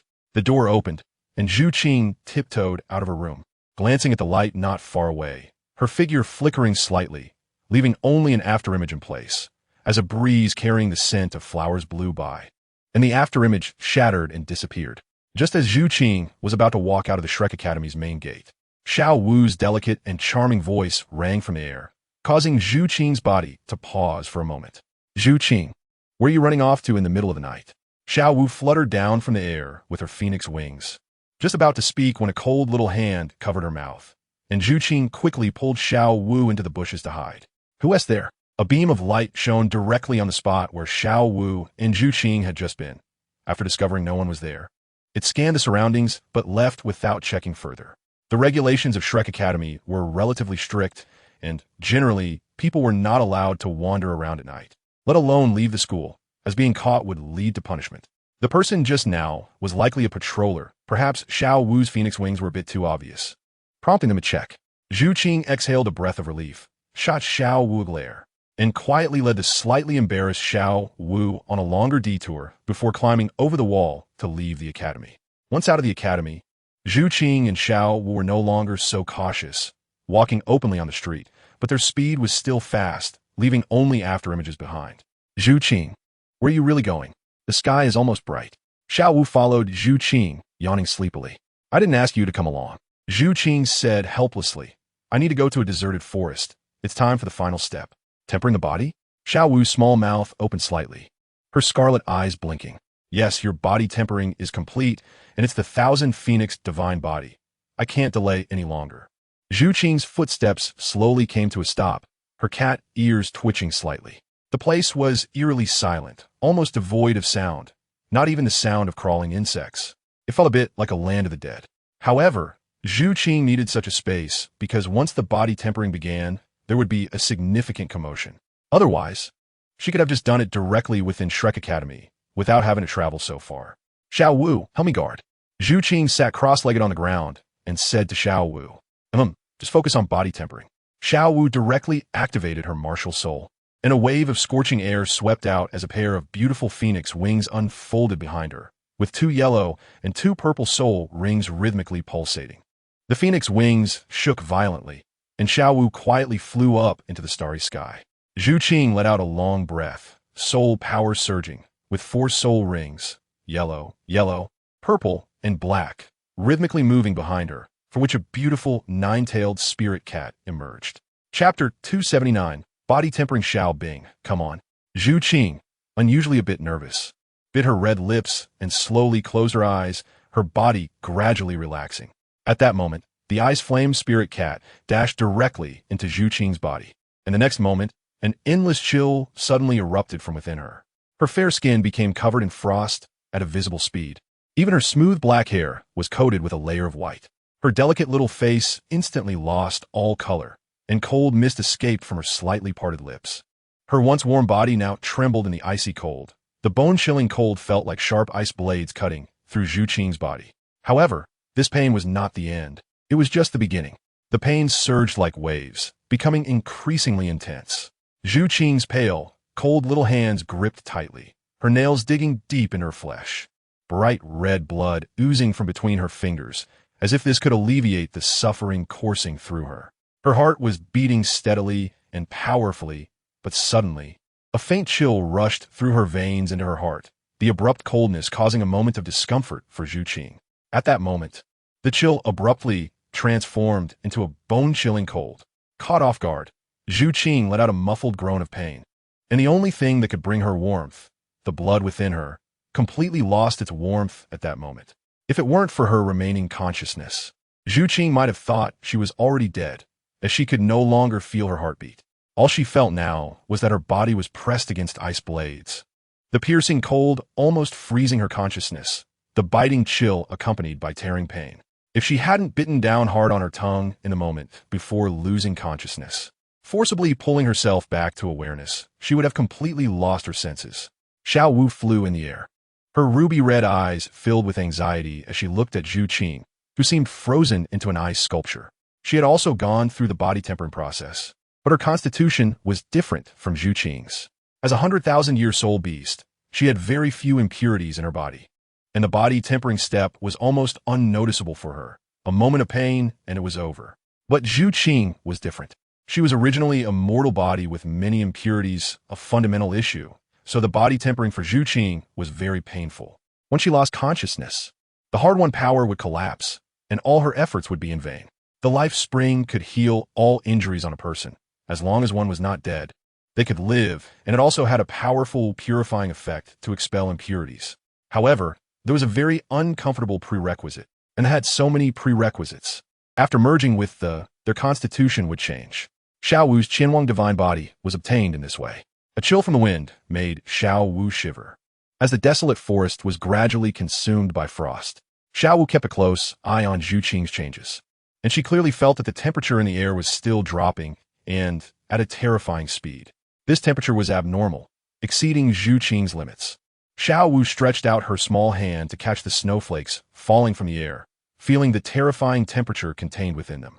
Her scorpion braid, reaching down to her calves, swayed gently with the cold wind. Xiao Wu often sparred with Qing, and just recently, they had even fought with all their might, destroying a large area. She had a general understanding of the temperatures Qing could control, although she was unsure of the exact data. The extremely low temperature contained within this snowflake was definitely beyond Qing's control. In just a moment of distraction, a piercing scream suddenly snapped Xiao Wu back to reality. Instinctively, she looked down at Qing, and just a glance filled her pupils with horror. She had seen golden seas of fire in Jiang Shiwu's memory fragments. But the white sea of fire before her now was even more immense than the golden sea in her memories. The shock in her eyes flashed away, and her crimson vertical pupils were covered by a layer of blood red, her entire aura undergoing a tremendous change as she quickly locked her gaze on a Zhu. The center and source of the sea of fire being Zhu, with the bone spirit cold fire gushing out from Zhu's 7 orifices. The Qianwang Divine, it was a peculiar eye technique possessed after the awakening of the Qianwang Divine body. The stronger the power, the stronger the eye's abilities. The Qianwang Divine, had a miraculous effect in seeing through illusions and breaking through phantoms, similar to Tang San's purple extreme demon eye, yet entirely different. Because the Qianwang Divine, targets gods, true gods. Roar. Under the gaze of Xiao Wu's Qianwang Divine Eye, a giant python formed from bone spirit cold fire roared at the sky, with each scale on its body shining like jewels, emitting a strange cold light. Its silver vertical pupils gave off an eerie and chilling aura, its body stretching for 1,000 meters, firmly protecting Zhu in the center. Meow! A sharp cat's cry echoed from Zhu mouth, and the bone spirit cold fire gushing from her 7 orifices quietly ceased. The 4 soul rings, yellow, purple, and black, rhythmically moved up and down on Zhu body, thin white threads flowing out from the soul rings, silently merging into Zhu body, changing her body quietly. The trembling, delicate body gradually calmed, the frost on her skin melting with the heat from the flowing blood, her long black hair swaying behind her with the wind. The ice flame spirit cat lay in front of Zhu, its 9 tails drooping, its body rising and falling with each breath. Under the activation of Xiao Wu's Qianwang Divine Eye's ability to break illusions, the ice flame spirit cat was undergoing earth-shattering changes. It wouldn't turn into a snake, would it? Xiao Wu thought to herself, shivering at the thought. Her martial soul was originally a soft-bone rabbit, which transformed into a scarlet serpent demon phoenix after the soul swap, sharing the same origin as the scarlet serpent demon fire. While Zhu bone spirit cold fire originated from snake. Although it wasn't ugly, and that snake was quite cute, Xiao Wu muttered softly, I still think cats are cuter. Meow. Roar. The first part of the sharp cat cry was somewhat normal, but the latter part sounded like the roar of another animal, raising a strong sense of crisis in Xiao Wu. Roar. Roar. Roar. The ice flame spirit cat's body was lifted off the ground by mysterious power, and its tightly closed eyes opened almost simultaneously with Zhu. Their gazes met in the void, the meaning contained within their eyes understood only by them. Zhu delicate face bore a smile as she watched the ice flame spirit cat undergo tremendous changes. The ice flame spirit cat's vertical pupils were filled with attachment as it looked at Zhu. Chapter 280, Shadow Guard 11, Part 1. Zhu appearance was already incredibly perfect, and this body refinement made her already exquisite face even more delicate. Even the slightest change brought about a tremendous transformation in her entire being. The change in her looks was subtle, but the shift in her aura made Zhu shine like the only snow lotus in an iceberg, captivating and mesmerizing, nearly drawing all eyes to her as she stood there. Her long, jet-black hair cascaded down to her waist, and her black pearl-like eyes looked as if they were pieces of art, irresistibly attractive. The serpentine mark on her forehead no longer held the vague and hazy feeling associated with the martial soul manifesting. Instead, it appeared real, as if engraved onto her skin, radiating a faint sheen. Her rosy lips were slightly pursed, unconsciously forming a captivating curve. The black leather outfit accentuated Zhu even more perfect figure, with 2 buttons at her chest bursting off due to the strain, revealing her smooth, white skin. Even Xiao Wu felt an impulse to reach out and touch it. The ice flame spirit cat's body seemed to be undergoing a baptism of some special power, trembling with excitement while undergoing immense changes. Its soft, deep purple fur seemed to wash away like a tide, replaced by snow-white fur like falling snowflakes. Its streamlined body became even longer, and its round pupils transformed into vertical slits, with faintly burning, pure white flames becoming a fiery mark, clearly visible as if etched into its pupils. The cat's claws, resembling crescent moons, extended from its pads, with circles of white flames emanating from the tips. Its limbs seemed to tread upon clouds, exuding an ethereal feeling. The wind blew silently, lifting Zhu hair while also stirring the snowflakes on the ground. The wind seemed to consciously gather the snowflakes at the ice flame spirit cat's lumbar region, gradually enveloping its entire body, like a cocoon about to undergo a metamorphosis. Poised for a momentous change, once broken open. The transformation did not take long, almost just a few breaths of time. A terrifying beast roar erupted from within the cocoon, and a claw, as ethereal as smoke and shadow, emerged from it, effortlessly tearing the entire cocoon apart. Snowflakes scattered, and the whole world fell into an instant of boundless darkness. A streak of white broke through the darkness as a long, four-winged, snow-white feline creature elegantly approached Zhu Qing, its paws treading upon the frost-laden snow without leaving any footprints. Its silver vertical pupils were filled with coldness and indifference, but when it gazed at Zhu Qing, a hint of attachment shone in its eyes. The deep blue mark on its forehead resembled a pair of wings, standing out against its snow-white fur, as if intentionally demanding attention. Xiao Wu descended from the sky, watching Zhu Qing interact with the ice flame spirit cat, subconsciously revealing a trace of envy, which was quickly dispelled by anticipation. A martial soul with consciousness like the ice flame spirit cat was also present in Xiao Wu. However, her martial soul was in a dormant state, and it would take about 2 more months to awaken, at which point her strength would also increase. In truth, whether it was she or Zhu Qing, their martial souls had evolved beyond mere martial souls. They had just grown accustomed to calling them that. They were true lives, a powerful existence representing another life form. The existence combining and martial souls had intricate connections with their souls, thriving together and suffering together. They were called spirit bodies. In the night sky, an extreme darkness was expanding at a visible speed, and Xiao Wu and Zhu Qing's bodies felt as if an alarm had been triggered, shuddering as they simultaneously looked up at the sky, meeting a pair of crimson eyes. The owner of those crimson eyes was shrouded in dense black mist, appearing like a meteor. Only a vague human shape could be seen, exuding a terrifying aura. The dry, hoarse voice was exceedingly unpleasant. Yet these 2 words seemed to activate a switch, causing the black mist surrounding the figure to explode, dispersing in the air. The crimson eyes glanced down at the 2 small ants on the ground, erupting with intense, killing intent. The killing intent was only maintained for a brief moment before being retracted, but that fleeting moment was enough to drench the 2 girls' backs in cold sweat. They had never felt such a sensation of imminent death before. The black mist silently dissipated, and even the pair of crimson eyes vanished, restoring everything to calm, except for their hearts, which raced rapidly, confirming that the earlier scene was not an illusion. Xiao Wu let out a deep breath, pressing her small hand against her chest, feeling her rapidly beating heart, her voice trembling slightly as she said, "What was that?" It was her. Zhu Qing's brows furrowed tightly. That strange black mist reminded her of a person she had a deep memory of. Who? The woman in armor. Zhu Qing relaxed her tightly furrowed brows, recalling the intense sense of deathly threat from earlier, instinctively shaking her head. No, it's not her. Xiao was thoroughly confused by Zhu Qing's contradictory statements, puffing up her cheeks and looking at Zhu Qing with indignation. That thing just now should only have the power of that woman, not her in person. Zhu Qing held Xiao Wu's hand, gently explaining her thoughts. "We've seen that kind of black mist before. We encountered it twice before we ever met that woman." Xiao Wu struggled to sort out her thoughts, but upon hearing Zhu Qing's next words, she instantly became confused again. Huh? Bang! Xiao Wu covered her forehead with her hand, her watery, beautiful eyes looking at Zhu Qing pitifully, full of grievance. The first time was in a dilapidated forest outside Suatu City. That entire area was destroyed. By the time we got there, Xiao Ling was already unconscious. It was the first time she had suffered such severe injuries. Zhu Qing shot Xiao Wu an annoyed glance, and then pulled her along as they continued walking back. The second time was in the Sylvis Kingdom after we defeated the fierce god battle team. There was a battle when Xiao Ling went out to relax, and she was injured again, even falling into a coma for nearly half a month.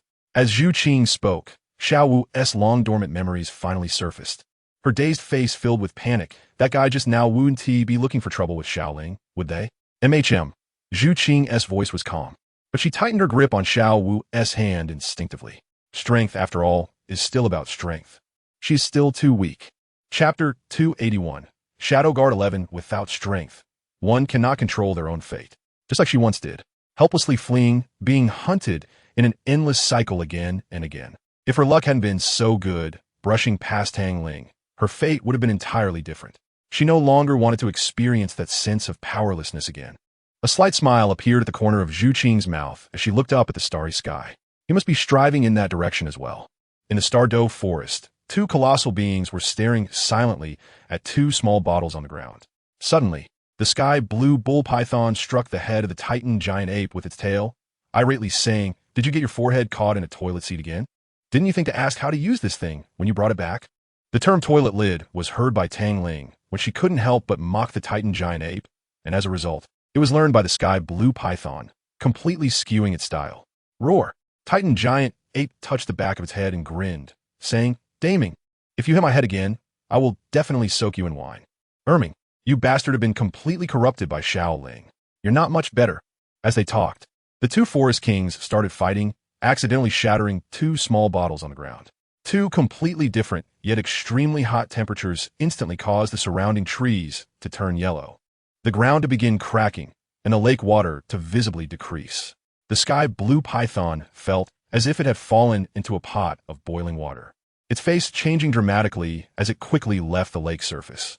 When it looked again, the lake water had completely evaporated due to the high temperature. The sky-blue python's eyes widened. The Titan giant ape initially thought it was shocked by the terrifying heat, but the next sentence made it swallow the words it had been holding back. "My home."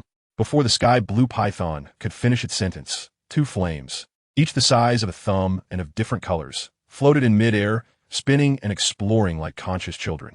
Upon seeing the two massive creatures, it pounced on the sky-blue python and the Titan giant ape as if it had discovered toys.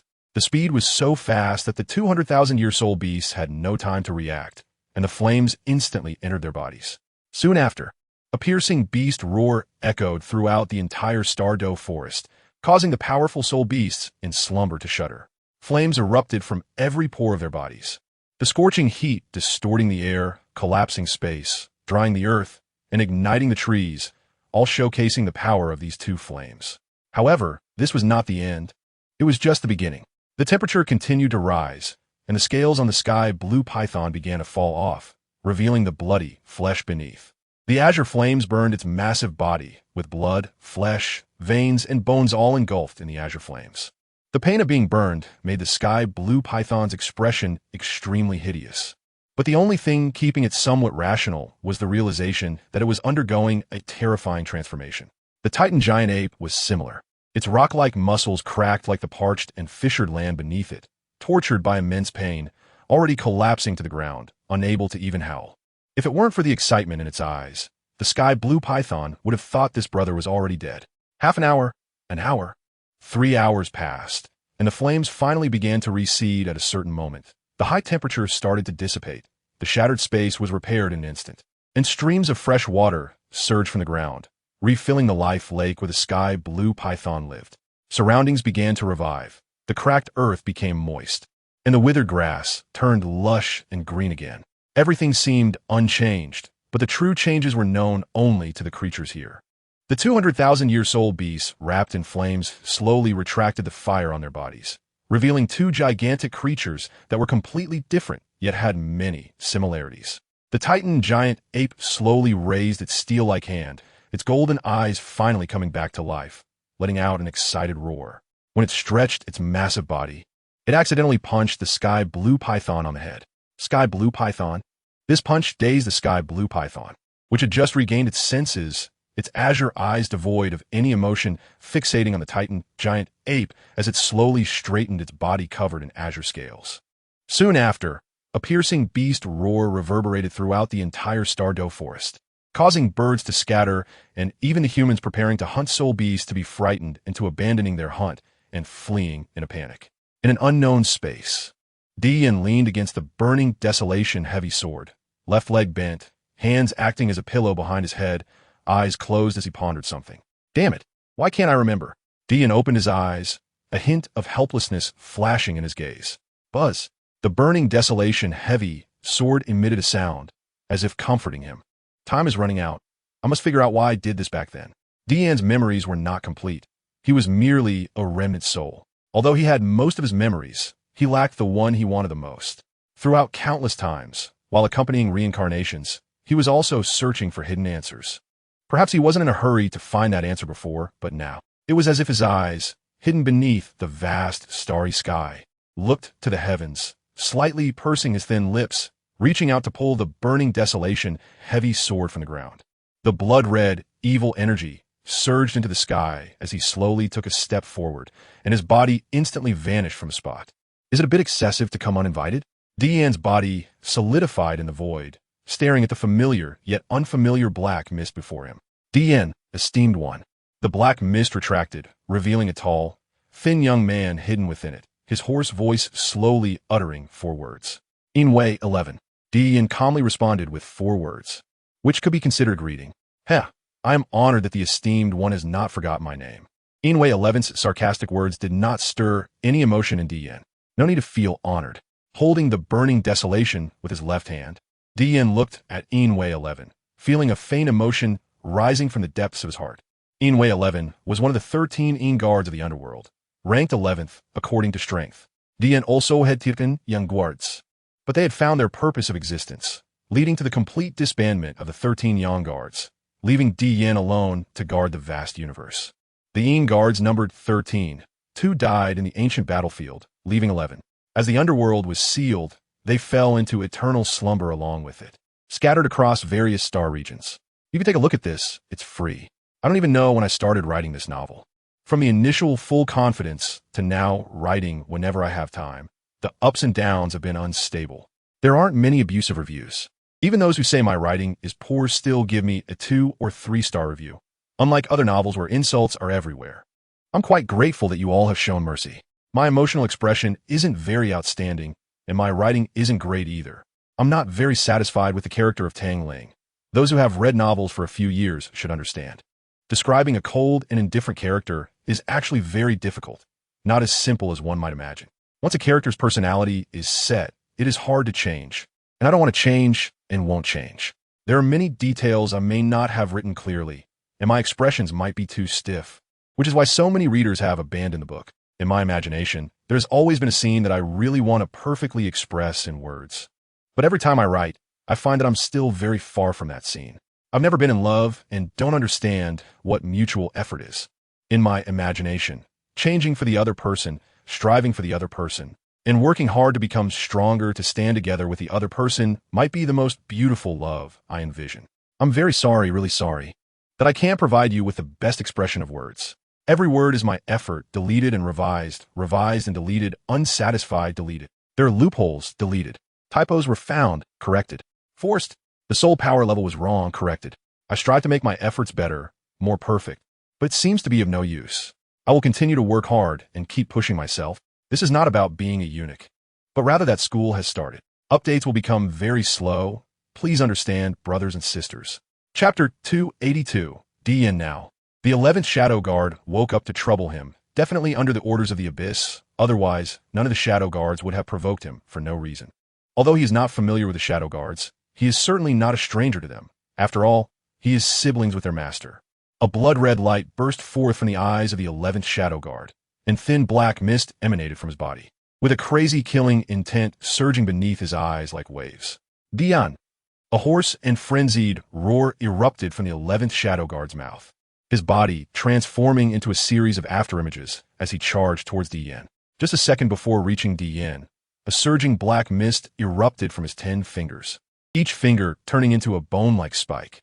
Xunji emitted an eerie blood red, like a gaping blood basin in the abyss. The sword body trembled with excitement. An endless murderous aura surged into the sky, dyeing the entire sky red. Clang!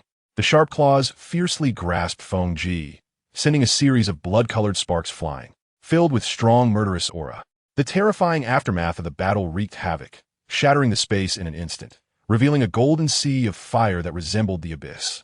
Dian's brows furrowed, and the murderous aura from Xunji suddenly surged, directly sending the 11th Shadow Guard flying.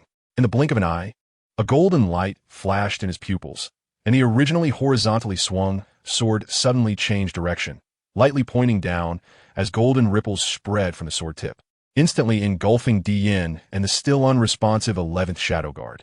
The figures of the two disappeared in the ripples, leaving behind only a space that was visibly recovering, along with a distant, ancient, yet majestic voice. Boundary prison. In an unknown space, after a loud bang, the 11th Shadow Guard's body flew out like a torn cloth. His bone-like black claws mostly shattered, yet there was no sign of frustration on his lips, only an eerie smile. Dian Zun, you have become weaker. The crimson tongue licked the blood on his lips. How could you, in this state, be the master's opponent? The sword tip filled with strong, murderous aura pointed directly at the 11th Shadow Guard, whose eyes dimmed slightly but did not speak. In that instant, the 11th Shadow Guard's body shot towards the dazed Dian like an arrow from a bow, and though shattered, his sharp claws still aimed directly at Dian's neck. Just as the claws were about to touch Dian's skin, an invisible force, like a heavy shackle, firmly restrained the 11th Shadow Guard in place. With blood-red eyes struggling to lift, he saw, for the first time since his birth, such terrifying eyes, cold and indifferent yet carrying a hint of anger. You seek death. The 11th Shadow Guard could guarantee that he had never heard Dian speak in such a tone.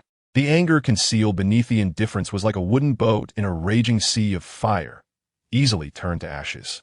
He wanted to retreat. For the first time, he felt the urge to escape, but his restrained body would not allow it.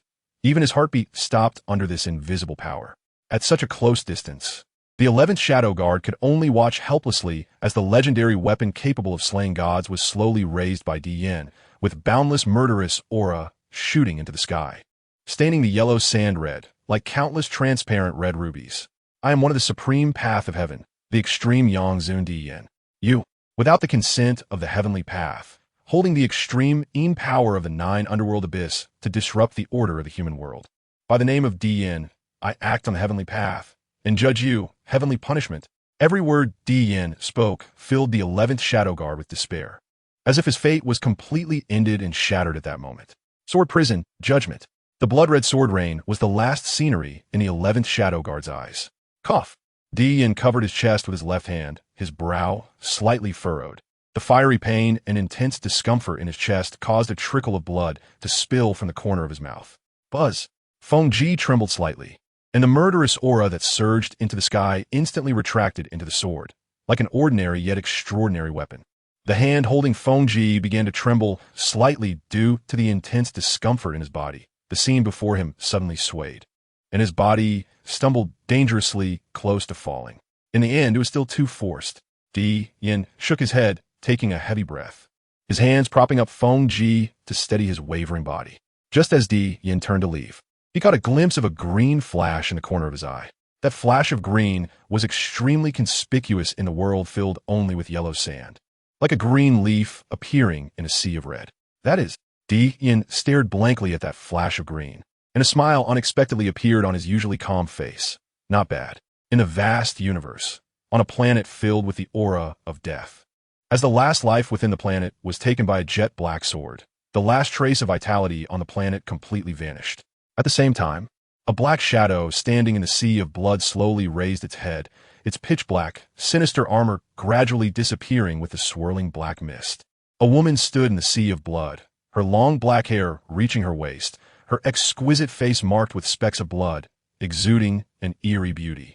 Her red lips slightly curling into a smile that was both alluring and terrifying. You really make me sad. My brother the Abyss walked slowly through the sea of blood with her long, smooth legs, her black pupils occasionally flashing with traces of crimson. They should all be dead. Why? Why can't you understand what I did? Everything I did was for you, for the rules for balance. With each step the Abyss took, it seemed to draw closer to the Abyss, completely unaware and not feeling that anything could affect her mind. And you actually sealed me for those who disrupted the balance and broke the rules? These ants by what right? The Abyss muttered to herself like a madwoman, her boundless resentment pouring out like an endless ocean, causing the entire planet to begin to shatter and collapse inch by inch under this wave of resentment. I will destroy everything you protect. In the vast universe where the Abyss stood, she was like a grain of sand in the sea, though not conspicuous, yet extremely dazzling. With her delicate hand casually raised, she then clenched it tightly. Boom! Planets exploded like fireworks, forming beautiful fireworks. Chapter 283. New partner on the edge of the cliff, the clouds and mist swirled like a fairyland. At the very edge of the cliff, a boy holding a 5-colored heavy sword stood in a horse stance, swinging the heavy sword in his hand, sweat pouring down as if it were free. Not far from him, there was also a boy with the exact same appearance, leaning against a towering tree, raising his right hand with the palm, facing the boy swinging the heavy sword, releasing a terrifying gravitational magnetic field. Buzz, buzz, buzz. Each swing of the heavy sword created friction with the air, producing a dull humming sound. It was unclear how many times he had swung in this terrifying gravitational magnetic field. Perhaps it was only 100 times, or maybe tens of thousands. Until he swung the last sword, completely exhausted, his body lost the strength to support itself and fell off the cliff. Dian, expressionless, instantaneously moved to the bottom of Tang Ling, extending his hand to accurately catch him, and the two remained in an embarrassing princess carry. The corner of Tang Ling's eye twitched slightly, his body skillfully landing on one side, as if he had practiced countless times. Let's recover and condense that soul ring. Dian gently tapped several acupoints on Tang Ling, and the soul power that had been sealed began to fill his body again. Tang Ling nodded and sat cross-legged on the ground to begin recovering his strength. In just over 10 minutes, both his physical strength and spirit had returned to their peak. Let me out. Tang Ling brushed off the green leaves on his shoulder. Why should I let you out? Dian remained silent for a while before responding. How can you absorb a soul ring without hunting soul beasts? Who told you that you can't condense a soul ring without hunting soul beasts? Dian gave Tang Ling a look that seemed to say, are you an idiot? He, the esteemed Emperor Yin, one of the supreme Yangs of the heavenly Tao. How could he not accomplish such a small task? Even though he was currently just a remnant soul, condensing a soul ring was merely a matter of waving his hand. Tang Ling, I'll do my best. Seeing that Tang Ling was ready, Dian raised his hand and condensed a brilliant golden sphere, which flew above Tang Ling's head and began to sprinkle golden starlight. His body felt as if it were soaking in a hot spring, naturally relaxing. If he hadn't remembered what he was doing, he might have fallen asleep. However, this comfortable feeling lasted only a few seconds before quickly dissipating, replaced by a terrifying force that surged like waves, instantly filling Tang Ling's body and forcing open tiny gaps in his meridians. The bones in his body continuously emitted cracking sounds under the impact of the force, as if they would explode at any moment. Silky white skin began to ooze beads of blood, which fell and formed a thin layer of scab under the intense heat. The golden starlight flowed like water through every corner of Tang Ling's body, eventually converging outside the ice-blue soul ring. As more and more starlight gathered, it gradually formed a ring, but this ring was different. Not only was it unique to the Ingard, but it also contained terrifying power. The transformation continued. The gears of fate had begun to slowly turn, and everything seemed to return to the starting point. As time passed, the sound of flames burning suddenly arose, and strands of dark golden light rose from the ring, gathering in front of Tang Ling to form a ball of dark golden flame. The dark golden flame was filled with a surging fiery aura, along with a rich metallic attribute. Dian, sitting on the chair he casually conjured, slowly opened his eyes, looking at the dark golden flame. After confirming that it was indeed the strange fire from his memory that had been giving him headaches, the corner of Dian's mouth twitched slightly. If the Bai Hai Chao Sheng Yin was likened to a little brat, then with the appearance of this dark golden flame, the title of little brat that the Bai Hai Chao Sheng Yin held was officially replaced. The soul power within Tang Ling's body continuously grew and compressed during the absorption process of this soul ring, which was quite difficult. But the benefits were also very obvious. At least the purity of the soul power had risen 1 or 2 levels. Soul power was merely a habitual term for this kind of power. In terms of purity, so-called divine power was nothing compared to it. As the ring fully formed, Tang Ling's breathing stabilized, and the scabs on his body began to fall off, revealing smooth, snow-white skin that retained an explosive beauty. His black eyes slowly opened, and with a series of cracking sounds from his bones, an extreme comfort spread throughout every corner of his body. After exhaling a breath of turbid air, he stood up, gently beckoning, and the dark golden flame floating in front of him landed in the palm of his hand, bouncing around like a playful child. 3 lives, dark golden flame. I'll be counting on you from now on, Tang Ling said in a gentle voice. This gentleness was not the same as the tenderness he showed to Zhu Qing or Xiao Wu, but rather a closeness found among friends and classmates. After the 3 lives, dark golden flame returned to the spirit world, Tang Ling carefully sensed his changes. His soul power level soared to level 66. And even he was unsure of the purity level of his soul power. He had gained another companion and a new combat method. Tang Ling now had 6 companions. The first soul skill, Bone Spirit Cold Fire. The second soul skill, Green Lotus Earth Fire. The third soul skill, Scarlet Snake Demon Fire. The fourth soul skill, Thick Earth Flame. The fifth soul skill by Hai Chao Sheng Flame. And the newly added 6th soul skill, 3 lives, Dark Golden Flame. With the arrival of the strange fire, his mastery over the 5 elements, ice, wood, fire, earth, water, and metal, had all reached a peak. and it would require considerable effort and time to continue enhancing his control over these elements. Among them, the element he controlled the most was ice, followed by fire, while the other 4 elements were at the same level of control. Tang Ling discovered a peculiar issue. Each time he absorbed a soul ring, he would awaken a type of strange fire and gain control over an element. However, the strange part was this: his martial soul was Dian, yet none of the soul skills he obtained were related to Dian. Tang Ling did not understand, but Dian was very clear about why this was the case. It was just that the timing had not yet arrived. When the time came, everything could return to the right track. As for the concern that a rapid increase in strength would lead to an unstable foundation, Tang Ling was not worried at all, as such a situation could not possibly occur in his case. Moreover, there was a training regimen that could be described as hellish, constantly honing his foundation, ensuring that instability would not exist. On the contrary, his foundation would only grow stronger. Now, Tang Ling's physical quality, meridians, and soul strength had far surpassed the myths and legends of the Douluo continent. Chapter 284. Hold back? Even with his strength soaring, there was no longer any feeling of joy or happiness, nor was there anyone to show off to. Everything felt like a struggle toward a goal, and he had completely forgotten the excitement that accompanied even the slightest breakthrough. Tang Ling knew that this feeling had not actually disappeared. Rather, it was due to the absence of someone with whom he could share his joy. The fleeting sense of loss in his eyes vanished quickly, but it was still caught by Dian. Comfort? That was impossible. So Dian could only use his own unique way to help Tang Ling forget this sense of loss. He raised his hand, and with a flicker of light at his fingertips, the air began to distort, as if an invisible giant hand was holding Tang Ling in its palm. With Dian as the master of this hand, and Tang Ling as the little ant in the palm, the wild surge of power did not instill any pride in Tang Ling. Instead, it made him even more composed. A clear, invisible cerulean flame ignited in the black pupils. The air became humid, and even the gentle breeze carried a faint fragrance unique to seawater. A heavy, oppressive wave of terrifying energy surged from Tang Ling like ocean waves, and a faint sound of shattering filled the air as the distorted atmosphere returned to calm. Once the feeling of being in control disappeared, the first thing Tang Ling did was not to attack, but to rapidly retreat with his crimson wings unfurled behind him. In the blink of an eye, Tang Ling had already moved 1,000 meters away, gazing at the immobile Dian, whose terrifying aura could still be felt even from such a distance. Battle never requires excessive words or physical actions, as any unnecessary movement becomes a flaw in the eyes of the enemy. Provoking the enemy with words to force them to expose their weaknesses is a foolish choice. Not to mention that the enemy before him was Dian, who had lived for an unknown length of time. Even an ordinary enemy understands what an opponent is.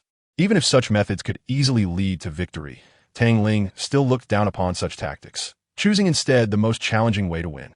His gaze was fleeting, and the intense fighting spirit was like highly flammable gunpowder, while Tang Ling's movements were like the spark that ignited it. His body slightly lowered. Soul power surged wildly within him, his pupils completely turning golden, and a golden flame mark appeared on his forehead, resembling a true flame in its vividness. 6 distinctly different soul rings floated and pulsed around his calves. The first purple soul ring transformed into a milky white like crystal, with golden flame patterns carved within it, containing a chilling aura of world destruction. The second purple soul ring turned turquoise, exuding rich vitality and a destructive aura that extinguished all life, enhanced by the noble golden flame patterns etched upon it. The third 10,000-year soul ring became crimson, its eerie red interspersed with noble golden flame patterns, containing a terrifying temperature that could obliterate everything like a volcano, seemingly capable of turning anything in the world to ashes at any moment.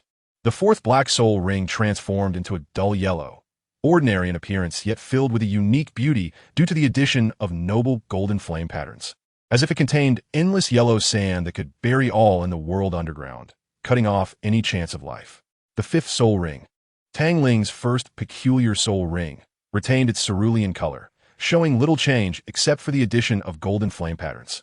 The ocean contained heavy dangers, and this soul ring bore a unique aura unlike any other, filled instead with murderous intent, perhaps representing the true essence of the sea. The sixth soul ring presented a dark golden color, with golden flame patterns, its unique sharpness resembling a drawn sword, filled with a changing yet consistently fierce sword intent.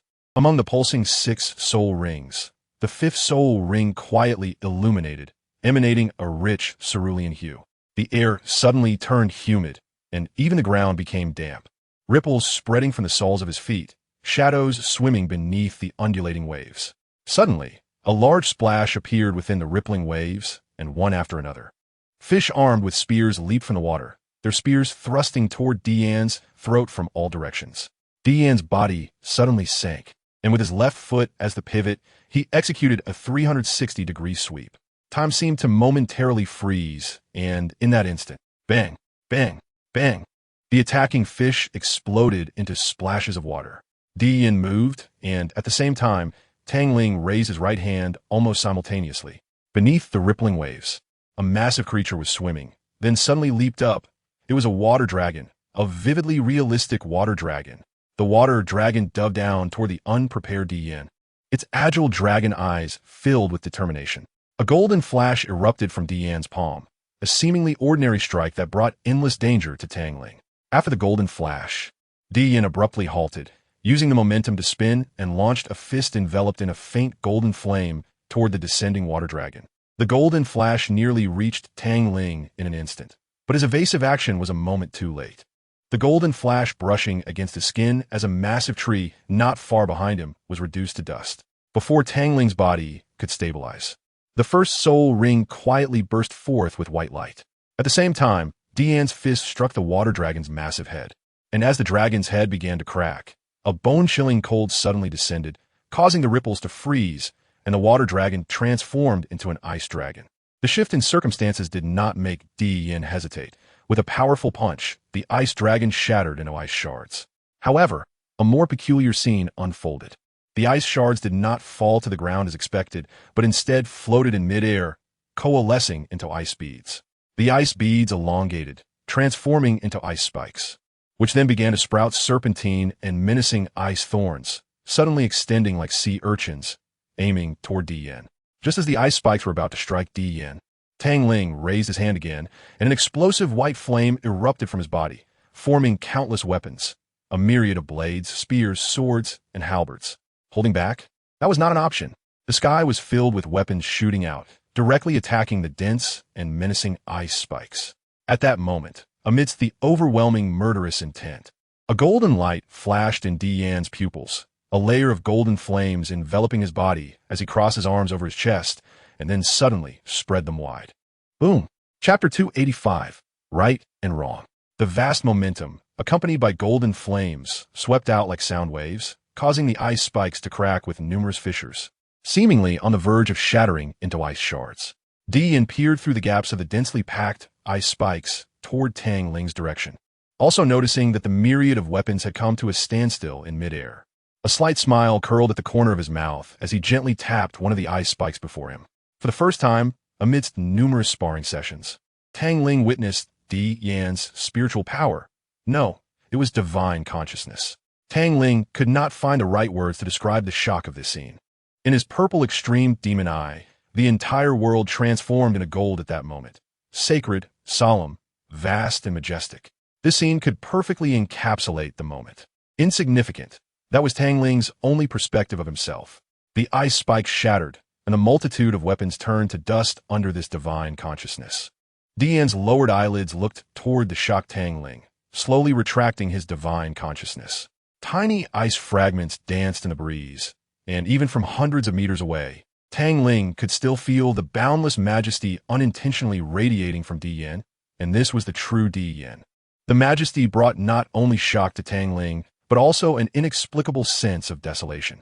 Ice shards fell on Dian's shoulders, and this time Dian, who had never allowed any dust to touch him, did not brush off the ice.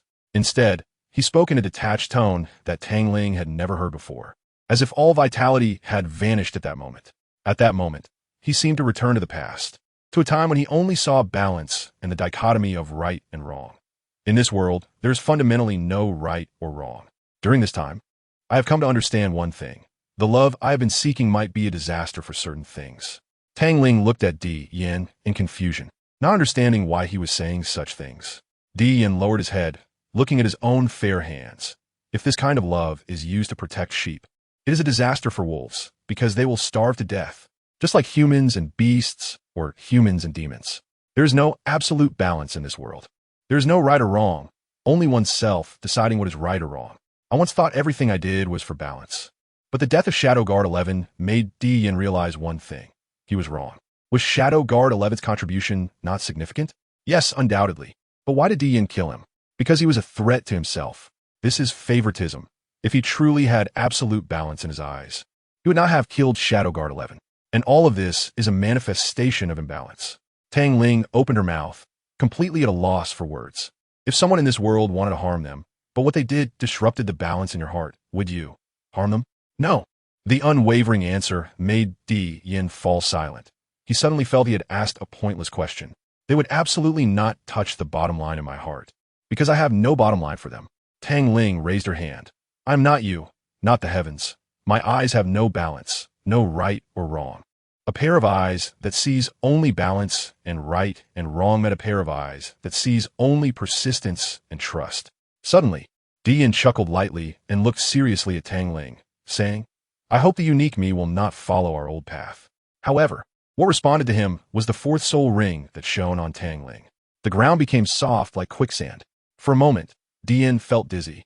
Suddenly, several vicious soil spikes surged sharply from the soft ground, stabbing towards Qian. The first soul skill, Eternal Sin Ice Prison, and the fourth soul skill, Thick Earth Collapse Formation, have many similarities, both attacking with spikes and both being instant soul skills. But Thick Earth Collapse Formation has an advantage that Eternal Sin Ice Prison cannot achieve: dizziness. The sudden dizziness caught Qian off guard for a brief moment, but it was only a moment, a fleeting moment in Qian's eyes. Perhaps it was due to instinctive reactions or long-form battle habits. Qian's first response was not to defend or dodge, but to unleash his oppressive aura. Qian understood Tang Ling's power increased better than Tang Ling herself. So this time he did not hold back at all and released all his oppressive aura. The real battle only began at that moment. The previous skirmish was merely a warm-up. The oppressive aura is invisible, but when a certain invisible power becomes unimaginably strong, this kind of power can be more terrifying than tangible strength. Qian was merely a remnant soul, not his peak self, even if Tang Ling surpassed him. It was not surprising. Moreover, Qian had witnessed Tang Ling's growth all along. Reaching his level was just a matter of time. Once the final step was completed, he would not be far from that time. Battles between strong opponents occur in an instant, for in that moment, they can accomplish many things. Almost simultaneously, as the soil spikes shattered into countless fragments, both of their hands rose again. Qian raised his hand, and a concentrated light beam shot forth, smaller than the previous one, but with greater power. Tang Ling's third and second soul rings lit up, with the third soul ring expanding in front of her, where a crimson fire phoenix could be seen flying out of a volcanic crater. At the moment the fire phoenix burst forth, Tang Ling flicked her wrist, skillfully launching a ball of azure fire that silently followed behind the fire phoenix, completely inconspicuous. The concentrated light beam and the fire phoenix collided, almost simultaneously vanishing, and the azure fireball trailing behind was also quietly extinguished by the waves generated from the explosion, falling to the ground as sparks. Qian raised his hand, and flames erupted. A golden heavy sword was gripped tightly in his hand, and as he exerted force with his feet, he shot forward, causing sand and gravel to splatter as the ground cracked.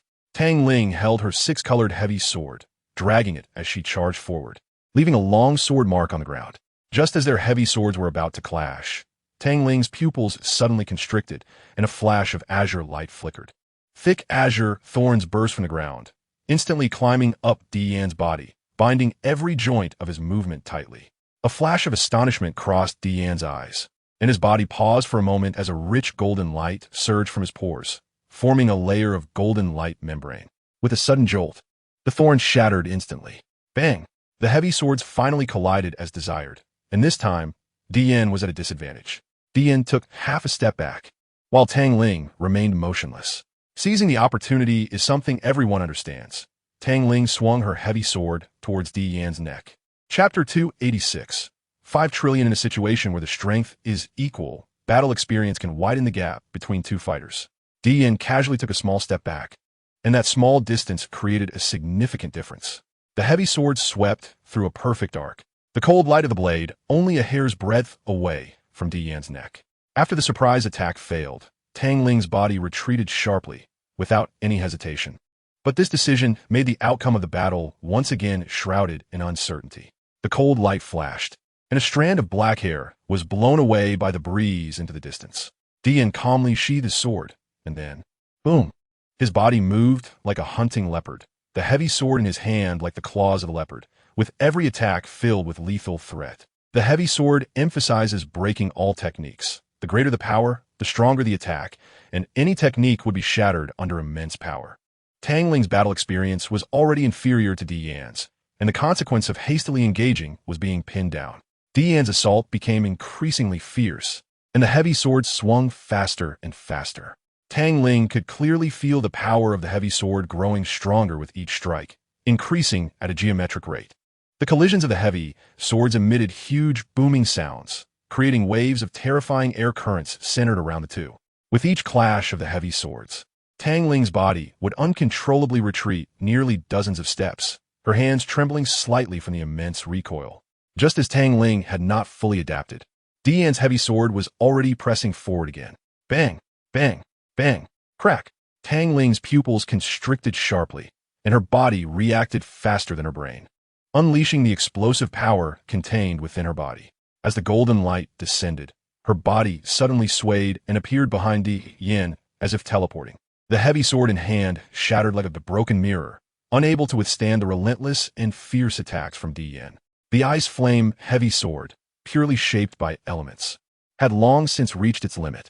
In the pitch black, abyss-like eyes that revealed no emotion, the dark golden soul ring among the 6 differently colored rings suddenly lit up.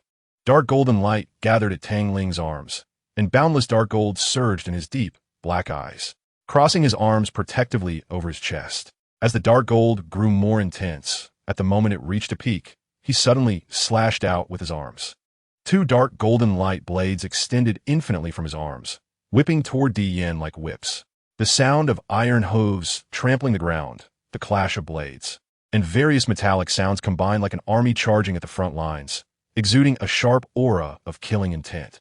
6th soul skill, broken halberd sunk in sand. The heavy sword sank 1/3 into the ground, with both hands braced on the hilt. A fierce wind rose, black hair flying. As the indifferent emotions in his black eyes were once again expelled, his body unmoving, but the surging flames behind him had already soared into the sky. The ascending golden flames illuminated the sky in gold, and the air distorted under the high temperature, seeming ready to shatter at any moment. Suddenly, the flames that shot into the sky changed abruptly. Scales began to grow from the flames, and the gathered fire transformed into a 5-clawed golden dragon over 1,000 meters long after a burst of dazzling golden light. Each dragon scale reflected a sharp cold light under the sunlight, and the sinuous dragon horns added endless majesty to it. The ground cracked, dust flew, and Dian's body seemed to defy gravity as he stood in front of the massive dragon head of the 5-clawed golden dragon. With the heavy sword held horizontally in front of him, as his momentum soared, a layer of golden flames enveloped the sword. When momentum reached a peak, the 5-clawed golden dragon seemed to be imbued with unique spirituality. Its hollow dragon eyes became lively, spiraling around Dian and looking down at Tang Ling. The dragon claws extending out and directly grasping the attacking dark golden light blades. The dark golden light blades could even cut through space. Yet now they were caught harmlessly in the dragon's claws, as if holding a toy, and with a gentle squeeze, the light blades shattered inch by inch.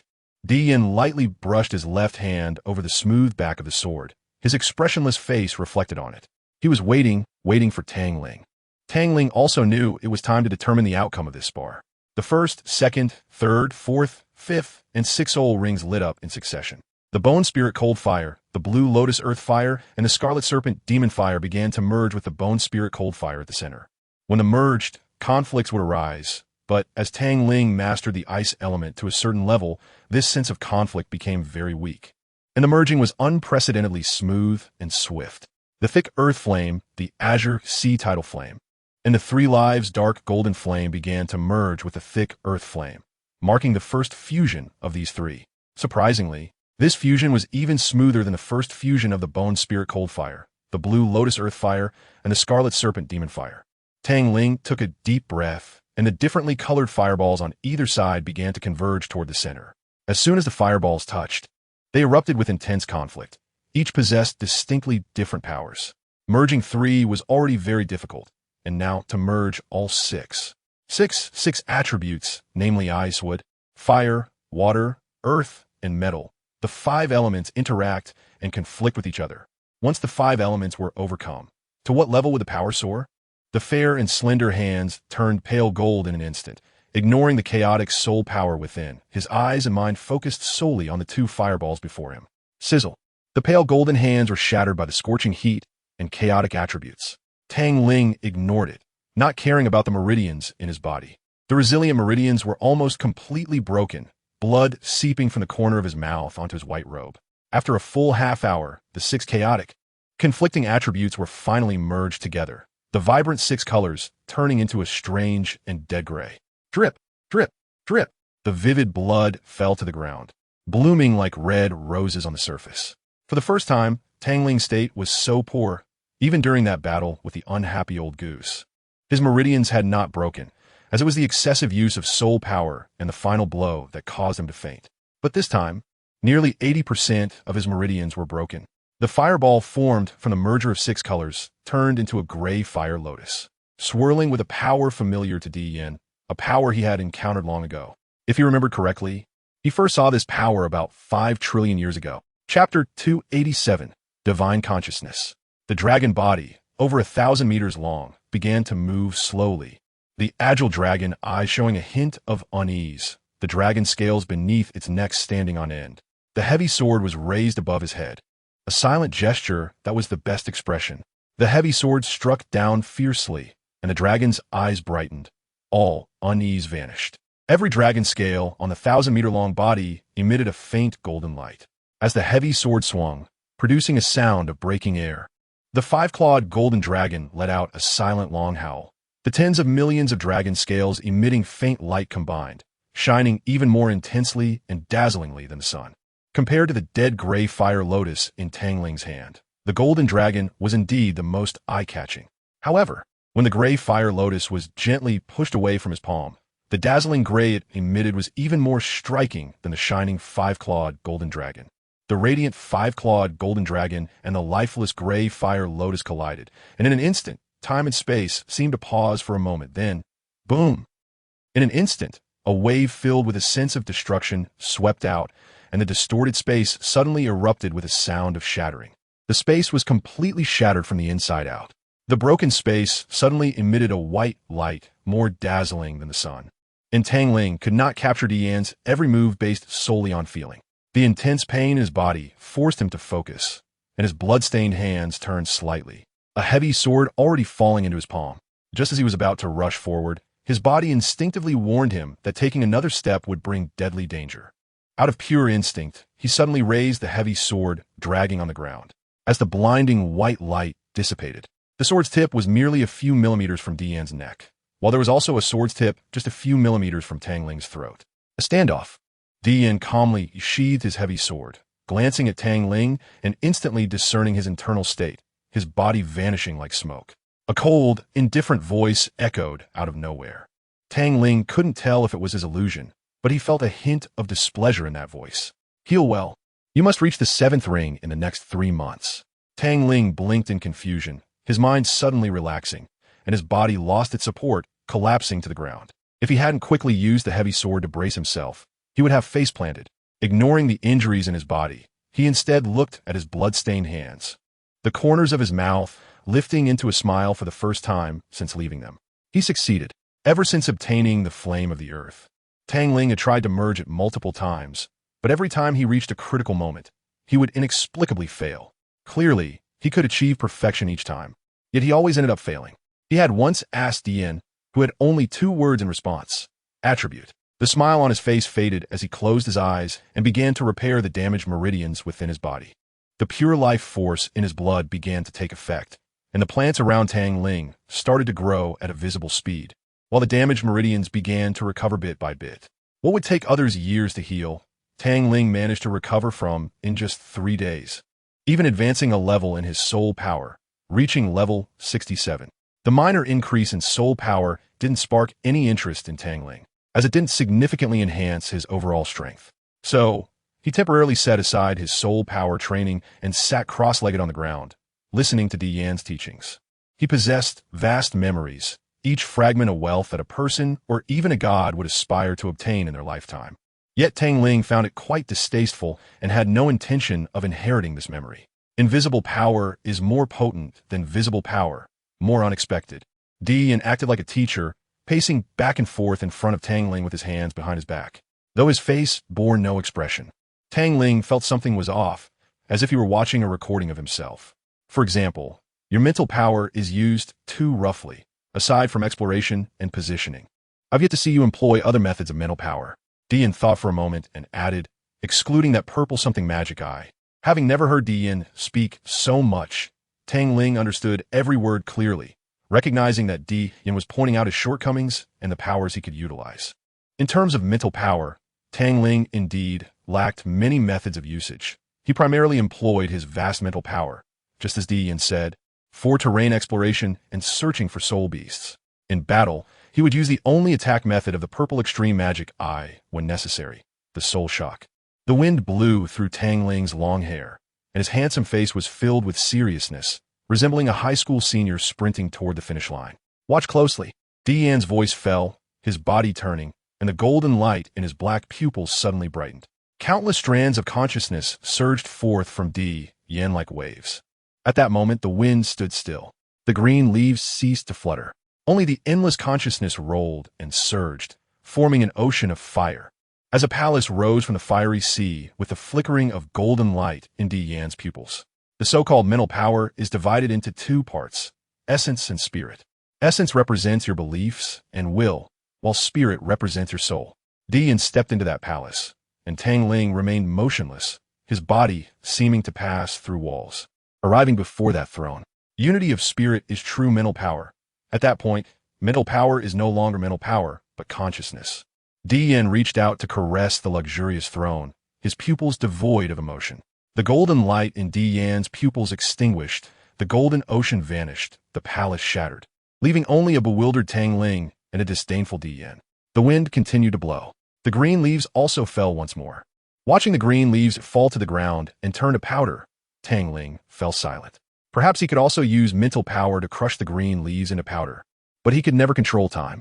Since the birth of the universe, only the heavenly Tao has the power to control time. Di Yan gently clenched his fist. We can see anyone's ending, but we can never see our own. Fate is not changeable, but unchangeable. Perhaps in another universe, the people here will be part of another beautiful story. No one is free from curiosity about their future, not even the monotonous heavenly Tao. He had sought his future more than once, only to see chaos. Chapter 288. As no one understands this mysterious universe better than the heavenly Tao. Nor is there a god more powerful than the heavenly Tao. In managing the balance of the universe, one must possess enough power to determine life and death. Even they themselves do not know the meaning of their existence. They are the first ray of light. They created the 5 elements. The 5 elements created all things.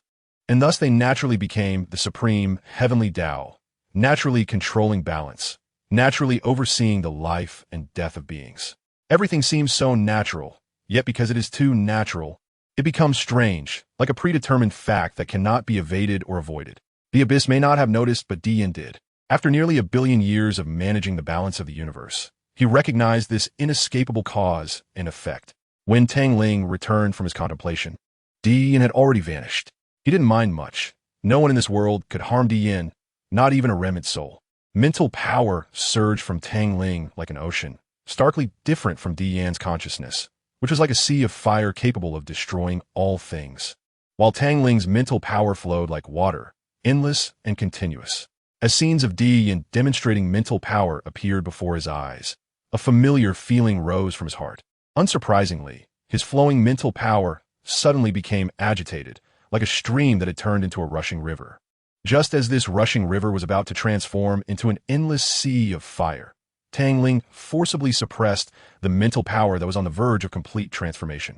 He indeed wanted to become stronger, but he had never thought of becoming the so-called heavenly Tao. He simply wanted to be himself. The powerful force within reach was tempting. Yet Tang Ling had no intention of accepting it. Even though it was a pity, it was not his power, but Dian's power. Tang Ling squinted and lay down on the grass, the fragrance of the plants allowing him to relax completely, his taut nerves finally easing.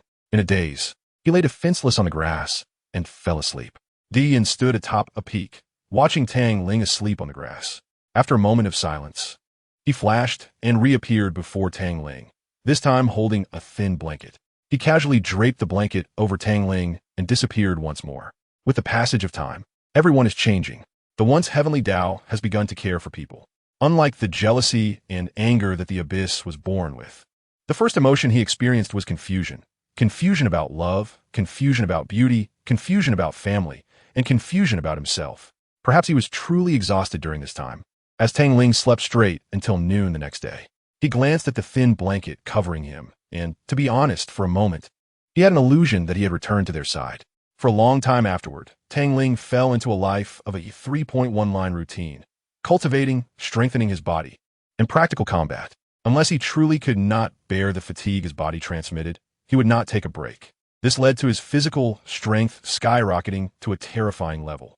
2 months later, Tang Ling's soul power level finally reached 70. But Dian did not rush to help him condense a soul ring.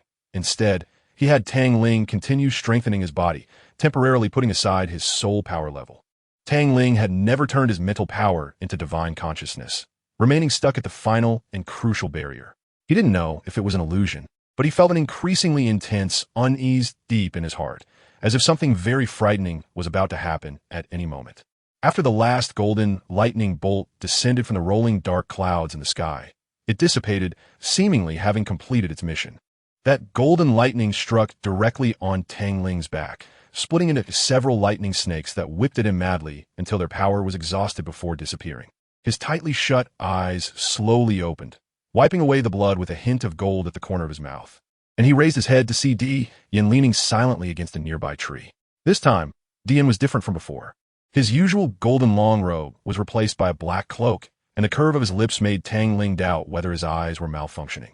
After a refreshing display of power, Tang Ling sheathed his heavy sword, wiped the blood from his mouth, and turned to continue cultivating his mental power when Dian suddenly spoke up. "Tang Ling, can you accompany me for a walk?" Tang Ling was momentarily stunned, then nodded. "Wait for me to change clothes." His clothes had become tattered during the previous practical combat, looking very much like a beggar's outfit. Autocock City was a town on the border of the Tiando Empire. Although it wasn't as prosperous as those important cities in the Tiando Empire, it was still quite lively. A beam of golden light shot up into the sky, but its abrupt arrival did not alarm anyone, not even the lord of Autocock City. The golden light appeared suddenly and vanished just as quickly. 2 figures walked shoulder to shoulder down the street, drawing strange glances from passers-by, especially from some young women whose gazes were particularly aggressive. Dian's thin lips moved slightly, and his voice reached Tang Ling's ears out of nowhere. "Did you used to be looked at like this when you wandered around?" Dian's eyes slightly raised. "Such gazes never dared to land on me before. So I never randomly wandered around the streets, except when I was with someone else." Tang Ling glanced at the small accessory in his hand, dissatisfied, and put down again. After hesitating, he finally said solemnly, "Dian, I don't know why, but my heart is filled with unease. It was only a faint feeling at first, but the closer I get to you, the more real it becomes." He turned to look at Dian, who had picked up a decoration. "What have you been doing lately?" Dian paused his movements, feeling Tang Ling's concern, and couldn't help but let out a light laugh, not answering Tang Ling's question, but instead waving the accessory in front of him. "Give it to me." Such a bold request made Tang Ling's lips twitch, and he rarely rolled his eyes but quickly took out 2 gold soul coins. Just as he was about to pay, the shopkeeper spoke up. "Handsome, the gold soul coins you gave aren't enough, Tang Ling." Chapter 289. Sure, he glanced instinctively at the small accessory in Dian's hand. It was a men's necklace, exquisitely designed, looking like a swirl of golden and black flames intertwined. Tang Ling pursed his lips, took out 3 more gold soul coins from his pocket, and handed them to the shopkeeper. This necklace required 5 gold soul coins in total, and even though Tang Ling wasn't sure on money, he still felt a twinge of heartache. Since Dian liked it, he decided to buy it as a gift for him. "I have seen the birth and evolution of humanity, but I have never personally experienced the prosperity of humanity." Dian stood atop the tallest building in Autocock City, gazing at the sunset slowly descending, feeling the breeze brush against his face and listening to the increasingly lively noise below. Although he liked peace for the first time, he did not feel irritated. Some people constantly pursue supreme power just to enjoy the thrill of controlling others. But who can have a power higher than that of the heavenly way? Yet, Qian had never felt happiness. The monotonous life over billions of years was so dull that perhaps only those who have experienced it would understand. Let's go. It's time to condense your seventh soul ring. Qian gazed at the last ray of sunlight being swallowed by darkness, looking up at the round moon in the sky with a relieved smile. Tang Ling furrowed his brows. The unease in his heart felt like a volcano about to erupt, filling every cell in his body with a thick sense of anxiety. Qian's hand gently rested on Tang Ling's shoulder, and the unease in his heart disappeared without a trace, as if it had never existed. Golden light descended from the sky, enveloping both Qian and Tang Ling, and when the golden light vanished, the two disappeared without a trace. What a beautiful world. Why couldn't I understand before? Qian's murmured words echoed in this space, but no one heard them, not even Tang Ling. Perhaps he truly sensed that something very bad was about to happen. Upon returning to the world created by Qian, Tang Ling spoke up. Let's hold off on condensing the seventh soul ring for now.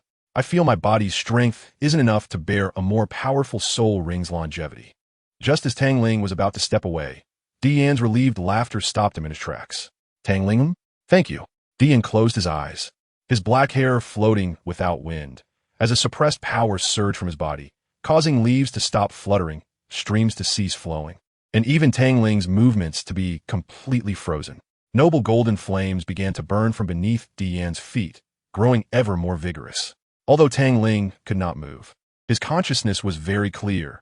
Unable to break free, he could only struggle helplessly, his heart screaming in panic. Qian, what are you doing? Stop it right now. Perhaps he truly heard Tang Ling's inner cries, as in the golden flames, Qian tilted his head, looking at the motionless Tang Ling. The smile at the corner of his lips released him from the endless glacier, as if this was the real him. Tang Ling, have you ever seen your own heart? Tang Ling's pupils contracted, and his breathing suddenly became erratic. Your heartbeat is fake because you don't have a heart at all. Qian raised his hand to rest on his chest, feeling his steady and powerful heartbeat. Your heart is with me. Tang Ling, do you understand what it means to live in misery? What I'm doing is living in misery. Qian tightly grasped his chest. You once asked me if my heart would hurt. Now I tell you the answer. It does. But billions of years ago, my heart did not hurt because I didn't have a heart back then. Even the existence of a remnant soul cannot last for a whole 100 million years. The only way to preserve a remnant soul for such a long time is through a vessel. What kind of thing can enter the cycle of reincarnation? Only what one possesses can enter the cycle. The heart is the best vessel. I have never had a heart in every reincarnation. But with a heart, I saw my first self and realized how much pain I truly endured. One after another, again and again. All I could do was remain indifferent. I was in doubt. I was questioning. I was wondering if my actions back then were right. Until your arrival, Tang Ling. The last one, me. The moment I saw you, I knew my mission was finally coming to an end.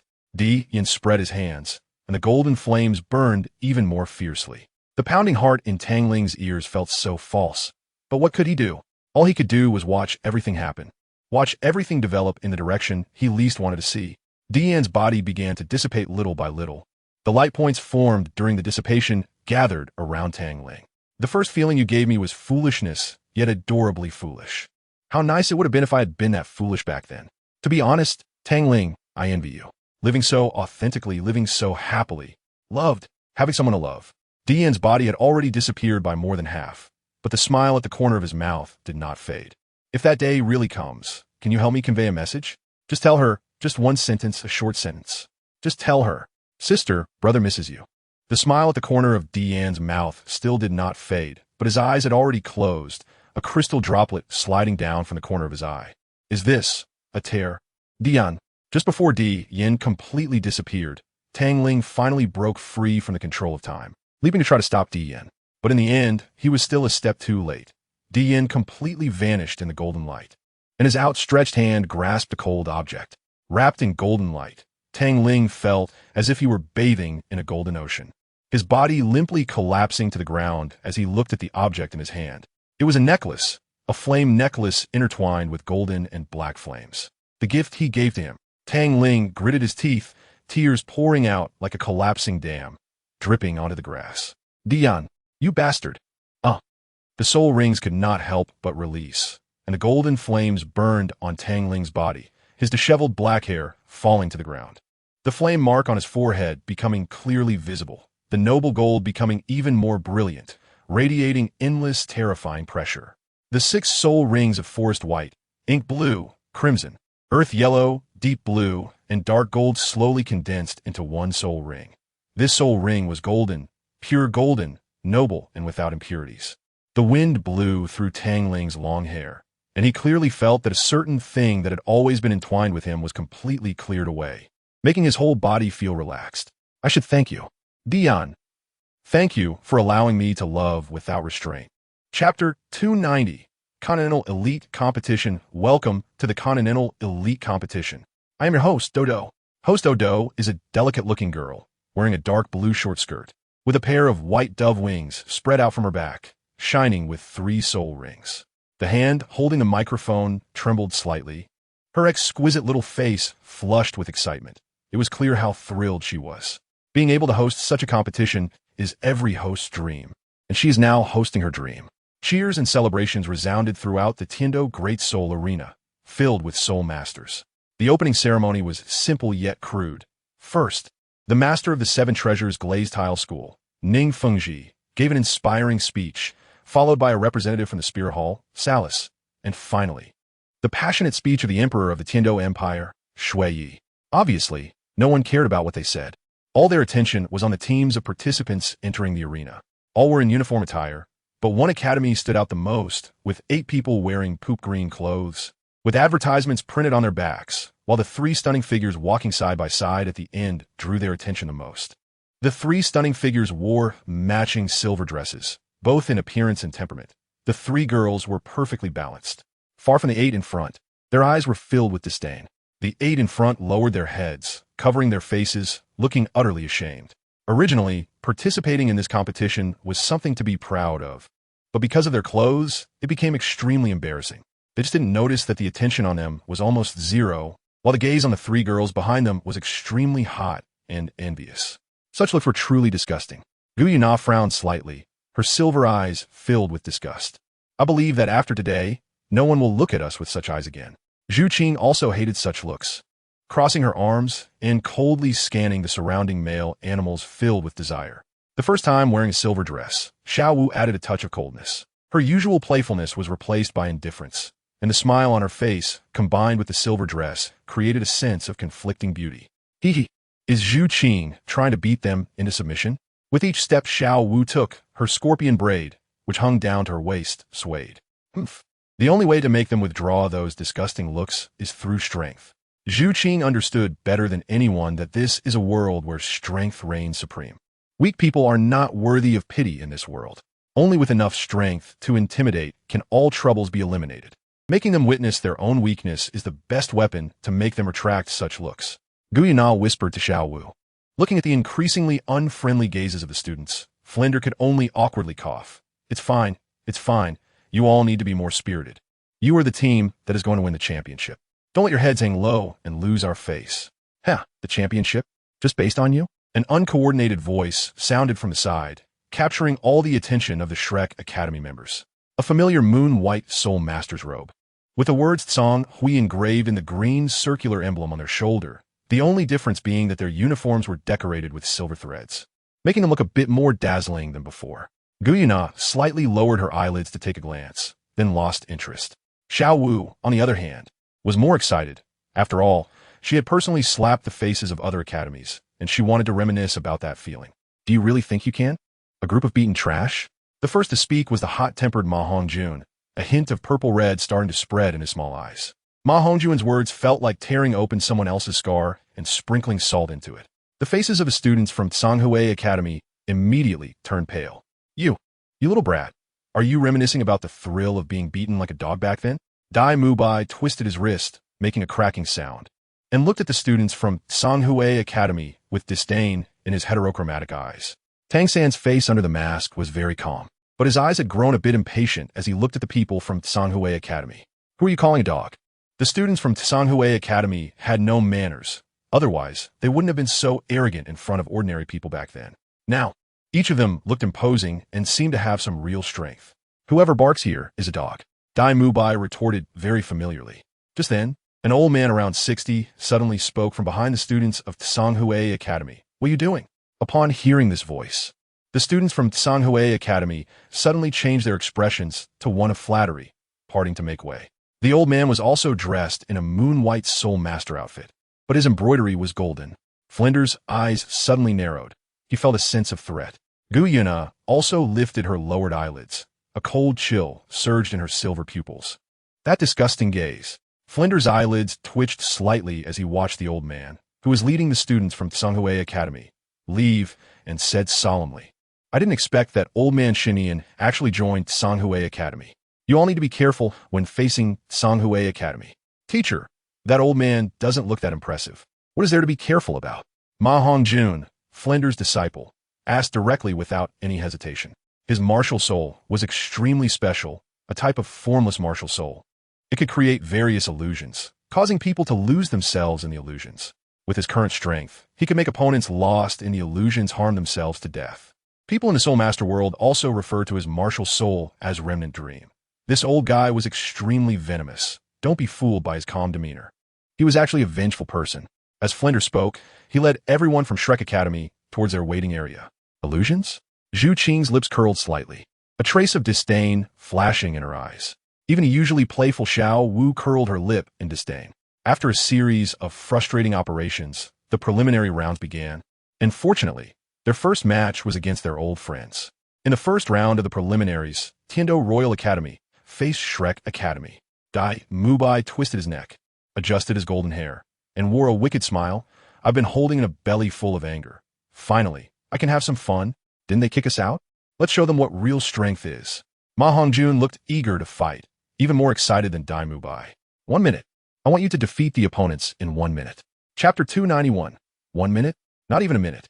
Zhu Qing brushed her smooth hair and narrowed her black eyes, emanating an extreme cold light. Let me go. 30 seconds. The master thought for a moment before arranging the participants. All right, this time it's Xiao San, Mubai, Zhu Qing, Tai Long, Jingling, Jiang Zhu, and Xiao Ao. You 7 go. The preliminary rounds of the Continental Elite Competition and the Battle Arena started similarly, both having 1 minute to unleash their martial souls. What a bunch of toads. They dare to participate in the Soul Master competition like this. The person standing at the front of Tiando Academy was their captain, a petite boy. His skin was fair, he looked very pretty, and his speech was quite effeminate. Toads? Dai Mubai narrowed his eyes. White flames began to emanate from his heterochromatic eyes, his golden hair flying, and he let out a low tiger roar from his throat. Brothers, unleash your martial souls. Let them see what real strength looks like. The icy light shot out from his heterochromatic eyes, and 4 soul rings of yellow and purple flashed brilliantly around Dai Mubai. Dai Mubai, martial soul white tiger, level 48 assault type soul sovereign, please advise. Jingling, martial soul skeleton, level 35 agility type soul master, please advise. Tai Long, martial soul mighty gorilla, level 38 assault type soul master, please advise. Jiang Zhu, martial soul healing staff, level 35 support type soul master, please advise. Oscar, martial soul ultimate sausage, level 46 support type soul sovereign, please advise. Tang San, martial soul blue silvergrass, level 47 control type soul sovereign, please advise. Zhu Qing, martial soul flame fairy cat, level 54 ring soul king, please advise. The moment the dark 10,000-year soul rings appeared on Zhu Qing and Tang San, the audience erupted in excitement, with countless discussions rising up, filled with disbelief. Quick, unleash your martial souls. The captain of Tiando Royal Academy shouted hurriedly, and his body also lit up with 4 yellow and purple soul rings. Get out of the way. Leave it to me. After Zhu Qing manifested her martial soul, her entire body was covered in a layer of milky white armor, her black pupils turning into silver pupils. And the milky white armor showcased her curvaceous figure. With a slight flash, she had already disappeared. Tang San and the others hadn't reacted when a bone-chilling cold spread across the entire battle arena. A thin layer of frost had unknowingly covered the entire battle arena, and the hunting game had begun. Where are they? A sense of panic enveloped the 7 members of Tiando Royal Academy as they were met with a gray mist. The biting cold felt like a blade pressed against their skin, as if it could cut their throats at any moment, delivering the final blow. Your gaze, filled with desire and greed, truly disgusts me. Zhu Qing's words were like the judgment of a judge from hell, leaving no trace. But every word felt like the judge's decree to the souls. If it weren't for this being a competition, killing is not allowed. You would die a very ugly death. The cold light flickered, and without a sound, Zhu Qing appeared behind them, her claws extending as the first yellow soul ring quietly lit up beneath her feet. Her graceful figure vanished like a ghost, and when she reappeared, she had already returned to Shrek Academy. The sound of her battle-high heels hitting the ground was crisp and pleasant, followed by the heavy thud of something falling. When Tang San and the others turned their gazes, their lips twitched. They saw all 7 contestants from Tiando Royal Academy lying on the ground, their bodies covered in bloody claw marks, clearly showing how much Zhu Qing despised these people. Without a doubt, this was a match with no suspense. If it were a battlefield, such a result could only be described as a one-sided massacre. The highly anticipated second team of Tiando Royal Academy couldn't even withstand 10 seconds in front of Shrek Academy. To be more precise, it wasn't Shrek Academy as a whole, but rather one person from Shrek Academy who crushed 3 Soul Sovereigns and 4 Soul Masters in under 10 seconds. The battle arena was silent, and Zhu Qing glanced around. Raising her right hand, the frost dissolved, and she turned to leave, completing her actions in one go. In the first round of the Continental Elite Competition preliminaries, the first match was Shrek Academy versus the second team of Tiando Royal Academy, and Shrek Academy won. The host was stunned for several seconds before reacting, his hand holding the microphone trembling. Exciting? She still hasn't reacted to what happened. When she finally does, she sees the members of the second team from the Tiando Royal Academy lying on the ground, motionless. If it weren't for the rising and falling of their chests, she would have thought they were dead. Looking at the gradually disappearing silhouette, Zhu Qing feels every cell in her body warning her to stay away from that woman. When Zhu Qing's figure vanishes, the remaining 6 from Shrek Academy come to their senses, casting disdainful glances at the 7 people lying on the ground before slowly walking off the stage. However, no one notices the deep-seated shock hidden in their eyes. She has become stronger again. Returning to the waiting area, Zhu Qing sits down beside Xiao Wu, leans against the wall, and closes her eyes. A faint sky-blue soul power flows around her body and then gathers at her dantian. Ma Hongjun cautiously glances at Zhu Qing, swallows hard, and lowers his voice to ask Xiao Wu, Sister Xiao Wu, has Zhu Qing's martial soul evolved again? Yes. Xiao Wu swings her legs and glances at the attentive crowd. No need to whisper. Zhu Qing seals her hearing points when she cultivates. Oscar suddenly recalls something and trembles as he asks, did she temper her body? Xiao Wu glances at the silent but leaning master. I don't know anything about it, and it's better that you don't know about such things. Some matters are no longer for you to touch.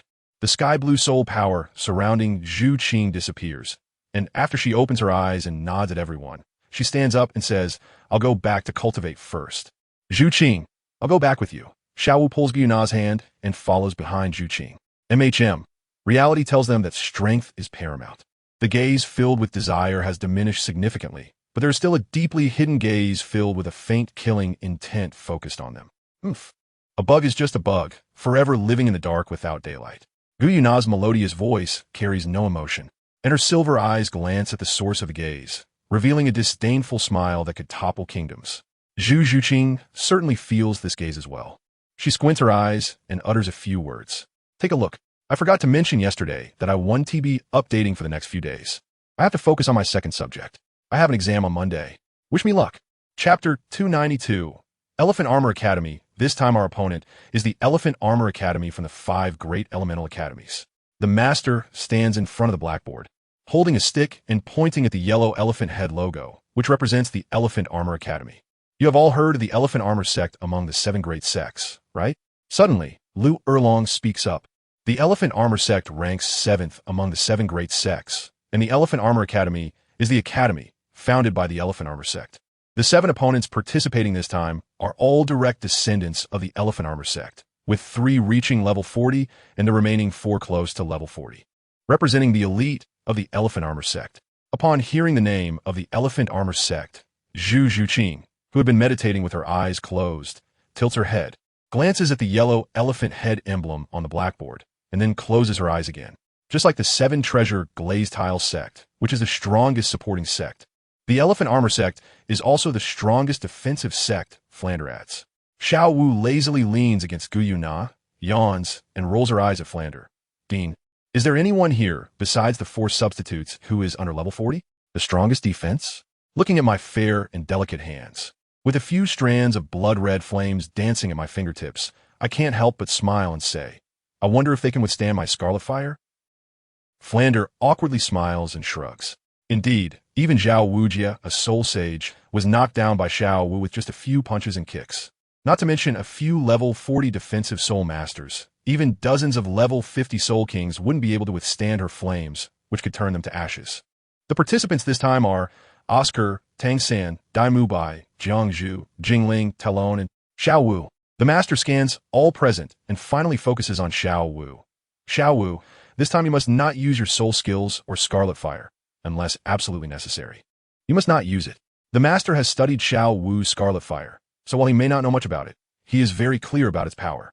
Once it touches the enemy, unless Xiao Wu actively reclaims it, it will continue to burn until it turns the enemy to ashes. What if they say something incredible as soon as they enter the arena? The master can imagine their tragic fate. After all, soul skills are merciless. Losing limbs is not an uncommon occurrence, right? No. Zhu Qing opens her eyes and gazes at the master lightly. It's too dangerous. Oh, Xiao Wu hugs Zhu Qing's arm, shaking it as if she's acting cute.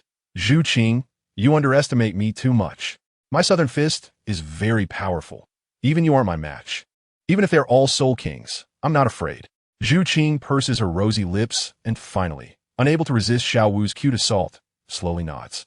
Tang Sen looks at the master's stiff face, thinks of something, glances at Lu Erlong who is clinging to the master's arm, and finally focuses on Zhu Qing. Seeming to come up with something, he gives a wry smile and shakes his head. After some boring arrangements, Xiao Wu successfully leans against Guyu Na and falls asleep, only to be awakened by Zhu Qing when the match begins. The 7 members of the Elephant Armor Academy are all male, muscular, and look like a mountain of meat. Compared to Shrek's 7 members of varying heights and different genders, the imposing presence of the Elephant Armor Academy is indeed much stronger, especially with Xiao Wu looking drowsy. Combined with her stunning beauty and perfect figure, it makes the group of males from the Elephant Armor Academy restless. Huyen Li, Martial Soul, Diamond Mammoth. Level 43, Strength Type Battle, Soul Master. Huyen Ba, Martial Soul, Diamond Mammoth. Level 41, Strength Type Battle, Soul Master. Huyen Shan, Martial Soul, Diamond Mammoth. Level 41, Strength Type Battle, Soul Master. Huyen Shi, Martial Soul, Diamond Mammoth. Level 39, Strength Type Battle, Soul Venerable. Huyen Shi, Martial Soul, Diamond Mammoth. Level 39, Strength Type Battle, Soul Venerable. Huyen Gai, Martial Soul Diamond Mammoth. Level 38, Strength Type Battle, Soul Venerable. Huyen Shi, Martial Soul Diamond Mammoth. Level 38, Strength Type Battle, Soul Venerable. Please advise. The voices of the 7 sound like they merge into one, their momentum crashing out like waves. The 7 from Shrek Academy introduce their martial souls and levels in turn, and when it's Xiao Wu's turn, her eyelids are almost closing. Xiao Wu, Martial Soul Scarlet Phoenix, Level 50, 4-Ring Battle Soul King. For soul rings of yellow, purple, and purple rotate around Xiao Wu's body, and a pair of scarlet phoenix wings extend from her back. The scorching air wave sweeps out like boiling water, instantly crushing the momentum that the Elephant Armor Academy had gathered. Strands of blood-red flames drift from Xiao Wu's eye sockets, and her eerie red vertical pupils fixate on the 7 from the Elephant Armor Academy, as if they were prey, sending a chill down their spines. The Scarlet Serpent's demonic fire exerts a powerful oppressive force on any creature in the world, akin to the sense of domination a king holds over his subjects. How could a mere diamond mammoth withstand such fervor? The blood-red flames that seemed ready to erupt suddenly withdrew, and Xiao Wu smiled slightly, pointing her finger at the strongest Huyan Li. Her red lips parted slightly as she uttered 3 words, "Kimine." Her playful smile faded, and she twisted her slender wrist, stomping her high-heeled legs fiercely onto the ground, causing cracks to spread and stones to fly. Go! With Xiao Wu's reminder, Tang San quickly snapped out of his astonishment. The first soul ring on his body quietly lit up, and the purple-black-blue-silver grass climbed onto the other 5 individuals aside from Xiao Wu. They began their plan by consuming Oscar's sausage. The third soul ring quietly lit up, and a purplish-red sphere of light followed behind Dai Mubai's explosive white tiger light wave. Big fatty, let's have some fun. Xiao Wu stepped in front of Huyan Li, earnestly challenging him to a duel. This was not a fight to the death. It was merely a match that held no significance for her. If it weren't for Tang Ling, she might have already left Shrek Academy to return to her rightful place. Little sister, you should just step down. Even if you are a Soul King, you cannot be my opponent, Hu Yanli said seriously, as soul rings continuously appeared around him. The diamond mammoth, as its name implies, is a mammoth embedded with diamonds, enhancing not only defense but also strength. Little sister, Xiao Wu scoffed. Your level is lower than mine, and your hypocrisy is quite high. I bet the first to attack me after I turn around will be you. If she couldn't understand such a small thought, then her 100,000 years of existence was truly wasted. As long as you are still on the competition stage and have not called out for surrender or fallen, the host will not declare you out. If there were a ranking for explosive power, it would absolutely not be Ma Hongjun, who had consumed the Rooster Crown Phoenix Sunflower, nor Tang San, who used the Chaotic Wind Hammer method, but her, the Scarlet Serpent Demon Phoenix, Xiao Wu. Chapter 293. Soul Bone. If there were a ranking for explosive power, it would absolutely not be Ma Hongjun, who had consumed the Rooster Crown Phoenix Sunflower, nor Tang San, who used the Chaotic Wind Hammer method, but her, the Scarlet Serpent Demon Phoenix, Xiao Wu. Do not underestimate Xiao Wu, just because she is a girl. Her strength is definitely not weaker than any power-type soul master who uses soul skills. Even Zhao Wujie would not dare to say he could withstand one of Xiao Wu's punches without activating his martial soul's true form. No, to be precise, even if Zhao Wujie activated his martial soul's true form, he still could not withstand Xiao Wu's full-force punch. The power of a punch is more formidable and domineering than so-called hidden strength. The Elephant Armor sect has always relied on a defensive counterattack strategy.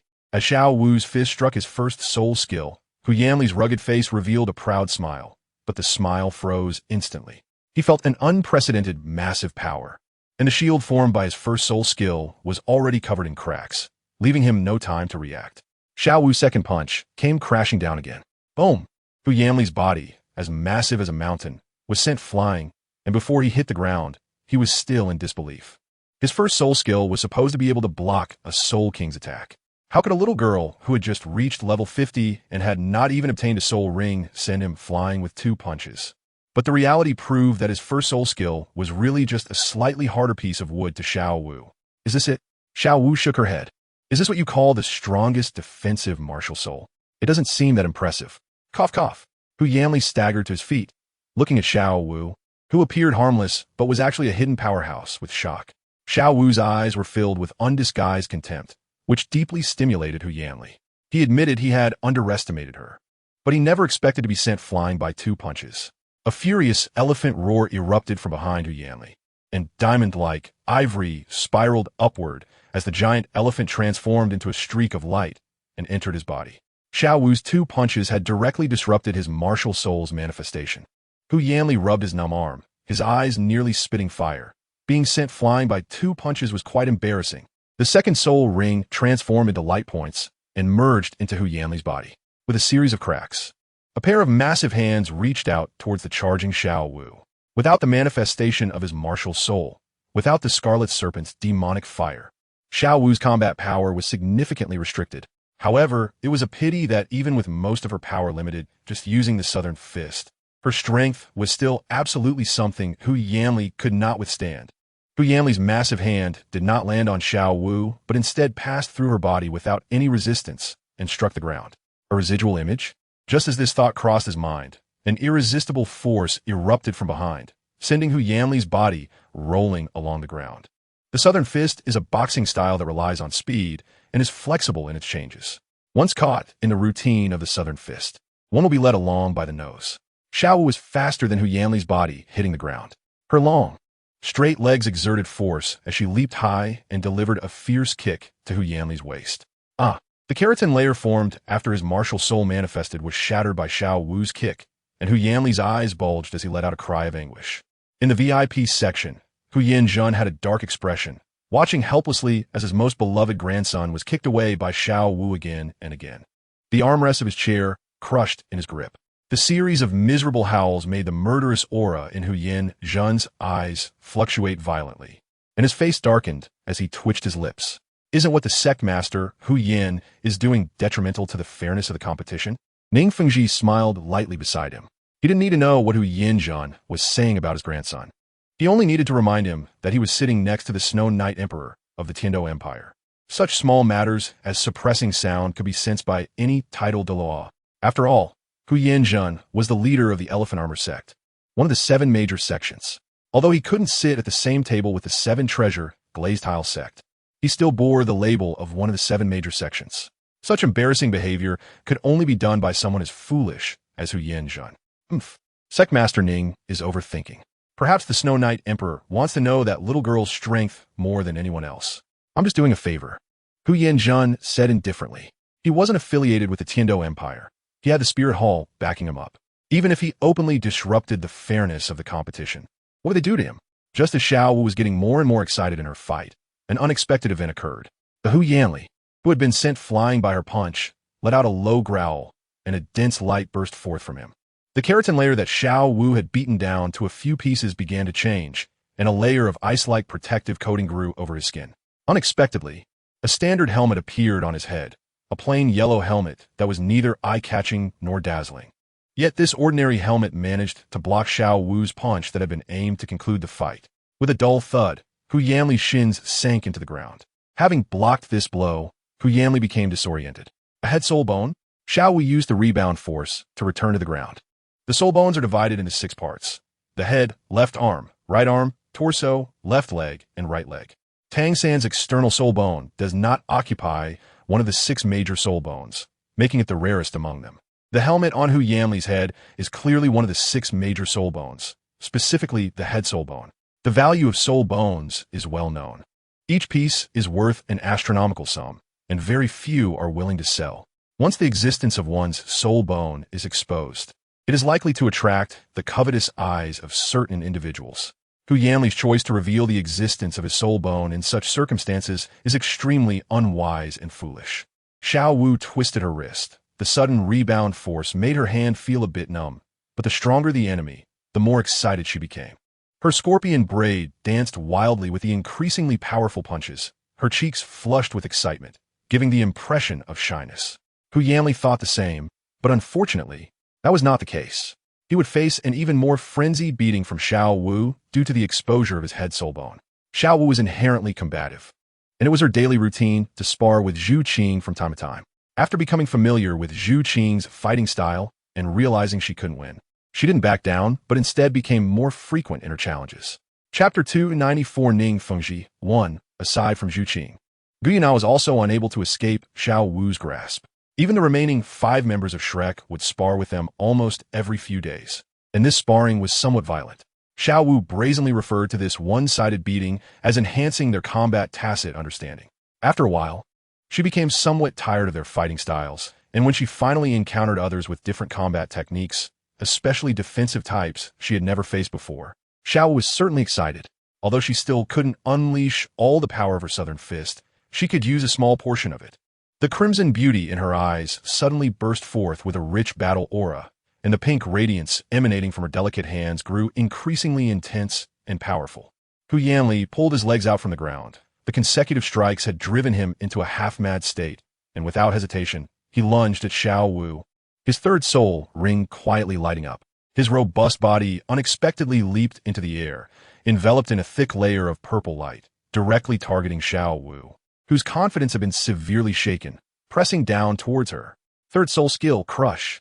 Xiao Wu felt her body locked by an inexplicable force, which imposed certain limitations on her. Facing the massive body of her opponent pressing down, Xiao Wu not only did not evade, but became even more excited. With her body pressing down, her feet firmly gripping the ground, her left hand clenched into a fist, she exhaled a fragrant breath to adjust her strength, avoiding injuring her opponent too severely. Shadows fused into her petite fist, and the air became stagnant at that moment. One punch to end the fight. Xiao Wu murmured. Her tightly clenched fist suddenly struck out. The intense force of her punch erupted like a sound wave, centered around Xiao Wu. Before Hu Yanli's descending body could reach her, he was sent flying backward again. Unlike before, the fallen Hu Yanli did not get back up, but instead fell unconscious. The punch's power, like the ever-changing nature of Southern Fist, allowed her to even condense the punch's force into a hidden weapon forged by Tang San, although doing so required immense mental energy. Xiao Wu dusted off her shoulders. glanced at Tang San and the others still engaged in a fierce battle, thought for a moment, and then a smile crept onto her lips as she suddenly shot out. With the familiar sounds of heavy objects falling one after another, Xiaowu clapped her hands and bounced down from the ring amidst the dazed gazes of the crowd. Tang San. In the second round of the preliminaries, the first match, Shrek Academy versus Xunji Academy. Shrek Academy wins. The host flapped his wings and flew in the air, announcing the final winner of the match. Although Xiaowu only phased Hu Yanli throughout the match, her role was crucial, as she managed to hold off one of the 3 level 40 Battle Soul Masters, and the strongest one at that, greatly reducing the pressure on Tang San. Even though Xiaowu ultimately knocked them all out with a single punch each, it allowed the audience to see the formidable strength of Shrek Academy. The first match against the second team of the Tiando Royal Academy ended in an instant, and no one recognized Tang San and the other's strength. Only seeing Zhu Zhuqing's power and naturally assuming that the entire academy relied solely on this one four-ringed Soul King. This is a habitual way of thinking. The Snow Knight Emperor smiled as he watched Shrek Academy leave and asked Ning Fengji beside him, "What do you think of Shrek Academy?" The Snow Knight Emperor already had an answer in his heart and didn't need to ask Fengji. Ning Fengji maintained his graceful demeanor, resting his hands on his cane. Snow Knight Emperor, there are still some important matters in the sect that require my attention, so I must take my leave first. All right. The Snow Knight Emperor did not insist, as the Seven Treasure Glazed Tile School had always been neutral and did not participate in any imperial disputes. Ning Fengji left with Duoluo Gu Rong from the backstage, completely uninterested in the upcoming matches. What intrigued him was the true monster that his daughter described as the strongest, most mysterious, and immeasurable in words from Shrek. Every word Ning Rongrong had spoken left Ning Fengji, a former support-type genius, feeling shocked. Even Duoluo Gu Rong beside him could not see through this child. "Uncle Gu, what do you think?" "What can I think? Just look with my eyes." "Uncle Gu, you know that's not what I mean." "Strong. How strong?" "Impossibly strong." The blood-red flames within that little girl made my martial soul feel fear. It wanted to submit. If I weren't a titled Daw and didn't forcibly suppress my martial soul's agitation with my mental power, I fear. Fengji, if possible. It's best not to offend them. Once you do, you should know the final result. It will definitely be a case of both sides suffering. Gu Rong's last sentence remained unspoken, but Ning Fengji voiced it himself.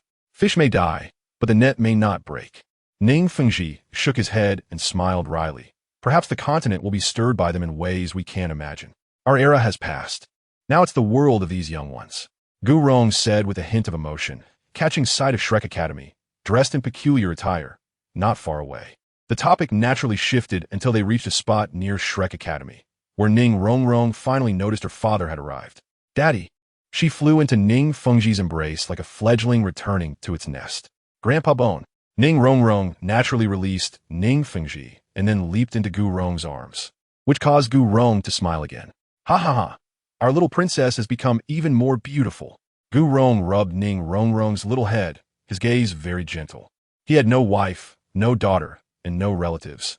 Only this little treasure in his arms understood how to make him happy every day. "Rongrong, why don't you introduce your friends to us?" Ning Fengji maintained a scholarly smile, giving a first impression of being easygoing. "This is the leader of our Shrek 7 monsters.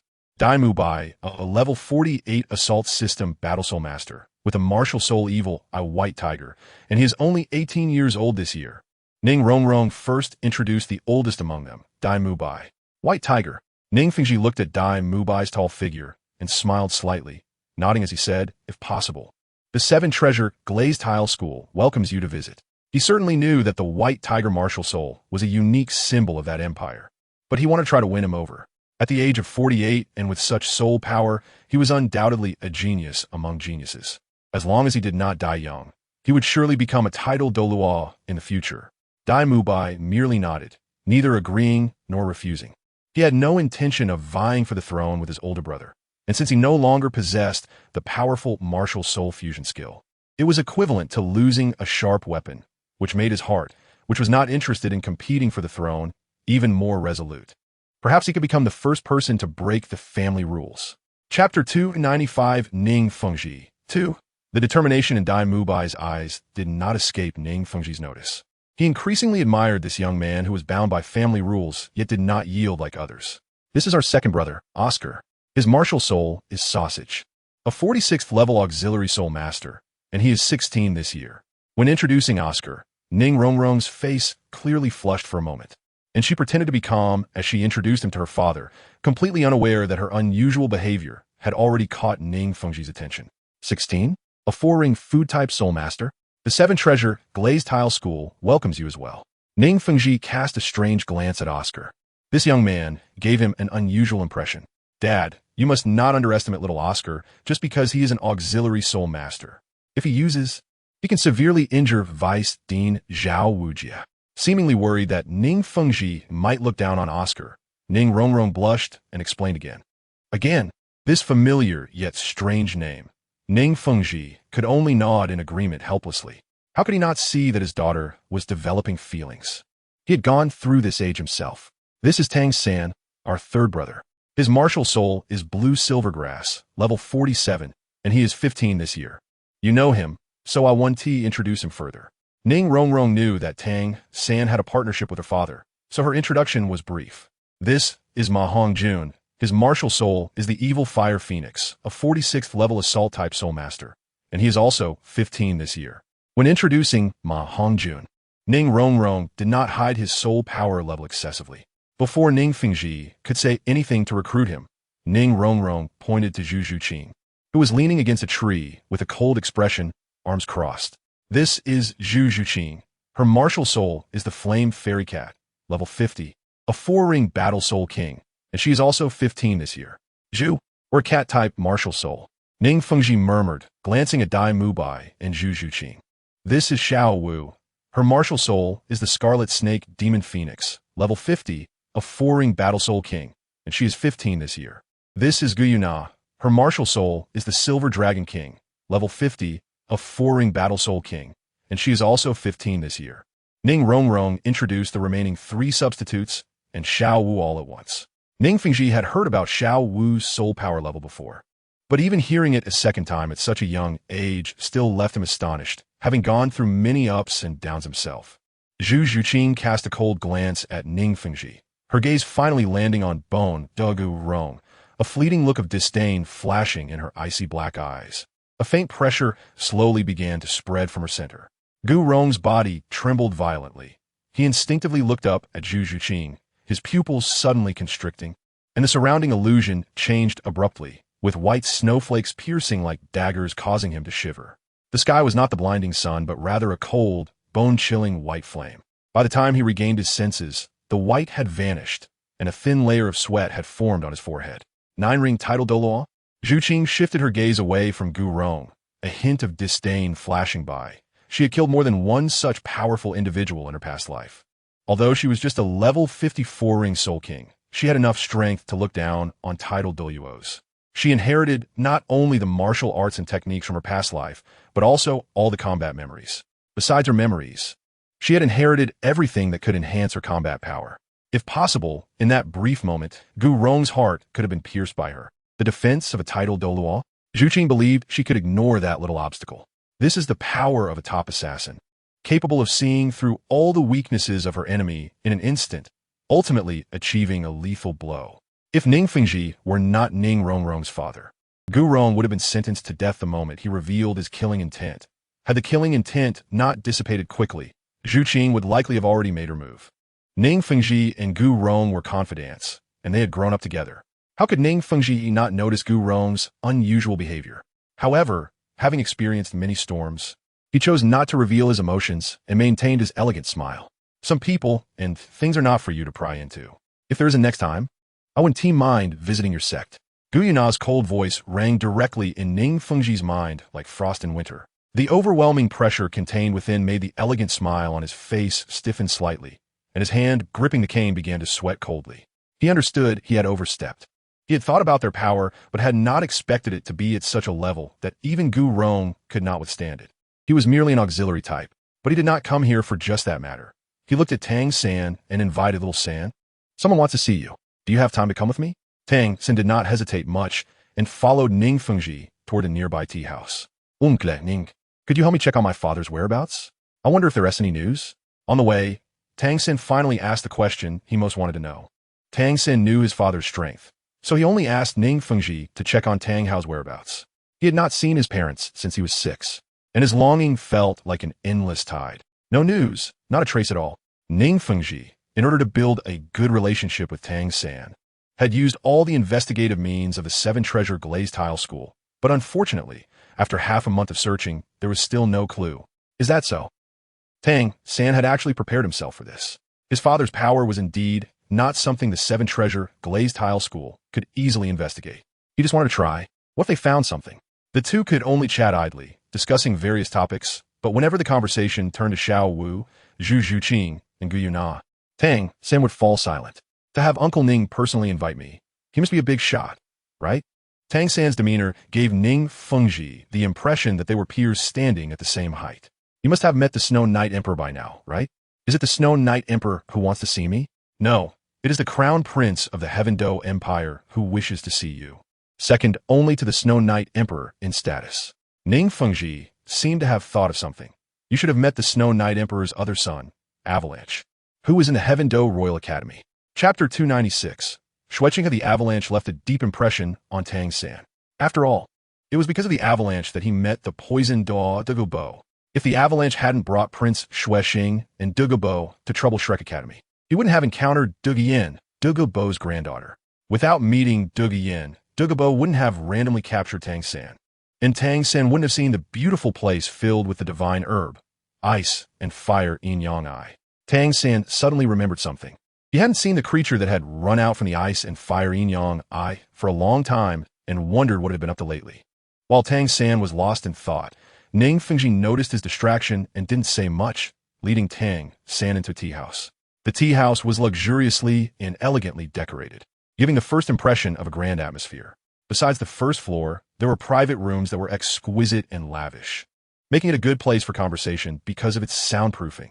Ning Fengji directly took Tang San to the third floor, while Gu Rong stood at the stairway. When Ning Fengji pushed the door open, a dazzling light made Tang San squint momentarily. Once he adjusted, he began to observe the decorations in the private room. Luxurious was Tang San's first impression, and noble was his second. In the spacious private room sat a handsome young man. Hearing the door open, the young man turned his head and saw the oddly dressed Tang San and Ning Fengji beside him. Teacher. The refined young man bowed to Ning Fengji. Qinghe, this is Tang San. Ning Fengji nodded and introduced Tang San. This is Tang San? Xueqing has seemed impressed. Indeed, heroes emerge from the young. It's enviable to have such strength at such a young age. Xueqing wore a moon-white noble robe, exuding a friendly aura, making him seem like a caring older brother. Thank you for the compliment. Tang San felt a warning from the blue lotus earth fire inside him, alerting him that this person was dangerous. Please take a seat. Xueqing's smile stiffened slightly. This person's thick skin was quite remarkable. After some idle chit-chat, Xueqing looked at Tang San and asked, I wonder if you know a younger brother named Tang Ling? Tang San's pupils constricted, and a wisp of blue flame surged from his hand onto the table, instantly filling the private room with intense heat. You see my brother? So you are his brother. However, you two don't look alike at all. Xueqing seemed oblivious to the rising temperature in the room, still wearing his refined smile. Don't worry, I am friends with your brother. The high temperature in the room instantly dissipated, and the atmosphere became lively again. Speaking of his brother, Tang San seemed to have endless words to share, but he didn't reveal any of Tang Ling's secrets. He gives me the feeling of a sword, ruthless and cold. Xueqing took a sip of tea, but I can feel that beneath his coldness lies a passion as hot as a volcano. Indeed, my brother hasn't changed. Tang San smiled, stood up, and bowed to Xueqing. There are still matters at the academy that I need to attend to. Thank you for your hospitality, your highness. No problem. We can gather often when you have time. Xueqing escorted Tang San out of the private room and frowned slightly after watching him leave. Qinghe, what do you think of Tang San? Ning Fengji, who had been silent, suddenly spoke, bringing Xueqing back to reality. Quite good. The straightforward evaluation left Ning Fengji's intended words stuck in his throat. Having more contact with Shrek Academy will be greatly beneficial for your future ascension to the throne. Ning Fengji raised an eyebrow. As the only one who ascended to one of the top 3 sects with support abilities, he was certainly no fool. His disciple's initial purpose was likely not Tang San, but rather Tang Ling. Ning Fengji had certainly heard this name before, the boy his daughter referred to as a prodigy. After watching Ning Fengji leave, Xueqing's smile vanished, and he turned back into the private room. Suddenly, 2 old men appeared in the empty room, both wearing the attire of the spirit hall. Elder Snake Spear, Elder Porcupine, how is the investigation of the matter I entrusted to you previously? Xueqinghe sat upright in his chair, his beautiful eyes narrowing. He had previously appeared in the Star Luo Empire, causing chaos in the Zhu family and breaking into the Star Luo Imperial Palace, after which he disappeared without a trace, likely having entered the Star Do Forest. Elder Snake Spear, one of the thin old men, replied in a low voice, causing chaos in the Zhu family? Breaking into the Star Luo Imperial Palace? What happened? Xueqinghe frowned. If I guess correctly, it should be over a marriage proposal, Elder Porcupine speculated. The head of the Zhu family, Zhu Zhenhao, is an 89th level soldat. Even the Star Luo Emperor Dai Tianqing and his wife Zhu Mei are titled Douluo. How could he, with just a 3-ringed cultivation, cause chaos in the Zhu family and break into the Star Luo Imperial Palace? Elder Snake Spear, Elder Porcupine, are you sure you haven't made a mistake? Xueqinghe rubbed his forehead, dispelling his disbelief. Both of us are titled Douluo. How can we make a mistake in checking on an individual? Even if there was an error, it couldn't have been simultaneous, Elder Snake Spear said. Receiving confirmation from the two titled Douluo again, Xueqinghe's brow furrowed. Could it be that he intentionally let them off? If that's the case, to be able to defeat a titled Douluo at such a young age, that strength is too terrifying. Xueqinghe clasped his hands together, resting his chin on them, murmuring, "We must draw him into the Spirit Hall. If he does not join the Spirit Hall, he will become our greatest obstacle." Elder Snake Spear and Elder Porcupine exchanged glances, both sighing inwardly. They feared that the Sainus' idea could only remain a thought, because they had not only discovered Tang Ling's location, but also his background, tracing it back to Tang Hao. Tang Hao's existence posed a threat to the entire Spirit Hall, as the previous pope had died because of Tang Hao. The current pope, Bibi Dong, ruled the Spirit Hall over a mountain of corpses and a sea of blood, and their days in the Douluo Hall were similarly difficult under Bibi Dong's oppression. They harbored a deep hatred for Tang Hao, but they were also self-aware. Revolt? Bibi Dong's current strength is not weaker than that of their Grand Priest, and she may even be stronger.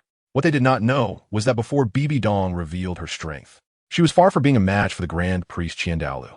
That crimson color, like blood, haunted their minds like a nightmare, even unknowingly breeding inner demons. Without eliminating the inner demons, their cultivation would never advance an inch in their lifetime. Chapter 297, The Cold Ice Domain for Shrek Academy. The elite tournament of the entire continent was merely a show. Every match was a form of art, as battles were resolved in a unique manner. Qian, who had never shown interest in participating in this boring competition, was also intrigued and participated in several matches. Of course, without any surprises, she was thoroughly beaten. Since she wouldn't admit defeat, there was only battling left. They couldn't kill or maim, only incapacitate their opponents. Guyuna, Zhu Zhuqing, and Xiao Wu found it somewhat difficult, so this was not only their art, but also their training. Of course, for Zhu Qing and Xiao Wu, the control of power is truly an unnecessary matter for a god like Guyuna. This time, our opponent has forfeited. The master rubbed his temples, a bitter smile appearing on his stiff face. Clearly, this was a match that the entire continent was watching.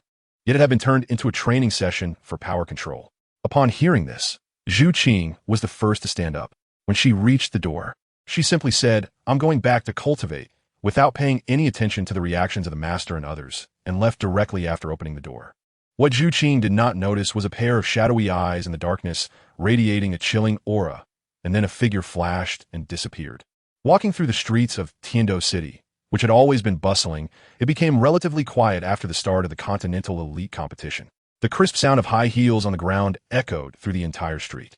Suddenly, the flame fairy spirit cat, which had always been closely connected to Zhu Qing's soul, began to become restless, its black pearl-like pupils suddenly igniting a faint white flame. Without pausing her steps, she headed towards the direction of Shrek Academy. Once, twice, 3 times, 4 times. Finally, after passing such a place for the 5th time, Zhu Qing's steps came to a halt. Her cold little face filled with frost as 4 soul rings of yellow, purple, and black emerged from beneath her feet. A voice filled with seductive feline sounds came from behind Zhu Qing, as a snow-white martial soul with wings emerged from the waves behind her, walking gracefully. "Is this your illusion?" She raised her hand, and a burst of fire shot out from her palm, targeting the person shrouded in a black robe with an invisible face. "Interesting, truly interesting." A gloomy and hoarse voice echoed from all directions as the fire burst past through the black-robed figure's body. You dare to provoke me, even knowing this is an illusion? Should I say you are exceptionally bold or seeking death? The cold street began to crack spiderweb-like fissures centered around Zhu Qing, ultimately shattering and transforming into a desolate jungle. An old man with a shadowy presence stepped out from behind a tree. It was Xunji, the vice president of Tsanghui Academy. The rhythmic pulse of the 7 soul rings of yellow, purple, and black on Xunji's body indicated that he had already used his martial soul. Zhu Qing did not speak, but coldly stared at Xunji, the burning white flame in her black pupils becoming clearer. What a boring little girl. Xunji licked his lips, a somewhat lewd smile appearing on his face. You look like a celestial being, and in your last moments of life. I can have my fun. Zhu Qing's body trembled violently, an infinite rage suddenly sweeping through her cold heart. Her lowered eyelids abruptly lifted, and her red lips parted. You seek death. The anger that had been suppressed could no longer be contained. In an instant, her pupils were covered by the white flame. The flame fairy spirit cat merged with Zhu Qing, and fiery cat claws erupted from her fingertips. Flames enveloped her body, forming a set of white armor that highlighted her figure while adding a touch of cold, killing intent. The white flames quickly spread out, and the cold air surged like layers of waves, violently fluctuating with Zhu Qing's emotions. You will pay the price for every word you spoke. Her eyes, covered in flames, could not conceal the anger within. At that moment, Xunji had completely frozen in shock, for his soul power was stagnant within him, and even the 7 soul rings on him had stopped pulsing. You should feel honored. You are the first to die in my cold ice domain, but certainly not the last. Zhu Qing's hand slowly rose, the cold air swirling around her delicate fingers. Your soul will be eternally imprisoned in the cold ice domain, tormented by the coldness, for generations without end. As her jade hand slowly lifted, a layer of ice crystals gradually adhered to Xunji's body. The biting cold felt like needles piercing into Xunji's body, transforming into bone-chilling ice water flowing through his veins with his blood. Xunji never expected that he, who had always tormented others, would face a pain 100 times stronger than those he had tortured before his death. As Zhu Qing's hand fell, Xunji's body had completely turned into an ice sculpture. The first soul ring on his body quietly lit up, as silver vertical pupils surged with coldness, and his body turned into a streak of light while the cat claws shattered the ice sculpture in a fiery explosion. The white flames in her eyes slowly receded, exiting the martial soul possession state as she walked away leisurely. Just as Zhu Qing turned in the cold ice domain, a cross-shaped ice sculpture bound a phantom spirit, which could be vaguely seen as an old man wearing a moon-white soul master robe. The cold ice domain is a special ability obtained after Zhu Qing's martial soul evolved again. It can be described as a domain, yet it is not merely a domain. It is a power above the domain, referred to as a realm. It is a world that belongs solely to oneself, just like Tang Ling's soul realm. A world that can be forged by oneself, where the rules are determined by the individual. Once one enters the cold ice domain, it becomes Zhu Qing's territory. Even if you are a god, without Zhu Qing's permission, you will be confined in the cold ice domain, becoming a wandering soul or a creature within it. Strange Fire, a legendary entity in countless worlds, possesses unimaginable potential. They are not only guardians of the heavenly Tao, but also assist in maintaining balance, serving as the left and right arms of the heavenly Tao. When the balanced heavenly Tao develops emotions, the strange fire beneath it naturally also develops emotions. With emotions come conflicts, leading to the only eternal prehistoric era. Zhu Qing understood through the narration of the bone spirit cold fire what kind of noble existence Tang Ling is, realizing what Tang Ling had gone through, and thus cherishing every moment spent with Tang Ling even more, not allowing anyone to utter filthy words to insult her. In her eyes, heart, and every part of her body, she belonged entirely to Tang Ling. Even verbal insults were something she did not want to hear. Chapter 298, Blaze Academy. In the lounge of the Blaze Academy, one of the 5 elemental academies, the previously relaxed atmosphere fell into silence after the match. Even the usually cheerful Hua Yu felt somewhat lost. This time, our opponent is Shrek Academy. The teacher leading the Blaze Academy team, a Soul King, had already prepared for the worst upon hearing that their opponent was Shrek Academy. We can forfeit this match. Even if we forfeit, it will only break our winning streak and won't significantly impact our upcoming qualifying matches. No way. Hua Wu, the vice captain of the team, immediately refused. How can we know we will lose without even fighting? However, there were already 3 members of their team who had reached the Soul King level. And apart from those 3 Soul Sages, everyone else was above level 45, each level higher than theirs. The outcome had already been determined from start. Xunji, the leading teacher from the Blaze Academy, helplessly analyzed, one-on-one or group fight. Let us not even talk about whether we can win in a one-on-one fight. Can you handle Zhu Qing, whose martial soul is the Flame Fairy Spirit Cat, in a group fight? In a one-on-one with Xiao Wu, whose martial soul is the Scarlet Phoenix, you would be caught between a wolf and a tiger. How can we fight? Chun Ziyu stared at Huo Wu, knowing that she was the only one present with the power to make decisions. Huo Wu bit her lip, gripping her hands tightly, observing the emotions reflected in everyone's eyes. The entangled feelings quietly dissipated as she fixed her gaze on Chun Ziyu and uttered a single word. Fight. Chun Ziyu. I have seen the battles of the Blaze Academy. Xiao Wu tugged at Zhu Qing's hand and whispered, I saw that vice-captain in their team knock a soul master away with one punch. That fighting style looks very familiar. At this point, Xiao Wu's excited little face turned red. It's Tai Chi and Baji Quan. She has seen Shaolin. Tai Chi and Baji Quan are among the many martial arts included in Southern Fist. The master was currently arranging the participants. Tang San, Mu Bai, Jiang Zhu, Jing Ling, Dalu, Xiaowao, Gu Yui. I'll go. Zhu Qing stood up and said calmly, I want to go too. Xiao Wu echoed. Gu Yuna yawned and lazily lifted her eyelids. The master helplessly spoke again. Tang San, Jiang Zhu, Jing Ling, Talon, Zhu Qing, Xiao Wu, Gu Yuna. Just you 7 go. After taking a sip of water, the master suddenly remembered something. Remember, do not harm others. The last sentence was specifically a reminder to the 3 girls. Got it, master. Xiao Wu said playfully, sitting quietly while eating something. It seemed her appetite had increased a lot, especially since she easily got hungry. The first round. Center stage, Shrek Academy versus Blaze Academy. What kind of sparks will fly between 2 winning teams? Dodo flew in the air and loudly announced the next 2 competing academies. As the 2 circular arenas slowly rose and merged, both Blaze Academy and Shrek Academy looked up at the same time. Almost at the moment they saw each other's participants. The fiery rain erupted. Damn, 2 Soul Kings, 1 level 49 Soul Master. Do they really think that highly of our Blaze Academy? Hee, congratulations to you. Xiao Wu squinted her eyes, looking at the fiery dancer hidden in the center of the crowd. Hey, you're called Fire Dance, right? As Shrek had defeated one of the 5 elemental academies, the Elephant Armor Academy, their popularity was naturally high, and the audience was already erupting with a wave of cheers. As the only woman in Blaze Academy, Fire Dance, with her short red hair and a full set of red attire, gave off the feeling of a blazing flame that could captivate any man's heart. A faint red glow radiated around her body, and the intense heat waves emanating from the 7 of them subtly gathered around Fire Dance. Though not as strong as Xiao Wu's, it was definitely not weak. This was an almost perfect team. If the aura of those 7 could fully converge on Fire Dance, they would be the only perfect team in the elite competition. Shrek was not a perfect team. At least they had 2 or more fatal flaws. Don't be fooled by their continuous victories. Their momentum was backed by their own strength. In terms of team synergy, they were definitely not the match for Blaze Academy in front of them.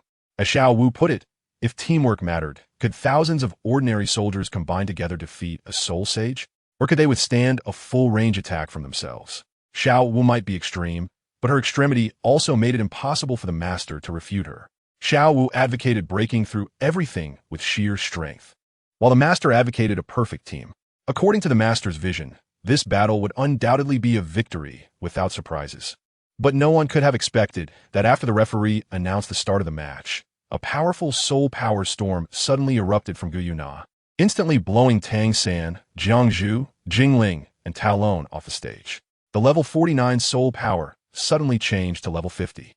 Gu Yuna wore a calm expression, and this soul power storm was intentionally created by her to swiftly send Tang San and the others off the stage. The sudden turn of events left the audience in silence. Even the Blaze Academy students whose soul rings had lit up were stunned. Immediately afterward, a chill burst forth from Zhu Qing's body, rapidly enveloping in a layer of pale white flames. The cold air filled the entire space like a wave. The white mist rose, completely blocking the view outside the battle platform. Don't worry, we mean you no harm. Zhu Qing pulled at the corner of her mouth, initially intending to smile to ease the awkward atmosphere, but found she couldn't smile. We just came to verify something. We will concede this match.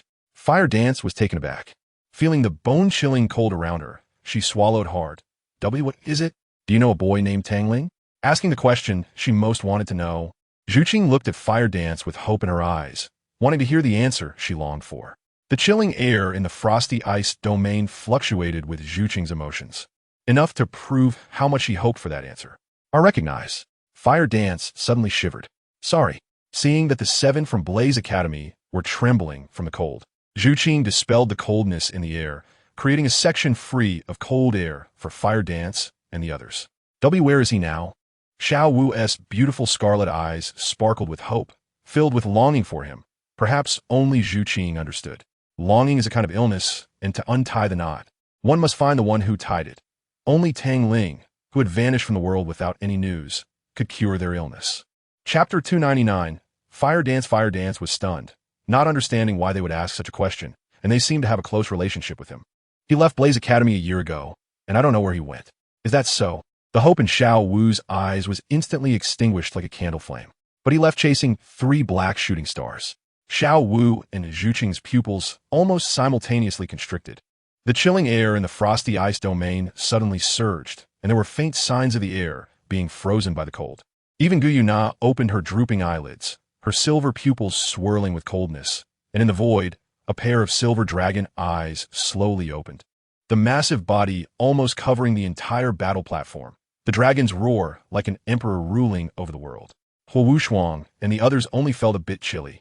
But those outside the frosty ice domain were different, especially some powerful individuals who felt endless anger. A mouthful of blood was spat out from sword Qian, and his body, which had never bent, suddenly knelt down with a thud. This situation happened not only to Qian, but also to the Pope of the Wuhuan Hall, Salus, Huyanjun of the Elephant Armor Sect, and the Snow Knight Emperor of the Tiando Empire. Qian had been using his mental power to probe this strange domain, and the sudden, terrifying pressure directly shattered his mental power. The emotions in their eyes were almost instantly retracted, and the life source hanging from Zhuqing's neck emitted a faint white light, soothing the worried hearts of the 3 girls. The terrifying sense of oppression immediately disappeared, and the raging coldness quietly stabilized, while the intense heat waves emanating from Xiao Wu also quietly dissipated. Just as the 3 were about to jump off the stage, Fire Dance suddenly shouted, "Wait! Huh!" The 3 simultaneously stopped, turning to look at Fire Dance, who had called out to them. At this moment, Fire Dance felt their terrifying presence. Just a glance made her hair stand on end. I want to have a match with you." Her cautious demeanor was nothing like the little firecracker, causing Huo Wushuang and the others to twitch their mouths, their eyes nearly rolling to the sky. "Oh my God! Is this still my fearless sister from that day?" Huo Wushuang roared in her heart. "What is this obedient and cute baby face?" Gu Yuna stepped back to the edge of the arena, leaving a larger space for battle. Xiao Wu and Zhuqing both stepped forward, their soul power surging and completely reined in, striking a pose that Huo Wu was very familiar with. "I've seen you use Tai Chi and Bajikun before, so let's have a match using that." Xiao Wu closed her eyes, and when she opened them again, all emotions were suppressed deep in her eyes. "Don't think we're underestimating you. Our combat power is not as weak as our soul power levels." While speaking, Zhuqing had already rushed out, targeting the other 6 people besides Huo Wu. If Xiao Wu and Zhuqing were bullying them, it really wasn't, because if they were truly bullying them, they wouldn't have kept the battle going, instead giving way to Huo Wu and Huo Wushuang. All right. Zhuqing sensed that Huo Wushuang and the others had little soul power left in their bodies, shook her head, and in a flash, appeared beside Gu Yuna. She had a good impression of them, not seeing the disgusting desire in their eyes like others. Her white, jade-like hand came together as a knife, hovering over Huo Wu's neck. Xiao Wu smiled and patted Huo Wu's shoulder, saying, "You're not skilled yet, and you've only memorized the moves without integrating them. You should fight with others more to improve. Let's do this." Amidst the astonished gazes of Huo Wu and the others, Zhuqing retracted the cold ice domain and then jumped off the arena.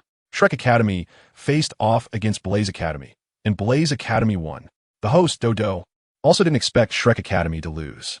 Only after confirming that the one standing on the arena was dressed in fire red from Blaze Academy did he judge the outcome with confusion. The undefeated myth of Shrek Academy was broken, causing an uproar in the audience, followed by cheers for Blaze Academy. They didn't think too much. They only knew that Blaze Academy won, and they cheered for the winner. "We won?" Huo Yu touched her hair in confusion. "No, we lost." Huo Wushuang shook her head. They saw no victory or defeat. As the vice captain of the academy and the only control system in the team, Huowu paid attention to any subtle changes in the opponent's expressions. As a girl herself, Huowu admitted her loss. If there was any reluctance before, now she fully acknowledged her defeat. They were really strong. Personally feeling Zhu Qing's strength, Huowu Shuang also accepted her loss willingly. Brother, Huowu suddenly looked up at Huowu Shuang. What's wrong? Huowu Shuang was astonished. It was the first time her sister called her brother in the team, usually calling the captain instead. I want to become your disciple. Huowu's eyes suddenly sparkled with an unprecedented light, like the sun, bright and scorching. I must become your disciple.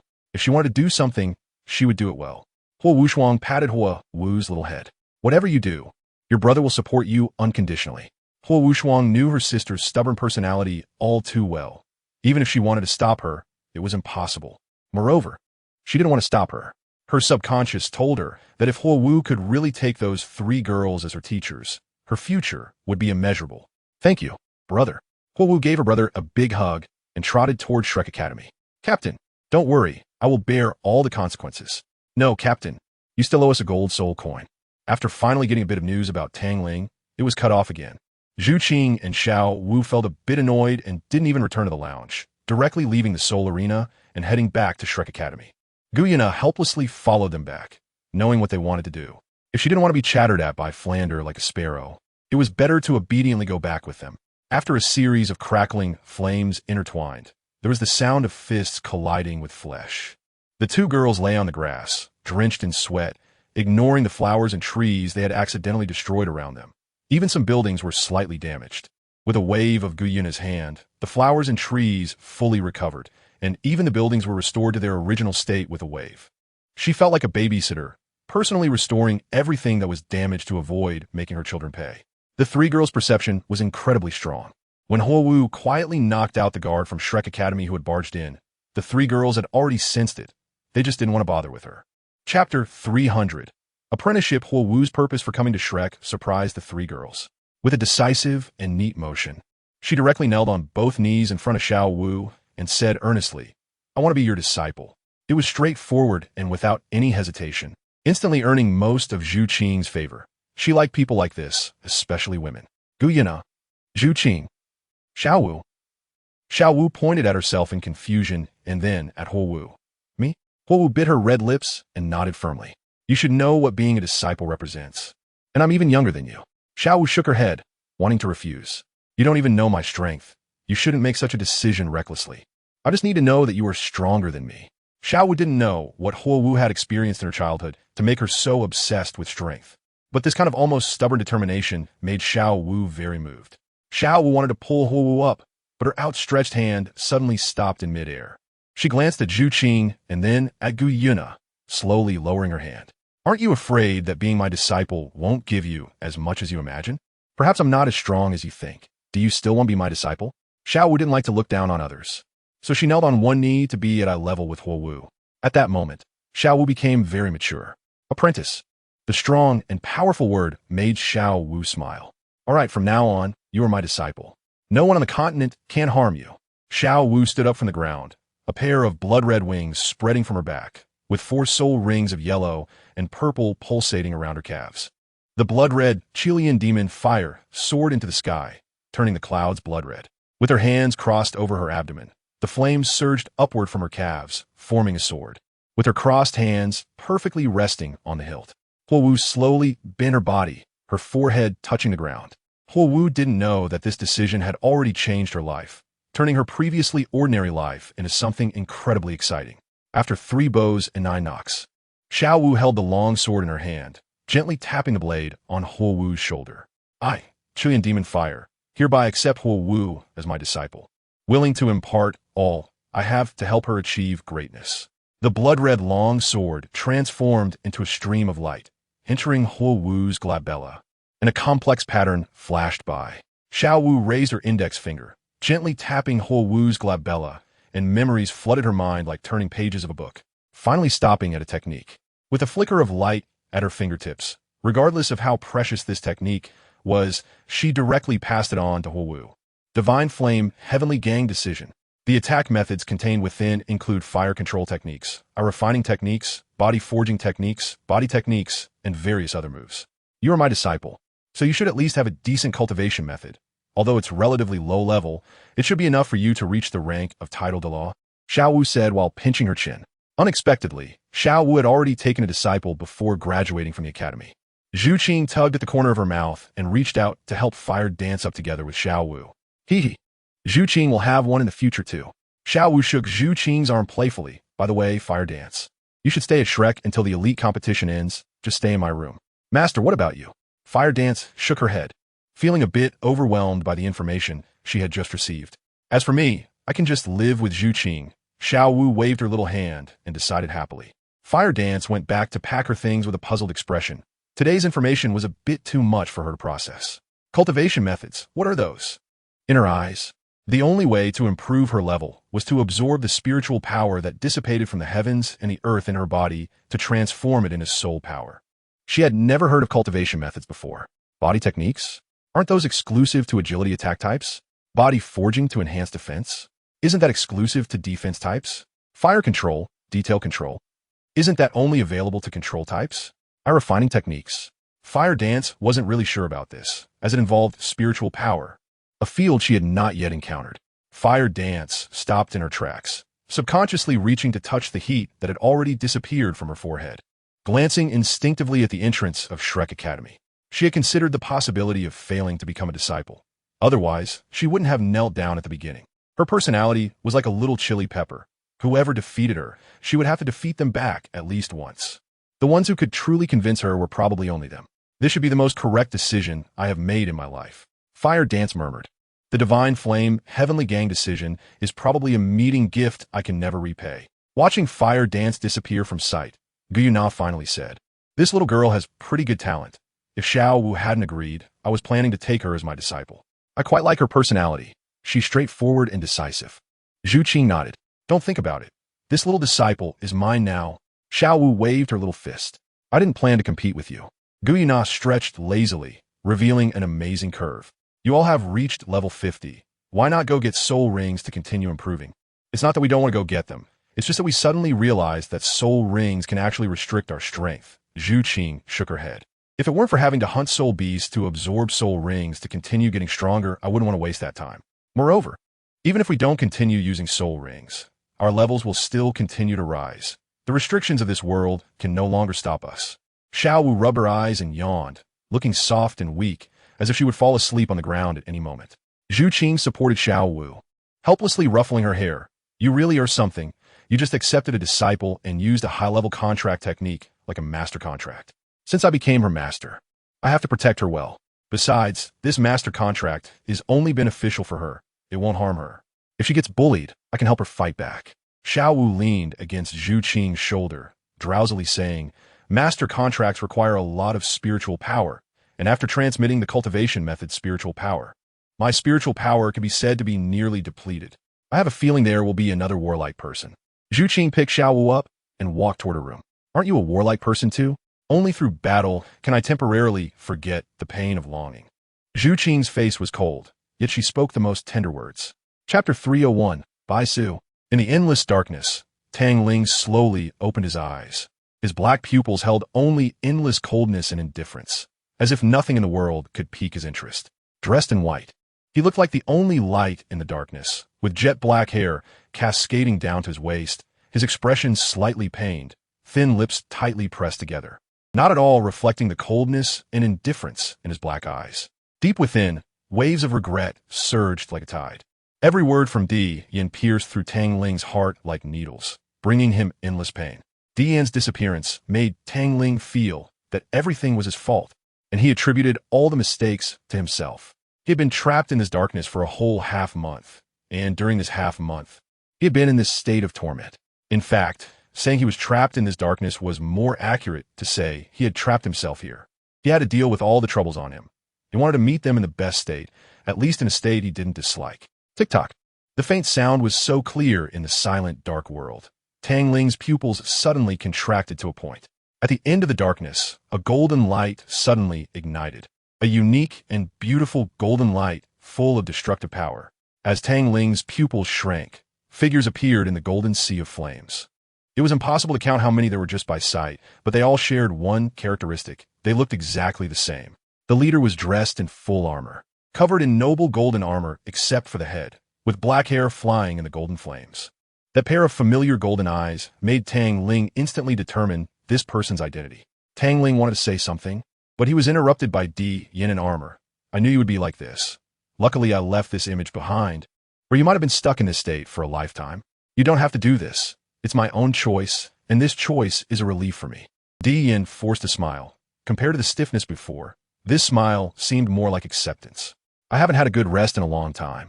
Even though this rest will never wake up again. Illusions began to appear on his head, finally forming into a helmet.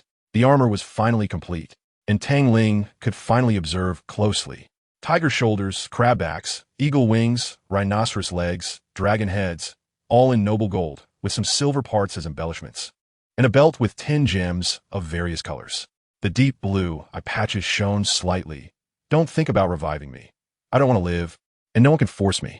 Slightly raising his head, that's all I have to say. Don't be too sentimental.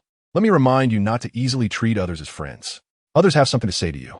After Dian finished speaking, he stepped forward, and after passing Tang Ling, he turned into a myriad of stars and disappeared.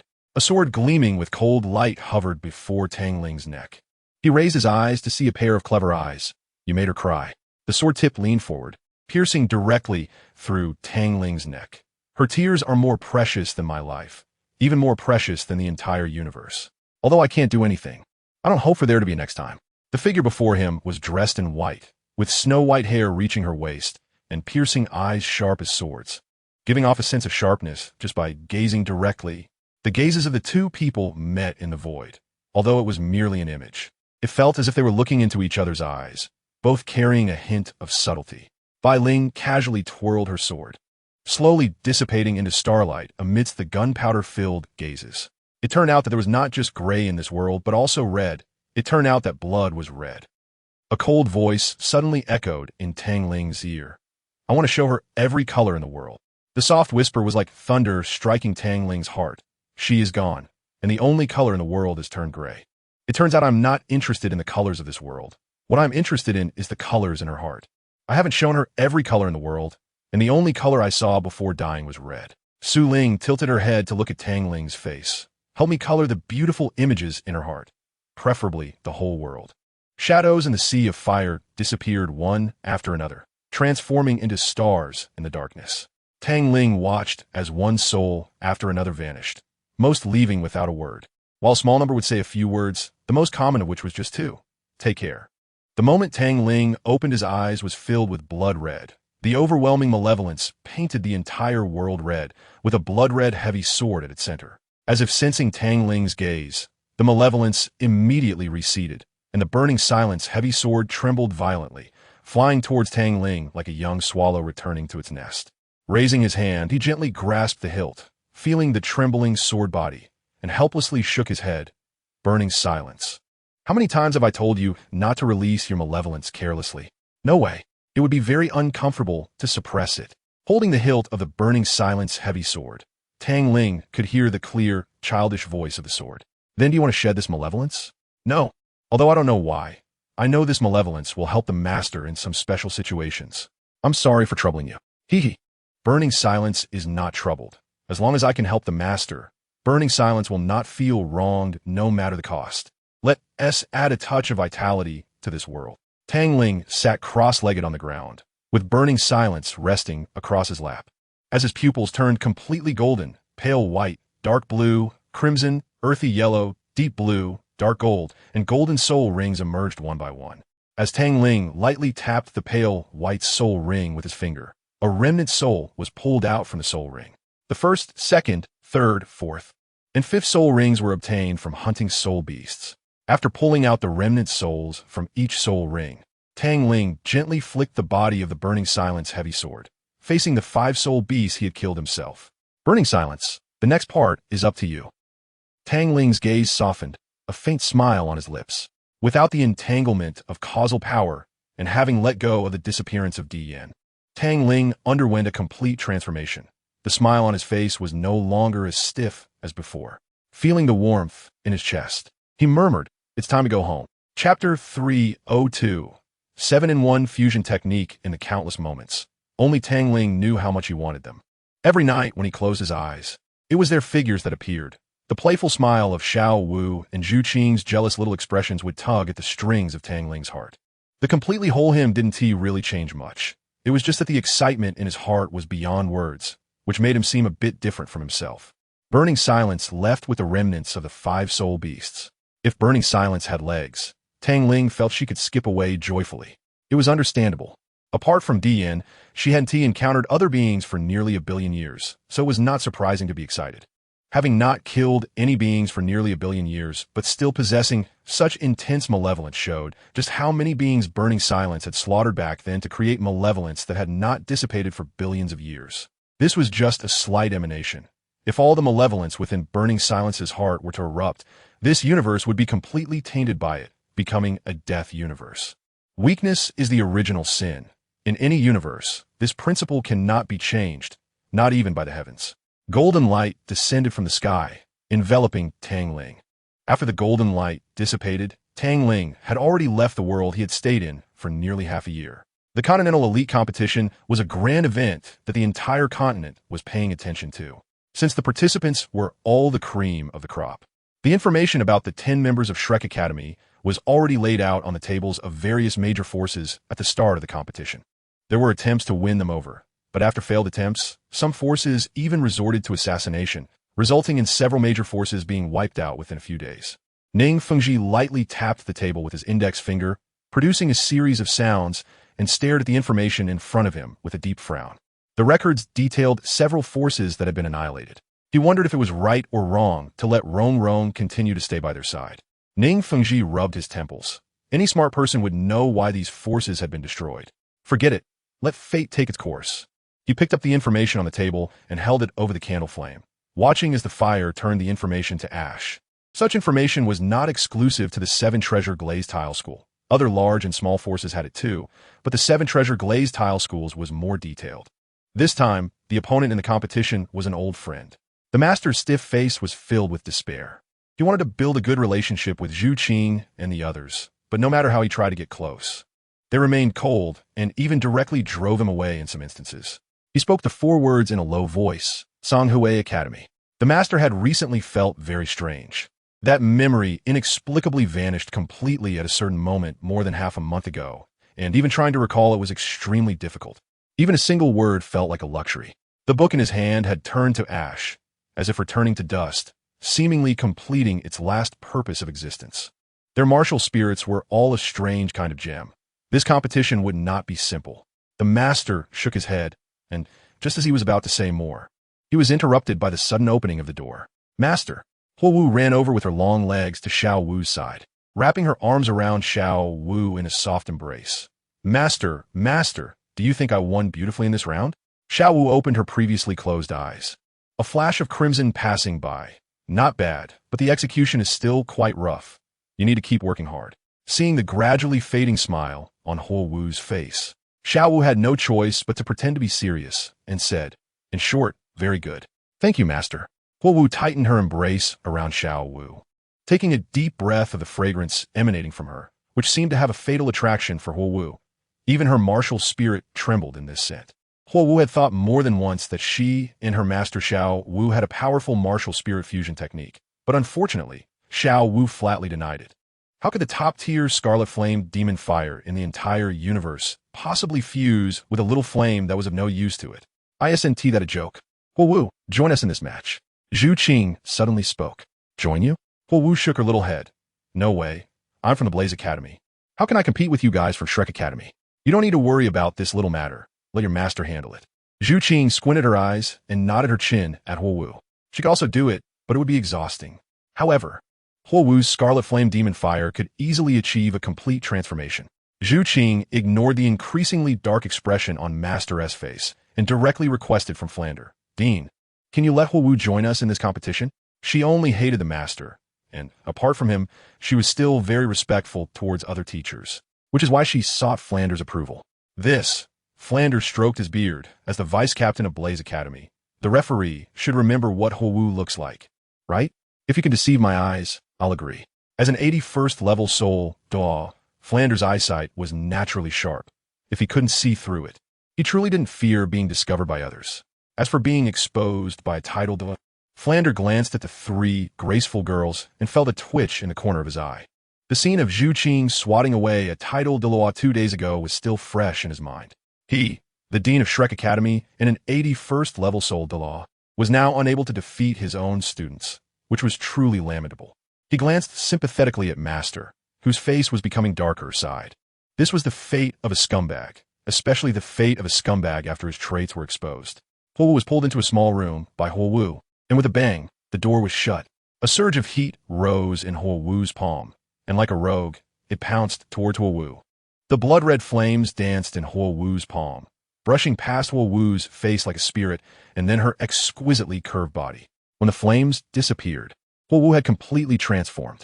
Huowu nodded in satisfaction, gently brushed her hand over the inconspicuous soul guide at her waist, and a mirror appeared in her hand. Huowu looked at the unfamiliar face in the mirror with a bewildered expression. Short brown hair that reached her ears, and even her clothes had turned into Shrek Academy's uniform. Master, this is. Huowu's words suddenly stopped midway, and her eyes widened in shock. Chapter 303. Out of control among the 7 members of the Songhue Academy. Only one was a 4-ring soul master, and that person was only a 41st level soul master. When they learned that their opponent this time was Shrek Academy, their bodies trembled. If it weren't for the fact that they would lose their qualification for the promotion match if they lost, they wouldn't dare to face this group of monsters without Vice Dean Xunji by their side. Trembling, they summoned their martial souls. Their martial souls were all some kind of gemstone, each with different colors, but only the captain's martial soul was shaped like a crown. To ensure nothing went wrong, Huowu, Zhu Qing, and Qian appeared at the same time, along with Tang San, Dai Mubai, Oscar, and the substitute Jiangzhu. Though no one noticed that this Jiangzhu was not the one they knew. Remember, Huowu, only by facing fear can you break through yourself. This is the only advice I can give you, and it is also the first challenge I give you. Huowu's voice turned into a line, giving Huowu a reminder. Before Huowu could react, the soul rings on the 7 members of Songhue Academy lit up simultaneously. Not just a faint glow as when releasing soul skills, but glaringly bright like little suns. The gemstone martial souls in their hands began to spin around them, eventually converging above their heads, and the 7 gemstone martial souls collided and instantly fused into a colorful light ball. The light emitted by the light ball illuminated the faces of Shrek Academy, and their bright eyes suddenly became filled with confusion and bewilderment as a thick fog rose with the light's illumination. No matter how talented you are, trapped in our 7 Azura illusion, you can only be at our mercy. The captain of Songhue Academy suddenly revealed a sinister smile on his honest face. They had been hiding their fusion skill, and even after a series of failures, they had not exposed it, all for this moment. Don't worry, to repay you, we will spare your lives. Endure the most despicable world deep within your hearts. The feeling of torment will make you suffer immensely, and this is the price you pay for insulting us. The 7 from Shrek stood still, their opponent's voice echoing from all directions. The only response was silence. But hidden within that silence was a sense of disdain. Zhu Qing stepped forward, her black hair flying in the surge of soul power. A flash of white passing through her black pupils, arms spread wide, and pure white flames instantly spread out, gathering a terrifying chill in an instant. Ice spikes floated above their necks. If they moved slightly, they could say goodbye to this world. Cold sweat dripped from their foreheads, freezing before it could fall due to the bone-chilling cold. Maintain this fusion skill for me. If you dare to stop, you will die. Zhu Qing coldly stared at the 7 from Songhue Academy. She didn't care about the so-called Continental Elite competition. To her, it was just child's play, utterly uninteresting. Some might think she was selfish. She just wanted to do what she wanted to do. And as for the Academy's reputation, Flander had already profited enough from their strength. They didn't care, but that didn't mean there would be no rift with the Academy. Everything they had was given by their man. Why should all the honors have to be justified through Shrek Academy? Whether it was Zhu Qing, Huowu, or even Gu Yuna, who didn't care about strength anymore. They all felt very repulsed by this. Shrek Academy only provided them with shelter. In terms of theoretical knowledge, the 3 of them were even better than Master. And the so-called practical training was like child's play to them, always having to worry about hurting them or demoralizing them to the point of collapse. As for the training Master provided in Soto City, it might have had a little effect, but just a little. a negligible help that had long been offset by the so-called huge reputation. They were all led by Tang Ling, and perhaps the only one they respected was Tang San, Tang Ling's brother. As for Ning Rongrong, Zhu Qing and Huo Wu only regarded her as a classmate. Once they graduated, there would be little contact, perhaps never to see each other again. Some might think they were cold-blooded, but they deeply understood that from the moment they decided to be with Tang Ling. They and anyone in Shrek Academy were from two different worlds, and their worlds would run parallel like two lines, never to intersect again. Huo Wu's pretty face turned pale. Her eyes involuntarily closed, her red lips quickly losing their color, her delicate brows tightly knitted, her delicate body trembling slightly, as if it would collapse at any moment. In her illusion, she was experiencing a long-hidden secret from her childhood. These experiences were like a sharp knife, piercing her heart again and again, blood splattering. The incident from her childhood was something she could never forget. It had become her heart's demon, and now, through this illusion, her heart's demon finally appeared before Huo Wu. It was a giant wolf 10 meters tall, still devouring a corpse on the ground. A corpse that could completely break Huo Wu. The corpse's eyes were wide open, staring in Huo Wu's direction, its body still writhing under the giant wolf's feast. Uncle! Uncle! It seemed that the giant wolf sensed the gaze of Huo Wu. Its eating motion came to a halt, and it slowly turned its massive head. Instantly, a brutal light erupted in its eyes as its meat-stained fangs were exposed, and it lunged fiercely towards Huo Wu. This scene happened more than once. Each time the giant wolf would bite off Huo Wu's head, but this time, it did not go as the giant wolf wished. Just as the giant wolf's blood-soaked jaws were about to take Huo Wu's head, the endless anger hidden deep within her heart erupted like a raging tide. Although it was not as strong as Xiao Wu's scarlet flame, it was several times hotter than Ma Hongjuan's evil fire. In an instant, the flames burned the giant wolf's body to ashes. The moment her beautiful eyes opened, they were already covered by orange-red flames. The surging flames resembled snakes of fire, greedily devouring and burning, like a ferocious beast that would never know satisfaction. Guilt and hatred drowned Huo Wu in endless darkness, and she constantly remembered the reminder Xiao Wu had given her. At the most critical moment, she killed her inner demon but fell into endless guilt and hatred, unable to extricate herself. Not good. In an instant, blood-red flames spread from Xiao Wu's body. The blood-red phoenix merged into Xiao Wu, and a pair of blood-red fiery wings spread out from her back. With a pull, she drew the uncontrollable Huo Wu into her embrace. The wings shook violently. The first soul ring shone slightly, and as her body shot out, the wings slashed fiercely, effortlessly shredding the ceiling of the battle arena, as if cutting through vegetables. Chapter 304. Ultimate Fire We Should Go. Gu Yina held onto Zhu Qing's hand, and with a gentle wave of her arm, 10 soul rings simultaneously burst forth with silvery light, wrapping around the two women before vanishing completely. None of this was seen by anyone. Even Tang San was trapped in the so-called Seven Shura illusion, seemingly intentionally allowing himself to fall into the illusion, attempting to find the answers he had always sought within it. Meanwhile, the pupils of the 7 members of Tsanghui Academy had completely scattered. It was not until the white cold mist disappeared completely that the brilliance in their eyes returned, their faces flushed with excitement, and their lips curled into sinister smiles. May you all suffer in torment within the 7 Shura, illusion, and die. They were completely unaware of their own abnormalities until Tang San opened his eyes, which had turned purple-golden.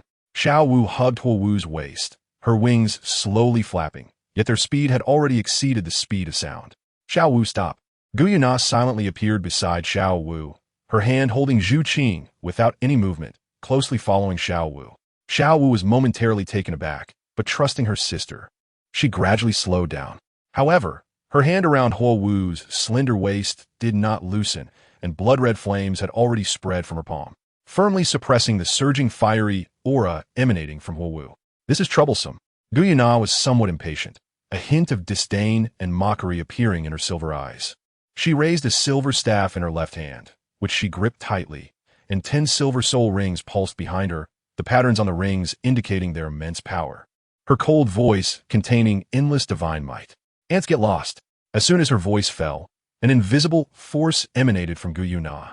When this strange power completely dissipated, the 4 women had vanished without a trace, leaving only the residual divine might showcasing Gu Yuna's strength. Cough cough. A white-haired figure suddenly fell from the concealed heights. the 9 soul rings pulsating on him, indicating he was a powerful title Douluo. The 7 killing sword in his hand hummed, and his sword-like body weakly knelt down amidst the residual divine might. In Gu Yuna's fire element domain, the dense fire elements rushed into Huo Wu's body as if they were free. Even the fire element emanating from Xiao Wu was forcibly absorbed by Huo Wu. The fiery fluctuations around Huo Wu continually intensified until they reached a critical point before stopping. Yet Huo Wu's state remained very strange, still releasing flames incessantly, as if she would not rest until everything was burned to ashes. To let a common fire break through to the ultimate fire in such a short time. This girl's talent is indeed enviable. Gu Yuna waved her hand, and the elemental domain instantly transformed into an ice element domain. The biting cold wind extinguishing the flames continuously emanating from Huo Wu.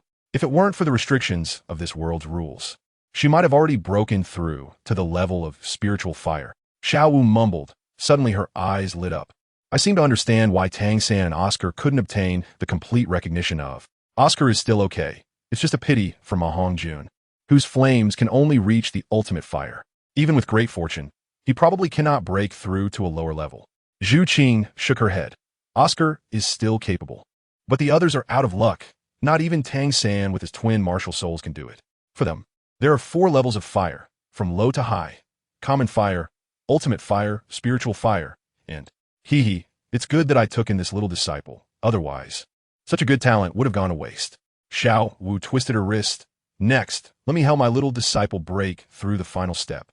Sister Na, withdraw your domain. It's time for you to see my domain. Her gem-like eyes suddenly erupted with 2 blood-red rays, and as her hands spread, flames began to rise from the tips of Xiao Wu's toes. Screech! The towering blood-red fire phoenix spread its wings, and the fiery feathers, under Xiao Wu's intentional control, floated within a radius of several thousand meters, the scorching heat making Xiao Wu squint her eyes comfortably. This is her domain. A domain so powerful it is unimaginable. The Scarlet Charm Fire Domain. My little disciple, let me help you shape your spirit. Xiao Wu clapped her hands, and fire feathers that floated in the air like stars began to gather above Huo Wu's head. The blood-red fire feathers converged into a shadow, resembling Huo Wu by about 80%, and the figure opened its arms as it approached. At the moment when the two merged into one, the raging flames on Huo Wu's body suddenly retracted, her chaotic eyes gradually became clear, and the 4 soul rings of yellow and purple on her body pulsed joyfully with the figure standing behind her. If Huo Wu's flames before were soulless and only obeyed commands, then this time, her flames were spiritual fire with its own thoughts and emotions. The essence of spiritual fire lies in the spirit. Indeed, Xiao Wu shaped Huo Wu's martial soul, Fire Shadow, into the soul of spiritual fire, perfectly fitting without making Huo Wu feel strange. In this way, the spiritual fire also became Huo Wu's martial soul. Huo Wu instinctively sensed her level. Although there wasn't much change, her gaze fell on the fire shadow behind her. The fire shadow tilted its head, secretly observing Huo Wu. When it realized it had been discovered, the fire elements on it suddenly flickered before it jumped into Huo Wu's shadow like a child fleeing in panic. By the time Huo Wu reacted, the fire shadow had already disappeared. The requirements for shaping the spirit were too many. Xiao Wu could only barely complete this process. And after finishing it, all of Xiao Wu's strength had already been exhausted, leaving her unable to maintain the Scarlet Charm Fire Domain. As Xiao Wu swayed and almost lost her balance, Zhu Qing timely reached out to support her, shaking his head helplessly. You must be turning into a pet crazy person, right? Aren't you afraid that we might be the bad guys and just take you out? Xiao Wu yawned, blinked her eyes, and tugged at Zhu Qing's sleeve, saying pitifully. Zhu Qing felt goosebumps rise and replied irritably, Stop messing around. Save your acting cute for when Xiaoling comes back. So I still want to practice properly. Xiao Wu stuck out her tongue and swayed her head. If there was a pillow, she would probably fall asleep right away. And I believe that one day, Huo Wu can help Xiaoling. Chapter 305. BB Dong Master, is she alright? Although Huo Wu had no awareness outside after falling into that strange state and was unclear about what had happened, just by looking at it, she knew that this was probably all her own doing. It's nothing, just that your master is a bit tired. Zhu Qing's attitude towards Huo Wu was quite good. If it were anyone else, he wouldn't even bother. Let's go back first. Gu Yuna was hiding her strength to avoid trouble, and there were no outsiders here. She had a certain level of trust in Huo Wu. After all, they could connect through the master contract. which proved that Huo Wu was someone who dared to love and hate, not a petty person. Trust those you use, and don't doubt those you trust. Gu Yuna and the others truly embodied this philosophy. One soul ring after another rose behind them, and the silver giant dragon's phantom gradually solidified behind Gu Yuna. With a slight movement of her mind, silver light instantly enveloped the four of them, and when the silver light dissipated, the four had disappeared. 10 soul rings? The incredulous voice of Huo Wu lingered in the air. Xiao Wu's little head was resting on Zhu Qing's chest, feeling the softness and yawning. She closed her eyes and fell into a deep sleep. After Zhu Qing left, Xiao Wu, with her eyes still closed, opened them, undid her belt, and removed her clothes. As her garments decreased one by one, her enviable perfect figure slowly revealed itself. From one angle, it looked like a mountain range. From another, it resembled peaks, varying in height and distance. Just the right size, mature enough to make one want to take a bite. A slender waist, fitting perfectly in one's grasp. That flat belly, long jade legs, every part seemed like the most perfect masterpiece from heaven. If other girls saw Xiao Wu's figure, they would definitely not believe that she was only 15. Changing into a loose-fitting pink pajama, she stretched lazily, every movement exuding a sense of languor. Diving into the soft quilt, she curled up and fell into a dream. Even in her sleep, the fire power within her was gradually gathering, absorbing the flame power from the void. The vastness of a universe is inexpressible in words, yet within this vast universe, there exists an unimaginable terrifying force that is destroying and erasing the life that has been so hard to nurture. A long sword shrouded in black mist pierced through a beautiful woman's heart, with a piercing wail and resentment. The blood within the beautiful woman's body was absorbed by this sword, and she completely turned into a lifeless corpse. A jade hand gently brushed over the sword's body, and the red lips slightly curved into a perfect arc, exuding a captivating beauty while also carrying an unimaginable sense of terror. Dian, you are finally complete. Her tongue licked her lips, every movement radiating an enchanting allure. Yet, surrounded by corpses, her smile felt chilling. As one of the Yin in the Yin-Yang heavenly path, there has always been a special connection between Mingyu and Dian. When Dian became entirely complete, Mingyu knew that their final battle was approaching. Their battle would determine the direction of the entire universe, leading to rebirth or destruction. The sword blade flipped. The pitch-black sword body reflected Ming Yu's stunning face, flawless even to the slightest imperfection. She gently traced her fingers over the sword body, whispering, Dian, you will regret it. You will regret everything you have done. She had her own pride. She was heaven and would never take advantage of others' misfortunes. For her, taking advantage of others is an insult. Yet she would never realize why all this was happening. She never thought about whether what she did was right or wrong, but relied solely on her own eyes. It was precisely because of this that Dian's choices back then made Mingyu believe without a doubt. Everything would come to an end, and Dian's tragic fate would also conclude. Perhaps when she learns the true truth, she wouldn't know what she would become. After all, a heaven with humanity, and one that is also jealous, could do unimaginable things. Once a certain extreme being possesses emotions it shouldn't have, they often become more decisive or even more extreme than humans. Douluo Continent, Spirit City, Spirit Hall.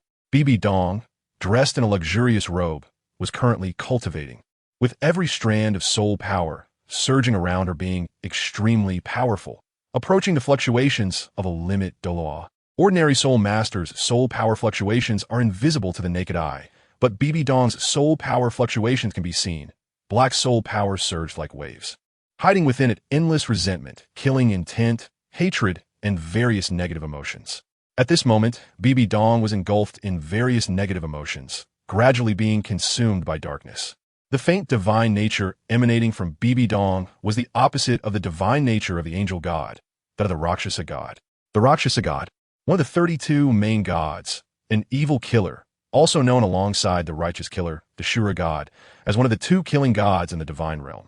However, compared to the Shura god-king-esque cultivation, the Rakshasa god-esque cultivation was only at level 1.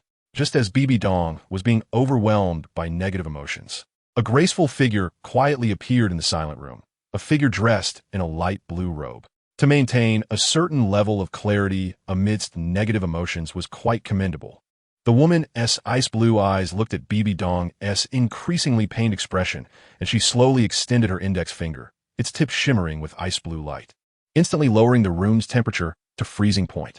The index finger slowly approached BB Dong's forehead, and the soul power fluctuations surrounding BB Dong retreated wildly, as if encountering some terrifying beast, until they completely merged into BB Dong's body and disappeared. It was only then that BB Dong felt the presence of others, instinctively unleashing her full soul power to cover the entire room. 9 soul rings of yellow, purple, black, and red, rhythmically pulsating. As her eyes opened, Yixinran's ice blue, glowing index finger was already pressed against BB Dong's forehead. In an instant, a bone-chilling cold spread to every corner of BB Dong's body. BB Dong could swear that she had never felt such an overwhelmingly powerful force, even when she accepted the Rakshasa God's divine test. Long accustomed to being high above, she was not a fool. Otherwise, she wouldn't be able to manage such a colossal entity as the Spirit Hall, storing away her soul power and soul rings in the face of absolute strength. Any small movement could lead to death. You are quite impressive, if it weren't for your unwillingness and resentment. Perhaps you would have already become the strongest person in this world. Yixinran kept her finger on BB Dong's forehead, her expression softening slightly. Don't worry, I won't harm you. On the contrary, I will help you. Chapter 306. Coexistence. At this moment, BB Dong was extremely confused, completely unaware of the true intentions of the god before her, who would offer help without reason. This thought made her feel a hint of vigilance. No one would provide help for no reason unless they had other motives. Without needing to think too much, if I had a purpose, I could achieve it any time in this world. No one could stop me, not even the so-called god in your mind. Yixinran squinted her beautiful ice blue eyes and said, I give you a chance to change your destiny. What do you mean? BB Dong finally spoke. She could not feel any malice from this god. On the contrary, there was a strange kindness that made her feel odd. I can reverse time, allowing you to return to before you were violated, changing your life. Yixinran's fingertip left BB Dong's forehead, and on her shimmering ice blue fingertip, there was a faint trace of black. BB Dong could feel that the Rakshasa divine position within her had disappeared, but in its place was a powerful force that she could hardly imagine. At this point, BB Dong no longer cared about anything else. She was focused on Yixinran's words about reversing time and returning to the past. BB Dong was not overwhelmed by this unbelievable joy, but calmly asked, What do you want? The strength of the woman before her made BB Dong somewhat incredulous. In just a few seconds, she had pulled out the Rakshasa body from within her and casually obliterated it, as if it were just a piece of garbage. I only need you to do one thing, something you can easily accomplish, Yixinran said, stretching and sitting beside BB Dong. I want a 9th soul ring and the bone from your left arm. I agree. BB Dong unhesitatingly agreed, and her body directly shone with a soul ring. The 9th red soul ring was extremely dazzling. It wasn't that she valued this 100,000-year soul ring so much. It was just that the additional power within her made her look down on this red soul ring. This 100,000-year soul ring was obtained from hunting a transformed 100,000-year softbone rabbit. At that time, she had been overwhelmed by the strong resentment contained in the Rakshasa divine power, which led her to hunt a soul beast that was close to maturity without hesitation. Once a soul beast reaches maturity, it becomes indistinguishable from a human, although it can still drop soul rings and bones. Not needed now. Give it to me when you come back, Yixinran said, opening her arms and mobilizing the powerful force within her. You must remember, you only have 3 days to exist. After 3 days, you will be forcibly sent back. The only thing you can change is about yourself. Nothing else will change, including the birth of your daughter. A strong sense of dizziness hit her like falling into a whirlpool, causing BB Dong to involuntarily close her eyes. When she opened them again, the familiar scene appeared before her. On a girl-like pink bed lay a young girl in her 20s, eyes closed, curled up and crying while hugging a rabbit-shaped pillow. Memories hidden deep in her mind suddenly became clear, and BB Dong's complexion grew worse, her purple eyes turning extremely cold. Without the influence of the Rakshasa divine power, BB Dong finally realized how foolish she had been. Fortunately, it wasn't too late. Everything could still be saved. Foolish. Why should you keep thinking about someone who abandoned you? There are so many excellent men in the world. He is just a weakling stuck at level 29. 100 years later, he will merely be a pile of bones that no one cares about on the continent. BB Dong sat on the bed, ignoring the panic of the young BB Dong, and continued, The future you will definitely become a titled Dalu, reaching the peak of the continent. With our twin martial souls, we will create an unprecedentedly powerful empire. An empire that belongs only to us. The young Bibi Dong had no idea why. Perhaps it was because this older sister resembled her so closely, she inexplicably felt trust in her, a trust without reason. Bibi Dong reached out and wiped away the tears from the young Bibi Dong's eyes. We will eventually become emperors. Tears are just something unnecessary for us. But I still feel so sad. The young Bibi Dong was only in her 20s, and Yu Xiaojiang was essentially her first love. It made sense that the memories were so deep. Bibi Dong gently embraced her younger self, softly comforting her. The sound of crying gradually stopped, and the young Bibi Dong fell asleep, hugging Bibi Dong. Bibi Dong, you must remember, we will eventually become emperors. Below no one, above all. Bibi Dong whispered into the ear of her younger self, and as her words fell, she had already disappeared. In the spirit hall, the administrative office of the Pope, Bibi Dong walked step by step toward that place that left a deep imprint on her memory. With each step, the soul power within her surged violently. The yellow, purple, black, and red 9 soul rings rhythmically moved with her rising emotions. The sound of her high heels tapping against the smooth floor was crisp and pleasant, eventually stopping in front of that door. Dong, what are you doing outside? Come in. Bibi Dong raised her hand to press against the door, and as it opened, she slowly walked inside. When she turned to close the door, the cold smile on her face sent chills down the spine. With a flicker of light from the gap, Bibi Dong opened the door and walked back out. She brushed off the non-existent dust on her shoulders and returned to her room. Sitting on the bed, she looked at her youthful self, laughing to herself. As she laughed, tears began to fall from the corners of her eyes, one drop after another, like a river that would never run dry. The past she had longed to change was effortlessly completed with the help of a goddess, with just a thought. She had erased the nightmare she had wanted to eliminate her whole life. Tears fell from the corners of her eyes, and the purple gaze in her eyes surged with an unapproachable brilliance, gathering the aura of an emperor around Bibi Dong. Having sat on the Pope's throne in the Spirit Hall for over 20 years, Bibi Dong had long since possessed this emperor's imposing presence.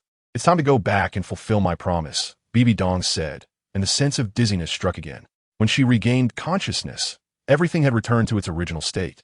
If it weren't for Yi Xinran still standing before her, she would have thought everything she had just experienced was merely a dream. Decisive and straightforward. I like that. Yi Xinran nodded and hesitated slightly. Would you like to be my disciple? Be your disciple? Bibi Dong was taken aback, and after realizing she hadn't misheard, she was about to kneel neatly, but before she could, an invisible force propped her back up. All right, no need for so many formalities. It's troublesome.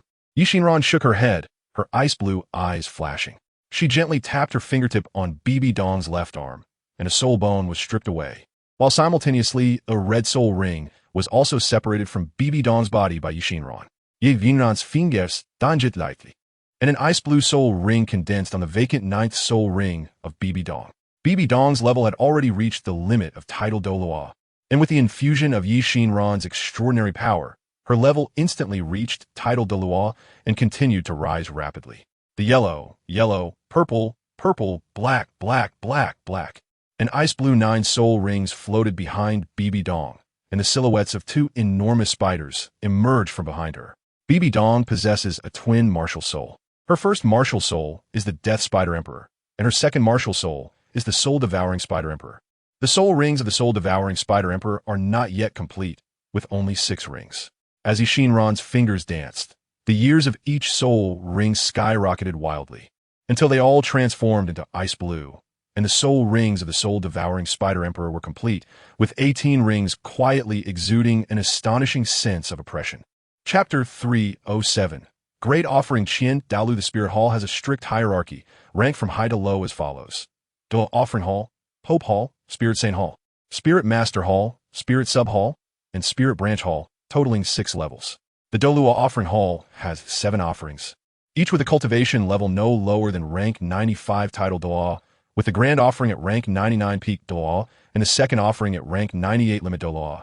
The combined strength of the Douluo Offering Hall already accounts for a large portion of the Spirit Hall's power, which is why Bibi Dong is so wary of the Douluo Offering Hall and has been reluctant to act against it.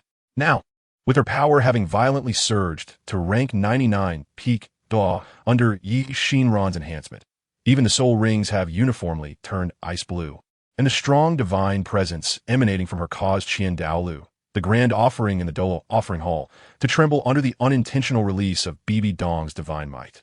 This divine presence even surpassed that of the angel god. Who could it be? Was it the deity from the Star Doe forest? Qian Dalu immediately thought of the phoenix that soared in the Star Doe forest, shattering the sky with its overwhelming power. He never imagined that Bibi Dong had become a god right under his nose. Qian Dalu had always known that Bibi Dong carried the inheritance of the Rakshasa god, as the Rakshasa and the angel were opposites. However, he never expected that Bibi Dong would not only abandon the position of the Rakshasa god in a single day, but also become a god within that same day. Qian Dalu's martial soul is the divine-level martial soul, six-winged angel. And after enduring countless hardships, he finally cultivated to title Douluo, hoping to gain the favor of the angel god and become the angel god himself. But he never expected that only women could inherit the position of the angel god. The lifespan of a peak Douluo is 300 years, and Qian Dalu's cultivation has already reached the demigod realm, meaning his lifespan is even longer than that of an ordinary peak Douluo. Thus, Qian Dalu has always been the greatest obstacle to Bibi Dong's unification of the Spear Hall. If it weren't for the fact that the titled Douluos in the Douluo offering hall only obeyed Qian Dalu, Bibi Dong would have long since unified the continent and claimed the position of Supreme Empress. Therefore, upon reaching godhood, Bibi Dong's first thought was to teach a lesson to Qian Dalu, the old man who had always been a weight on her shoulders. Qian Dalu, get out here. Bibi Dong's voice echoed throughout the Douluo offering hall like a thunderclap that nearly caused some titled Douluos who were meditating to go berserk. Bibi Dong. Qian Dalu's figure flashed and appeared before the Douluo offering hall, frowning at the completely different aura emanating from Bibi Dong. Bibi Dong, this is not a place for your nonsense. Get back to your Pope Hall. The oppressive soul power of rank 99, peak Douluo, immediately pressed down on Bibi Dong. But unlike before when she struggled to resist, she now appeared relaxed and at ease, as simple as lifting a finger. Qian Dalu, don't forget, I am the Pope. Bibi Dong slammed the gemstone scepter she held onto the ground, her purple eyes radiating endless coldness. Oomph. Bibi Dong, don't forget how you came to hold your position. The position of Pope in the Spirit Hall has always belonged to the Qian family. If it weren't for your despicable means of stealing a position that doesn't belong to you, my son would still be sitting in the Pope's seat. Just mentioning this made Qian Dalu's eyes blaze with fury, and the 9 soul rings on his body throbbed with a dark red hue. A serene female phantom appearing faintly behind him, with 3 pairs of light golden wings radiating a holy glow. Letting a beast inherit the Pope's position? Are you trying to ruin your Qian family's millennial-old legacy? I am saving you, Bibi Dong said lightly, while beginning to mobilize the divine power within her. The divine power did not explode all at once, but was slowly released bit by bit. My son was crippled by you. Are you truly a good person? Qian Dalu was completely enraged by Bibi Dong, his reason gradually consumed by anger. Treason. The last 4 words were almost squeezed out between his teeth, revealing the extent of Qian Daolu's anger. He is not fit to be a person. He is only fit to be a beast. If it weren't for your Qian family's face, Xunji would have died the moment he had that thought. As Bibi Dong's low voice fell, terrifying divine power suddenly erupted, and 10 ice blue soul rings quietly throbbed behind her. The overwhelming sense of divine power instantly caused Qian Dalu, who was hovering in the air, to crash to the ground. Qian Dalu stared in shock at the 10 ice blue soul rings behind Bibi Dong. Who could understand what 10 soul rings represented better than him?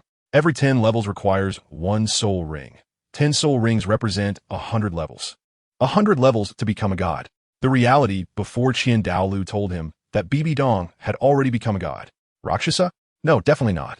Qian Daolu's first thought was that Bibi Dong had become the Rakshasa god, but upon sensing that she had no trace of Rakshasa divine power, he was completely dumbfounded. The Rakshasa and the angel are opposites, and Qian Dalu was naturally aware of the malevolence of the Rakshasa god. However, the divine power on Bibi Dong was not only devoid of any malevolence, but instead had a calmness like water. Bibi Dong's lips curled slightly as she approached Qian Dalu, her rosy lips uttering a few words, each word clear like an angel judging a demon. Ironically, the representative of the angels was kneeling on the ground. Help me, or your Qian family will be cut off. Was it a threat? No, it was a judgment. Qian Dalu actually understood very well that Bibi Dong would not truly cut off the Qian family, as she had another daughter who, although not her biological child, was still dear to her. In the Douluo continent, strength is revered, and even gods cannot escape that law. Qian Dalu had no complaints. Kneeling on one knee and bitterly smiling, Qian Dalu, head of the Qian family, six-winged angel martial soul, rank 99 peak Daw, greets your holiness the Pope. Not dying is the best outcome for him. Bibi Dong was very aware that if Qian Dalu died, the Douluo offering hall would surely become a scattered mess. Taking direct action would consume more time and energy, while directly subduing Qian Dalu, the grand offering, would be equivalent to subduing the entire Douluo offering hall. Gather the remaining 6 offerings of your hall and come to the Pope Hall in half an hour. If you don't come, you will bear the consequences. Bibi Dong turned and gracefully walked out of Qian Daolu's sight. At this moment, Qian Daolu's back was already soaked with sweat, cold sweat trickling down his forehead. As a rank 99 peak Daluo, he had never felt so embarrassed since entering the title Daluo realm. It seems the whole world is about to undergo a great change, and no one can stop a god. Chapter 308, the 299th two-way journey in the Shrek Academy, which has shown brilliantly in the Continental Elite competition and attracted the attention of all forces. Zhu Qing rested her chin on one hand, boredly tapping her index finger, producing a series of melodious notes on the table. A yellowed maple leaf floated into the room with a breeze through the open window, landing on Zhu Qing's shoulder. The smooth and melodic notes suddenly came to a halt. The maple leaf that had fallen on the shoulder was picked up by Zhu Qing, who sighed as he looked at the patterns on the leaf, feeling the cold fire of his bones fluctuating between calm and intense. Could Xiao Ling have lost her way again? Zhu Qing pressed the maple leaf into a book, and after placing the book down, he lay bored on the table. Just a few days ago, they had clearly arrived at the Heaven Do Empire, but now they seemed to have vanished in the blink of an eye, even running off to the Star Luo Empire. The fire of Zihua and Yihua has a connection, unless one is not in this universe. This deep soul connection will not disappear, even if one travels to another planet. Zhu Qing had wanted to find Tang Ling more than once, but each time he suppressed that urge. A woman in love is often irrational, but Zhu Qing was different. As an assassin, he had to maintain absolute calm at all times and could never act impulsively. This was also a form of training, a training to conquer oneself. This was also the reason why, after sensing that Tang Ling had arrived at the Heaven Do Empire, Zhu Qing did not immediately go to find her, but instead waited at Shrek Academy for his beloved's return. Waiting is often the most tormenting thing, especially when one feels their most important person draw near only to drift away again and again. Zhu Qing typically did not show his emotions to others. Even Xiao Wu had never seen the look of slight grievance on his face at that moment. Xiao Wu had returned to the Fire Academy with Huo Wu and would not be back for several days, while Guiana had gone back to the Star Do Forest, leaving Zhu Qing with nothing to do but ponder life. Since the complete fusion with Z Fire, Zhu Qing's level had remained at level 50, with no intention of obtaining soul rings. For Zhu Qing, soul rings no longer enhanced his combat power. He had completely stopped caring about soul power levels. One should not assume that Zhu Qing's seemingly idle demeanor meant that his strength had not improved at all. If one truly thought so, they would be mistaken. Zhu Qing's strength improved daily, like the difference between heaven and earth. Although the time spent fusing with Z Fire was short, the characteristics of Yihua meant that Zhu Qing could grow stronger even while lying down. Zhu Qing spread his 10 fingers, with glimmers of light flickering at his fingertips, the icy coldness contained within the room without any escape. As his fingers danced, the pure and rich ice elements became very active, continuously forming objects in accordance with Zhu Qing's thoughts. Perhaps the ice elements were made just for Zhu Qing. After fully fusing with Z Fire, his control over the ice element skyrocketed. Zhu Qing had also fused a significant portion of memories from his past life, that of Xiao Yuanying, and what he did not expect was that all these memories were about Tang Ling, as if she were the only living person in his life. Strangely, all those memories were in shades of gray, lacking any other color, a dull canvas as if it had not been painted. But just before everything fell into darkness, the world seemed to burst into enchanting colors for a brief moment. The source of those colors was a pair of numb eyes. Every time Zhu Qing flipped through Xiao Yuanying's memories, he would always see those eyes, numb and lifeless, filled with unimaginable despair and sorrow. The owner of those eyes was someone Zhu Qing recognized, and she was also the most important person to him. Every time he saw those eyes, his heart would ache as if it were being sliced by a knife, always feeling that this scene might happen again. When Zhu Qing snapped back to reality from those memories, the sun had already set, and the orange sunlight illuminated his beautiful face, adding a touch of unique beauty. A young man in white stopped in his tracks, looking at the plaque hanging high on the gate, a smile playing at the corners of his mouth. Just as he was about to move forward, the guard on duty stopped him. "Please show your pass," the guard said expressionlessly, as if he had said this many times before. This was understandable. After the start of the elite continental competition, Shrek Academy had shone brightly, and its impressive record attracted many students from junior Soul Master academies, hoping to find shortcuts. Even some powerful Soul Masters inquiring about the rules to join Shrek Academy. The guard assumed this young man was just another one wanting to take a shortcut. "Hello, I'm a student of Shrek Academy. My name is Tang Ling." Tang Ling took out the pass that Flinder had given him from his pocket and handed it to the guard. The guard carefully checked the pass Tang Ling handed over, and the indifference on his face softened considerably as he opened the gate and nodded to Tang Ling. Tang Ling put away the pass and walked slowly into Shrek Academy. The familiar atmosphere hit him, and he exhaled, his relaxed mood suddenly becoming tense. Step by step, each movement felt rigid, yet his gaze was filled with anticipation and anxiety. He was directionally challenged, but he was incredibly familiar with both his and her places, able to find them even with his eyes closed. His advancing steps suddenly halted, his pupils reflecting Zhu Qing's stunning face. Time seemed to stop at that moment, and Tang Ling's next action was like pressing a switch again. He opened his arms, his lips curving upward, gently saying, "Qing, I'm back." All rationality and calmness turned into excitement at that moment, and his body felt like a small cat leaping into Tang Ling's embrace, feeling the familiar warmth. Her small face gently rubbed against Tang Ling's chest, and the tears that had been held back for so long fell the moment she entered his arms.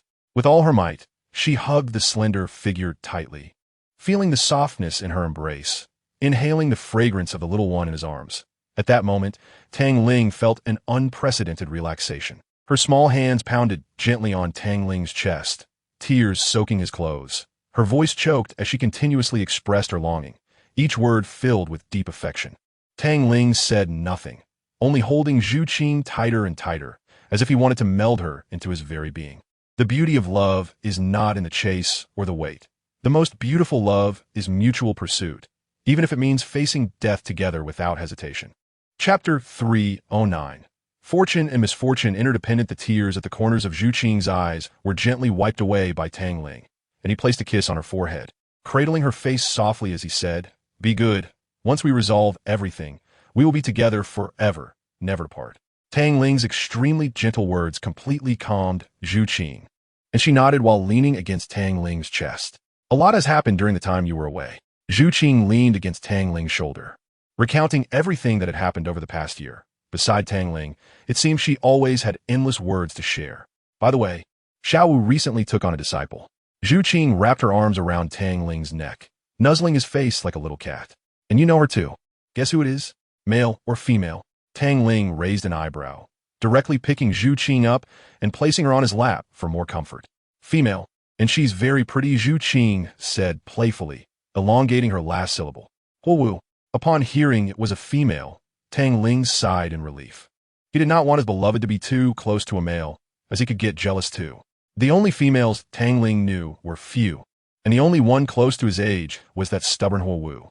Zhu Qing's eyes suddenly narrowed, and a small hand quietly rested on Tang Ling's waist as she gently whispered, "Who do you think is prettier, me or her?" Tang Ling, unfazed, wrapped his arms around Zhu Qing's slender waist, suddenly pulling her back into his embrace, resting his chin on her shoulder and inhaling the fragrant scent of her hair as he softly replied, "No one in the world is more beautiful than you two. How did you become so good at sweet-talking?" Zhu Qing chuckled, her black pearl-like eyes filled with delight.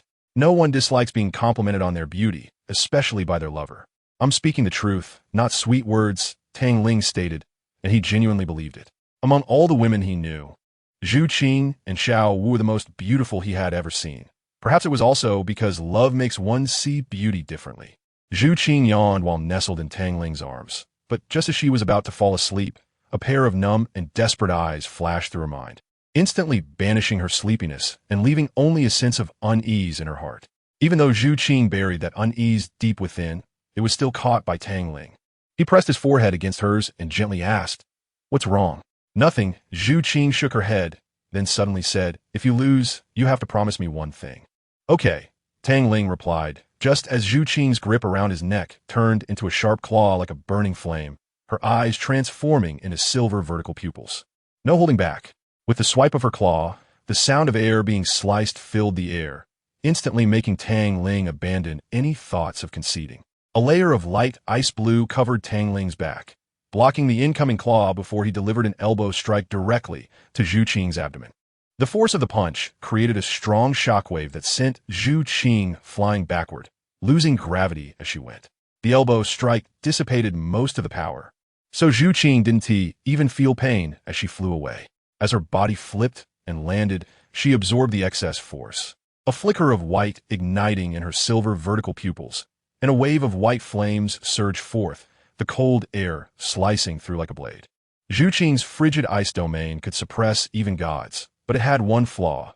The power of gods who controlled ice elements was reduced to a minimum within this domain. Tang Ling raised an eyebrow, feeling a faint pressure. This was strange because aside from Dian, Zhu Qing was the only one who had the ability to suppress him. This pressure had a weakness, and Tang Ling spotted it at a glance. A cold air similar to that of the frigid ice domain spread from Tang Ling, not only counteracting the cold within the domain, but also subtly suppressing it. After all, Tang Ling was the embodiment of the Tao of Heaven. Once fully realized, he had complete control over all elements, making him indistinguishable from the Tao of Heaven, which maintained the balance of the universe. Tang Ling didn't know how many times he had reincarnated, but he felt that each reincarnation completed a task that only he could fulfill. Zhu Qing's control over the ice element had reached an unimaginable level, but that was not the peak. She had carved out her own path in mastering the ice element. The exchange between offense and defense was seamless, with shattered weapons, cracked ice shields, broken ice spikes, and scattered ice feathers, all different attack methods utilized without repetition by Zhu Qing and Tang Ling. While others engaged in sparring filled with tension, Tang Ling and Zhu Qing's sparring resembled a display of skills. Perhaps feeling pressure by Tang Ling's superior skills, Zhu Qing's fighting style suddenly changed. She quickly created distance, her long, smooth legs propelling her lightly onto a branch. A sly glint flickered in her eyes as she raised her slender hands, and with the crystallization of ice, a peculiar ice-blue weapon formed in her grasp. Tang Ling's mouth twitched as he heard a series of rapid-fire sounds, and he could only helplessly raise another ice shield to protect himself. The shield soon showed cracks under the barrage of sounds, quickly spreading across its surface. Zhu Qing's brow furrowed suddenly. Within the frigid ice domain, her perception of the cold had reached its peak. Just a moment ago, she sensed a change in the surrounding cold air. Zhu Qing's mind raced, fully immersing herself in Tang Ling's perspective, since attacking from all sides wasn't the best method. If she knew her perception would peak in the domain, then the least noticeable position could only be one. That is, Zhu Qing's pupils constricted, her body leaping like a cheetah as she conjured a giant sword out of thin air, smashing it down fiercely. A flawless hand gently pinched the blade, and with a slight exertion, the ice sword shattered. With a light chuckle, Tang Ling silently appeared in the spot Zhu Qing had just occupied. It was unclear whether Zhu Qing had done this intentionally or not, but suddenly, her foot slipped during the fight, causing her to fall. Weapons littered the ground, and where she fell, there was an ice-blue sleeve sword. Just as Zhu Qing had imagined, the familiar scent and embrace welcomed her as she fell into Tang Ling's arms, her claws gently resting on his neck. I won. Yes, you won. Tang Ling gazed at Zhu Qing's stunningly beautiful face and her rosy lips, reaching out to place his hand on her head and gently pressing down. Their lips met, and as their heartbeats quickened in the intimate atmosphere, the jelly-like sensation lingered with Tang Ling. But I will never lose. Chapter 310. Brother After the Kiss. Zhu Qing leaned against Tang Ling's chest, a blush still lingering on her face, her eyes glistening with unshed tears. Xiaoling, what are you planning to do? Listening to Tang Ling's steady heartbeat, her tone was calm, but beneath that calm lay deep-seated anxiety and fear. I don't know. I only know that I must resolve the grievances between her and me in this life. Tang Ling brushed a strand of Zhu Qing's hair behind her ear, speaking with a mix of calmness and confusion. This all needs to come to an end, regardless of what choice you make. I will always support you and be by your side, Zhu Qing said lovingly, her voice growing softer until she finally fell asleep against Tang Ling's chest. Tang Ling looked down at Zhu Qing's peaceful sleeping face. As the embodiment of heaven, having experienced countless reincarnations, he was momentarily lost, staring intently at her sleeping visage. What should I do? A lover and a sister, I can only choose one. No matter which one he chose, Tang Ling would be engulfed in endless guilt and regret because he simply couldn't make a choice. Shaking his head to dispel the thoughts in his mind, Tang Ling picked Zhu Qing up in a princess carry and steadily walked toward her room. He pulled back the thin blanket and laid Zhu Qing on the bed. Just as he was about to leave, her hand grasped his, and when he turned to look, he realized it was an instinctive action. When a person feels something that belongs to them is leaving, their subconscious will often react in such a way. Tang Ling stared blankly at Zhu Qing holding his hand.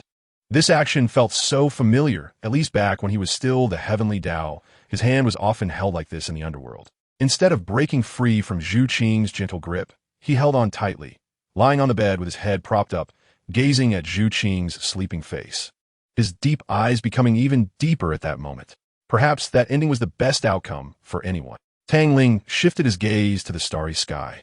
Focusing on that unique black star, his dark pupils deep and calm, with an underlying complexity of emotions. A soft voice drifted out of the room and dissipated into the void. Underworld, his black eyes slowly closed, embracing Zhu Qing's soft waist and falling into a fragrant dream. During the time he was away from Shrek, Tang Ling had never slept so comfortably. Even in a coma, he could maintain a certain level of vigilance, but only around her could he rest without worries. For Tang Ling, that period of departure not only granted him a new life, but also brought a weighty pressure, as heavy as a mountain.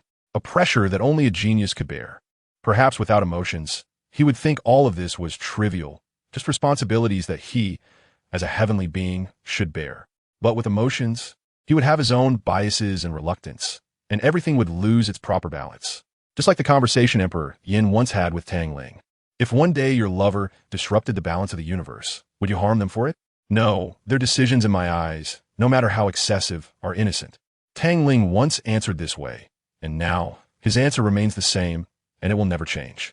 As the morning sun rose and shone on Tang Ling's face, feeling the warmth on his skin, his eyelids moved slightly and slowly opened. He glanced at the still sleeping Zhu Qing and gently kissed her forehead, carefully withdrawing the hand that was pinned under her head. After washing up and getting dressed, when he came out, Zhu Qing was already awake, sitting in front of the mirror doing her makeup. He took the comb from Zhu Qing's hand, stood behind her, and smoothed her messy long hair, using a wooden comb that emitted a woody fragrance to help her style her hair. A faint purple hairpin appeared in his hand.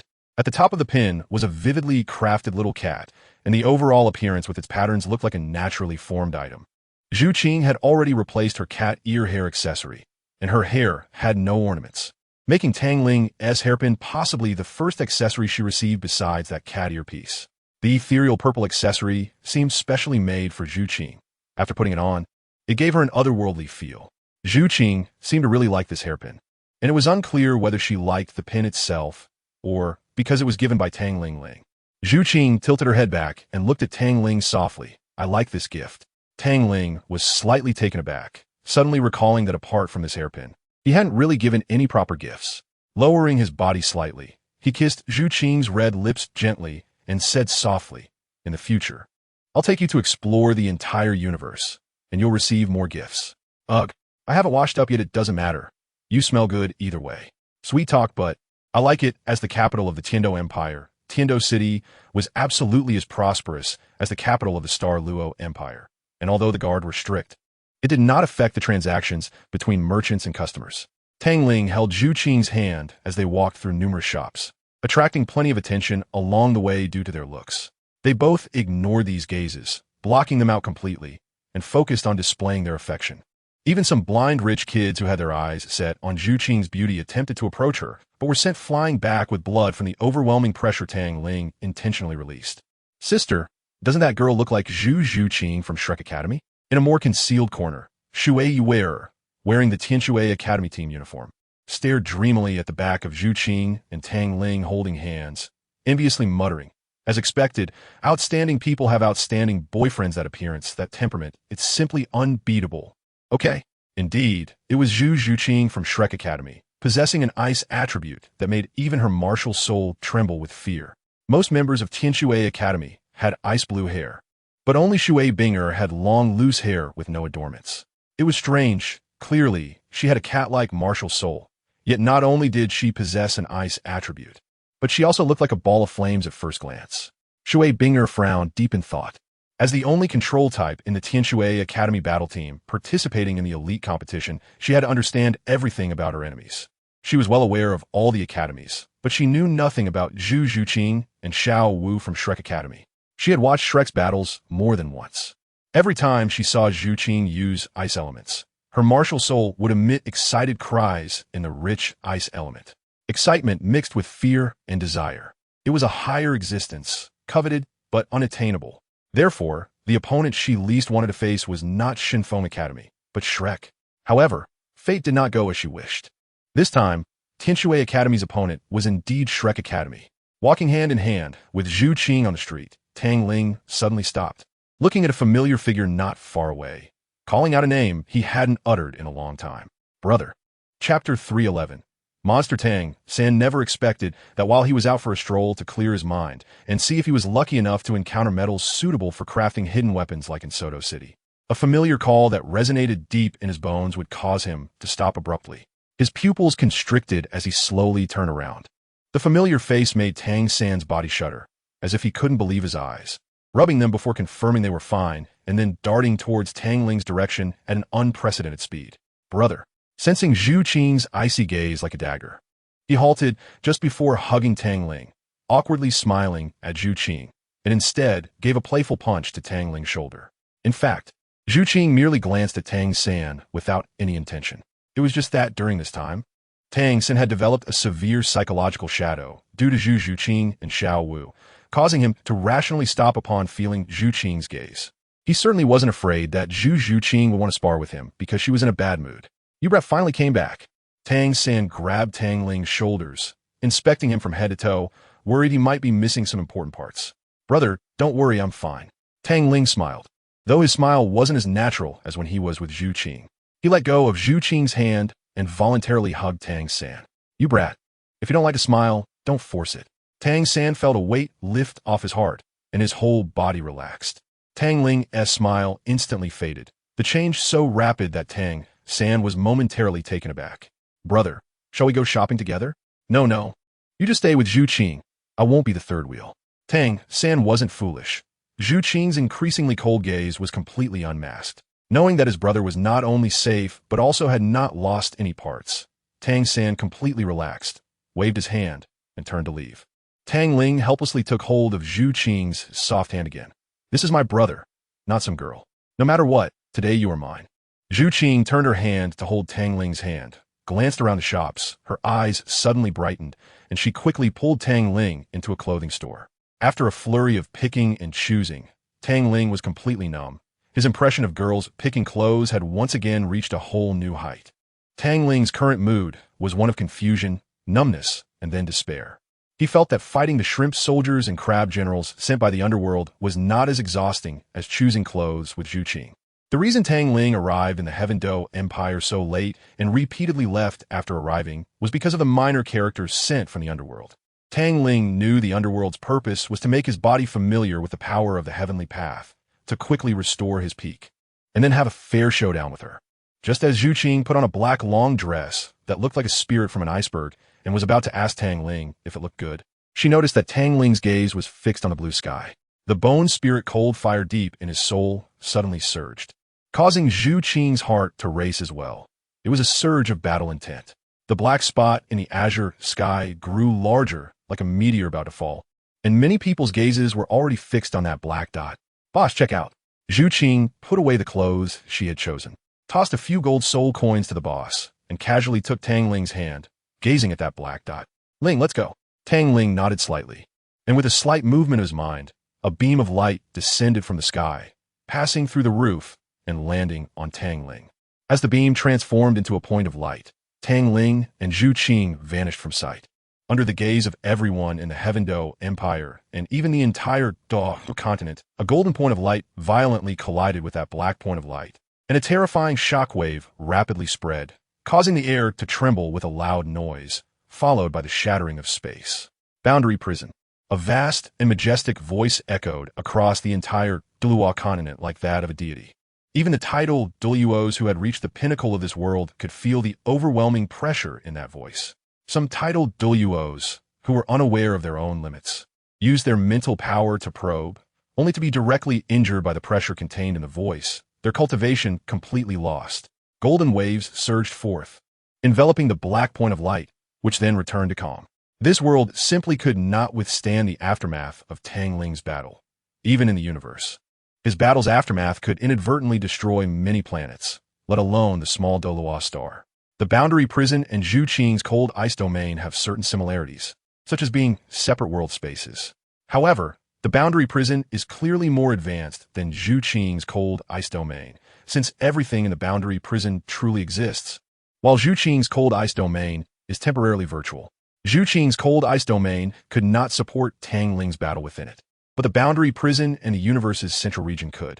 The universe's central region is the birthplace of the heavenly path, while the boundary prison is a small world created using Tang Ling's original power. Holding Zhu Qing's hand, Tang Ling landed on the ground, gazing at the black sphere floating in midair. The extreme power of attributes left Tang Ling silent, and he tightened his grip on Zhu Qing's hand slightly. Perhaps sensing Tang Ling's gaze, the surging black mist on the black sphere suddenly exploded, scattering the mist, but it was suppressed by Tang Ling's raised hand. Roar! The monster before him was covered in a layer of armor, with 5 crimson eyes on its head and a long horn. Although it had changed dramatically, Tang Ling recognized the monster's true form at a glance. It was a beetle. What is this? Zhu Qing felt the pressure, a sense of suppression at a level of power. A beetle, transformed into the monster before them due to the invasion of the underworld's extreme power. Tang Ling explained briefly, and Zhu Qing understood. Simply put, it was a bug that had mutated due to pollution.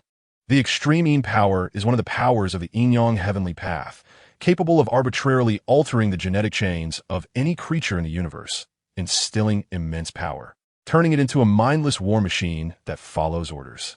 Before Tang Ling reincarnated, neither yin nor yang had ever used this ability, but now the underworld had employed it, allowing them to easily launch wars without any cost. However, the underworld had not done so. The suppression in terms of life and power made Zhu Qing feel a bit uncomfortable. She unconsciously tightened her grip on Tang Ling's hand. Tang Ling also understood Zhu Qing's feeling of suppression. An invisible force passed through their tightly clasped arms into Zhu Qing's body. The feeling of suppression vanished instantly, and the bone spirit cold fire deep in her soul began to cheer. Her body involuntarily trembled. White flames surged in her black pupils, and the snake-shaped mark on her forehead came to life. Just as Tang Ling was about to solve the battle with a single slap, Zhu Qing released his hand, stepping in front of him with seriousness, and said, "Ling, I want to see my limits." Her gaze softened as she quietly said, "If I can't even deal with this monster in front of me, how can I continue to stay by your side and help you?" Tang Ling fell silent. Indeed, anyone beside him could be threatened by the underworld at any time, as the underworld's changes were too great and could no longer be viewed with the same perspective as before. "All right, but if you're in danger, I will intervene. I will definitely not let you get hurt. Don't worry, I will definitely kill it." Zhu Qing narrowed her eyes at the monster. The previous sense of suppression was merely the power emanating from the underworld and had nothing to do with the monster before them. After all, the oppressive feeling brought by power would not change significantly. It was not the case that the stronger the sense of suppression, the stronger the monster. These were two completely different concepts. Meow. The piercing cat's cry caused the air to tremble, and pure white flames surged from Zhu Qing's body, forming an ancient armor that not only complemented her perfect figure, but also provided a sense of security. Her black pupils turned into silver vertical pupils, and cat claws like works of art extended from her fingertips, exuding a chilling coldness. If Zhu Qing was an ice mountain beauty without her martial soul, then after her martial soul was manifested, she became a general on the battlefield, her armor filled with a cold, murderous aura. Emperor Flame. Roar. The command implanted in the monster by the underworld was to kill Tang Ling, and the underworld knew that this monster was merely a way to deliver experience points to Tang Ling. "Your opponent is me." Compared to the increasingly frenzied roars of the monster, Zhu Qing became increasingly calm, her body, mind, thoughts, spirit, and reflexes all adjusted to their peak at that moment. The power exclusive to the bone spirit cold fire became increasingly rich, and in just an instant, it was already able to stand against the aura emitted by the monster. After all, the bone spirit cold fire was one of the primordial flames born at the beginning of the universe, and its growth knew almost no bounds. Even a single spark could grow at a speed that no other deity could compare with. The monster's true form was merely a beetle, an extremely common creature. Even if it was infused with a thread of extreme power by the underworld, the extent of its enhancement was still limited. The cold ice domain instantly spread out, creating a battle environment favorable to herself. The body twisted and turned among the falling snowflakes, ultimately disappearing completely. Bamboo Qing, who was facing an equally matched opponent, had always pursued a one-hit kill. That was what a qualified assassin should do. Roar. The monster let out a furious roar, completely ignoring the vanished Bamboo Qing, and charged directly at Tang Ling. The command implanted by the abyss was to kill Tang Ling. Everything else was unimportant. Bamboo Qing's figure reappeared among the drifting snowflakes, her claws slicing directly at the monster's throat. However, she did not anticipate just how strong the monster's defenses were. Her full-force strike only left a clear white mark on its neck. Bamboo Qing kicked the monster's shoulder and executed a flip over its head, swinging her claws again, this time scratching directly across the monster's eyes. No weaknesses? Bamboo Qing landed and frowned at the monster's head. Indeed, that previous sensation felt like scratching on steel. Roar. The monster roared, swinging its claws directly at Bamboo Qing. Her body displayed incredible flexibility as she easily dodged the monster's claws, seizing the opportunity to attack. The bone spirit cold fire flowing from her claws formed a short sword, which she thrust fiercely into the monster's joint. Clang! Bamboo Qing's brows furrowed tighter as she flipped and kicked the monster's chin. The monster staggered back a few steps, and Bamboo Qing dissipated the short sword with a wave of her hand. Bamboo Qing's body appeared and disappeared like a ghost, leaving white marks all over the monster. But unfortunately, none of them harmed it. No weaknesses. Then I will create one for you. The words suddenly appeared in Bamboo Qing's mind, a phrase Tang Ling had said during their time in the Panlong forest when life was threatened. The most parting words Tang Ling had spoken. You can withstand one strike. I don't believe you can withstand 100. If 100 doesn't work, then 1,000. Eventually, one of those strikes will cause you harm. With all her strength, I will hit you a little. Bamboo Qing's body once again vanished like a ghost. As her claws struck again and again at the same spot, the monster's entire claw was eventually severed. Roar. The monster's furious roar expressed its anger, and black electricity began to flicker from its horn. The terrible power emanating from the electricity made Bamboo Qing's body momentarily halt, stopping her attack.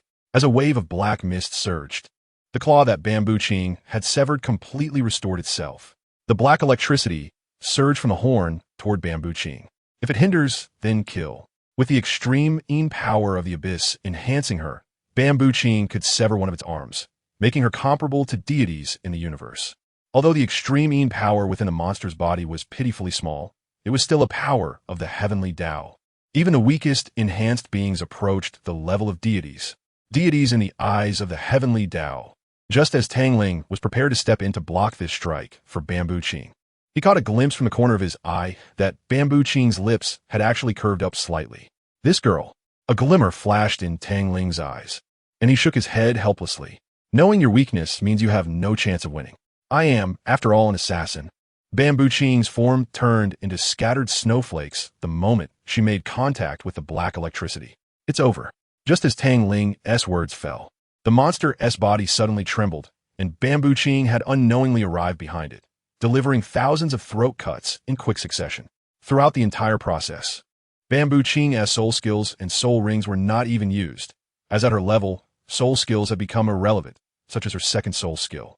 This kind of mob could be easily dealt with by Tang Ling with a wave of his hand, and once Bamboo Qing identified the weakness, she could easily deliver a fatal blow. This is the terror of an assassin. If Xiao Wu were here, this battle could have ended even faster. The monster dissipated into black mist.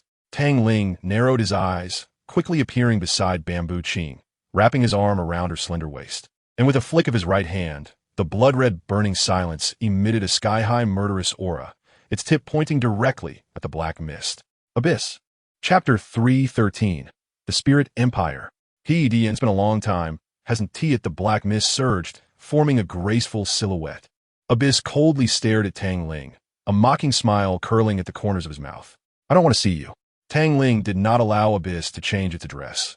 After all, they were merely different lives of the same person. The smile at the corner of Abyss's mouth gradually faded, and he said coldly, You haven't changed. You're still as annoying as ever. If you have something to say, say it. If not, get lost. Tang Ling's grip on Bamboo Qing tightened unconsciously, feeling a bit out of control. Sensing Tang Ling's slight loss of composure, Bamboo Qing wrapped her arms around his waist in return, resting her head on his chest, listening to his heartbeat while watching Abyss. Oomph. Enjoy your few peaceful days while you can. Soon, very soon, I will come for you. Personally kill you. Abyss's expression darkened. For some reason, seeing them embrace made him feel uncomfortable. No sending off. Tang Ling raised his hand, and a beam of light shot from his palm, piercing through Abyss's heart. Dian.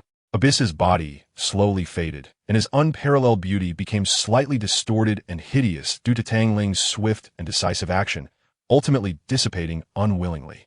Tang Ling lowered his eyelids, and the murderous aura from his hand immediately retracted, transforming into flowing light that returned to its designated area. Perhaps sensing Tang Ling's bad mood, Bamboo Qing didn't say anything, merely staying quietly by his side in silence. She was not good with words and couldn't offer words of encouragement or comfort. All she could do was accompany him. In fact, Abyss's appearance was not unexpected for Tang Ling. This time, seeing Abyss again felt very different from the previous wariness. Instead, it became very complex. Tang Ling shook his head, tugging at the corners of his mouth, tightening his grip on the soft E in his palm a little more. The environment in the small world created by Qian was indeed beautiful. Green mountains, clear waters, birds singing, and flowers fragrant. Even the air exuded a scent of freedom. Whether we want or not, we will eventually have a battle, a life, and a death. Tang Ling lowered his gaze, speaking softly, his voice filled with heaviness and oppression. Only in front of Bamboo Qing and the others would he express his emotions without reservation. No matter the outcome, I will always be by your side, through life and death.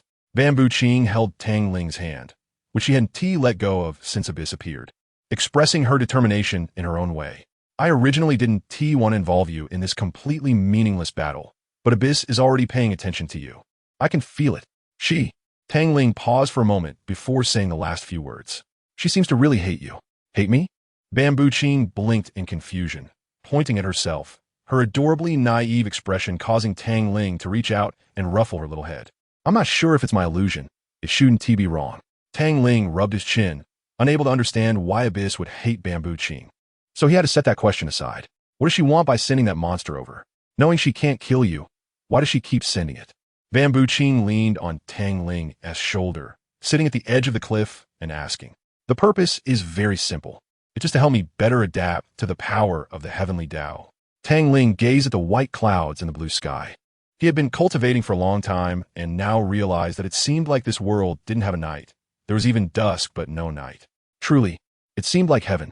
Zhu Qing yawned, nuzzling against Tang Ling's shoulder like a little cat. Tang Ling didn't deny it. Indeed, heaven would express its intentions openly and would never act sneakily, nor would it take advantage of others' misfortunes. Even if an enemy was severely injured, heaven would restore their wounds before overpowering them to make them submit. This is heaven, disdainful of sneaky actions and taking advantage of others, which is why Tang Ling felt less pressure. If the Abyss were to come now, Tang Ling's chances of winning would be less than 0.5%. Strictly speaking, he had no chance at all. After all, the slight difference between heaven and heaven is the difference between heaven and earth. Tang Ling's body remained still, as Zhu Qing had unknowingly fallen asleep against him. He was afraid that any sudden movement would wake the beauty. Turning his head to look at Zhu Qing's sleeping face, the tenderness in his eyes was unmasked. Perhaps it was a mistake for heaven to give birth to emotions. But if it hadn't, I wouldn't exist, nor would I meet you. The tenderness in his eyes almost overflowed. Thank you for letting me meet you. In the Pope's Hall of the Spirit Hall, Bibi Dong sat on the throne, propping her head up with one hand as she looked at a group of old men below. As the atmosphere grew increasingly tense, Bibi Dong suddenly fixed her gaze on Qian Dalu and coldly said, Qian Dalu, do you know you're seeking death? Your Holiness, I mean no offense. Qian Dalu disregarded the astonishment and horror of the other worshippers, kneeling on one knee respectfully. Then how dare you mention Xunji in front of me? Are you not seeking death? Bibi Dong's beautiful eyes narrowed, and a terrifying pressure immediately descended. Bang, bang, bang. As expected, all the worshippers couldn't withstand the pressure exerted by Bibi Dong and knelt on both knees, cold sweat pouring down. Qian Dalu gritted his teeth, going from one knee to both knees, blood spilling from the corner of his mouth. This pressure was directly on him. The pressure on the other worshippers was merely residual force. At this moment, the 99th level angel Douluo Qian Dalu was like an ant that could be crushed at any moment before Bibi Dong. After all, he is your master. Qian Dalu. Bibi Dong suddenly stood up, slamming her staff onto the ground, the crisp sound echoing like the scythe of the Grim Reaper. Qian Dalu's hair stood on end, cold sweat instantly soaking his golden robe. I will spare you for the sake of Schwerer and let your Qian family go, but do not force me to kill you. Bibi Dong suppressed her inner fury. She dared not express her anger directly before becoming a god. Bibi Dong stepped down the steps, arriving at the tightly shut door, and forcefully pushed it open. Outside stood a row of warriors clad in the exclusive armor of the Spirit Hall, each radiating soul power, the weakest among them being at level 40. With the help of the other worshippers, Qian Dalu stood up and followed behind Bibi Dong. I pope Bibi Dong. Bibi Dong raised her hands, soul rings appearing one after another, a total of 10 soul rings, each emanating divine might. 100 level God. I announce from today onwards to the world the establishment of the Spirit Empire. The aura of sitting on the throne and the divine might of the soul rings made the soul masters below sincerely kneel on one knee, excitedly roaring, witnessing the birth of a deity. They also witnessed the establishment of the empire. Spirit Empire, Spirit Empire, Spirit Empire. Bibi Dong raised her hand, and the soldiers of the Spirit Hall immediately quieted down. As the Emperor of the Spirit Empire, I bestow upon Ghost Douluo Mei and Chrysanthemum Douluo Guan divine power. Bibi Dong held her staff, respectfully stepping aside as a woman even more beautiful than Bibi Dong walked out from the void. Yi Xinran had discussed with Bibi Dong that a god is ultimately limited. It would be better to create a few pseudo-gods to manage the empire she created. Your vision should not be limited to this small world. It should encompass the entire universe, which is your stage. And Ghost Douluo Mei and Chrysanthemum Douluo Guan were Bibi Dong's chosen ones. After all, both had served under her even before she firmly established her position as Pope, their loyalty evident. Chapter 314. Layout of the Empire. Bibi Dong's decision to establish the Spirit Empire did not surprise Qian Dalu. After all, transforming the Spirit Hall into the Spirit Empire was something the Qian family had wanted to do. Although the establishment of the empire had no direct connection to the Qian family anymore, externally, the Qian family still controlled the Spirit Hall. It was beneficial, not harmful. However, the thought of Gui Mei and Yu Guan becoming gods was something Qian Dalu couldn't even imagine, and he even felt a bit disdainful. Bibi Dong had just become a god. How could she grant others divine status? But then Bibi Dong stepped aside, and the woman emerging from the void truly caught Qian Dalu off guard. A terrifying thought flashed through his mind. Could Bibi Dong suddenly becoming a god be related to this woman before him? As this thought arose, it spread like wildfire, growing stronger. At his age, he was far too astute. All thoughts merely flashed through his mind, but even so that woman caught his gaze. And that seemingly inconspicuous glance completely severed all inappropriate thoughts for Qian Dalu, because he saw a pair of icy blue eyes on a snow-capped mountain, cold and merciless. For Yi Xinran, creating two pseudo-gods was exceedingly simple. It was merely a matter of raising her hand. In less than a breath's time, the Spirit Hall, no, the Spirit Empire, gained two more deities, albeit only pseudo-gods. Gui Mei and Yu Guan hadn't reacted until the divine power surging within them calmed down, at which point they knelt in excitement, respectfully saying, "Thank you, Divine Lord, for your grace. I, Yu Guan, vow by my soul to serve the Divine Lord for eternity, until my demise. I, Gui Mei, vow by my soul to serve the Divine Lord for eternity, until my demise." Swearing by the heavens in Douluo continent may not be believed by many, but swearing by one soul had a staggering 99% probability of death upon breaking the vow. Yu Guan and Gui Mei's willingness to swear by their souls genuinely surprised Bibi Dong. She smiled as she looked at the 10 soul rings rhythmically moving on Yu Guan and Gui Mei. Yellow, yellow, purple, purple, black, black, black, black, black, red. Indeed, the same color looked the best. In fact, there was no need to rush to establish the Spirit Empire. The reason for the current establishment was that she would soon follow her master to cultivate, and perhaps when she returned to Douluo continent. It might be after 1,000 or 100 years. After all, in the eyes of God, 1,000 years or 10,000 years might just be the time it takes for a short nap. The lifespan of God is infinite. Bibi Dong could feel that the vitality of her body had forever been fixed at the moment she became a god. Unless she sought death herself, she would be immortal. From this moment on, I bestow the title of Ghost God to the 100-level deity Gui Mei and the title of Flower God to the 100-level deity Yuguan. These two 100-level deities will serve as the guardian deities of my spirit empire. Bibi Dong's gaze fell on Yi Xinran, and she knelt on one knee in front of everyone. I, Bibi Dong, the founder of the Spirit Empire, request you to be the creator god of the Spirit Empire. Yi Xinran wore a faint smile and slowly nodded. She felt increasingly satisfied with her disciple Bibi Dong. Qian Dalu looked completely dumbfounded. Ever since the 10th soul ring appeared on Gui Mei Yueguan, he had been wearing this expression. God, what a word that makes one yearn. Right in front of him, the woman behind Bibi Dong waved her hand and created two deities. Qian Dalu began to doubt whether he had been in seclusion for too long without seeing the world. Has God become so rampant? Can you create two deities just by waving your hand? Yueguan, you are to go to the Heaven Do Empire, find the Prince Xue Qinghe, and tell him that her mission is complete and it's time to go home. When Bibi Dong spoke the last three words, a hint of unusual brilliance flashed in her purple eyes. Yueguan accepted the order, deeply bowed, respectfully retreated, and disappeared. Hui Mei, I need you to go to the Seven Treasure, Glazed Tile School, and tell the sect master Ningfengji that the debt from back then, when Sword Douluo-Can Xian threatened me, needs to be settled. Mentioning Ningfengji, a chill flashed in Bibi Dong's eyes. Back when she inherited the position of Pope, her strength was inadequate, and she was taken advantage of by Ningfengji and Sword Douluo-Can Xian, gaining quite a bit in the process. She was not a magnanimous person. She wanted Ningfengji to return tenfold or 100-fold for what she had taken from the Spear Hall back then. Gui Mei accepted the order. Her voice was hoarse and low, and before her words had fully faded, she had already vanished. Great Priest Angel Douluo Qian Dalu. Second Priest Golden Crocodile Douluo Tian Ao. Lead the remaining priests to the Star Luo Empire. I believe you know what to do.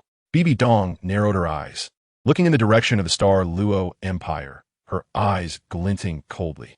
We obey. Qian Dalu led the other priests and immediately flew toward the Star Luo Empire.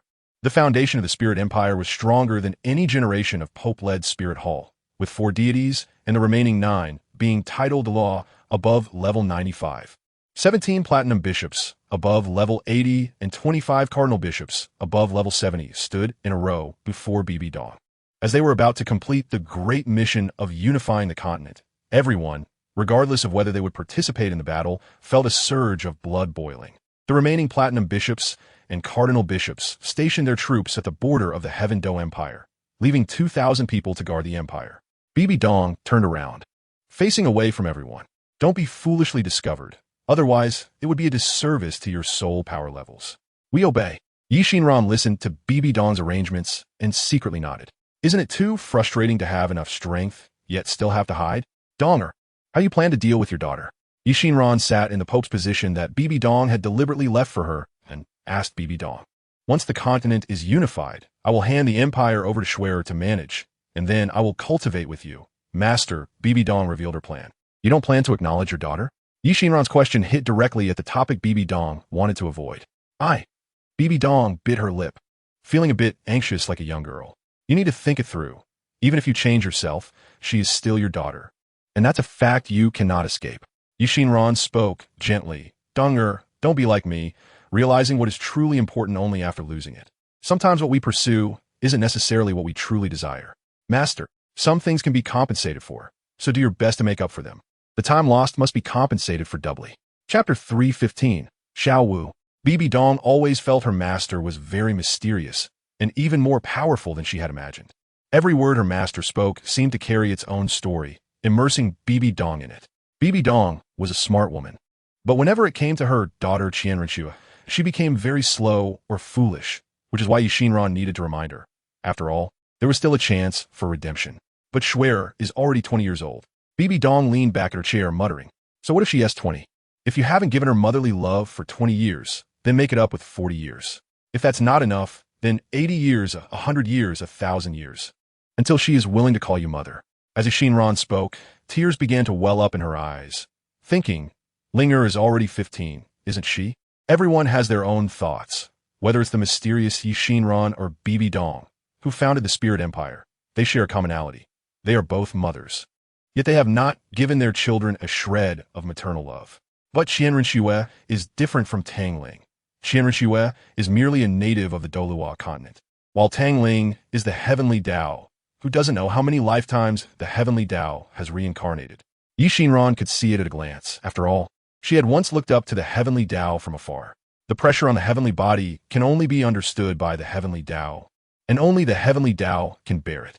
Yet, when she learned that the last reincarnation of the heavenly Tao was her own son, Yi Xinran's heart ached, and she suddenly understood many things. Loneliness is not something everyone can have. Sometimes loneliness represents responsibility, represents duty, represents power, and also represents pressure as heavy as a mountain. Loneliness is often disliked by many, but fiercely sought after by others. And Tang Xian is the one who chases this loneliness. In the end, he got what he wanted, sitting high on the throne, holding power but losing everything, including her. Yi Xinran was different. She witnessed the mutual slaughter of the heavenly Tao, witnessed what the heavenly Tao's emperor Yin did before his death, all the love for his sister Mingyu, the deep belief contained in those profound eyes, and the familial bond that supported him in doing this was the purest gaze Yi Xinran had ever seen. She knew all the secrets, but for the sake of the newly born love in Emperor Yan's heart, Yi Xinran chose to conceal everything, burying all secrets deep in her heart. Fish like earthworms, but fish cannot go ashore. Cats like to eat fish, but cats do not like to go into the water. Between life and death, people often do not give up the chance to live, unless they are warriors or madmen who do not fear death. But if the chance of death could be exchanged for a rebirth of her, Emperor Yin silently chose his own answer. Emperor Yin may be a madman, using everything, enduring countless cycles of suffering to exchange for a new her. Emperor Yin succeeded, but in the end, the most crucial step was no longer completed by Emperor Yin. Tang Ling is not a madman. He is someone who can remain rational at all times, but at a certain moment, he can be crazier than a madman. The heat rose, and the dreamy mist enveloped Tang Ling's body. The warm water soaked his skin, revealing an ancient flame pattern on his bare upper body as the hot water flowed. It was like a flame suddenly igniting in the dark universe, dazzling and unique. The noble gold representing his extraordinary status, the contained great path causing the universe to tremble. His black pupils momentarily turned golden, and as he finished bathing, the droplets of water evaporated, and the flame pattern on his upper body slowly disappeared. This pattern only appears after encountering water. Just as Tang Ling was about to finish getting dressed and go out, his mental strength suddenly sensed the return of a familiar person, and at an incredible speed, they rushed towards the bathroom he was in. Before Tang Ling could react, the bathroom door was violently pushed open, and a tall, graceful figure suddenly leaped into his arms. Xiaoling. The familiar fragrance penetrated his nostrils, causing Tang Ling's lips to curve slightly as he wrapped his arms around the visitor's slender waist and whispered, "Xiao Wu, I'm back." Xiao Wu buried her pretty face in Tang Ling's chest, feeling the familiar warmth, her inner excitement beyond words. And she could only hold onto Tang Ling's waist tightly, refusing to let go. Tang Ling's face turned increasingly red as he struggled to control himself. He hadn't forgotten that he was still naked. Xiao Wu also sensed something, her ears turning red, her crimson eyes brimming with tears, looking pitiful. Just when the atmosphere became uncontrollable, Tang Ling suddenly pushed Xiao Wu away, turned around, and swiftly put on his clothes. Xiao Wu's face was flushed, and she pretended to be calm as she covered her eyes with her hand, though the gaps between her fingers made it no different from not covering them at all. "You're still as reckless as before. If it were me inside, wouldn't you be in danger?" Tang Ling raised his hand and lightly tapped Xiao Wu on the head. "No way. I can feel it here. It will never be wrong." Xiao Wu proudly pointed to her bulging chest. Tang Ling took Xiao Wu's hand, and his mental perception spread out, instantly capturing the still sleeping Zhu Qing. "I heard Zhu Qing say you went to the Fire Academy. Why are you back so soon?" Tang Ling retracted his mental energy and spoke softly. "The Fire Academy isn't far from Tiando City. It only takes 2 days to go back and forth with Wu Wu," Xiao Wu said, tapping her chin with her finger, suddenly laughing and saying, "Hee. Wu Wu's grandfather still doesn't allow me to take Wu Wu as a disciple and plans to let me join the Fire Academy, promising abundant cultivation resources. So you just beat someone up, right?" Tang Ling said helplessly. Xiao Wu stuck out her tongue, her crimson eyes blinking with a captivating charm. The two walked along a small path in the forest, sharing everything that happened during this time, big and small, as if there were endless things to talk about. Xiaoling, my martial soul has evolved. Xiao Wu spread her arms, and blood-red fiery spirit erupted from her body, a pair of blood-red wings extending from behind her. A loud phoenix cry resonating through the heavens and earth, the endless waves of scorching heat retracting before they could spread. An colored phoenix mark appeared between Xiao Wu's eyebrows, a crown replacing her original rabbit ears, and her neatly braided hair scattered in the scorching heat, her black hair fluttering in the wind. This is my new martial soul, the Qilian Yao Foam. Xiao Wu raised her eyebrows proudly, showing off. Tang Ling tilted his head, looking at the phantom behind Xiao Wu and uttering a few words. The spirit of the Qilian Yaohua? Huh. Xiao Wu was taken aback, then suddenly remembered a little fellow that hadn't appeared for a long time. Xiao Hong. Tang Ling. I feel like the name Xiao Hong is even more earthy than Qi Ling. Chapter 316. Master Tang Ling Wuden T foolishly expressed his thoughts. He might be straightforward, but he wasn't a fool. He knew what to say and what not to say.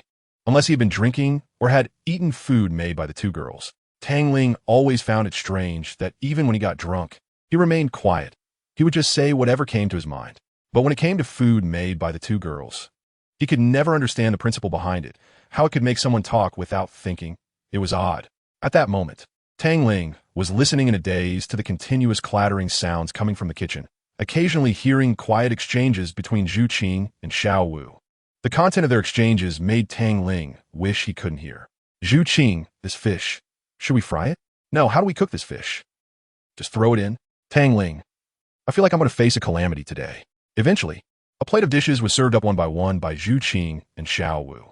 Initially, Tang Ling had a bit of a lucky mindset, but when he saw that the dishes were emitting a dark aura, his lips twitched uncontrollably. It really hasn't improved at all. Why does it feel like it's gotten worse? Qinger, Xiao Wu, I think I might not.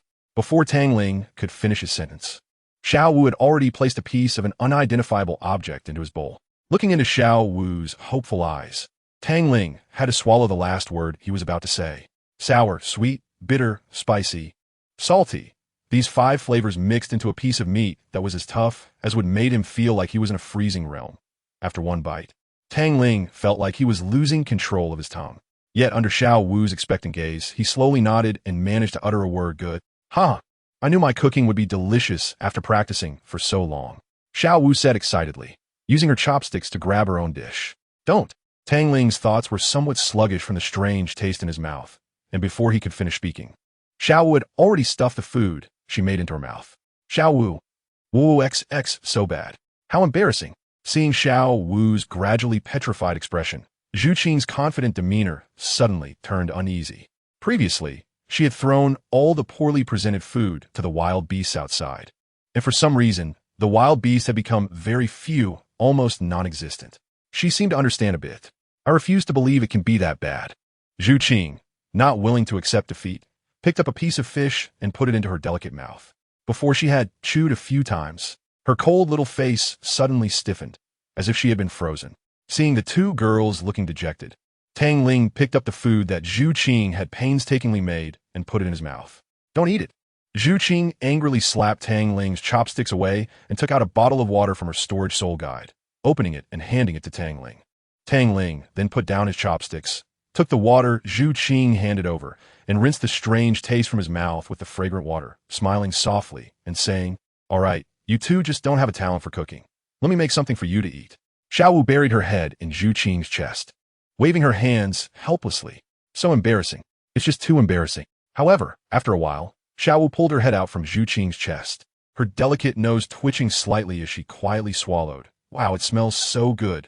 Compared to Xiao Wu's drooling expression, Zhu Qing had already served the rice. Sure enough, just a few minutes later, Tang Ling walked out of the kitchen. Sweet and sour ribs, stir-fried carrots, braised fish, and a soup. Just a simple 3 dishes in a soup were served by Tang Ling. The so-called color, aroma, and taste were all present in the dishes Tang Ling placed on the table. Even without eating, one could tell they were delicious. Burp Xiao Wu shyly covered her red lips, unable to help but eat too much at once. Ling, what are you planning to do about Gu Yu Na? Zhu Qing supported her chin with one hand while gently rubbing her belly with the other, her dark eyes fixed on Tang Ling without blinking. Sister Na didn't sign a marriage contract with you like we did in your previous life, you know? Xiao Wu also propped her chin up like Zhu Qing, using her other hand to rub her belly. You've attracted another girl. The light in Tang Ling's eyes flickered, but he didn't respond. He simply raised his hand slightly, revealing an unnoticed red on his wrist that emitted a faint white glow, pure and sacred. At first, Tang Ling thought it was just a mole, but it turned out to be a marriage contract. Ultimately, Tang Ling had no feelings about this contract. He didn't know Gu Yuna, and he generally maintained a stance of not provoking strangers as long as they didn't provoke him. However, when Zhu Qing mentioned that Gu Yuna had waited for him for tens of millions of years, Tang Ling could only respond with silence. Even waiting for nearly 2 years is a torment for us, let alone tens of millions of years. Zhu Qing held Tang Ling's hand, while Xiao Wu held onto his other arm as they walked along the shaded path, enjoying the gentle breeze. I don't know how she endured it, but I know it must have been very hard. Xiao Wu pointed to her heart, saying, "Waiting and longing are always the most torturous things." As Tang Ling felt the softness of her arm, his mind was elsewhere. He listened carefully to every word Zhu Qing and Xiao Wu said, but he couldn't provide an answer, at least not now. He could only remain silent. Perhaps some might say Tang Ling was heartless, but he didn't want Zhu Qing and the others to feel uncomfortable. Just as Zhu Qing and the others fell into silence, enjoying the days with Tang Ling by their side, a figure approached them. The figure's stiff face and stubbly chin looked quite disheveled, and his eyes sparkled with a hint of brilliance. Tang Ling was taken aback, instinctively stopping in his tracks. The golden light in his eyes flickered and disappeared, and the faint smile on his face vanished, replaced by indifference as he nodded coldly at the master. As if to greet him, the master had originally intended to say something to Tang Ling, but the words got stuck in his throat as he sensed Tang Ling's indifference. Tang Ling brushed past the master, displaying an attitude reserved for strangers. The respect he once held had completely vanished, leaving only an unseen abyss of darkness in his gaze. "Ling, your attitude towards the master." Zhu Qing held Tang Ling's hand tightly, afraid he might suddenly disappear. The remnant soul of his previous life's teacher had previously been within him, but now that remnant soul was gone. Tang Ling's meaning was simple. His respect for the master was entirely due to the respect he held for the remnant soul, and that was why the master could converse with the underworld without being easily crushed by it. Clearly the first demon emperor of the demon race, capable of extinguishing stars and causing suffering to living beings with a wave of his hand. Yet he could resolutely give up power comparable to that of the Yin guards to willingly live as a mortal for the sake of his previous life. If it weren't for the reasons of cause and effect, perhaps he would have lived the happiest life in his previous life. Chapter 317. Ancestor Dragon Gu Yuna. The Star Do Forest is located right between the Heaven Do Empire and the Star Luo Empire, inhabited by countless soul beast species. All soul beasts, whether 10-year or 10,000-year ones, understand one principle. They must never approach the central area. It is to prevent lower intelligent soul beasts from entering the central area that only soul beasts over 50,000 years old reside there. The Forest Kings, the Titan Giant Ape and the Sky Blue Bull Python, both 10,000-year soul beasts, only live near the central area because they are not yet qualified to enter the inner region. Gu Yuna, with silver hair cascading down to her waist and a graceful figure, walked step by step on the land of the Star Do Forest. With each step, her body would teleport a short distance. Strangely, neither 10-year nor 1,000-year soul beasts approached her. Instead, they trembled in fear under the immense pressure of her bloodline. The Star Do Forest has always had an ancient legend. Deep underground, buried 10,000 meters down, lies a sleeping giant dragon. Gu Yuna had a clear purpose as she headed straight for the central area, her steps never faltering, not even changing expression when witnessing a bloody scene. "Qian, come out." Gu Yuna's melodious voice suddenly rang out, cold and authoritative as a command from a ruler to her subordinate. The air fell into silence for a few seconds, then the surface of the lake suddenly rippled, and a fierce black dragon flew out from the lake bottom. Its body stretched over 10,000 meters, covered in dense black scales, and its ink-black wings obscured much of the sky like flames. The black dragon folded its wings and landed on the ground, lowering its head respectfully, saying, "My lord." "Other guardians, come out," Gu Yuna said coldly, her hands clasped behind her back. "Roar." Qian roared without hesitation, waking up other sleeping companions. In just 10 breaths, 10 beast figures had gathered in front of Gu Yuna. Gu Yuna sat diagonally on her throne, looking down at the 10 top-tier fierce beasts waiting respectfully for orders. Black-eyed Golden Dragon King Qian, Evil Eye Tyrant, Evil Emperor, Ice Heaven Snow Woman, Snow Emperor, Emerald Swan Bai Ji held Demon Dragon King Zg. Demon Eye Tree King of all demons, Dark Gold Terror Claw Bear King, Ice Blue Emperor Scorpion Ice Emperor, Three-Headed Red Demon Hound Red King. Bow to my lord. 10 fierce beasts, each over 10,000 years old, gathered together, their terrifying aura distorting the space around them. Gu Yuna remained unperturbed, her heart steady, lightly tapping her index finger on the armrest as she spoke solemnly. Qian, I'll leave the Star Doe Forest to you from now on. Those words made Qian suddenly raise his head, astonished and shocked as he looked at Gu Yuna. My lord, we mean, I once split a drop of dragon blood. A little lizard fortuitously absorbed it and became the dragon god, thus giving birth to the dragon race. Gu Yuna stood up from her throne and slowly walked forward. I have lived countless years for one person. Now that I have found that person, I believe that even without the dragon god, you can protect your own clan with your abilities. The clan Gu Yuna referred to was not just the black-eyed golden dragon clan, but the entire soul beast race. I originally did not belong to this world. I fortuitously entered this world through the chaos of time and space in pursuit of him, sleeping for countless years and witnessing the rise and fall of the soul beast race. Every word Gu Yuna spoke was filled with complex emotions. So, my lord, have you found the human you've been searching for all this time? Qian asked unwillingly. In this world, the birth of the dragon race was due to her drop of dragon blood. She was the founder of the dragon race, known as the ancestor dragon. I believe you can lead the soul beast race down a completely different path. Gu Yuna clasped her hands behind her back again, a faint ethereal aura radiating from her, and the soft light in her silver eyes allowed her to vaguely see the fate of the soul beast race. Though she did not answer, her words had already expressed her decision. My lord, Qian could only lower his head resignedly, obeying her command. You don't have to be like this. Seriously, I am not your master. Gu Yuna raised her hand to help the 10 fierce beasts up. The faint light in her silver eyes had already faded. All right, I should leave now. Master, the most gentle among the 10 fierce beasts, Bai Ji, couldn't help but call out to Gu Yuna as she lifted her foot. Gu Yuna's gaze shifted, looking at Bai Ji, who was dressed in green. What merits does he have to receive the master's love? Just as the master said, he is merely human, compared to our soul beast's long lifespans. In 100 years, he will just be a pile of nameless bones. Bai Ji bit her silver teeth, indignantly saying, Little girl, you don't understand. Gu Yuna's white dress fluttered in the breeze, and a hint of a smile appeared on her cold face, not hiding the tenderness in her eyes. I can wait for him for 1,000 years, 10,000 years, 1,000,000 years, but that doesn't mean I can continue to wait for even a second. Love needs a reason, but affection does not. With each step Gu Yuna took, she spoke a sentence, each one shaking the hearts of all present. His unintentional act of kindness saved me. Seeing him being tormented by powerful forces to the point of being worse than dead, I unknowingly fell in love with him. Affection turned into love without me realizing it, and from that moment, my heart was solely on him. I thought I would never see him again.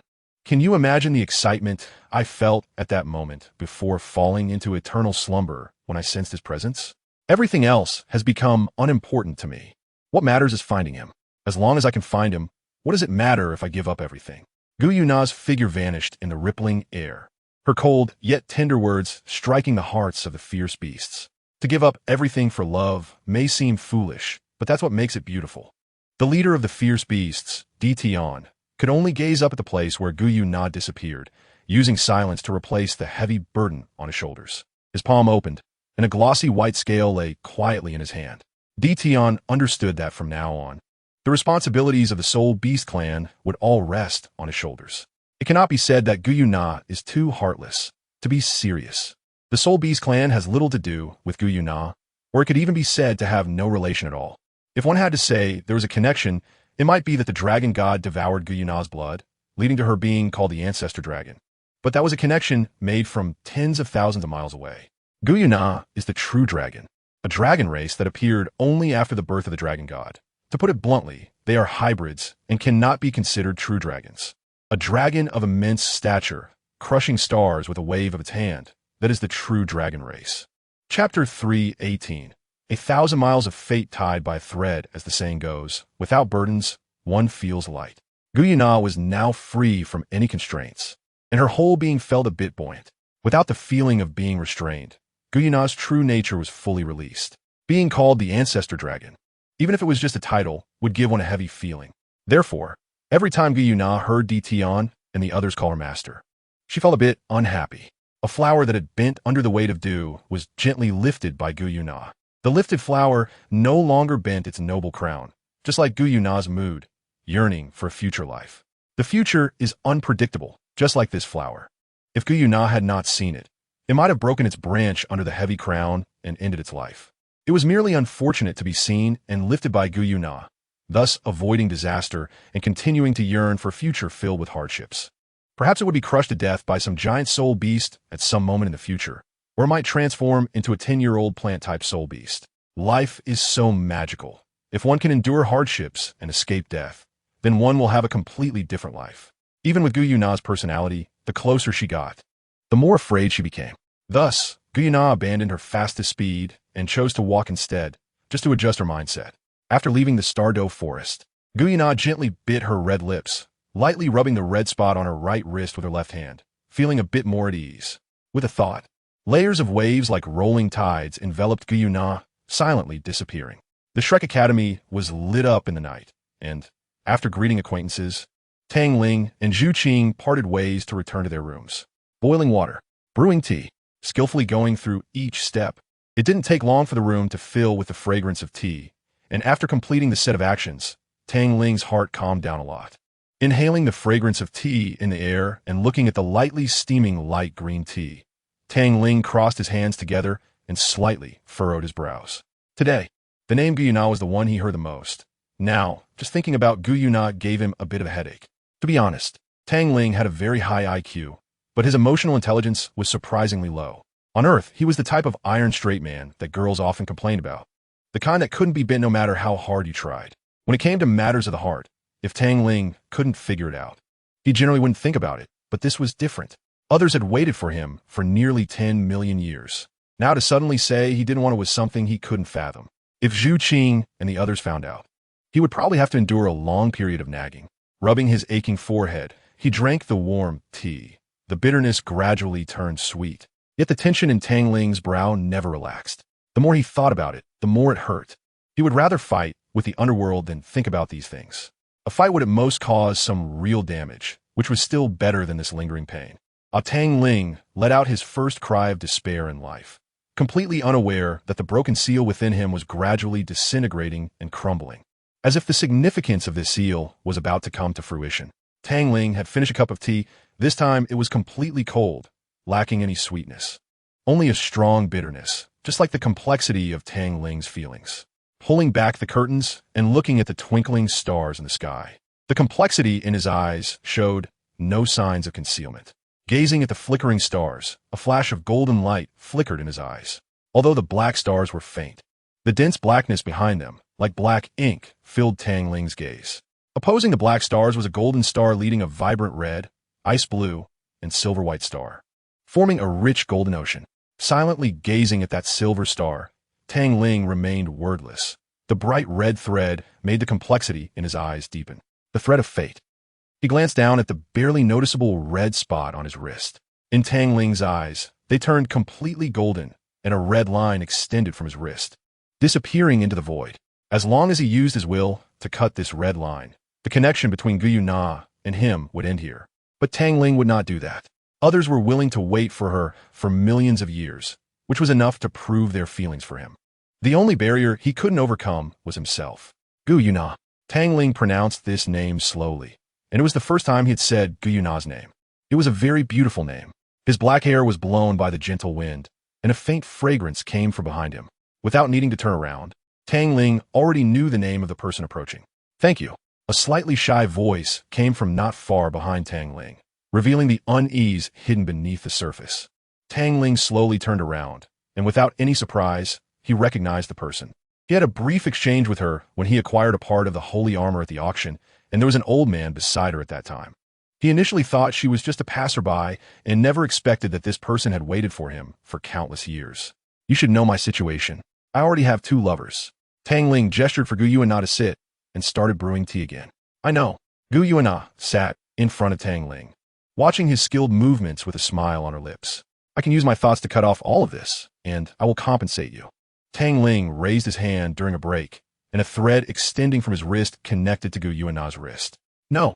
Gu Yuna firmly said one word. That would be unfair to you. Tang Ling rinsed the teacup with hot water and replied calmly. Do you think I would care about that? Gu Yuanna relaxed completely, inhaling the fragrance of the tea in the air. Isn't Zhu Qin and Xiao Wu the same? And I like them very much. They're different from you. Tang Ling poured 2 cups of tea and pushed one towards Gu Yuanna. What's different? Gu Yuanna stared at the light green tea and asked. Tang Ling swallowed the words that were about to escape his throat. After all, that statement was too hurtful. His indifferent black eyes looked at Gu Yuanna. Follow me, and you will die. Then I will die before you. I don't want to see you die again. Gu Yuanna's pleasant voice stirred up waves in Tang Ling's heart, but quickly calmed down. He picked up the teacup and took a gentle sip. The bitterness spread across his taste buds, quickly turning into sweetness. But this sweetness seemed even sweeter than before. Gu Yuanna mimicked Tang Ling's actions and took a sip of tea, her willow brows slightly furrowing before quickly relaxing. Her faint smile suggesting that the orchid blossoms on the balcony were about to bloom. She looked gently at Tang Ling, waiting for his response. Such a naked and unreserved gaze made Tang Ling very uncomfortable. He avoided Gu Yuanna's eyes and muttered, "As you wish." Chapter 319, The City of Slaughter. After sending Gu Yuanna away, Tang Ling lay on the bed and closed his eyes, but soon he reluctantly opened them, and his figure vanished in a flash. The strong smell of blood made Tang Ling furrow his brows tightly. The eye of heaven looked at the thick black mist and the densely packed blood-red threads on the perverted beings within it, and he bit his lip hard. Those blood-red threads represented karma. Every time he killed an ordinary person, there would be such blood-red threads, which could be better termed as retribution. In a world where martial power was respected, such people were definitely not few. Even every strong person was entangled with these karma threads. This was the suffering of being an ordinary person. Life and death were not in their own hands. This feeling was definitely not pleasant, but this was the fate of ordinary people. Mingyu. Tang Ling gritted his teeth, watching the red-eyed figures resembling beasts pouncing towards him from the thick black mist. Emperor Yin, their fate is death sooner or later. Whether it's early or late, it's still death. Why not let me use them as waste and give you some trouble? Mingyu's cold voice was filled with mockery. I will not let you have your way. Tang Ling's hands were crossed over his abdomen, his gaze cold and indifferent, completely ignoring the incoming attack that was about to hit him. He slowly opened his thin lips and uttered a few words. Zen fixation seal. Waves of invisible ripples spread out from where his hands crossed, and the attacking figures were directly frozen in place. The closest attack was a skeletal claw, just a few centimeters away from piercing Tang Ling's eyes. Everyone has their fate. Even if they deserve to die, they shouldn't die at my hands. Tang Ling dodged the claw in front of him and stepped deeper into the black mist. With each step he took, golden ripples spread beneath his feet. Emperor Yin, you are really hypocritical. Mingyu's voice remained unchanged, still filled with mockery. They're just a bunch of ants. If they die, they die. Didn't you accidentally kill enough before? I have never denied that, whether in the past or now. Tang Ling slowly raised his hand, his fair, slender fingers slowly tightening into a fist. Golden light gathering on his fist, the dazzling golden light so bright in the still dark world. Mingyu, do you really know him? Tang Ling asked from the depths of his soul. We were born at the same time. No one understands you better than I do. And do you know when he developed feelings? Tang Ling didn't give Mingyu time to answer and continued in a low voice. You don't know. Perhaps even he himself doesn't know. You think you can resolve our grievances with these flowery words? Ridiculous. Mingyu scoffed, but his tone was no longer so certain. Mingyu, all our grievances will eventually be resolved. This is an inevitable result, and I will not evade it. Tang Ling exhaled slightly, speaking in a somewhat cold voice. The black mist suddenly rippled, a cold snort sounded, and then Mingyu's voice disappeared as if it had never appeared at all. Dazzling golden light suddenly erupted from Tang Ling's fist, and beams of golden light broke through the black mist barriers, purifying the extreme Yin energy on them. Tang Ling originally didn't want to waste such effort to expel the extreme Yin energy from a group of beings less than livestock, as his power could easily destroy such a place. However, if he killed them, it would change many things in the future. They were expelled to this place. If there was no place like this, more ordinary people outside would be harmed. Tang Ling was very clear about the pros and cons. The Spirit Hall is indeed a very good organization. Tang Ling glanced at the group of people lying on the ground, stepping forward into the waves. Tang Ling certainly did not return, but went deeper into the City of Slaughter, the place where the King of Slaughter resided. This guy was very lucky. The place he was in was the only area not shrouded by extreme Yin energy. At this moment, The King of Slaughter did not resemble a person who possessed a divine heritage at all. His blood-red, long hair hung down to his shoulders. His face pale and devoid of color, his enchanting red lips revealing two sharp fangs, and a pair of blood-red bat wings drooped behind him. Overall, he looked like a bat, or rather, a half-bat monster that had failed to transform. The strong smell of blood penetrated Tang Ling's nostrils, and he furrowed his brows tightly, staring at the King of Slaughter and letting out a cold snort. A beast without even a physical body dares to pretend in front of me. Get lost. Squeak. The King of Slaughter, sitting high on a blood-red throne, suddenly let out a scream, instantly turned to ashes under the extreme yang energy contained in Tang Ling's voice. Almost shortly after the nine-headed Bat King died, the King of Slaughter shed a layer of blood-stained red clothing, and a hint of blood color appeared on his pale face, while his blood-red, long hair turned black. Cough, cough, cough. Hoarse coughs escaped from the King of Slaughter's mouth, and his drooping eyelids seemed to take great effort to lift. Looking at the only living person present, Tang Ling raised his hand, gathering extreme yang energy in his palm, and it flowed into the King of Slaughter's body. His slightly thin frame became robust again, as if covered with a layer of gray, and his eyes became bright, his once feeble breath turning increasingly violent. At the moment when the King of Slaughter was completely restored, a voice that was ancient and filled with murderous intent suddenly echoed in his mind. Congratulations on completing the 8th trial of the Azura God, Mortal Refining Heart. You have gained a 15 affinity with the Azura God. Total affinity is now 85. You have obtained the super divine artifact, the Azura God Sword. Tang Ling glanced at the King of Slaughter, knowing that he had inadvertently helped someone with trivial matters, and said in a deep voice, "Since you govern a place of slaughter, you should do what a ruler is supposed to do. Otherwise, I wouldn't mind letting someone else take on this role." The King of Slaughter suppressed the excitement in his eyes, stood up from his seat, and slightly bowed. "I know what to do." The nine-headed Bat King was dead, but the memory had been absorbed by him, and he knew that the person in front of him was someone he could not offend. Someone saved him, and he wouldn't turn around and strike back at them. The King of Slaughter couldn't do such a thing. Moreover, his 9th trial was about to take place in this location, and being this ruler would be beneficial without any harm. Tang Ling nodded, gave the King of Slaughter a strange look, and then completely vanished into the void. The 9th trial of the Azura God has begun. Blood Hell of the mortal realm govern the city of Slaughter, turning it into a purgatory for all soul masters who deserve their fate. The trial period is 1 year. Reward: 15 affinity with the Azura God. Reward: Azura God position. Chapter 320. Shui Bing Tang Ling, dressed in white, followed behind Shrek's Tang Ling, and the surrounding noise made him feel a bit irritated. Being someone who preferred quiet, he did not want to linger in such a place. If it weren't for his name being on the list of competitors, he wouldn't have bothered to set foot in this ghostly place. This time, the opponent was the Tianshui Academy, one of the 5 element academies, whose martial souls were all quite unique and contained ice attributes, especially their team captain Shui Binger, whose soul power level had already reached 44.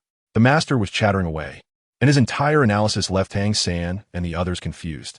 Zhu Qing shot a cold glance at the master and shook her head helplessly.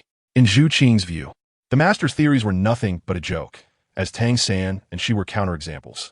After 4 rings and 10,000 years, they had left the master with a bruised face, yet he still refused to repent, which was somewhat disgusting. Even Tang San was increasingly speechless towards the master, starting to doubt whether choosing to become the master's disciple was a mistake. With 2 parents who had reached the title Douluo level, he had always wondered why he had been so foolish as to become the master's disciple. When a master had told him he wanted to take him as a disciple, Tang San's mind had become muddled, as if he had been hit on the head multiple times with a hammer, and he had mindlessly bowed and accepted. By the time he came to his senses, he was already calling him master, especially after learning that the master's level was only 29. This question had taken root and sprouted into a massive tree after Tang Ling returned not long ago. Tang San's gaze fell on Tang Ling, his expression softening. Perhaps his brother would know what had happened back then. Tang Ling noticed Tang San's gaze and gave a slight smile. Just as the Shrek Academy was enthusiastically listening to the master's passion analysis, the leader of Tianshui Academy had a troubled expression as he held Shui Binger's hand, acting like a child throwing a tantrum. "Oh no, Miss Binger, Shrek Academy is really not something we can handle.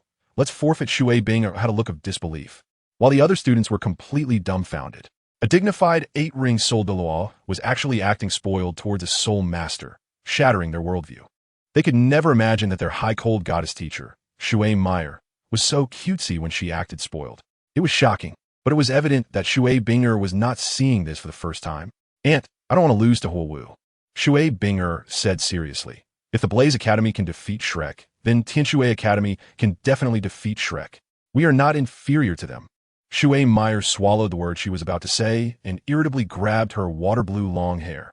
"Oh, this is driving me crazy. My little Binger, it was obvious that during the match between the Blaze Academy and Shrek Academy either let them win or reach some kind of agreement." Shui Meyer shook Shui Binger's hand, causing Binger to involuntarily twitch her mouth in resignation. "Teacher, I know my limits." "Oh, I'm just worried that Shrek Academy will hit you too hard." "All right," Shui Binger was silent for a while before saying, "Teacher, I will know my limits, and besides, I can feel that I'm no longer a match for Huowu now." Everything changed after Shrek Academy admitted defeat. Shui Binger's water-blue eyes turned towards the Blaze Academy's position, where Huowu seemed to sense her gaze, provocatively curling her lips and beckoning towards Tianshui Academy. The provocation was obvious and without any concealment. "If I remember correctly, there is someone in Shrek Academy who uses the power of flames, crimson flames." Shui Binger averted her gaze, slightly raising her delicate chin. "Based on my familiarity with Huowu, it is very likely that she has become the disciple of a girl named Xiao Wu." "How is that possible?" "Binger, don't overthink it. That girl has only reached level 50, not very." Shui Wu suddenly choked on her words. "Not strong? Fine, I was wrong. The people who know you best will never be friends, but enemies." Shui Binger crossed her arms and squinted her water-blue eyes.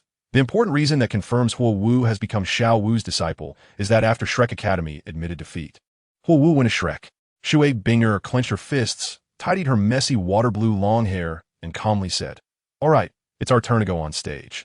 The competition area for Tianshui Academy and Shrek Academy was on Soul Fighting Platform number 2, where Shrek Academy was already waiting. Shui Binger scanned the area, her hands behind her back tightening into fists. "Zhu Xiao Wu, Guiyuan, Dangshan, Zai Mubai, Oscar, Tai Long." Each one was a formidable opponent, especially Shui Binger's gaze landed on Zhu Qing, whose pure ice elements surrounded her martial soul, making it emit an excited cry, along with a mix of desire and fear for something. Shui Binger, captain of Tianshui Academy, martial soul ice phoenix, level 44 control system battle soul master. Shui Binger clasped her fists and slightly bowed, showing respect for the strong. If she guessed correctly, Huowu must have felt a similar attraction when facing Shrek Academy, right? Shui Wu, vice captain of Tianshui Academy, martial soul snowflake, level 42 control system battle soul master. With her short water-blue hair, Shui Wu looked spirited and took a step forward to stand beside Shui Binger, giving off a strong woman vibe. Tianshui Academy introduced their martial souls and levels one by one until Zhu Qing finally spoke up. Zhu Qing, a member of the Shrek Academy team, possesses the martial soul flame fairy cat and is a level 50 soul king with 4 soul rings. In Zhu Qing's view, she is still a student of Shrek Academy, despite her disdain for the institution. Before anyone else could introduce themselves, Zhu Qing coldly stated, "Step down. This match has nothing to do with you." After speaking, she glanced at Shui Binger, who looked somewhat confused, and coldly added, "Shui Bing, right? You've taken a wrong path." "What do you mean?" Shui Binger didn't get an explanation from Zhu Qing. Zhu Qing lowered her body, and the 4 soul rings, yellow, purple, and black, began to pulse around her calves. "In a fight, you'll understand just how wrong your path truly is." Chapter 321, Tianshui Academy. Ice is not something you can play with like this.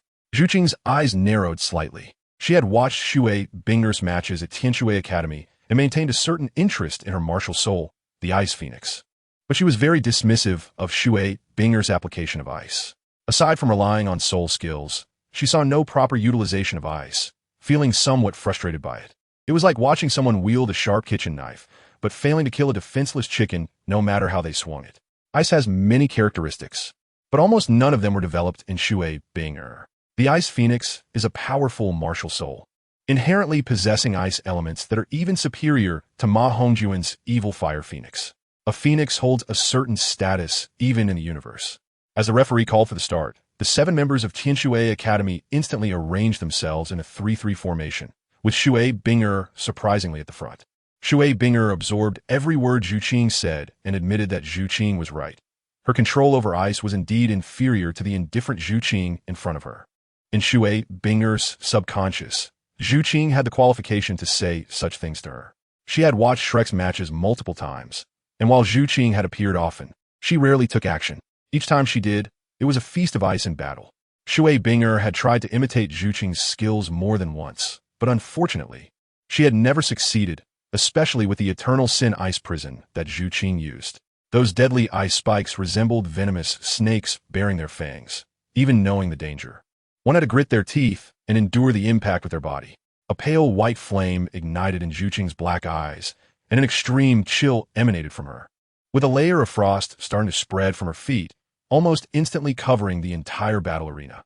Since awakening her martial soul, Shui Binger had never felt such coldness. But in Zhu Qing's chilling aura, she experienced an endless frost for the first time, like a sharp knife pressing against her skin. Shui Binger's water-blue pupils suddenly constricted, and she let out a delicate shout.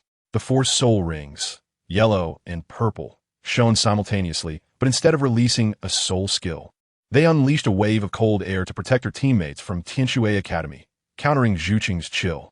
Snowflakes fell from the sky, landing on the ground and turning into ice-blue ice flowers. The frosty flowers quietly bloomed, making the entire battle arena look like a sea of flowers. Zhu Qing extended her hand, and a snowflake landed in her palm, instantly transforming into an ice-blue ice flower. She gently exhaled, and the petals were blown away by the wind, drifting toward Shui Binger. Zhu Qing's action of blowing was like a command. Petals detached from the ice flower and floated toward Tianshui Academy. Suddenly, Shui Binger recalled that Zhu Qing had used this move in a previous match, even mocked by her opponents, who couldn't catch even a single petal. Without hesitation, she activated her first soul ring. Shui Binger's first soul skill, Ice Seal, is an instant cast soul skill, almost in an instant. A thick layer of ice sealed all the Tianshui Academy members, leaving no gaps. Soul Masters can briefly stop breathing without worrying about suffocation. She wasn't foolish enough to use Ice Seal against Zhu Qing. Facing the dense petals, protecting herself was the priority. Of course, Shui Binger could use her third soul skill, but she wasn't confident it would return all the light, fluttering petals. Just as she had seen before, those delicate petals drifted over with the breeze. While Shui Yuer stared with her water-blue eyes at the petals gliding over the ice, leaving behind clear white marks. Zhu Qing wouldn't create a beautiful but useless sea of flowers for no reason. Beauty in a battlefield counts for nothing. Blood will ultimately turn beautiful places into hell. Shui Binger had been silently calculating until a moment when a few cold rays suddenly burst forth from her eyes, and her first purple soul ring quietly bloomed. The ice began to shatter, and almost instantly, Shui Binger used her third soul skill, Resistance Ice Ring. The fluttering petals were all reflected back upon touching the light emitted by Shui Binger. Snow Dance. Shui Binger turned to Snow Dance, their hands clasping tightly, and a terrifying surge of soul power erupted. Shui Yuer's body darted forward like a fish, activating her first soul skill, Transform Fish. Fish fins appeared beneath her ribs, and her ears transformed into ice-blue pointed ears, making her look light and agile, increasing her already swift speed by about 70%. Reaching in front of Zhu Qing, having seen her sister's recognition of this powerful woman, Shui Yuer directly unleashed her second soul skill, Azure Waves, and her third, Ice Spear Blade. Waves surged around her, and she thrust the ice blade formed by her third soul skill toward Zhu Qing. Ice Lock. Zhu Qing gently pointed at Shui Yuer, and ice blue chains shot out from the cracked ground, wrapping around Shui Yuer tightly. Ice Rose. Zhu Qing raised her hand and snapped her fingers, causing a massive ice rose to bloom, enveloping Shui Yuer in its petals, declaring her elimination. Ice Butterfly Rain. With a wave of her hand, Zhu Qing created ice-blue butterflies that fluttered around her. If one didn't witness Zhu Qing creating the butterflies, they would appear to be living butterflies at first glance. It's time to be eliminated, Zhu Qing said coldly. The butterflies flapped their wings, their slow movements hiding incredible speed, leaving no chance for resistance. One by one, the ice butterflies hovered like ice blades over their necks, declaring their elimination. The process was simple and swift, a one-sided slaughter. The soul skills of the others were entirely blocked by the protective ice elements. No one could match Zhu Qing on the level of ice, not even Tang Ling. The ice element seemed tailor-made for Zhu Qing, who had already carved out her path, and it was gradually widening. Shui Binger and Shui Yuer, suspended in the air, felt their soul power fluctuations slowly merging together. Witnessing their teammates being eliminated one after another made Shui Binger anxious, but no matter how anxious she was, it was useless. Once the martial soul fusion skill began, it couldn't be stopped. They watched helplessly as Zhu Qing raised her hand and gently snapped her fingers. Buzz! The surrounding ice elements surged dramatically. The martial soul fusion skill of Shui Binger and Shui Yuer was also completed under the drive of the ice elements. Chapter 322. The summons on a snowy night, the howling wind sent snowflakes swirling, and the cold mist proved that the temperature here was terrifyingly low. At such temperatures, the soul fighting platform had begun to show cracks, which were gradually widening. Shui Binger's martial soul, the Ice Phoenix, was magnified hundreds of times, its beautiful wings fluttering, while Shui Binger and Shui Wu stood back to back in the belly of the Ice Phoenix, holding hands. The Ice Phoenix could exert 200% of its strength when it was snowing. Her martial soul was snowflakes, which was why their martial souls could merge. But such power was not enough to defeat me. Zhu Qing slightly raised her head and looked at Shui Binger and Shui Wu in the belly of the Ice Phoenix. You should be very clear about this. So what do you want to express by using this martial soul fusion technique against me? From the very beginning, I knew we could not achieve victory. Shui Binger pursed her lips and continued. Our Tianshui Academy does not covet so-called victory. We only treat them as stumbling blocks on our growth path. As a result, we unexpectedly discovered you, a monster that uses ice. No one will admit who is inferior to whom. We can only acknowledge that we are not as good as you. Shui Binger luokit disappointed. Then became invigorated. It is our honor to fight you. Be careful. This is our strongest move so far. Martial Soul Fusion Technique, Snowflake Falling. In the audience, Tang Ling leaned on the railing and glanced at the enormous ice phoenix in the sky before shifting her gaze back to Zhu Qing, her eyes calm as water, yet hiding profound tenderness. Shaoling Tang San's voice diverted Tang Ling's attention from Zhu Qing to himself, standing beside her. Brother, Tang Ling called out calmly. You as always. Tang San shook his head, leaning on the railing like Tang Ling, his voice low. I want to ask you something very strange to me. Tang San furrowed his brow, unable to find the right word to express the feeling he had back then, so he settled on strange. Is it about the master? Tang Ling narrowed her eyes into a slit. Indeed, it is about the teacher. Tang San lightly coughed, feeling somewhat awkward. An invisible force enveloped a 5-meter space around them, ensuring that no sound would escape to the outside. Tang San looked around, then relaxed and slowly expressed his doubts. Shaoling, I had a very strange feeling when I first met the teacher. This feeling interfered with my cognition, and by the time I reacted, I had already completed my apprenticeship. Thinking back to that feeling made chills rise inexplicably. Although I have memories, I can be sure that at that time, I seemed to be controlled by a forced to become an apprentice. Tang Ling pursed her lips and began to clarify for Tang San, completely unraveling the problem that had been troubling him. If it were a year ago, I probably really wouldn't have known, but I only understood not long ago. Tang Ling furrowed her brow and then relaxed. This issue involves the laws of this planet. To put it simply, it is the power of destiny. In simpler terms, you are the protagonist chosen by the heavenly path of this world. You will decide the direction of this world, whether it is rebirth or destruction. The reason you were forced to become the master's apprentice is likely because it is a rule you must follow, and the master is your guide on the path of growth. The fact that the heavenly path of this world made you become the master's apprentice at least indicates that the master is a relatively qualified teacher. But our parents are powerful titled Douluo. Aren't they stronger than a master who is only at level 29? Don't our parents understand more than a master at their level? Tang San instinctively complained. Tang Ling was silent for a while before saying something that surprised Tang San. Maybe it's because this world suddenly went crazy. Tang San? Tang Ling shrugged, glanced at Tang San, who was in a dilemma, withdrew the power she had emitted, and returned her gaze to Zhu Qing. As expected, Zhu Qing raised her finger and gently tapped an ice spear, her control over ice completely shattering Shui Binger's will. All the ice spears floated before Zhu Qing, like a child who had done something wrong and was waiting to be scolded by their mother. Not only were Shui Binger and Shui Wu stunned, but even the audience outside fell silent, initially thinking it would be an intense competition. But it turned out to be a one-sided crush. With a wave of her hand, the ice spears transformed into ice needles. With another wave, the ice needles turned into ice blades, and she gently tapped the tips of the ice blades, causing blue ice lilies to bloom on each blade. The phrase unpredictable was vividly illustrated in Zhu Qing's gestures, and the ice element behaved like an obedient arm, making those from Tianshui Academy envious. Zhu Qing's thin lips moved, and after speaking, a mysterious smile appeared at the corners of her mouth as she turned and left the platform. The ice blades that bloomed with blue lilies fell to the ground, turning into ice shavings and then dissipating into mist. After the referee declared Shrek the victor, Shui Binger left the platform with a calm expression, leading everyone away. In fact, she had known the answer to this match from the very beginning: to lose. Just to see how exactly they would lose. Proudly standing on a competition stage, gloriously defeated, or like other unknown students, admitting defeat in a dejected manner. Only by experiencing it personally can one understand the gap and find their own direction.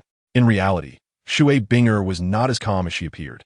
Her emotions were stirred up by Zhu Qing's words.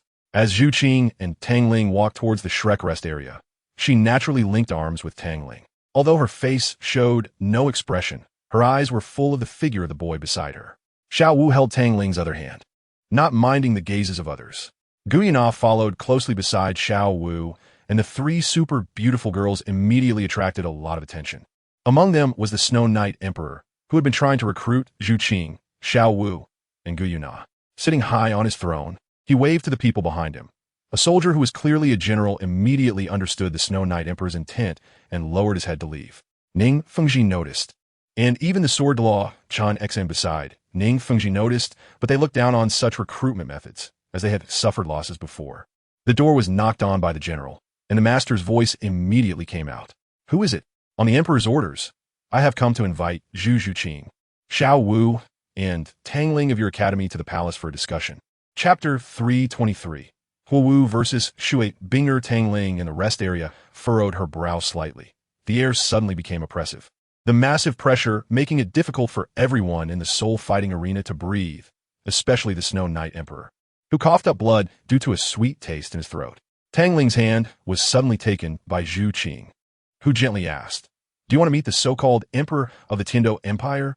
Not interested. Tang Ling shook her head, a flash of golden light disappearing in her eyes. The golden light fell from the sky, and the four of them silently vanished. The Snow Knight Emperor?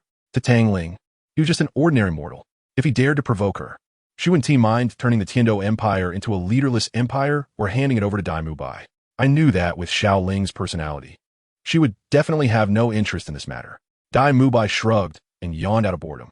As the third prince of the Star Luo Empire, Dai Mubai naturally did not want Tang Ling and the others to join the Heaven Do Empire. With their talents, joining the Heaven Do Empire would be detrimental to the Star Luo Empire. Whether or not to go was Xiao Ling's freedom. It was impossible to force her, right? However, Ma Hongjun and Oscar were different.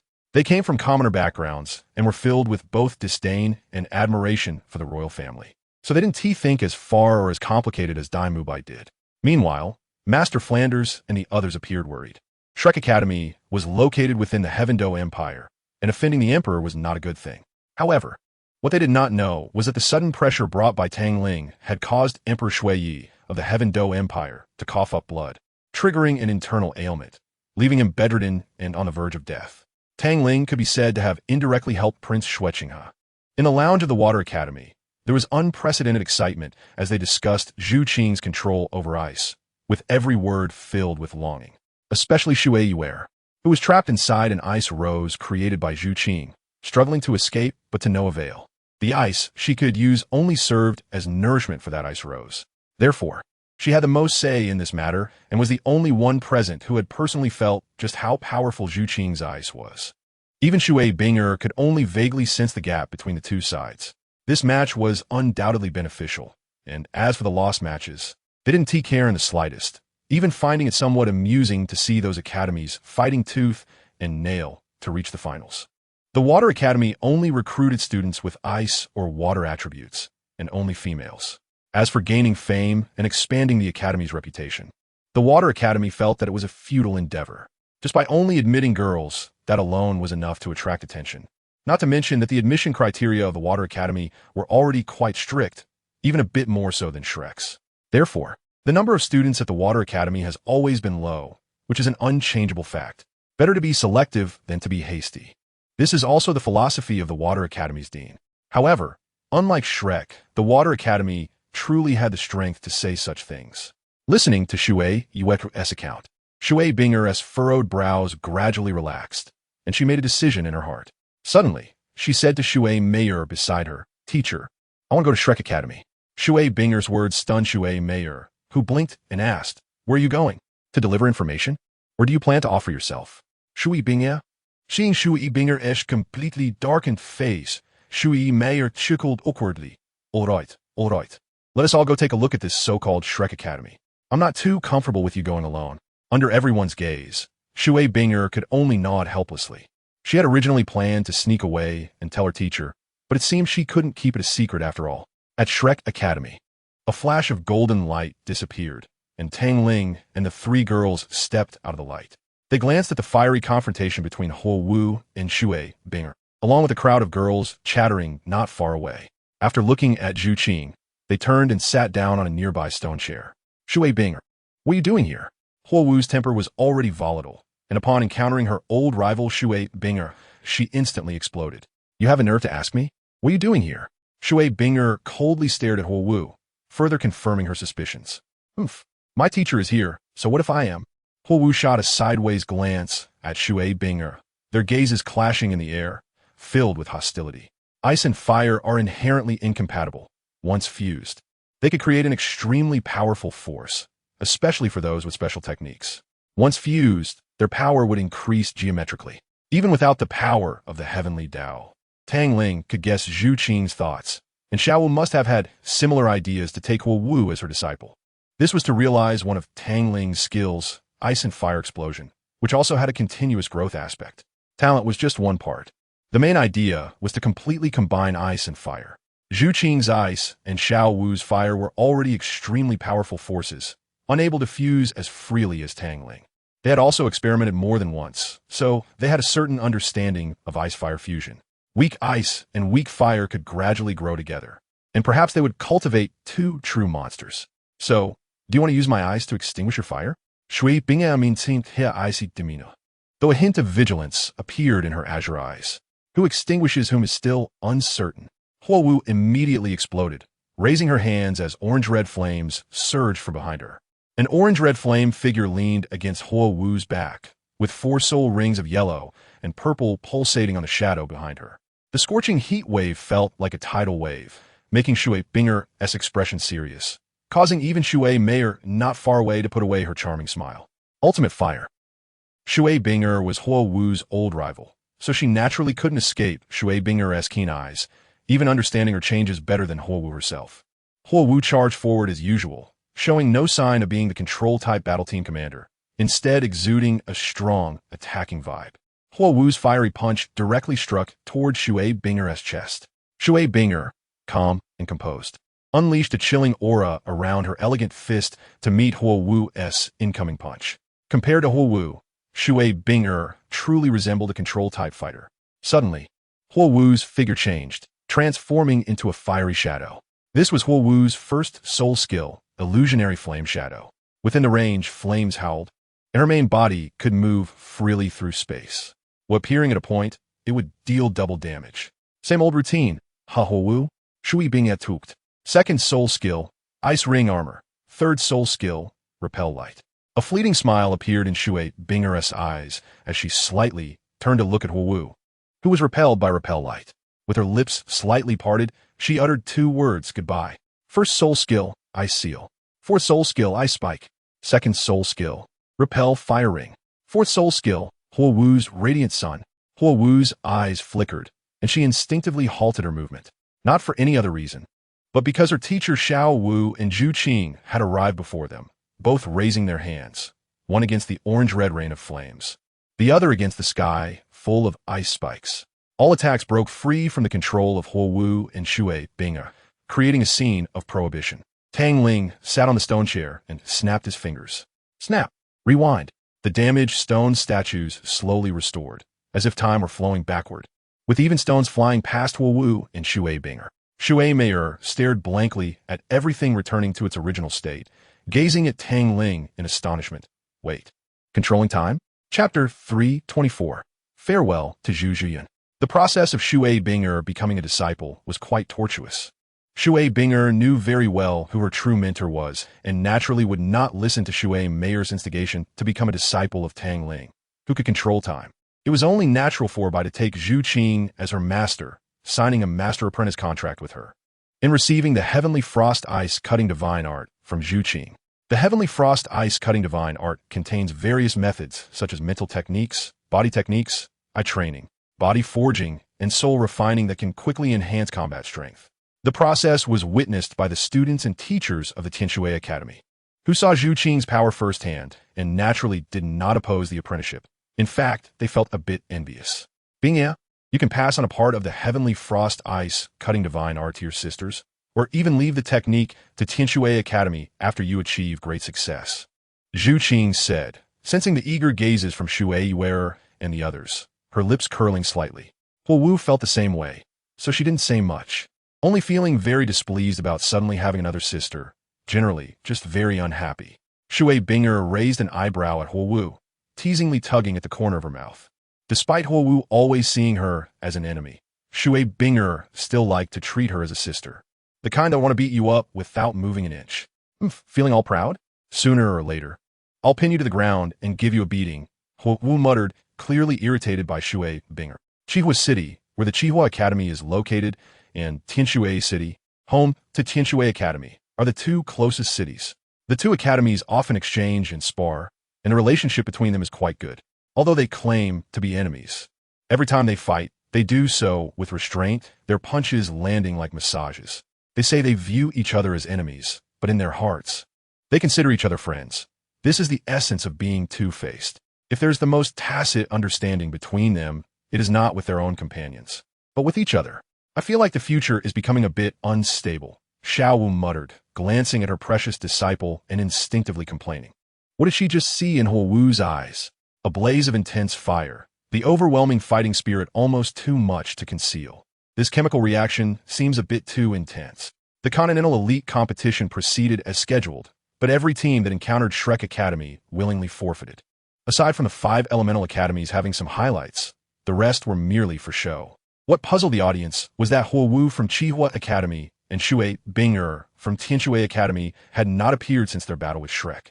Apart from the events they had to attend, they wouldn't be seen wandering around. They were focused on cultivating the techniques given to them by Zhu Qing and Xiao Wu, filling their time completely and crazily squeezing their potential.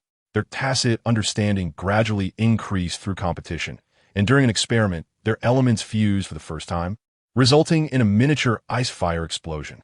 They also discovered a benefit. Their training speed together was 3 times faster than normal.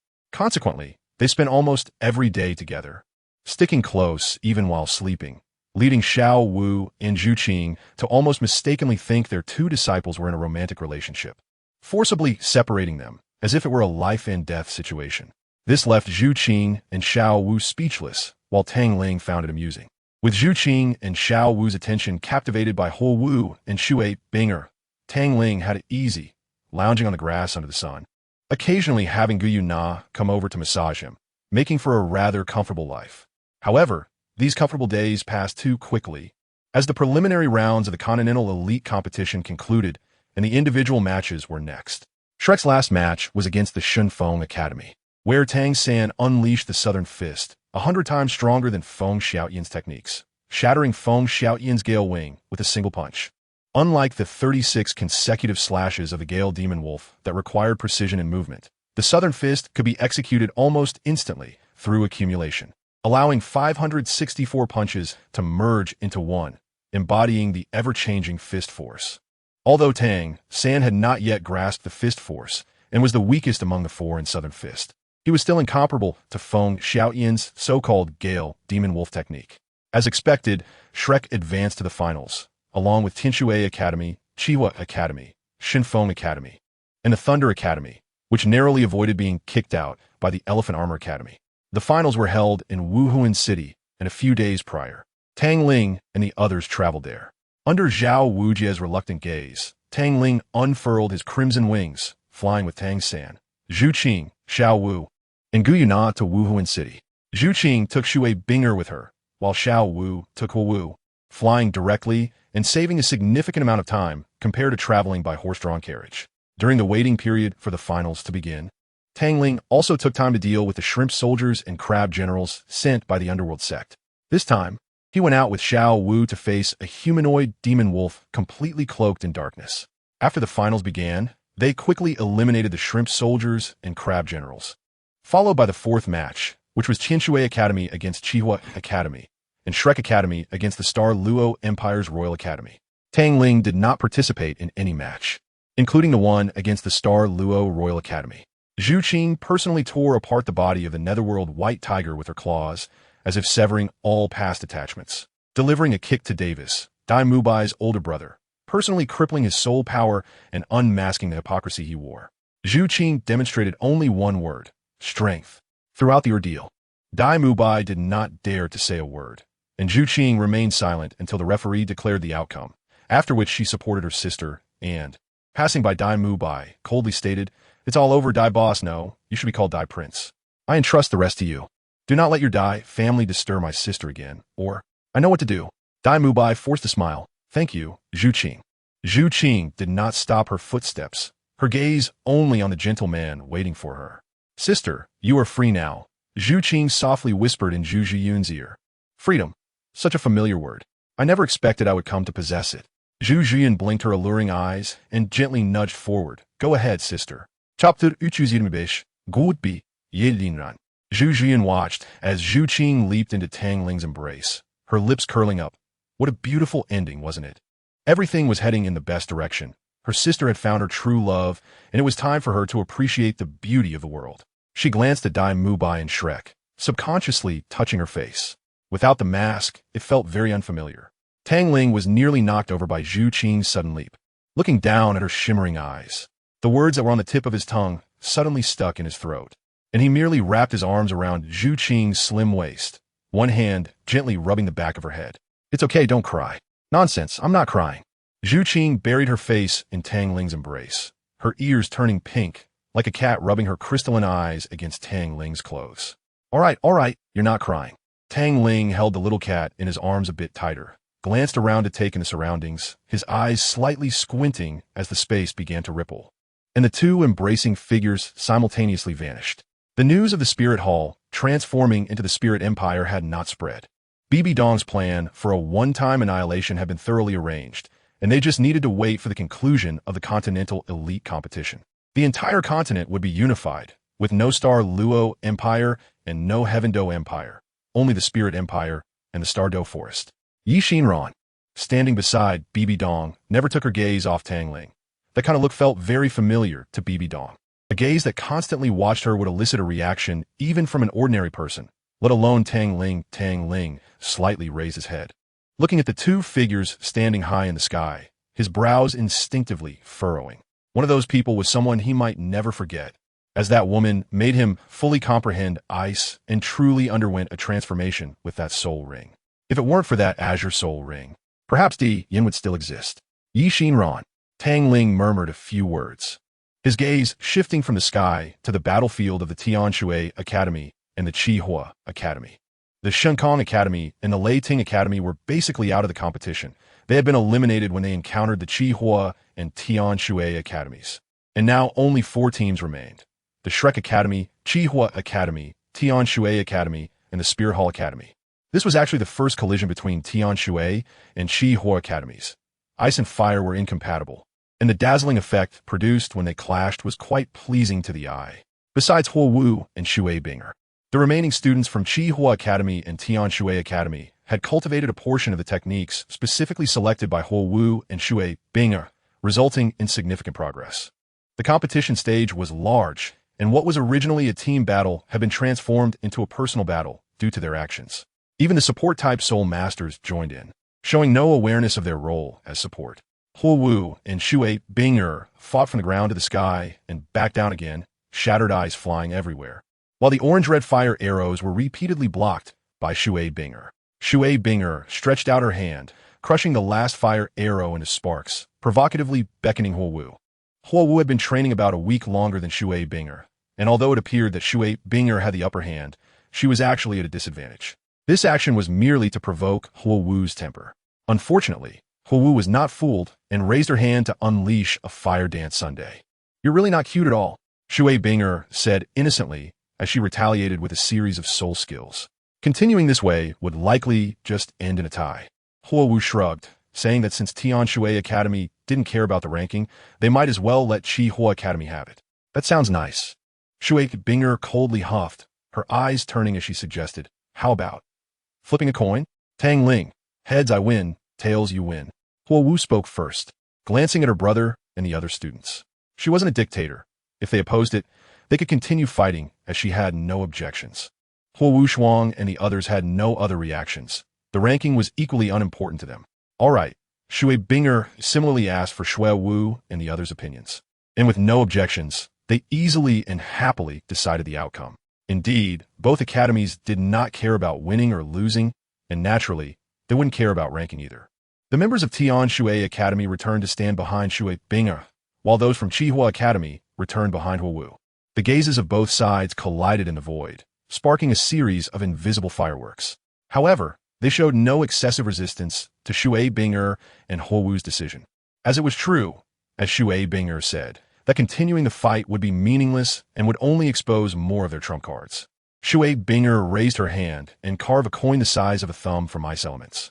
The patterns on the coin proving that her control over ice elements had reached a terrifying level during this time. Here, Shui Binger lightly tossed the coin up, letting it fall in her palm before handing it to Huowu. This is annoying ice, Huowu complained as she felt the coldness in her hand. But her movements were not slow as the coin flipped and soared into the air, landing in her palm. Your fire is equally annoying, Shui Binger retorted without giving any face. Huowu gritted her teeth and angrily yelled at the referee, Qihua Academy concedes. At night, Tang Ling stood by the window, gazing at the starry river. The hot water on the tea table was boiling and steaming, while Zhu Qing and Xiao Wu had mysteriously disappeared. Gu Yuna had given Tang Ling some items before leaving. The items Gu Yuna gave Tang Ling were not unexpected. They were 2 fragments of the holy armor that Su Ying had been ordered to find. Tang Ling was missing the final and most important piece of the holy armor, which was the holy armor elemental belt. The left wrist guard was obtained by Tang Ling at an auction. The right wrist guard and chest armor were given by Gu Yuna. The left leg armor was from the Tianqing Yomang, and the right leg armor was obtained through a trade with Huowu. As for the yet-to-appear holy armor helmet, Tang Ling had found it in the Imperial Realm. It had always been in the hands of the Burning Silence greatsword. Tang Ling suddenly turned around and sat in a chair, his long, jade-like fingers starting to operate as the faint aroma of tea quickly filled the entire room, making one feel refreshed. Miss Yi, since you've come, there's no need to hide. Why not come and enjoy a cup of tea with me? Tang Ling pushed a cup of tea towards the position in front of him, forcing a smile. The space suddenly began to tremble, and the anxious Yi Xinran stepped out from the ripples. Glancing at Tang Ling's calm eyes, she sighed silently. Long time no see, Xiaoling. Chapter 326, Shura God Tang Chun. Not long after, Tang Ling asked, Miss Yi, why did you leave without saying goodbye? He gestured for her to sit. Yi Xinran sat in front of Tang Ling, silently sipping tea. She had drunk tea before. She just wanted to savor the tea made by Tang Ling. As the light green tea entered her lips, Yi Xinran realized just how high Tang Ling's tea skills were. Although Yi Xinran wasn't a frequent tea drinker, she understood a bit about the tea ceremony, able to sense the feelings of the person brewing the tea. The tea maker's skills were astonishingly high. I have some urgent matters and must leave, Yi Xinran said with a smile, tasting the bitterness of the tea. Tang Lang not that, taking a sip of tea and calmly replied, May I ask what brings Miss Yi to find me at this late hour? I have something to tell you. I'm afraid if I don't tell you now, I may never have the chance again, Yi Xinran said softly, lowering her head. Tang Ling suddenly fell silent, his index finger gently stroking the smooth teacup. What do you want to know? I've already told you. There's no need to hear it spoken out loud. After all, that answer is too hurtful. Hurtful? Yes, it is indeed very hurtful. Yi Xinran suddenly looked up, tears shimmering in the corners of her eyes. So what if it's hurtful? What you say in person may not be the same as what you say in your tea. Yi Fairy, you have seen my past life, which proves you know my future.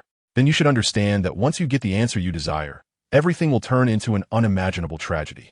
Tang Ling stared into Yi Xinran's tear-filled eyes, a trace of pity flashing deep in his gaze. What about them? You. Yi Xinran looked into Tang Ling's eyes, her words faltering abruptly. Come back, Fairy. Tang Ling blinked, her gaze returning to calm, deep, and cold. Xinran finished all the tea in her cup in one go, a tear finally falling mercilessly. Xiaoling, no matter whether you're going to do that thing or not, even if I have never fulfilled the responsibilities of a mother, I have only one request. Tang Ling's lips moved slightly, but in the end, she turned her head away, avoiding Xinran's gaze. Yinan Sikit, regaining her originally aloof demeanor, her body slowly becoming ethereal, leaving only an object on the tea table. Tang Ling looked at the belt that resembled a statue, her throat feeling dry as she slowly called out a word she hadn't said in a long time. Mom. Hidden in the space, Xinran smiled slightly, wiping away the tear stains from her eyes, and completely disappeared. Where there is a first time, there will be countless times. After a period of transformation, the city of slaughter had completely become a carnival for the fallen, where there were rules that the fallen had never dared to imagine. The Feast of Slaughter was announced, and the fallen, fearing the reputation of the city of slaughter, were completely attracted and flocked into the legendary paradise of the fallen. The King of Slaughter watched as the progress of the divine trial in front of him slowly moved, finally stopping at 90%. His wild laughter carrying endless intent to kill. He laughed loudly and flew into the air. Fallen once, you are honored to become the nutrients in the divine trial. At the same time, you are also honored to become the countless bones on my path to godhood. Tang Qian's pupils flashed with red light. Raid, raid, raid, raid, raid, raid, raid, raid. 9 blood-red soul rings appeared like 9 blood-red moons, instantly attracting the attention of all the fallen. Field of Slaughter, Blood Field, Azura Field. Tang Chun raised his hand, a blood-red giant hammer falling into his palm, the 3 great fields spreading out, while the 9 blood-red soul rings on his body lit up simultaneously. 97%, 98%, 99%, 100%. Boom.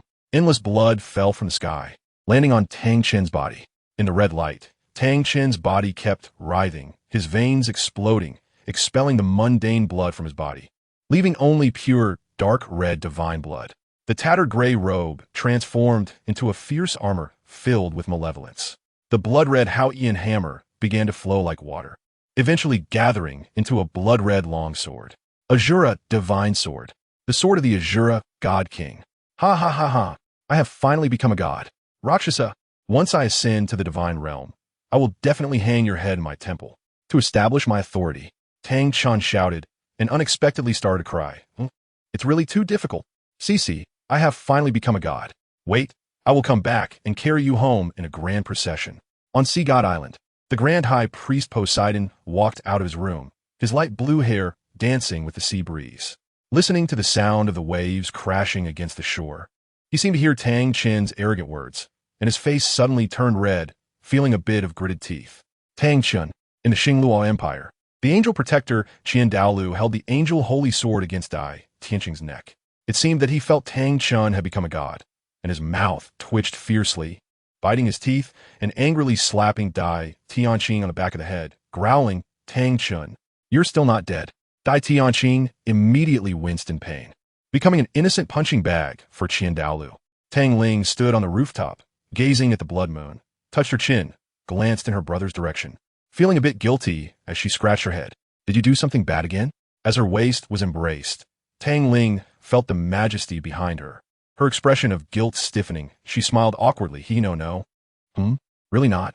Zhu Qing rubbed against Tang Ling's back, mischievously. Really not. Tang Ling's guilty expression faded, and she hugged Zhu Qing in her arms, lowering her head to rest on Zhu Qing's shoulder, gently biting her earlobe. What? Don't you trust your husband? Not at all, just asking. Zhu Qing's body softened, directly collapsing in Tang Ling's embrace, her eyes charming. Tang Ling stopped teasing Zhu Qing, sitting on the rooftop with Zhu Qing on her lap, inhaling the fragrance of her hair, looking at the beautiful starry sky, enjoying the brief moment of beauty. It's coming soon, right? Zhu Qing pressed one hand against Tang Ling's chest, speaking heavily. About 5 more days. Tang Ling smiled, not caring at all. Will you lose? Zhu Qing lifted her head, turning Tang Ling's face to look directly into her eyes. What do you think? Tang Ling gently ruffled Zhu Qing's hair. You will. Zhu Qing grabbed Tang Ling's hand and placed it on her chest. This tells me you will lose. No matter the outcome, good or bad, we have no choice. Tang Ling leaned forward, their foreheads touching, looking into Zhu Qing's beautiful eyes. What I can do is try my best to come back alive. Chapter 327. Angel God, Qian Ruxue, your holiness. The holy maiden has been brought back. Yuan placed his left hand on his chest, slightly bowing respectfully. Slowly opening her eyes while propped on her chin in the throne, Bibidong's pale purple eyes revealed a hint of complexity and unease as she gently waved her hand. After the moonlight retreated, the empty Pope's hall was left with only Bibidong and Qian Ruxue, neither speaking. Compared to Bibidong's unchanged expression, Qian Rushue's face gradually showed obvious impatience. Your Holiness, I don't know why you brought me back. If there's nothing, I'll take my leave. Qian Ruxue turned to leave, but upon seeing Bibidong now, she felt a sudden wave of unease. Wait. Just as Qian Ruxue was about to push the door open, Bibidong could no longer contain herself and called out, stopping Qian Rushue's action. Turning around, Qian Ruxue discovered that Bibidong had somehow appeared behind her. This was her first time observing her mother at such a close distance. She found that time had left almost no marks on Bibidong's face, not even a single wrinkle. Her skin was as delicate as that of a 20-year-old girl. Bibidong had secretly observed her daughter many times, but only from a great distance, never daring to approach. This was the first time she looked at her daughter so closely since Qian Ruxue came of age. Long, straight legs, a slim waist, proud bosom, delicate collarbone, and a flawless, pretty face, with light golden hair cascading behind her, resembling her young self by nearly 70%. Since you come back, there's no need to leave. Cool me. Seat. Bibidong's movements were very stiff as she pulled Qian Rushue's hand toward her throne. You. By the time Qian Ruxue realized what was happening, she had already been pressed onto the throne by Bibidong. The questioning words that had formed on her lips were abruptly silenced. Her pale purple eyes filled with complex emotions. There was unease, helplessness, fear, but no longer the previous hatred and disgust. Hidden in the shadows, Yixinran smiled helplessly, flicking her finger, a stream of light directly striking Bibidong's shoulder. The sudden attack caused Bibidong to lose her balance, and instinctively, she made a move she had never dared to imagine. Directly embracing Qian Ruxue, Bibidong was stunned, and Qian Ruxue did not struggle, remaining in her embrace in a daze. Since Qian Ringshu was born, Bibidong has never held her, no matter how she cried. To her, Qian Ringshu is an indelible stain in her life. From a moment Qian Ringshu can remember, she has never been held by anyone except her grandfather. The disgust and hatred in Bibidong's eyes made her very resistant, afraid to touch Bibidong. Even a glance would make her tremble with fear and anxiety. You. Qian Ringshu's eyelashes quivered slightly as she feigned calmness and pushed Bibidong away. But when she looked up, she saw Bibidong's light purple eyes slightly reddened, with glistening tears swirling in her eye sockets, seemingly about to fall at any moment. I'm sorry, Xiaoxue. Bibidong wiped the tears from the corners of her eyes, her reddened eyes looking at Qian Ringshu's pair of incredulous light golden eyes, as if the previous timid demeanor had never appeared, returning to her usual cleanliness and decisiveness. Why are you apologizing to me? Qian Ringshu instinctively avoided Bibidong's gaze and said calmly, Why? To make up for it, to compensate for what I did before. Bibidong followed her heart's desire and actively reached out to hold Qian Ringshu in her arms. Compensation. Yes, compensation. Bibidong's hand stroked Qian Ringshu's light golden hair as she spoke the words she most wanted to say. I have never fulfilled the responsibilities of a mother. I know you hate me, so whether you are willing to forgive me or not, I will do my best.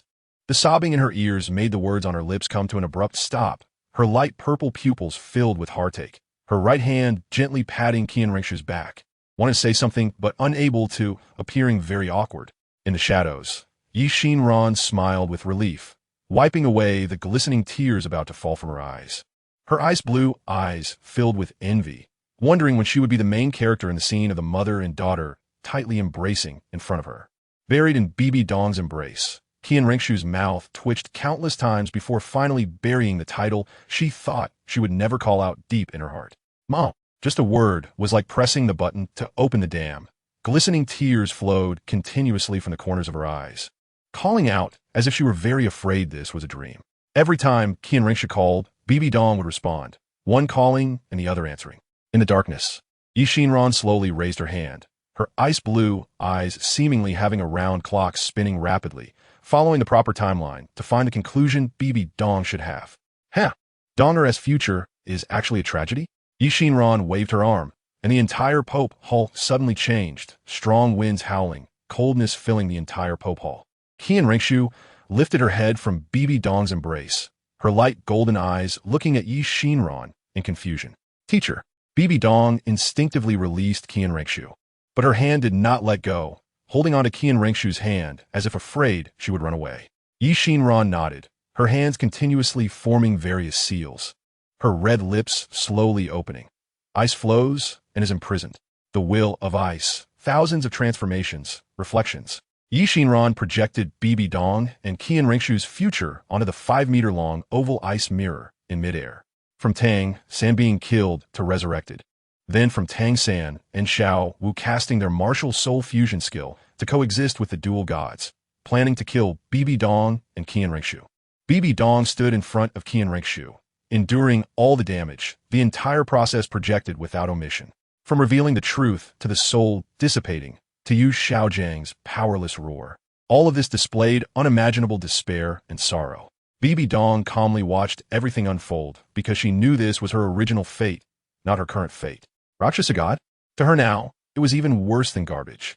As for Qian Rengshu's angel god, feeling her hand being held back by Qian Rengshu, Bibi Dong smiled and patted Qian Rengshu's shoulder. Teacher, please. Bibi Dong slightly bent over, respectfully said, It's a small matter. Yi Xinran raised her hand, stopping Bibi Dong's action. I said, There's no need to be polite with me. I don't care about these unnecessary rituals. Little girl, are you willing to become my divine servant? Divine servant? Qian Rengshu did not immediately agree, but instead looked at her mother. Agree, the teacher won't hurt you. Under Bibi Dong's gesture, Qian Rengshu slowly nodded. Dense holy light poured through the door of the Pope Hall. The sky suddenly darkened. Yi Xinran raised her brow, her red lips slowly uttering a word. Roll. The sacred golden light wrapped Qian Rengshu like a cocoon. One of the 8 great families of the demon race, the angel family. Chapter 328, The Tower of Reincarnation. The Tian Shui Academy entered the top 3 by flipping a coin. After encountering Shrek, they symbolically released a few skills and slipped away, and Shrek Academy won another victory.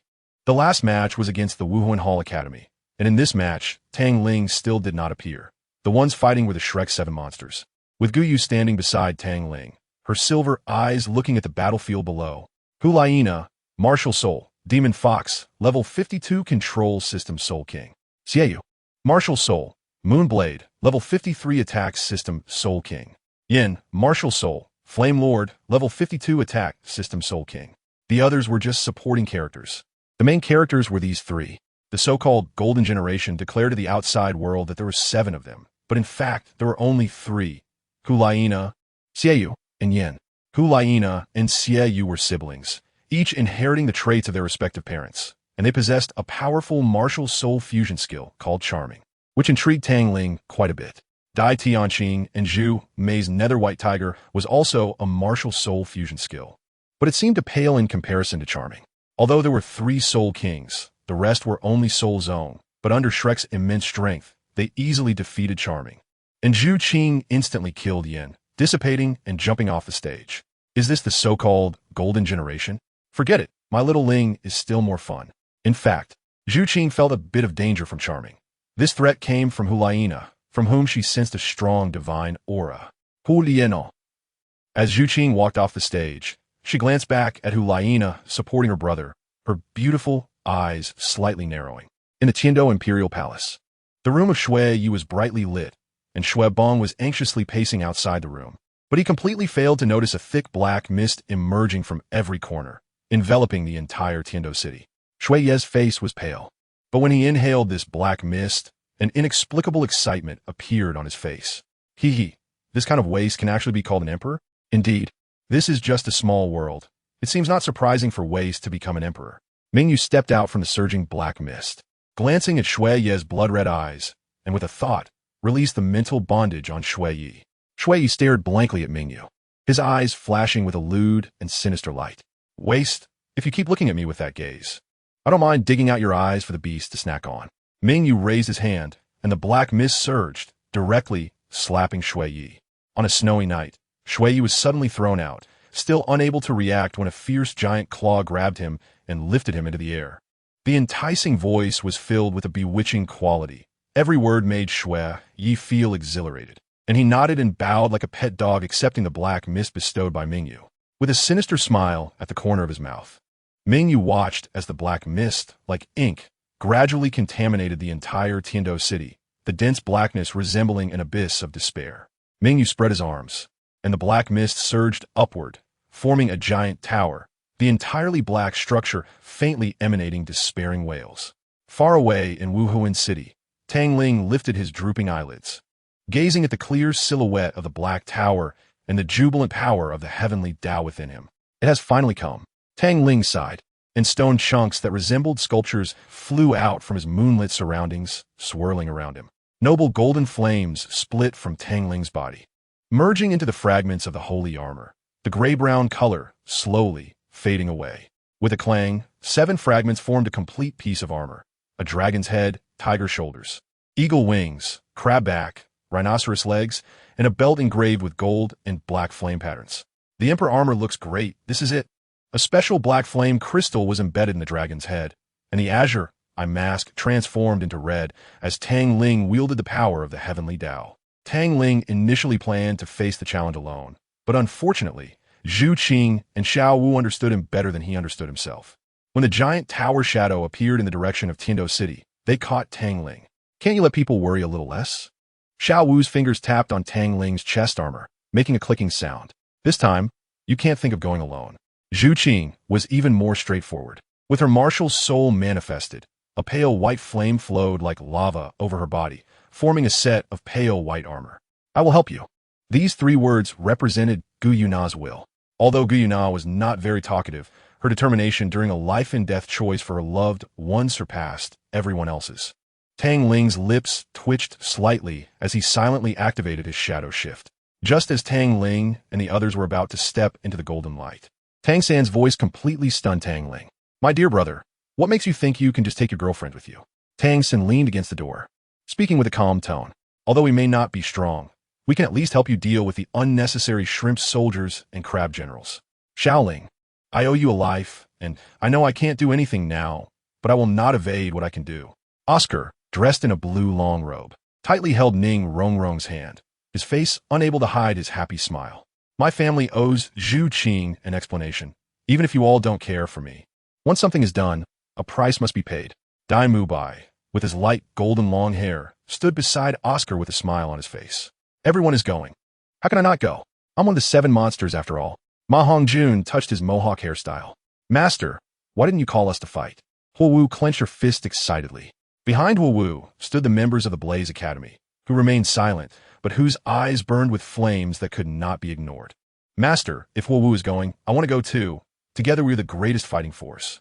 Shui Binger stood behind the remaining students of the Water Academy, each one eager to fight, revealing a strong fighting spirit. The blood-red Chilean demon fire on Xiao Wu's body formed a set of crimson armor, slowly exhaling a breath beside Tang Ling. You will die. Tang Ling did not turn around because he could feel dozens of gazes fixated on him. The enemies I face are beyond your imagination, capable of controlling everything and destroying everything with just a thought. With a single glance, all of you can be killed by her, with no chance of reincarnation, even if she has no such thought. The soldiers of the Tiando Empire altered by her can exhaust you to death. Brother, you should live to see mom and dad. You shouldn't say such things. At least as their biological son, you should fulfill your filial duty. You are too weak. Chapter 329. The arrival of the Shadow Guards. You think this reason can persuade me? Xiaoling, you underestimate your position in mom and dad's hearts too much. Tang San stepped in front of Tang Ling, seriously looking at Tang Ling's armor, and said solemnly, Xiaoling, if you go alone, mom and dad will definitely not let me off once they find out. Tang San was evidently well prepared. To be honest, Tang Ling had 1,000 ways to prevent Tang San from going, but if he did that, there was a high chance that Tang San would develop a powerful psychological demon, and his path of cultivation could be completely ruined because of it. Tang Ling slightly tilted his head to glance at the large crowd behind him, silently bypassing Tang San and entering the golden light. Please forgive him, his time is limited. Really unable to argue with this large group of prepared people. The towering black tower was swirling with pitch-black mist, showcasing unimaginable destructive power. Every strand of energy was enough to destroy heaven and earth. This is the power of the Heavenly Tao. The Heavenly Tao Reincarnation Tower was a gift from Di Yin to Mingyu, crafted from Di Yin's own accompanying sun iron. and its internal space could easily accommodate 3 great worlds. The heavenly Dao reincarnation tower had a total of 15 levels, each protected by Guardian. Each Guardian was familiar to Tang Ling, starting from Shadow Guard 12 to Shadow Guard 1, with the top level being where Mingyu resided. Below the heavenly Dao reincarnation tower stood a group of soldiers clad in black armor, their eyes containing a very thin layer of black mist. The black mist affected their will and enhanced their combat power. Among them were many people known as Shrek. Old monster. Tang Sen looked in shock at the figure standing before hundreds of thousands of soldiers, Douluo. At this moment, Douluo was quite different from the Douluo he knew, such as the swirling black mist in his pupils and the black mark between his eyebrows. Douluo's martial soul, the Emerald Python Emperor, which was originally entirely emerald green, had turned black due to the influence of Mingyu's power. Father, mother. Dai Mubai looked at the 2 people behind Douluo in horror, a man and a woman, who were none other than Dai Tianqing and Zhu Mei that Tang Ling had seen before. Likewise, their martial souls had turned black, and the black mark between their eyebrows proved that they too were influenced by Mingyu's power. The 3 titled Douluos simultaneously released their martial souls: yellow, purple, black, black, black, black, black. The originally brilliant soul rings were stained with some black, becoming dim while granting them powerful amplification abilities. The extreme Yin power controlled by Mingyu is filled with negative emotions. Once tainted, one will be controlled by Mingyu, losing self-awareness. And as soon as Mingyu's thought moves, it will detonate the negative emotions within their bodies, leading to their explosive deaths. Tang Ling could purify the extreme Yin power from all of them, but if he did so, his condition would definitely decline when he walked in front of Mingyu. Xiaoling, it seems we must part ways here. Tang Sen stepped out from behind Tang Ling, and only when facing Douluo did he feel the strength of a tidal Douluo. He flicked his fingers, taking out a drop of blood from the moonlit night over the 24 bridges. The faint blue light of the blood filled with unimaginable vitality. Tang Sen swallowed the drop of blood directly. His ordinary appearance changed before everyone's eyes, becoming handsome, and his light blue short hair transformed into long hair that reached his waist. In his previous life as a disciple of the Tang sect, he had never lost to anyone, not even a titled Douluo. Roar! Dai Mubai, after activating his martial soul, charged directly towards his father and mother, showcasing an astonishing explosive power with his tiger claws. The 9 treasure is famous for 3 things. First, strength. Second, speed. Third, control. Ning Rongrong held the 9 treasure glazed tile pagoda in her hands, her sapphire blue eyes sparkling like glazed glass. Beside Ning Rongrong, Oscar appeared transformed.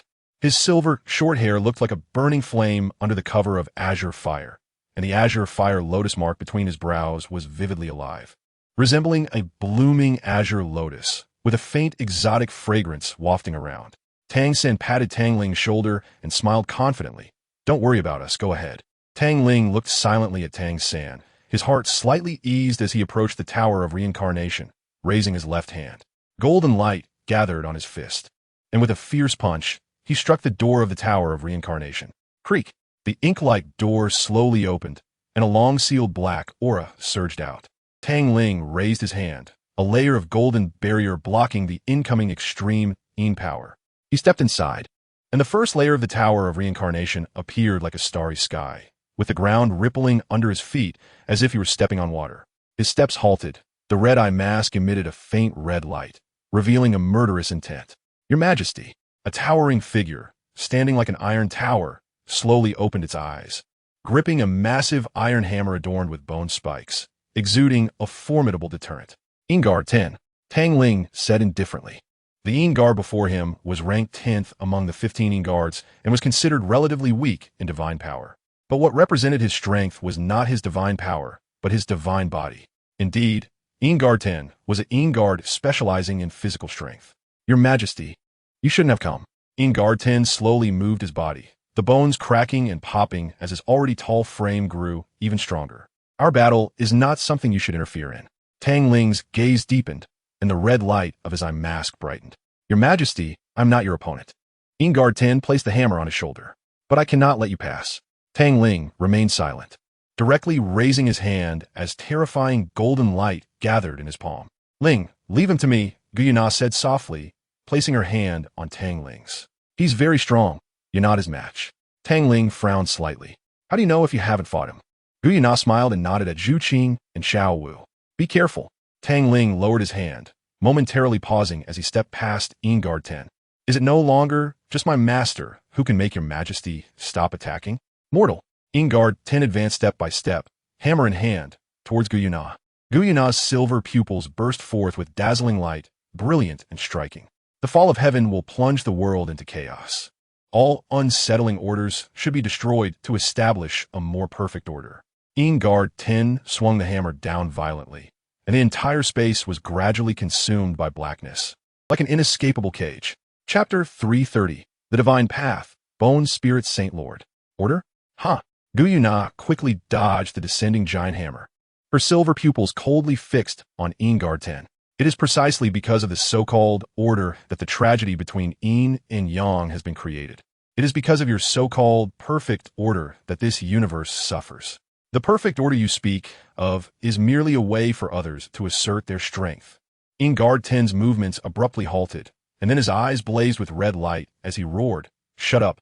You are nothing but an ordinary holy dragon. You are not worthy to discuss my master's actions. It is precisely because we are ordinary that we can feel more clearly than any of you Engards." Guyuna raised her hands, and terrifying divine power surged to form a circular shield. Boom! The ferocious giant hammer smashed down, shattering the shield and turning Guyuna's body into powder. Tang Ling's steps did not falter for a moment as he entered the light door leading to the second layer. The master of the Tower of Reincarnation is the underworld. Without its permission, he cannot enter, and even with permission, he can only ascend layer by layer. As expected, the second layer featured EggTang. Unlike the robust EggTang, EggTang was slender, resembling a bamboo pole. "Your Majesty." EggTang slightly bowed, respectfully addressing him. Tang Ling glanced at him, his lips moving slightly, but in the end he said nothing. There are 15 Engards, and EggTang is the most special one because he almost became a Yongard but was ultimately taken by the underworld to become an Enggard. Additionally, EggTang has a unique identity. He is the husband of the only female Yongard, Yongard 3. While not familiar with Tang Ling, he was certainly not a stranger either. EggTang possesses powerful divine power, but his forte lies in exceptional speed, comparable to the instantaneous movement and shape-shifting that can only be used by the heavenly Tao. Tang Ling's silence did not anger EggTang. Instead, EggTang smiled calmly. "Your Majesty remains unchanged, just as always. Everything has changed, including me." Tang Ling coldly glanced at EggTang. "Your Majesty, I know I cannot stop you, so you only need to leave one person to enter the next layer." EggTang said again, bowing. Hearing this, Zhu Qing took a step forward. There was no verbal exchange between the three. It was as cold and silent as usual. Sharp cat claws sprang from her fingertips, her icy vertical pupils fixed on EggTang, exuding a faint murderous intent. "Be careful." Tang Ling gently ruffled Zhu Qing's long hair and turned to enter the spatial passage behind EggTang. Tang Ling paused, not looking back. "You must come back alive. You still owe me a wedding." Zhu Qing's once cold voice softened like water. Tang Ling neither agreed nor refused, and just like that, he directly entered the spatial passage with Xiao Wu. EggTang silently watched Zhu Qing, his slender body slowly stretching as he flicked out a series of pitch-black steel claws, his deep voice resonating through the space. "If you fight me, you will only die." Zhu Qing coldly looked at EggTang, who was playing with his steel claws. The cat claws struck out in succession, forming a net of claw shadows that enveloped EggTang. EggTang lightly flicked his steel claws, and a pitch-black claw shadow erupted, tearing the claw net apart. "Have you ever witnessed the gap between ants and gods?" EggTang's low voice suddenly echoed behind Zhu Qing. "For example, you now and me now." Zhu Qing's neck was seized, and instead of warmth, she felt a faint chill. EggTang's pupils slightly constricted as he exerted pressure, crushing Zhu Qing's neck into powder. "No wonder you are by the side of your Majesty. It seems this will be an unimaginable hard battle." Jio glanced at the corpse on the ground, raised his hand, and pinched the ice spear that was flying towards him, crushing it into ice shavings with slight force. Zhu Qing remained silent, her delicate body suddenly trembling, and a cold light flashed in her silver vertical pupils. The cold wind stirred Zhu Qing's long hair, and a terrifying chill spread rapidly, freezing the stars, and covering the ground with a thick layer of ice, while snowflakes drifted down from the starry sky. The forest of cold ice. Jio was taken aback, seeing the white serpentine mark between Zhu Qing's brows fall into silence. The bone spirit cold fire could be said to be the most restraining for him, as his speed would decrease in such a bone-chilling environment. A wisp of black mist surged suddenly from her slender body. Even the black mist moved slower in the forest of cold ice. Red light suddenly appeared in Yin Wei Jio's pupils, and he grinned, saying, "I thought I wouldn't need the master's source power at all. It seems I underestimated you." Sensing an uncontainable presence in the forest of cold ice, Zhu Qing's willow brows slightly furrowed, and with a gentle wave of her left hand, ice spikes shot towards Yin Wei Jio. Eternal Sin Ice Prison. The serpentine ice spikes were completely dissolved by the black mist when they approached it, causing Zhu Qing's brows to furrow even tighter. Is this the power of the heavenly Tao? Even just a tiny wisp is so terrifying? The bone spirit cold fire, which fused with her soul, began to surge, and Zhu Qing slightly opened her red lips to exhale a breath of cold air.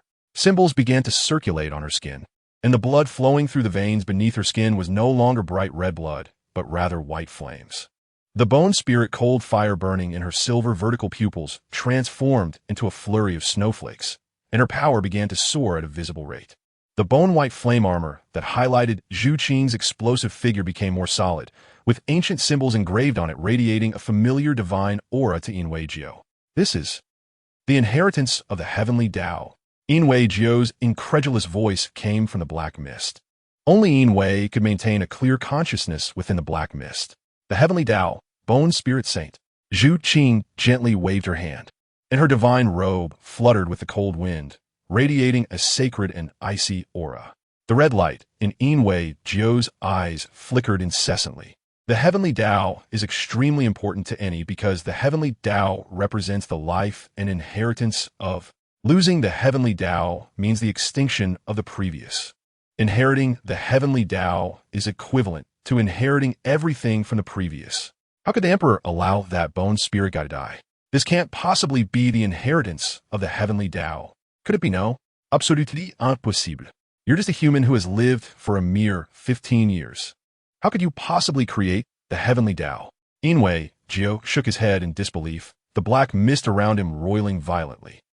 That's right. After all, you're someone beside the emperor, just like those by the emperor's side, originally just ordinary spirit fires, but were chosen by the emperor and gradually cultivated into the current position above all others. Back then, he almost entered the Yang Guard, but his obsession with power led to him being kicked out of the Yang Guard selection. 15 years? No, it can't be just 15 years, counting the previous life. It should be nearly 30 years. Zhu Qing thought to herself, looking expressionlessly at the seemingly crazed Yin Wei Jio. The battle has just begun. Ling, you must come back alive. Chapter 331. One of the Heavenly Tao, the Demon Fire Saint. The spatial passage is different from the teleportation passage. The spatial passage requires traversing through a specific node to another node, needing to walk step by step, while the teleportation passage allows one to enter and arrive at another place, similar to Tang Ling's instantaneous movement. The usually lively Xiao Wu appeared particularly silent this time, because she knew this was not a friendly spar, but a life and death struggle where only one side could survive. Once again, an indescribable fear surged to her heart, and her delicate little hand clutched Tang Ling's big hand, trembling slightly with fear and the dread of loss. I once witnessed my mother's death with my own eyes, watching helplessly as her soul ring and soul bone were absorbed, while I could only hide in the shadows and cry. Ling, I don't want to feel that heart-wrenching pain again. Xiao Wu tightly grasped Tang Ling's hand, and even through the armor, Tang Ling could still feel her fear and unease. I don't expect that the days ahead will be particularly happy. I just hope you can stand completely in front of us. Xiao Wu stood in front of Tang Ling, gripping his arm tightly, her red lips slightly parted, exhaling a fragrant breath, and her crimson, beautiful pupils seemed to see through the red-eye mask into Tang Ling's eyes. Perhaps with Zhu Qing and Yuna's personalities, they couldn't say such words, so I can only say it for them, to let you know how much we love you through me. Xiao Wu leaned forward, hugging Tang Ling tightly, her red lips close to his ear, softly saying, as long as you can stand by our side, we will be happy enough. Ling, we have only one request, and that is, no matter what your choice is, we will support you wholeheartedly without reservation. The cold armor pressed against Xiao Wu made her chest ache. To live, let's have a grand soul power wedding that all the women in the world will envy. If there is no future, then I. The last two words Xiao Wu did not say, but Tang Ling knew what the last unsaid words were. As he saw the tears welling in Xiao Wu's eyes, Tang Ling's heart ached sharply. He raised his left hand to catch the tears that hadn't fallen from the corner of her eye yet, holding her small hand tightly as they stepped towards the third layer. The third layer, as expected, was Yin Ba. The only one who could stay by Tang Ling's side was Xiao Wu. Tang Ling could kill Yin Ba, but Xiao Wu playfully smiled and gently placed a kiss on Tang Ling's helmet, her eyes suddenly turning into fiery crimson vertical pupils, and her rosy lips slightly parted, letting out a bright phoenix cry. The instantaneous movement was activated, and Tang Ling directly entered the spatial passage, stepping in without hesitation. Yin Ba was a pure warrior completely encased in armor, and a sudden surge of killing intent rushed toward Xiao Wu, emanating from the heat she radiated. The red charm fire domain lost its advantage for the first time in battle. Xiao Wu's figure flashed as she charged towards Yin Ba, while the red flame demon fire that merged with her soul began to boil wildly. Her pink outfit transformed into a crimson gauze skirt, her skin becoming even more delicate, and the blood flowing through the intricate veins beneath her tender skin turned into golden red magma. The phoenix, howling towards the sky at her brow, seemed to come alive, its wings continuously spreading across her forehead, and complex divine patterns radiated vast divine might. Heavenly Del. The red light flickered in Yin Ba's eyes, and his hoarse, deep voice sounded very grating. The red charm fire domain suddenly erupted with even more intense heat, and the abrupt surge in temperature dispersed the killing intent that Yin Ba had unleashed, with red fire feathers falling from the starry sky. Xiao Wu let out another bright phoenix cry, her body exploding forward to Yin Ba's front, and her small fist struck directly at his chest. Yin Ba, who endured Xiao Wu's punch, only swayed slightly, and his hand holding the Tang Dao swung towards Xiao Wu's slender waist. A pair of resplendent wings unfolded from Xiao Wu's back, and with a powerful flap, she barely dodged the incoming Tang Dao.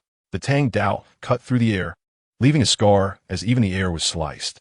Two fireballs were casually thrown out, and Xiao Wu's eyes sparkled with brilliance as she dove toward Yin Ba, her body surrounded by flames that resembled a phoenix. Tang Ling, walking through the spatial passage, slightly quickened his pace.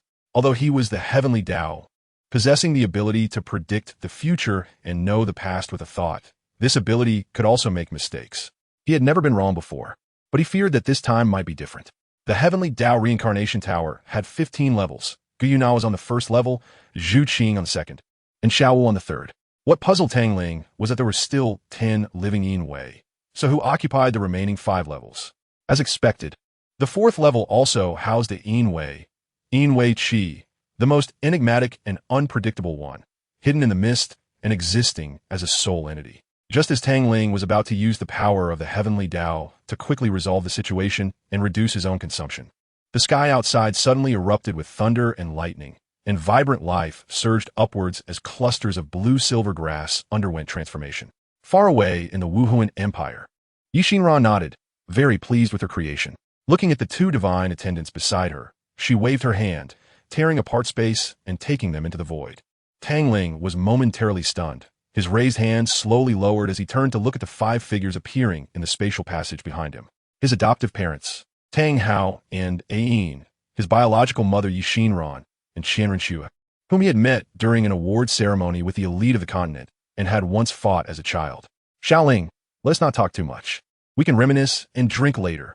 Go do what you should do now. Ayin, I'll take care of this guy. Tang Hao cracked his neck, using the last trace of the original power left by the Emperor Flame in his body, excitedly summoning his martial soul. The Haotian hammer, flashing with golden lightning, appeared in his hand, and without a greeting, he charged toward Yin Qi. His body couldn't withstand such immense power. He had to resolve it quickly. A flash of golden light disappeared, leaving only Tang Hao and Yin Qi engaged in fierce battle on the 4th level. On the 5th level, Yin Lu remained with his adoptive mother, Yin, who also knew it was not the time for reminiscing. She directly used the original power left by the Emperor Flame in her body and strode toward Yin Lu with her long legs. Surprisingly, the 6th level did not have Yin Wei, but rather a handsome middle-aged man whom Tang Ling did not recognize. The middle-aged man was surrounded by swirling black mist, and the red light in his eyes grew more intense. Yixinran looked coldly at this middle-aged man. Yixinran, Bibi Dong, and Qian Renxue stayed behind, leaving Tang Ling to step into the spatial passage alone. Dang Suan, Chapter 332. Abyss on the 7th level of the Heavenly Tao Reincarnation Tower. The Guardian was Yinwei Wu, a strong figure, even among the strongest in the universe. Tang Ling knew he would need to exert some effort to deal with him. Master, conserve your strength. Leave this Yinwei to us. Suddenly, 9 soul rings of different colors appeared around Tang Ling, with the white and dark green rings shattering simultaneously, causing 2 types to float before him. The deep voice of the Qinglian Earth Heart Fire made Tang Ling pause slightly, and he nodded lightly as he entered the spatial passage. Yinwei Wu, endowed with the power of the Abyss, could completely counter the combined forces of the two. And within the Heavenly Tao Reincarnation Tower, they need not worry about affecting the outside continent. From the moment he encountered Yinwei Wu, Tang Ling realized that the rationality of Yinwei Wu had been devoured by the extreme Yin power of the Abyss, leaving only the instinct to attack. The battle between Bone Spirit Cold Fire and Qinglian Earth Heart Fire against the current Yinwei Wu would likely be an unimaginable struggle. The colored Qinglian Earth Heart Fire and the colored Bone Spirit Cold Fire intertwined as a man and a woman charged toward Yinwei Wu from the flames. The cold wind howled and snowflakes danced, while the ground continuously erupted with magma, which bubbled and steamed. The extreme heat and the biting cold did not clash. Instead, they intertwined, and the auras of the two individuals continuously rose, easily unsealing the divine power sealed by the Emperor Flame. The Emperor Flame had sealed their powers to prevent the remaining subordinates of the Abyss from being harmed, putting them into a dormant state within their souls until now. This was also the reason why, before Tang Ling knew his identity, every time he broke through a major level after awakening his martial soul, he received a soul ring that represented a type of. On the 8th level of the Heavenly Tao Reincarnation Tower, the Scarlet Lian Demon Fire and the Bai High Tide Flame stayed behind to battle Yinwei Si. On the 9th level, the Sansheng Dark Gold Flame remained to fight Yinwei San. On the 10th level, the Thick Earth Flame stayed behind to battle Yinwei Air. On the 11th level, the Holy Light Indestructible Flame remained to battle Yinwei E. On the 12th level, the Dark Soul Devouring Fire remained to battle the monster cultivated by the extreme Yin power. On the 13th level, the Purple Thunder Twisting Flame remained to battle the Tower Spirit of the Heavenly Tao Reincarnation Tower, which had been invaded by extreme Yin power and was left with only consciousness. On the 14th level, the Raging Wind Day Fire remained to battle a black-striped fierce tiger from the Abyss. On the 15th level, the final level, Tang Ling had no partners left to assist in battle and slowly came to a stop, holding the burning silence heavy sword. The Abyss sat high on her throne. Beside her was a throne of pure golden flames. In front of her floated 15 light screens, displaying the battle scenes from outside, the Heavenly Tao Reincarnation Tower, and the battle from the 1st to the 14th levels. Tang San's poison was firmly suppressed by Dugobo's poison, and Tang Hao and Yin had been at a disadvantage, being beaten down by the Yinwei. The battle involving the 9 was relatively stable, but Xiao Wu, Zhu Qing, and Gu Yuna's battles were continuously facing deadly dangers. Tang Ling's hand involuntarily tightened, and burning silence sensed the anger in its master's heart, the blood-red killing intent spreading like flames across the entire sword. The Abyss, seated on her throne, silently gazed down at Tang Ling, whose noble armor exuded endless dominance, holding the blood-red burning silence, awakening memories she never wanted to recall. The Abyss stood up, her pure white hand gently resting on the golden throne, her voice crisp and pleasant but filled with extreme resentment and anger. Heaven, maintaining the balance of the universe? Emperor Flame, don't you think that's a very laughable thing? This universe is the same whether we exist or not. We are trapped in this so-called balance. I am trying every means to escape. And you, Emperor Flame, why do you force me into endless darkness, facing the Abyss alone? Darkness is not scary. What is terrifying is that kind of isolation where there's no one to rely on, only the sound of one's own breathing and soliloquy. The Abyss clutched her hair, her voice becoming increasingly frantic and hysterical. The violent extreme Yin power surged like a tsunami, suddenly striking down and shattering the golden throne into pieces. The extreme Yin power surged upwards from the Abyss's feet, the black mist exploding. Clad in a set of black, fearsome armor, the Abyss grasped a black long sword tightly in her left hand. The ones you once protected, gods, demons, are now the nourishment for the 9 Nether, Emperor Flame. I ask you one question. I only want that one answer. Why? Why must you seal me? I don't believe you would do it for that so-called balance of the universe. Stop using that as an excuse. The tip of the abyss sword pointed directly at Tang Ling, the red eye mask flickering with red light. Tang Ling raised the underworld, the tip of the sword pointing directly at the underworld. Emperor Flame. The figure of the underworld flashed and appeared right in front of Tang Ling. The 9 nether sword stabbed towards Tang Ling's heart without any fancy moves. In the face of absolute power, any embellishment is merely a display of incompetence. The burning silence and 9 nether continuously clashed in the void, and under Tang Ling's deliberate control, the broken seals within his body were slowly being undone. Sizzle. The 9 nether cut a spark on Tang Ling's chest armor, the cold and extreme power invading his body, causing him to spit out a mouthful of blood. Sizzle. Tang Ling, unceremoniously, struck the underworld's back with a sword. The underworld retreated a few steps, her gaze coldly fixed on Tang Ling. A golden light flashed in Tang Ling's eyes, and he instantly moved behind the underworld. Divine Demon Annihilation / The underworld's expression darkened. She had actually been distracted. Taking Tang Ling's Divine Demon Annihilation / head on, nearly splitting her body in two. How ruthless! The underworld turned around and raised her hand, the space suddenly condensing into a mirror as dark as ink. Space refraction. Sizzle.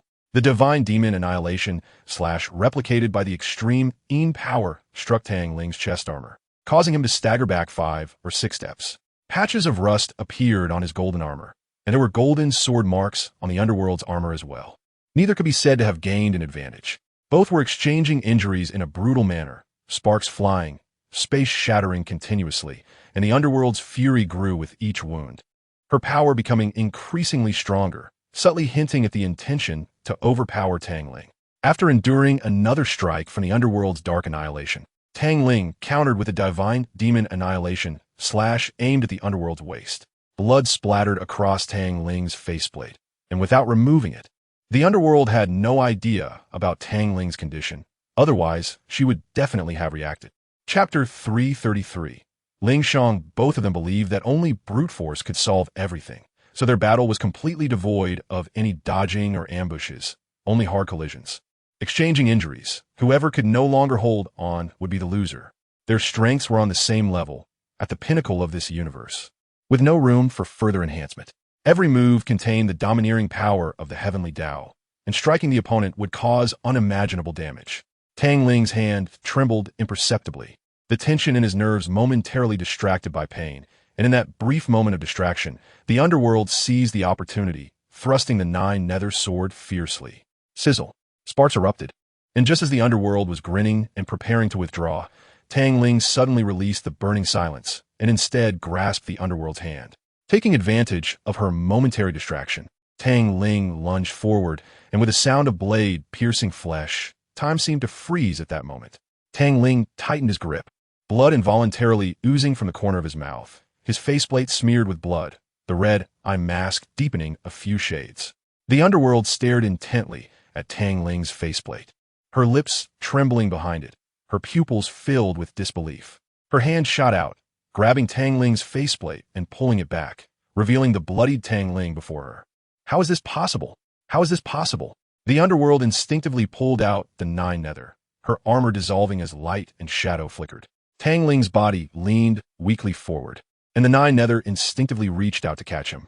Ironically, the mighty heavenly Tao underworld was nearly toppled by the strength of a mere mortal body. Tang Ling held tightly onto the underworld's hand, his chest heaving violently, his body continuously ravaged by her power, his thin lips moving several times but failing to utter a word. As the seals were completely torn apart by Tang Ling's will, immense power instantly filled his broken body. Tang Ling's severely heaving chest finally calmed down a bit, gazing at the underworld's delicate chin, and smiled softly. Underworld, I'm sorry, you've suffered all these years. Tang Ling never loosened his grip on the underworld's hand, the power within him gradually flowing away into her body. No, it's impossible. This is fake, right? This isn't your clone, right? Emperor Flame, no. Don't. I was wrong. Brother, I'm sorry. The underworld's beautiful big eyes were filled with tears, seemingly on the verge of overflowing. How long has it been? You finally call me brother. Tang Ling coughed heavily, spitting out a mouthful of blood. To protect you. I'm sorry, I could only let you stay in endless darkness for so long, leaving you all alone. Facing the darkness, Tang Ling's voice gradually weakened, but he held on to retain his sanity. he still needed to wait for someone. Emperor Flame once. Let me tell you, Mrs. You, everything was your scheme, wasn't it? Brother, this was all your scheme, wasn't it? Tears fell like raindrops, splashing onto Tang Ling's face. Yin and Yang can only exist as one. We've endured this curse together for so long. But in the end, could it not withstand the so-called fate? Everyone has their own fate. Your fate is to live. My fate is to let you live.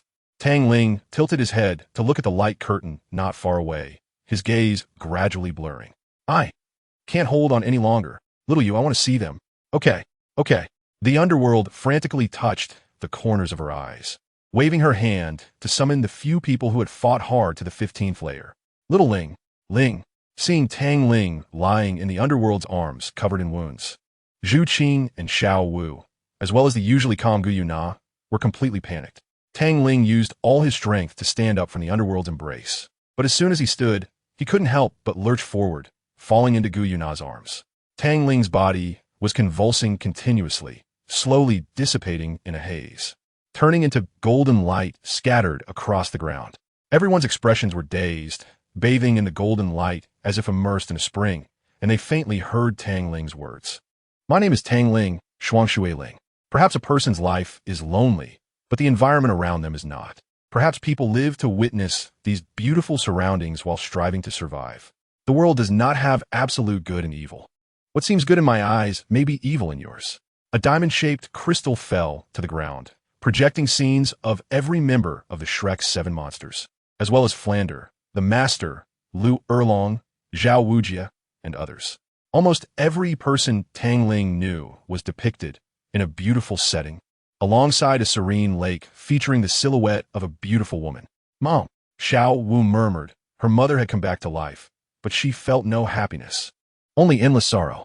The last golden light spot fell into the underworld's palm, merging into her body. The complete heavenly Dao rules should have made the underworld very happy. But no matter what, she couldn't feel joy, sitting blankly on the ground. The blood-red burning silence sword transformed into a red-haired girl, handing a letter to the underworld, retreating step by step into the void until disappearing. In burning silence's eyes, the master had died, but wasn't there still a next successor? The next master would surely be happier and more joyful than the current one. Her master will always be just one, and it will never change. The abyss opened the letter, which contained only a brief sentence, but filled over 10 sheets of paper. Abyss, little prison.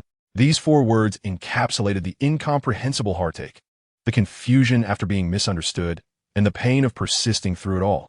Time flew by like a shuttle, and in the blink of an eye, the Spirit Empire notified the entire continent that Xiao Wu had invented the Spirit and established the Spirit Beast Empire, managing the Spirit Beasts while the Spirit Empire and the Spirit Beast Empire kept to themselves. Zhu Qing and Gu Yuna traveled across the continent. As for the Abyss, she returned to her palace, staring blankly at the corresponding Sun Temple for years, hundreds of years, thousands of years, even tens of thousands of years. She continuously flipped through the books left from the Pangu era, trying to find a way to resurrect the heavenly Dao.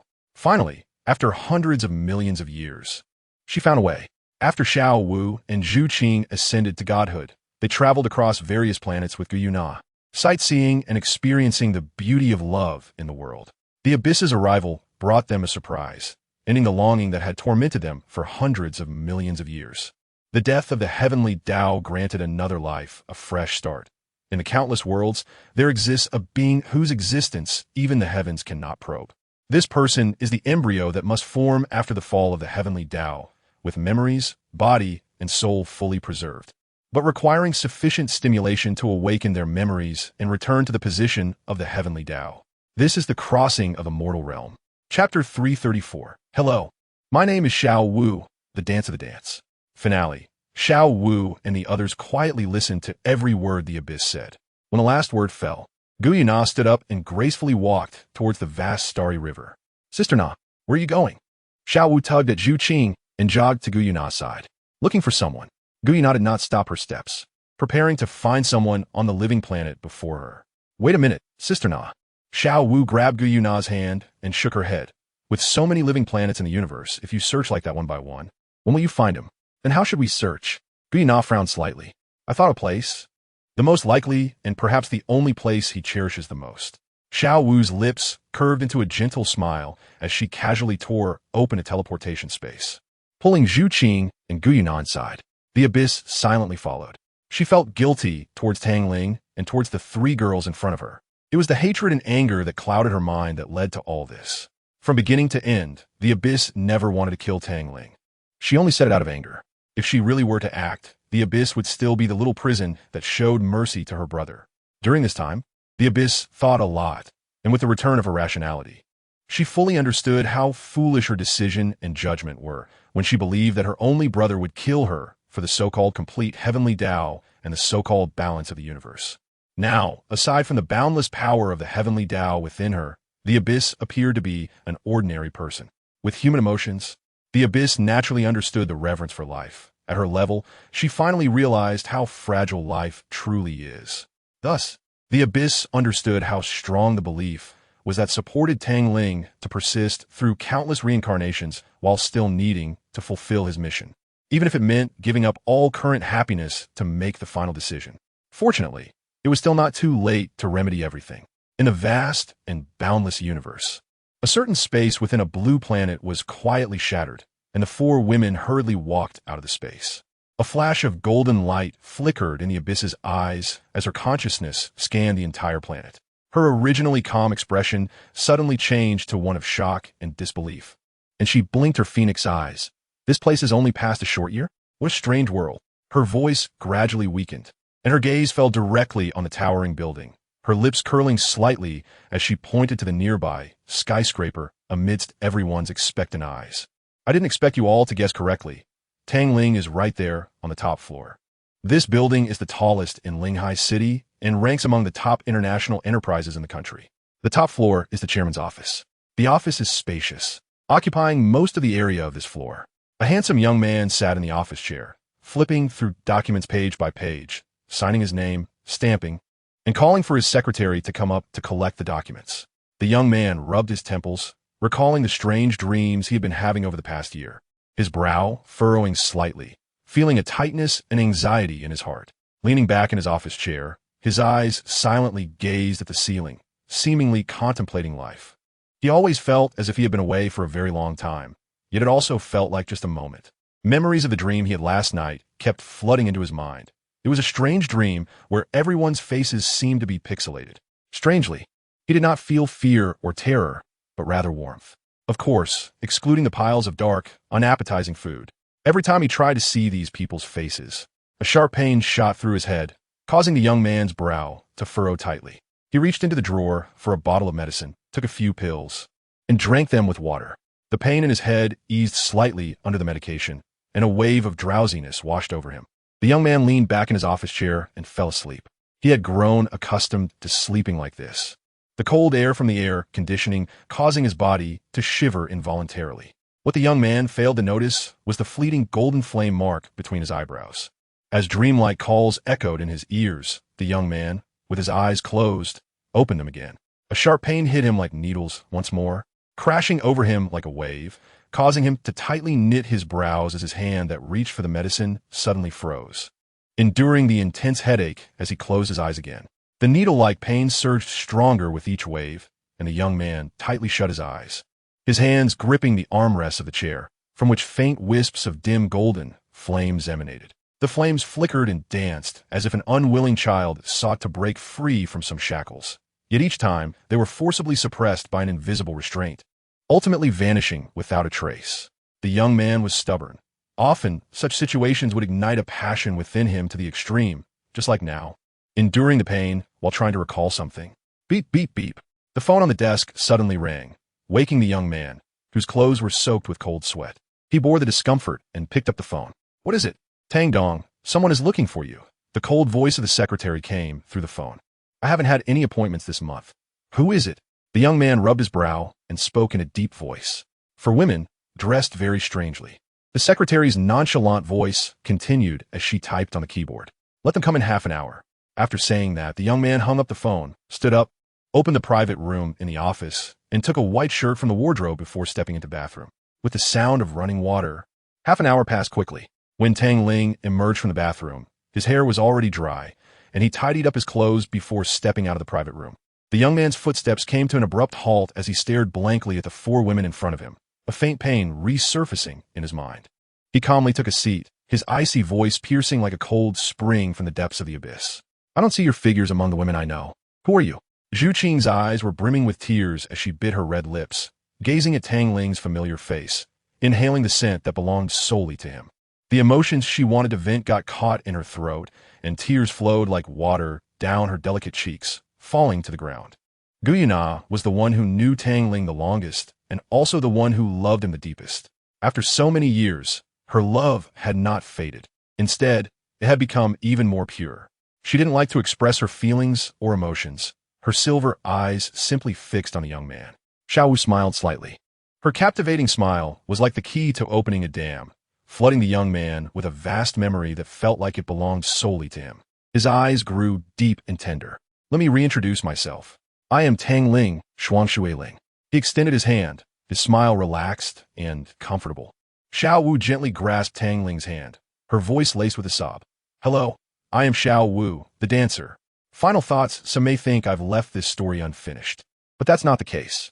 The protagonist's strength is too great. Following the original plot would not work. Those who needed to be recognized have been. Those who needed to be killed have been. Those who needed to unify have done so. And those who needed to be together are together. I don't see this as an unfinished ending. The most exciting part of Douluo was undoubtedly the beginning. After the Continental Elite competition, it was all about Tang San creating the Tang sect and opposing the Spear Hall. With Tang Ling's addition, Tang San's strength has significantly increased.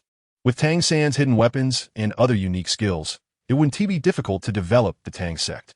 As for the Spear Hall, Tang Hao and Yin's enemy was only Qian Xunji. What does BB Dong have to do with it? The original work seems a bit foolish. BB Dong could even be considered a benefactor to Tang Hao and Yin, as Qian Xunji perished at her hands. Tang Hao forcibly placed the hatred on BB Dong. Isn't that problematic? Qian Rinxue, with Yi Xinran's intervention, easily recognized BB Dong. From the original work, it's clear how much Qian Rinxue craved maternal love.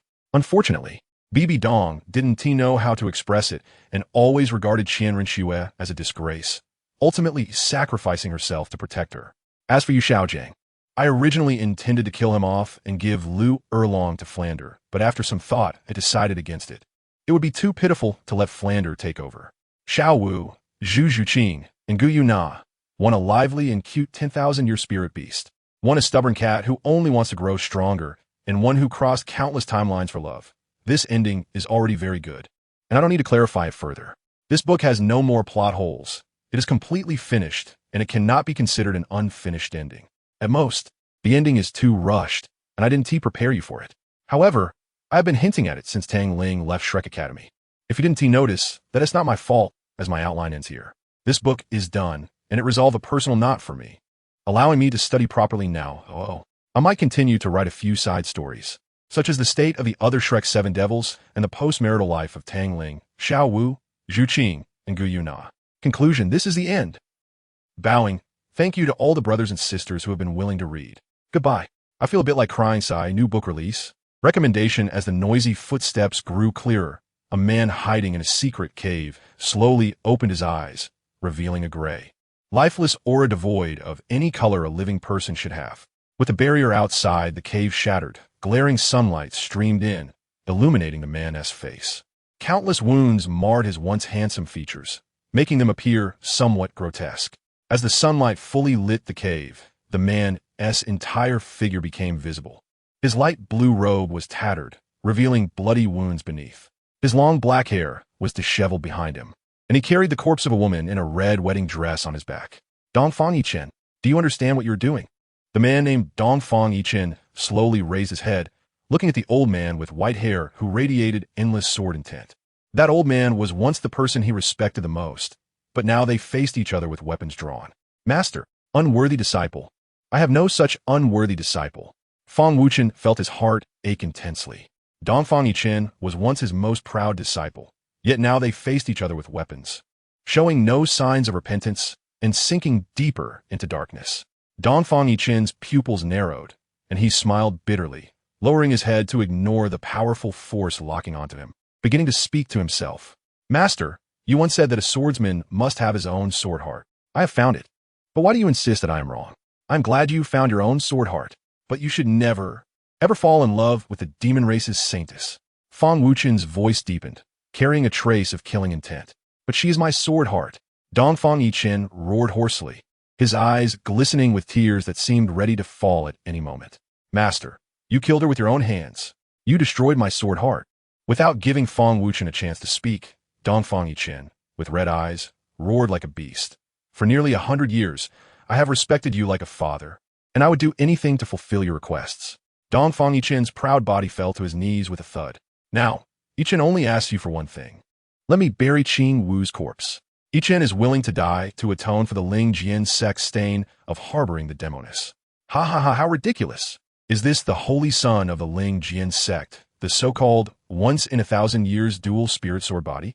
Now it seems you're merely a lowly insect tempted by the demoness. A seductive female voice suddenly rang out, the air beginning to fill with a faint fragrance. Our Ling Jian sect's matters are not for your Hua sect to meddle in. Fang Wuchen frowned, his eyes like swords fixed on a charming woman beside him. Indeed, as a top sect, our small Hua sect naturally cannot interfere with your Ling Jian sect's affairs.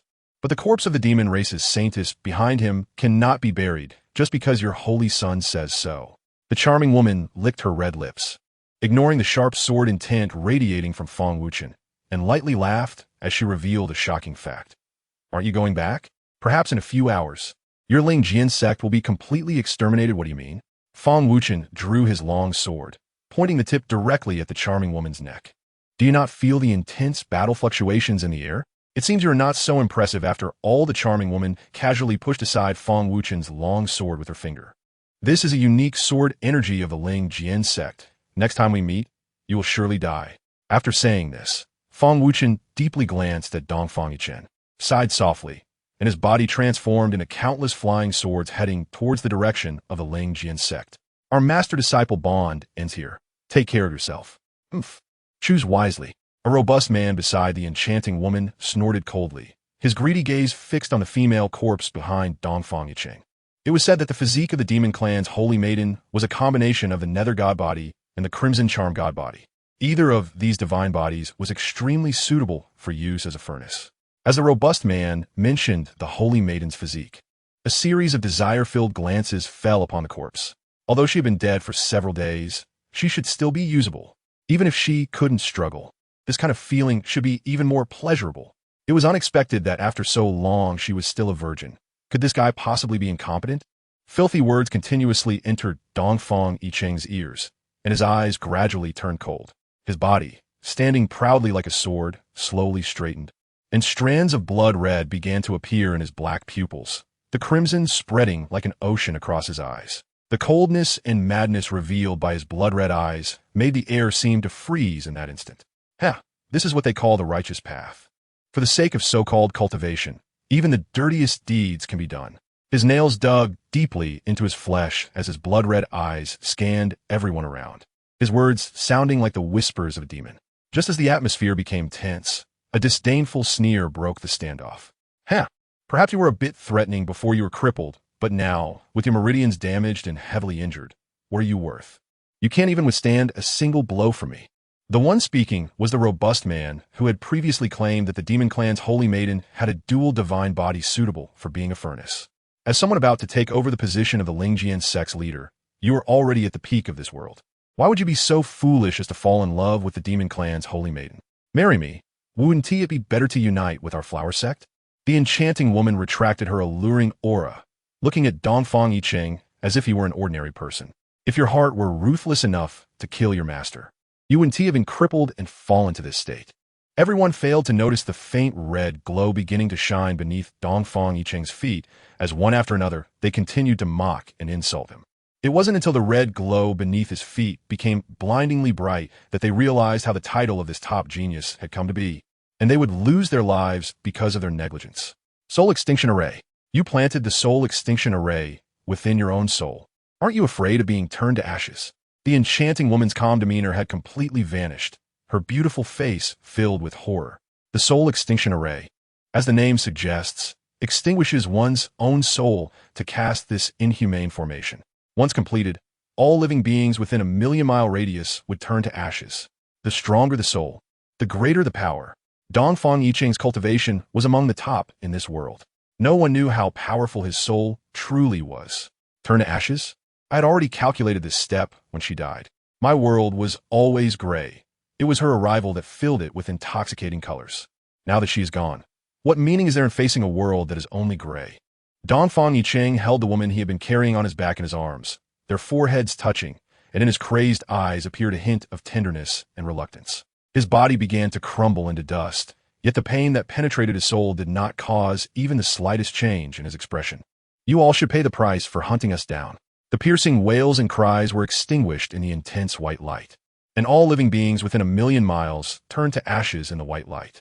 A red shadow slowly fell into the unfathomable abyss until it was completely engulfed by darkness. Fang Wuchen, returning to the Lingjian sect, also felt this overwhelming power that made him tremble. He silently sheathed his sword and turned away without a word. Had he made a mistake? Was it wrong to protect his sword heart? Indeed, the mistake lay in falling in love with the demon clan's holy maiden. The mistake lay in being too weak, lacking the power to turn the tide. The mistake lay in living in a world where strength is revered. The mistake lay in being the holy son of the Lingjian sect. The mistake lay in her being the demon clan's holy maiden. In that moment, Fang Wuchen's silhouette appeared as if he had aged thousands of years. His proud body also seemed to stoop a bit. In life, one must pay the price for their wrong choices. Only by not regretting one's choices can life have meaning. Introduction. In the chaotic universe, an emperor descends. To be an emperor is to be destined for a lonely life. Can one break the solitude of billions of years? Break the fate of being fixed in loneliness for a lifetime? Can one break through loneliness, confusion, and bewilderment and find what truly belongs to them? Can one clear the fog and see their inner self clearly?